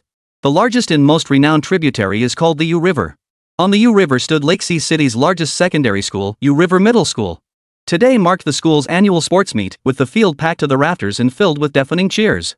In stark contrast, a residential house next to Yuha Middle School stood quiet. The courtyard was deserted, curtains drawn tight, and an eerie silence hung within. Sunlight filtered through the curtains, barely illuminating an open box on the table. Inside lay various types of firearms and ammunition. Operation Nakamura has failed. The Chinese will find this place soon. We must evacuate immediately. A blonde-haired, blue-eyed American spoke first from the shadows. Chapter 127, Martial Arts Masters in the Busy District. Mr. Pierce, according to the life detection devices installed on our Little Days operatives, Captain Nakamura is still alive and moving rapidly toward our position. From another shadow, a sleazy-looking man with a mustache pointed at his GPS device. I want to wait until he rejoins us before withdrawing from China. Nakamura Ichiro is still alive? Perk's brow instantly furrowed, sensing something amiss. He hurried over to the man with the mustache, his gaze locking onto the rapidly blinking green dot on the GPS device. The next second, Perk's expression shifted slightly. Something's wrong. Why is Nakamura moving so fast and in a straight line? The moment these words left his mouth, every spy in the room tensed. The man with the mustache was named Kamida Kazuki, the commander of the island nation's forces in this espionage operation. His expression instantly darkened. Nakamura's speed is comparable to a car traveling at full throttle, yet he's clearly in the middle of a bustling downtown area. Pirk didn't hesitate, immediately speaking up. Team 1, cover the rear. Take ample explosives. If anything goes wrong, blow the place to smithereens immediately. Everyone else, evacuate through the sewers immediately. Dozens of enforcers surged out of the deserted courtyard. Many of them were even armed with firearms. In a country with strict gun control, this was absolutely unimaginable. At that moment, in the bustling downtown area of the eastern city, a dark figure raced swiftly across the rooftops of residential buildings. Like a falcon, it darted between buildings. The shadow cast by sunlight flashed across one residential building after another, swift as lightning. Below one of the buildings, a middle-aged man hanging bedding to dry instinctively looked up. He immediately called out, "Honey, come see the flying man." On the other side, a young couple stood shyly holding hands. The next second, a dark shadow swept past, sending the girl scrambling into the boy's arms in fright. The boy looked utterly bewildered, yet he held her tightly in his arms. On the rooftop, a couple was engaged in a heated argument, both flushed with anger. As the shadow flashed by, the husband instinctively shielded his wife behind him. In the bustling downtown area, many people noticed the figure leaping swiftly across the rooftops. A chorus of gasps erupted from the street below. Am I still asleep? How can I see people flying across rooftops? I know. It's a hidden martial arts master. What lightness kung fu master? That's Captain Huagua. Xiangyu, dragging the unconscious Nakamura Ichiro, leapt and dashed across rooftops in the bustling downtown area. A faint blue aura spread from his legs, and a faint blue light occasionally flashed in his eyes. According to the intelligence provided by Nakamura, spies from the United States and the island nation were currently hiding in the residential buildings adjacent to River Middle School. Beyond the spies themselves, they also had enforcers cultivated over years. The most troublesome issue was that these bastards were also hiding a significant number of firearms. Xiangyu wasn't afraid of these firearms, but if the conflict escalated, it could easily lead to innocent bystanders suffering collateral damage. Therefore, this operation must be swift and decisive, cut through the chaos with a sharp blade. River Middle School is my alma mater. I hope these damned bastards don't set their sights on my old school. With this thought, Xiangyu's legs erupted with even greater power. The moment his foot struck the building's edge, a distinct footprint imprinted itself on the concrete surface. The next second, Xiangyu soared high into the air. Just like Alex in Resident Evil. He hurtled diagonally downward. As he touched down, swirling blue halos surged beneath his skin. After a standard roll to dissipate momentum, Xiangyu abruptly sprang to his feet and shot forward into the distance. His speed was several times faster than Bolt's. Minutes later, within the residential compound, a squad of armed intelligence operatives concealed themselves in every corner. Their barrels were trained on the sole entrance and exit. Everyone stay alert. Nakamura's signal is right outside the door. The squad leader's voice crackled through the earpieces. Before anyone could react, the metal door was kicked open in the next instant. Nearly 2 meters tall, the door flew dozens of meters under the immense force, embedding itself into the concrete wall behind it. The gunmen watched in horror, their scalps tingling with dread. Could this truly be human strength? It was utterly terrifying. As the dust quickly dispersed, a figure could be vaguely seen standing outside the door. Fire! Open fire immediately! The squad leader reacted swiftly, barking the order into his earpiece. The next second, snipers concealed throughout the residential buildings simultaneously pulled the triggers. A hail of bullets instantly engulfed the youth shrouded in smoke. The squad leader felt a surge of relief. This was the age of firearms. No mortal flesh could possibly withstand the onslaught of firearms. But at that very moment, a startled cry erupted from one of the gunmen. Damn it, he's inside. Amidst the stunned gazes of everyone present, the figure under concentrated fire slowly walked into the house. The hail of bullets whistled past, unable to stop him in the slightest. But how could this be possible? Damn it! The Terminator? How the hell can this guy not be killed? The gunmen were horrified, fear creeping onto their faces. Even the hand gripping the gun trembled violently beyond control. After the dust settled, the crowd could finally see that the young man was shielding a mangled, bloodied human form before him. It was none other than Nakamura Ichiro, whose mission had failed. Keep firing. He's not bulletproof. The captain barked the order again. Yet when the gunmen raised their weapons to fire once more, the youth at the doorway had vanished. Damn it, where did he go? Above. Watch out above. In the next instant, Xiangyu descended like a god from the heavens. With a single punch, he sent one gunman crashing to the ground. Several vertebrae snapped instantly. Then came a kick, like a steel whip, lashing across another man's waist. The impact shattered his kidneys, and the man collapsed like a pile of mud. A gunman nearby immediately raised his weapon. But before he could pull the trigger, Xiangyu hurled a dagger. The gunman, frozen in place, watched helplessly as the blade flew toward him. The moment it struck the muzzle, the entire rifle shattered into pieces.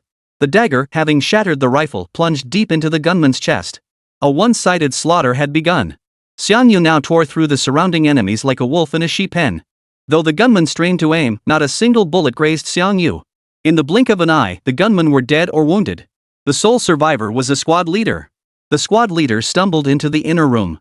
Upon seeing that final trump card, his expression, which had been filled with terror, instantly transformed into madness.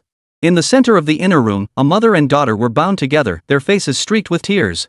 Their bodies were wrapped in high explosive charges. Chapter 128, Rescuing the Mother and Daughter. When Xiangyu stepped into the inner room and took in the scene, his brow instantly furrowed. The squad leader stood smugly clutching the detonator button. Coughing up blood, he cursed. Damn you, Chinese bastard. Dare you come any closer? One step and I blow this place sky high. Having you and this pair of exquisite mother-daughter flowers join me in death, it's worth it. Ha ha ha ha. Hearing the squad leader's words, their eyes filled with terror. Their entire bodies shook violently. Xiangyu, however, stared coldly at the squad leader, as if looking at a dead man. I'll give you a chance. Drop the detonator and I'll let you off. You think I'd trust you? Damn Chinese. The squad leader's emotions surged violently. The next second, he pressed the detonator without hesitation. The bomb display strapped to the mother and daughter began flashing red numbers. 10, 9, 8. Damn you, Chinese. You're going down with me. The squad leader laughed maniacally. Even the world's top bomb disposal experts couldn't defuse a bomb in 10 seconds.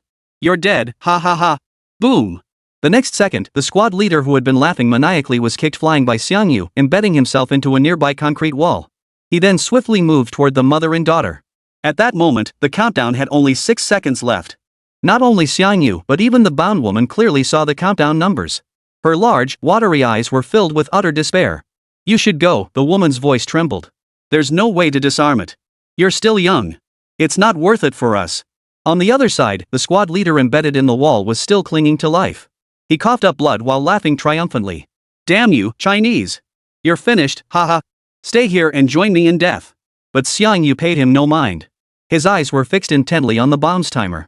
He reached out with his right hand and grabbed the bomb's control panel. The next second, under the woman's stunned gaze, a silver substance, fluid like mercury, surged from Xiangyu's hand. In an instant, it covered the bomb's timer. At the microscopic level, octopus-like nanobots burrowed into the bomb's interior. Their heads opened, revealing nanoscale cutting blades. They began an organized frenzy of cutting and dismantling the bomb's internal structure. The countdown on the bomb's display finally halted at 1. The next second, the bomb controller shattered into pieces, rendered completely useless.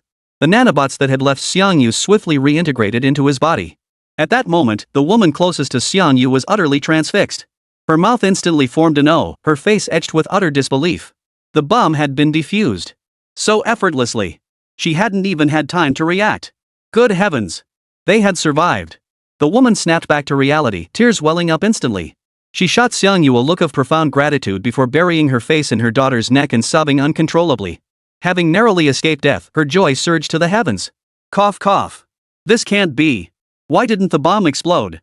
But on the wall not far away, the madness vanished from the squad leader's face. What followed was sheer terror. The bomb should have exploded already. Why were the Chinese people before him unscathed? This defies logic. What on earth happened?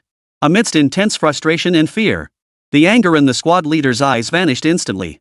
His pupils dilated, limbs stiffened. Even in death, his face remained contorted. Having saved the civilians, Xiangyu breathed a slight sigh of relief. But his brow furrowed again.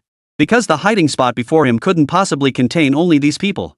The ones he'd just taken out were mere enforcers. The real spies infiltrating Huagua weren't here.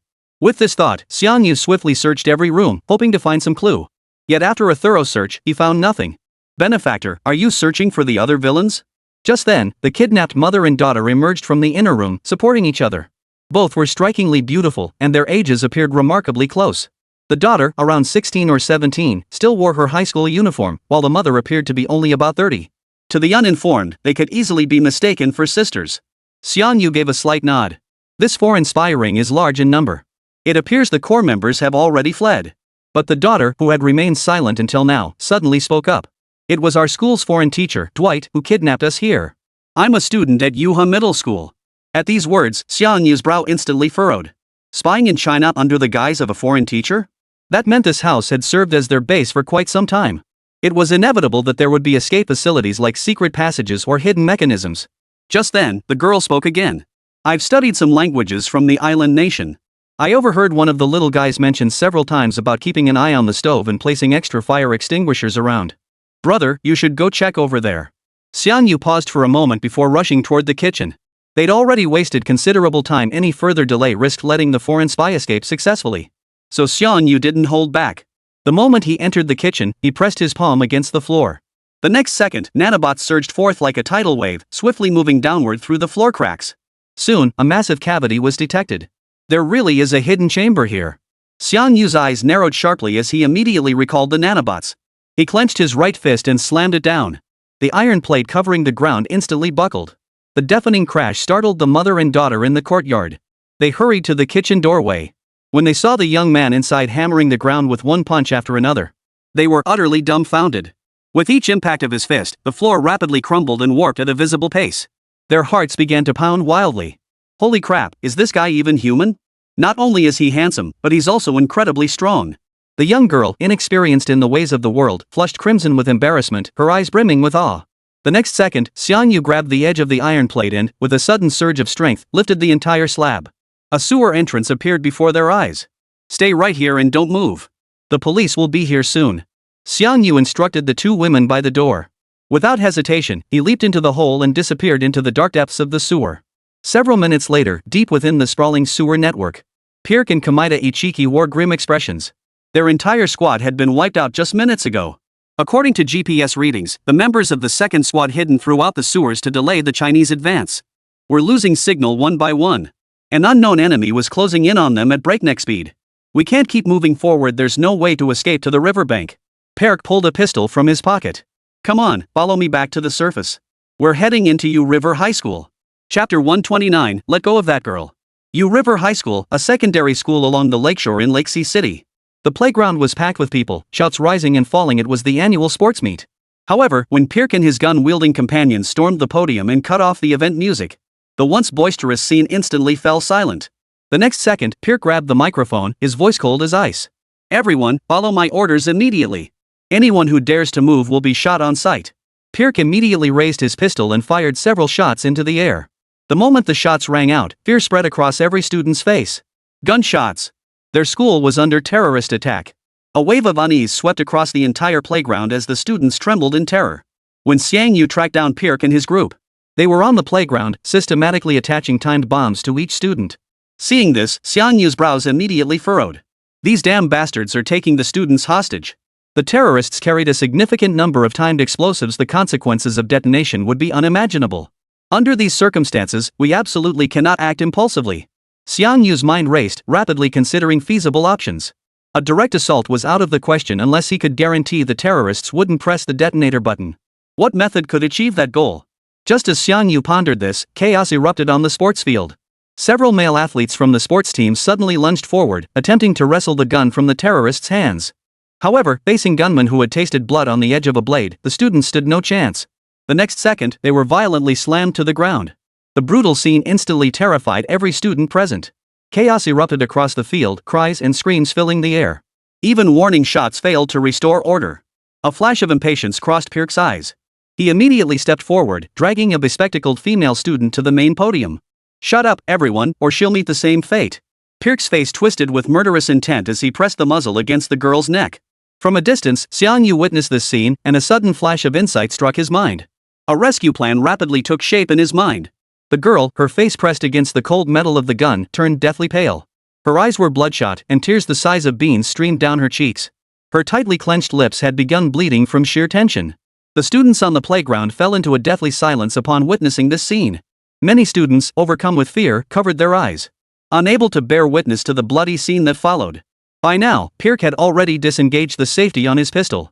Kill 1 to 100, only witnessing death would make these students behave. But just as he was about to pull the trigger, a series of metallic clangs abruptly echoed from the side of the playground. Pirk instinctively turned toward the sound, his pupils instantly contracting. Standing there was a young man. He was holding a stone and relentlessly striking the nearby basketball hoop. Pierce instantly recognized the man, none other than the very person they had been desperately searching for. Xiangyu saw that all the terrorists' attention was fixed on him. He walked calmly toward the center of the playground. At the same moment, every student and teacher in the school fixed their gaze upon him. Their eyes brimmed with confusion and bewilderment. Who was this man? Why was he deliberately drawing the terrorists' attention? Wasn't this tantamount to suicide? Xiangyu calmly made his way through the crowd. He stood on the runway, less than 10 meters from Pirk. This girl is innocent. Release her. How about I become your hostage? Xiangyu's expression remained impassive. At these words, the held girl instantly broke down in sobs. Despite her mouth being tightly covered, sobs still escaped through the gaps between her fingers. At the brink of death, a boy had actually stepped forward to take her place in death. This moved the girl deeply, her heart melting instantly. Tears streamed down her face like pearls scattered without care. At that moment, the students on the playground also heard Xiangyu's voice. Their hearts trembled violently, and their eyes instantly filled with boundless admiration. This young man, who looked barely older than them, was willing to step forward at this critical moment, volunteering to take the girl's place as a hostage. Such noble sacrifice sent shockwaves through their young hearts. Their blood surged with fervor, and the fear that had gripped them began to fade. Their hearts were filled with deep emotion and admiration. Kid, you've got some guts. Pirk stared at the composed Xiangyu, a fleeting look of apprehension flashing in his eyes. The next second, he pulled out a syringe and tossed it to Xiangyu. Take one shot, and I'll let this girl go. What do you say? Besides her, there are my students behind me. Not a single one can be harmed. Xiangyu remained unflappable. Of course, Pirk grinned, his pupils gleaming with cunning. My target has always been you should know that well enough. If I take you away, I won't harm a single student here. Xiangyu's gaze fixed on the syringe Pirk held out. The vivid green liquid inside the syringe was likely some kind of neurotoxin designed to disrupt the recipient's bodily functions.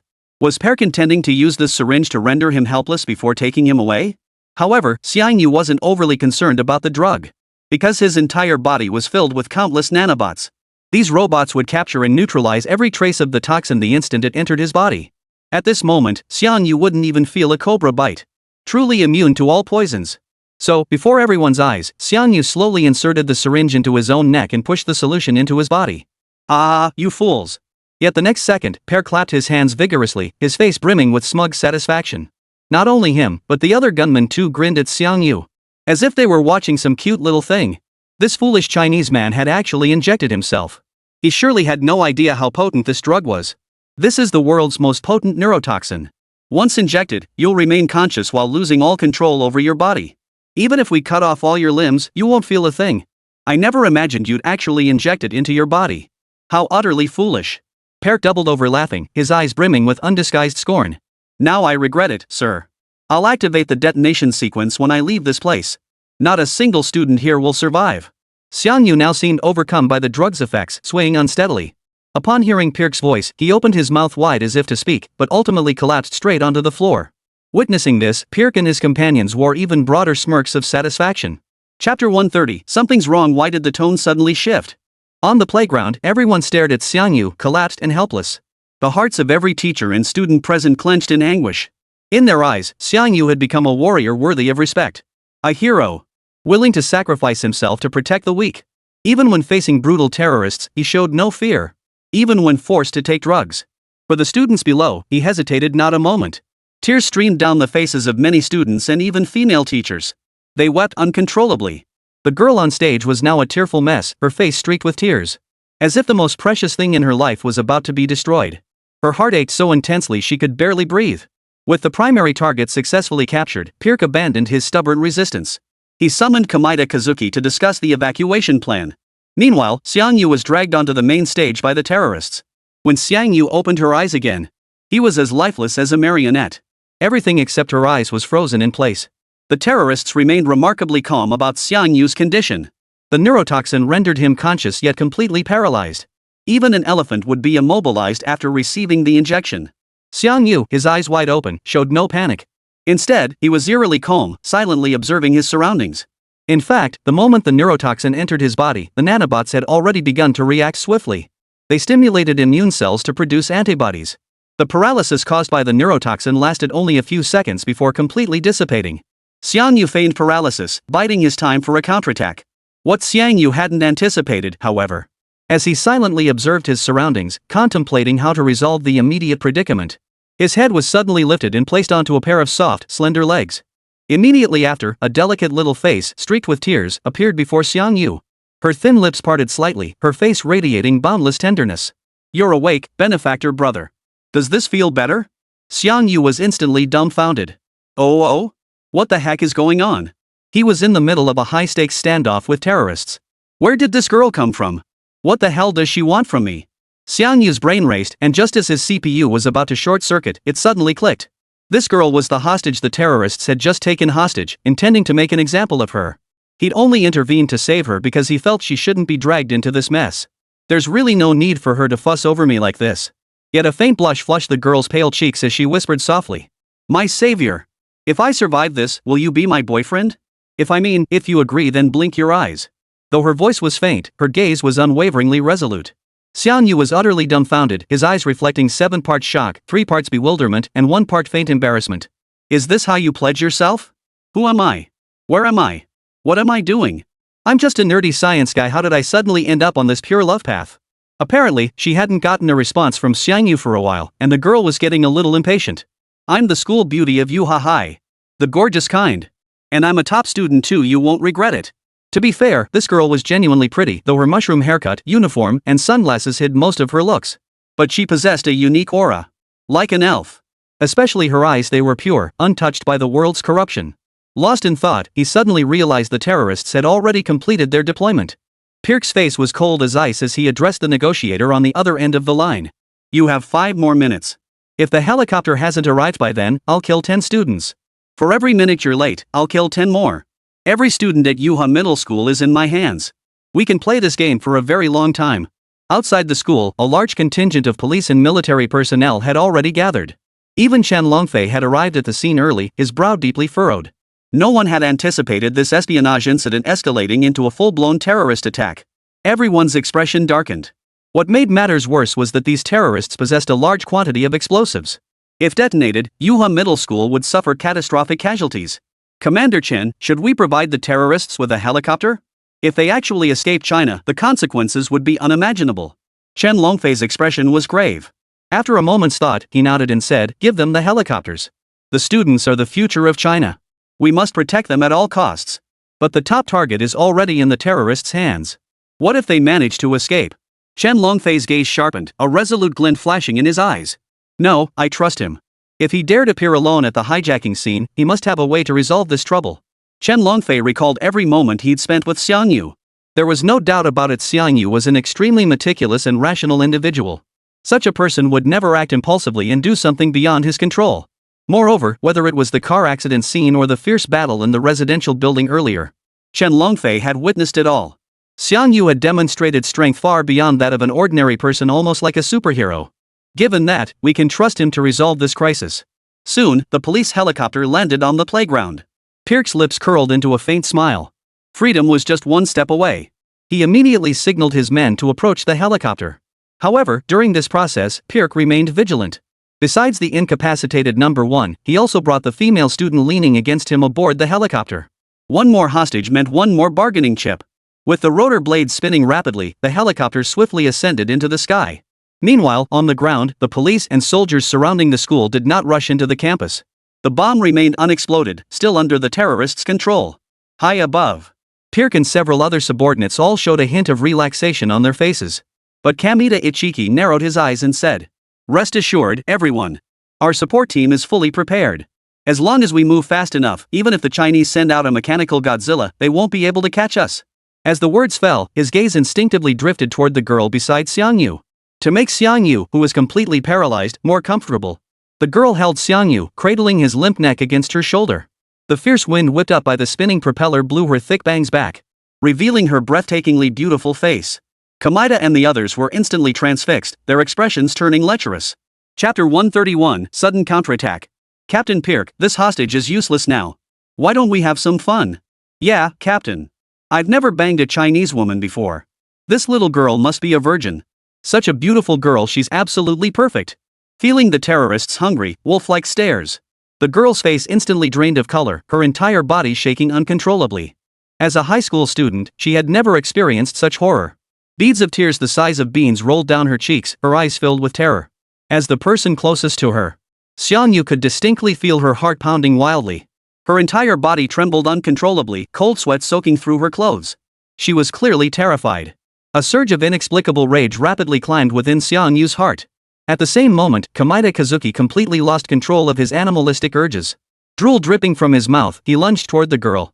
But then, Xiangyu, who had been leaning weakly against the girl's shoulder, suddenly shot a murderous glint from his eyes. His entire head snapped upright. The next second, Kamita's arms were crushed as if shoved into a meat grinder. Instantly shattered. Bones shattered, tearing through flesh like barbed wire. Kamita Ichiki froze in shock, then let out a blood-curdling scream like a pig being slaughtered. "Ah! My arms! My arms!" The sudden turn of events left everyone frozen in shock. Yet within the confined space of the helicopter, Xianyu's body suddenly contracted. Like a coiled spring, he kicked out at the two terrorists. The immense force instantly shattered both men's jaws. Blood mixed with fragments of teeth splattered across the cabin. Only then did the terrorists, including Pirk, snap back to their senses. They immediately raised their weapons, ready to retaliate. But before they could act, the positions of every terrorist in the cabin and the firearms they wielded had already been memorized by Xiangyu. Even the precise movements of their hands at the moment of attack were fully anticipated by Xiangyu. Thus, even as the terrorists launched their counterattack at lightning speed, they were still mercilessly slaughtered by Xiangyu. One even attempted to shoot Xiangyu from behind. The next second, Xiangyu spun around and shattered their neck with a karate chop. The girl cowering nearby was utterly transfixed, her eyes sparkling wildly with excitement. Her hands flew to cover Zhang Cheng's wide-eyed O of shock. "Wow, my boyfriend is so freaking awesome. He's definitely the man I chose." At that moment, gazing at his men who had been killed or wounded in the blink of an eye, Pirk's eyes nearly popped out of his head. What infuriated him even more was that the man fired several shots directly at Xiangyu. The man seemed to have eyes in the back of his head, either accelerating to evade or using his subordinates' bodies as shields. Not a single scratch. Only then did Pirk realize. This damn Chinese man must have deliberately allowed himself to fall into their hands. And there was only one reason for doing so. The thought flashed through Pirk's mind, his eyes instantly filling with madness. Since you insist on saving those students, then watch them die horribly in the explosion. As he spoke, Pirk pulled out the detonator button, his hand instinctively reaching to press the trigger. However, Xiangyu, who had long since focused his attention on him, how could he possibly be unprepared? Xiangyu suddenly hurled a dagger. A cold gleam flashed, and in the next instant, the hand holding the detonator switch was severed. The speed was so swift that Pirk didn't even have time to react. Only when he raised his arm and discovered his right hand was gone. A look of sheer terror finally spread across his face. Kneeling on the ground, he clutched his wrist, blood gushing from the wound. By the time he snapped out of his terror, Xiangyu was already standing before him, looking down from above, as if observing a lowly ant. The next instant, Xiangyu crushed the detonator button underfoot, shattering the controller into pieces. With that, the bombs strapped to the students were rendered completely useless. Damn you! Even if I die, you won't live. Pirk's face contorted in fury, his bloodshot eyes fixed intently on Xiangyu. See that smoking fuel tank? The battle just now destroyed it. Ha! We're about to crash. You're all dead. Fierce flames now roared from the helicopter's tail section. Meanwhile, on the ground, Chen Longfei and the others watched the smoking helicopter plummeting rapidly from the sky, each of them breaking out in a cold sweat. Although nearby civilians had been evacuated in advance, Xiangyu and a female student were still aboard the helicopter. How would they escape? Inside the helicopter, Xiangyu hurried to the pale-faced girl. The girl had already sensed the helicopter's rapid descent. Her entire body went limp like a puppet, utterly petrified. Her mind was a complete blank, utterly incapable of rational thought. Amid the howling winds, Xiangyu scooped her up in a waist-high embrace and roared. Hold on tight to my neck. No matter what happens, don't let go. Got it? Feeling the strength radiating from Xiangyu's arms, the girl snapped back to her senses, her slender arms clamping tightly around Xiangyu's neck. I'm ready. Woo-woo, we're about to become a pair of fugitive lovebirds. Xiangyu's face twitched slightly as he immediately denied it. Trust me, you won't die. But don't let go. With that, Xiangyu took 2 steps back. Amid the girl's startled screams, Xiangyu suddenly leaped outward toward the helicopter with all his might. At that moment, it wasn't just the girl who instinctively screamed, but those on the ground also erupted in gasps of shock. 2 people had actually jumped from the helicopter billowing black smoke. And they didn't appear to be wearing parachutes. Even extreme athletes wouldn't dare attempt such a stunt. Keep in mind the helicopter was nearly 1,000 meters above ground level. Jumping from that height meant certain death. Many instinctively covered their eyes, unable to bear witness to the impending tragedy. Chen Longfei and the other military officials present also saw Xiangyu plummeting rapidly through the air. Their hearts leapt into their throats. Chen Longfei, in particular, had his facial muscles tense up as he clenched his fists tightly. At this point, all hope rested on Xiangyu performing another miracle. High above, feeling the fierce wind rushing toward him, Xiangyu dared not let his guard down for a moment. He spread his limbs wide, steering his body to glide farther. Soon, a wide river came into view. Look, it's the Yu River. We're back at school. The girl beneath him suddenly shrieked. Xiangyu shot her a surprised glance. Just moments ago, this little girl had been scared out of her wits. Why was she suddenly speaking up? She tightened her slender arms around him and looked at Xiangyu with earnest eyes. My savior, even though we were only couples for a few minutes, I'm already completely satisfied. Neither of us died as lonely singles. Xiangyu? As the vertical distance between him and Yu grew closer and closer, Xiangyu snapped back to reality, bracing for the impending impact. Chapter 132, The Pledge Before the Riverbank. As streaks of blue light rose from beneath his skin, billions of nanobots raced through Xiangyu's body. Like a torrent, they surged from his heart to every limb and bone. In that instant, Xiangyu felt power surge through every fiber of his being. He felt like a human-shaped Tyrannosaurus Rex. Even if a Tyrannosaurus Rex stood before him, he was confident he could obliterate it with a single punch. A split second before plunging into the Yu River, Xiangyu flipped his body, slamming his back into the water's surface. The girl, who had thought her fate was sealed, was now held tightly in his arms, face upturned toward the sky. The next instant, a thunderous crash echoed across the Yu River. Xiangyu slammed straight into the water, sending waves crashing over 10 meters high. At that moment, Xiangyu felt as though he'd been struck by a train. His internal organs were subjected to immense shock. Yet almost simultaneously, nanobots distributed throughout his body began operating at full capacity. They swiftly repaired Xiangyu's damaged internal organs. Ultimately, cushioned by the river's flow, the gravitational potential energy was completely neutralized. A minute later, Xiangyu carried the soaking wet girl onto the riverbank. Only when she stood on the embankment did the little girl snap out of her dazed state. Then she realized she hadn't croaked. The little girl was overjoyed. She threw her arms around Xiangyu and burst into tears. She kept shouting things like, "We survived. This is the power of love." Xiangyu felt awkward, unsure whether to hold her or not. But just then, the girl suddenly began coughing violently. The next second, several streaks of blood spurted from her mouth. Xiangyu immediately frowned. The fall from such a height, even with Xiangyu absorbing most of the impact, the remaining force was still far beyond what a young girl could endure. At this moment, the girl's internal organs were likely damaged. "I'm fine, benefactor brother. Just need to take some medicine." The girl beamed at Xiangyu. Her face radiated tenderness, her eyes crinkling into crescent moons. "Oh, and kind sir, what's your name? What's your phone number? Where do you live? I'd love to come visit you this weekend." Xiangyu had no time to engage with the girl. Instead, he commanded, "Lie down and stay still. I need to give you a full physical examination." The girl seemed to have misunderstood, her face flushing instantly as she stammered shyly. "Huh? Here? That's not really appropriate. What if someone sees us?" Xiangyu's mouth twitched twice, but he couldn't be bothered to explain. He raised his right hand and placed it on her shoulder. The next second, a pale blue aura gathered in his palm. Countless mercury-like droplets swiftly poured into the girl's body. "Wow, this nanotechnology is amazing," the girl exclaimed. Xiangyu looked slightly surprised. "Aren't you just a high school student? How do you know about nanotechnology?" "My parents are researchers in nanotechnology, so of course I know a thing or two," the girl declared with a hint of pride. "Besides, I'm determined to become the goddess of nanotechnology research." Seeing Xiangyu's lackluster interest as he shifted his attention elsewhere, the girl huffed lightly. "I told you before I'm not only the acknowledged school beauty of Yuha High, but also a top student. My grades are outstanding." "Oh, and you don't even know my name yet." The girl cleared her throat. "Hey, handsome, let me introduce myself. My name is..." Just as she was about to say her name, a sudden roar of helicopter blades pierced the sky. Immediately after, several armed helicopters appeared above the Yu River. Simultaneously, along the highway beside the riverbank, hundreds of armored vehicles surged forward, encircling the entire embankment. Hundreds of fully armed soldiers poured out, taking up positions with rifles at the ready. The door of one military vehicle opened, and Chen Longfei stepped out with a stern expression. The girl, having never witnessed such a scene before, immediately fell silent and stopped speaking. Xiangyu withdrew his hand from the girl's shoulder. "The damage to your internal organs has mostly healed. Make sure to eat plenty of protein to replenish your nutrients." As he spoke, Chen Longfei had already approached Xiangyu. His stern expression softened slightly. "Today has been quite an eventful day." Xiangyu immediately saluted. "Commander Chen, I'm sorry for the worry." Chen Longfei glanced at the girl beside Xiangyu. "If there's nothing else, let's go. I have many questions for you." Xiangyu nodded and prepared to follow Chen Longfei back to the military district. "Wait." Just then, the girl suddenly stepped in front of Xiangyu, a glimmer of hope flashing in her eyes. "My benefactor, will we ever meet again? You saved me, and I haven't properly thanked you yet."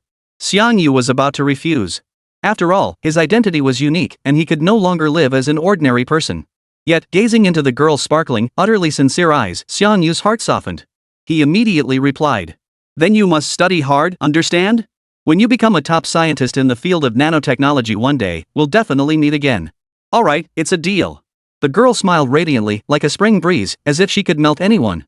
Even Xiangyu felt his heart skip a beat at the sight of her smile. As he climbed into the military vehicle, watching the banks of the Yu River recede into the distance, a pang of loss suddenly welled up in his heart. Just then, Chen Longfei, seated in the passenger seat, cleared his throat and remarked meaningfully. "Hey, Xiao Xiang, you're not getting any younger. I think it's about time you found someone. That girl you just met seemed pretty great, she was so brave." "But she's only in high school, still a minor," Xiangyu replied with a wry smile. "Then just wait a couple years. You're not that old anyway," Chen Longfei chuckled. "Of course, a guy as outstanding as you will surely have beautiful women surrounding you in the future. I won't say much more, it's up to you." Xiangyu grimaced without responding, staring blankly out the window. The terrorist attack at Yuha Middle School in Huai City. The news spread overseas, causing a huge stir. Enraged, the Chinese leadership launched a nationwide crackdown to root out spies. During this process, Xiangyu provided a specialized device designed to track specific signals. Within a short time, spies hiding in major cities across the nation were apprehended one after another. Among them were even some top-tier agents. Panicked nations scrambled to offer ransom payments for their agents' release. However, China flatly rejected all such requests. All captured spies faced a single fate: execution by firing squad. All of them. Such ruthless tactics sent shockwaves through the international community, prompting nations to urgently recall their agents stationed in China. Those caught by Chinese police even a moment later faced immediate execution. But that was all yet to come. Upon returning to the Jiangnan military district, Xiang Yu was immediately ushered into a conference room. Chen Longfei narrowed his eyes slightly, his gaze brimming with anticipation as he inquired. Comrade Xiang Yu, tell us what groundbreaking technology have you developed this time? Chapter 133, Shock from the Special Forces Squadron. He took out 3 waves of spy terrorists in a row. He even escaped from a crashing helicopter unscathed. Such feats would be impossible even for a top-tier agent combined with a special forces soldier. Yet Xiang Yu, a mere college student, pulled it off. It was truly beyond comprehension. Seeing Chen Longfei staring at him with intense admiration, Xiang Yu scratched his nose and raised his right palm. The next instant, a mercury-like silver substance began surging rapidly from his right wrist. This substance reflected a metallic sheen, yet it writhed slowly as if possessed of life. Chen Longfei's pupils suddenly contracted, his heart racing uncontrollably. He blurted out, "Is this nanotechnology?" To be precise, it's nanorobotic technology, Xiang Yu explained. These are enhanced nanorobots designed to dramatically increase human physical strength. They combine medical functions with strength augmentation. Chen Longfei swallowed unconsciously. You must have developed this technology recently. Come on, let's test it out. Xiang Yu nodded immediately. At that moment, in front of the sandy terrain of a certain Army Special Warfare Battalion in the Jiangnan military region, a 200-strong Special Operations Squadron had assembled. Moments earlier, they received word that a special soldier would be arriving at the camp. They were required to cooperate and complete a training exercise. One soldier demanding 200 men as training partners? Who the hell is this super-connected military brat? Their privilege is off the charts. It wasn't that the officers were maliciously speculating, it's just that standing here were the elite Night Owl special forces of the Jiangnan military region. Even on a national scale, they were a renowned force. Powerful and fiercely proud, each one a force to be reckoned with. And now they're being assigned as sparring partners for some special soldier? They'll see just how special this special soldier really is. Guys, once that guy shows up, we're going all out. Yeah, show him what we're made of. Making us Night Owl Squadron members sparring partners? Ha, just wait till I beat him into a pig's head. Just as they were discussing, a jeep drove into the camp. 2 men, one elderly and one young, stepped out. The elder was none other than General Chen Longfei, Commander-in-Chief of the Armed Forces of Huagua. The young man beside him, though dressed in military uniform, had a delicate, harmless appearance. He gave off the impression of either being a specialist in a technical branch or a greenhorn recruit. The members of the Night Owl Squadron watched as the old man and the young man approached them.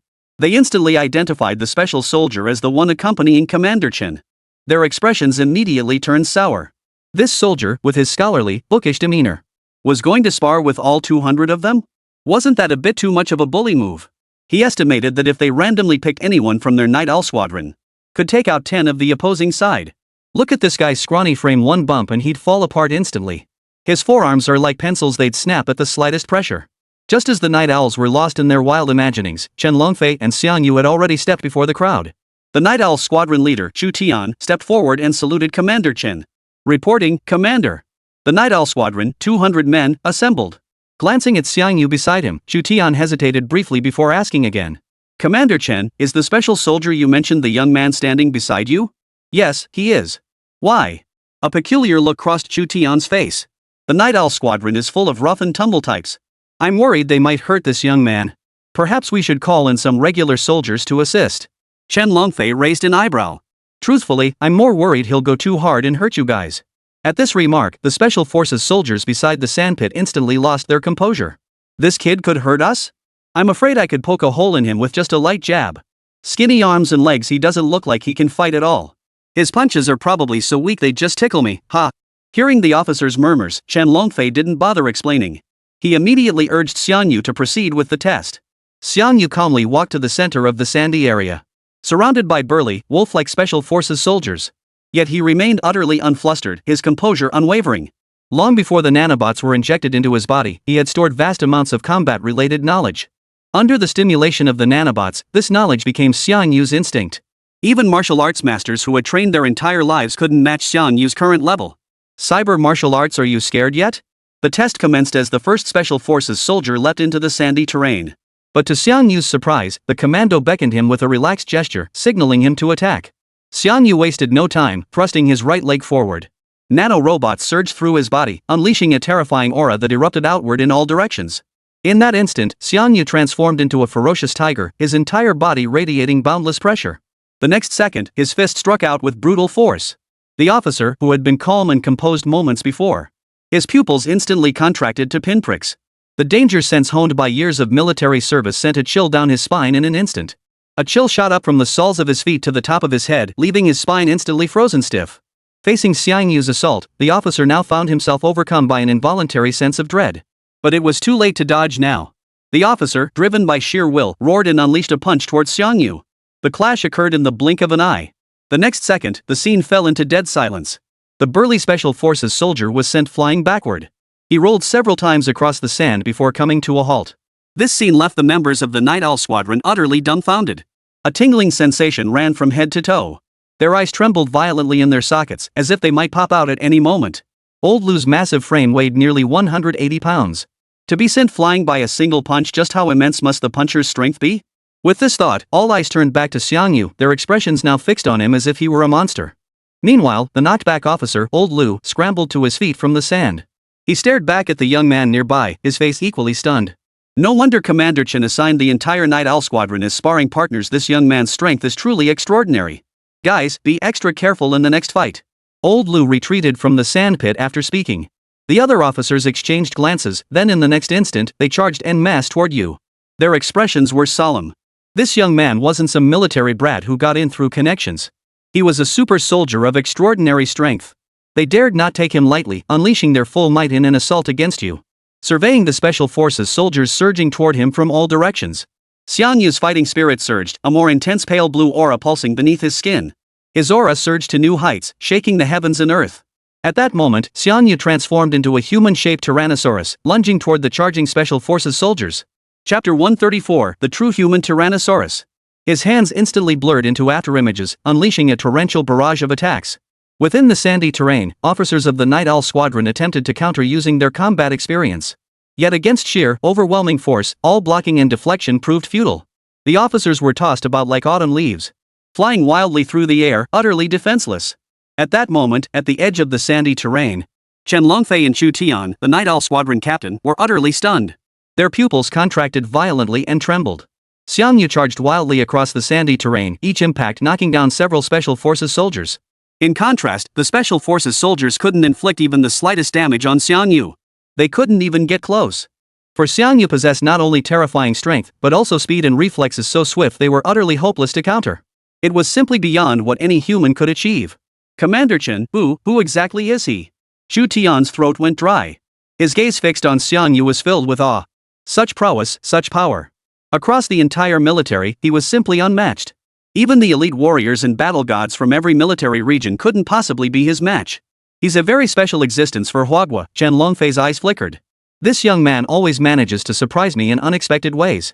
10 minutes later, inside the combat sandpit, 100 bodies lay scattered across the sandy expanse. Apart from Xiangyu, who stood calmly, everyone else lay sprawled on the ground in various positions. Occasionally, someone would lift their head to gaze at Xiangyu, their eyes filled with awe. Damn it, I totally misjudged him today. Turns out he's a real badass. I'm speechless. 200 of us couldn't take him down. That's terrifying. I've given up. His moves are too fast, no way to react in time. The officers on the sandy ground kept grumbling. This seemingly harmless young man. His combat prowess was terrifying. At the same moment, Xiangyu left the sandpit and approached Chen Longfei, flexing his arms. How about it, Commander Chen? Not bad, huh? It wasn't just good. Chen Longfei's eyelid twitched violently. It was absolutely mind-blowing. Commander Chen, I'd like to proceed with an extreme endurance test next, Xiangyu continued. Extreme test? Chen Longfei froze momentarily, instinctively asking, 200 Special Forces soldiers weren't your match. Who else do you want to test against? Xiangyu smiled faintly and uttered 3 words, the Candle Dragon. Oh, the Candle Dragon. What? The Candle Dragon. Chen Longfei's eyes widened in disbelief, his expression screaming, are you kidding me? The Candle Dragon? That behemoth is over 10 meters tall, and its entire body is covered in metal armor. Are you sure you can take it on? Xiangyu clenched his fist slightly. That's why I said it's a. And I believe the nanobots we've developed this time are no weaker than the Candle Dragon. Actually, these nanobots have many hidden functions that I need to activate. Though Xiangyu's words sounded utterly outrageous, bordering on the unbelievable, Chen Longfei decided to trust him this once. Xiang Yu requested a sparring match with the mechanical Godzilla that had destroyed the Zairizi nuclear power plant. The news spread like wildfire throughout the mountain sea base. From researchers and engineers to the logistics staff, even the cafeteria manager was stirred by the news. Did you hear Chief Engineer Xiang wants to spar with the mechanical Godzilla? Oh?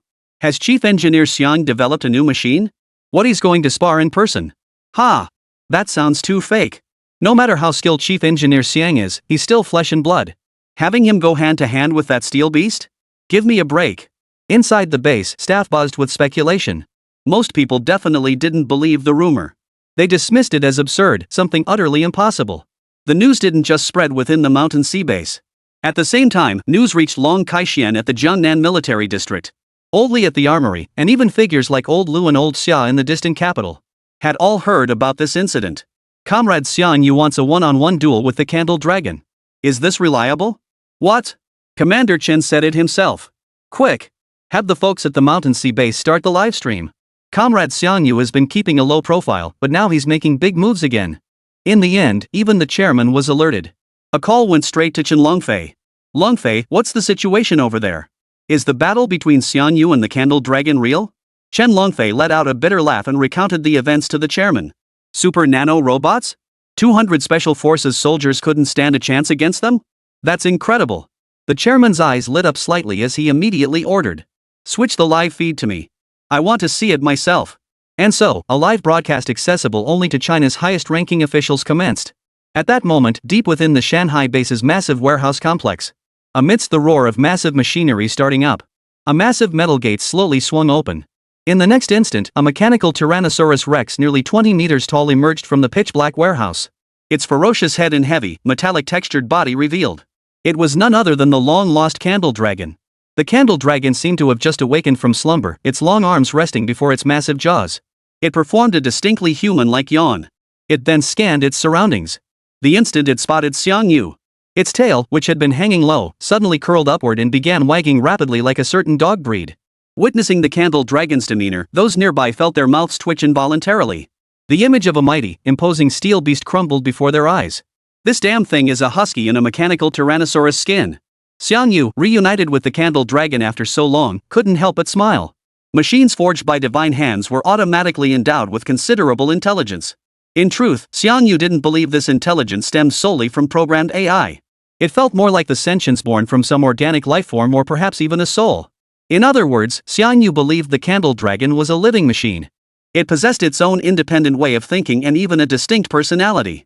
Not just the Candle Dragon, but also the Azure Phoenix, the Black Tortoise, the Xingtian, and the Panga space carrier. Xiang Yu could distinctly sense that their cores were alive. This is precisely why he felt an extraordinary closeness to these machines.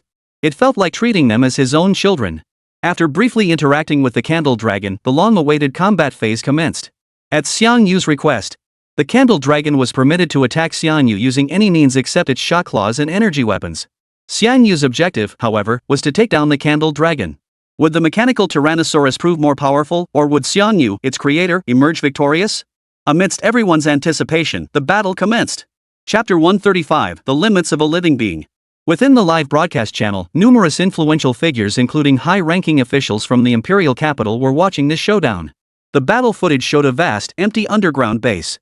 Xiang Yu and the Candle Dragon stood facing each other. However, due to the immense height difference between the two, the Dragon Torch dominated most of the screen.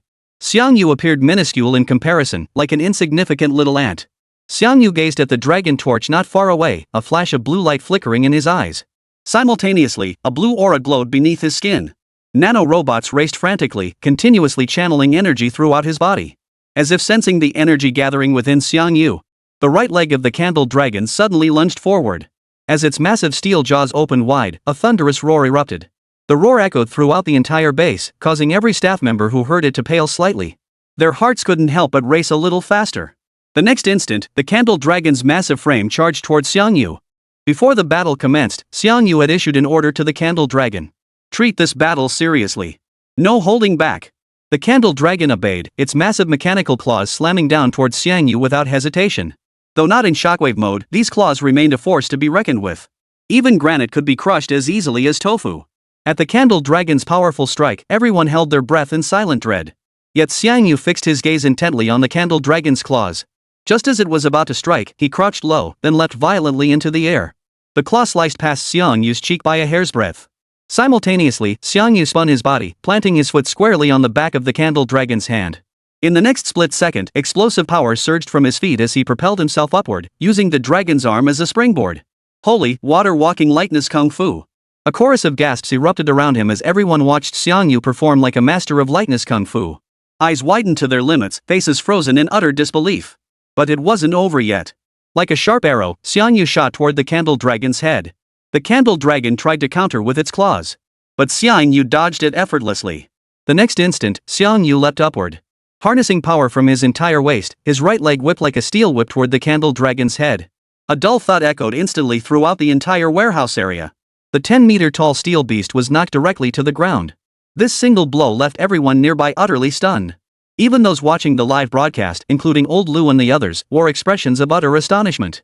The candle dragon's massive steel body had been knocked flat to the ground with a single kick. Just how terrifying must the power behind that kick have been? A human-shaped Tyrannosaurus Rex. This thing is literally a human-shaped Tyrannosaurus Rex. No wonder it dared to clash head-on with the candle dragon. Chief designer Xiang is getting more and more insane. Kicking over MECHA-GODZILLA? Holy, I'm blown away. The audience buzzed with whispers, their gazes fixed on Xiangyu with awe. But just then, a thunderous roar cut through the chatter. The fallen candle dragon rose once more from the ground. Its crimson pupils emitted a terrifying glare. Xiangyu's earlier kick had ignited its savage nature. The candle dragon crouched low, its body radiating a dark crimson aura. In the next instant, it transformed into a raging beast, lunging fiercely towards Xiangyu. As its claws struck, the steel head lunged to bite into Xiangyu's body. Faced with this relentless assault, Xiangyu could only retreat and dodge. But in the next instant, the candle dragon abruptly twisted its body, its thick mechanical tail striking his chest with pinpoint accuracy. A dull thud echoed.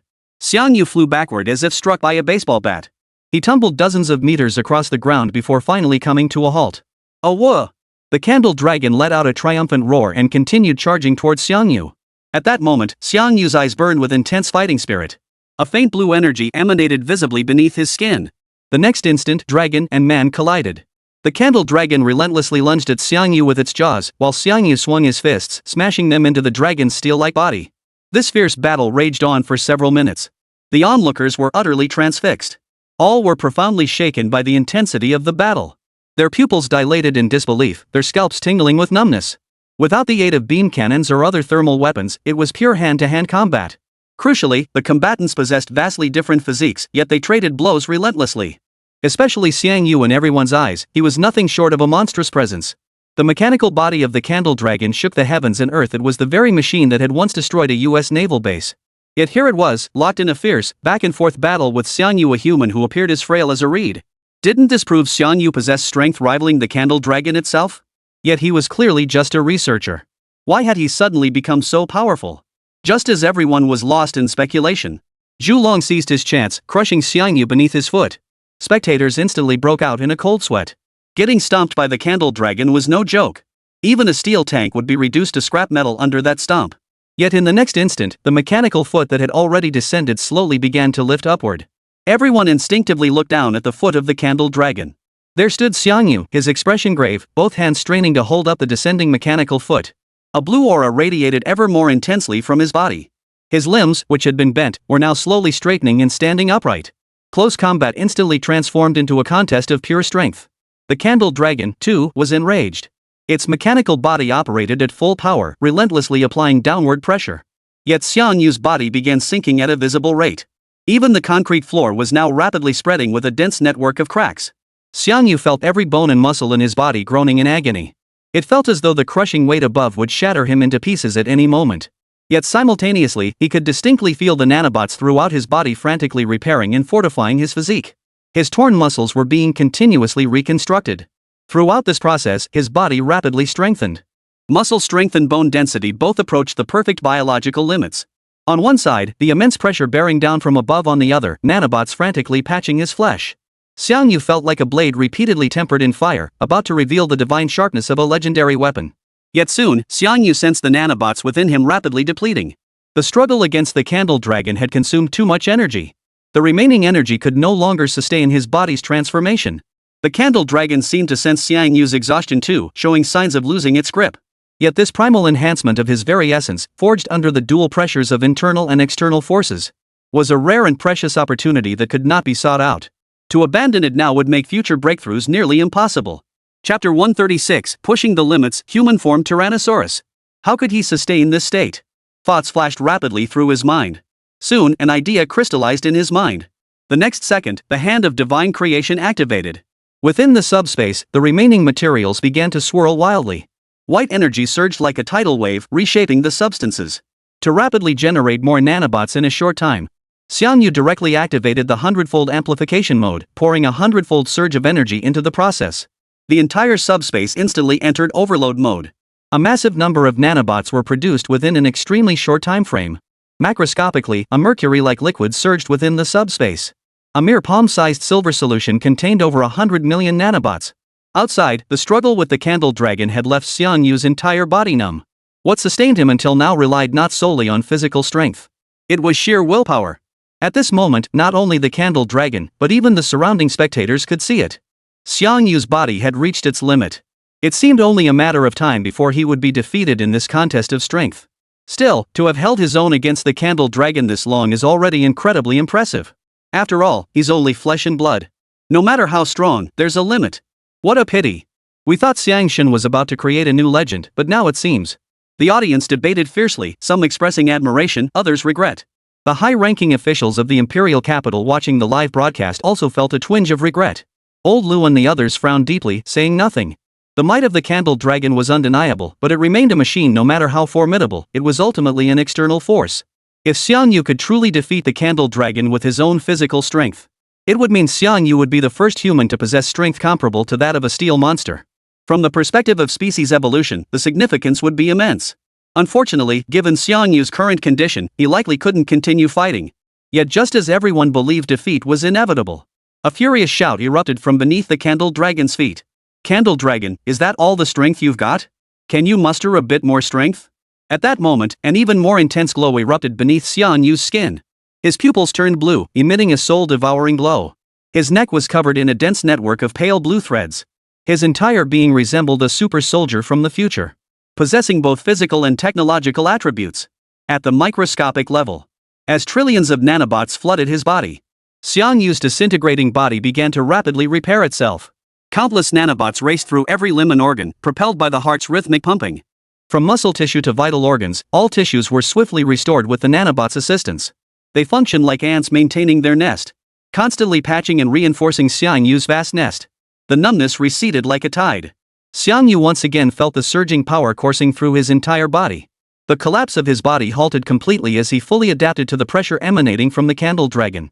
Then, in the next instant, under everyone's stunned gaze, TianGou roared with fury, causing the ground to collapse instantly. And he single-handedly lifted the entire candle dragon. Holy, I lifted it. Holy, how is this even possible? Xiang the god cow, you're insane. The surrounding crew erupted in gasps, their faces frozen in shock.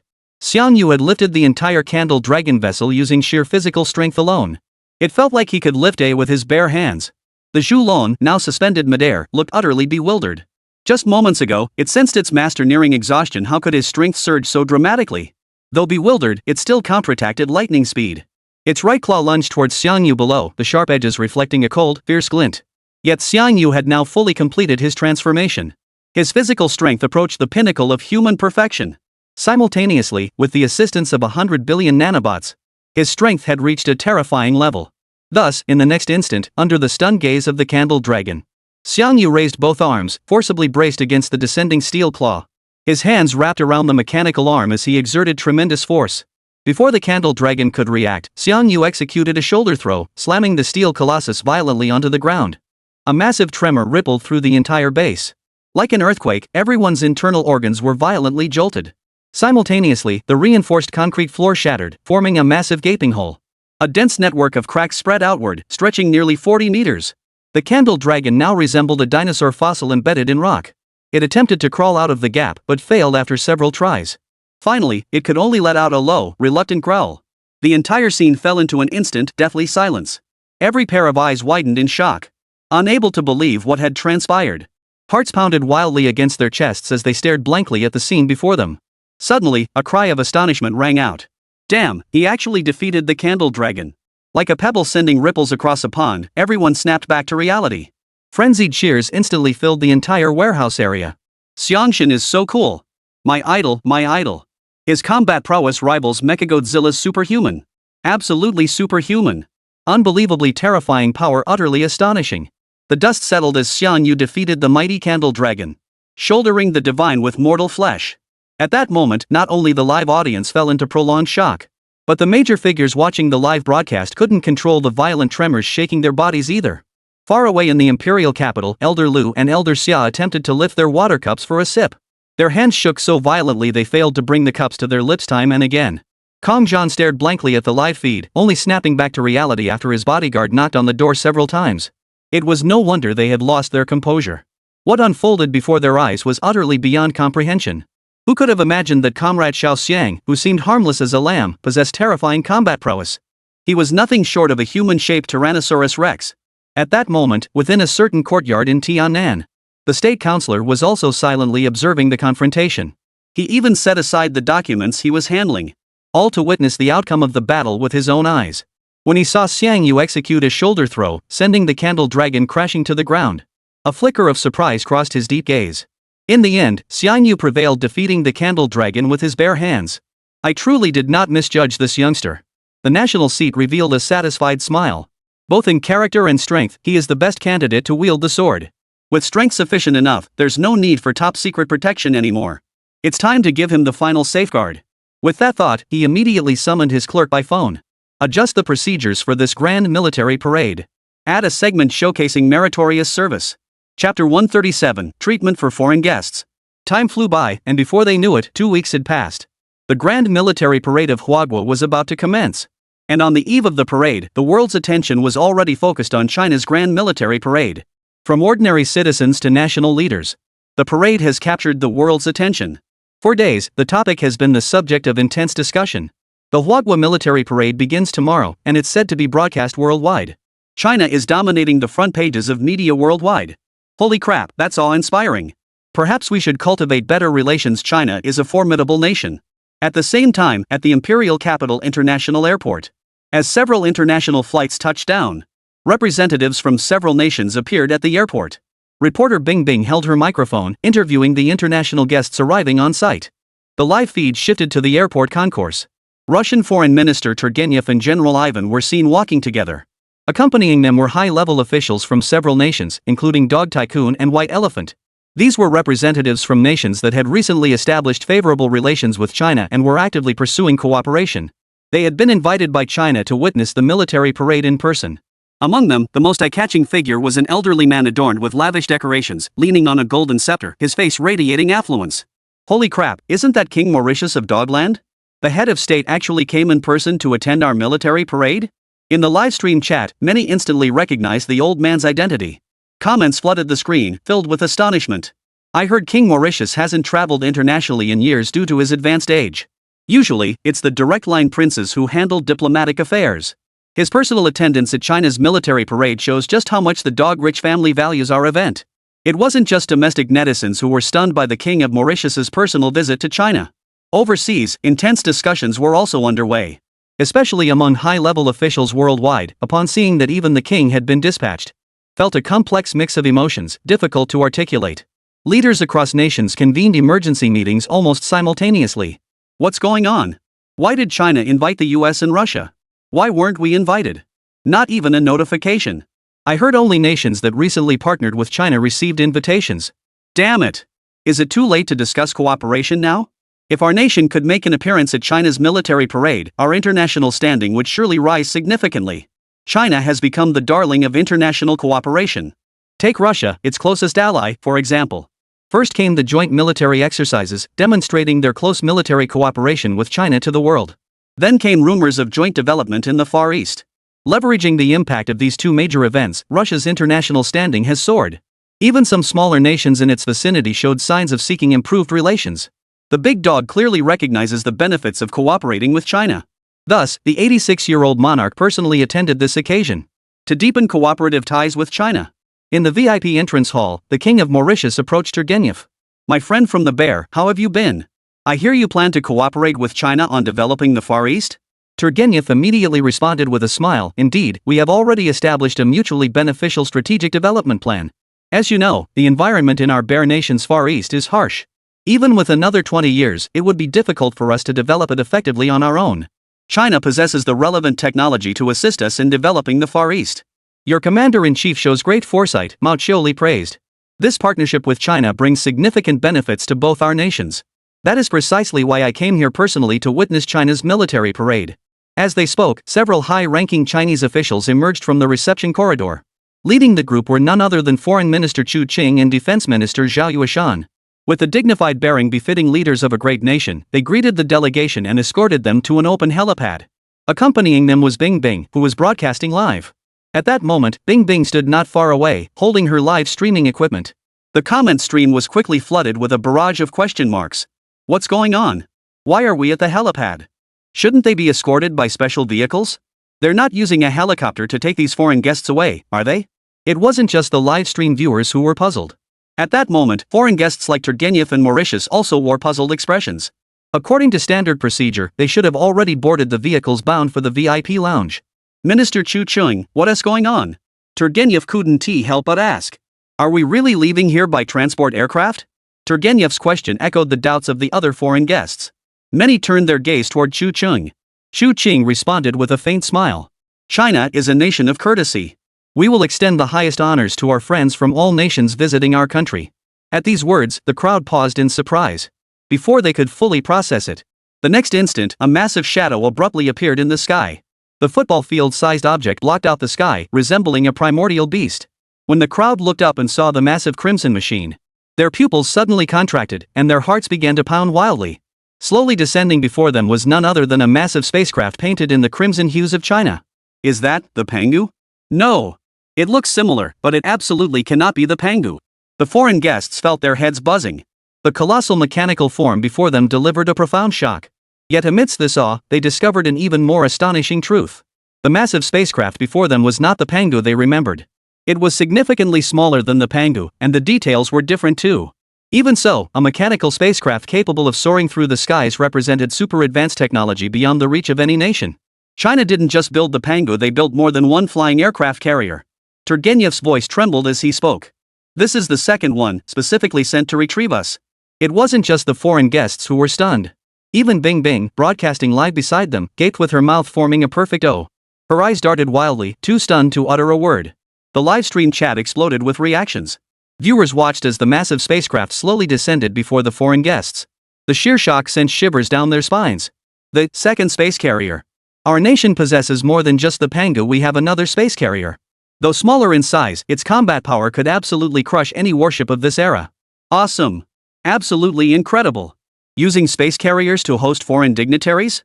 This truly brings honor to our nation. Chapter 138, The Stunning Military Parade. Just as everyone was deeply immersed in shock, Chu Qing delivered his commentary at just the right moment. This is our nation's newly developed mass-produced Pangu space carrier. Its size has been scaled down from the first-generation model to facilitate landing and transportation. The mass-produced models possess capabilities that are no less impressive than those of the first-generation aircraft. In the near future, they will become China's iconic aerial strategic assets. Upon hearing Chu Qing's words, the foreign guests were all stunned into silence. Both men gasped for breath, their pupils trembling violently. A single Pangu-class vessel could already match half of the United States military might. It now sailed unchallenged over the skies of the American capital. If such supercarriers formed a fleet, no force on Earth could stand against China. Compared to the foreign guests' current shock, the leaders of various nations were now plunged into deep dread and regret. The Chinese have more than one flying aircraft carrier. Holy crap! They welcomed foreign guests with brand new flying carriers. Had we known this, we should have followed Russia and the US, clinging to China's coattails at any cost. It's not too late. Contact the foreign ministry immediately and reach out to China. Even if it means sacrificing some interests, we must cooperate with China. Spurred by the sight of mass-produced flying aircraft carriers, numerous regional organizations grew even more eager to align themselves with China. As for those nations already clinging to China's coattails, even attending its military parades, the rest of the world watched with envy, their eyes burning green with jealousy. Time flew by. The next morning, at 9 o'clock sharp, the globally anticipated Huagua military parade officially commenced. The parade grounds were packed with people, a sea of red stretching as far as the eye could see. Countless Huagua citizens stood within the designated viewing areas, their expressions charged with excitement as they waved flags and cheered. Opposite them stood journalists and media personnel from around the world. Hosts from renowned international newspapers held microphones facing cameras, broadcasting live footage of the parade to their respective audiences back home. At the same moment, across the globe, the number of people watching China's military parade simultaneously had already surpassed a staggering 1 billion.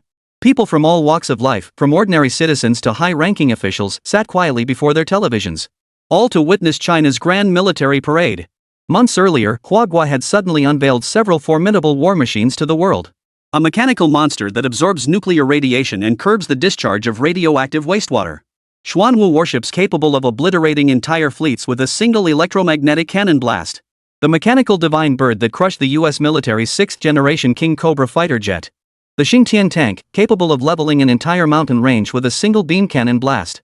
And the Panga space carrier, a deterrent to the US Navy. These super military machines continuously demonstrate to the world. China is undergoing a technological explosion. China's technological prowess is rapidly expanding, ascending to the pinnacle of global excellence. Thus, today's military parade serves as a culmination. A showcase of China's cutting-edge military might to the world. At this moment, on a viewing platform with an excellent vantage point, foreign dignitaries and dozens of Huagua's high-ranking officials are gathered here. Defense Minister Zhao Yueshan lowered his binoculars and addressed the group. Distinguished guests from afar, approaching us now is Huagua's elite aerial maneuver unit, a formation of standard nuclear fighter jets. Almost the instant Zhao Yueshan's voice faded, a deafening roar like a tsunami erupted from the horizon. On the distant horizon, black fighter jets streaked toward them at breakneck speed. Their numbers appeared to exceed 200.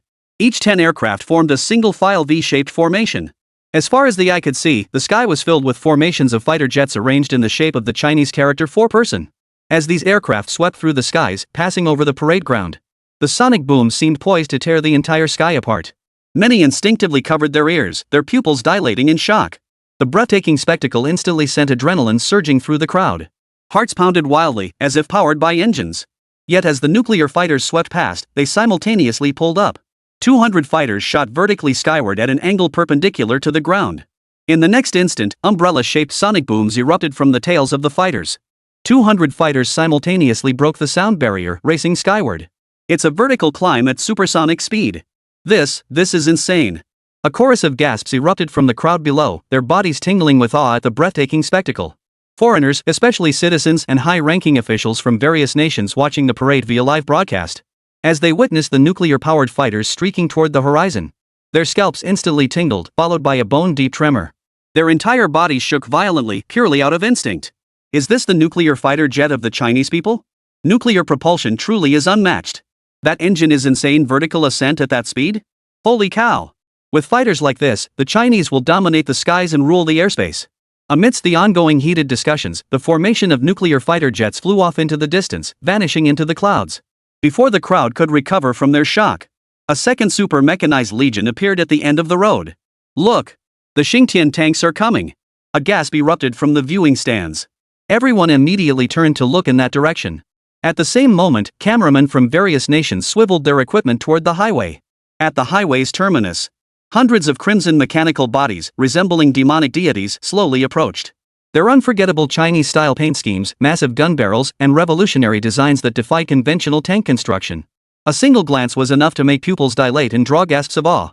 Especially as these Xingtian tanks rolled past the spectators before them. Up close, the Xingtian tanks were even more terrifying, making hearts pound wildly.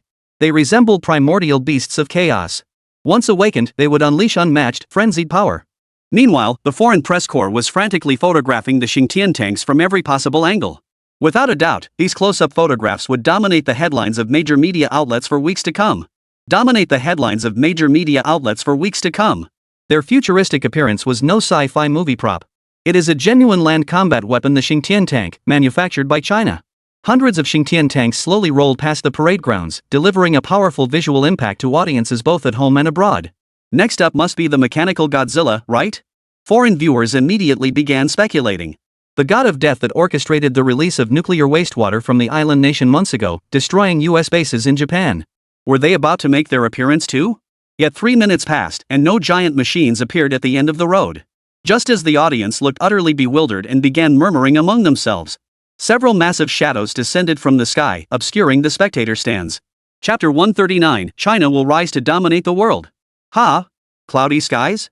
Is it going to rain? The spectators instinctively looked up. The next instant, sleek silver-white hulls appeared overhead, radiating overwhelming power.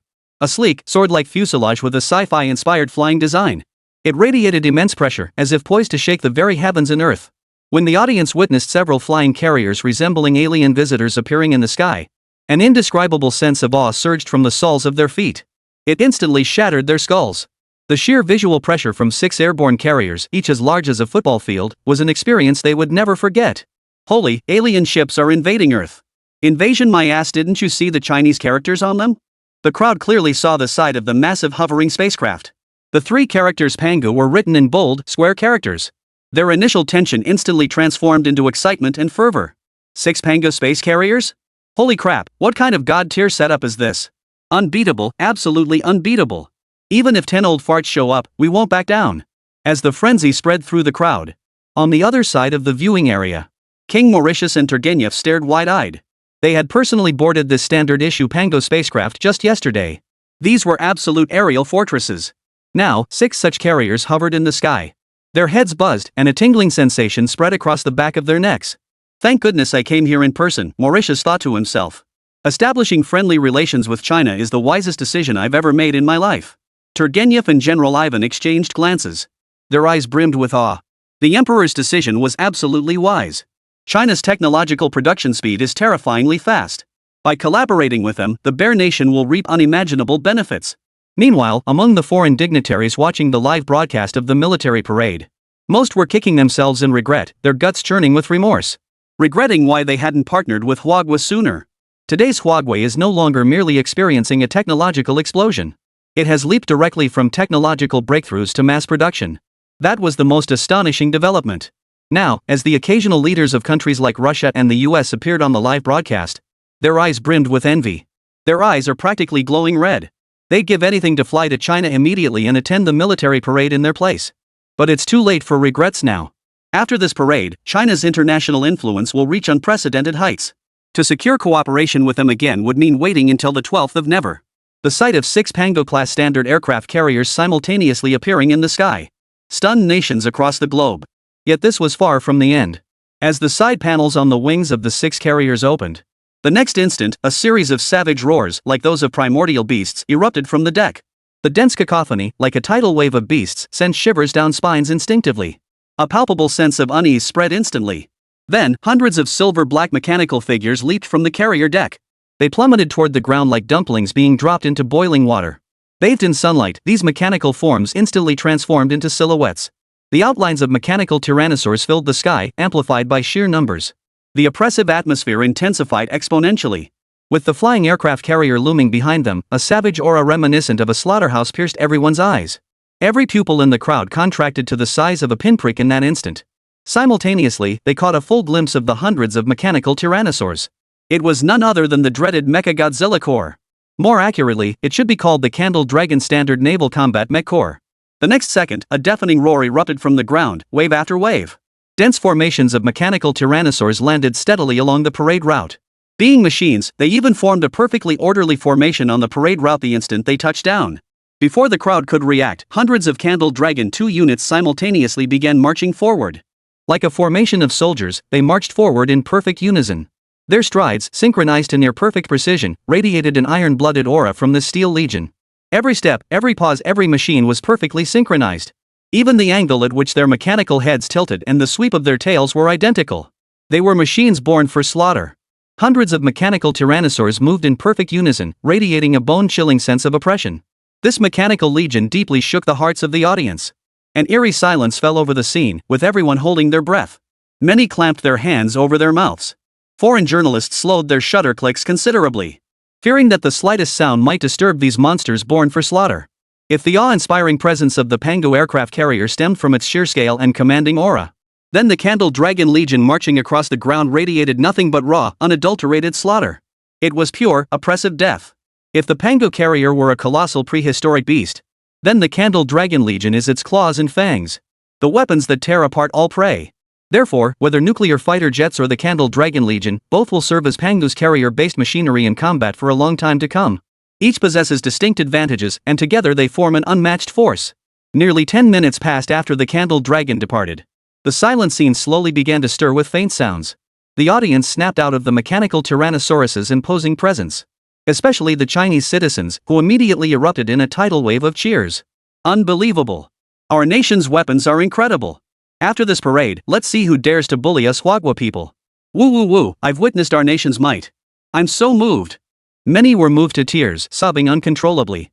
Ever since the ravages of war swept across this land a century ago, China's national strength remained weak, often leading to being looked down upon by Western nations. Even looked down upon. Thus, our nation quietly developed its economy and steadily enhanced its military strength. The series of military parades in recent years have been China's declaration to the world. The Chinese people are no longer weak. China must be respected. And today's grand military parade showcases weapons that are among the world's most advanced. No other nation can match it. Today is destined to be a day recorded in the annals of world history. From this day forward, when nations encounter the Chinese people, everyone couldn't help but exclaim, "Your weapons are seriously impressive." As the Candle Dragon Corps faded from view, the parade drew to its conclusion. The final ceremony of the day, the awarding of decorations, was about to commence. Chapter 140, The Youth on the Metal Platform. Immediately after the parade concluded, China's official broadcast switched to a massive metal ceremony hall. Inside, over 100 officers and scientific researchers were entering and taking their seats. Within minutes, representatives from nations like Bear Country were also escorted into the hall. Simultaneously, in the front row of the audience seats, dozens of generals sat with straight backs, their shoulders bearing 3 gold stars.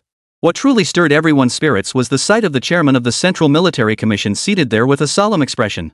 The president hadn't participated in the military parade, so no one expected him to be here. Dressed in formal attire, he held an exquisite sandalwood box in his hands, his face etched with solemnity. Such an extravagant awarding ceremony, who could the recipient possibly be? The livestream was abuzz with heated discussions about this award ceremony. As the grand finale of the military parade, undoubtedly, this award ceremony held immense significance. As the eyes of the world turned to the ceremony site, the ceremony officially commenced. A dignified man in his 50s, his eyes gleaming with sharp intensity, stepped onto the podium. Officers below instinctively straightened their posture. It was none other than Commander Chen Longfei, Commander-in-Chief of the 3 Armed Forces of Hwagwa. With resolute strides, he walked to the center of the stage and scanned the audience below. Silence fell. At the same moment, at the rear of the award ceremony hall, journalists from China's major official and renowned newspapers gathered. The live broadcast reached every corner of the nation. The Chinese populace erupted in a wave of murmurs. Holy crap, with so many generals here, who are they awarding? It's not just generals, I spotted old Li Changlong and old Xiaonanshan too. So many national heavyweights gathered here. Holy moly, this medal ceremony has attracted so many big shots. Amidst the discussions, Chen Longfei spoke up. Good evening, everyone. I am Chen Longfei, the current Commander-in-Chief of the Army, Navy, and Air Force. As his words fell, the audience fell silent. The citizens of Hwagwa watching the live broadcast also instinctively stopped their chatter. They held their breath. This commendation ceremony serves as a summary of our nation's achievements over the past year. We hereby honor the outstanding individuals and collectives who have made exceptional contributions during this period. After a few seconds of pause, Chen Longfei began announcing the recipients of individual honors. Li Changlong, 86 years old, Chief Executive of the Jiangnan Military Factory. Leading the entire Jiangnan Military Factory team in tireless dedication, he successfully achieved mass production of a new carbon-based superalloy. He is hereby awarded the Special Grade Materials Science Research Medal. Amidst thunderous applause, Li Changlong ascended the stage with solemn expression to receive his award. Mr. Xiaonanshan, aged 83, pioneer of Hwagwa tank development. For his outstanding contributions during the mass production of the standard Xingtian tank and significant breakthroughs in beam weapon applications, he is now awarded the Special Class Military Weapons Medal. Luo Chang, male, 43 years old, chief designer of China's 6th-generation fighter jet. Building upon the standard nuclear fighter, he researched and mass-produced multiple new airborne missiles. He is now awarded the National Defense Military Equipment Medal.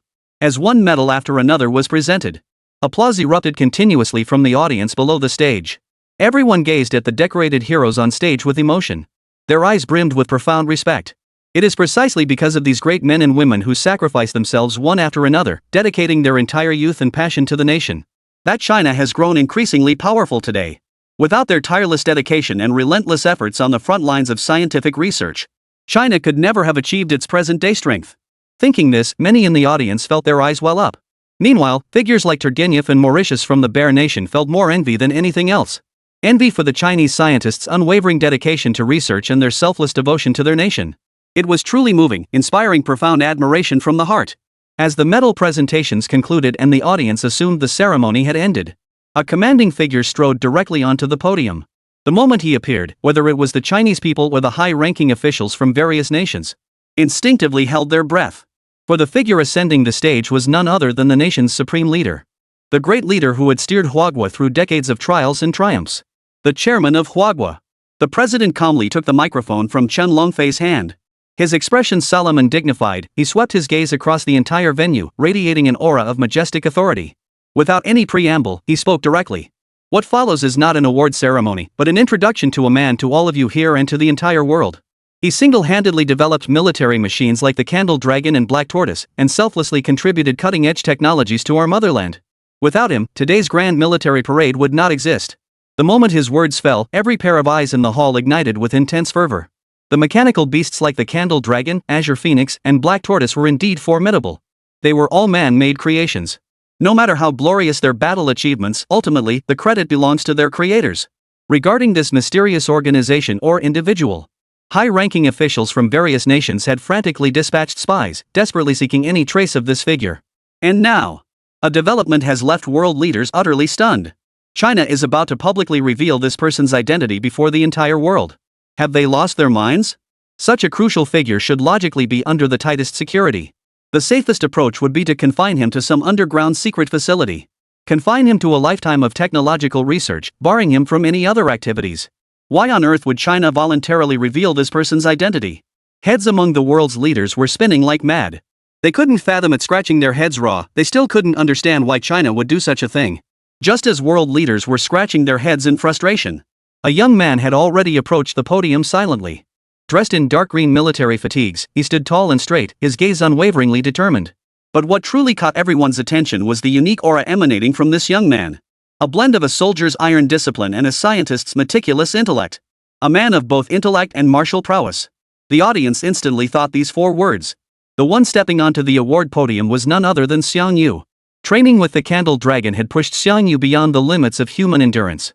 His physique underwent a dramatic transformation. His height surged to 185 centimeters, his facial features became sharply defined, and his entire body was sculpted with perfectly proportioned, refined muscles. Even the world's most discerning body sculptor couldn't find a single flaw in Xiang Yu's physique. With the assistance of nanobots, Xiang Yu underwent a complete metamorphosis. Every inch of muscle and every nerve reached the pinnacle of human potential at this stage of evolution. Xiang Yu had become Earth's first new human. The moment Xiang Yu appeared on screen, the livestream exploded, with comments flooding the screen like a tsunami. Chapter 141, the first swordmaster in Huagua's history. Holy crap, what a handsome guy. Is he really the scientist who developed the super mech? That's impossible. Absolutely impossible. This guy looks barely over 20. Eek, so handsome. I wanna have his babies. The livestream was flooded with comments. Chinese viewers were especially hyped. Yet amidst the excitement, doubts immediately surfaced. Could this young man in military uniform be the genius the minister mentioned who developed the super mechanism? If so, he's far too young. Just as everyone was speculating, the chairman spoke up. This young man's name is Xiang Yu. He is the genius inventor who developed the super mechanism. The moment the words fell, thunderous applause erupted throughout the venue. Simultaneously, the Huagua citizens watching the livestream erupted in screams and cheers. Holy crap! It really is him. Candle Dragon, Black Tortoise, Azure Phoenix, he built all of them? I'm still in school at 20, and he's already leading the tech revolution? That's insane. What freak? He's totally badass. Xiao Yu, you're officially my idol now. My ultimate crush. Exactly. An idol. Those celebrity heartthrobs? They don't even deserve to tie my shoes. Just as the crowd was erupting with excitement, the state councilor continued speaking. Many may wonder why I chose to reveal Comrade Xiang Yu's identity. Logically, keeping him hidden would be the wise choice. At these words, the high-ranking officials from various nations glued to their televisions instinctively nodded in agreement. This point had puzzled them greatly as well. If a super genius appeared in their country, they would undoubtedly seek every means to protect him. But protection was a euphemism. More accurately, it would be confinement. Confined for life in a secret laboratory unknown to anyone. Constantly developing new technologies. Because I am about to reveal Comrade Xiang Yu's other identity. The chairman's voice faltered slightly before resuming with unwavering gravity. For his outstanding contributions to military technology, Comrade Xiang Yu has been unanimously awarded the title of Sword Bearer by the highest authorities of Huagua. Xiang Yu, it is now time to receive your medal. Sword Bearer was not a household term in this parallel world. Both citizens and foreigners alike wore expressions of confusion. Yet when Xiang Yu accepted the sandalwood box from the chairman's hands and fastened the medal, heavy with historical significance, to his chest, the entire hall fell silent, so quiet you could hear a pin drop. At that very moment, in the United States, Britain, France, Australia, and other nations felt their hearts skip a beat, as if torn apart by an invisible force. Their faces instantly turned the color of liver. The most terrified expression belonged to Japan's Prime Minister Shinzo Abe. His entire body was instantly drenched in cold sweat. His flabby flesh trembled violently, as if it might detach from his body. This was the body's instinctive reaction under extreme anxiety. At the same moment, among the citizens of Little Japan, all those watching the live broadcast of China's medal ceremony froze in place. Many couldn't control their hands, jerking them back violently and dropping their phones to the ground. As if the phones had suddenly become hot potatoes, impossible to hold steady. The medal Xiang Yu wore at that moment appeared extremely ancient, even worn and tattered. Layers of blazing flames were engraved around its edges. At the very center of the flames stood a warrior mounted on a warhorse, his military sword raised high. When the people of Huagua saw the image on that medal, their thoughts seemed to traverse the river of time, transporting them back to the great calamity that had befallen China a century ago. The Japanese pirates invaded, leaving the land ravaged and its people suffering. 5,000 years of Chinese civilization were trampled and plundered by the aggressors. Until our forebears awoke and drew their swords against the foreign aggressors. War horses and sabers became the symbols of that era. They embodied the entire will of the Chinese people to resist foreign aggression. This is precisely why leaders from all nations were profoundly shaken the moment they laid eyes on this medal. But for the common folk, it was fear that dominated their hearts.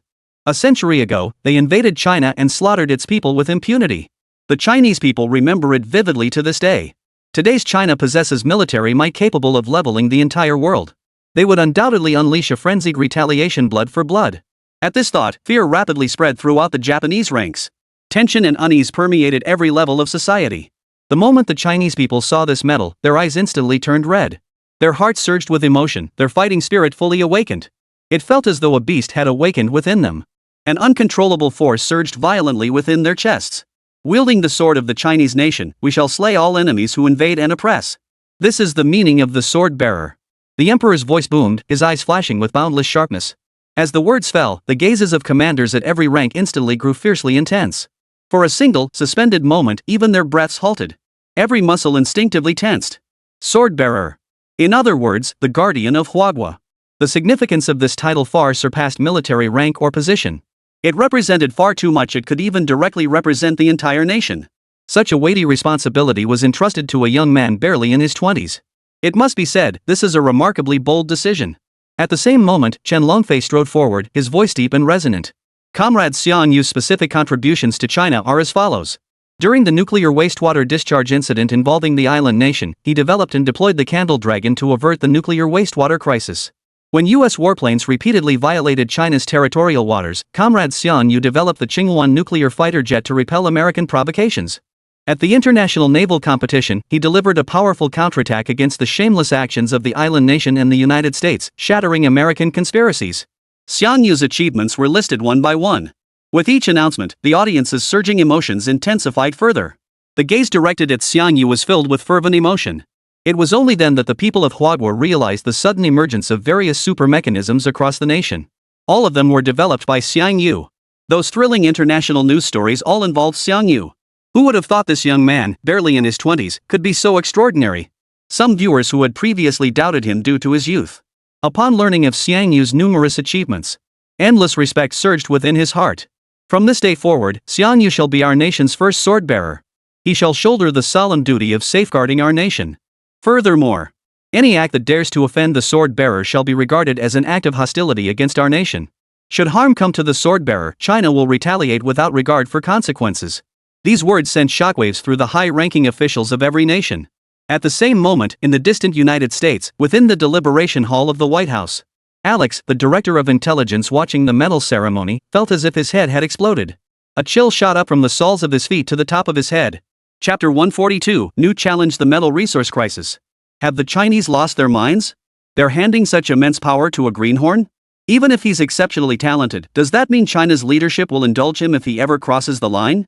He's just a tech genius. Why does China value him so highly? Alex slammed his fist hard onto the table, his face contorted with fury. In truth, the previous plan to infiltrate Lake Sea City with spies had been entirely orchestrated by Alex. The operation had ended in complete failure, costing the United States dozens of elite operatives. This was precisely why Alex now seemed to be shouting himself hoarse. His uncontrolled emotions were more about releasing the deep-seated unease within him.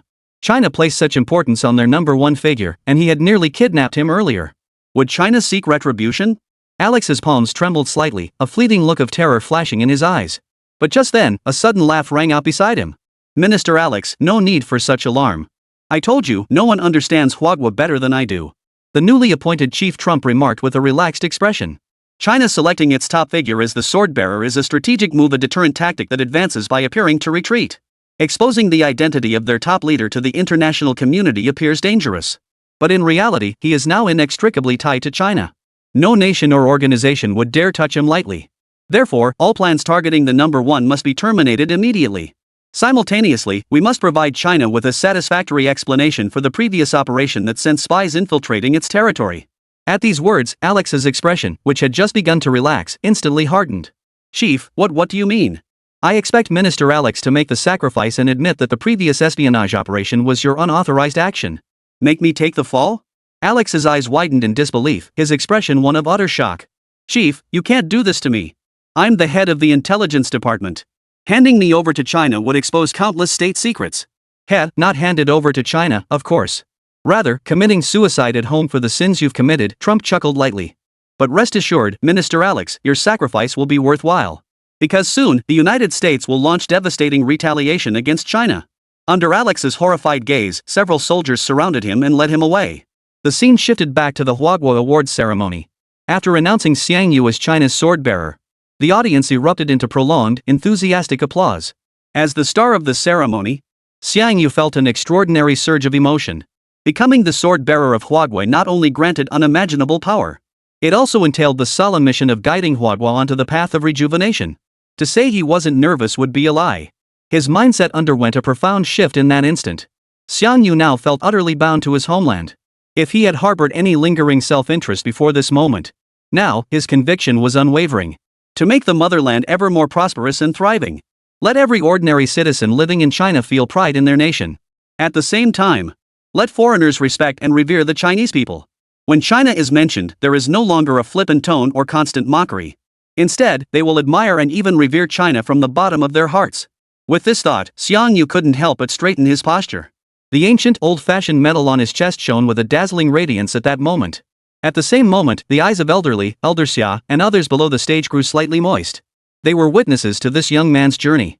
They had witnessed his journey step by step, as he developed one supermachine after another, stunning the world.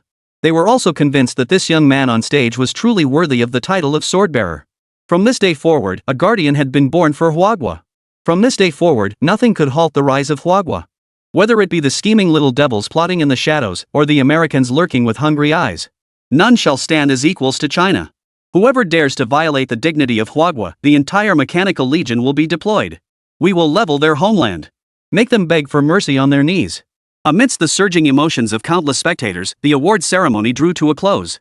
Simultaneously, the entire military parade was declared concluded.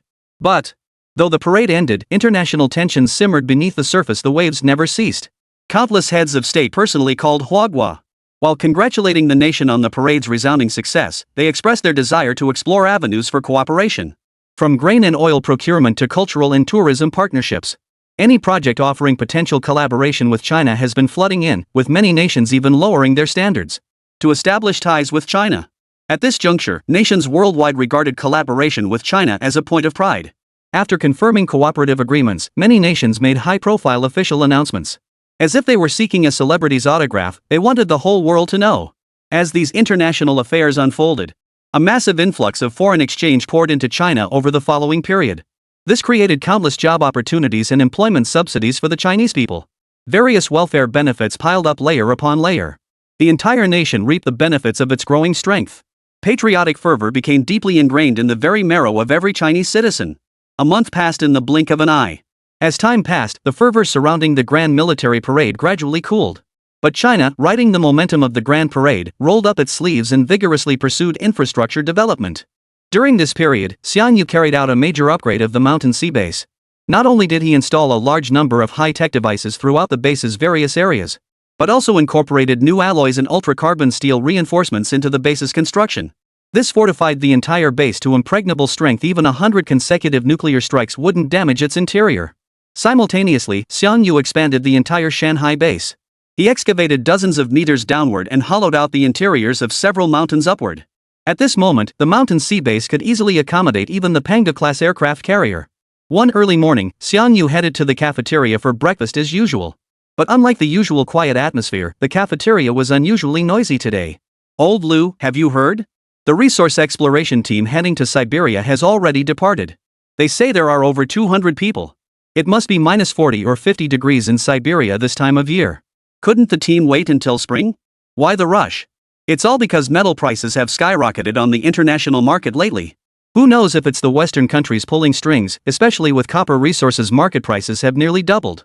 It's definitely some countries pulling strings, secretly driving up metal prices to stifle our development. Let's hope the exploration team stays safe over there." Sigh. Listening to the crowd, Xiang brow furrowed slightly. Here comes more work. Since international metal prices have gone up, China will just have to mine its own. Xiang thoughts raced as he finalized his plan. Then let's design a super mining vehicle. Chapter 143, The Troublemakers from Sanling Heavy Industries.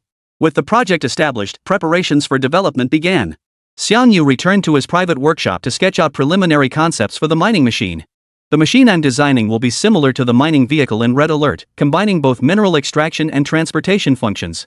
The current global standard for mining involves setting up shafts and semi-manually extracting raw metal ores from deep within rock layers. This method is extremely inefficient and incurs high transportation costs. Therefore, the mining vehicle I'm designing must autonomously complete mineral extraction and smelting. Ideally, it should incorporate its own refining equipment to directly convert ore into metal ingots, thereby increasing resource carrying capacity. Siberia's harsh environment features temperatures as low as minus 50 degrees Celsius. This machine must possess structural integrity to operate in both extreme cold and heat. Considering potential future lunar mining missions, the mining vehicle must be exceptionally durable. Yes, internal comfort levels must also be factored in. Mineral scanning is crucial. The wider the exploration range, the better. With his thoughts gradually crystallizing, Xiang had essentially finalized the mining vehicle's functional specifications. Next came the vehicle construction phase. Having experienced multiple peak-level epiphanies, Xiang now possessed some expertise in activating his innate talent for sudden insights. He hung a hammock in the workshop, placed a pillow inside, and settled in comfortably. He lifted his phone and opened Douyin. He searched for keywords, mechanical, mining. Soon, a flood of short videos about various machinery appeared on his screen. Xiang lay back in the hammock, watching them with great interest. Before he knew it, the entire morning had passed. Though the max-level enlightenment hadn't activated, Xiang had thoroughly enjoyed watching all the machinery videos. Stretching lazily, he was about to head for lunch, planning to continue watching in the afternoon. His thumb instinctively swiped again. The next second, a BGM titled Pacific Rim theme song began playing. The auditory impact of the heavy metal music instantly captured Xiang attention. The video displayed a montage of sci-fi movie scenes. Excavators, concrete mixers, cranes. Several mining vehicles of different models approached from all directions, rapidly transforming and assembling into a single entity. It was none other than the iconic transformation scene of the Colossus from Transformers 2. The massive, intricate machinery combining with the pulsing heavy metal soundtrack was utterly intoxicating. The Hercules transformer, assembled from multiple heavy machinery units, ultimately fused into a colossal mechanical entity.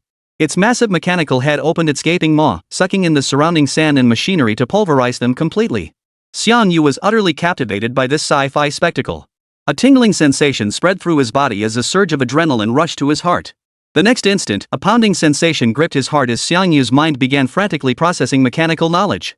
Electromagnetic turbine crusher, atomic level pulverization process shatters ore and separates metallic particles. Ultra-hard high-carbon steel drill bit, hardness 10,000 times that of diamond, capable of effortlessly boring through 10,000 meters of rock. Intelligent mining robot, a robot equipped with mineral exploration and transportation capabilities. Multifunctional matter reconstructor, alters surrounding pathways through high-frequency oscillation, baking, compression, and other methods. A torrent of knowledge flooded Xiang's mind. Xiang closed his eyes, continuously absorbing and comprehending the mechanical knowledge. When he opened his eyes again, his mind was crystal clear.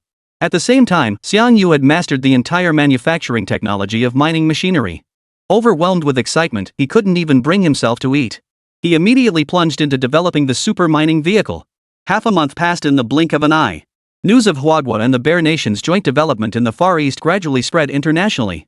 Numerous multinational heavy industry conglomerates saw immense business opportunities in this development. They immediately headed to Huagua, eager to secure a share of the Far East development project. Soon, an international machinery bidding war erupted within Huagua. Major multinational corporations mobilized their resources, vying for this collaborative opportunity. Simultaneously, numerous domestic heavy industry conglomerates joined the bidding, striving to board this express train of corporate advancement. Among the multinational corporations, the most renowned was Triangular Heavy Industries from the island nation. In fact, when Sanling Heavy Industries from Little Japan appeared on the bidding list, the Chinese officials unanimously voted to kick the Japanese company out of the project. To achieve this, they deliberately inflated the bidding price for the Japanese company, setting it at double the market rate. Such a price was an absolute loss-making deal for Sanyo. Everyone assumed Mitsurugi Heavy Industries would back down. But to everyone's surprise, the deep-pocketed Sanling Heavy Industries accepted without hesitation.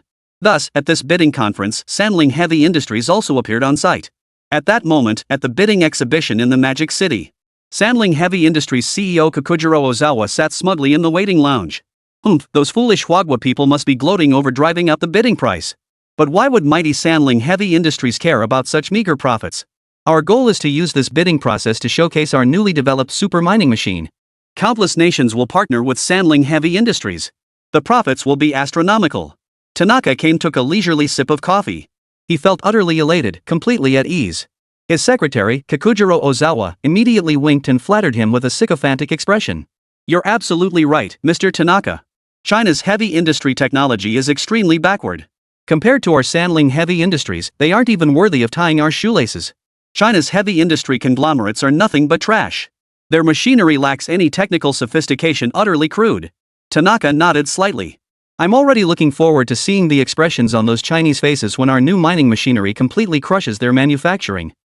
Just wait until I mock them. The bidding conference was about to commence.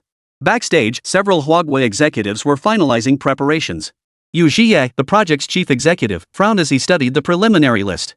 They bid twice the price, yet they still showed up. They must have ulterior motives. Another official remarked, his expression equally grim. Sanling Heavy Industries is a colossus on the global stage. I fear our domestic companies might suffer losses this time. The room fell silent at this remark. Yu Jie frowned slightly but remained silent. He walked silently to the side and dialed a number. Hello, Mr. Lee. This is Yu Jie. Yes, the bidding conference is about to begin. You mentioned earlier that a machine is nearing completion. Could you see if? At that moment, inside a private warehouse at the Shanghai base, Xiang Yu was jolted awake from his slumber by the urgent ringing of a phone. Beneath him, a monstrous mechanical colossus lay silently lurking. Chapter 144, The Taotai Deploy. It was a colossal mechanical creation whose appearance defied traditional motorcycles. Its monstrous frame delivered a powerful visual impact. Most striking was the enormous mechanical skull prominently displayed at its very front. 6 silver-white drill bits were embedded along its edges. Its massive jaws formed a ring-shaped structure. When activated, a dense network of pale blue arcs flickered within the ring structure, pulverizing anything drawn into its gaping maw. 6 heavy-duty armored tracks support the entire body. The colossal machine's overall appearance resembled a cyberpunk-style dragon crouching menacingly. It radiates a terrifying presence. As the warehouse doors slowly opened, the colossus's form abruptly materialized before the gathered base personnel. The scene fell deathly silent for nearly 10 seconds. Then, a chorus of gasps erupted. Holy? What the hell is that thing? Holy crap! A mechanical Tyrannosaurus Rex. After secluding himself for so long, has the god invented yet another new contraption? Whispers of suspicion rippled through the crowd, overwhelmed by the sheer presence of this colossal mechanical behemoth. The staff stood frozen in place, not daring to move a muscle, terrified of disturbing the colossus and being swallowed whole. Suddenly, a figure appeared atop the mechanical colossus. The next second, Xiang Yu, clad in a blue work uniform, leapt down lightly and landed steadily on the ground. Well, what do you think, everyone? Xiang Yu tapped the metal shell of the colossus. This is my new mining vehicle design. Not bad, huh? You call this a mining vehicle? Eyes widened in disbelief. God Xiang, don't joke with me. This beast could crush an American aircraft carrier with ease, let alone mine. Exactly. Just look at that gaping maw, one bite could chew through half a US warship. You can't be telling us this behemoth is just for mining. Faced with their skepticism, Xiang Yu shrugged helplessly. Of course it's not just for mining. It also builds roads, detects resources, transports materials. Our country is preparing to develop the Far East, right? This colossus was engineered precisely for that purpose. My goal is to use this colossal machine to aggressively extract mineral resources from the Far East, thereby solving our metal shortage crisis.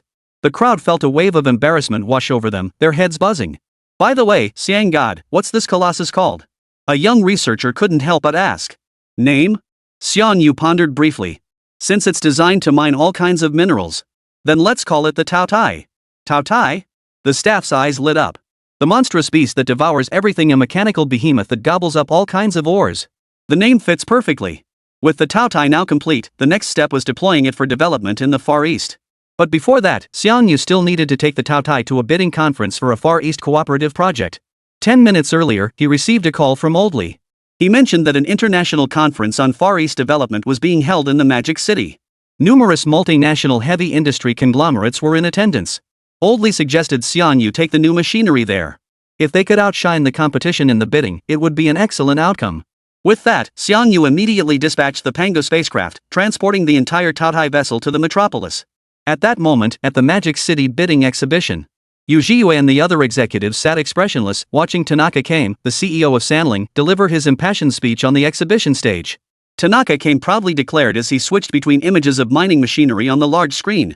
Sanling Heavy Industries stands as the world's premier heavy machinery conglomerate.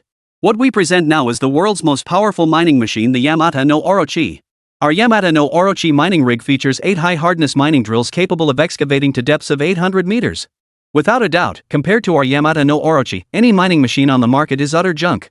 Tanaka Kame's eyes gleamed with scorn as his gaze swept repeatedly over the Chinese delegation below the stage. Blatant contempt. Utterly unmasked.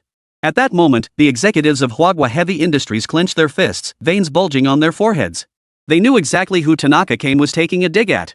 Yet the bitter truth was that Sanling Heavy Industries' Yamata no Orochi was undeniably cutting edge. The machinery from China's major heavy industry groups simply couldn't compare. Surveying the silent crowd below the stage, Tanaka Kame wore an unabashed grin. His mouth stretched nearly to his ears, his eyes brimming with even more contempt. Especially when he saw numerous Chinese glaring at him, yet forcing themselves to endure. This brought Tanaka Kame immense satisfaction. He let out a light snort, his voice rising another notch as he declared. Is there anyone else who wants to challenge our Yamata no Orochi?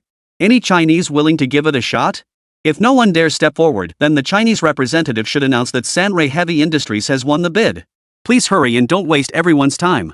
Gazing at Tanaka Kame's utterly arrogant demeanor on stage, Yu Zhiyue felt his lungs about to burst with rage, wishing he could personally storm the stage and slap Tanaka Kame across the face.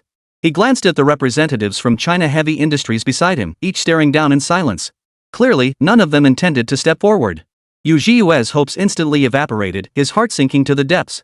Could it really be that this arrogant little upstart would take the lead and muscle in on the Far East development project? If that were the case, it would be worse than swallowing a fly. Just as Yu Zhiyue was feeling utterly helpless, his phone in his pocket suddenly vibrated. He instinctively opened it to find a message and an installation file from Oldley. I've sent you the testing software for the new machinery. The new mining equipment will arrive shortly. Yu Zhiyue, who had been feeling utterly defeated, instantly perked up. He hurriedly installed the software on his phone. The interface was simple, featuring only 2 options, machinery testing and location information. Clicking on location information revealed a satellite map where a red dot was rapidly approaching the convention center. Just as Yu Zhiyue was about to zoom in for a closer look, Tanaka Kame's impatient voice cut through the air from the podium. No one dares challenge Sanling Heavy Industries Yamata no Orochi anymore. Declare our bid successful immediately. Don't waste my time. Yu Zhiyue's eyes instantly turned icy. Our nation still has one machine yet to be demonstrated. Please. Ha ha ha. Don't you have any idea how advanced your nation's heavy industry really is? Tanaka sneered mockingly. What's the big deal? Admitting our small country's heavy industry is stronger than yours, is that so hard? Yet the instant Tanaka Kame finished speaking, the open-air exhibition hall suddenly plunged into darkness without warning. Ha! Did it cloud over? Chapter 145, Confronting Doubt. Everyone instinctively looked up toward the sky. The next instant, a massive blast of air surged down from above, violently filling the exhibition hall. Before anyone could discern what was above, they were already being blown haphazardly by the immense blast. Tables and chairs were overturned, and paper documents flew everywhere. The entire exhibition hall seemed to have been struck by a typhoon. The worst hit was Tanaka Kame, standing at the podium. The moment the massive blast hit, he was hurled through the air like a pile of junk. His head slammed against the nearby iron railing with a loud thud. The pain made Tanaka came let out a blood-curdling scream. Only then did the crowd clearly see the dark figure in the sky. It was none other than a colossal flying aircraft carrier. It's the Panga space carrier. Simultaneously, suspended at the very center of the airborne carrier, hung an exaggeratedly shaped steel beast resembling a mechanical tyrannosaurus. As the Pango descended, the mechanical tyrannosaurus also slowly landed in the center of the exhibition hall. Its volume spanned 2 basketball courts. It instantly overshadowed the entire podium. At that very moment, everyone present caught a clear glimpse of this steel creation. Its sci-fi exterior radiated a cyberpunk aesthetic, drenched in heavy metal industrial aesthetics. Its angular frame snarled like a raging dragon, claws extended. Especially its massive jaw, which seemed to connect to the abyss. A single glance instilled endless dread and oppressive pressure. Everyone was frozen in place by this sudden appearance of the heavy-duty machine. Their bodies stiffened like millennia-old zombies. Is this the mining machine oldly mentioned? Yuzi's pupils darted wildly, his face contorted with overwhelming excitement. Using this for mining seems like a gross underutilization. This thing is clearly a war machine. Yuzi wasn't the only one stunned. Even the executives from Huagua Heavy Industries standing beside him felt a chill run down their spines. As executives of a heavy machinery corporation, they naturally possess deep expertise in industrial equipment. The mechanical marvel before them completely shattered their preconceptions of heavy machinery. Weren't heavy machinery supposed to be things like excavators, cranes, and cement mixers? This colossal thing before them looked entirely like a mechanical monster. It had absolutely nothing to do with heavy machinery, right? Precisely because they couldn't comprehend it, these executives were all the more stunned. Their mouths opened and closed, their expressions frozen in a state of utter bewilderment. They were utterly dumbfounded. Damn it, someone pull me out. I'm pinned down. Just then, a cursing voice erupted from beneath the collapsed podium. A bloodied pig's head emerged from the rubble. None other than Tanaka came, CEO of Sanling Heavy Industries. Struggling and cursing, he shouted. Chinese construction is garbage. How long did it even last before the roof collapsed? Damn it, someone pull me out. Seeing Tanaka Kame's pitiful state, the Chinese crowd chose to ignore him completely. That Japanese bastard deserved it for being so arrogant. He should have been crushed to death. It was the Japanese side that finally reacted, frantically pulling Tanaka Kame from the rubble. Tanaka Kame now looked like a street beggar, his suit torn to shreds. His pitiful state was utterly laughable. Yet even so, Tanaka Kame continued to curse incessantly. Damn those Chinese. Their architecture is utterly terrible. Secretary Ozawa, I distinctly recall this exhibition hall was open air. Why did it suddenly collapse? Damn it all to hell. Once I get back to Japan, I'll spread the word about how terrible Chinese architecture is. Collapsing at the slightest breeze as flimsy as a paper house. Yet as Tanaka Kame ranted, Ozawa Kakujiro beside him wore a peculiar expression. Minister Tanaka, it seems you've misunderstood what just happened.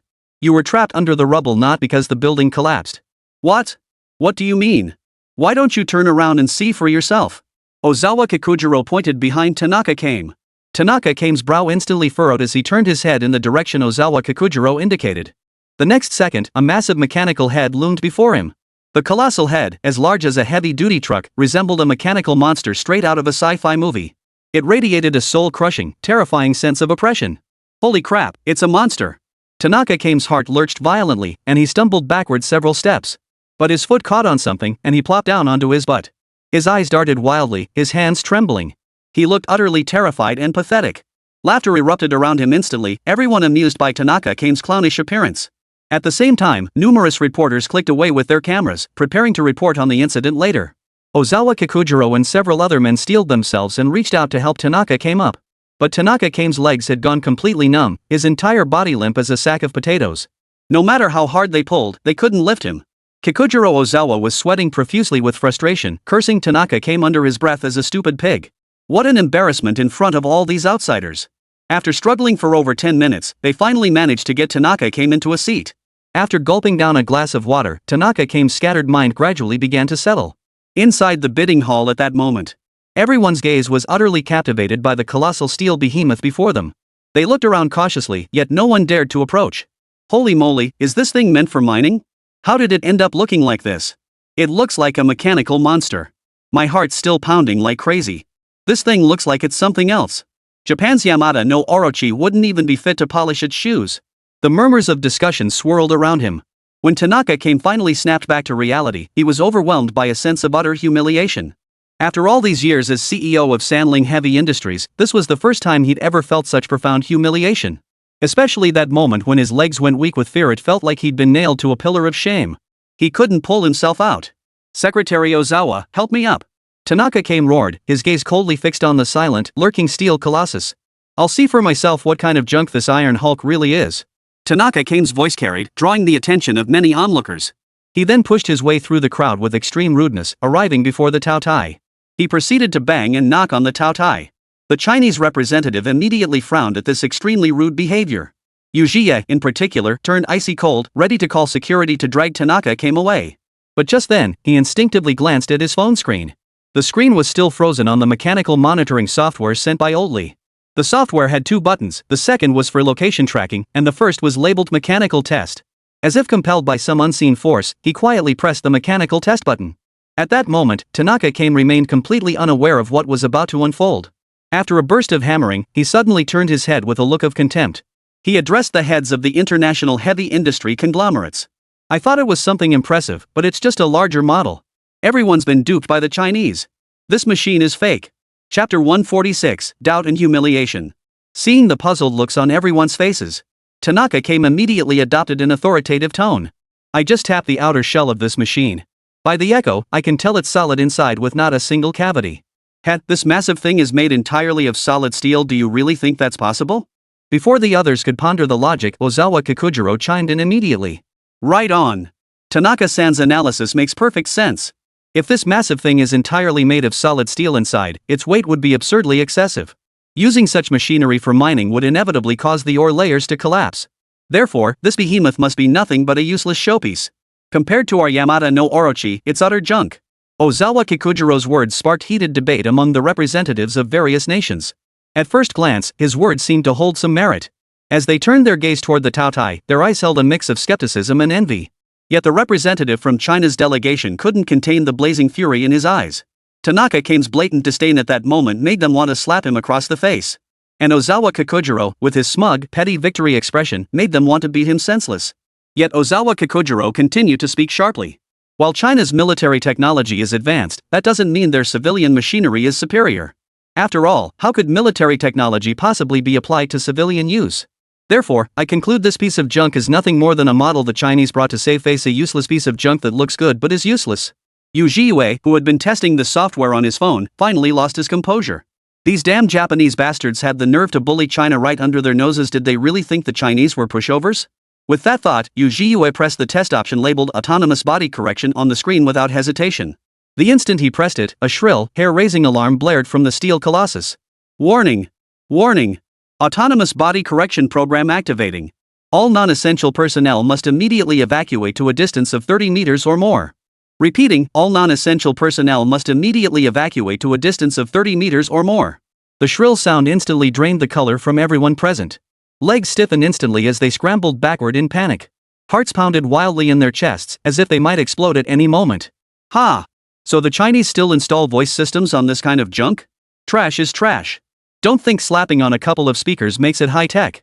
Amidst the frantic retreat, Tanaka Kame stood perfectly still, his expression utterly calm. He even crossed his arms behind his back to look cool, maintaining a calm demeanor.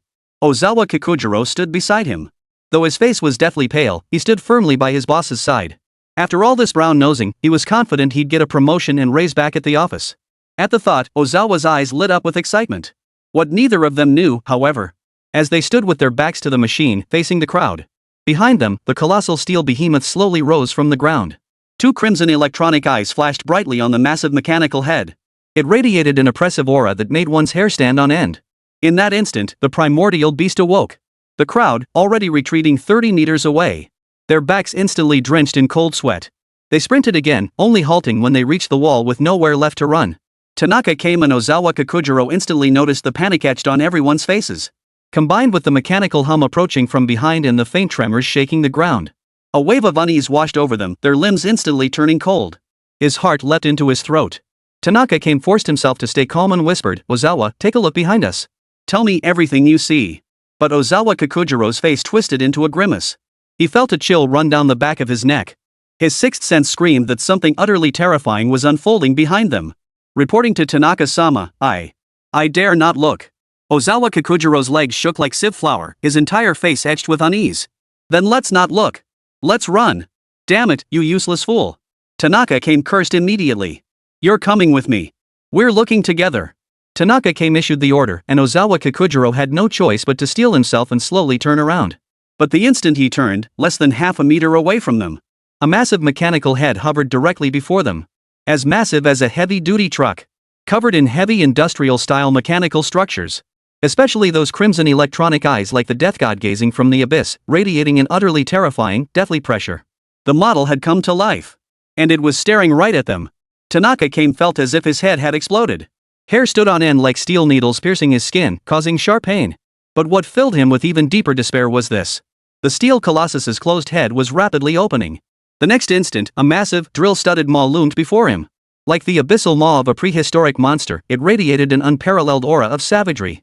Like a colossal star-devouring beast poised to swallow everything. With a thud, Tanaka was so terrified he collapsed onto the ground, losing all bodily control. A foul stench instantly filled the air below him. The CEO of the esteemed Sandling Heavy Industries had just peed himself in terror. Beside him, Ozawa Kikujiro fared slightly better. His face was as white as paper, his entire body trembling, but he hadn't collapsed onto the floor. Ozawa, pull me up. I can't stand. Tanaka pleaded, turning to Ozawa for help. The next second, Ozawa didn't hesitate, he took off running. I'm still young. I can't die. Tanaka watched as Ozawa Kikujiro abandoned him and fled. A fierce will to survive erupted within him, and he immediately grabbed hold of Ozawa Kikujiro's calf. Ozawa-kun, save me. I don't want to. Get off. But Ozawa Kikujiro, terrified beyond reason. He instinctively kicked Tanaka in the face. The immense force even knocked out several of Tanaka's front teeth. Blood gushed from his mouth. But Tanaka paid no heed, still clutching Kikujiro Ozawa tightly. Either take me with you, or we both die. Damn it, you fat pig. Let go. Kikujiro Ozawa's true nature erupted instantly. He cursed loudly while kicking Tanaka relentlessly. Under the crushing weight of impending death, nothing mattered more than saving his own skin. However, just as the two stood locked in a standoff, behind them, the mouth of the Taotai vessel suddenly glowed with a faint blue light. Countless dense arcs of electricity spread from the enormous maw. Chairs, stools, and scattered papers all flew into the Taotia's maw, instantly shredded into dust. Simultaneously, a terrifying gravitational pull descended upon Tanaka and Ozawa Kikujiro. Chapter 147, The Abyssal Maw That Devours All. The next second, Tanaka and Ozawa Kikujiro found themselves suspended in midair. Had Ozawa not reacted swiftly to grab a rope, they would have been sucked into that abyssal maw and torn to shreds. The hemp rope! The hemp rope! Tanaka was so terrified his bile nearly surged forth. Tears mixed with snot covered his entire face. Ozawa Kikujiro felt as if his brain had been drained dry. Completely unable to think. His face bore only the despair of impending dismemberment. Was his life about to end here today? He instinctively glanced back. In a daze, Ozawa saw within the giant mechanical jaws his long-deceased grandfather smiling and beckoning him. Child, stop struggling. Come into grandfather's embrace. In that moment, Xiaozhe completely lost his will to survive. He released his grip. With a loud thud, both Tanaka and Ozawa Kikujiro crashed to the ground. Tanaka's jaw struck the staircase during the fall. His jaw bulged as he spat out several teeth mixed with blood. The steel colossus abruptly ceased its devouring. We survived. Kikujiro Ozawa burst into tears of joy, clutching his head and sobbing uncontrollably. But beside him, Tanaka blared at Ozawa Kikujiro while coughing up blood. The memory of being savagely kicked moments ago made him want to kill him. Yet immediately following that surge of rage came a deep, creeping dread. The mechanical monster behind them was utterly unsettling. He'd nearly been sucked into its maw just moments ago. The terror still dampened his pants. He instinctively tightened his belt, trying to hide his embarrassment. Beep. Beep. Just then, Tanaka's phone suddenly rang. The instant he saw the screen, Tanaka's entire body jerked violently. The panic in his eyes vanished instantly, replaced by renewed confidence. Ha! Chairman Kawashima has come to China too. And he's brought the Yamata no Orochi with him. No matter how powerful China's machines are, they absolutely cannot match the Yamata no Orochi we at Sandling Heavy Industries have spent decades perfecting. Tanaka clenched his fists tightly, his eyes blazing with intense fire. At that moment, the Taotai, having completed its calibration, returned to silent standby. The representatives from various nations watched the colossal steel beast slowly settle, their eyelids twitching violently as their scalps tingled numb. The sight of that monster opening its massive jaws to devour everything in sight had been utterly terrifying. Had it not been stopped in time, it likely would have swallowed the entire exhibition hall whole. Holy crap! The Chinese have built another terrifying mechanical monster. This time, they're not building war machines, they're creating civilian heavy industry. China is playing a grand game. Compared to the panicked representatives from other nations, Yu Zhiyue and his team remained remarkably composed. Especially Yu Zhiyue. After a brief exploration, he had already grasped the smartphone's operating system. Each button corresponded to different functions of the Taotai, which could be displayed upon tapping. Functions like excavating passages, decomposing minerals, and material reconstruction. All these functions could be demonstrated to everyone with simple button presses. Jia, where did you find this beast? It's incredible. The Chinese representative beside him couldn't help but give him a thumbs up. The little punk who'd been acting all cocky just moments ago now lay sprawled on the ground like a dead dog. This was damn satisfying to watch. If we use this thing for mining, I'd bet it'd boost efficiency by 1,000-fold. Send it to the Far East and it'll strip the place bare in no time. By then, the Russian bear would be crying its eyes out. Yu Zhiyue didn't join his colleagues' discussion but instead addressed the crowd swiftly. My apologies, everyone. This bidding session is now concluded. All country representatives are requested to vacate the premises immediately. Yu Zhiyue's unexpected dismissal left the heavy industry executives momentarily stunned. They soon realized that Yu Zhiyue didn't want to reveal too many of the steel behemoth's capabilities to them. It made sense. It was already a miracle that such an impressive machine had appeared at the bidding conference. Now that the representative from Huagua didn't want them to see more, it made perfect sense. But just then, the shrill screech of tires echoed from outside the exhibition hall. The next second, a stern-faced elderly man in a suit, surrounded by a group of bodyguards, strode into the conference hall. Before the crowd could react, a voice, thick with obsequiousness, cut through the air. Cry your heart out, Hayaku. Chairman Kawashima, you've finally arrived. Tanaka came, blood still smeared on his lips, rushed forward with arms raised above his head, as if greeting his own father. Chairman Kawashima, please judge this matter fairly. Those Chinese people have no integrity. They built some crappy machine and think they can just cancel our bid. Their machinery is all flash and no substance, nothing like our Yamada no Orochi. Tanaka came's sudden reversal of blame instantly froze the expressions of the Chinese delegation. This Tanaka came had repeatedly committed treason, and now that his chairman had arrived, he barked like a mad dog, throwing himself into his master's embrace. He should have been devoured by the Taotai right then and there. But it was Kawashima Nobuo, the head of Sandling Heavy Industries, who first shot Tanaka came a cold stare. He then narrowed his eyes slightly, scanning the nearby figures of Yu Zhiyue and the others. My fellow Chinese friends, I'm unaware of what transpired here earlier. But since you've permitted our island nation to bid, you must honor your commitments, correct? Yu Zhiyue snorted coldly and immediately replied. We've already conducted preliminary tests. The Huagua Taotia's performance in all aspects is far more suitable for this Far East mineral extraction mission.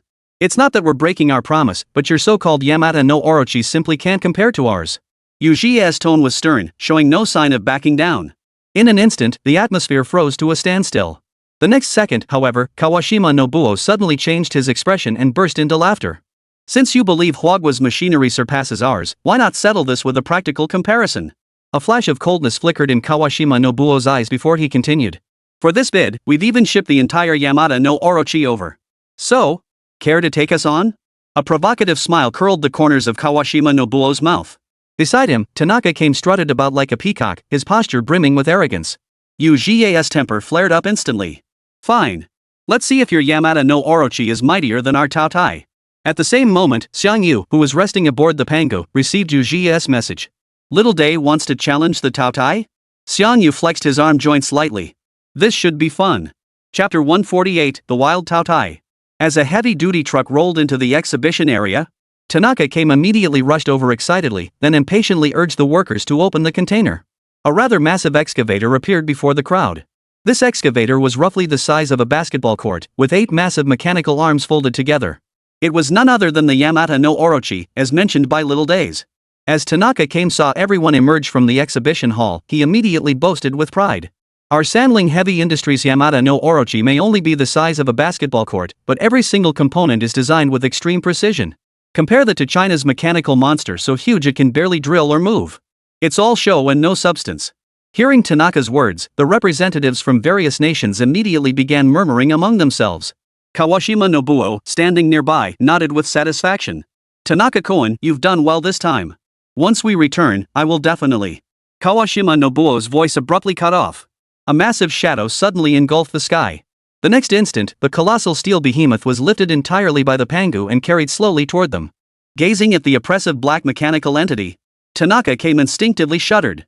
But Kawashima Nobuo snorted coldly beside him. A machine this massive could never handle mining operations. Its sheer size alone condemns it to paralysis in complex terrain. Men! Start up the Yamata no Orochi. I intend to meet this mechanical creation of Hwagwa face to face. Soon, the Yamata no Orochi was transported to the surface in its entirety. Inside the control chamber at the core of the Yamata no Orochi, Kawashima Nobuo buckled his seatbelt. The test site was selected on a vacant lot adjacent to the exhibition hall. Plans called for a part to be built there, but construction hadn't started yet, leaving the area covered in wild grass. Two colossal machines emerged from the building, instantly drawing the attention of passers-by. Many stopped in their tracks, pointing and whispering about the mechanical contraptions on the site, their attention particularly drawn to the Taotai. Holy crap, what the hell is that thing? Looks like a mechanical dragon. Didn't you see the Magic City news? They said Little Days is challenging our nation's heavy machinery for performance. Good grief, what's there to compare? That foreign thing is just an excavator with 8 mechanical claws. Quick, grab your phones. Can't wait to see the showdown. The crowd grew denser by the minute, soon swarming around the area in a thick throng. On the Yamata no Orochi, observing the growing crowd of Chinese nationals nearby, Kawashima Nobuo rubbed his hands together, his expression brimming with determination. Yamata no Orochi. Deploy. Let those foolish Chinese see just how powerful the machinery forged by Sanrei Heavy Industries truly is. The moment the words left his mouth, Kawashima Nobuo swiftly pulled dozens of control levers around him. The colossal excavator began digging into the ground like an 8-legged spider. In the blink of an eye, a 2-meter deep pit had been carved into the earth. Whoa! That's fast! Representatives from various nations collectively gasped at the sight of such an efficient excavation machine. Sanling Heavy Industries truly lived up to its reputation. Such high-efficiency excavation equipment was simply beyond comparison with anything other nations could produce. Spectators nearby fell silent, mouths agape. They'd seen excavators before, but never one capable of digging a 2-meter deep pit in mere seconds. Ha ha! See now, China, how formidable our island nation's heavy machinery is. Tanaka-Kane clapped wildly with excitement. His eyes brimmed with smug satisfaction. At the efficiency of our Yamata no Orochi, a 100-meter deep borehole can be completed in just one day. Extracting ore is as easy as plucking fruit from a tree. Now look at China's machinery. Poof. It doesn't even have a single mechanical arm. There's no way it could match our efficiency. Facing Tanaka-Kane's taunts, the Chinese representative's face remained stiff and expressionless. Their gazes shifted collectively toward Yu Jie, who was making a phone call nearby. Understood, Chief Engineer Xiang. Yu Jie murmured. Proceed as you see fit. As long as you stay within this barren land, there won't be any issues. After hanging up, Yu Jie suppressed his rising excitement and addressed the group. Everyone, evacuate the wasteland immediately. The Taotai is launching now. This area is about to become unsafe. Ha! Who are you trying to scare? Tanaka came instantly leapt forward, pointing at Yu Jie and shouting. You think sticking a fan in your mouth makes you high-tech? I don't believe your steel-clad piece of junk can match the digging efficiency of our Yamata no Orochi. Can that thing even clear an entire wasteland? Keep dreaming.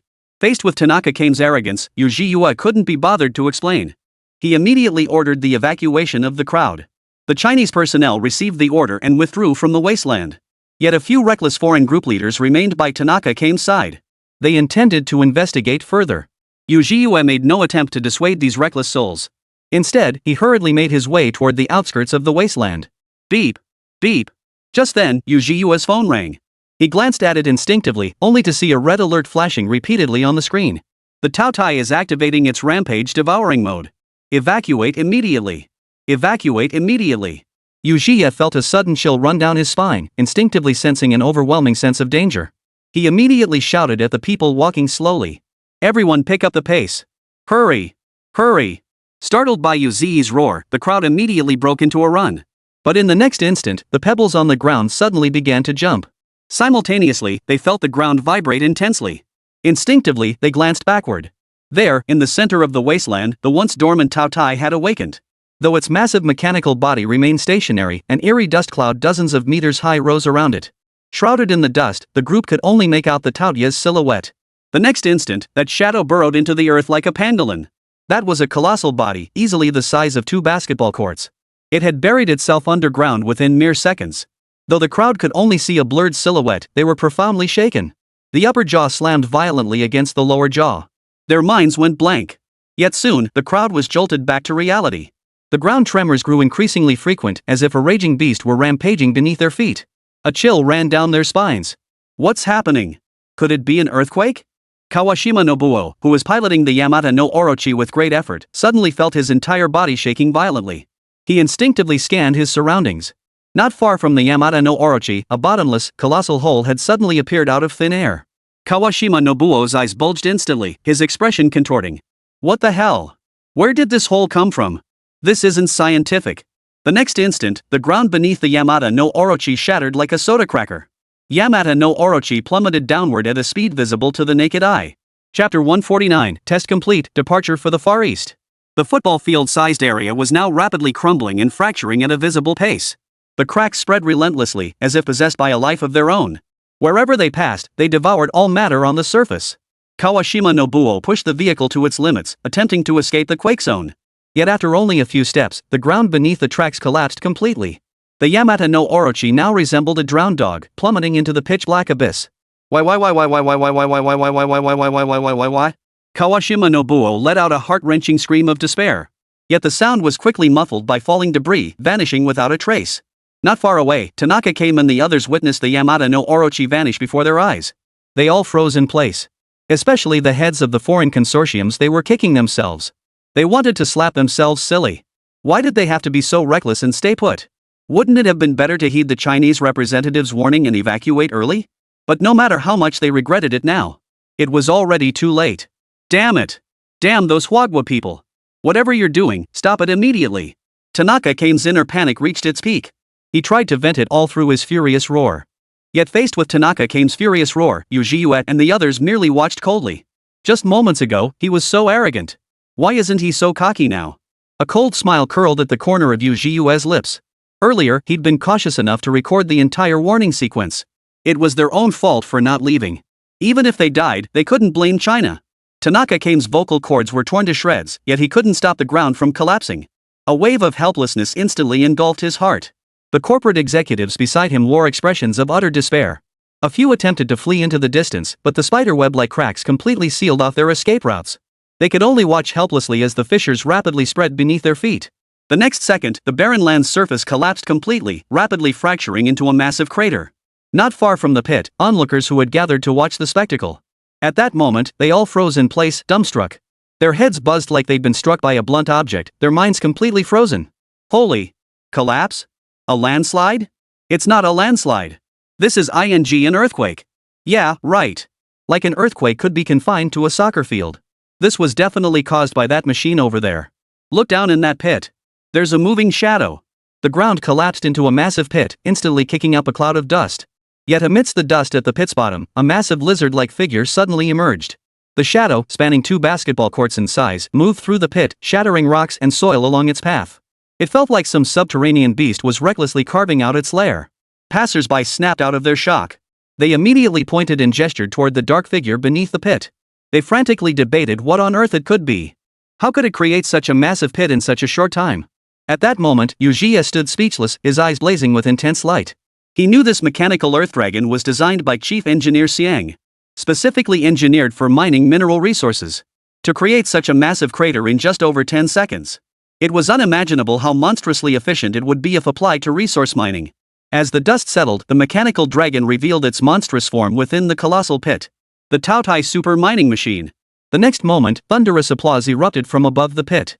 The citizens of Hwagwa applauded enthusiastically, celebrating their nation's addition of yet another super machine. At the very center of the pit, a mining machine lay motionless, its mechanical arms retracted like a dead spider, its head tilted upward. Its mechanical arms twitched occasionally. Sparks flew. Cough cough, Chairman Kawashima, are you alright? Dust-covered Tanaka crawled out from beneath the rubble, rushing in panic toward the wrecked Yamata no Orochi. But when he pushed aside the windshield, he found Kawashima Nobuo huddled in the corner like a 1,000-year-old mummy. His wide eyes held no trace of life. His entire being had been utterly petrified by terror, his spirit shattered. No matter how loudly Tanaka shouted, there was no response. He was as unresponsive as a vegetable. This is what happens when a person experiences extreme shock. The brain goes into overdrive. Commonly known as being scared out of one's wits.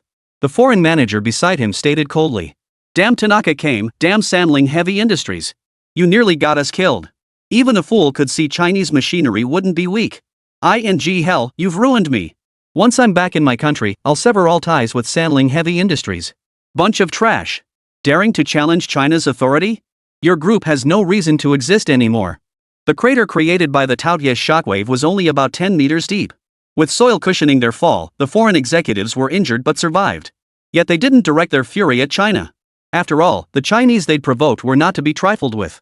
Instead, they directed all their fury toward Tanaka Kame and Sanling Heavy Industries. A barrage of insults about his family instantly reduced Tanaka Kame to a cowering turtle. His entire head was tucked into his chest, unable to lift it again. Especially upon hearing the statements from representatives of various nations targeting Sanling Heavy Industries. His face turned an extreme shade of grim, his eyes darting wildly. Sanling Heavy Industries was likely finished for good after today. Several dozen minutes later, on a temporarily cleared airport runway, the Pango space carrier touched down. Xiang Yu, clad in a black combat uniform, met with Yu Zhiyue, the head of the exhibition. Staring at the exceptionally young man before him, Yu Zhiyue was so overcome with emotion he could barely form coherent words. This young man was the prodigy personally honored by the chairman. Such exceptional talent made even the seasoned Yu Zhiyue feel a surge of nervousness. Chief Xiang. No, Chief Designer Xiang, hello. I'm Yu Zhiyue, the domestic lead for the Far East Development Project. Xiang Yu extended his hand for a brief shake before getting straight to the point. Mr. Yu, how is the development progress in the Far East region? I plan to pilot the Tao Tai in the development efforts. Could you arrange that for me? Yu Zhiyue's eyes lit up instantly as he replied without hesitation. Chief Engineer Xiang, your timing couldn't be better. Our second pioneering team has already assembled in the northern desert. You can head straight there. They will fully support you. Xiang Yu gave a slight nod, then immediately piloted the Pango, transporting the Tao Tai along the northern desert route. Winter was fast approaching. The farther north we went, the colder it became. Soon, the entire sky was enveloped in white mist, and large snowflakes began to drift down from above. The entire land was now blanketed in ice and snow. As far as the eye could see, only a vast expanse of white remained. Today's weather was far from ideal. The entire northern wilderness was engulfed in a blizzard. Chapter 150, The Iron Earth Dragon in the Blizzard. At this moment, in a supply town named Wumu along the northern desert frontier, a construction crew of over 100 men stood ready to depart. Their mission to the Far East was to survey routes and prepare for future highway construction. This would facilitate the future transportation of mineral resources. Team leader Chen Tai stared intently at the end of the road. Captain Chen Tai, shall we depart? With this hellish weather, if we wait any longer, even the old road might be buried in snow. His deputy approached with a grave expression. At the same moment, several workers nearby couldn't help but grumble. According to the original plan, we should have hit the road 4 hours ago. The snow wasn't even that bad then. Look at it now, holy crap, we're going to be stuck in Wumu town. Hey, Captain Chen Tai, who exactly are you waiting for? Such a big deal, making all of us wait just for him? Facing the grumbling workers, Chen Tai's tense face betrayed a hint of helplessness. He too was feeling quite irritable at that moment. The blizzard had already arrived much earlier than anticipated, and now his immediate superior, Yu Ziyi, had suddenly contacted him. He was told to wait for a crucial person to arrive, and no matter how urgent the situation, he absolutely couldn't leave early. The result was that the blizzard swiftly engulfed Wumu town. Even with several bulldozers in the convoy, progress in this blizzard would likely be impossible. At this thought, Chen Tai sighed deeply. This delay means our planned week-long rendezvous with the exploration team will likely be pushed back to half a month from now. Chinese friends, why haven't we departed yet? Just then, several Russians clad in snow-proof coats approached. They were part of the construction crew sent by the Russians, having participated in building several facilities across the Far East. When it came to Far East construction, they were seasoned veterans. At this moment, discontent was evident on every one of their faces. Chinese friends, the blizzard has already arrived. If we don't move now, we'll likely have to wait until spring to set out. We hear you're waiting for an important person, but what could be more important than crossing this blizzard? Chen Tai was now torn to the extreme. On one side was his direct superior's absolute order, on the other, the blizzard intensified relentlessly. If they waited any longer, they risked becoming completely stranded in Wumu town. Yet at that very moment, the swirling snowflakes in the sky suddenly thinned. The next instant, a massive shadow, sharp as a sword, pierced through the thick clouds. A massive shockwave scattered the dark clouds, and sunlight instantly pierced through the heavens. Everyone instinctively looked up. Upon seeing the colossal mechanical contraption in the sky, their pupils dilated wildly, and their scalps instantly tingled with shock.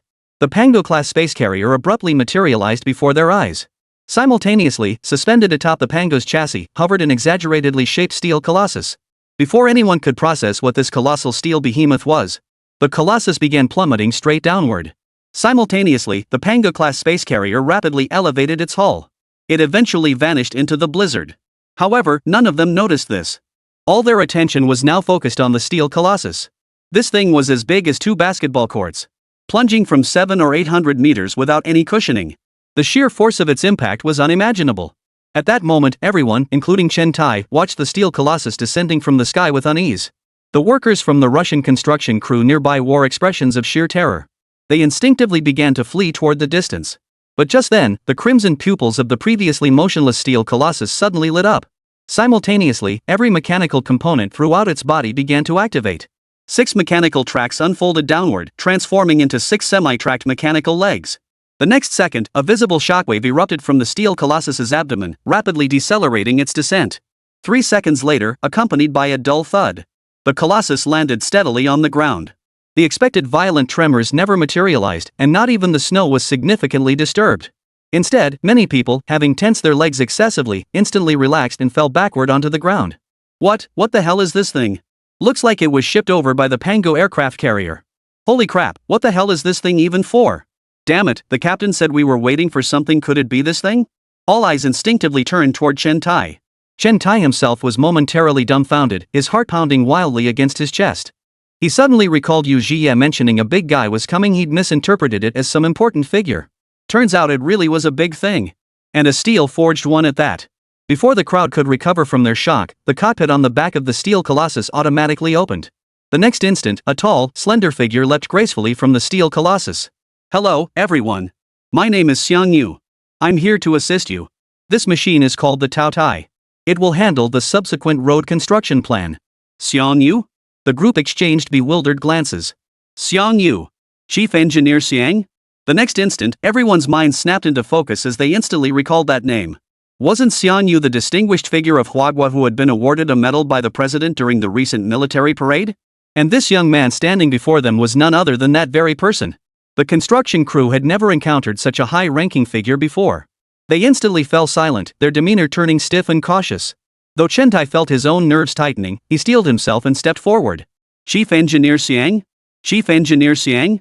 Hello? Seeing everyone so tense, Xiang Yu shook his head with a wry smile. Fame works like that. Wherever you go, you become the center of attention. There's no escaping it. Looks like he'd have to wear a mask when going out from now on. Xiang Yu waved his hand dismissively. No need to be so formal, everyone. I'm here to help. Help? Chen Tai froze, then beamed with delight. Chief Engineer Xiang, you mean? This Tao Tai unit is a machine I specifically developed for infrastructure construction and mining. Xiang Yu briefly outlined the Tao Tai's key functions. Just as he mentioned its capability to construct highways exceeding grade 10 strength in a short time, he was abruptly interrupted. Impossible. Grade 10 highways? Those are specifically designed as runways for heavy transport aircraft. It would take at least 20 road rollers working non-stop for over 10 days to build that. You mean this behemoth can achieve grade 10 strength just by passing over it once? Absolutely impossible. The objection came from a road construction expert among the Russian workers. Not only him, but the other Russian workers shook their heads decisively. While this steel behemoth certainly looked intimidating, the idea that it could build a road strong enough to reach grade 10 was simply absurd. This is outrageous, utterly unbelievable. Chapter 151, The Tyrannosaurus Strikes. Xiang Yu's lips curved into a faint smile. You guys, wanna bet me? If I really build a highway like this, we'll strip naked and run through the snow, the members of the Bear construction crew declared without hesitation. A grade 10 strength highway? There's no way you could just build that out of thin air. Exactly. No matter who you are, you couldn't build a highway like that, especially with this blizzard raging. The members of the Bear construction crew didn't seem to recognize Xiang Yu. They retorted immediately. At the same moment, a flicker of hesitation crossed the eyes of the Chinese construction crew. Although Xiang Yu was already a household name in China, the road they were building was the Far East Highway, currently enduring extreme cold. The difficulty of this project was no less than building a tunnel under the sea. Could Chief Engineer Xiang really pull it off? Unlike the construction team's lack of confidence, Chen Tai was contemplating other aspects.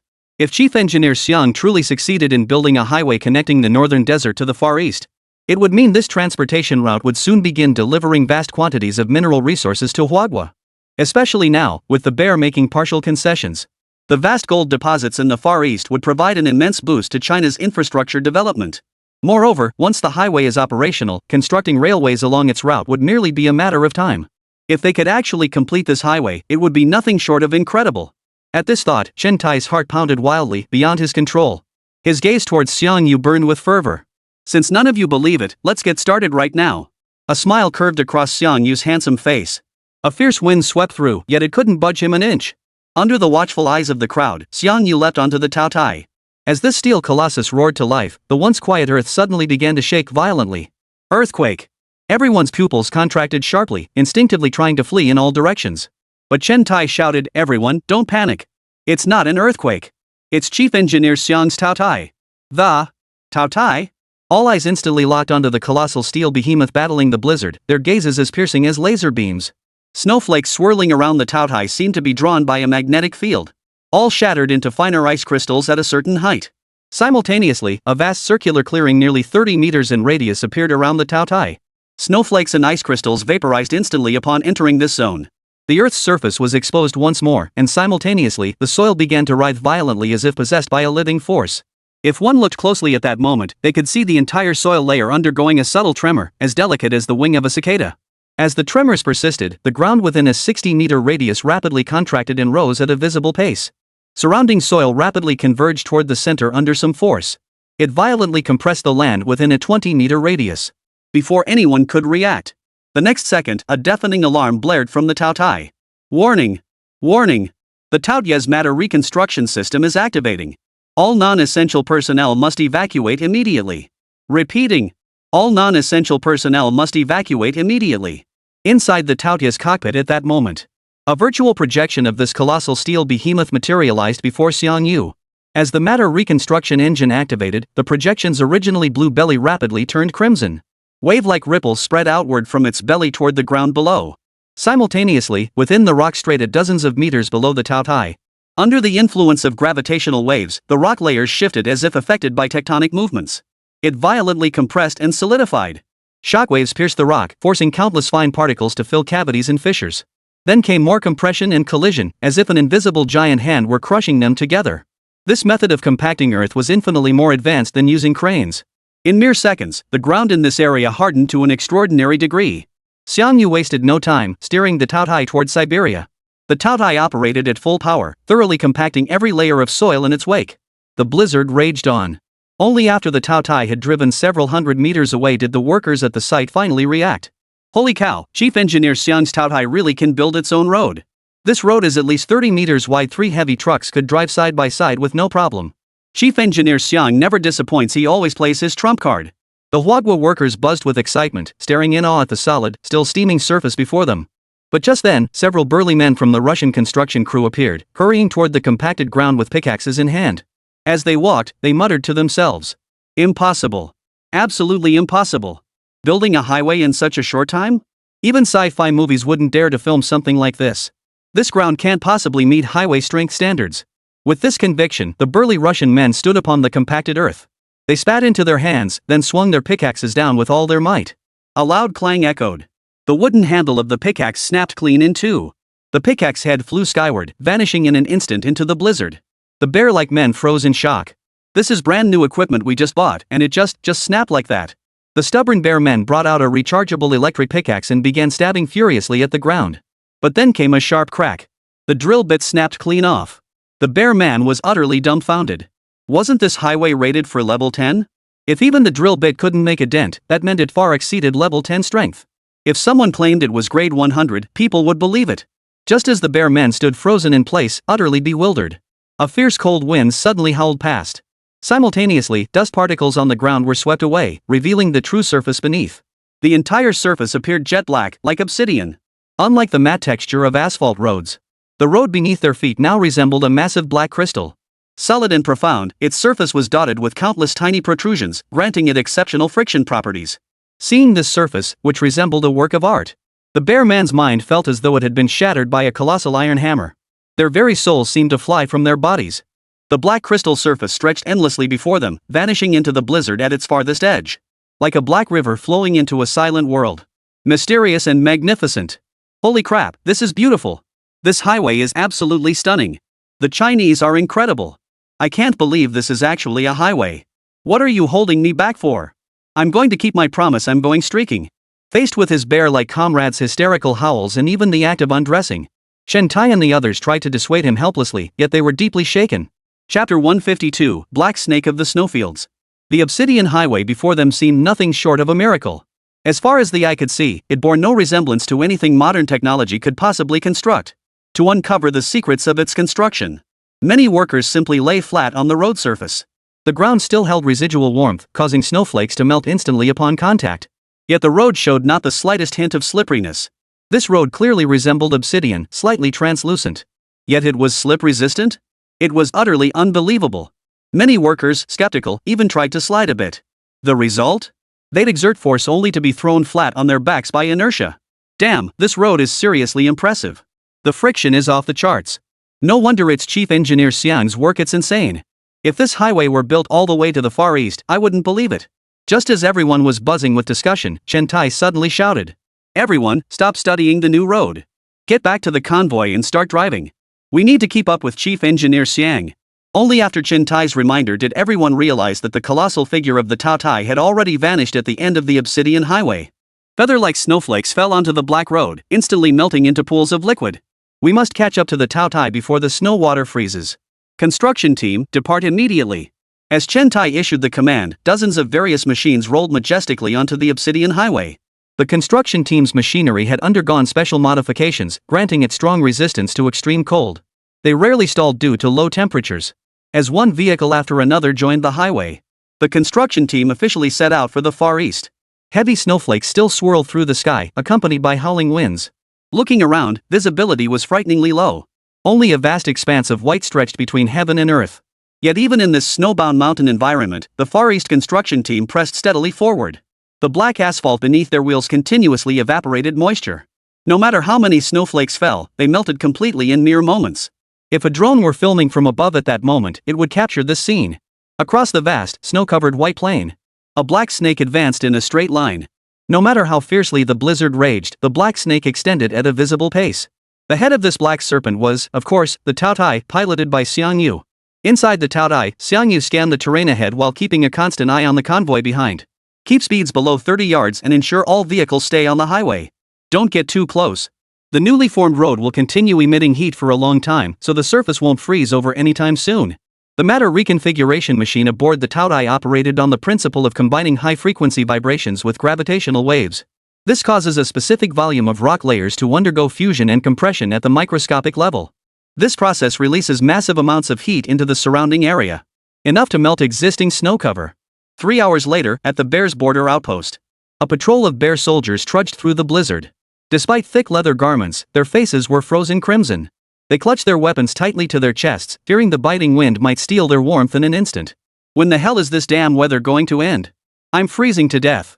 After this patrol, I'm having a big mug of Forga. Hey, did you guys hear that? Sounds like a vehicle's heading this way. You must be frozen brain dead in this hellish weather. How could there possibly be? The words trailed off abruptly. The next instant, a massive black shadow emerged from the blizzard. The shadow stood 5 or 6 meters tall, its silhouette clearly that of a massive steel dragon head. 2 blood-red electronic eyes glowed faintly, radiating a soul-chilling menace. Holy, a monster. Quick! Sound the border alarm. A monster is invading our bear territory. You go ahead, I'll cover the rear. I'm going down fighting this thing. Due to the blinding blizzard, all the bear patrol soldiers could see was merely the shadowy outline of a colossal creature. Yet even that shadowy form instantly terrified them out of their wits, sending shivers down their spines that they couldn't control. At the same moment, several soldiers raised their rifles, aimed at the massive, unidentified mechanical form, and pulled the triggers. Yet to their utter despair, the bullets merely skimmed the monster's surface, sparks flying briefly before vanishing into thin air.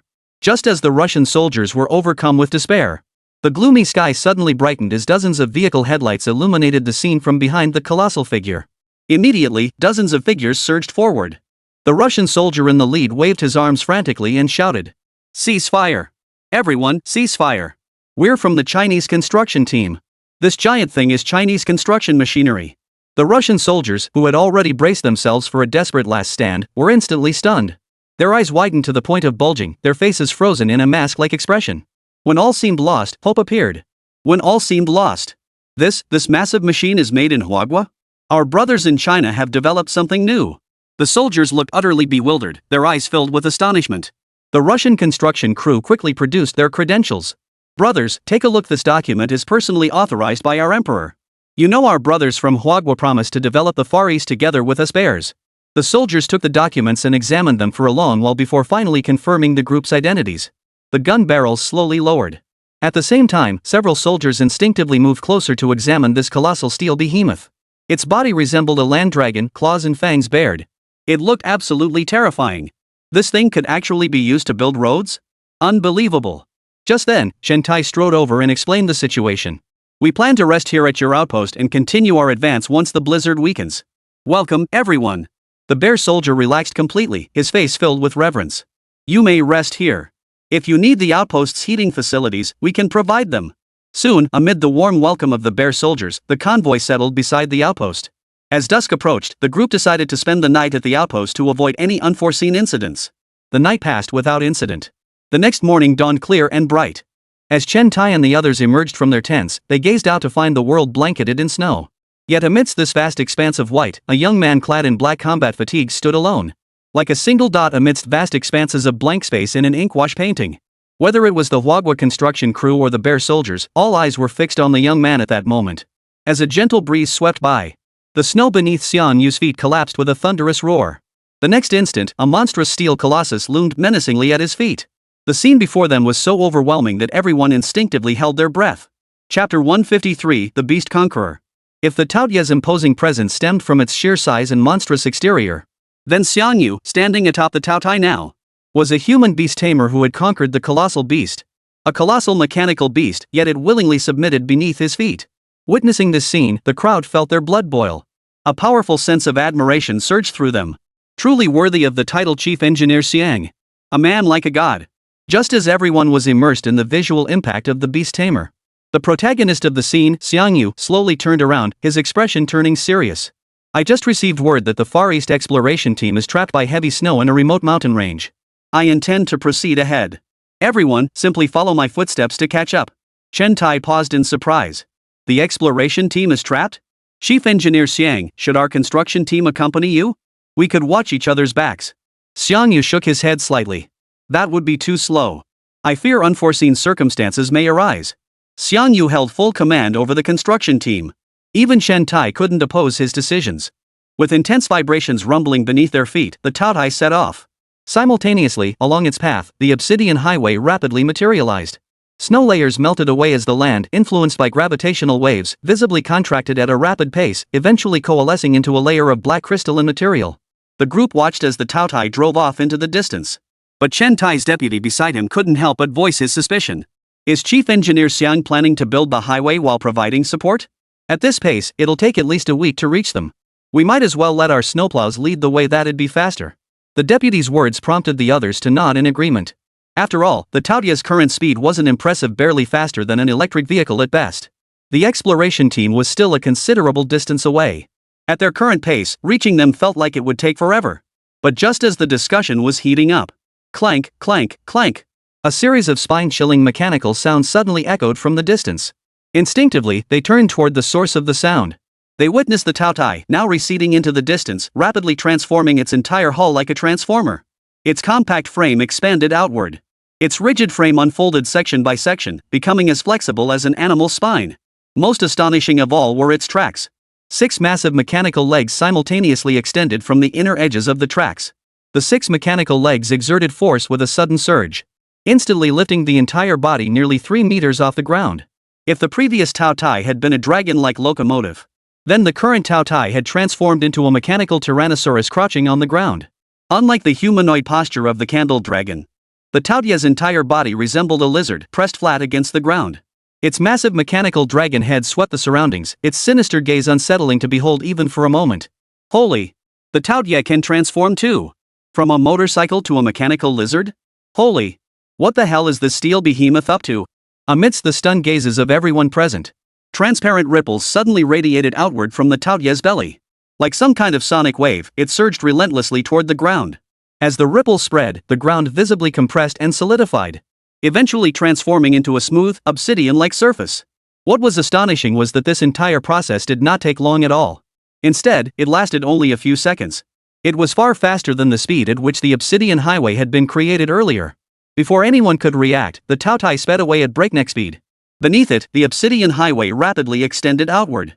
Not a single break appeared, it was seamless and continuous. Holy, how is this even possible? What the hell kind of goddamn advanced tech is this? Everyone was stunned, their eyes nearly popping out of their sockets. They had thought paving an obsidian highway was already a god-defying feat. Little did they know the Taotai had another trick up its sleeve, a mecha transformation.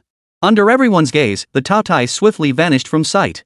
All that remained was a perfectly smooth, almost unnaturally flawless highway. The road was even steaming hot, constantly evaporating any standing water on the surface. Not far away, the Russian soldiers also caught sight of this perfectly smooth black highway. They were equally stunned. The machinery of the Chinese nation is too powerful. It's simply unbelievable. Thankfully, the emperor chose to cooperate with China without hesitation. The emperor's decision was absolutely correct. The captain of the patrol squad felt a chill run down his spine and immediately broke into a run toward the sentry post. He must report what had transpired here to Michiko. At that moment, within the Supreme Command headquarters of Maziko, Emperor Pu stared solemnly at several senior ministers who were staring straight at him. Beyond the ministers, key officials of all ranks were present. Even the impeachment department was in attendance. The atmosphere in the entire conference room was extremely oppressive. There was even a palpable tension in the air. Your Majesty, we believe that even if the Chinese have demonstrated formidable military strength, we cannot lightly share the resources of the Far East with them. Indeed, Your Majesty. We Russians are also a military power. Even if we currently lack the means to develop the Far East, we should not cede it to China. Public opinion polls indicate that 53% of Russian citizens harbor resistance toward China's development of the Far East. They demand the emperor immediately halt this cooperative initiative. Tsar Peter stared at the piercing gazes surrounding him, his fingers interlaced, yet he remained silent. At that moment, Turgenev, standing beside Emperor Putin, frowned deeply and spoke. You all know that even with our strength, it would be difficult for Russia to effectively develop the Far East for another 30 years. Given that, why can't we cooperate with the Chinese? They possess the technology and ample manpower. Partnering with them creates a win-win situation. Head Minister Turgenev, why do you always side with outsiders? Does Chinese blood run through your veins? Retorted the finance minister with a sarcastic tone. You! A vein bulged on Turgenev's forehead. The surrounding crowd immediately erupted into murmurs, their gazes fixed on Turgenev with a mix of scrutiny and curiosity. I've witnessed China's superweapons firsthand. Partnering with them is absolutely the right move. General Ivan declared sternly. Don't forget China is our neighbor. Their space carriers could be over our heads in under 4 hours. Precisely because of that, we absolutely cannot cooperate with them, retorted the intelligence minister, adjusting his small glasses. Joint development in the Far East will make them think we're easy prey, leading them to plunder our national resources without restraint. Just like Europeans invading North American natives, they plundered everything with frenzied and merciless abandon. Chapter 154, Build Roads to Prosperity. The Chinese would never do such a thing, I know them well. Turgenev snorted coldly. Yet the finance minister ignored Turgenev's words, fixing his gaze directly on Emperor Putin. Your Majesty, please carefully consider our cooperative relationship with China. We Russians are a great nation. We should view China as a competitor. Only then can we become the world's most powerful country. As the words fell, a few nodded in agreement. The pressure instantly fell on Tsar Peter, who remained silent for a moment before responding in a calm tone. Cooperation with China cannot be terminated unless I am no longer the supreme commander of the Bear Nation. Are you planning to impeach me? The words hung heavy in the air, an invisible weight settling over the entire conference room. Every person in the room fell silent. Impeaching the emperor? It was an unthinkable notion. Yet the finance minister swiftly changed the subject. Your Majesty, the will of the people cannot be defied. Sharing the Far East's resources with China undermines our Bear Nation's prestige. Besides, the Far East is our territory. Why should China be allowed to develop it? The finance minister's words instantly sparked murmurs among many. Exactly. Why should China be allowed to develop it? This is nothing short of colonialism. The benefits are completely unequal. We're getting far too little in return. A single stone sent ripples across the pond, drawing more voices into the debate. Throughout this, Foreign Minister Turgenev and General Ivan attempted to explain the benefits of cooperative development. Yet with vested interests at stake, no one paid heed to their words. Most high-ranking officials simply felt that this partnership wouldn't secure sufficient benefits for the bear. But just as the debate grew more heated, a phone call suddenly rang out in the Supreme Commander's conference room. Upon answering, a flash of sharp intelligence flickered across Emperor Peter's normally placid eyes. He scanned the room with a scrutinizing gaze. Gentlemen, I've just received new intelligence. I believe you should be made aware. New information? The assembly froze in confusion. They were in the midst of discussing Far East development. What new information could possibly arise now? But Emperor Putin swiftly summoned personnel from the communications department. The conference room display activated, and within moments, a satellite cloud map projected onto the screen. The image clearly displayed the terrain and topography of the southeastern border region of the Bear Country. The sparsely populated plains were blanketed by vast swaths of snow and ice.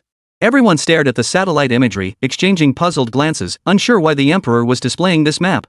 However, as the image zoomed in, they soon noticed something peculiar on the vast expanse of snowy plains. A long, straight black line that could not possibly be natural. Its perfect straightness stood out starkly against the surrounding landscape. Almost simultaneously, everyone's attention fixated on this black line. Some even squinted, trying to discern what exactly this black line could be. The Emperor wasted no time, immediately zooming in on the image. A murmur of discussion immediately filled the conference room. This is a highway. But I don't recall such a wide highway ever being built in the southeast region. That's beside the point. The crucial detail is that a blizzard just hit that area. Even if there were a highway, it should be buried under snow. As the discussion grew more heated, the satellite image was maximized. And on that black highway, the group began to notice finer details. Melting snow, a crystalline road surface, and steam still rising steadily from the pavement. This road was just built, damn it! Someone exclaimed in sudden astonishment. At the same moment, the faces of everyone else in the conference room were filled with astonishment. The road was still emitting heat, clearly having been constructed very recently. But that area had just been hit by a blizzard. How could such a time-consuming and labor-intensive project be completed so quickly? Just as everyone stood in stunned silence, Emperor Pu spoke up. This highway was built by the Chinese construction team. According to reports from the border defense, they only started construction at 8 a.m. this morning. Impossible, the finance minister exclaimed in a high-pitched voice. This section alone is at least 200 kilometers long. From 8 this morning until now, it's only been 3 hours. The finance minister's pupils contracted violently, as if struck by a shock. He gasped for breath, panting heavily. At the same moment, the rest of the conference room was also stunned by the news. Eyes darted wildly as their worldviews shattered, their values crumbled to dust. It was common knowledge that clearing obstacles and planning the route for a national highway alone took months. Construction and opening to traffic required several years. Yet the emperor claimed this highway in the satellite image had been built in just 4 hours. What does that even mean? It's almost as if a super-national highway connecting St. Petersburg to Vladivostok could be built in less than a month. Once this highway exists, developing the Far East will no longer be a difficult task. The Far East would become Russia's largest resource reservoir. The Russian leadership felt as if their hearts had been suddenly clenched in a vice, leaving them gasping for breath. If the Chinese possess such cutting-edge highway construction technology, no matter the cost, they must be commissioned to build several highways for Russia. Your Majesty, if this highway truly was built by the Chinese, we must secure them for all our Far East road construction projects. Indeed, Your Majesty. At the Chinese efficiency, within half a year we could stabilize development in the Far East and transport massive heavy machinery there. Not only will this create countless new jobs domestically, but it will also yield vast resources. Even if this road building method is incredibly expensive, we must secure it. It holds immense significance for us Russians. The tide turned. Those who had previously expressed dissatisfaction with cooperating with China began declaring their willingness to partner with China.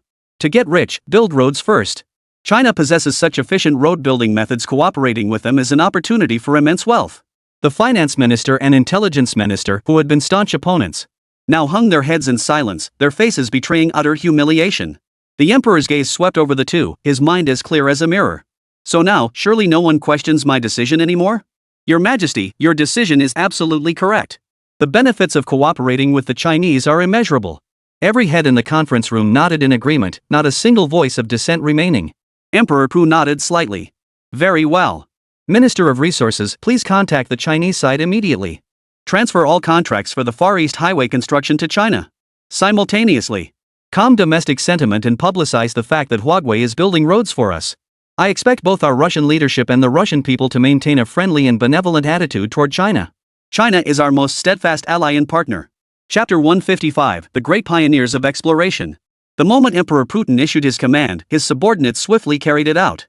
When Yu Zhiye, head of the Far East Development Bureau, learned that the Bear Nation had signed dozens of road construction contracts with China as if possessed, he was utterly stunned.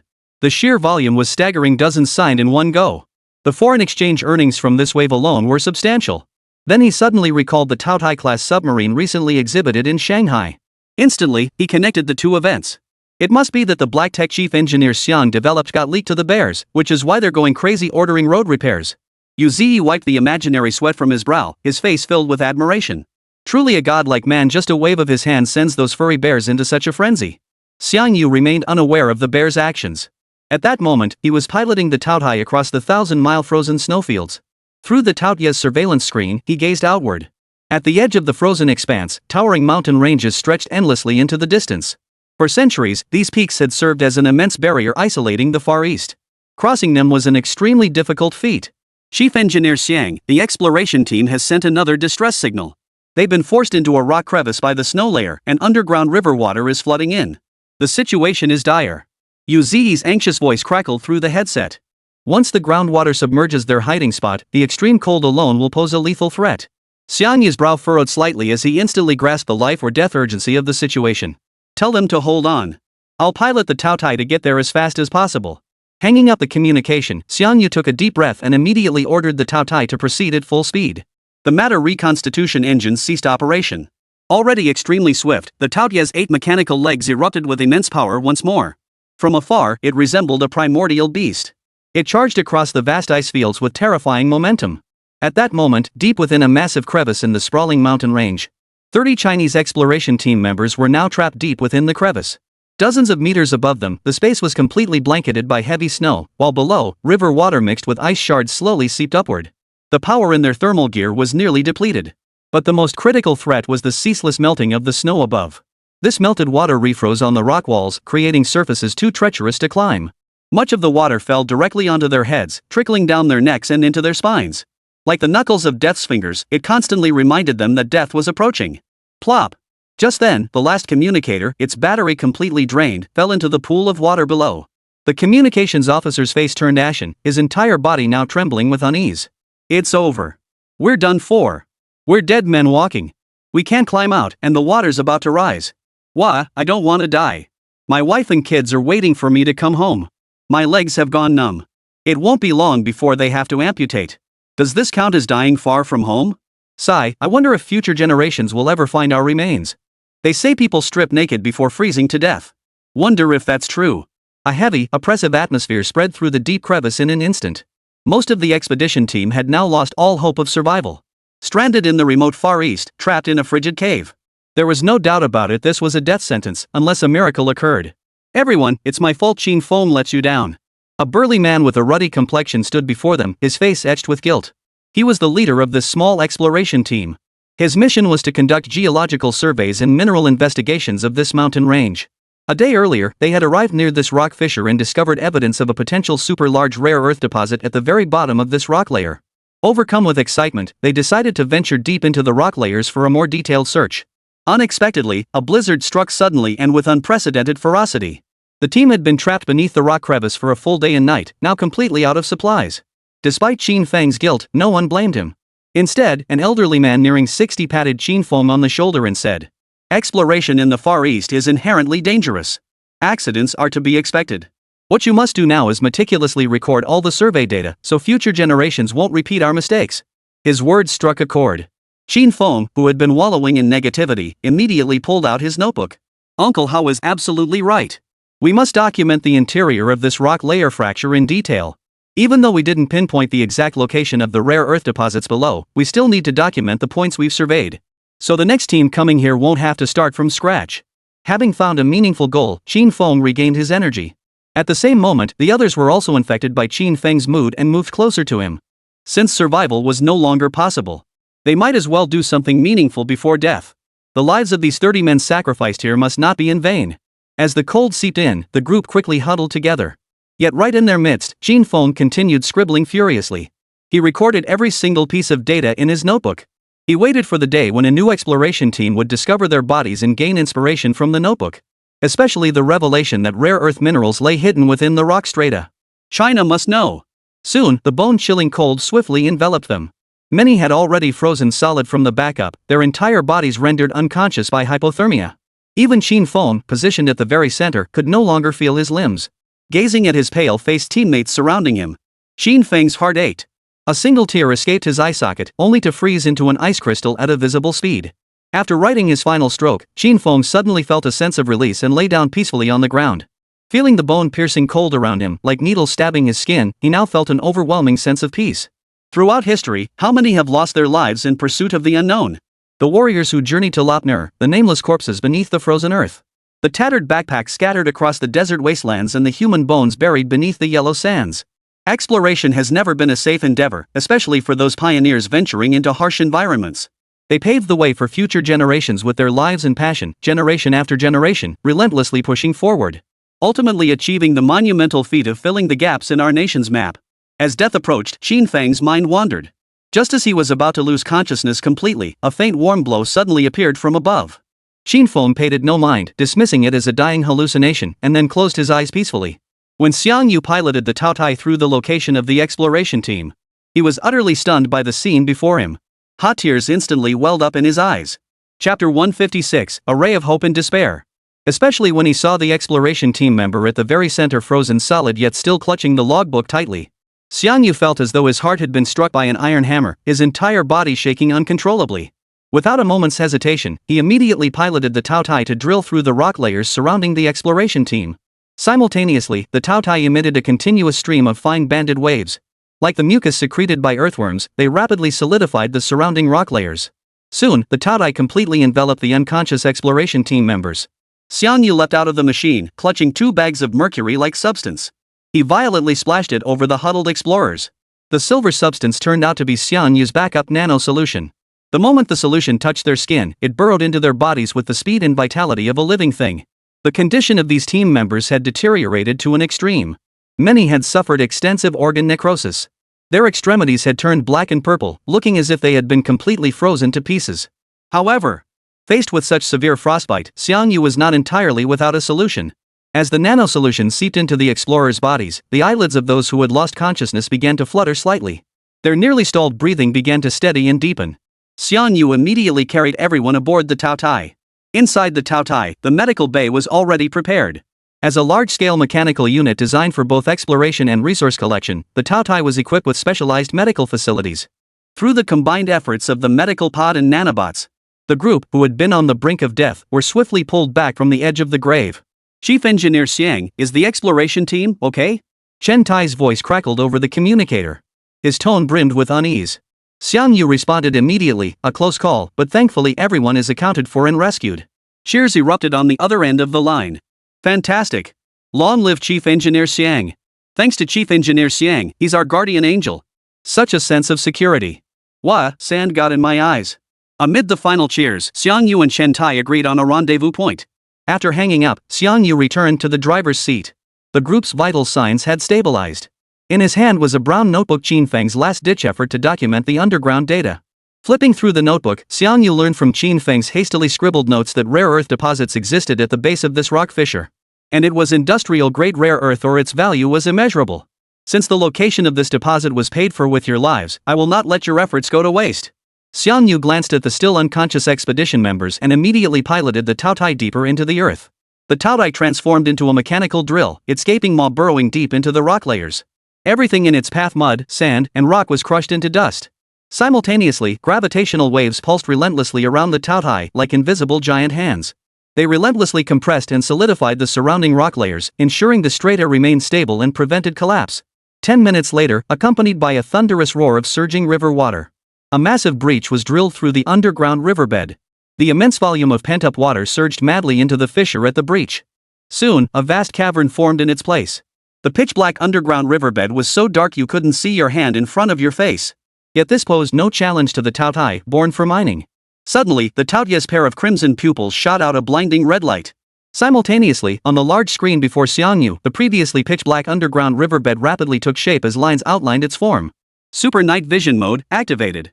Guided by the night vision, Xiangyu maneuvered the Taotai swiftly along the underground riverbed.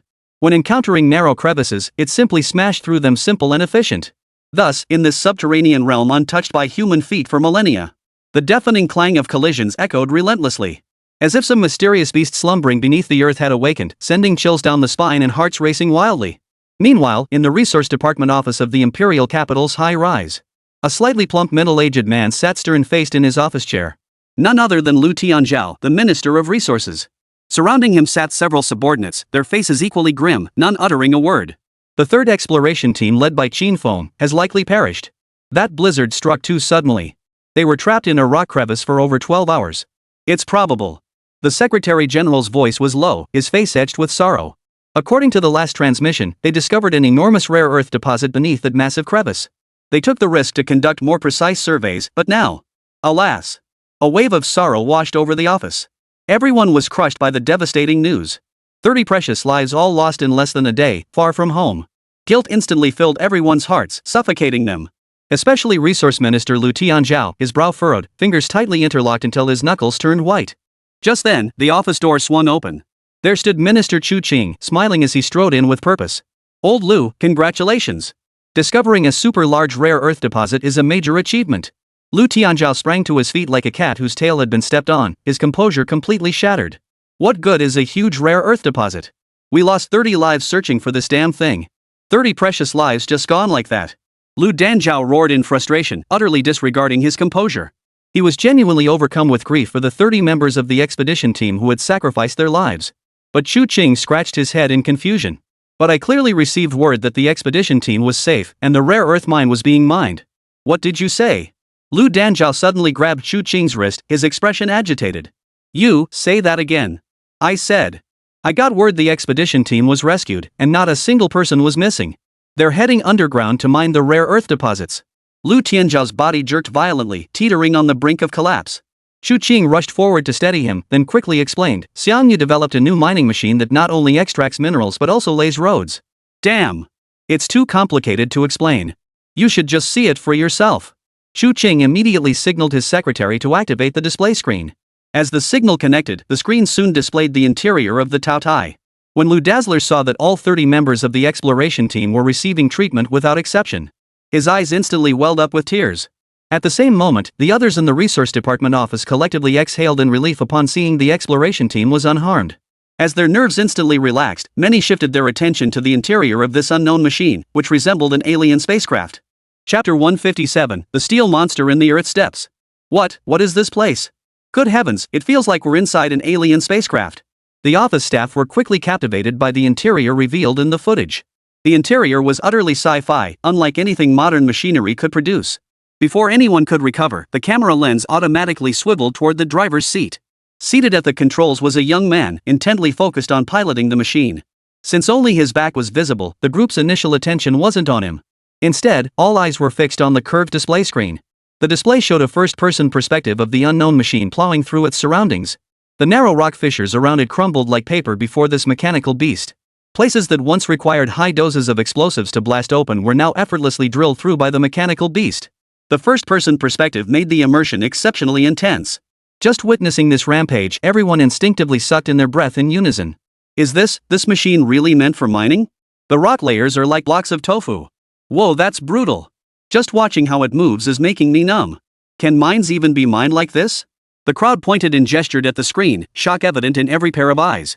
Minister Chu Qing had just informed them that this was Xiangyu's latest mining machinery prototype. Compared to traditional machinery like excavators and mechanical drills that we're familiar with, this steel beast before them had completely overturned their understanding of mining machinery.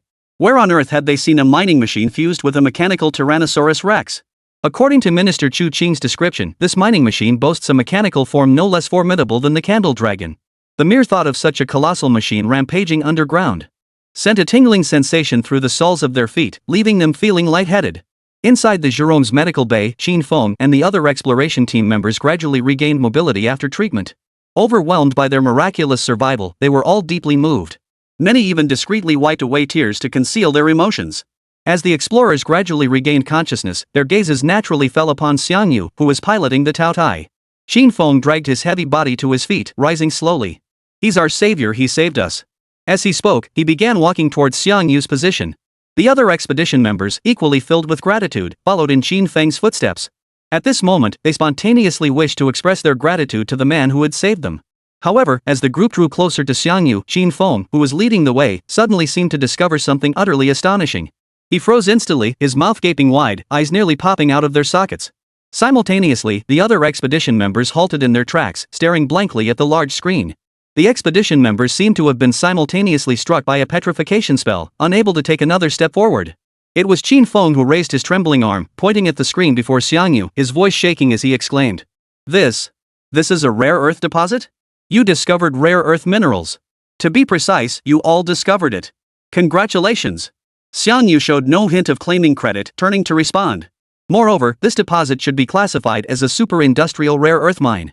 Its concentration of rare metals is exceptionally high. It would be difficult to find a second deposit like this anywhere in the world. Hearing Xiangyu's explanation, Qin Feng's entire body suddenly trembled, his eyes brimming with excitement. At the same time, Lu Danzhao and the others in the Resources Department office also heard Xiangyu's words. Shock filled their eyes as they exchanged glances. Super-industrial rare earth? Just the name alone revealed how precious this deposit was. If it truly was a super rare earth deposit as Xiangyu claimed, the rare metals it produced would have an enormous impact on the development of China's industrial sector. How large is this rare earth deposit? Any estimated figures? Xin Feng asked after taking a deep breath. Based on current detectable distances, this super rare earth deposit spans an area equivalent to 30 football fields in enormous volume. Moreover, according to the Taotia's scans, hundreds of smaller deposits accompany the main rare earth mine, including gold, silver, and even copper. Xiangyu detailed the discoveries made here. With each new detail, the eyes of both the exploration team and the Resource Department office staff grew brighter and brighter. By the end, every pair of eyes was filled with fervor. Ahem, Chief Engineer Xiangyu, can you hear me? Director Lu of the Exploration Department's voice cut through the excitement. I'd like to ask at what depth is this deposit located, and what are the surrounding rock strata conditions? Without hesitation, Xiangyu replied, this massive deposit lies 6,000 meters underground. The rock layers are perpetually eroded by permafrost, with ice layers visible throughout. The temperature hovers around -40 degrees Celsius. The moment the words fell, the faces of the crowd, which had been filled with anticipation, froze instantly. Lu Tianzhao, in particular, could not hide the disappointment in his eyes. 6,000 meters underground? That's beyond human survival limits. Even Mount Everest is only about 8,800 meters high. If this place is truly covered in permafrost, it's essentially a massive high-pressure, low-temperature freezer. Forget humans, most machinery wouldn't function properly down there. The resource office was no stranger to seasoned geologists. At this moment, all voiced pessimistic opinions. Given the already harsh conditions in the Far East, mining this super rare earth deposit is simply too difficult. The communication link between the resource office and the Taotai remained open. The expedition team members overheard the experts' remarks, their expressions immediately turning grim. Xin Feng, in particular, unconsciously clenched his fists, his entire body tense. After enduring unimaginable hardships and nearly sacrificing their lives to discover this precious mineral deposit. Yet now, its extreme depth made extraction impossible. This was undoubtedly a devastating blow to them. All their efforts had been for naught. Had all their previous efforts truly been for nothing? Just as everyone's spirits plummeted to a low point, a soft cough echoed through the air. Actually, mining isn't as complicated as you all imagine. It's only 6,000 meters deep. The moment the words were spoken, the experts in the resource office instantly furrowed their brows. 6,000 meters underground wasn't particularly deep, and this statement seemed to betray a touch of blind confidence. Yet when they realized the speaker was Chief Engineer Xiangyu, their skepticism instantly turned to confusion. Xin Feng was the first to react, his expression agitated as he stepped forward. Chief Engineer Xiang, hello. I'm Xin Feng from the Far East Exploration Team. You just meant that even at 6,000 meters deep, we could mine the rare earth deposits here? Xiangyu nodded solemnly. The conditions here are indeed too harsh. Manual mining would be completely impractical. But if manual mining won't work, why not use robots? Chapter 158, Frenzy of Devouring. Robots? The group paused in surprise. Their instinctive reaction was, can robots even mine? Given the current pace of technological development, production automation was still confined to factory settings. For complex tasks like mining, robots currently fall short of operational requirements. If Chief Engineer Xiang could design mining robots, wouldn't this rare earth deposit yield an endless supply? With this thought, Lu Dazzle in the office couldn't help but speak up. Chief Engineer Xiang, could you really design a mining robot?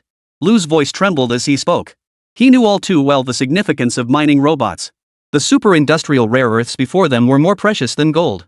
Securing it would propel China's foundational industries to a quantum leap. I have no intention of designing a mining robot, Xiangyu's voice suddenly cut through the silence. Not only Lu Tianzhao, but everyone else's heart sank abruptly. The next second, Xiangyu continued, in fact, the mining robot is already aboard the Taotai. The moment Xiangyu's words fell, the Taotai, which had been stationary, suddenly surged forward like a predatory bird. Its entire body surged upward before rapidly convulsing. Simultaneously, dozens of capsule-shaped mechanical components shook loose from its body. Remarkably, despite the Taotia's violent shaking, Xin Feng and the others inside its hull remained completely unaffected, standing securely within the cockpit. Next, I'd like to introduce you to the Taotai 2 mining robot. As the words fell, Xiangyu gave a light snap of her fingers. The view on the Taotia's large screen rapidly shifted. The perspective shifted from first person to third person, revealing the Taotia's mechanical Tyrannosaurus-like form for the first time to everyone present. Even Minister Chu Qing, who had already gained a general understanding of the Taotai, a hint of astonishment flickered in his eyes. For the appearance of this mechanical beast was simply too impressive. It bore no resemblance to a mining machine, but rather resembled some kind of extreme terrain war machine. But none of that mattered now. The large screen's focus finally settled on the mechanical capsules shaken loose by the Taotai. These capsules, as if influenced by some magnetic field, all stood upright. The middle section of their bodies shifted upward, revealing a pair of blood-red electronic eyes. In the next instant, the capsules rapidly transformed, and dozens of miniature Taotai 2 mining robots crawled out. These were Taotai 2 mining robots, each the size of an adult human. At this scaled-down size, they were a full size smaller than the original Taotai. Like a swarm of mechanical scorpions, just one glance sends shivers down your spine. Before anyone could react, the dozen or so Type 2 gluttony creatures swiftly climbed the surrounding rock layers. From their already razor-sharp mouthparts, several crimson beams erupted, swiftly slicing into the rare earth ore deposits. Soon, neatly cut blocks of rare earth ore were being extracted. The Taotai 2s worked with astonishing efficiency, carving out a cavity nearly half the size of a basketball court in just minutes. The ore's cut. How are we going to move it now? Lu Tanzao, who had been watching the entire process, couldn't help but ask aloud. The others shared the same question. Although the rare earth ore had been reduced in size, making it easier to carry. But being 6,000 meters underground, getting them back to the surface remained an enormous challenge. We'll probably need to install a giant crane arm. Installing the crane will also require clearing the surrounding permafrost, another major undertaking. The crane also requires supporting management equipment. Even with everything installed, it won't be fully operational until at least the year after next. The year after next? That's unrealistic. Don't forget we're in the Far East. Building a mining site here will take at least 5 years. Just as the group murmured in discussion. Xiang Yu's voice cut through the murmurs. Gentlemen, you're underestimating the Taotai. 5 years? I can haul the ore out in 5 minutes. As the words fell, Xiang Yu simultaneously activated the Taotia's mining program. The display now showed the full view of the Taotai 2, captured by one of its units. Its massive steel head slowly lifted from the ground where its limbs lay spread out. Like a tiger poised to roar through the forest, holding its breath in anticipation. What is this beast about to do? A wave of unease washed over the crowd, accompanied by a palpable sense of dread and intense reluctance. The next instant, the Taotia's ring-shaped mouth, studded with drill bits, erupted in a deafening roar. Simultaneously, the turbine mechanisms within its mechanical maw spun with frenzied intensity. An utterly terrifying gravitational pull was instantly generated. Everyone watching the screen was utterly stunned. Their pupils contracted violently. This wasn't a mining machine, it was a killing machine. Under the stunned gazes of the crowd, the rare earth ore on the ground was violently sucked into the mouth of the glutton. Accompanied by flashes of lightning arcs and a spine-chilling creak. The rare earth ore flying into the mechanical maw shattered and decomposed at a speed visible to the naked eye. From the crowd's perspective, the Taotai appeared to be gaping its enormous maw, ceaselessly devouring the ore on the ground. What should have been extremely hard or crumbled like biscuits within its jaws. The grinding sounds made everyone's feet go numb. Now I finally understand why this machine is called the Taotai. The Taotai, that monstrous beast that devours everything. The name fits perfectly. My mind's blown. Is this thing actually chewing the ore? That's rare earth minerals. Looks like it's munching gum. Wait, haven't you noticed? The minerals this machine is devouring far exceed its own volume. This defies science. Yet the raw ore sliced off by the Taotai 2 was swiftly devoured. What was astonishing was that even though the volume of ore Taotai had consumed far exceeded its own body size, it showed no signs of stopping. It felt as though the Taotai truly resembled the mythical beast of legend capable of devouring matter without end. Yet this was an absolute impossibility in modern science. Absolutely absurd. Inside the office, everyone including Lu Searchlight was utterly dumbfounded. Especially the numerous geology and mineralogy experts present, all wearing expressions of utter bewilderment. Their wide eyes were filled with question marks. How could this machine devour so many minerals? Could it possibly contain a dimensional space inside? At that moment, everyone's worldview was shaken to its core. This shock lasted nearly 5 minutes. Had the Taotai not closed its massive jaws, they might have remained in a dazed state for much longer. Has this beast finally had its fill? Lu's Searchlight instinctively wiped the cold sweat from his forehead. Just as everyone began to relax slightly, the Taotai suddenly pivoted, its 8 massive mechanical legs alternately scrambling upward toward the cave entrance. It ascended the 6-kilometer vertical height in just 3 minutes. Chapter 159, A Fist-Sized Dog's Head Gold. Its astonishing speed drew gasps from the crowd before the camera.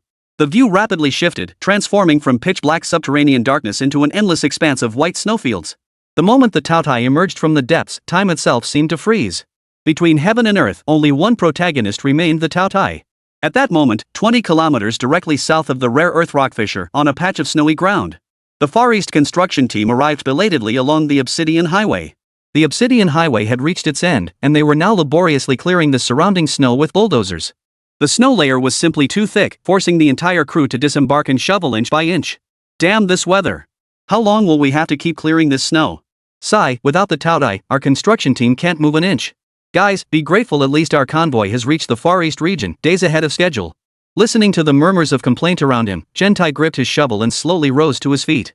He instinctively stretched his stiff, aging back. The construction team's mission wasn't merely to clear a passageway here. Their mission was to establish a transit camp in this area. The camp, along with the great mountains to the north and the vast snowfields stretching east and west. Barring unforeseen circumstances, this location would soon become a vital resource hub dedicated to supply and recovery operations. But as the first pioneers to arrive here, establishing a transit camp was no easy feat.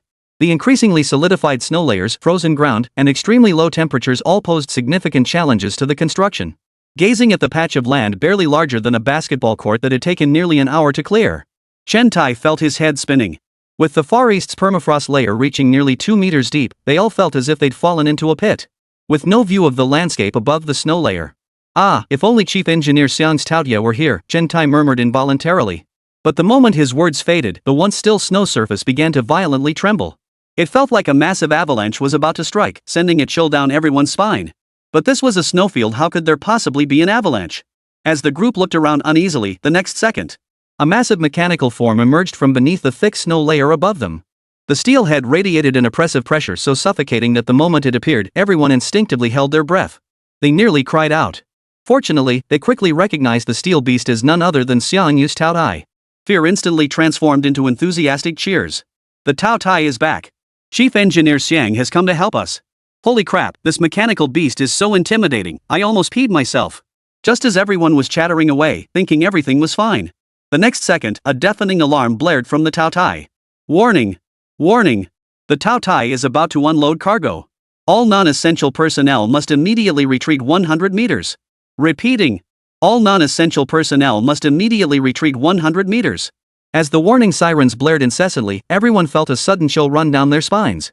At that very moment, the abyss maw of the Tao Tai opened wide. The ring-shaped turbine structure spun wildly, its roar terrifying. Holy! Get out of here! What the hell are you all standing around for? Get the hell up onto the snow layer. Damn it, damn it. Wait for me. The workers immediately fell into a panic, scrambling frantically toward the snow layer above. Once everyone reached the snow layer and instinctively glanced back, they saw multicolored metal ingots spewing from the Taotia's enormous maw. Each ingot was fist-sized, appearing like a pile of sand against the colossal frame of the Tao Tai. Yet each pile of this sand held a value comparable to gold. These are. At that moment, inside the resource office, Lu Searchlight and the others, watching the scene unfold through the Taotia's first-person perspective, were utterly stunned. Their eyes bulged, upper teeth clattering against lower jaws. These are rare metals extracted from rare earth elements. Holy crap, the Tao Tai can actually extract them directly from rare earth elements? That's unbelievable. I swear I just spotted a fist-sized chunk of praseodymium metal. What's the current market price for praseodymium? I recall it's 640,000 yuan per kilogram, and it's practically unavailable. Holy, we're rich. We're rich, everyone. The eyes of everyone in the resource office glowed with an intense light, their faces consumed by fervor. They were practically drooling all over the screen.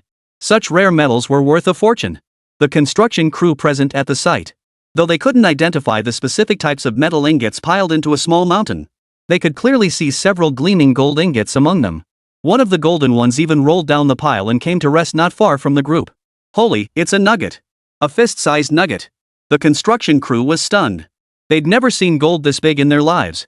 This is associated gold ore, likely accidentally brought up during rare earth mining, someone from the resource office remarked, having also spotted the nugget, offering an instinctive explanation. Meanwhile, the Tao Tai excavator continued spewing earth outward. They watched helplessly as the pit they'd painstakingly dug filled up at a visible pace. Yet none of the construction crew, including Gentai, voiced any complaints. Are you kidding? This stuff filling up the entire pit is nothing but rare metal ingots. Each one was worth a fortune. Our country is going to hit the jackpot, damn it. We're definitely treating ourselves to a feast tonight, otherwise, we won't sleep a wink. Who knew mining could be this satisfying? Ha! This feels great. 5 minutes later, the entire pit was completely filled, not a single gap left. The rare metal ingots within glistened under the sunlight, their brilliance almost blinding. Staring at those metal ingots, the construction crew's worldviews had shattered beyond repair. Their heads buzzed, leaving them frozen in place. They were completely numb. They didn't know what to do next. At that moment, inside the Imperial Capital Resource Office, After a long moment of stunned silence, Lu Tianzhao, Xu Qing, and the others finally snapped back to reality. Xu Qing spoke with palpable excitement. Young brother Xiangyu has done it again. Ha! From discovering the super rare earth to smelting it into finished metal ingots took less than a day. In the past, this would have been unimaginable. Lu Tianzhao chuckled beside him. We must relay this excellent news to the chairman. That youngster Xiangyu has achieved another monumental feat. At that moment, the chairman of Huawei was handling official business in his office at Tiannan South. Upon learning of the discovery and successful extraction of the super rare earth, a ripple of excitement broke through his usual composure. After a moment's thought, he ordered in a deep voice, "Tell Xu Qing to immediately contact the Russian Foreign Ministry and inform them of the discovery of the super rare earth deposit."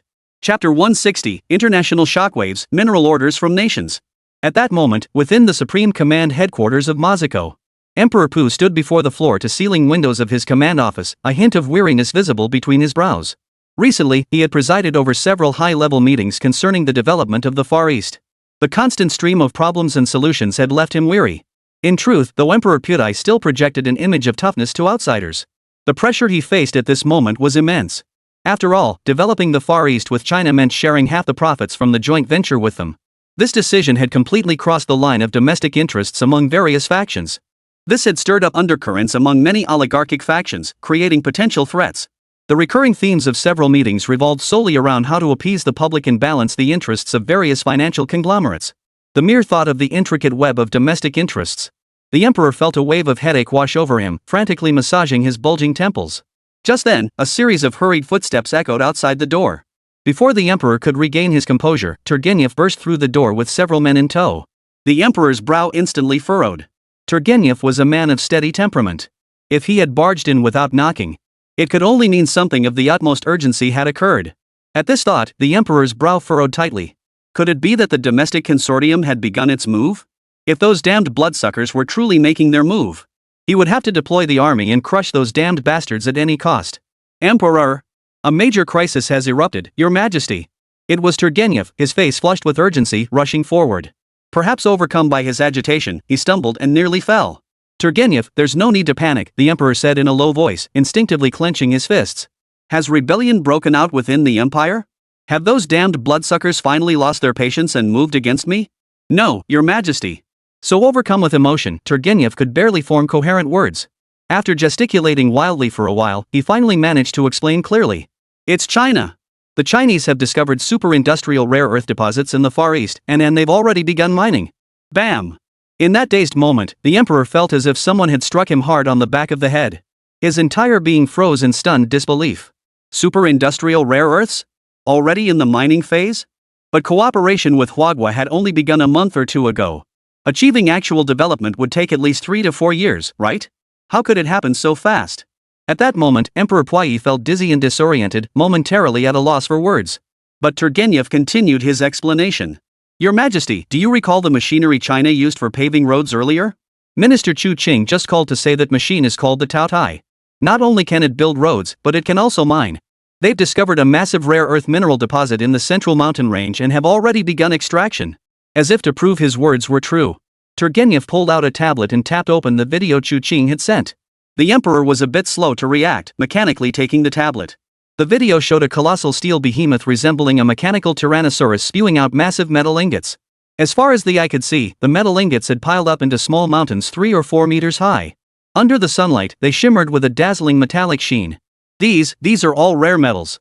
Tsar Peter displayed a rare look of stupefaction, his eyes darting about. But Turgenev continued speaking. Minister Xu Qing informed me that these rare earth ores are directly converted into metal ingots by the Taotia's ingestion process, making transportation remarkably convenient.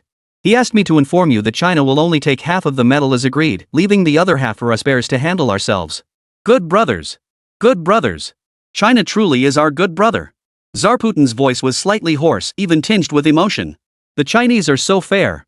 Not only did they notify us immediately after discovering the rare earth deposits, but they also fulfilled their previous promise without hesitation. They truly are reliable allies. Turgenev nodded in immediate agreement. These rare earth resources are crucial for us Russians. With them, our heavy industry will undergo a massive transformation. Not only was Turgenev visibly stirred, but even his accompanying subordinates now wore expressions of fervor. Rare earth resources were highly sought after commodities with no equivalent in value. To suddenly have so much available, ready to be hauled away by truck and put to use without needing primary smelting. Of course they were excited. No! Our ally, China, has bestowed such a tremendous gift upon us, we must reciprocate. At that moment, Emperor Putin felt the heavy burden weighing on his heart vanish completely, leaving him refreshed and invigorated. With this generous gift from China's allies, the domestic oligarchs would finally be silenced. Partnering with China was absolutely the right choice. Your Majesty, what can we possibly offer China in return? Turgenev asked with a wry smile. Are we supposed to build more natural gas pipelines? If we build more, we won't have enough natural gas for our own country. Tsar Putin's lips twitched slightly. The gratitude I speak of will be far more effective than building pipelines. Minister Turgenev, prepare paper and pen immediately. I am issuing an international statement. Turgenev's expression instantly turned serious as he began preparations. Soon, a declaration from the Bear Nation appeared on the international stage. The moment it was released, it completely stirred the long-dormant international channels. Supreme Commander of the Bear Nation, Emperor Putin, issues a statement of gratitude. Gratitude for China's significant contributions to the development of the Far East. At 1423 today, the Chinese exploration team successfully discovered and commenced mining of a super-industrial rare earth deposit. Experts estimate this vein contains over 100 million tons of rare earth elements. Upon receiving the precise location of the deposit, the Chinese side proactively negotiated resource allocation intentions with the Bear Nation, demonstrating commendable integrity. Simultaneously with the statement, Russia released footage of the Taotai mining vessel collecting ore, with China's permission. When nations around the world witnessed Huagua forging new machinery specifically designed for mining, immediately cast envious glances. Especially when they saw the rare metal ingots piled high like mountains, their eyes burned with envy. The emperor's unreserved praise made nations realize the extraordinary power of China's mining machinery. Minerals extracted directly transformed into finished metal ingots without preliminary processing. This single capability alone was enough to crush most modern mining technologies. Within half an hour of the announcement, numerous underdeveloped nations reached out to China, seeking resource extraction partnerships. Most of these nations were weak states with underdeveloped industries but abundant domestic mineral resources. They lacked the means to efficiently extract their own minerals. Now, witnessing China's astonishingly advanced mining machinery and receiving high praise from the Bear's supreme commander, such a partner was precisely what these nations needed. Soon, resource cooperation agreements began piling up on the desk of Resource Minister Liu Dianzhou. Chapter 161, Racing Across the Snowfields. The cooperation terms mirrored those of the Bear Nation. China would only take half of the total mining revenue, with no additional fees. Taking half of the total resource yield as cooperation compensation would normally be considered an exorbitant demand. But China's mining machinery proved exceptionally efficient, directly producing finished metal ingots. Previous resource extraction partnerships often yielded returns only after several years of collaboration. Not only was the process slow, but it was also quite cumbersome to manage. The smelting and refining stages, in particular, were time-consuming and labor-intensive, requiring a relatively mature industrial infrastructure to sustain operations. For many smaller nations, the costs far outweighed the benefits. This explains why many third-world nations remain underdeveloped despite sitting atop mountains of gold and silver. Now, just look at how impressive China's super mining vehicle is. Put simply, it means marking a mining site today and having the smelted metal ingots delivered to your doorstep tomorrow. This represents tangible, immediate benefits. Exactly what those industrially underdeveloped nations desperately need. Moreover, such cooperation, in a sense, amounts to clinging to China's coattails. From every angle, it offers substantial benefits for remote, small nations. When Xiang Yu learned that numerous third-world nations were eager to establish mineral resource partnerships with China, he was genuinely delighted. As the old saying goes, technology is the primary productive force. With technological advancement comes rapid economic development. The tone of the Minister of Resources on the other end of the communicator was slightly tense. Comrade Xiang Yu, 12 nations have now approached us regarding mining cooperation, but I haven't responded to them yet. I'm seeking your input, since the Taotai was your creation and is exceptionally valuable. Lu Xiaoxiao had delegated the final decision on the orders to Xiang Yu. Without hesitation, Xiang Yu nodded. My original purpose in designing the Taotai was precisely for mining operations to strengthen our industrial infrastructure. However, we currently only have one Taotai. That's far too few. We'll need to build several more later. I feel it would be better to establish a dedicated production line. What do you think, Minister Liu? Liu Tanzhao paused, then exclaimed with excitement, absolutely, Chief Engineer Xiang. If we deploy multiple Taotai units for mining, our nation could harvest vast mineral resources in record time. This is something we never dared to imagine. The decision to establish a Taotai production line was swiftly finalized. But that would come after completing the Far East expedition. For now, Xiang Yu remained fully focused on mining operations. It had been 1 day since the discovery of the rare earth mineral vein was announced. The Far East camp, used as a transit hub, had expanded to cover an area equivalent to 2 football fields. Across this vast expanse, massive piles of metal ingots were stacked in the open air. At a glance, it resembled a coal plant. Inside a makeshift tent, a massive topographic map of the Far East was laid out at the center. Surrounding the map stood Xiangyu, Chentai, Qinfeng, and several others. Several supervisors from the Bear construction team were also present. After marking several locations on the map, Qinfeng stated, "These areas are potential sites for mineral veins. The central mountains are rarely visited by humans. In the past, mining resources in these regions would have been completely inaccessible." Chentai continued, "Our second construction team has already set out along the Obsidian Highway and is expected to rendezvous with us the day after tomorrow afternoon. They'll bring substantial building materials to ensure our camp can be constructed swiftly." The captain of the Bear construction team added, "Our freight pickup trucks are ready to depart, but heavy snow has blocked the mountain passes. Reaching here will take at least another fortnight at the earliest." "Half a month?" Xiangyu shook his head slightly. "Brother Dia, I fear that by then, the resources allocated to you might not even fit within this camp." Dia, a rough and tumble man with a scruffy beard, scratched his head awkwardly upon understanding Xiangyu's meaning. The Bear transport unit was personally arranged by His Majesty the Emperor. To ensure its prompt arrival, he even dispatched military escorts. Yet Mexico lies far beyond our reach, and with the treacherous road conditions, reaching it within half a month would be the most favorable scenario. Beneath the rare earth deposit, the Taotai-2 continued its round-the-clock processing of raw ore. If the Bear transport couldn't promptly haul away the metal ingots piled at the camp, it would soon impact overall efficiency. Moreover, Xiangyu intended to carve out time to explore deeper into the mountain range. Ideally, he would open more mining passages. That way, even after he returned to the mainland, operations here could continue uninterrupted. The sooner the Russian transport convoy arrived, the sooner Xiangyu could implement his plan. "Alright, dear brothers, come with me," Xiangyu said, tracing a straight line on the topographic map. "I'll help you guys build a highway for your convoys to speed things up." The moment Xiangyu finished speaking, Dia's mouth instantly formed an O. His face lit up with excitement. "Chief Engineer Xiang, are you serious? Won't this affect mining efficiency?" Xiangyu shook his head slightly. "The Taotai-2 will continue cutting the rare earth ore while I'm away. Upon my return, it'll just need to devour and smelt the ore, no significant time loss." Soon, the plan to accelerate the Bear transport fleet was finalized. This time, besides Xiangyu, boarding the Taotai were Dia, head of the Bear engineering team, and Qinfeng. Qinfeng was summoned primarily because he would replace Xiangyu as the Taotia's pilot during this relief operation. First, he would oversee the subsequent mining and collection activities. Second, Xiangyu had grown a bit tired of piloting the Taotai and wanted a change of pace. "Now, allow me to proudly present my meticulously modified multi-purpose off-road motorcycle." Early morning, on the eve of the Taotia's departure for Mexico, Xiangyu excitedly presented his newly modified machine to the group. Built from a snowmobile chassis, it could maintain high speeds across diverse, challenging terrains. "Chief Engineer Xiang, you're going to ride a motorcycle?" Xiangyu nodded slightly. "The vast snowfields of the Far East are a rare beauty. I want to experience the thrill of racing across them." His words immediately drew envious glances from the group. Indeed, riding across such vast expanses was undoubtedly an extraordinary pleasure. That said, in the Far East's frigid climate, only Chief Engineer Xiang would dare attempt such a feat. For ordinary people, they wouldn't last more than a few minutes before freezing solid. Under the watchful eyes of the crowd, the Taotai and Xiangyu, mounted on his motorcycle, set off toward Mexico. The Taotai roared at full power, its path swiftly compacting the ground beneath it into solid obsidian pavement. Xiangyu, meanwhile, raced freely not far behind the Taotai. Chapter 162, Black Widow Natasha. The landscapes of the Far East were renowned for their vastness and grandeur. The endless snow-covered plains, in particular, offered a breathtakingly refreshing sight. Xiangyu rode his motorcycle across the plains, swiftly leaving the Taotai far behind. The cold wind swept across his face, scattering ice crystals. 2 parallel motorcycle tracks were soon pressed into the pristine white snow. Yet in this remote, uninhabited land, it was not entirely devoid of life. Soon, Xiangyu spotted a pack of wolves marching in single file across the snow. The elder wolf led the way at the front, while the alpha wolf guarded the rear. A total of 20 Siberian gray wolves marched slowly across the snow.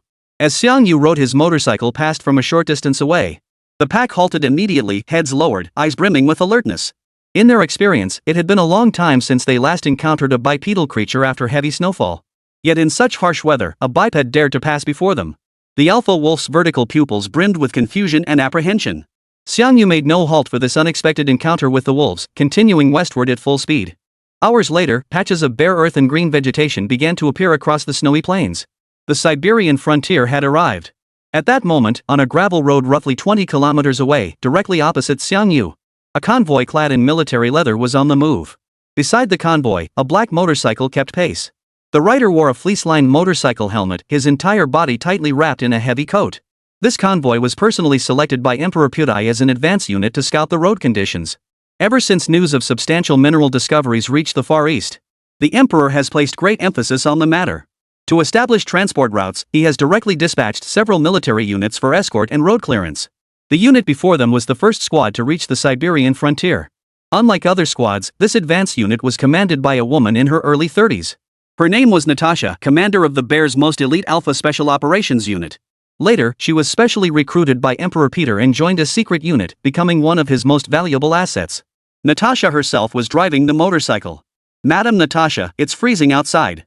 Are you sure you don't want to warm up inside the vehicle?" A soldier in the vehicle asked over the intercom. "We still have a long way to go before reaching our destination." After a 2-second silence, a hoarse female voice came through the intercom. "Don't worry about me. Just keep driving." After another pause, the voice continued, "We're about to enter the Siberian plains. Slow down the convoy appropriately. I'll scout ahead. If road conditions are bad, I'll notify you." Before the soldiers could react, Natasha accelerated her motorcycle in an instant, leaving the convoy far behind. The convoy soldiers felt a pang of embarrassment and couldn't help but murmur among themselves. "That's Lady Natasha for you, always moving with lightning speed. Her nickname Black Widow isn't just for show, she's seriously skilled. You know why they call her the Black Widow? Because she's the most stunning beauty in the whole Russian Bear. I once had the privilege of seeing Ms. Natasha in civilian clothes. Her looks and figure, wow, she blows any celebrity or model out of the water."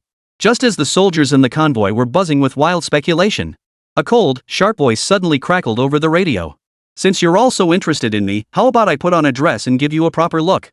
One sentence instantly froze the heated atmosphere to its absolute core. The soldiers' faces paled, and they fell silent, not daring to breathe a word. The Black Widow might be beautiful, but she was also deadly poisonous. In this world, the man daring to provoke her probably hasn't even been born yet. The communication channel remained silent for a long while. Natasha snorted coldly, shut off the radio, and accelerated toward the distance.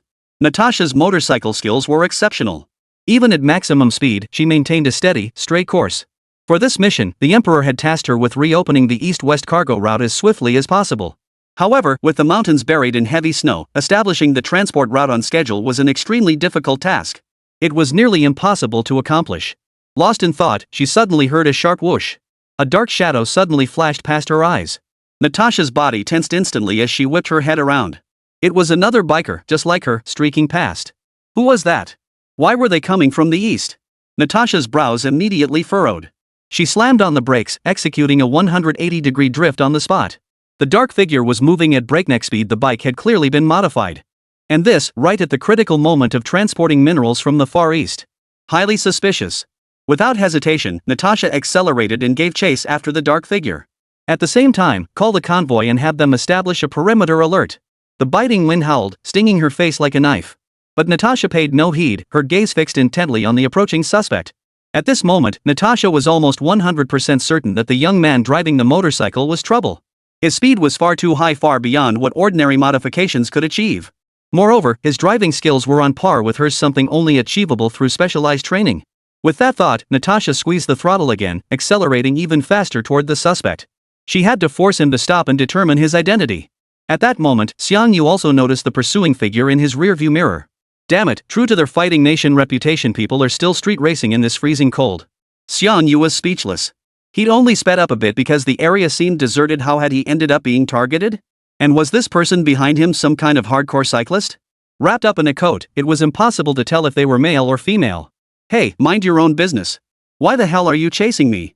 Xiangyu felt offended as the motorcycle closed in. He immediately twisted the handlebars and veered sharply toward a rocky slope. "I don't have road rage. If I can't beat M, I can at least avoid M." Xiangyu muttered under his breath as he charged up the low slope covered in jagged rocks. But Natasha, chasing behind, narrowed her eyes.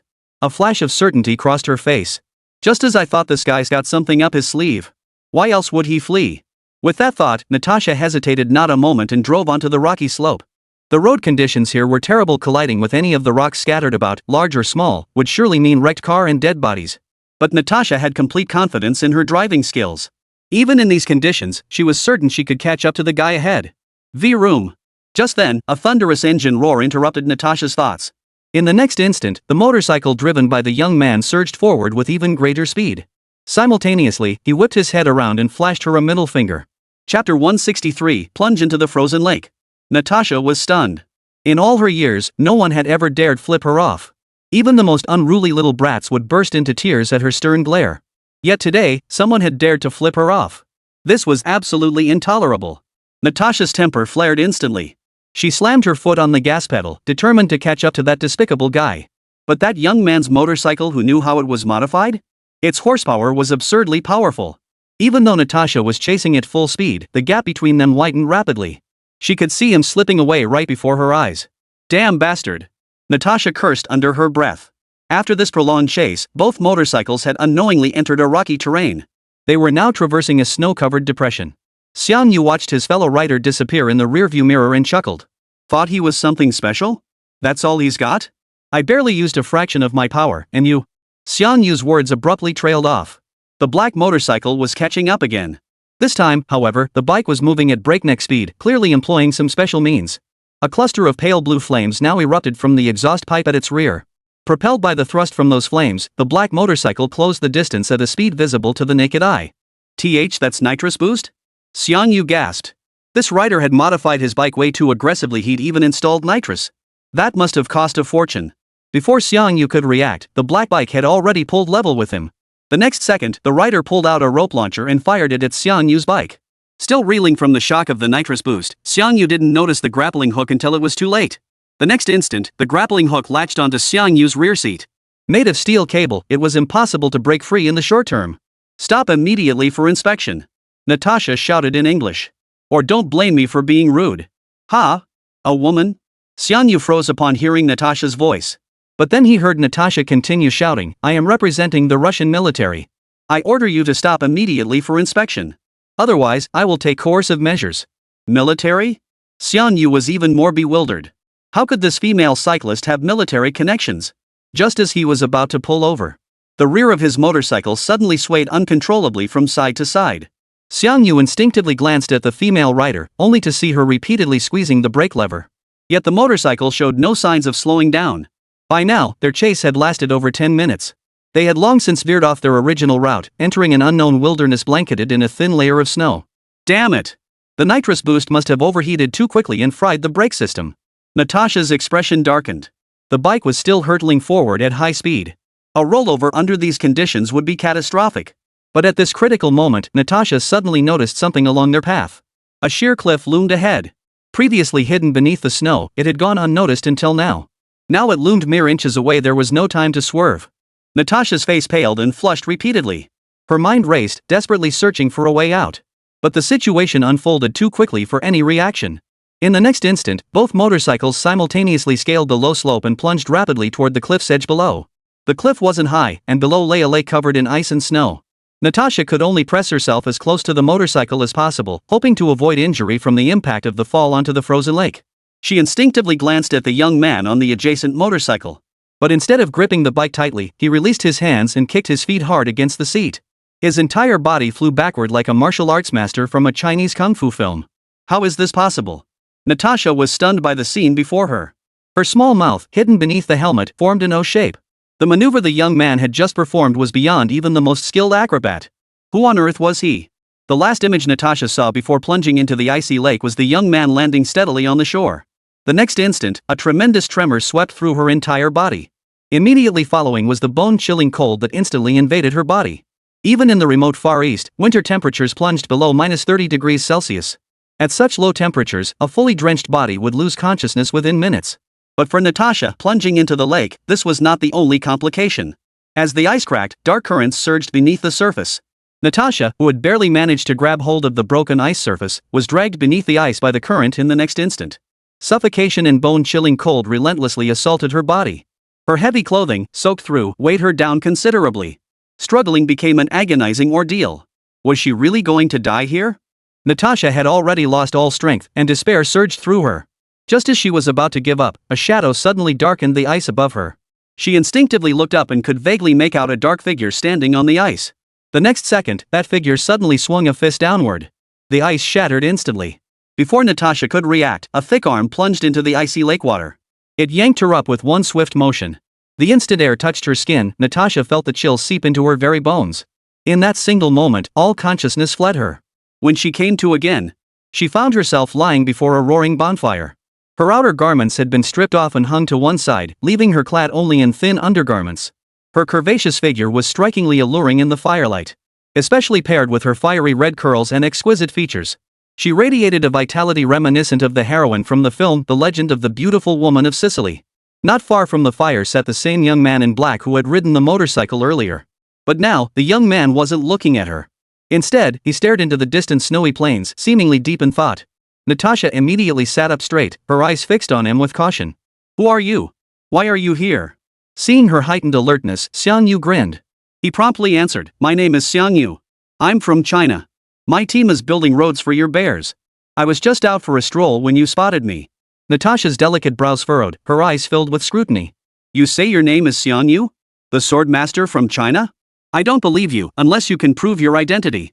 The development of the Far East was a matter of immense importance. Natasha couldn't afford to trust any suspicious individual lightly. But now her communicator and motorcycle had both fallen into the lake. She couldn't even contact her own people. Chapter 164, Rescue in Doubt. Just as Natasha was at a loss, Xiangyu stretched lazily and said, "Here's what we'll do, sis. My motorcycle still works. I'll take you to find the team, and then my identity will be proven." Natasha paused, taken aback. It was a good idea. But why was this guy calling her sister? Am I that old? Just as Natasha was seething with frustration, Xiangyu urged her on. "Sis, get dressed and come over. Let's hurry up and save time." Watching Xiangyu's receding figure, Natasha clenched her fists in frustration. But remembering that the urgent task was to contact her people as soon as possible, she could only swallow her anger and follow him. Xiangyu's motorcycle was quickly retrieved after falling into the water. This bike had been personally modified by Xiangyu, and even though it had taken on some water, it functioned perfectly without any issues. After Xiangyu started the engine, they waited nearly 10 minutes. Natasha finally shuffled over, still bundled in her clothes. Though the heavy coat had mostly dried under the fire's heat, the sleeves were still encrusted with thick frost. With no other choice, she wrapped the coat tightly around herself to prevent freezing. At that moment, Natasha bore no resemblance to a bear-like military officer. Instead, she radiated feminine charm. Paired with her peerless beauty, she exuded a tragic elegance like a wealthy family's abandoned wife, stranded in the icy wilderness. However, Xiangyu remained largely unimpressed by all this. It took 2 more urgent prompts before she reluctantly settled into the back seat. It must be said, Russian girls really do have long legs. So much so that after Natasha climbed in, Xiangyu had to slide forward a couple of inches just to make room for her. With the roar of the engine restarting, the two set off. The biting cold wind howled incessantly around their ears. Sitting in the back seat, Natasha felt the cold seeping into her bones and instinctively leaned closer to Xiangyu. Just then, something suddenly occurred to her. Earlier, when she was trapped beneath the ice, on the verge of suffocation, it seemed this man had punched through the ice to rescue her. That ice was at least 30 centimeters thick. Even with a sledgehammer, smashing through it would take considerable effort. Yet this young man had shattered it with a single punch. And after breaking it, he'd immediately pulled her out of the undercurrent. Just how terrifying must this guy's arm strength be? Natasha, belatedly realizing the situation, turned her head slightly and glanced at Xiangyu's profile. His delicate features were sharply defined, possessing a distinctive Eastern handsomeness. This guy was undoubtedly Chinese. Could he really be Xiangyu, the sword-bearer of China? The thought flashed through her mind only to be violently shaken out the next second. Impossible. Absolutely impossible. She'd heard China's sword-bearer was a top-tier scientific genius.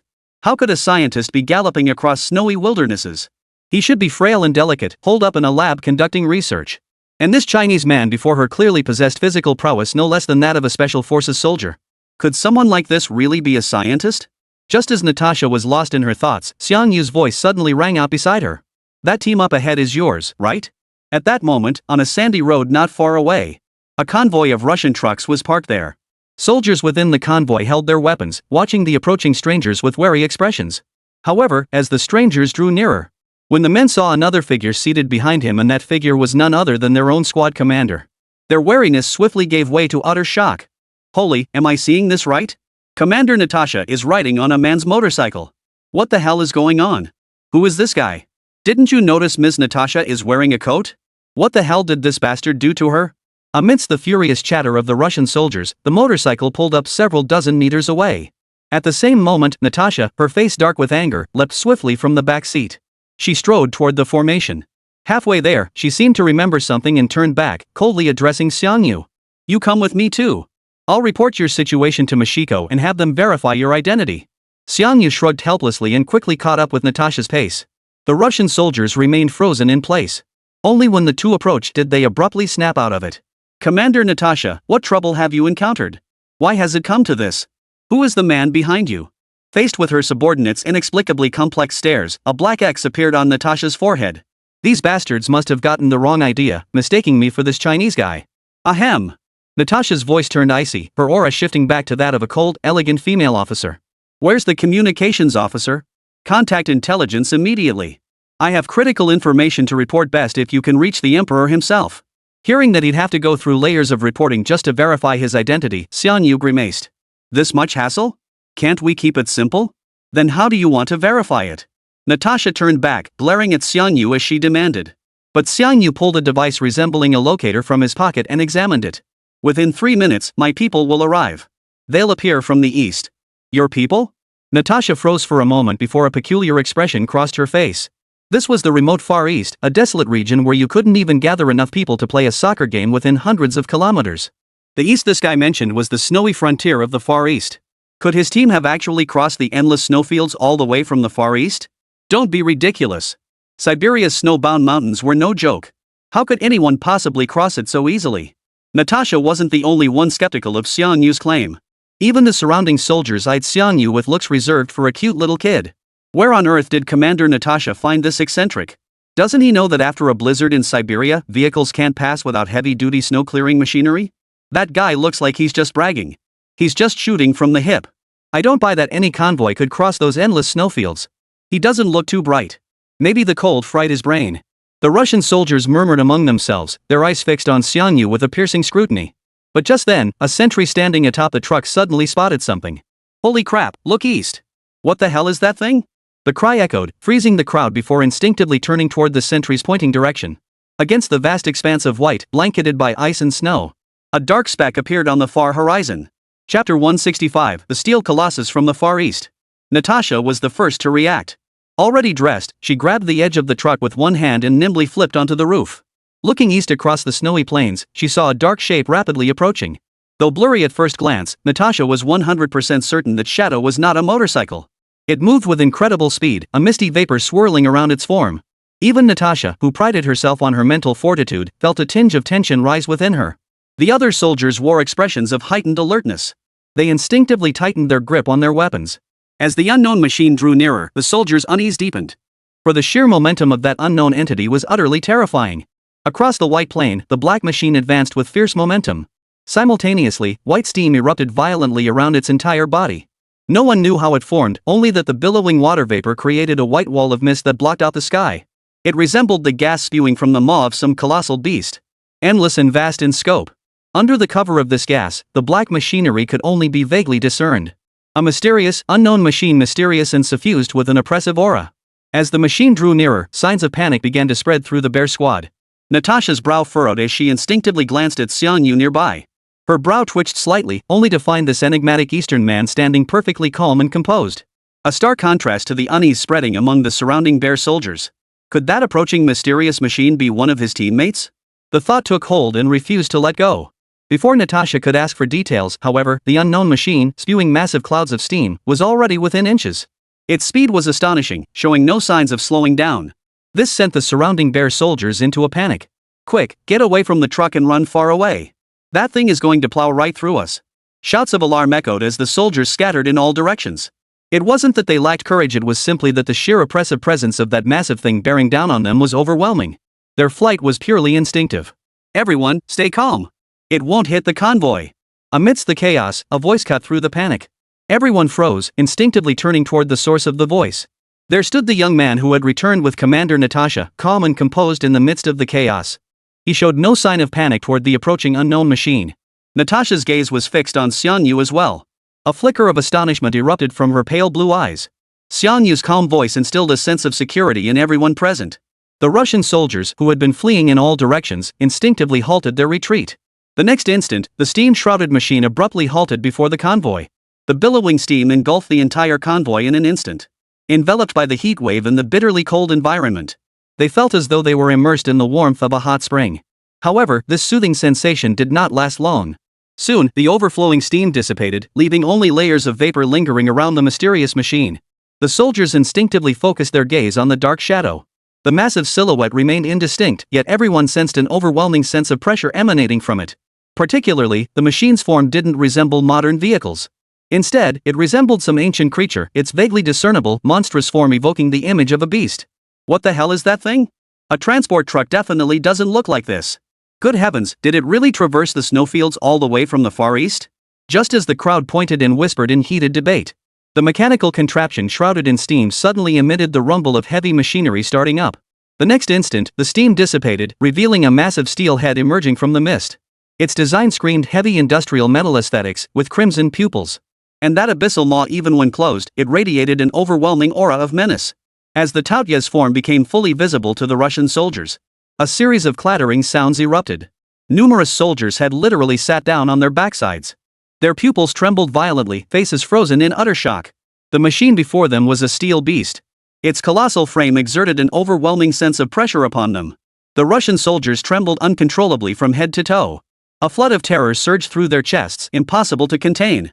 You really are the sword-bearer of Huagua, Chief Engineer Xiangyu. At some point, Natasha had approached Xiangyu's side. Her voice was quiet, yet trembling with utter astonishment. Her eyes flickered wildly, her brow a tapestry of awe, admiration, and bewilderment. Even her heartbeat raced uncontrollably. The machine before them was undoubtedly the Huagua Taotai, recently reported by the Bear Nation. Such formidable machinery appeared here solely to greet this young man before them. There was no doubt about it, he must be Xiangyu, the top genius of Huagua who had created several supermachines.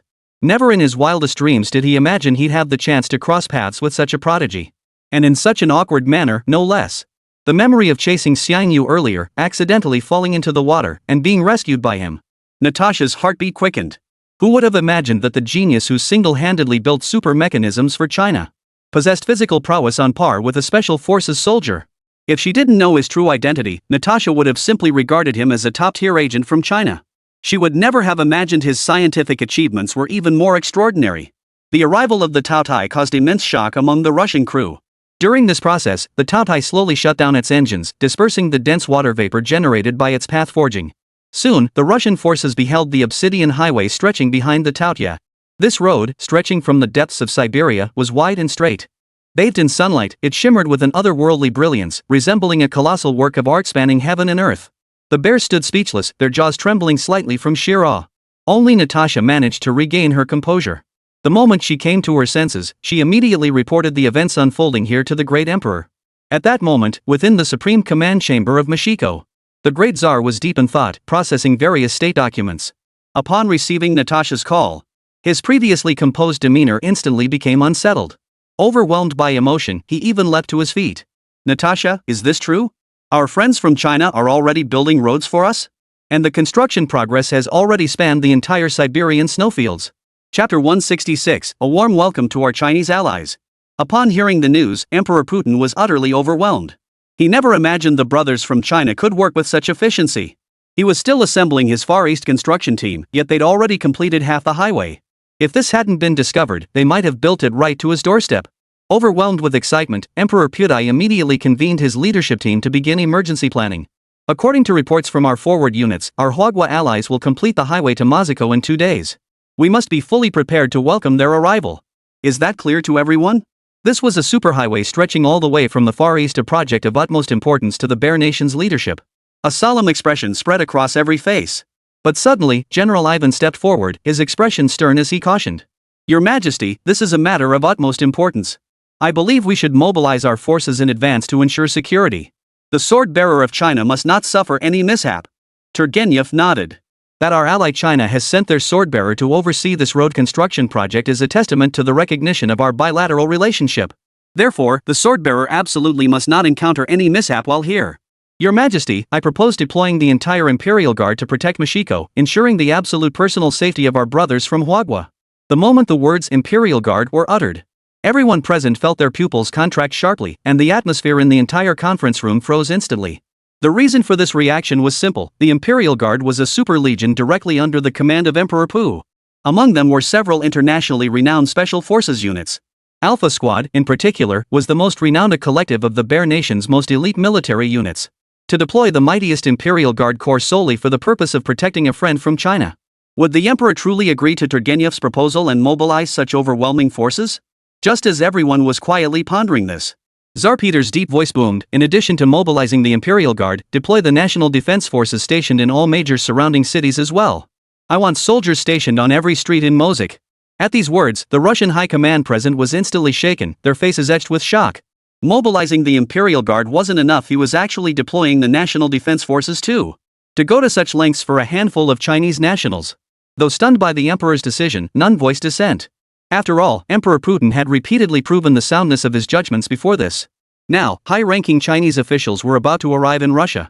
It was only natural for Bear Country to extend the highest honors in welcome. Your Majesty, I have another proposal. It was General Ivan who spoke up again. Beyond deploying troops to secure Moscow, it would be best to assemble them in formation to welcome our Chinese allies. The people of Moscow should also be notified. This is excellent publicity for us. The Emperor nodded immediately.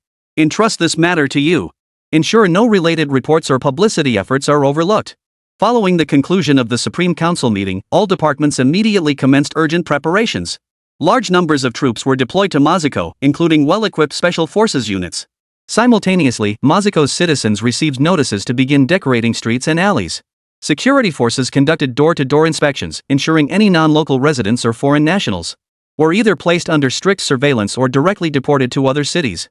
In short, during the 2 days leading up to Xiang Yu's imminent arrival, the entire city of Moscow underwent a dramatic transformation, all in preparation for welcoming the sword-bearer of China. Beyond domestic efforts, the Bear Nation also launched an extensive international publicity campaign. Soon, major international news outlets flooded the airwaves with coverage of the event. Headlines on the American Mosquito Agency Network: the superhighway spanning the east and west of Bear Country, constructed under China's leadership, will be completed in 2 days. Reportedly, from planning to construction, this project took less than 7 days to implement, hailed by industry insiders as a modern scientific miracle. The head of Huabiao News Agency congratulated the highway's completion, stating that the opening of this superhighway holds extraordinary significance, marking a historic leap in Bear Nation's development of the Far East. This holds immense importance for its domestic economic growth. Daily Oil report states that a heavyweight figure will arrive in the Bear Nation's capital in 2 days, receiving the highest ceremonial honors. America's Time magazine published a skeptical article questioning the authenticity of the 7-day highway construction, suggesting it was a joint century-long hoax orchestrated by Bear Nation and China. The Bear Nation's high-profile international publicity campaign has thoroughly stirred up the global community. While news coverage flooded the media, skepticism also emerged. After all, constructing a highway in just 7 days, one spanning the entire east-west expanse of Russia, sounds downright implausible. Many simply refuse to believe it's true. Consequently, numerous netizens on foreign websites have raised doubts about the event's authenticity. Some even suspected it might be nothing more than a publicity stunt orchestrated by Russia and China. Building a highway in 7 days? How could that possibly be true? At this point, skepticism wasn't confined to foreign platforms. Even within Russia itself, skepticism ran deep. Especially among residents of Moscow, skepticism was widespread. It's hard to imagine how terrible the quality of a road built in such a short time could be. It's true that the Chinese are infrastructure maniacs, but that doesn't mean they can build a sturdy, durable highway in 7 days. I just don't buy it. I'm more inclined to believe the online rumors this might just be a publicity stunt. Hope the outcome isn't too embarrassing.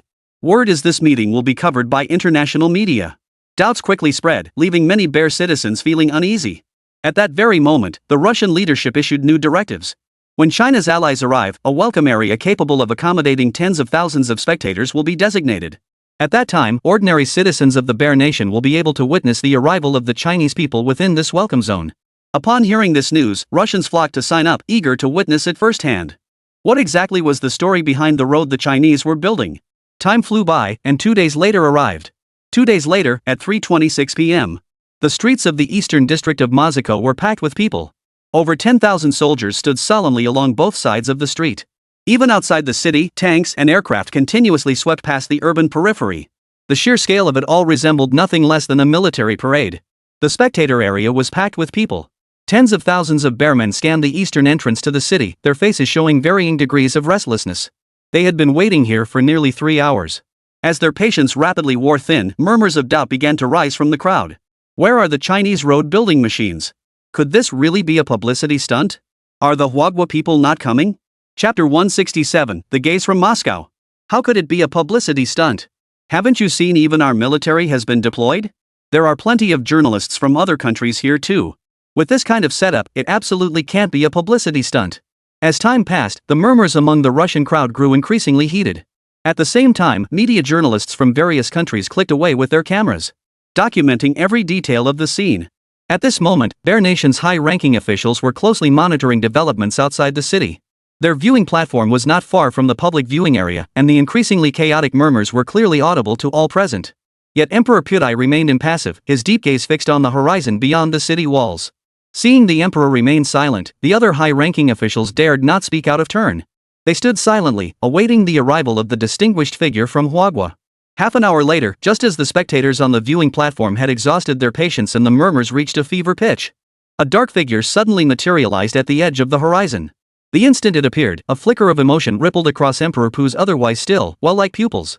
His slightly clenched fist relaxed completely at that very moment. The Huagua Taotai, it had finally arrived. Simultaneously, other high-ranking officials of the Bear Nation erupted with excitement. It's here! It's finally here! Phew!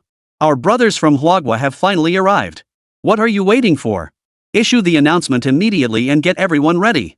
Soon, the broadcast went out, and all Bear Nation citizens immediately sprang into action. The once noisy crowd in the spectator area instantly fell silent. They craned their necks, gazing eastward.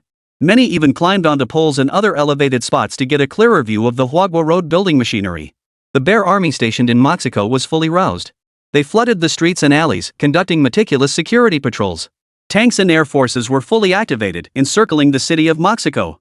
At this moment, the entire city of Mexico was preparing for the arrival of its distant friends from Huagua. The glutton continued its high-speed journey toward the city of Mexico. In the blink of an eye, it arrived at the city's outskirts. When the citizens of Mexico caught sight of the Taotai, they were instantly captivated by its sleek design. They collectively gasped in awe. Although the Bear Nation had previously released partial footage of the Taotai, the footage was blurry and nowhere near as awe-inspiring as seeing it in person. Its colossal steel form, with a menacing mechanical head. Its overall appearance resembled a mechanical Tyrannosaurus Rex crouched on the ground. If you didn't know it was a machine designed for mining, most people would mistake it for a terrifying war machine at first glance. Especially that massive steel jaw, it could crush a heavily armored tank to bits with ease. As if devouring Oreo cookies. When the Russian populace witnessed this mechanical colossus crafted by the Chinese people with their own eyes, they were instantly overwhelmed by its sheer presence. Hearts pounded wildly in their chests, as if they might burst through their ribcages at any moment. Lips trembled violently, yet not a word could be uttered. Especially when it slowed down and passed slowly before the crowd. They held their breath, afraid to disturb the colossal steel behemoth. Tens of thousands of citizens and soldiers watched with burning eyes as the Taotai entered the city. Those who remained at home stared intently at the live broadcast on their screens. The entire city seemed to have been silenced at that moment. Apart from the Taotia's deep rumble, not a single sound could be heard. Suddenly, a flurry of heated discussion erupted from the front rows of the viewing area. Looking toward the commotion, several elderly men in white lab coats were seen arguing heatedly, their faces flushed red. In such a solemn setting, loud debate was clearly discourteous. Yet neither the military nor the surrounding crowd showed any sign of displeasure toward these men. For these men were Russia's foremost scientific experts. These were national pillars who had dedicated themselves to scientific research for the state since the days of the Soviet Union. Each had achieved monumental accomplishments that had shaken the world. And among this group of elders stood a familiar face, heavy tank specialist Puzikin. Unbelievable. Such a perfect machine is merely an engineering vehicle for mining and road construction. The simultaneous use of tracks and mechanical legs ensures smooth traversal across all terrains. Ingenious design. Revolutionizing traditional asphalt paving by using some kind of magnetic wave to forcibly compress soil to diamond-like strength. No wonder the Chinese could build this highway in just 7 days. The imagination behind this machine is truly boundless. Old-timers like us could never dream up such an idea. The elders stared intently at the Taotai as it passed by. Praise poured forth without restraint. Other spectators listened to the elders' praise and the highly technical assessments. Unconsciously, their sense of awe deepened several-fold. Their eyes grew wide with wonder. Earlier, they had been simply stunned by the sheer appearance of the steel colossus. Now, hearing the master's analysis, they felt a sudden clarity. Beneath its formidable exterior, this machine possessed extraordinary performance capabilities. The onlookers at the scene completely let go of their doubts. All eyes now bore an intense, reverent gaze upon this super mechanism. The Chinese who built this super machine are absolute geniuses. China's brothers are awesome. The Chinese are our eternal allies. Someone suddenly shouted out loud. The next instant, a tidal wave of cheers instantly engulfed the scene. The soaring voices pierced the heavens, echoing wildly across the skies above Mexico. At that moment, every bear-like creature was utterly conquered by this supermachine from Huagua. Inside the cockpit of the Taotai, Xiangyu and the others were startled by the sudden outburst of shouts. It was the bear-like construction worker Dia who approached excitedly. "Chief Engineer Xiang, did you see that? We bearmen are thrilled to welcome you." Xiangyu let out a wry laugh. "I never expected such a grand display. Actually, this is merely the appetizer," Natasha, who had accompanied them, remarked with a gleam in her eyes. Upon learning of Natasha's encounter with Xiangyu, Emperor Dongpu immediately altered her mission. She was to accompany Xiangyu back to Moscow. After all, protecting Xiangyu was far more crucial than pioneering a route to the Far East. Thus, Natasha boarded the Taotai and ultimately arrived here. "Mr. Xiangyu, our emperor has arranged a special welcoming ceremony for your arrival. It's just ahead." As Natasha's voice faded, the Taotai had already passed the grandstand, revealing a vast plaza before them. Hundreds of heavily armored tanks stood in perfect formation along both sides of the road. Along the tanks' flanks, soldiers stood in formation, their eyes burning with intensity as the Taotai slowly approached. Chapter 168, The Bear Army's Salute. The Bear Guard, the National Defense Army, and various tank formations. Like ancient soldiers lining the streets to welcome their commander, they stood in perfect formation. At that moment, tens of thousands of bear soldiers stood upon the plaza, uniform and motionless. The spectacle was nothing short of grand. And these soldiers stood here for one purpose alone: to welcome Xiangyu, the sword-bearer of Huagua. Xiangyu gazed at the Russian soldiers lining both sides of the road, a faint ripple stirring within his heart. It wasn't that the sheer scale of the Russian army was particularly awe-inspiring. Rather, it was the profound sense of reverence and respect the Russian bear now displayed was rooted in the growing strength and prosperity of his own nation. The stronger a nation grows, the more respect and admiration it commands from others. If a nation is weak, it can scarcely escape a fate of humiliation and oppression. As Xiangyu grasped this truth, a flash of clarity pierced his pupils. A subtle transformation began to take root within him. Under the gaze of tens of thousands of Russian soldiers, the Taotai marched across the square like a sovereign. It finally halted before the steps. At that moment, a high-ranking officer bearing the insignia of a general strode forward.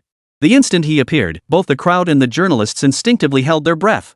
For the general before them was none other than the renowned Ivan, the mighty commander of the Bear Nation. This commander, who held the authority to command the entire nation's military, had personally come to greet them. At that moment, it was not only the citizens of Bear Country who were plunged into profound shock. Even the leaders of various nations felt their hearts tremble violently. Eyes darted nervously, scalps tingled with unease. If the deployment of troops was meant to protect the safety of the Chinese people, symbolizing their importance, then when General Ivan himself stepped forward to greet them, the nature of the event undergoes a fundamental shift. For this signified that the meeting was not merely about infrastructure cooperation. It also involved strategic considerations regarding defense and military direction between the two great powers. At the very least, the Bear had already unilaterally declared its stance. "Whoa, the Bear is stirring up trouble, sending General Ivan himself. General Ivan is second only to Emperor Peter in Russia. Just imagine how seriously they take the Chinese. I have a feeling these two superpowers might form a military alliance in the near future. Just like the Soviet era. But this time, the Eastern superpower might become the core of power." The buzz of discussion was deafening. Only now catching on, journalists from various nations went mad snapping photos of the Taotai. They were capturing this awe-inspiring scene before their eyes. Today's meeting might just go down in human history. Inside the Taotai at that moment, "Mr. Xiangyu, you will now need to personally meet with General Ivan for the handover. Rest assured, we've deployed sufficient police forces around the square. There won't be any unexpected incidents. I'm just a researcher, why must I be involved in such a grand event?" Xiangyu gave a wry smile. He hadn't expected the Russians to pull out such a massive display. And this spectacle actually required his personal attendance. Natasha replied earnestly, "Actually, given your current status, it is only fitting that General Ivan personally welcomes you. China's first swordmaster, a major general and national academician, who single-handedly forged the super mechanisms. He propelled China to rapidly rise as the world's foremost military power within a short span." Xiangyu was no longer just an ordinary young man of China. He now represented China. After a moment's deliberation, Xiangyu finally agreed to Natasha's request. As the hatch of the Taotai opened, Xiangyu emerged from the cockpit clad in black combat gear. The instant he appeared in the outside world, tens of thousands of intense gazes instantly converged upon him. Simultaneously, journalists from around the world trained their cameras on Xiangyu, his image appearing before the eyes of the global public. "Whoa, it's actually that sword master from China. Who would have thought he'd come in person? This super machine must be his creation too." The audience scrutinized Xiangyu while engaging in heated discussions. Xiangyu stepped down from the Taotai. He calmly greeted General Ivan, who was walking toward him. Though tens of thousands watched on site and the event was broadcast globally, Xiongnu showed no signs of discomfort, remaining calm and composed. Not a trace of stage fright showed. This composure alone commanded the respect of many. At the same time, online forums worldwide were buzzing with heated discussions about this meeting. The sword-bearer of Huadhui is far too young. It's hard to imagine achieving such astonishing accomplishments at his age. I don't understand why China's sword-bearer would so readily leave his homeland. Isn't he afraid of assassination? This is just too dangerous. Assassination? You're overthinking it, brother. The moment this young man became China's sword-bearer, his life became inextricably bound to the mighty lion that is China. Even the United States wouldn't dare lay a finger on him. Under the gaze of tens of thousands present, General Ivan escorted Xiongnu toward the steps. Inside the reception hall, the supreme commander of the Bear Nation, Emperor Putin, waited in quiet anticipation. As Xiongnu entered the reception hall, the previously solemn emperor immediately broke into a smile. Young brother Xiongnu, we finally meet. Xiongnu held great respect for Emperor Putin and promptly stepped forward to shake his hand. He wore a harmless smile. Assisting the Bear Nation in constructing the Far East Highway, the Bear Nation would share half of the resources developed in the Far East with China. This arrangement was a win-win for both nations.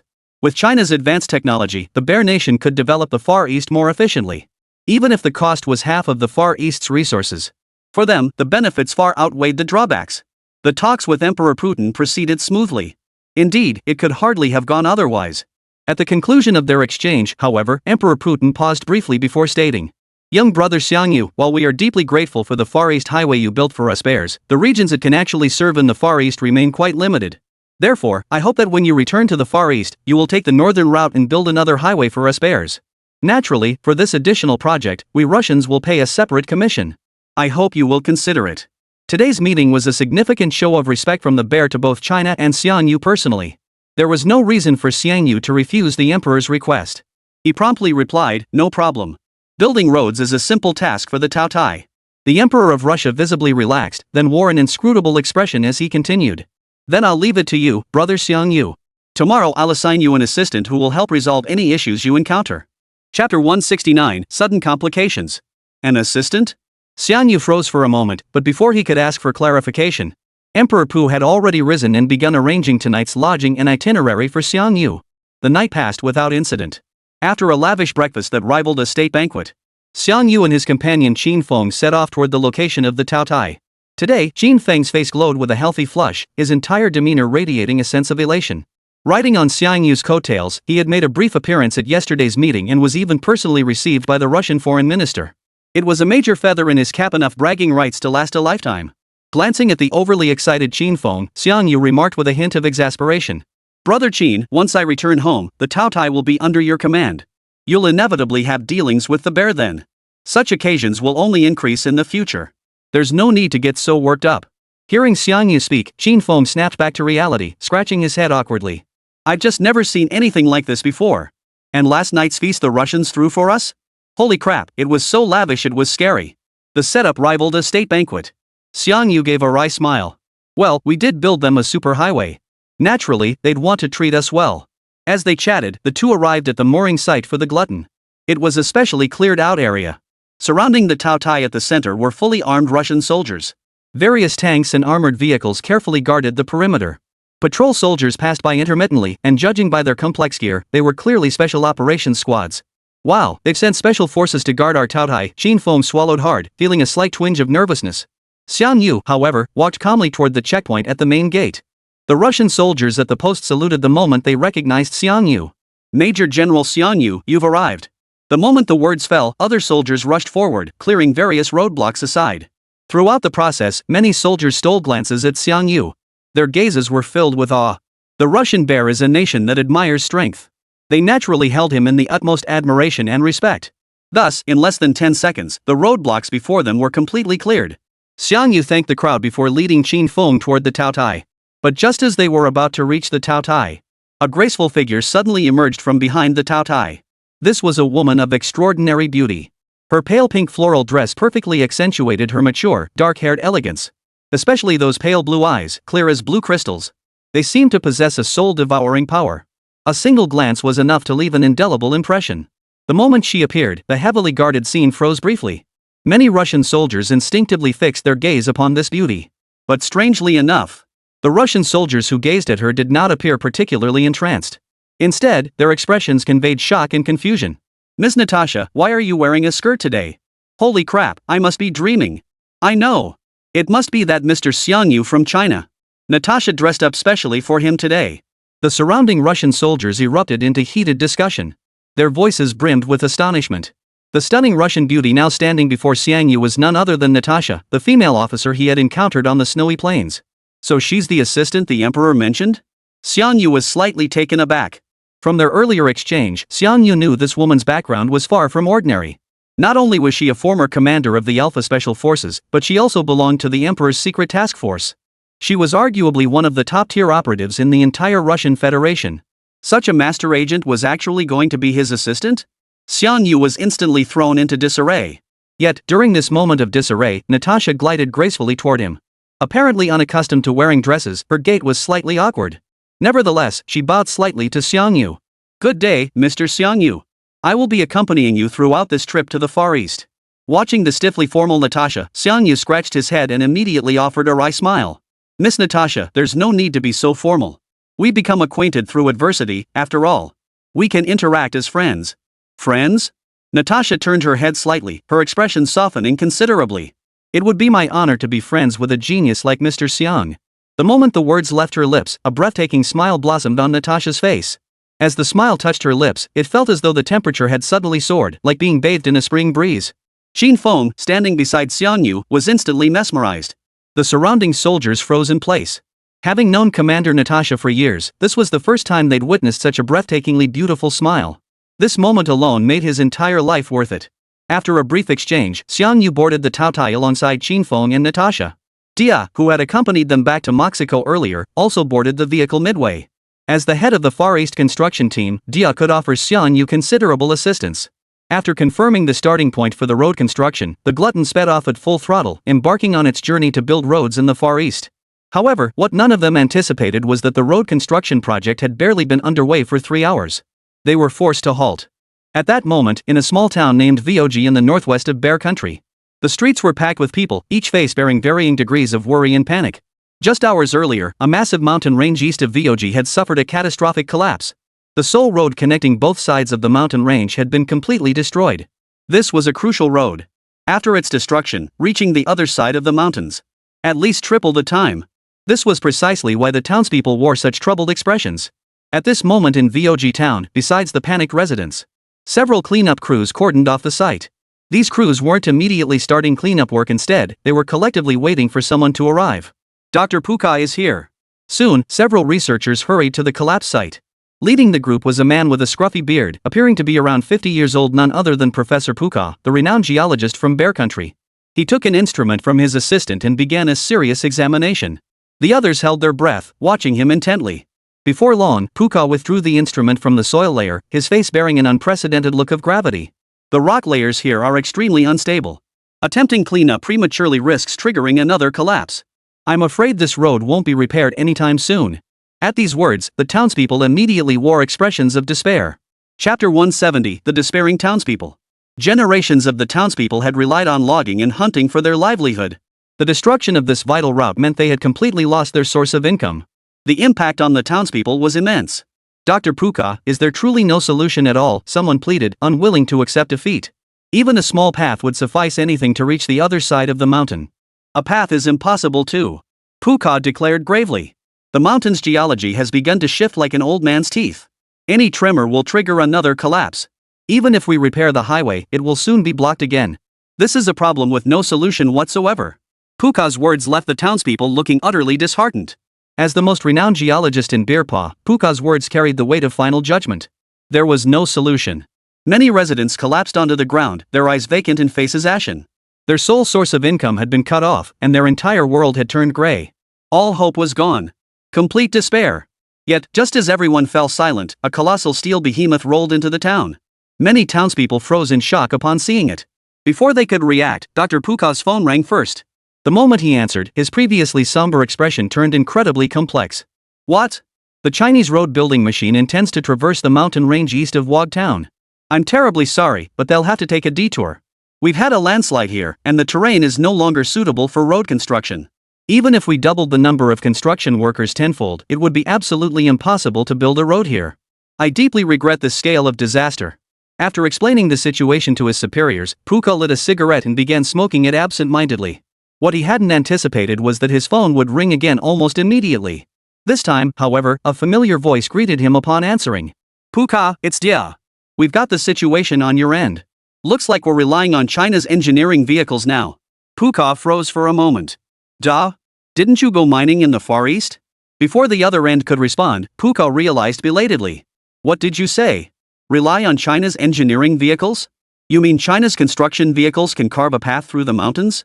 That's impossible. Puka's brow furrowed deeply. His voice rose sharply from sheer agitation. People nearby shot him puzzled glances. Puka composed himself and continued. Most of this mountain range is composed of basalt, with extremely complex geology. Forget building a highway, even people walking on it could trigger landslides. It's far too dangerous. At that moment, inside the Tao Tai. Despite Dia having explained the Taoya's formidable capabilities in meticulous detail, Dr. Puka remained utterly unconvinced. In truth, it wasn't just Puka, even Natasha, who knew nothing about geology, showed a hint of doubt. She glanced at Xiangyu, who was demonstrating some operational technique to Qin Feng, and couldn't help but ask. Mr. Xiangyu, are you really planning to cross this mountain range? A landslide just occurred here. Building a mountain road around it is simply impossible. As the words fell, Dia beside her also turned to look. He too wanted to hear what Chief Engineer Xiang would say. Instead, Xiangyu smiled and patted Qin Feng on the shoulder. Brother Qin, did you remember the control techniques I just mentioned? Qin Feng took a deep breath and replied, got it. Then let's put it into practice. Ha? Practice? Now. Qin Feng paused in surprise. Practice is the sole criterion for testing truth, Xiangyu said with a smile, glancing at Dia beside him. Whether the Tao Tai can actually repair this road we won't know until we try.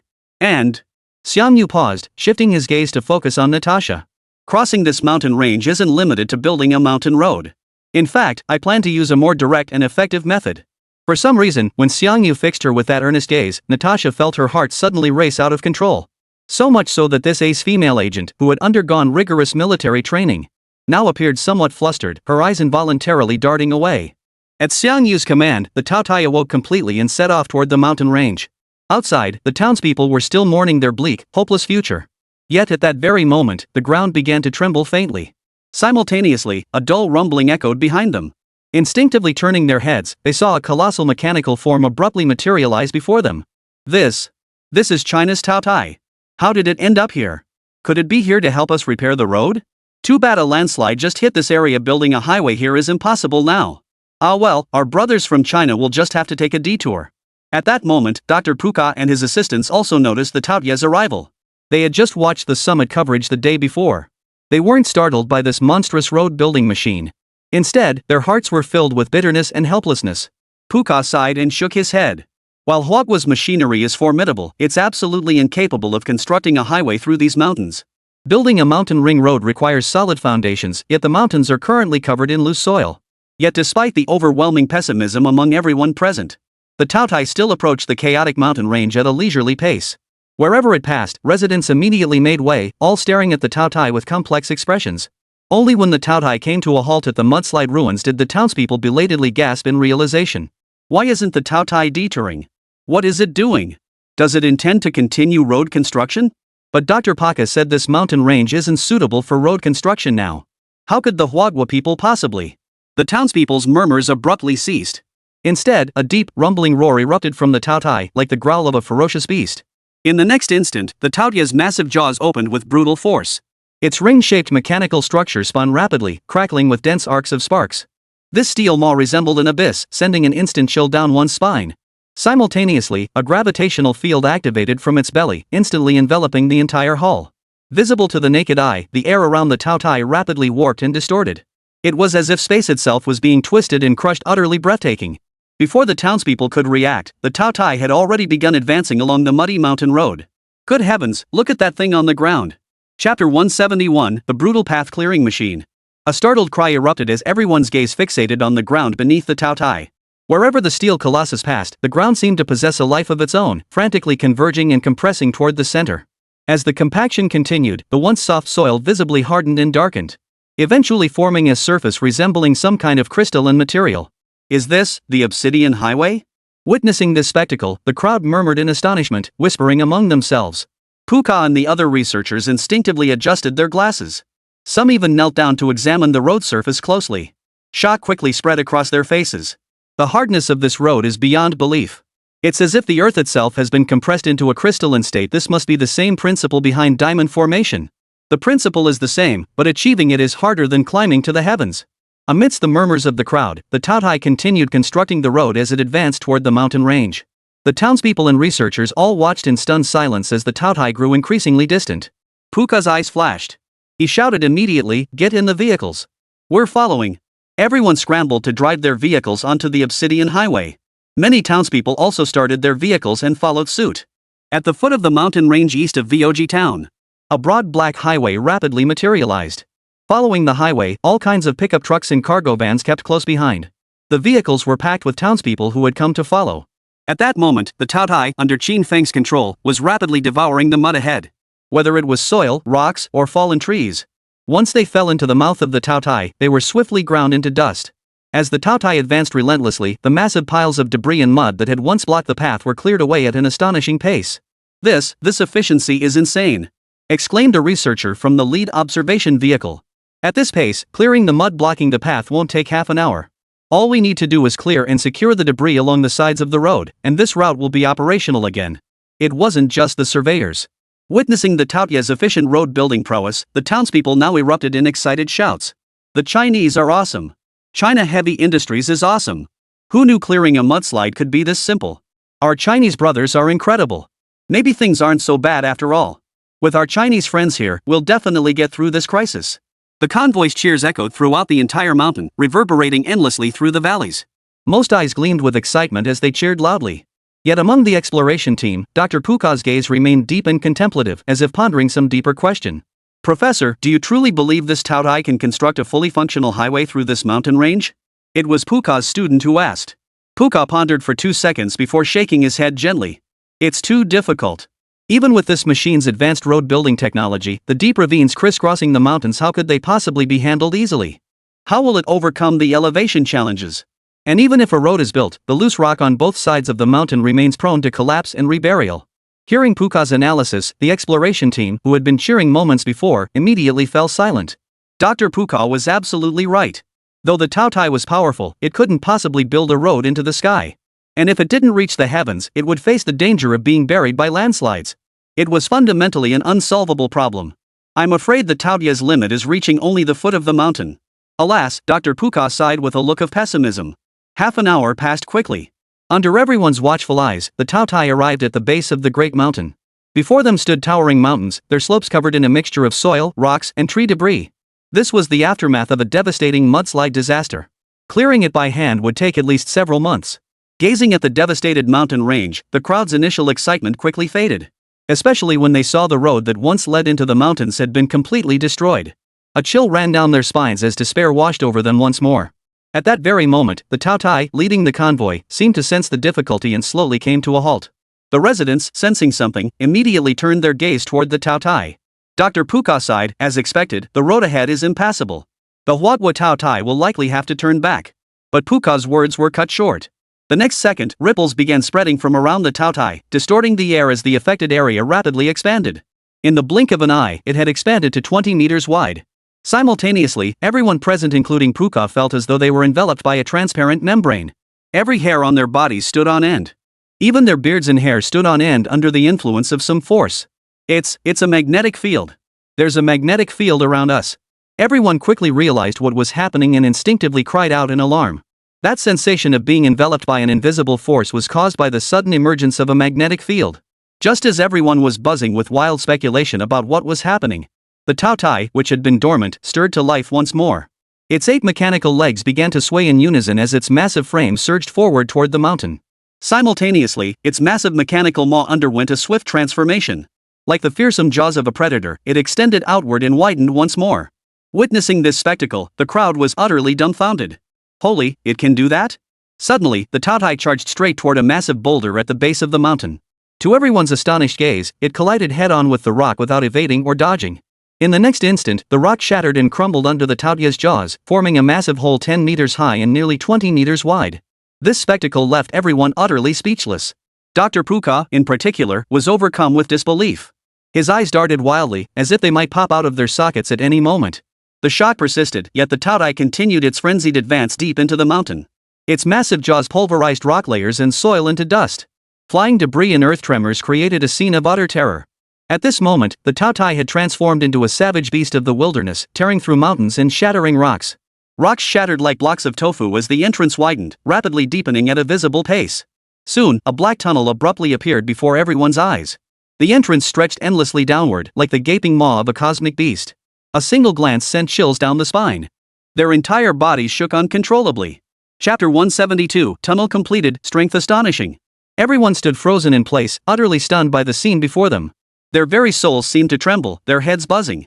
They had assumed the steel beast would build its road by circumventing the mountain. But who could have imagined it would drill a passage straight through the heart of the mountain range? Such a brutal approach sent chills down everyone's spine.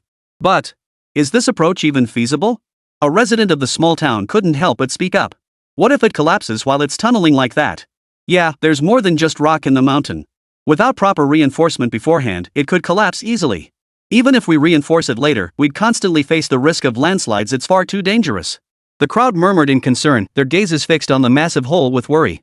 But just then, Dr. Pukov, who had been skeptical of the road project all along, walked toward the opening with a grave expression. Doctor, be careful. Don't go near it, it could collapse. It's too dangerous. Come back now. Despite the chorus of alarmed cries, Pukov strode forward as if possessed. Under the puzzled gazes of everyone present, he pressed both hands against the rock wall beside the tunnel. So that's how it is. So that's how it is. Dr. Pukov muttered to himself, his eyes flashing with astonishment. Professor, what's wrong? The other explorers rushed over. They tried to urge Pukov to quickly leave this dangerous area. But when their eyes fell upon the tunnel's rock wall, their attempts at persuasion abruptly halted. They too wore expressions of shock identical to Dr. Pukov's.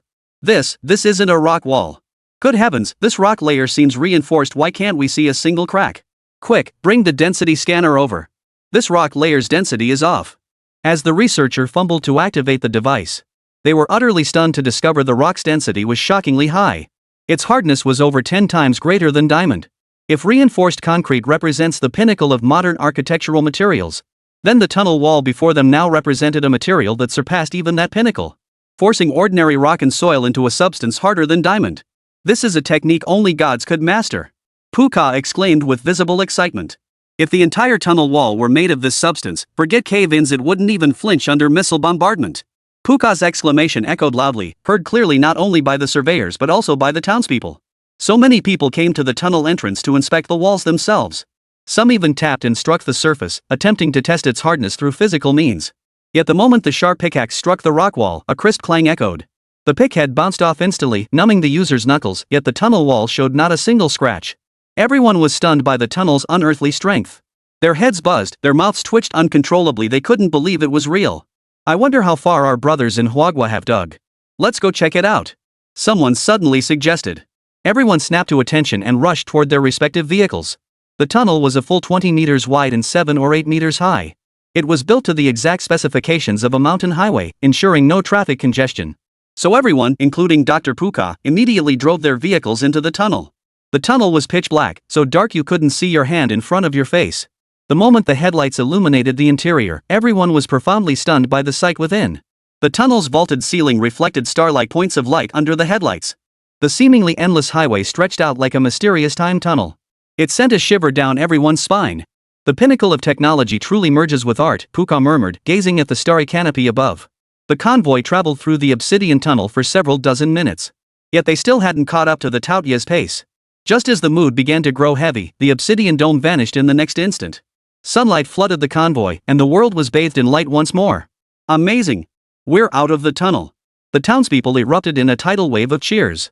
At the same moment, all eyes turned toward the vast plains stretching into the distance.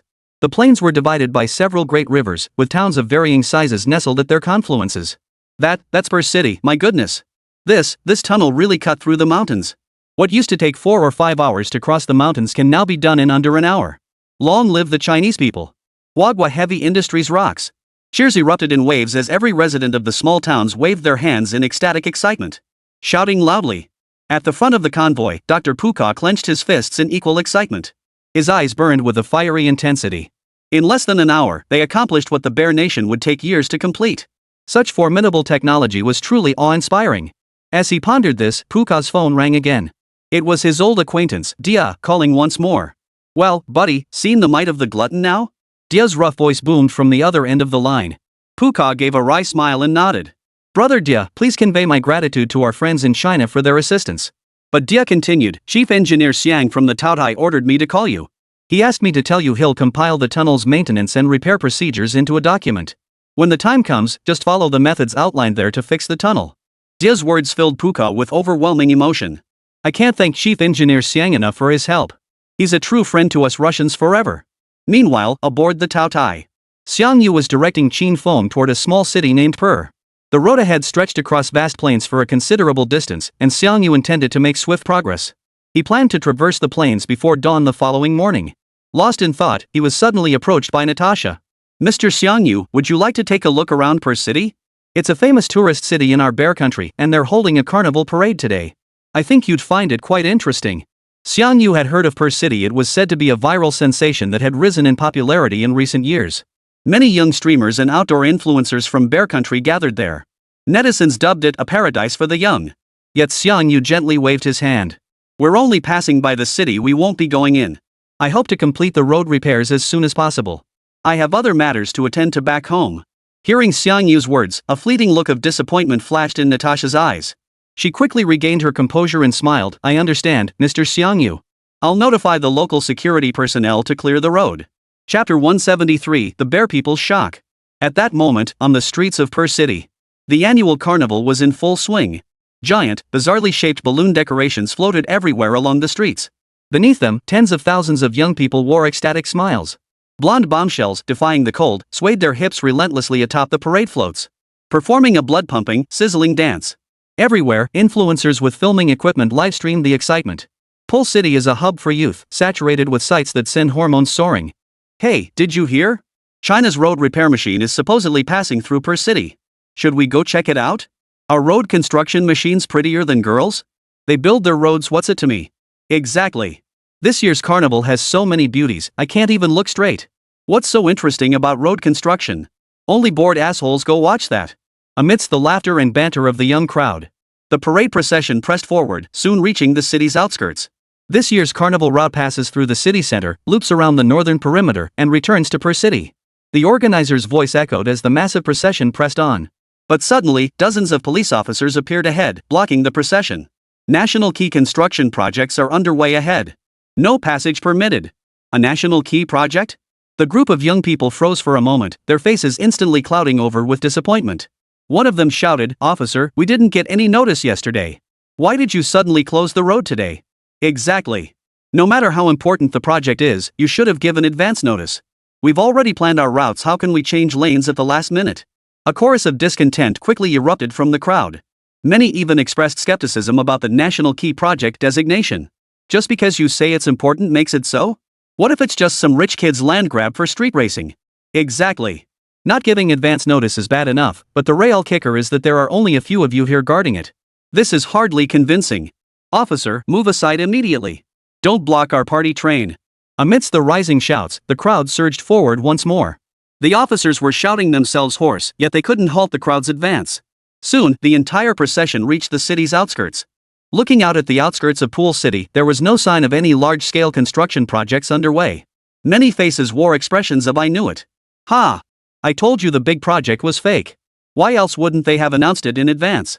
It's completely empty, nothing here. It's all a scam. Film it and expose them. Yeah, expose them." Soon, fierce shouts erupted from the reveling crowd. Everyone looked indignant, demanding an explanation. But just as their emotions were reaching a fever pitch, from the northwest of Pul City, a colossal beast dragged its black tail as it charged forward at breakneck speed. Its charging weight kicked up dust columns dozens of meters high, obscuring the sky. From afar, it resembled a herd of enraged bulls charging madly toward them. At that moment, the revelers on the outskirts of Pul City continued to shout and make a racket. No matter how the police officers tried to calm them down, they refused to quiet. But soon, a shrill scream cut through the bickering. It came from the mobile stage, where a stunning model pointed toward the distance, her face frozen in terror. Her petite face was etched with sheer terror.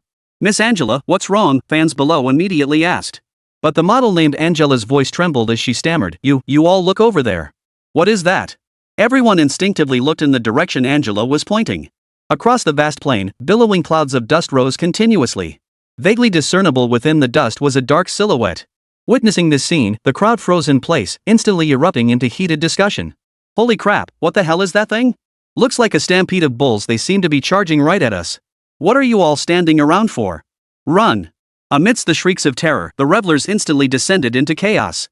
Yet with tens of thousands of people jostling together, escape was already too late. Soon, the billowing smoke would reach its closest point. Fear spread across many faces in the revelers' ranks. We're done for. They're going to hit us. Wah, I don't want to die. As the smoke drew nearer, many caught sight of the immense black shadow lurking within the dust. A crushing sense of dread instantly overwhelmed them, faces contorted with despair. Many young women and internet celebrities were so terrified their faces drained of color, their bodies shaking violently. Selfie sticks littered the ground. Some even fell to their knees, helplessly praying for a miracle. Yet just as despair gripped the crowd, the ferocious beast lurking beneath the dust, as it neared the outskirts of Per City, subtly shifted its course. Its massive mechanical frame scraped dangerously close to the reveling crowd as it passed. A massive cloud of dust and scorching heat engulfed the entire procession, sending people tumbling and leaving everyone covered in grime in an instant. But when the crowd finally regained their senses, the colossal beast had already vanished into the dust. Before their eyes, a steaming black highway suddenly appeared. The crowd exchanged bewildered glances, their heads buzzing with confusion, utterly baffled by what had just transpired. What on earth had just passed through? And this black highway, how had it suddenly appeared here? The entire revelry party fell into a profound silence. I think I saw a machine in the dust just now. It looked like the Huagua Tao Tai we saw on the news yesterday. You mean the Huagua Tao Tai that's supposed to be building our roads? That's impossible, it's still an Mo-Shika. I saw it too, definitely the Tao Tai. Holy crap, that's how it builds roads? Unbelievable. The murmurs persisted until it dawned on them, the colossal machine that had just passed was indeed the Tao Tai from China. These young people, who usually paid little attention to national affairs, were now profoundly shaken. Hearing is deceiving, seeing is believing. Only after witnessing the Tao Tai firsthand could one truly grasp its overwhelming might. Guys, who's with me to chase after it and take a closer look? I want to go too. See how this steel beast builds roads. Damn it, there's a big river in the direction it's heading. How the hell is it going to cross that? The revelry had been forgotten by all. All eyes were fixed on the Tao Tai as it rolled past. Even several female internet celebrities and major outdoor streamers descended from the elevated platforms. They spontaneously walked onto the Obsidian Highway, streaming the live scene as they made their way toward the Tao Tai in the distance. Chapter 174, Technology that Shocked the World. The glutton had just passed through Per City when it halted its progress. Before them lay a river over 100 meters wide. Gazing at the turbulent currents within the riverbed, Dia beside him couldn't help but ask, Chief Designer Xiang, how are we supposed to cross such a massive river? If the obstacle were mountains, tunneling through them would be understandable. But how could they cross this river? Could they possibly dig an underground tunnel? Smiling at Dia's confusion, Xiang Yu explained, the Tao Tai is currently surveying this section of the river. It will soon determine the optimal route for crossing. Half an hour passed in the blink of an eye. The Tao Tai now lay dormant, as if asleep, on the riverbank. Behind it, a crowd of over 10,000 spectators had gathered. Among them were numerous live streamers holding selfie sticks aloft. These were all participants from the earlier carnival party, instantly captivated by the Tao Tai's imposing appearance the moment it appeared. Especially now, as the Tao Tai lay motionless on the embankment.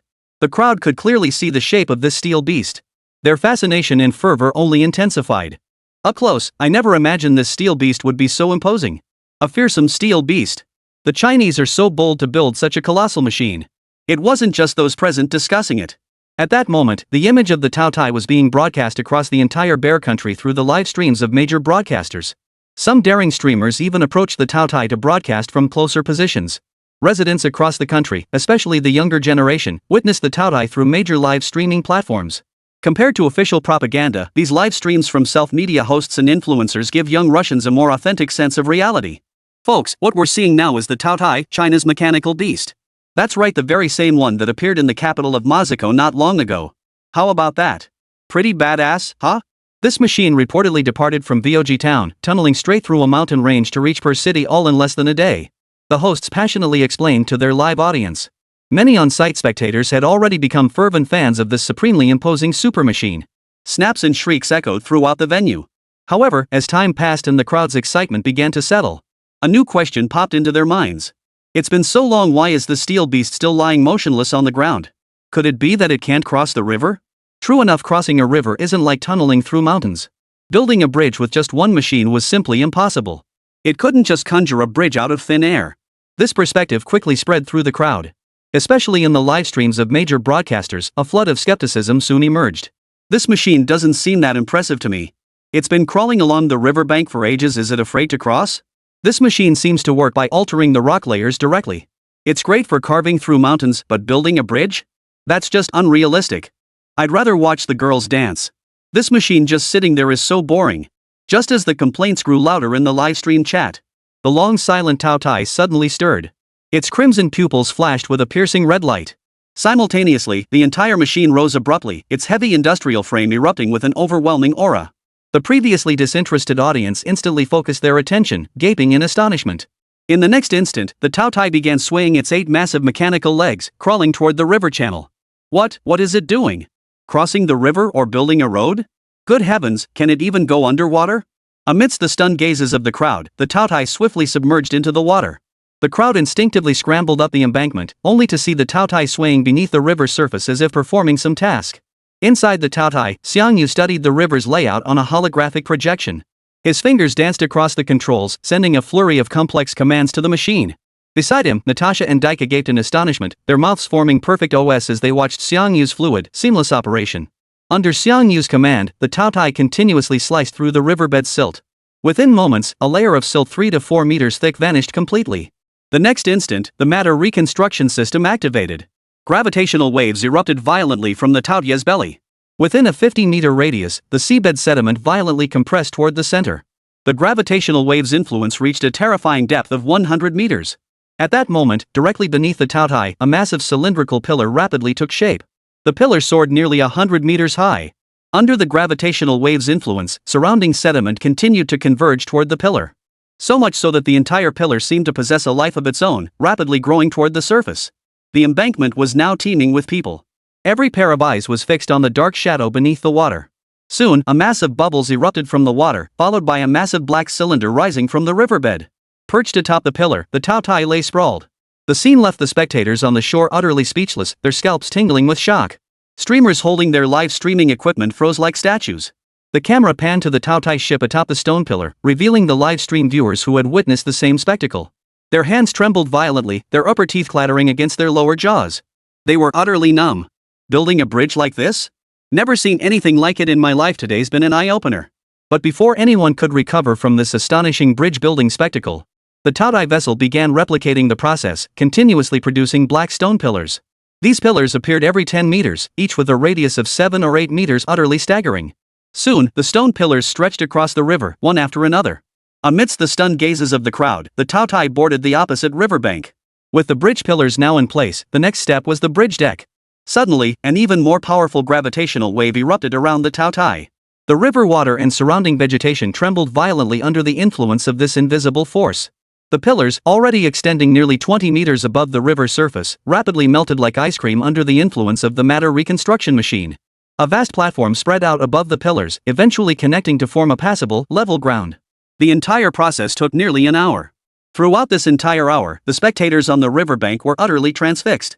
They stood rooted to the spot, as if their very souls had been pulled out. They were utterly dumbfounded. Such a bridge-building method was utterly astonishing and unprecedented.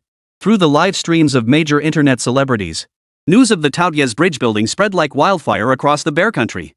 Related videos went viral, even crossing borders to reach every corner of the globe. Chapter 175, The First Signs of Crisis, American Conspiracy. Especially the footage of the Taotai constructing a black bridge out of thin air left everyone utterly stunned. Across the Bear Nation, netizens in every region froze in disbelief upon seeing the footage. Building a bridge shouldn't involve just dumping construction materials and machinery by the riverbank. Then take 2 or 3 years to complete before opening to traffic?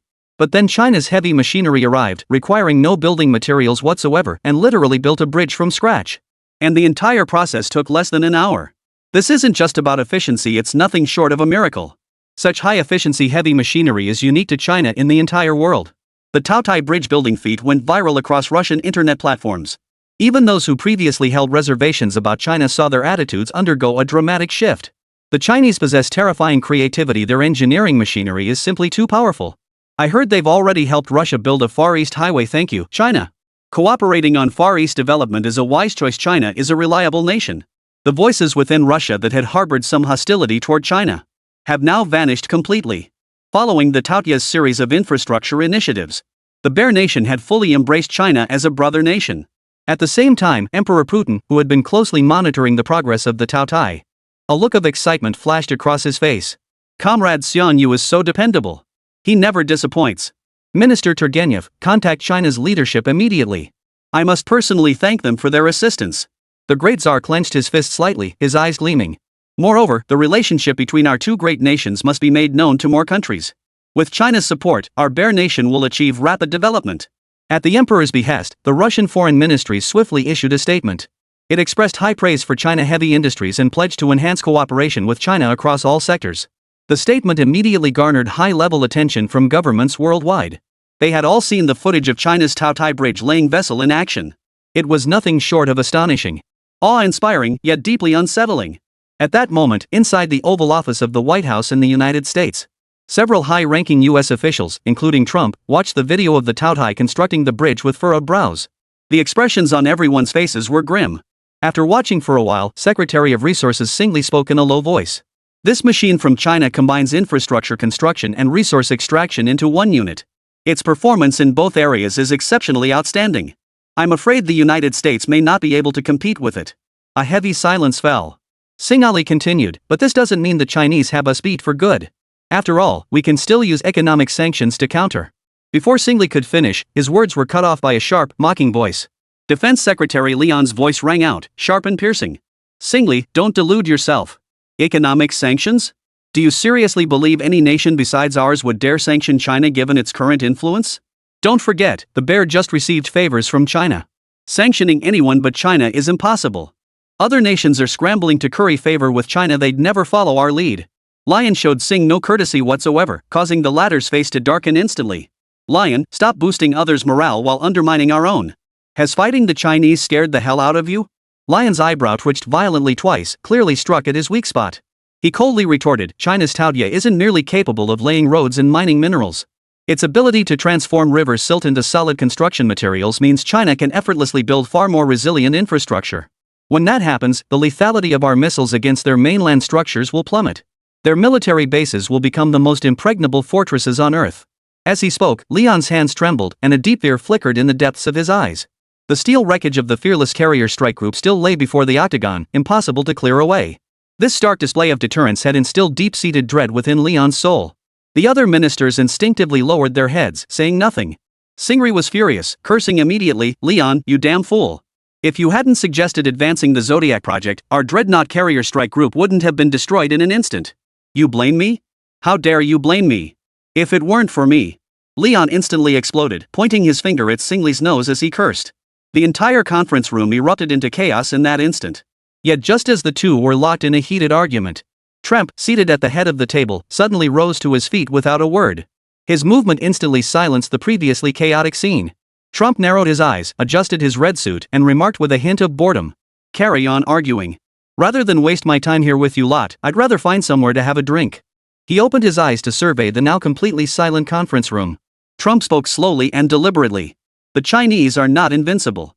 We simply employed the wrong methods before. At these words, the ministers all froze in surprise. Wrong methods? What did he mean? Trump continued, I have a friend in the biotech industry who recently recommended an intriguing serum to me. I believe it could be used against China. A serum? Sing's eyes lit up slightly. Could it be a soldier enhancement serum? Turning ordinary soldiers into super soldiers? Trump nodded, then shook his head. Strictly speaking, it's not an enhancement serum, but it does significantly boost overall human capabilities. To be more precise, it's an undisclosed parasitic injection solution. When Trump uttered the word parasite, everyone in the office froze. Then, expressions of caution spread across their faces. Leon immediately interjected, Chief, you can't just dabble with parasites like that. What if it causes a mass infection? Rest assured, it won't happen, Trump waved dismissively. First, my friend has been researching this injection solution for nearly a decade. The risk of unexpected complications is virtually non-existent. Second, I have no intention of injecting this vile solution into our American soldiers. Seeing everyone staring at him with puzzled expressions, Trump continued his explanation. I've already contacted the pig-nosed Prime Minister of the island nation. He'll be hosting a superhuman competition soon. Chapter 176, Mass-Produced Glutton Machines. The serum is for the Japanese. We'll use their hands to dampen the Chinese spirit. Let the world know that China is not invincible. After the speech, the American High Command's confidence soared and they began discussing the finer details of the plan. At this moment, Xiang remained unaware of what was about to unfold. 1 week later, outside a riverside town in the Far East. As the Taotia vessel entered the town, the northern highway of the Bear Nation was officially completed. After declining Natasha and Dia's invitation to share a drink, Xiang drove toward the location where they had first discovered the rare earth deposits, accompanied by Qin Feng. After nearly a month of construction, the camp near the rare earth deposit had grown considerably in scale. Every few days, transport convoys from China and Russia carried large quantities of minerals back to their respective countries. Merchants selling daily necessities could even be seen within the camp. Undoubtedly, this camp would soon evolve into a town dedicated to mining operations. At this moment, vast areas of the Far East remained unexplored, and various mineral deposits would soon be continuously discovered and mined. At this stage, a single TianGou-class vessel was proving insufficient. Xiang therefore left the Taotai temporarily in the Far East, entrusting its operation to Qin Feng. He himself returned to Huaguo aboard a mining transport vessel. 3 days later, he arrived in Huai City aboard a transport passenger aircraft.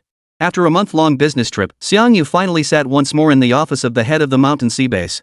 Back at the Shanghai base, Xiang began coordinating materials while simultaneously initiating the design work for the Taotai production line. Ever since showcasing the Taotia's formidable capabilities to the world, countries scrambled to establish mineral resource cooperation agreements with Huaguo. To secure these massive orders, the mass production line for the Taotai must be completed urgently. With this in mind, Xiang immediately issued the command. Attention all units at the Mountain Sea Base, this is Xiang. RD and Engineering Construction Departments, halt your current tasks. I intend to establish a production line for the mass-produced Taotai model and require your full cooperation. Upon hearing the words mass-produced Taotai over the broadcast, the staff at the Mountain Sea Base immediately showed signs of excitement. Holy crap, we're already starting mass production this fast? Holy crap, Xiangshan is moving at lightning speed.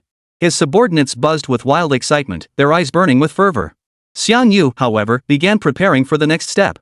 The hand of creation activated instantly, causing white energy and material particles within the subspace to surge violently. From the molecular level, it began constructing all the equipment required for production lines. After absorbing multiple waves of shockwaves, the subspace had now expanded to a terrifying 10 square kilometers. This was nearly equivalent to the size of a medium-sized city.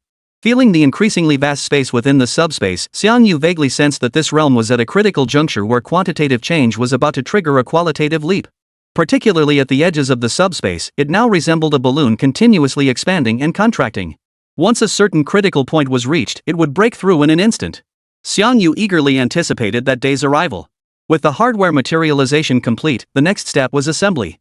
Under Xiang guidance, the staff at the Mountain Sea Base rolled up their sleeves and began the final assembly of the production line. For this super production line poised to bring immense profits to China, everyone was bursting with immense passion. Work day and night. When it gets hot, I just throw on a tank top and shorts. Sweat soaks through my clothes over and over, leaving behind a layer of white salt stains. When hungry, they just grab instant noodles to tide them over. Going to the cafeteria was too time-consuming. Even at 2 in the morning, the venue was still brightly lit, with countless staff frantically working on their tasks. Not far from them, several staff members lay sleeping on makeshift beds on the floor. They rest only to dive back into work once refreshed. At that moment, Xiang, clad in a dark blue work uniform, was laboring alongside the crew. Oil stains covered him from head to toe. Anyone unaware might mistake him for just another ordinary worker. They worked day and night without rest until the dawn of the 5th day. The first Taotai 2 was conveyed into the warehouse on a conveyor belt. The site erupted in thunderous cheers. Long live Xiang God! The production line is complete. Wow, what an incredible sense of accomplishment. I actually helped build such an amazing production line. From now on, Huaguo will see a steady stream of Taotai units rolling out. Our nation's infrastructure will be unbeatable. We'll drain the Russians' Far East completely dry. We're going to strike it rich. The workers seemed to lose their minds, embracing each other in a mix of tears and laughter. They felt immense pride in completing the Taotai production line. No way, we're having a proper feast tonight to celebrate. Alright, I'll have the cafeteria prepare. Tonight we're having a victory banquet. Where's Chief Engineer Xiang? Chief Engineer Xiang? Amidst the jubilant cheers, they realized Xiang was nowhere to be seen. When they finally found him, he was sitting motionless in an inconspicuous corner, head bowed. A faint snore escaped his lips, and the room instantly fell silent. Everyone, keep it down, Chief Engineer Xiang is asleep. The previously ecstatic crowd restrained their excitement and quietly dispersed. It was several hours later when Xiang finally awoke. He stretched comfortably, yawned, and glanced at the time past 10 in the evening. The completion of the Taotai production line lifted the weight off his shoulders. Too lazy to return to his dorm, he found a comfortable spot and planned to relax by playing on his phone. But barely had he started playing when a news alert popped up at the top of the screen. The island nation has announced it will host an international special forces competition. Unlike previous events, this tournament requires participating countries to equip their soldiers with their latest technological advancements. This includes, but is not limited to, exoskeleton armor, bionic suits, and genetic enhancement. The island nation has already invited military powers such as the Bear Nation, the Middle Kingdom, and the Kangaroo Nation to participate in the selection process. They hope this super soldier competition will advance the global peace process. What's Little Day up to now? Xianyu frowned as he scanned the news. Under the banner of integrating technology with soldiers, this competition clearly wasn't just another special forces contest. Could it be that Little Days has developed some groundbreaking soldier enhancement technology? Sensing something amiss, Xianyu immediately called Chen Longfei. Word is Little Days has secured a tech partnership with a US biotech firm called Black Friday, Chen Longfei said in a low voice. This Black Friday operates very discreetly in the US. Our intelligence had no prior information on them. They're a highly mysterious company. Now they're suddenly making a big splash partnering with Little Days. Clearly, it's not as straightforward as it seems. Chapter 177, Black Friday. Commander Chen, does this mean China will also participate in this special forces competition? Xianyu pressed. Chen Longfei paused briefly before replying, yes, China will participate this time. Our special forces aren't pushovers. This time, I plan to deploy a unit of elite soldiers we've meticulously trained. This unit employs the most scientifically advanced training methods combining ancient herbal baths with acupuncture and electrical stimulation, pushing their physical capabilities to near human limits. I believe our nation will astonish the world in this competition. After hanging up, Xianyu's furrowed brow showed no sign of relaxing. Despite Commander Chen's confident tone, a lingering unease still gnawed at him. Little Day suddenly organizing this super soldier competition meant they must have made thorough preparations. And that mysterious Black Friday company hung over him like a dark cloud. With this in mind, Xianyu resolved to do something for these soldiers heading into battle. His thoughts turned, and ultimately, Xianyu chose to restart the nanorobot project. As a technology capable of rapidly enhancing soldiers' combat effectiveness with virtually no side effects, nanotechnology was undoubtedly the most suitable enhancement method available. Moreover, Xianyu's nanobots could enhance muscle strength through microcurrent stimulation. The stronger the elite soldier, the greater the combat enhancement after injecting the nanomachine solution. Soldiers injected with nanobots could even enhance their physical capabilities silently while sleeping, truly embodying the concept of growing stronger with every breath. With his research objectives set, Xianyu commenced production of the nanomachine solution. Simultaneously, the production line for the Taotai 2 in the lower levels of the Shanghai base entered full power operation. After several days of overloaded production, the warehouse now held 6 Taotai 2 units. At that moment, outside the perimeter of the mountain sea base, several black Humvees formed a convoy heading toward the base. Inside one of the Humvees, Resource Minister Liu Tianzhao clenched his fist slightly, appearing somewhat tense. Seated beside him, Minister Chu Qingqiu also displayed a hint of restraint. The two ministers had come to retrieve the Taotai 2 units. Yet, being their first visit, both felt a simultaneous sense of unease. No need to be nervous, gentlemen. Once you're here, your family no need to hold back, Long Kaixian remarked from the passenger seat. Liu Tianzhao gave a wry smile. We'd be happy not to be nervous, but we're heading to the mountain sea base. Chu Qing silently added beside him, the Shanghai base, China's largest and most technologically advanced facility. Long Kaixian cleared his throat, a flicker of pride dancing in his eyes. A year ago, the mountain sea base had been nothing more than an empty shell, barely functioning and utterly shabby. Yet since Xianyu took charge of the base, in just half a year, not only had its internal space expanded dozens of times over, but every cutting-edge technology imaginable had been integrated throughout the facility. Super mechanized production lines alone numbered several. Moreover, this base housed the first controllable nuclear fusion reactor in human history. Countless other high-tech supporting facilities were also in place. In the eyes of the various military districts, the Shanghai base had now become a godlike super-armed core. Not only was it responsible for producing all manner of super-mechanical units, but it also maintained a formidable military defense force. The mountain ranges above the base had been largely hollowed out. Hidden landing pads for TianGou-class carriers and Xingtian tanks for air defense were positioned halfway up each mountain ridge. Even the specialized patrol squads were each equipped with 1 or 2 Zhulong 2 armed robots. Not long ago, some ill-advised foreign spies attempted to infiltrate the mountain sea base. The moment their left foot crossed the restricted zone boundary, they were sent to heaven by a single laser blast from a Candle Dragon 2. Rumors about the Shanghai base grew increasingly wild across military districts. Some even claimed the base was a modern incarnation of the classic of mountains and seas. Hidden within are all manner of super-mechanical monsters capable of destroying the world. Should any reckless outsiders dare to provoke China, the mechanical beasts within the base would mobilize instantly, sweeping away the invading foe. The rumors grew increasingly wild, which was precisely why Chu Chang and Lu Searchlight were tense at this moment. They were about to enter the very lair of mechanical beasts. Just thinking about it made their scalps crawl. Amidst the minister's wild imaginings, the convoy drove deep into the heart of the mountain sea base. When they beheld the colossal subterranean realm, a miniature world unto itself, their hearts pounded wildly, pupils dilating in terror. Then they saw the Dragon of Candle, bullied by the Azure Phoenix, and the Black Tortoise, submerged in water. And the Xingtian tanks, looming like demon gods. The sheer spectacle of these super mechanisms left them utterly dumbfounded, their scalps tingling with awe. The rumors were true after all. This place really is a damn gathering ground for monstrous beasts. Lu's Searchlight wiped the cold sweat from his forehead and forced a bitter smile. Beside him, Chu Qing instinctively swallowed hard. Having such a mechanical beast lair guarding Huadwa gives me such a sense of security. That guy Xiang Yu single-handedly created a modern-day classic of mountains and seas. Truly remarkable. The two, continually astonished, finally laid eyes on the completed Taotai 2. They were transported back to the capital aboard the Pangu aircraft carrier. Next, these Taotai 2 units would be transported worldwide under the protection of the Huadwa military. It was foreseeable that within the coming years, China's acquisition of basic mineral resources will experience explosive growth. This will be accompanied by the rapid development of national infrastructure. But that's all for later. Let's return to the present timeline. As time passed, the Super Soldier Tournament hosted by the island nation was about to commence. What has the world seething is that this time, the little country has chosen to host the tournament in China. At this moment, inside the Prime Minister's office of the island nation, Shinshu Pignose sat smiling at the head of the reception table, facing a blonde-haired, blue-eyed foreigner seated opposite him. Your Excellency Tristan, I have arranged for CQ to host the competition as per your request. When might you be able to supply our island nation with the enhancement serum? Tristan calmly sipped his tea and replied nonchalantly, rest assured, Prime Minister Pignose. Black Friday is a multinational corporation that places immense value on credibility. Since you've provided us with a stable facility for biological research, we will wholeheartedly assist you in securing the championship title. Prime Minister Pignose nodded, then pressed, I'm deeply curious, just how far can your Black Star Potion enhance the human body? I can assure you, the Black Star Potion is the most powerful human enhancement agent in the world today. With that, Tristan opened his laptop. A video recording of an experiment began playing on the screen. In the footage, a muscular man, bare-chested, brutally tore a lion in half with his bare hands. Shinsha's expression shifted slightly at the sight. Whoa! What terrifying arm strength! Chapter 178, Sudden Bad News. Shinsha stared at the bloody scene unfolding on the screen, first stunned, then his expression shifting to one of fervent excitement.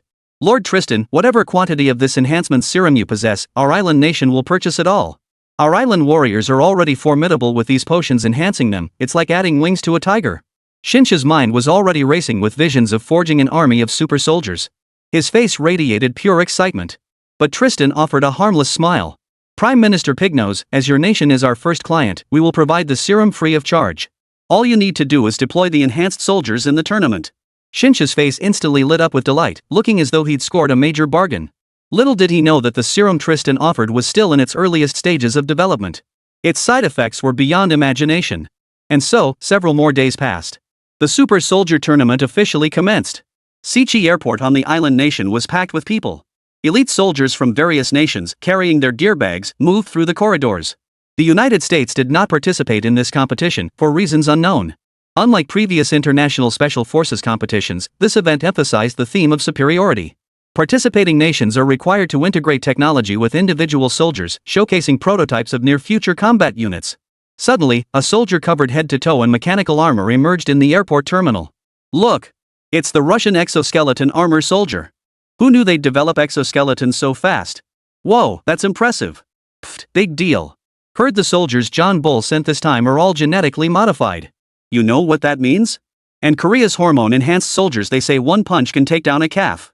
Airport staff buzzed with chatter, critiquing each nation's super soldiers. At the same time, media reporters broadcast the live scene to the entire world. Online forums were abuzz with heated discussions. This super soldier competition has every nation pulling out their secret weapons. Look at these soldiers, they're as strong as oxen. Wow, this competition is going to be intense. I wonder which country will come out on top. Amidst the heated discussions, a user with the ID address My Grandchild City chimed in. Ha, victory in this tournament is definitely ours, the island nation. Just a little spoiler for everyone, our Japaneseian super soldiers are even more badass than Captain America. My uncle works as a janitor in the self-defense forces. He heard this straight from the toilet. The comments section fell silent for 3 seconds. The next second, a massive roar of laughter erupted. "Ha, your uncle cleans toilets? You must be so proud of him. Getting inside info like that from the bathroom? Either you're full of it, or the self-defense forces higher-ups are total idiots. Tougher than Captain America? These little guys sure have some nerve." Netizens from other countries dismissed Xiaori's comments as nothing but a joke. They didn't take it seriously at all. Soon, soldiers from all nations assembled and headed together to the self-defense forces camp. Inside the camp, Dr. Little Japan, a man with a center-parted hairstyle and clad in a white lab coat, stood arrogantly on a raised platform. As soldiers from various nations passed by, he kept his head held high with an air of superiority. His expression radiated contempt. When he spotted the Chinese soldiers passing by, his small eyes narrowed slightly, as if brewing some kind of scheme. Beside him stood Sun Zijiani, the head of the self-defense forces, standing with utmost respect.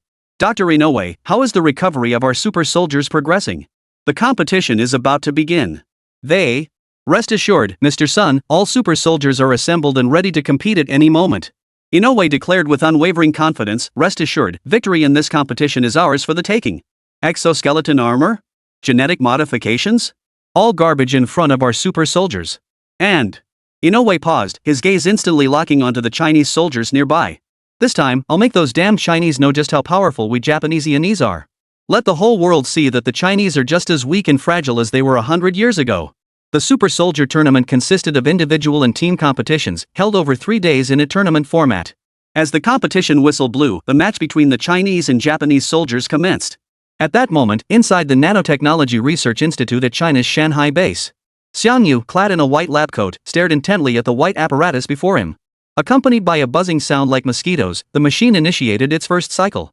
Connected components continuously injected material solutions into the machine's interior. Simultaneously, a centrifuge-like structure spun rapidly. Countless tiny electrical currents flickered wildly within, crackling and popping with a sound that made one's scalp tingle. After half an hour of this, a crisp click echoed through the room. The machine's chamber door opened, and 5 reagent bottles slowly rose from within. The bottles contained a silver liquid resembling mercury, appearing quite exquisite. The moment Xiangyu saw these vials, the frown that had etched his brow eased slightly. "The modified nano-injection solution, I've finally managed to create it." Unlike the nano-robot Xiangyu used, the modified nano-injection solution was a nano-enhancement agent specifically designed for Huagua soldiers. It reduced certain neural optimization functions while significantly enhancing physical strength and reaction speed. Soldiers injected with this solution would become more combat-focused, greatly enhancing their operational capabilities. After packing the 5 vials into a box, Xiangyu pulled out his phone and called Chen Longfei. The time required to produce the nanomachine solution had exceeded the initial estimate. Counting the days, the Super Soldier Tournament should have already begun. "I wonder how the battle is going." After several rings, Chen Longfei finally picked up the phone. Before Xiangyu could speak, however, Chen Longfei's voice came through, low and solemn. "Xiangyu, I have some bad news to share. Something's gone wrong at the Super Soldier Tournament." At that moment, inside a ward at the field hospital in Siqi, the island nation, several Chinese soldiers sat silently by the hospital bed, their tightly clenched fists betraying their seething anger. On the hospital bed lay an unconscious Chinese soldier. The competition's team leader was a major colonel named Jiang Chuan. Jiang Chuan had just received the medical report from the doctor, his face darkening to an extreme degree. "Major Jiang, how is OU? Is he okay?" The soldiers immediately gathered around him as he entered the ward. But Jiang, suppressing his rage, uttered each word deliberately. "His life isn't in danger, but Stone's right leg, it's likely beyond saving." The word struck like a thunderbolt, turning every face pale. "Damn those Japanese bastards. I'll fight these dogs to the death." Chapter 179, The Arrogant Little Japanese. A hot-tempered soldier immediately tried to storm out of the ward. "Wang Chong, calm down." Jiang Chuan snapped. "Those damn Japanese came prepared this time. It's not just us, teams from other countries suffered heavy losses too. Then what do you suggest we do?" Not just Wang Chong, but the other soldiers were all seething with rage, their eyes practically blazing with fury. "I've already notified headquarters. We're waiting for them." Before Jiang Chuan could finish, the emergency video communicator suddenly rang. Jiang Chuan immediately activated the device, and the others quickly gathered around. The moment the video connected, a stern-faced young man appeared on the screen. Seeing this excessively young man, the group froze in surprise. Then they abruptly recalled his identity. The sword-bearer of Huagua, who had attained the rank of Major General in his early 20s. A godlike figure in Huagua. Chief Engineer Xiangyu. "Chief Engineer Xiang. Chief Engineer Xiang, why is it you?" Jiang Chuan's face betrayed utter astonishment, while the surrounding soldiers instantly fell silent, not daring to breathe a word. The young man in the video, despite his youth, In Huagua, he was a household name, a figure of unparalleled stature. He spearheaded the development of numerous super mechanisms, single-handedly carrying the banner of Huagua's national defense construction. Who would have thought Chief Engineer Xiang himself would be overseeing this matter? The soldiers, who had been seething with anger moments ago, now felt a surge of calm wash over them. How are the casualties? Are any in critical condition? Xiang Yu asked first. Jiang Chuan hurriedly fumbled with the video phone, pointing it at Oyu lying on the hospital bed. His voice carried a hint of anger. Those damn Japanese bastards went for the kill right from the start. Shi's right leg is completely shattered. Medically speaking, his life isn't in immediate danger, but the doctors say he'll likely never. Jiang Chuan trailed off, his voice thick with sorrow.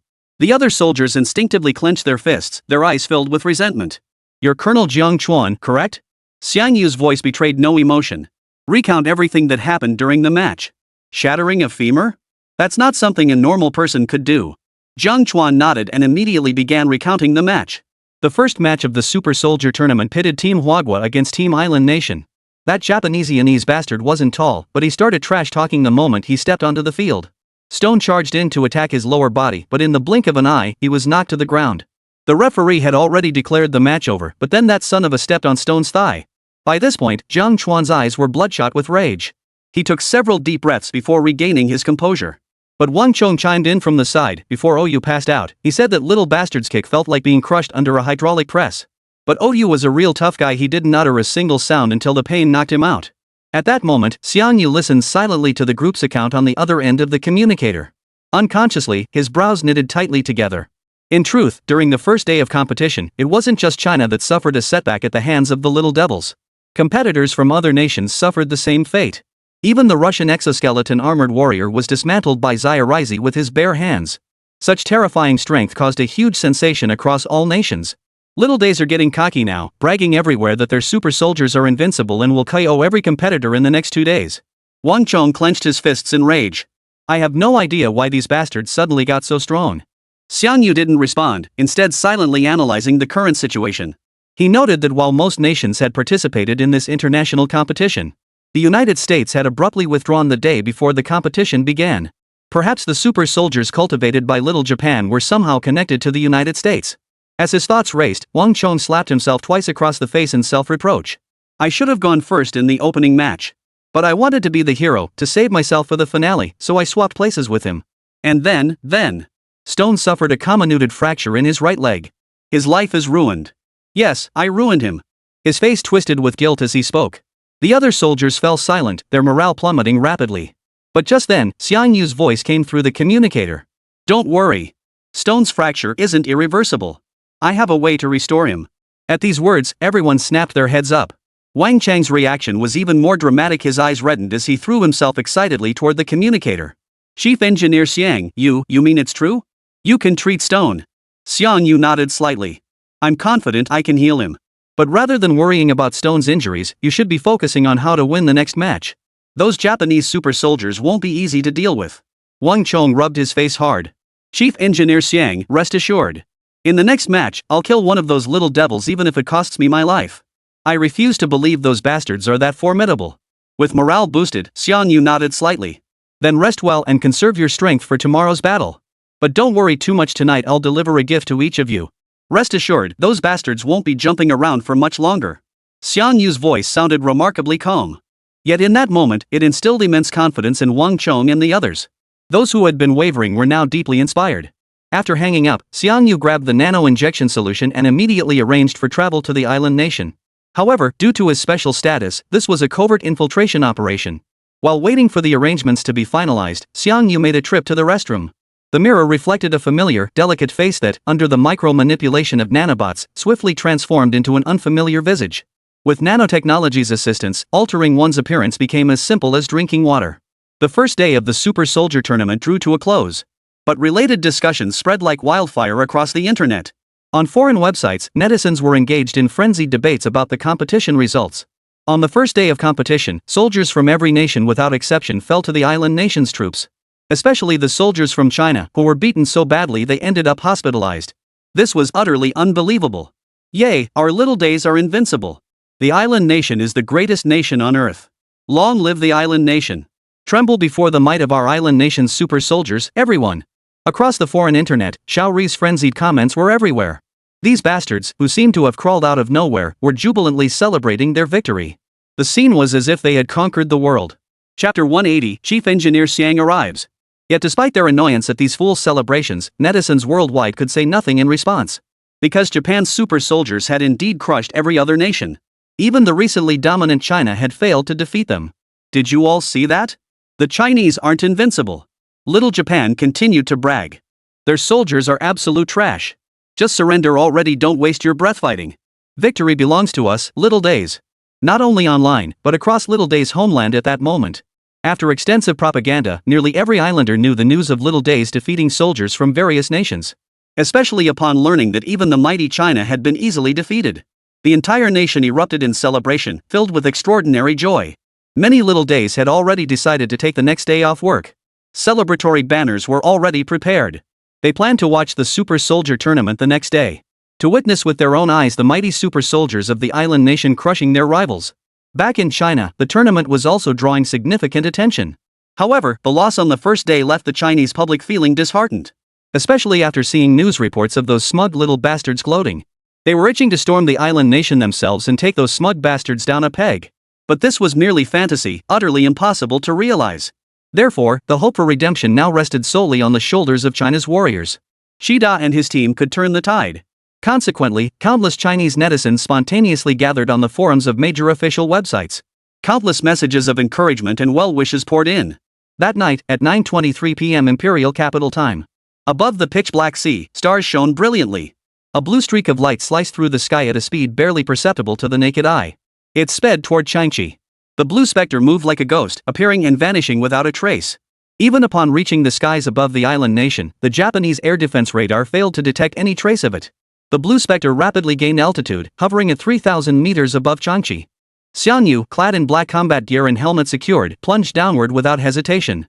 Transforming into a black lightning bolt, he plummeted downward at breakneck speed. Feeling the fierce wind resistance roaring around him, Xiang's mind remained as still as water. He glanced at his descent altitude already under 1,000 meters. The next instant, under Xiang's control, a black lighter suddenly unfolded. His entire form glided like a bat toward the outskirts of Changchi. Under the cover of darkness, no one noticed Xiang's arrival. Minutes later, the parachute deployed, and Xiang landed silently in an inconspicuous patch of grass. After stowing his gear, Xiang activated his communication system. I've reached the designated location. Send someone to pick me up. Shortly thereafter, an unremarkable Honda pulled over to the roadside. The rear door slid open silently, and Xiang slipped into the car with ghostly speed. 2 hours later, inside the camp of the Huagua contestants. Jiang Chuan, Wang Chon, and the others stared anxiously at the unconscious stone. Beside him, Xiang slowly injected a silver-colored reagent into his veins. As the mercury flowed into his veins, for a fleeting moment, Oyu's blood vessels turned a silvery white. Simultaneously, his pallid cheeks flushed with color, and his breathing grew stronger. Witnessing this, everyone was overjoyed, yet they held back their excitement, daring not to make a sound. They feared disturbing Chief Engineer Xiang as he tended to Oyu's injuries. Inside Stone's body, as the nano solution was injected, nanobots began frantically repairing his internal injuries. Shattered bones and torn muscle tissue rapidly realigned and mended. Hand me the scissors. Xiang called out suddenly. Everyone snapped to attention, scrambling to hand him the scissors. Without a word, Xiang removed the entire cast from Oyu's right leg. Gazing at Oyu's thigh covered in wounds and twisted beyond recognition. A wave of sorrow washed over the faces of the others, a pain piercing their hearts. But before this sorrow could spread throughout the tent, the next second, silver snakes surged from the twisted thigh's subcutaneous tissue. Like a swarm of tiny snakes. These snakes, as if possessed of life, gathered upon the shattered right leg. Under the stunned gazes of the crowd, they began a frenzied repair. Bone fragments were meticulously reassembled into their original positions. Severed nerves were reconnected through the transport of nanobots. From a macro perspective, the twisted right leg rapidly realigned under some mysterious force. Wounds and bruises vanished at a speed visible to the naked eye. Witnessing this spectacle, the crowd froze in utter stupor. Eyes widened to the limit, jaws dropped so hard they hit the ground and couldn't be picked up. Holy! Is this even possible? Is this even possible with modern technology? Damn, that's insane. This healing technique is unbeatable. The crowd buzzed with astonishment, utterly stunned by Xiang's healing technique. Yet Wang Chong remained silent, his eyes red and bloodshot as he watched the rapidly healing stone. The next moment, disregarding everyone present, he knelt directly before Xiang. Chief Engineer Xiang, Oyu is a soldier I trained from scratch. He's closer to me than my own brother. Saving his life is like saving mine. Please accept my deepest gratitude. Overcome with emotion, Wang Chong even slipped into his hometown dialect. His gaze towards Xiang Yu brimmed with profound gratitude. Xiang Yu hurriedly helped him up, his voice steady. You are heroes fighting for our nation. Protecting you is my duty. Moreover, Stone's injury this time was due to my oversight. Had we developed the nano-solvent just one day earlier, he would never have suffered such severe wounds. Seeing Xiang Yu's earnest expression, the soldiers present felt a warm glow in their hearts. Their gazes towards Xiang Yu brimmed with admiration. Chong. Brother Chong? Colonel Jian, where are we? Just then, Oyu opened his eyes, his voice weak and strained. Wang Chong immediately grabbed Oyu's hand in excitement. Oyu, you're awake. Ha! How do you feel? Tu furrowed his brow slightly, as if assessing his physical condition.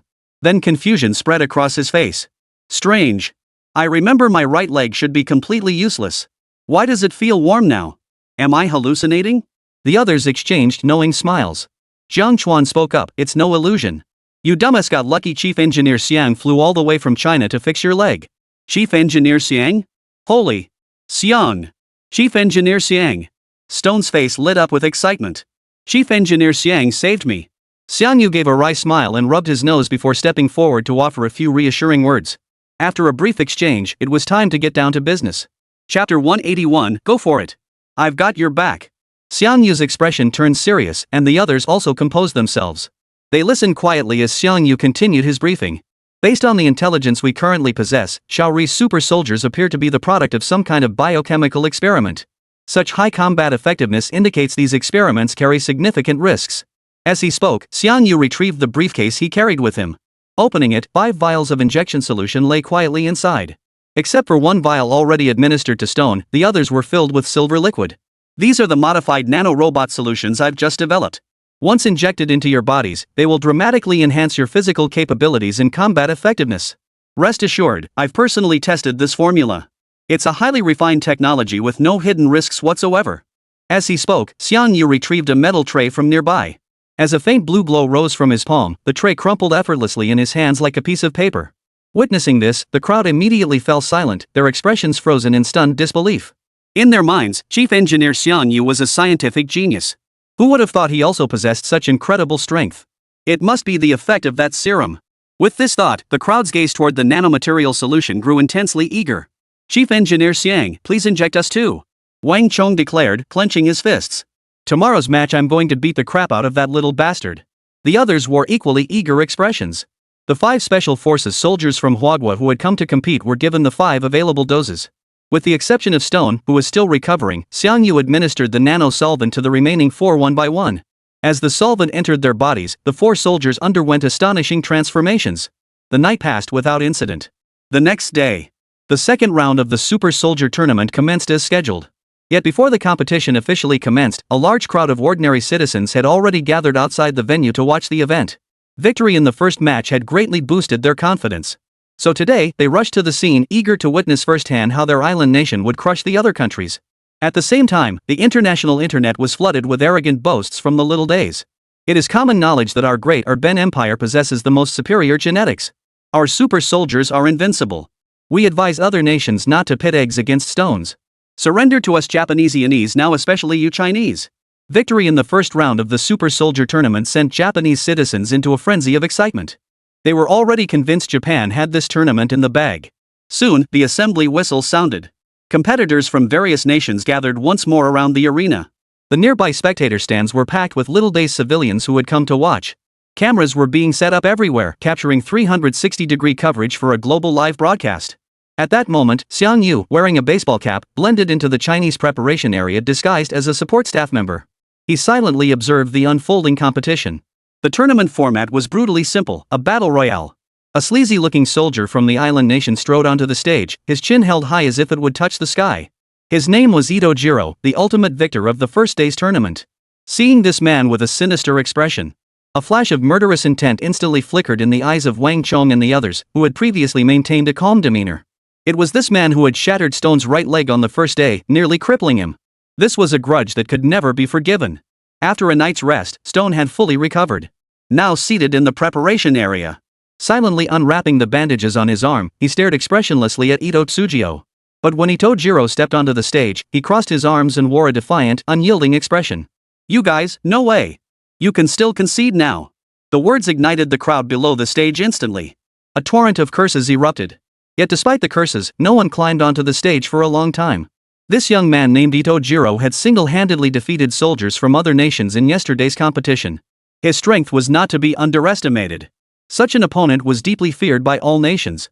As no one appeared on stage for a long time, the contempt in Itojiro's eyes grew even stronger. He cracked his neck and shouted down at the crowd. Competitors from all nations, are you deaf? Why won't you step up and fight me? Or do you admit your countries are inferior to our island nation? Ha! Bunch of cowards. But at that moment, a steel-like figure rose from his seat. Amidst the crowd's gasps, he leapt up and slammed onto the stage. The one who stepped onto the stage was a bear-like exoskeleton armored warrior. Xiangyu stood quietly, his gaze sweeping over the bear's exoskeleton armor. Judging by the technological standards achievable with modern science, the exoskeleton armor developed by the Bear Nation was remarkably advanced. Though the power modules appeared somewhat crude, their precision was not low. Apart from the battery power output falling short of standards, the rest was passable. Just as Xiangyu silently analyzed the bear's equipment, the battle on the arena had already commenced. The bear soldier unleashed a powerful, forceful strike, aiming to finish the opponent in one blow.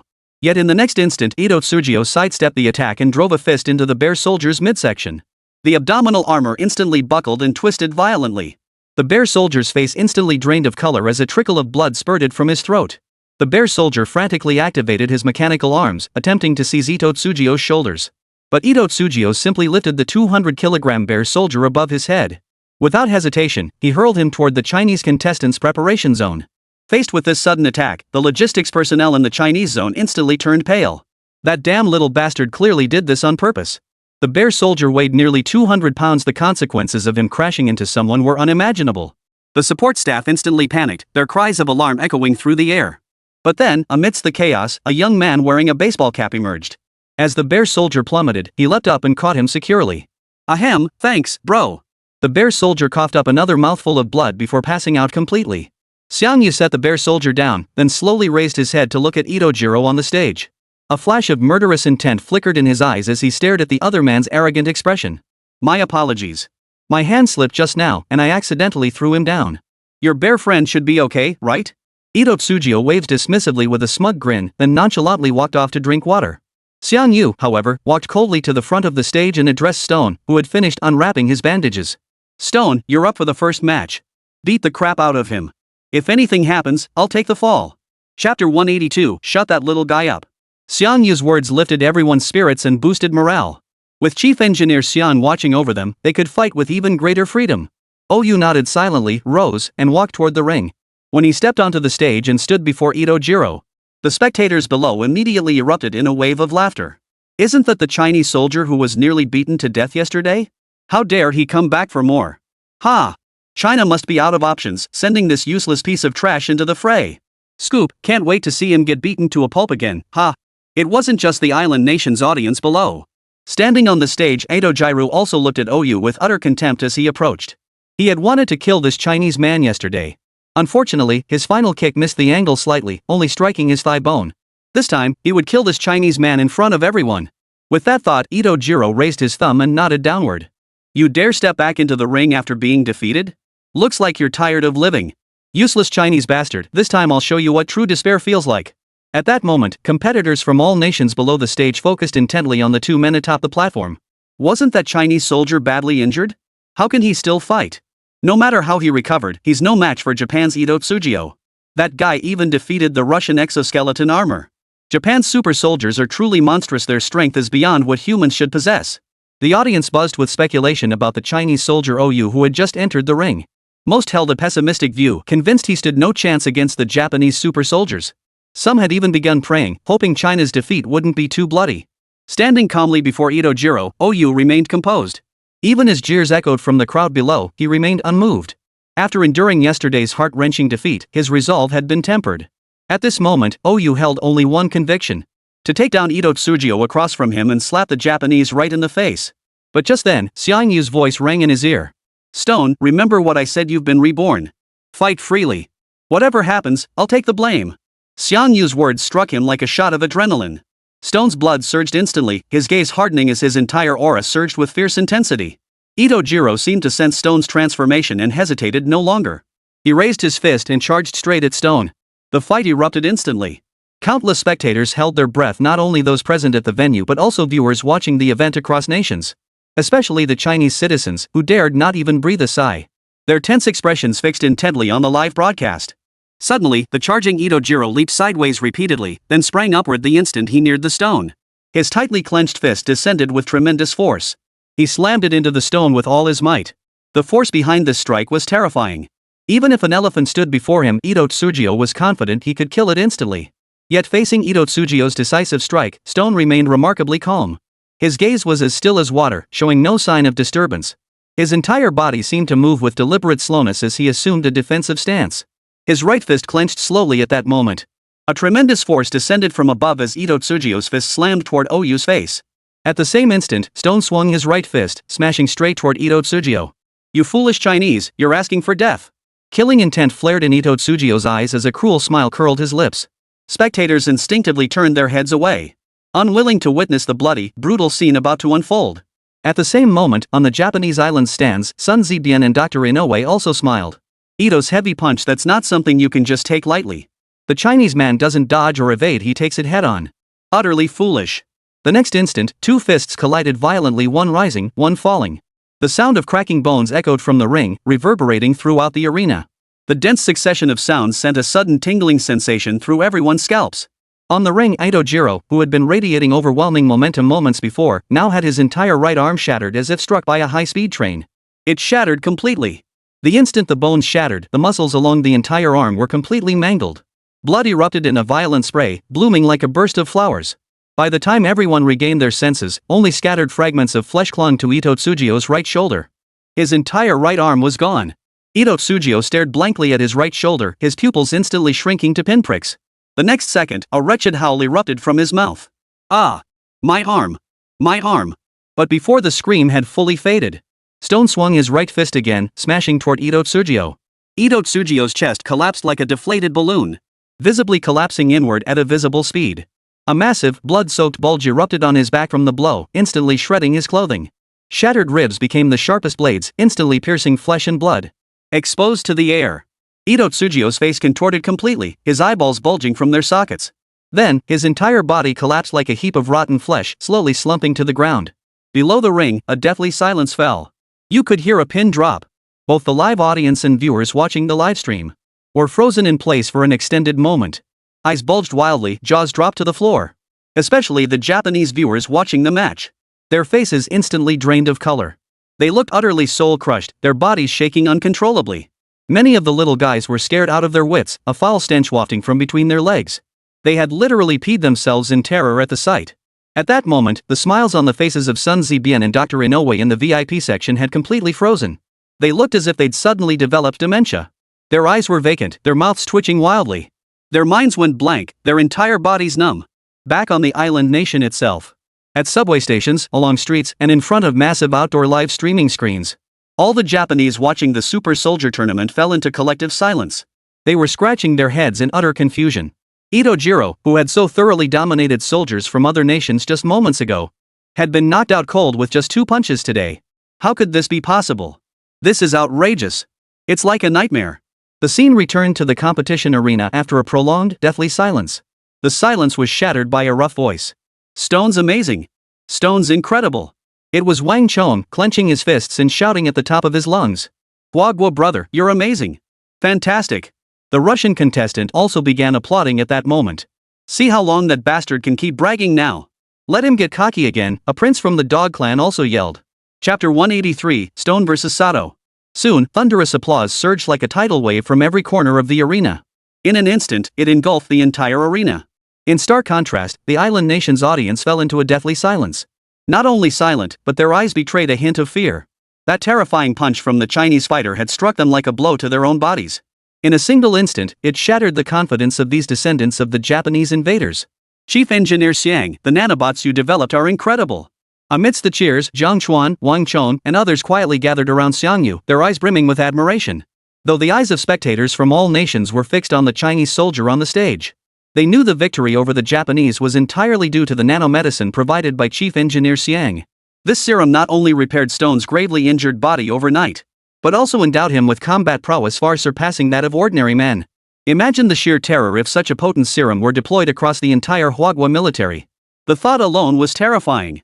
Who would have thought these microscopic robots, invisible to the naked eye, could enhance the human body so dramatically? Wang Cheng clenched his fist, unable to hide the excitement in his eyes. Chief Engineer Xiang, you've done us an immense favor this time.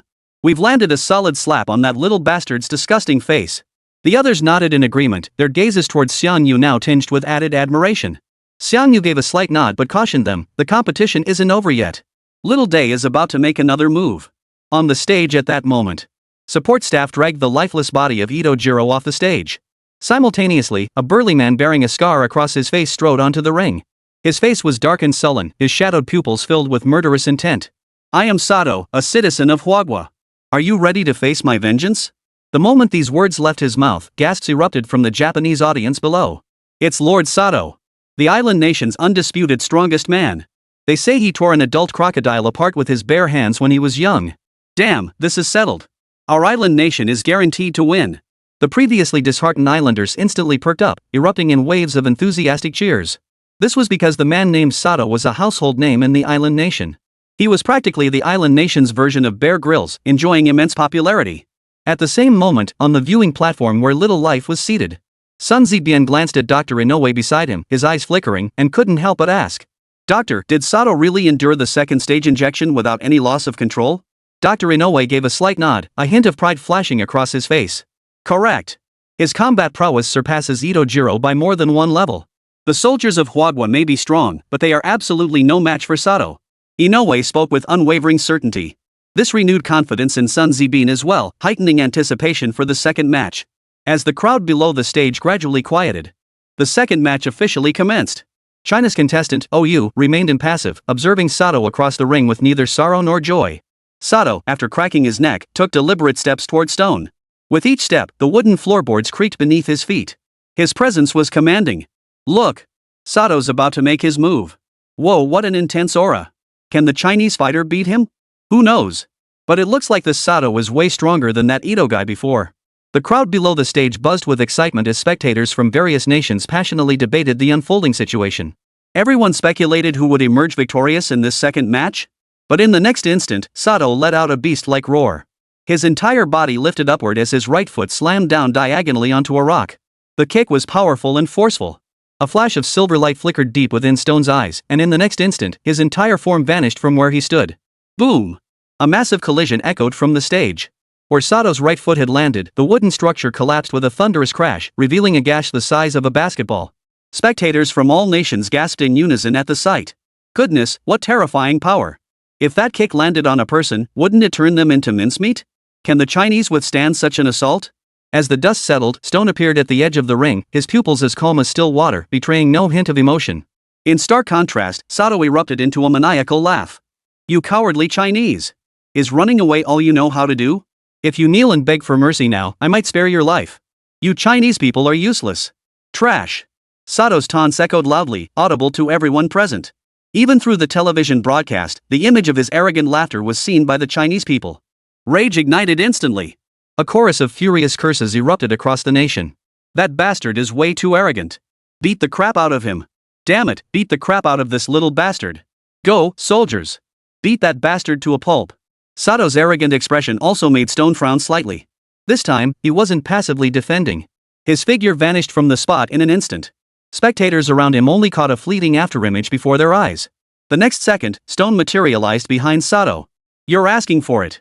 Sato snarled, swinging his arm back with brutal force. But Stone was faster. He lunged forward, driving a kick into Sato's midsection. A dull thud echoed through the air. Was now flying backward off the stage like a. He slammed into the distant concrete wall like a discarded rag. The entire wall instantly cracked with spiderweb like fissures. Sato lay limp, his torso embedded in the wall, utterly motionless. His limbs twitched occasionally. Wardfa, how is this even possible? Such a reversal instantly stunned the onlookers. Especially the terrifying power unleashed by this Chinese man. One kick sent his opponent flying over 10 meters, smashing him into the wall so hard he couldn't be pried loose. Such monstrous strength sent chills down everyone's spine. An overwhelming sense of dread surged within him. Masaka, this can't be. From the island nation's viewing stand, Inoue's expression at that moment looked like he'd just swallowed a dozen pounds of His entire face was etched with panic. His eyes bulged outward, looking as if he were about to faint. Beside him, Sun Zibian's face froze rigid, the corners of his eyes twitching uncontrollably. His facial nerves were utterly chaotic at that moment. Sato survived after 3 injections of the serum. How could anyone be stronger than him? This can't be. This absolutely can't be. Inoue seemed to have lost his mind, frantically yanking at his sparse hair as his entire being shattered. Yet, while everyone was still reeling from the shocking scene, Xiangyu, blending into the crowd, silently approached the unconscious Sato. Chapter 184, Cellular Research. With the aid of nanotechnology, Xiangyu's facial features had already undergone transformation. He wasn't worried about anyone recognizing him. He silently pulled out a test tube and cotton swabs, carefully collecting the blood from the floor. Little Sun's super soldiers were highly unusual. Not only did it significantly enhance their strength, but so far, it appeared to have no side effects. At least none like the hair loss, premature aging, or muscle deformities seen in genetically modified soldiers. Thus, Xiangyu collected the blood sample silently, intending to study it. At that moment, footage of Stone punching Sato into the wall had just been broadcast worldwide. The most intense reaction, naturally, came from the citizens of China. Way to go. That's satisfying. Serves those bastards right. Let's see if they're still so cocky. Damn, our soldiers are brutal. With that kind of power, even Captain America would have to kneel. In China's exclusive livestream chat, netizens continuously bombarded the screen with comments, venting their exhilaration. Putting those little devils in their place right in front of the whole world. Nothing felt more satisfying than this. At the same time, international audiences were buzzing with heated discussions on foreign platforms. Is this the power of China's captain? Damn, I gotta give him props. That was insane. China's weapons are formidable, but I never imagined their individual combat prowess would be this formidable too. Buying Chinese citizenship at any cost. Damn, having soldiers this badass protecting us would be so reassuring. Countries erupted in heated discussions, marveling at the might of China's soldiers. Meanwhile, the little days fell into collective silence once more. The first challenger, Itojiro, arrogantly taunted the Wagwa fighter only to be knocked unconscious with a single punch so hard his own mother wouldn't recognize him. Next up was Sato, touted as Japan's strongest man. He thought he was something special, only to get kicked straight through a wall. Not even a scratch. In just a short while, they suffered 2 consecutive devastating blows to their morale. The citizens of Little Japan were now in a state of profound shock. National confidence plummeted dramatically. Many citizens began to wonder, could it be true what netizens from other countries say that the people of their island nation are an inferior race? Masaka, this was a truly despairing reality. At that moment, inside a secret research facility in Shanxi, Tristan, CEO of Black Friday Black Star Japan, watched the live broadcast of the Super Soldier Tournament with a grim expression. When he saw Sato get kicked flying across the ring, a flash of savage expression crossed his face. The cup in his hand shattered instantly. Those Japanese are a bunch of idiots. Getting utterly crushed by the Chinese is a massive blow to our product's image. Tristan's personal secretary immediately asked beside him, "President, what should we do next? What if the Chinese actually win this competition? Then our Black Star Potion's international influence will be severely diminished. We'll lose a lot of money then." Tristan's eyes narrowed sharply as he sneered coldly, only 2 matches have been played. The 3rd match is the real showdown. Dispatch personnel immediately to deliver Black Star Type 2. I'll make sure every last one of those Chinese dies on this island, not a single one escapes. At these words, the researchers nearby paled visibly. One of the lab coats hurried over, his expression tense. "President, the Black Star 2 is still in an extremely unstable state. Using it on humans now is far too dangerous. What if the activity goes out of control?" Out of control? Tristan sneered coldly. Out of control is dangerous for us, but it will be even more dangerous for those Chinese. Besides, I'm using that bunch of fools from Little Days as test subjects. They're nothing but a pack of dumb pigs in my eyes. That doesn't count as human experimentation. That very night, several vials of deep black liquid were delivered to Jingshou by Black Star Group mercenaries. Inoue clutched them like treasures, scurrying off to inject them into his subjects. At the same time, in the Chinese team's rest area, a simple celebratory gathering was underway. Wang Chong, OU, and the others stuffed themselves while chatting freely. Today's fight finally let us vent some damn frustration. Stone did a great job, really made us proud. But OU, the one being praised, shook his head with a wry smile and said earnestly, "Our victory wasn't down to me at all. If it weren't for Chief Engineer Xiang coming to our aid. Otherwise, I'd still be a useless wreck lying in the hospital." The moment his words fell, everyone nodded in immediate agreement. Stone was absolutely right. If it weren't for the nanomedicine provided by Chief Engineer Xiang, this competition would have been swept clean by Little Days. "Ha? Where's Chief Engineer Xiang?" Wang Chong scratched his head, scanning the area but seeing no sign of Xiangyu. The others joined the search, only to find the tent completely empty. Not only was Chief Engineer Xiang nowhere to be found, but even Regiment Commander Jiang Chuan had vanished. At that moment, inside the chemistry lab of a certain middle school in Changchi, two figures opened the chemistry classroom door stealthily. Jiang Chuan, wearing a mask, glanced downstairs twice to confirm the security guard had left before giving Xiangyu an okay gesture. Xiangyu nodded, then locked the door from the inside.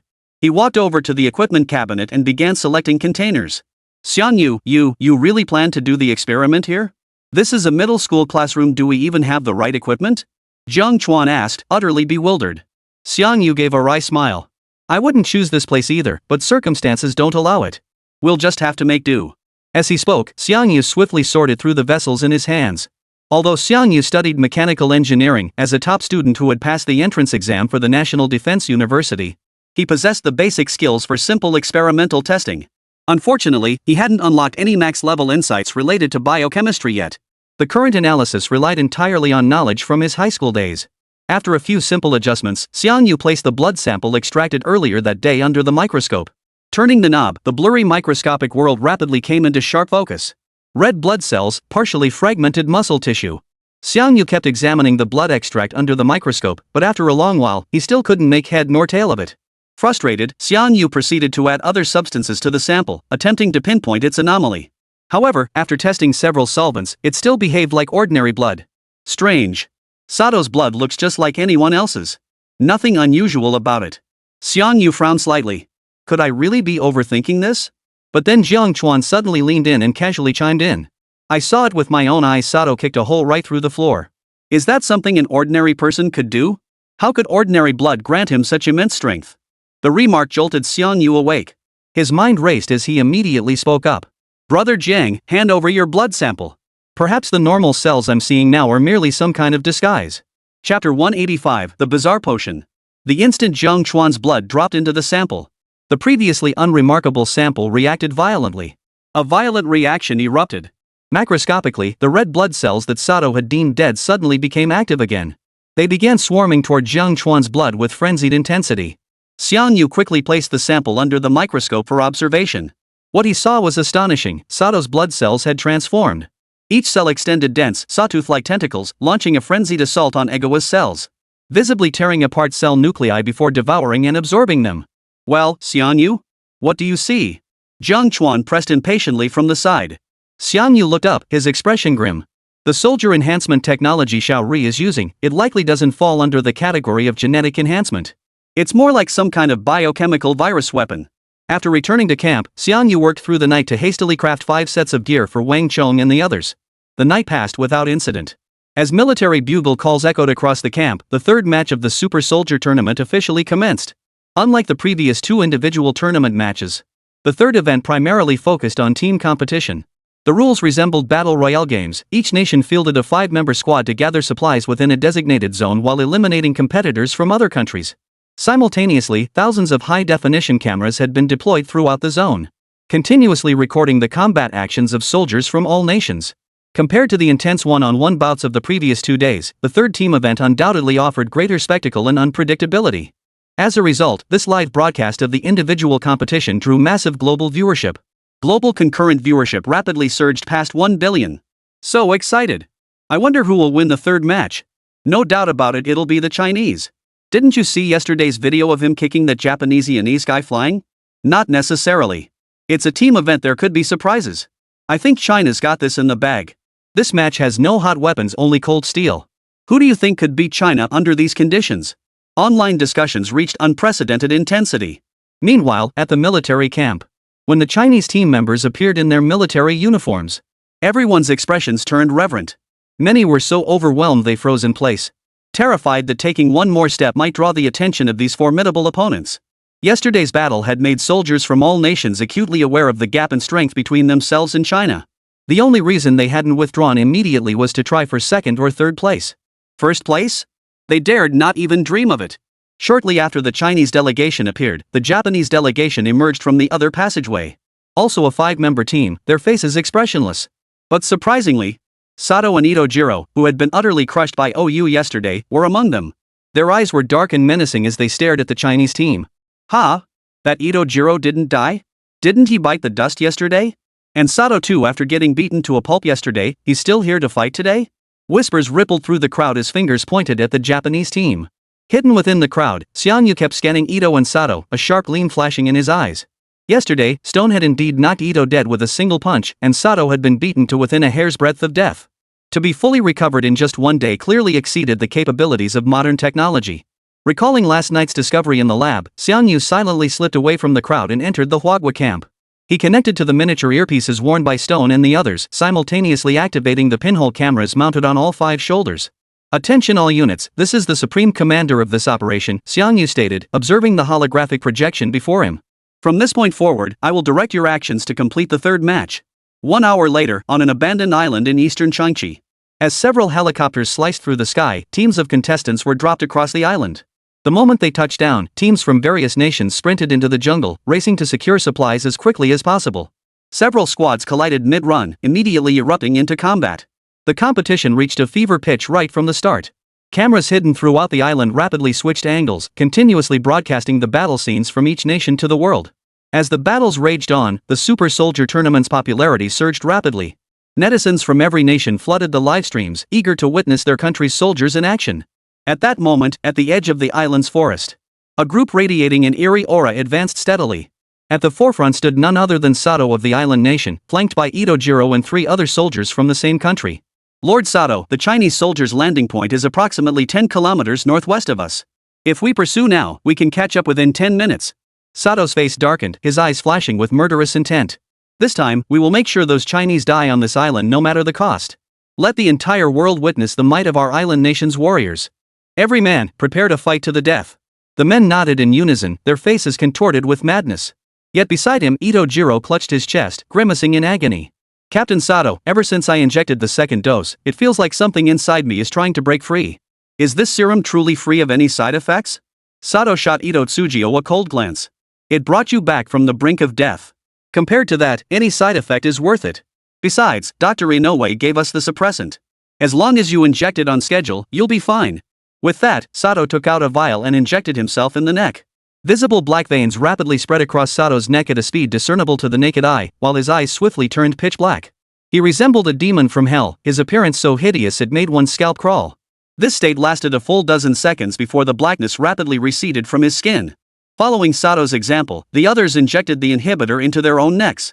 Snap! At that moment, the sound of a branch snapping echoed from the nearby bushes. An ordinary person would never have heard it. Yet Sato shot forward in the next instant, lunging toward the woods. "Ha! Does this little guy have dog ears or something? How did he spot us?" The moment the rough voice echoed, 5 figures simultaneously leapt from the grass. They charged straight at Sato. When Sato recognized who they were, his expression changed instantly. For the arrivals were none other than the representatives of the Chinese team. Chapter 186, Strike First. In truth, the moment Wang Chong and his team touched down, Xiangyu had already issued the order to strike first. The island nation's super soldiers radiated peculiarity in every aspect. Instead of waiting for them to come knocking, we'd be better off taking these guys out first. 1v5. No matter how powerful Sato's enhancements were, he stood no chance against Wang Chong and his crew. The next instant, the fists of the 5 men slammed into Sato's body. The immense force felt like a relentless onslaught of heavy pickup trucks. In an instant, Sato's body twisted violently. His spine snapped, limbs instantly shattered into pulverized bone fragments. His entire body was reduced to a mangled rag once more, flung into the jungle. He actually lost in one blow. The remaining thugs exchanged stunned glances, their faces betraying utter shock. The fervor that had burned in their eyes vanished completely. Instead, uncontrollable fear took hold. Captain Sato was a super soldier who had endured Phase 2 experiments. He had just been injected with Black Star Type 2. Logically, he should have been able to put up some resistance against the Chinese. Yet after just one exchange, Captain Sato had been defeated again. Just how strong are these damn Chinese? They must be a bunch of monsters. It was Itojiro who leapt forward, shouting, "It's not fair for you to gang up on him. Man up and take me on one-on-one." "One-on-one?" Wang Chong flashed a mocking smile, immediately signaling to Oyu and the others. The next second, the Huagua soldiers charged forward in perfect unison. They charged toward the remaining 4. One Japanese soldier reacted fastest, raising his fist to counterattack. The next instant, a blurred shadow slammed into his abdomen. In a split second, his lower belly caved in. His entire face swiftly turned the color of liver. Simultaneously, the other 2 Japanese soldiers were kicked flying in separate directions. Blood arced perfectly through the air as his body slammed into a distant tree trunk like rotten flesh, knocking him unconscious. In an instant, only Itojiro remained at the scene. Wang Chong and his men now surrounded Itojiro, staring at him expressionlessly. Now we can have a one-on-one duel. You against all 5 of us. Fair enough, right? Wang Chong said coldly. Surrounded by the Chinese soldiers, Itojiro felt a chill run down his spine. Though his body had been enhanced, it now trembled uncontrollably. If even Captain Sato couldn't defeat them, he certainly couldn't either. Moreover, there were 5 of them facing him, while he stood alone. At this thought, Itojiro suddenly dropped to his knees with a thud. Please spare my life, sirs. I don't want to die. I beg you, let me go. I'll kowtow to you. I'll beg you to spare me. The sudden plea from Itojiro came as no surprise to the others. After all, the little devils were notorious for yielding to softness and resisting force. If you reason with them calmly and politely, they'll only bully you. But the moment you flash a fist the size of a clay pot, these bastards instantly chicken out. They'd start wagging their tails and begging for mercy. Stone, however, walked expressionlessly before Itojiro and said from above, answer our questions. Answer honestly, and we might spare your life. Itojiro nodded frantically. I'll talk. As long as you don't kill me, I'll do anything. Stone exchanged a glance with Wang Chong. But it was Wang Chong who stepped forward and questioned Itojiro. What's the origin of the enhancement serum you injected into your bodies? What are its effects? Itojiro froze momentarily, his eyes flickering with uncertainty. Seeing this, Stone didn't hesitate, immediately stomping down on his knee. A scream like a pig being slaughtered echoed through the jungle, turning Itojiri's face as white as paper. Among the equipment TianGou had customized for the group were not only tracking devices but also signal jammers. All nearby surveillance cameras were now completely jammed. No one would know what had transpired here. But Itojiro quickly shouted, "Stop stepping on me. I'll talk. The serum we injected came from a company called Black Friday. They provided us with free enhancement drugs in exchange for allowing their company to establish a biological research facility in Changchi." At that moment, TianGou, watching the scene through her shoulder-mounted camera, furrowed her brow slightly. He had heard Commander Chen Longfei mention this multinational power called Black Friday before. It was a US-based biotech company, though its specific research focus remained unclear. The serum injected into us is called Black Star Serum, a genetic enhancement agent capable of dramatically boosting human physiological functions. Itojiro had shared quite a bit about the Black Star Serum. But TianGou was 100% certain that what he was saying was definitely wrong. Because what these little guys injected couldn't possibly be a gene-type enhancement serum. It was more likely some kind of viral agent with enormous hidden dangers. Wang Chong, ask him how many people received this injection and what the success rate is. Wang Chong nodded and immediately asked the question. After a moment's thought, Itojiro replied, 50 people in total. Only 1 failed to enhance. The rest all achieved significant functional enhancement. Only 1 failure out of 50? That success rate was nearly 98%. TianGou's heart sank. This success rate was absurdly high, bordering on unbelievable. If this serum could be mass-produced, wouldn't that mean Xiao Rizi or the United States could quickly assemble an entire legion of super soldiers? While such super soldiers posed no threat to Wang Chong and others who had been injected with the nanomedication. But for ordinary soldiers, they posed an immense threat. And if mass production were truly possible, the consequences would be endless. Why did the failed subject fail? What happened after the failure? I don't know. I only heard from others. Itojiro took a deep breath before continuing. He failed because he concealed his history of cancer. They say that after the injection, they removed a massive tumor from his abdomen, one that pulsed like a heart. Before the others could react, Itojiro shook his head vigorously. Gentlemen, what I'm describing is definitely a rumor. We injected gene-enhancing agents. How could such bizarre things happen? It must be false. Wang Chong and the others exchanged bewildered glances. Itojiri's claims grew increasingly outlandish, especially the part about the pulsating tumor, utterly implausible and hard to believe. When normal cells lose control, they become cancerous. If the serum Itojiro injected can enhance normal cells, theoretically, it could also enhance cancer cells. In fact, the enhancement effect might far exceed that of normal cells. After all, cancer cells are essentially the immortality glitch of the human body. TianGou pondered this, and the more she thought about it, the more unsettled she felt. What the hell was that damn Black Friday researching? Don't tell me they're like Umbrella Corporation, developing some weapon to destroy the world. Wang Chong, demand the address of Black Star Labs from Itojiro. This company's research projects are too bizarre. We must find out exactly what they're doing. Chapter 187, Entangled in Blood and Flesh. After obtaining the precise location, TianGou immediately called Chen Longfei. Simultaneously, intelligence operatives embedded within the Japanese company Changchi swiftly launched their own operation. They began gathering intelligence and investigating this Black Star company. The specific findings of the investigation would not be available until at least evening. The third match of the Super Soldier tournament was still underway, with less than 5 minutes having passed since China faced off against Little Days. When the Chinese team reappeared on camera, it didn't raise much suspicion. Nations engaged in combat where necessary, scrambled for supplies where needed. At that moment, at the edge of the jungle, Itojiro, lying motionless like a dead dog, glanced around. Only after confirming the Chinese had departed did he cautiously rise from the ground. Damn it, I'm quitting this when I get back. Don't ever drag me into this Chinese again. I want to live a few more years. Amidst his curses, he saw his severely injured comrades stumbling over, supporting each other. Though they weren't dead, they were missing limbs and broken bones. Their lives were ruined for good.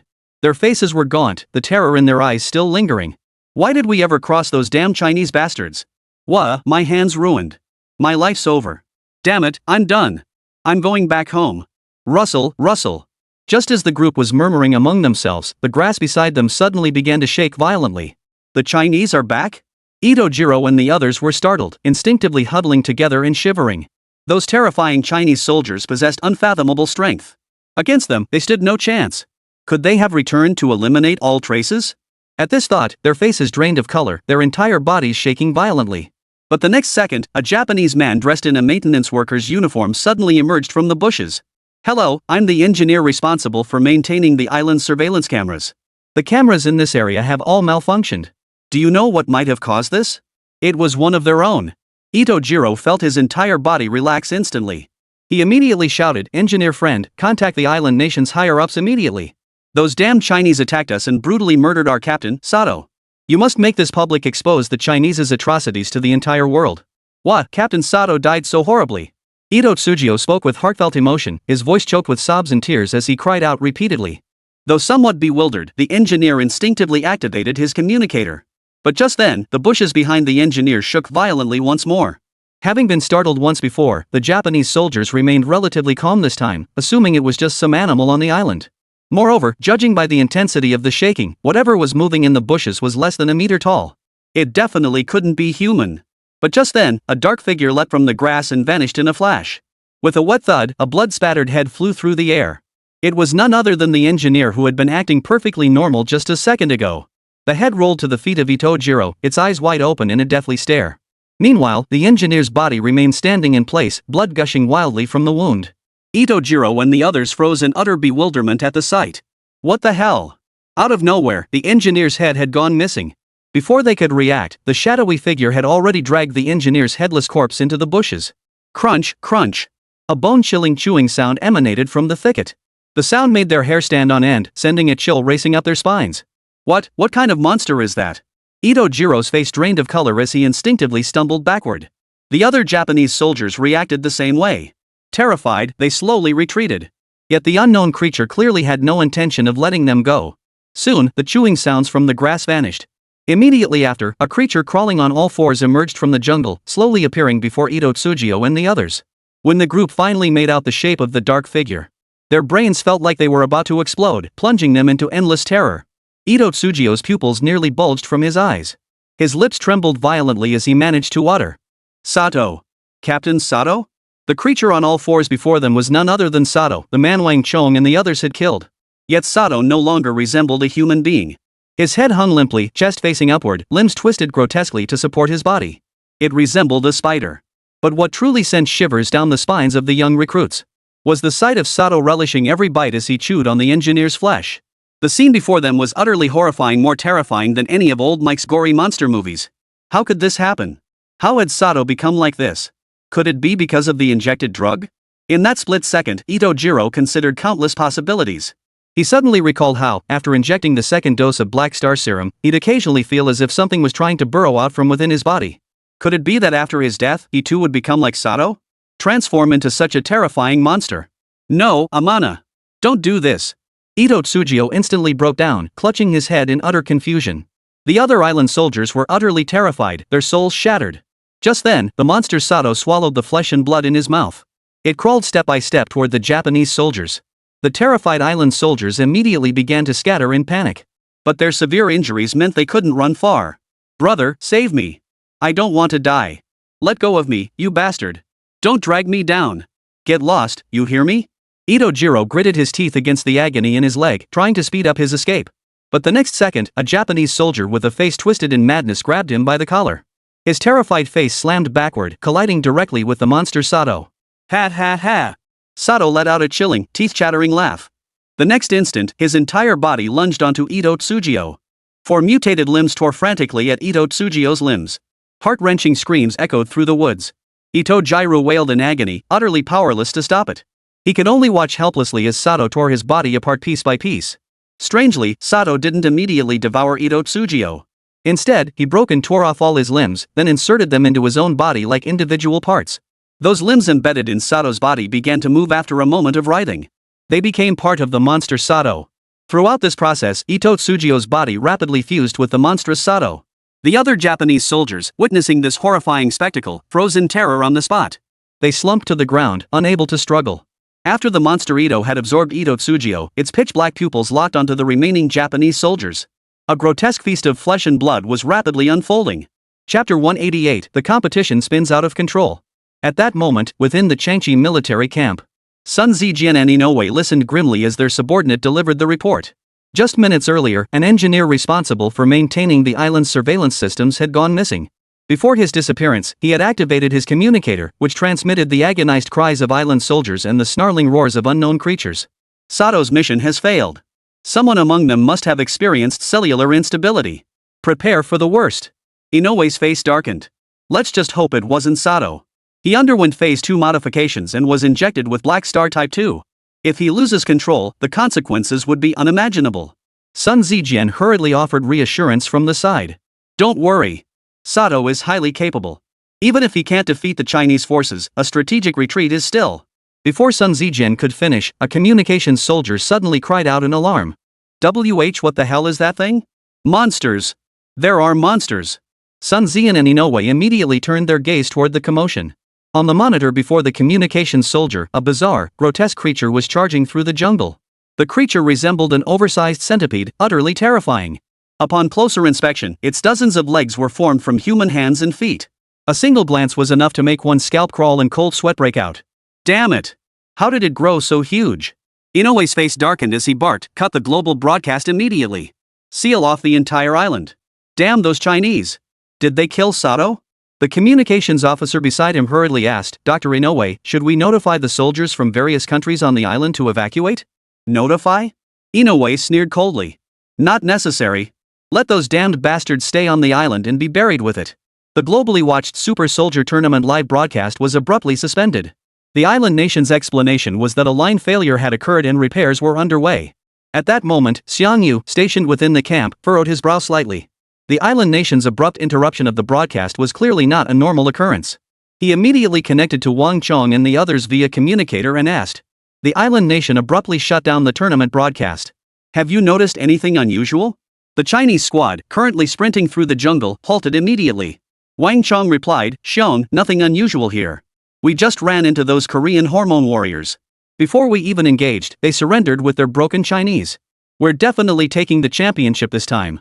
It was no longer a matter of winning the championship. Xiangyu frowned deeply. After a moment's thought, he said, for this tournament, keep a low profile for now. I need to investigate something. I'll update you once I have results. After the call ended, Jiang Chuan beside him couldn't help but ask. Xiao Ri must be hiding something from us. What if they've set us up? There's only one way to find out what's really going on. Xiang Yu's eyes flashed with determination. Jiang Chuan froze for a moment before quickly asking, what way? I'll go myself and confront the mastermind behind this. 10 minutes later, Xiang Yu kicked open the door to Sun Zijian's office. Before anyone inside could react, Xiang Yu barked in English. Why did you Japanese suddenly cut off the live stream? Are you hiding something? At that moment, Xiang Yu appeared utterly ordinary and his fluent English. For a moment, the Japanese couldn't discern his nationality. But Sun Zijian immediately snapped, bastard. Who the hell are you to cause trouble here? Security. Get this damn fool out of here. Several armed guards surged towards Xiang Yu, safeties off, barrels trained on him.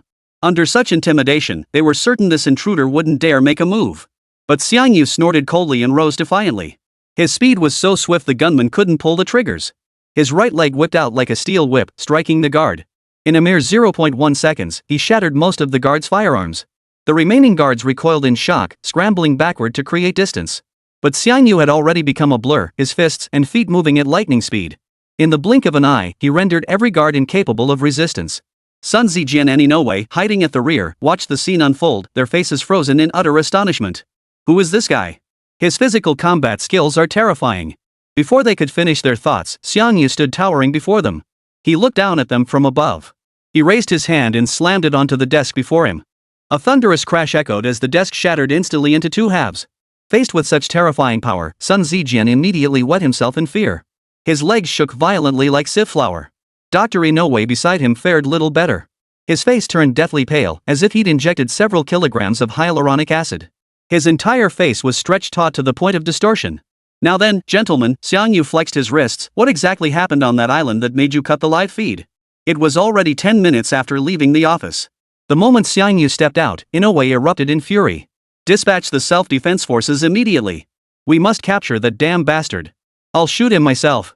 Despite the military personnel conducting a massive search at top speed, the assailant who attacked the Japanese military office vanished as if he had evaporated into thin air. Even extensive facial recognition efforts failed to uncover a single trace. By now, Xiangyu, already disguised with a new face and clothing, had made his way to the nearest seaport. As he boarded the ship, he relayed the latest developments to Jiang Chuan and Wang Chong on the island. The situation on the island was far worse than Xiangyu had imagined. Itojiro and several other Japanese soldiers, released out of humanitarian considerations, had been confirmed brutally murdered on the island. And the one who killed them was none other than their squad leader, Sato. Sato had not only fully recovered but had mutated into some kind of terrifying monster. Wang Chong, lead OU and the others to the coastline. Avoid any clashes with other teams during the evacuation.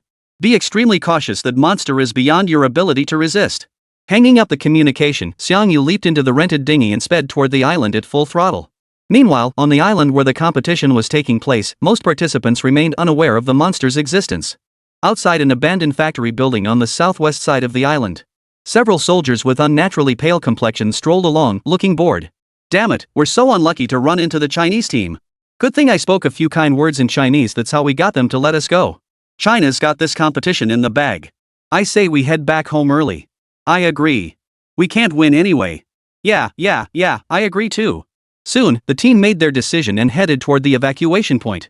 But just then, a blood-soaked figure suddenly burst out of the abandoned factory building. Chapter 189, The Strange Form. Happy New Year to all. Judging by the uniform, it was likely a soldier from the land down under. Covered in blood, he looked utterly pitiful. Yet the kimchi heads watched the panicked, fleeing soldiers of the Kangaroo Nation with keen interest. It felt like they were reveling in the chaos. Damn it, get the hell out of here. There's a monster in the factory.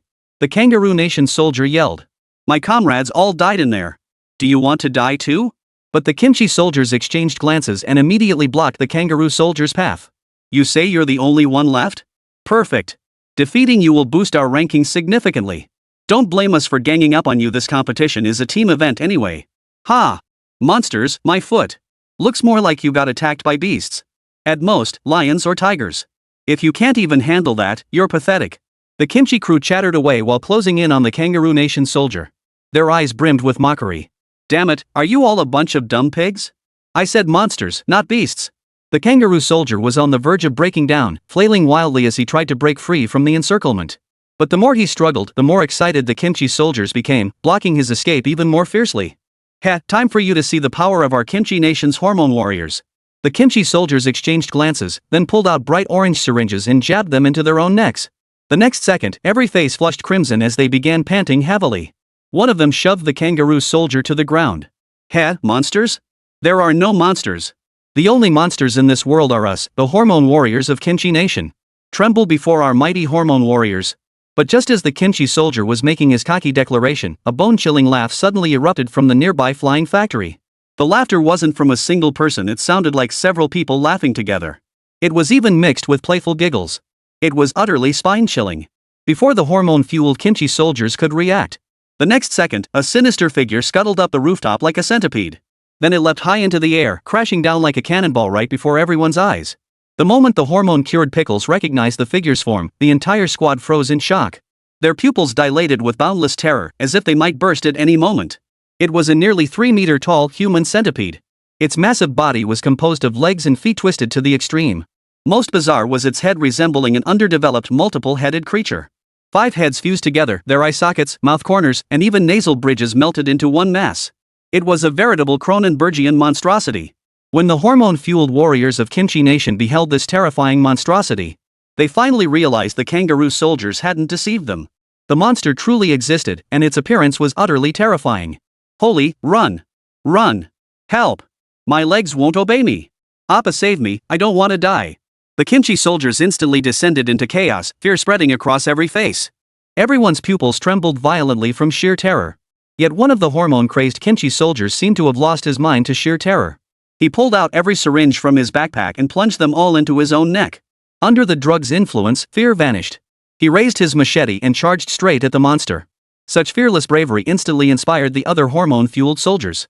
Just as they prepared to join their comrade in battle, the next second, the creature raised its withered, branch-like arm and slashed forward with a violent motion. The hormone-fueled kimchi was severed cleanly at the waist. Blood gushed like a waterfall, instantly dousing the fervor of the remaining kimchi warriors.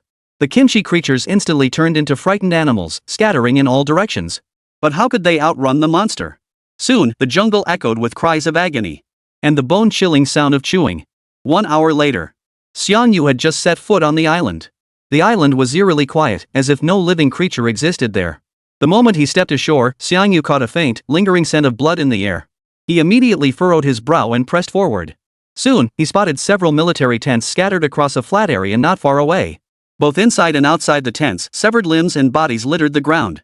Many of the bodies still wore blue work uniforms, likely engineers responsible for maintaining the island's surveillance systems. This engineer camp had been subjected to a bloody massacre, clearly the work of that monstrous creature. This monster didn't just kill the workers here, it devoured all their internal organs. Xiangyu surveyed the scene. Nearly 40 corpses lay scattered about, causing his frown to deepen. The creature's appetite was terrifyingly voracious. This would be no easy foe to deal with. After a moment's thought, Xiangyu stepped into a nearby supply tent. The tent was piled high with signal flares, electronic machinery, and various construction materials. He activated his portable signal blocking device, ensuring no one could monitor him, then initiated the divine creation hand. The building materials inside the tent were visibly sucked into the subspace at a rapid pace. Under Xiangyu's mental control, these materials decomposed and at the molecular level, ultimately combining into the specific materials he required. Upon completion, a compact jetpack materialized beside Xiangyu. Alongside it materialized a heavy sniper rifle with an exaggeratedly large caliber. With these two items, hunting down that monster shouldn't be too much of a problem. Just as Xiangyu was donning his gear, his communicator began to beep rapidly. Xiangyu's brow instantly furrowed as he answered immediately. All he heard was heavy, labored breathing on the other end. It sounded like someone was sprinting. What's going on? Did our hideout get exposed? Wang Chang's voice was frantic. Xiaoyu, that damn monster somehow found us. But its belly's huge, and something's wriggling inside it. Xiangyu's brow furrowed slightly. Hold on, I'll be there in 3 minutes.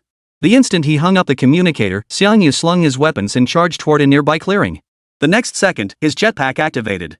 2 small thrusters sprang from the backpack, spewing pale blue flames. Simultaneously, propelled by the flames, Xiangyu's entire body shot upward. He shot rapidly toward the sky. At that moment, the monstrous creature pursuing Wang Chong and the others in the island center abruptly halted its pursuit. Its deformed head scanned the surroundings incessantly. Suddenly, its withered arm violently pierced through a nearby tree trunk. In an instant, a heart-wrenching wail echoed from within the trunk. Simultaneously, blood gushed wildly from the gash in the trunk. The monstrosity emitted a hideous cackle, and in the next second, it tore the entire tree apart, revealing the trembling human inside. Chapter 190, Apologies to the Big Shot's final chapter. The slaughter continued as the monstrosity frantically tore apart the limbs of the humans trapped within the tree trunks. Strangely, however, this time it did not choose to devour them. It merely severed their limbs.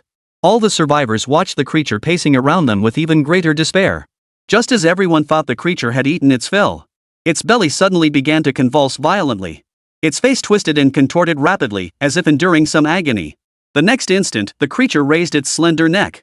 Its throat expanded dozens of times its original size, then expelled an embryo from its mouth. It's breeding?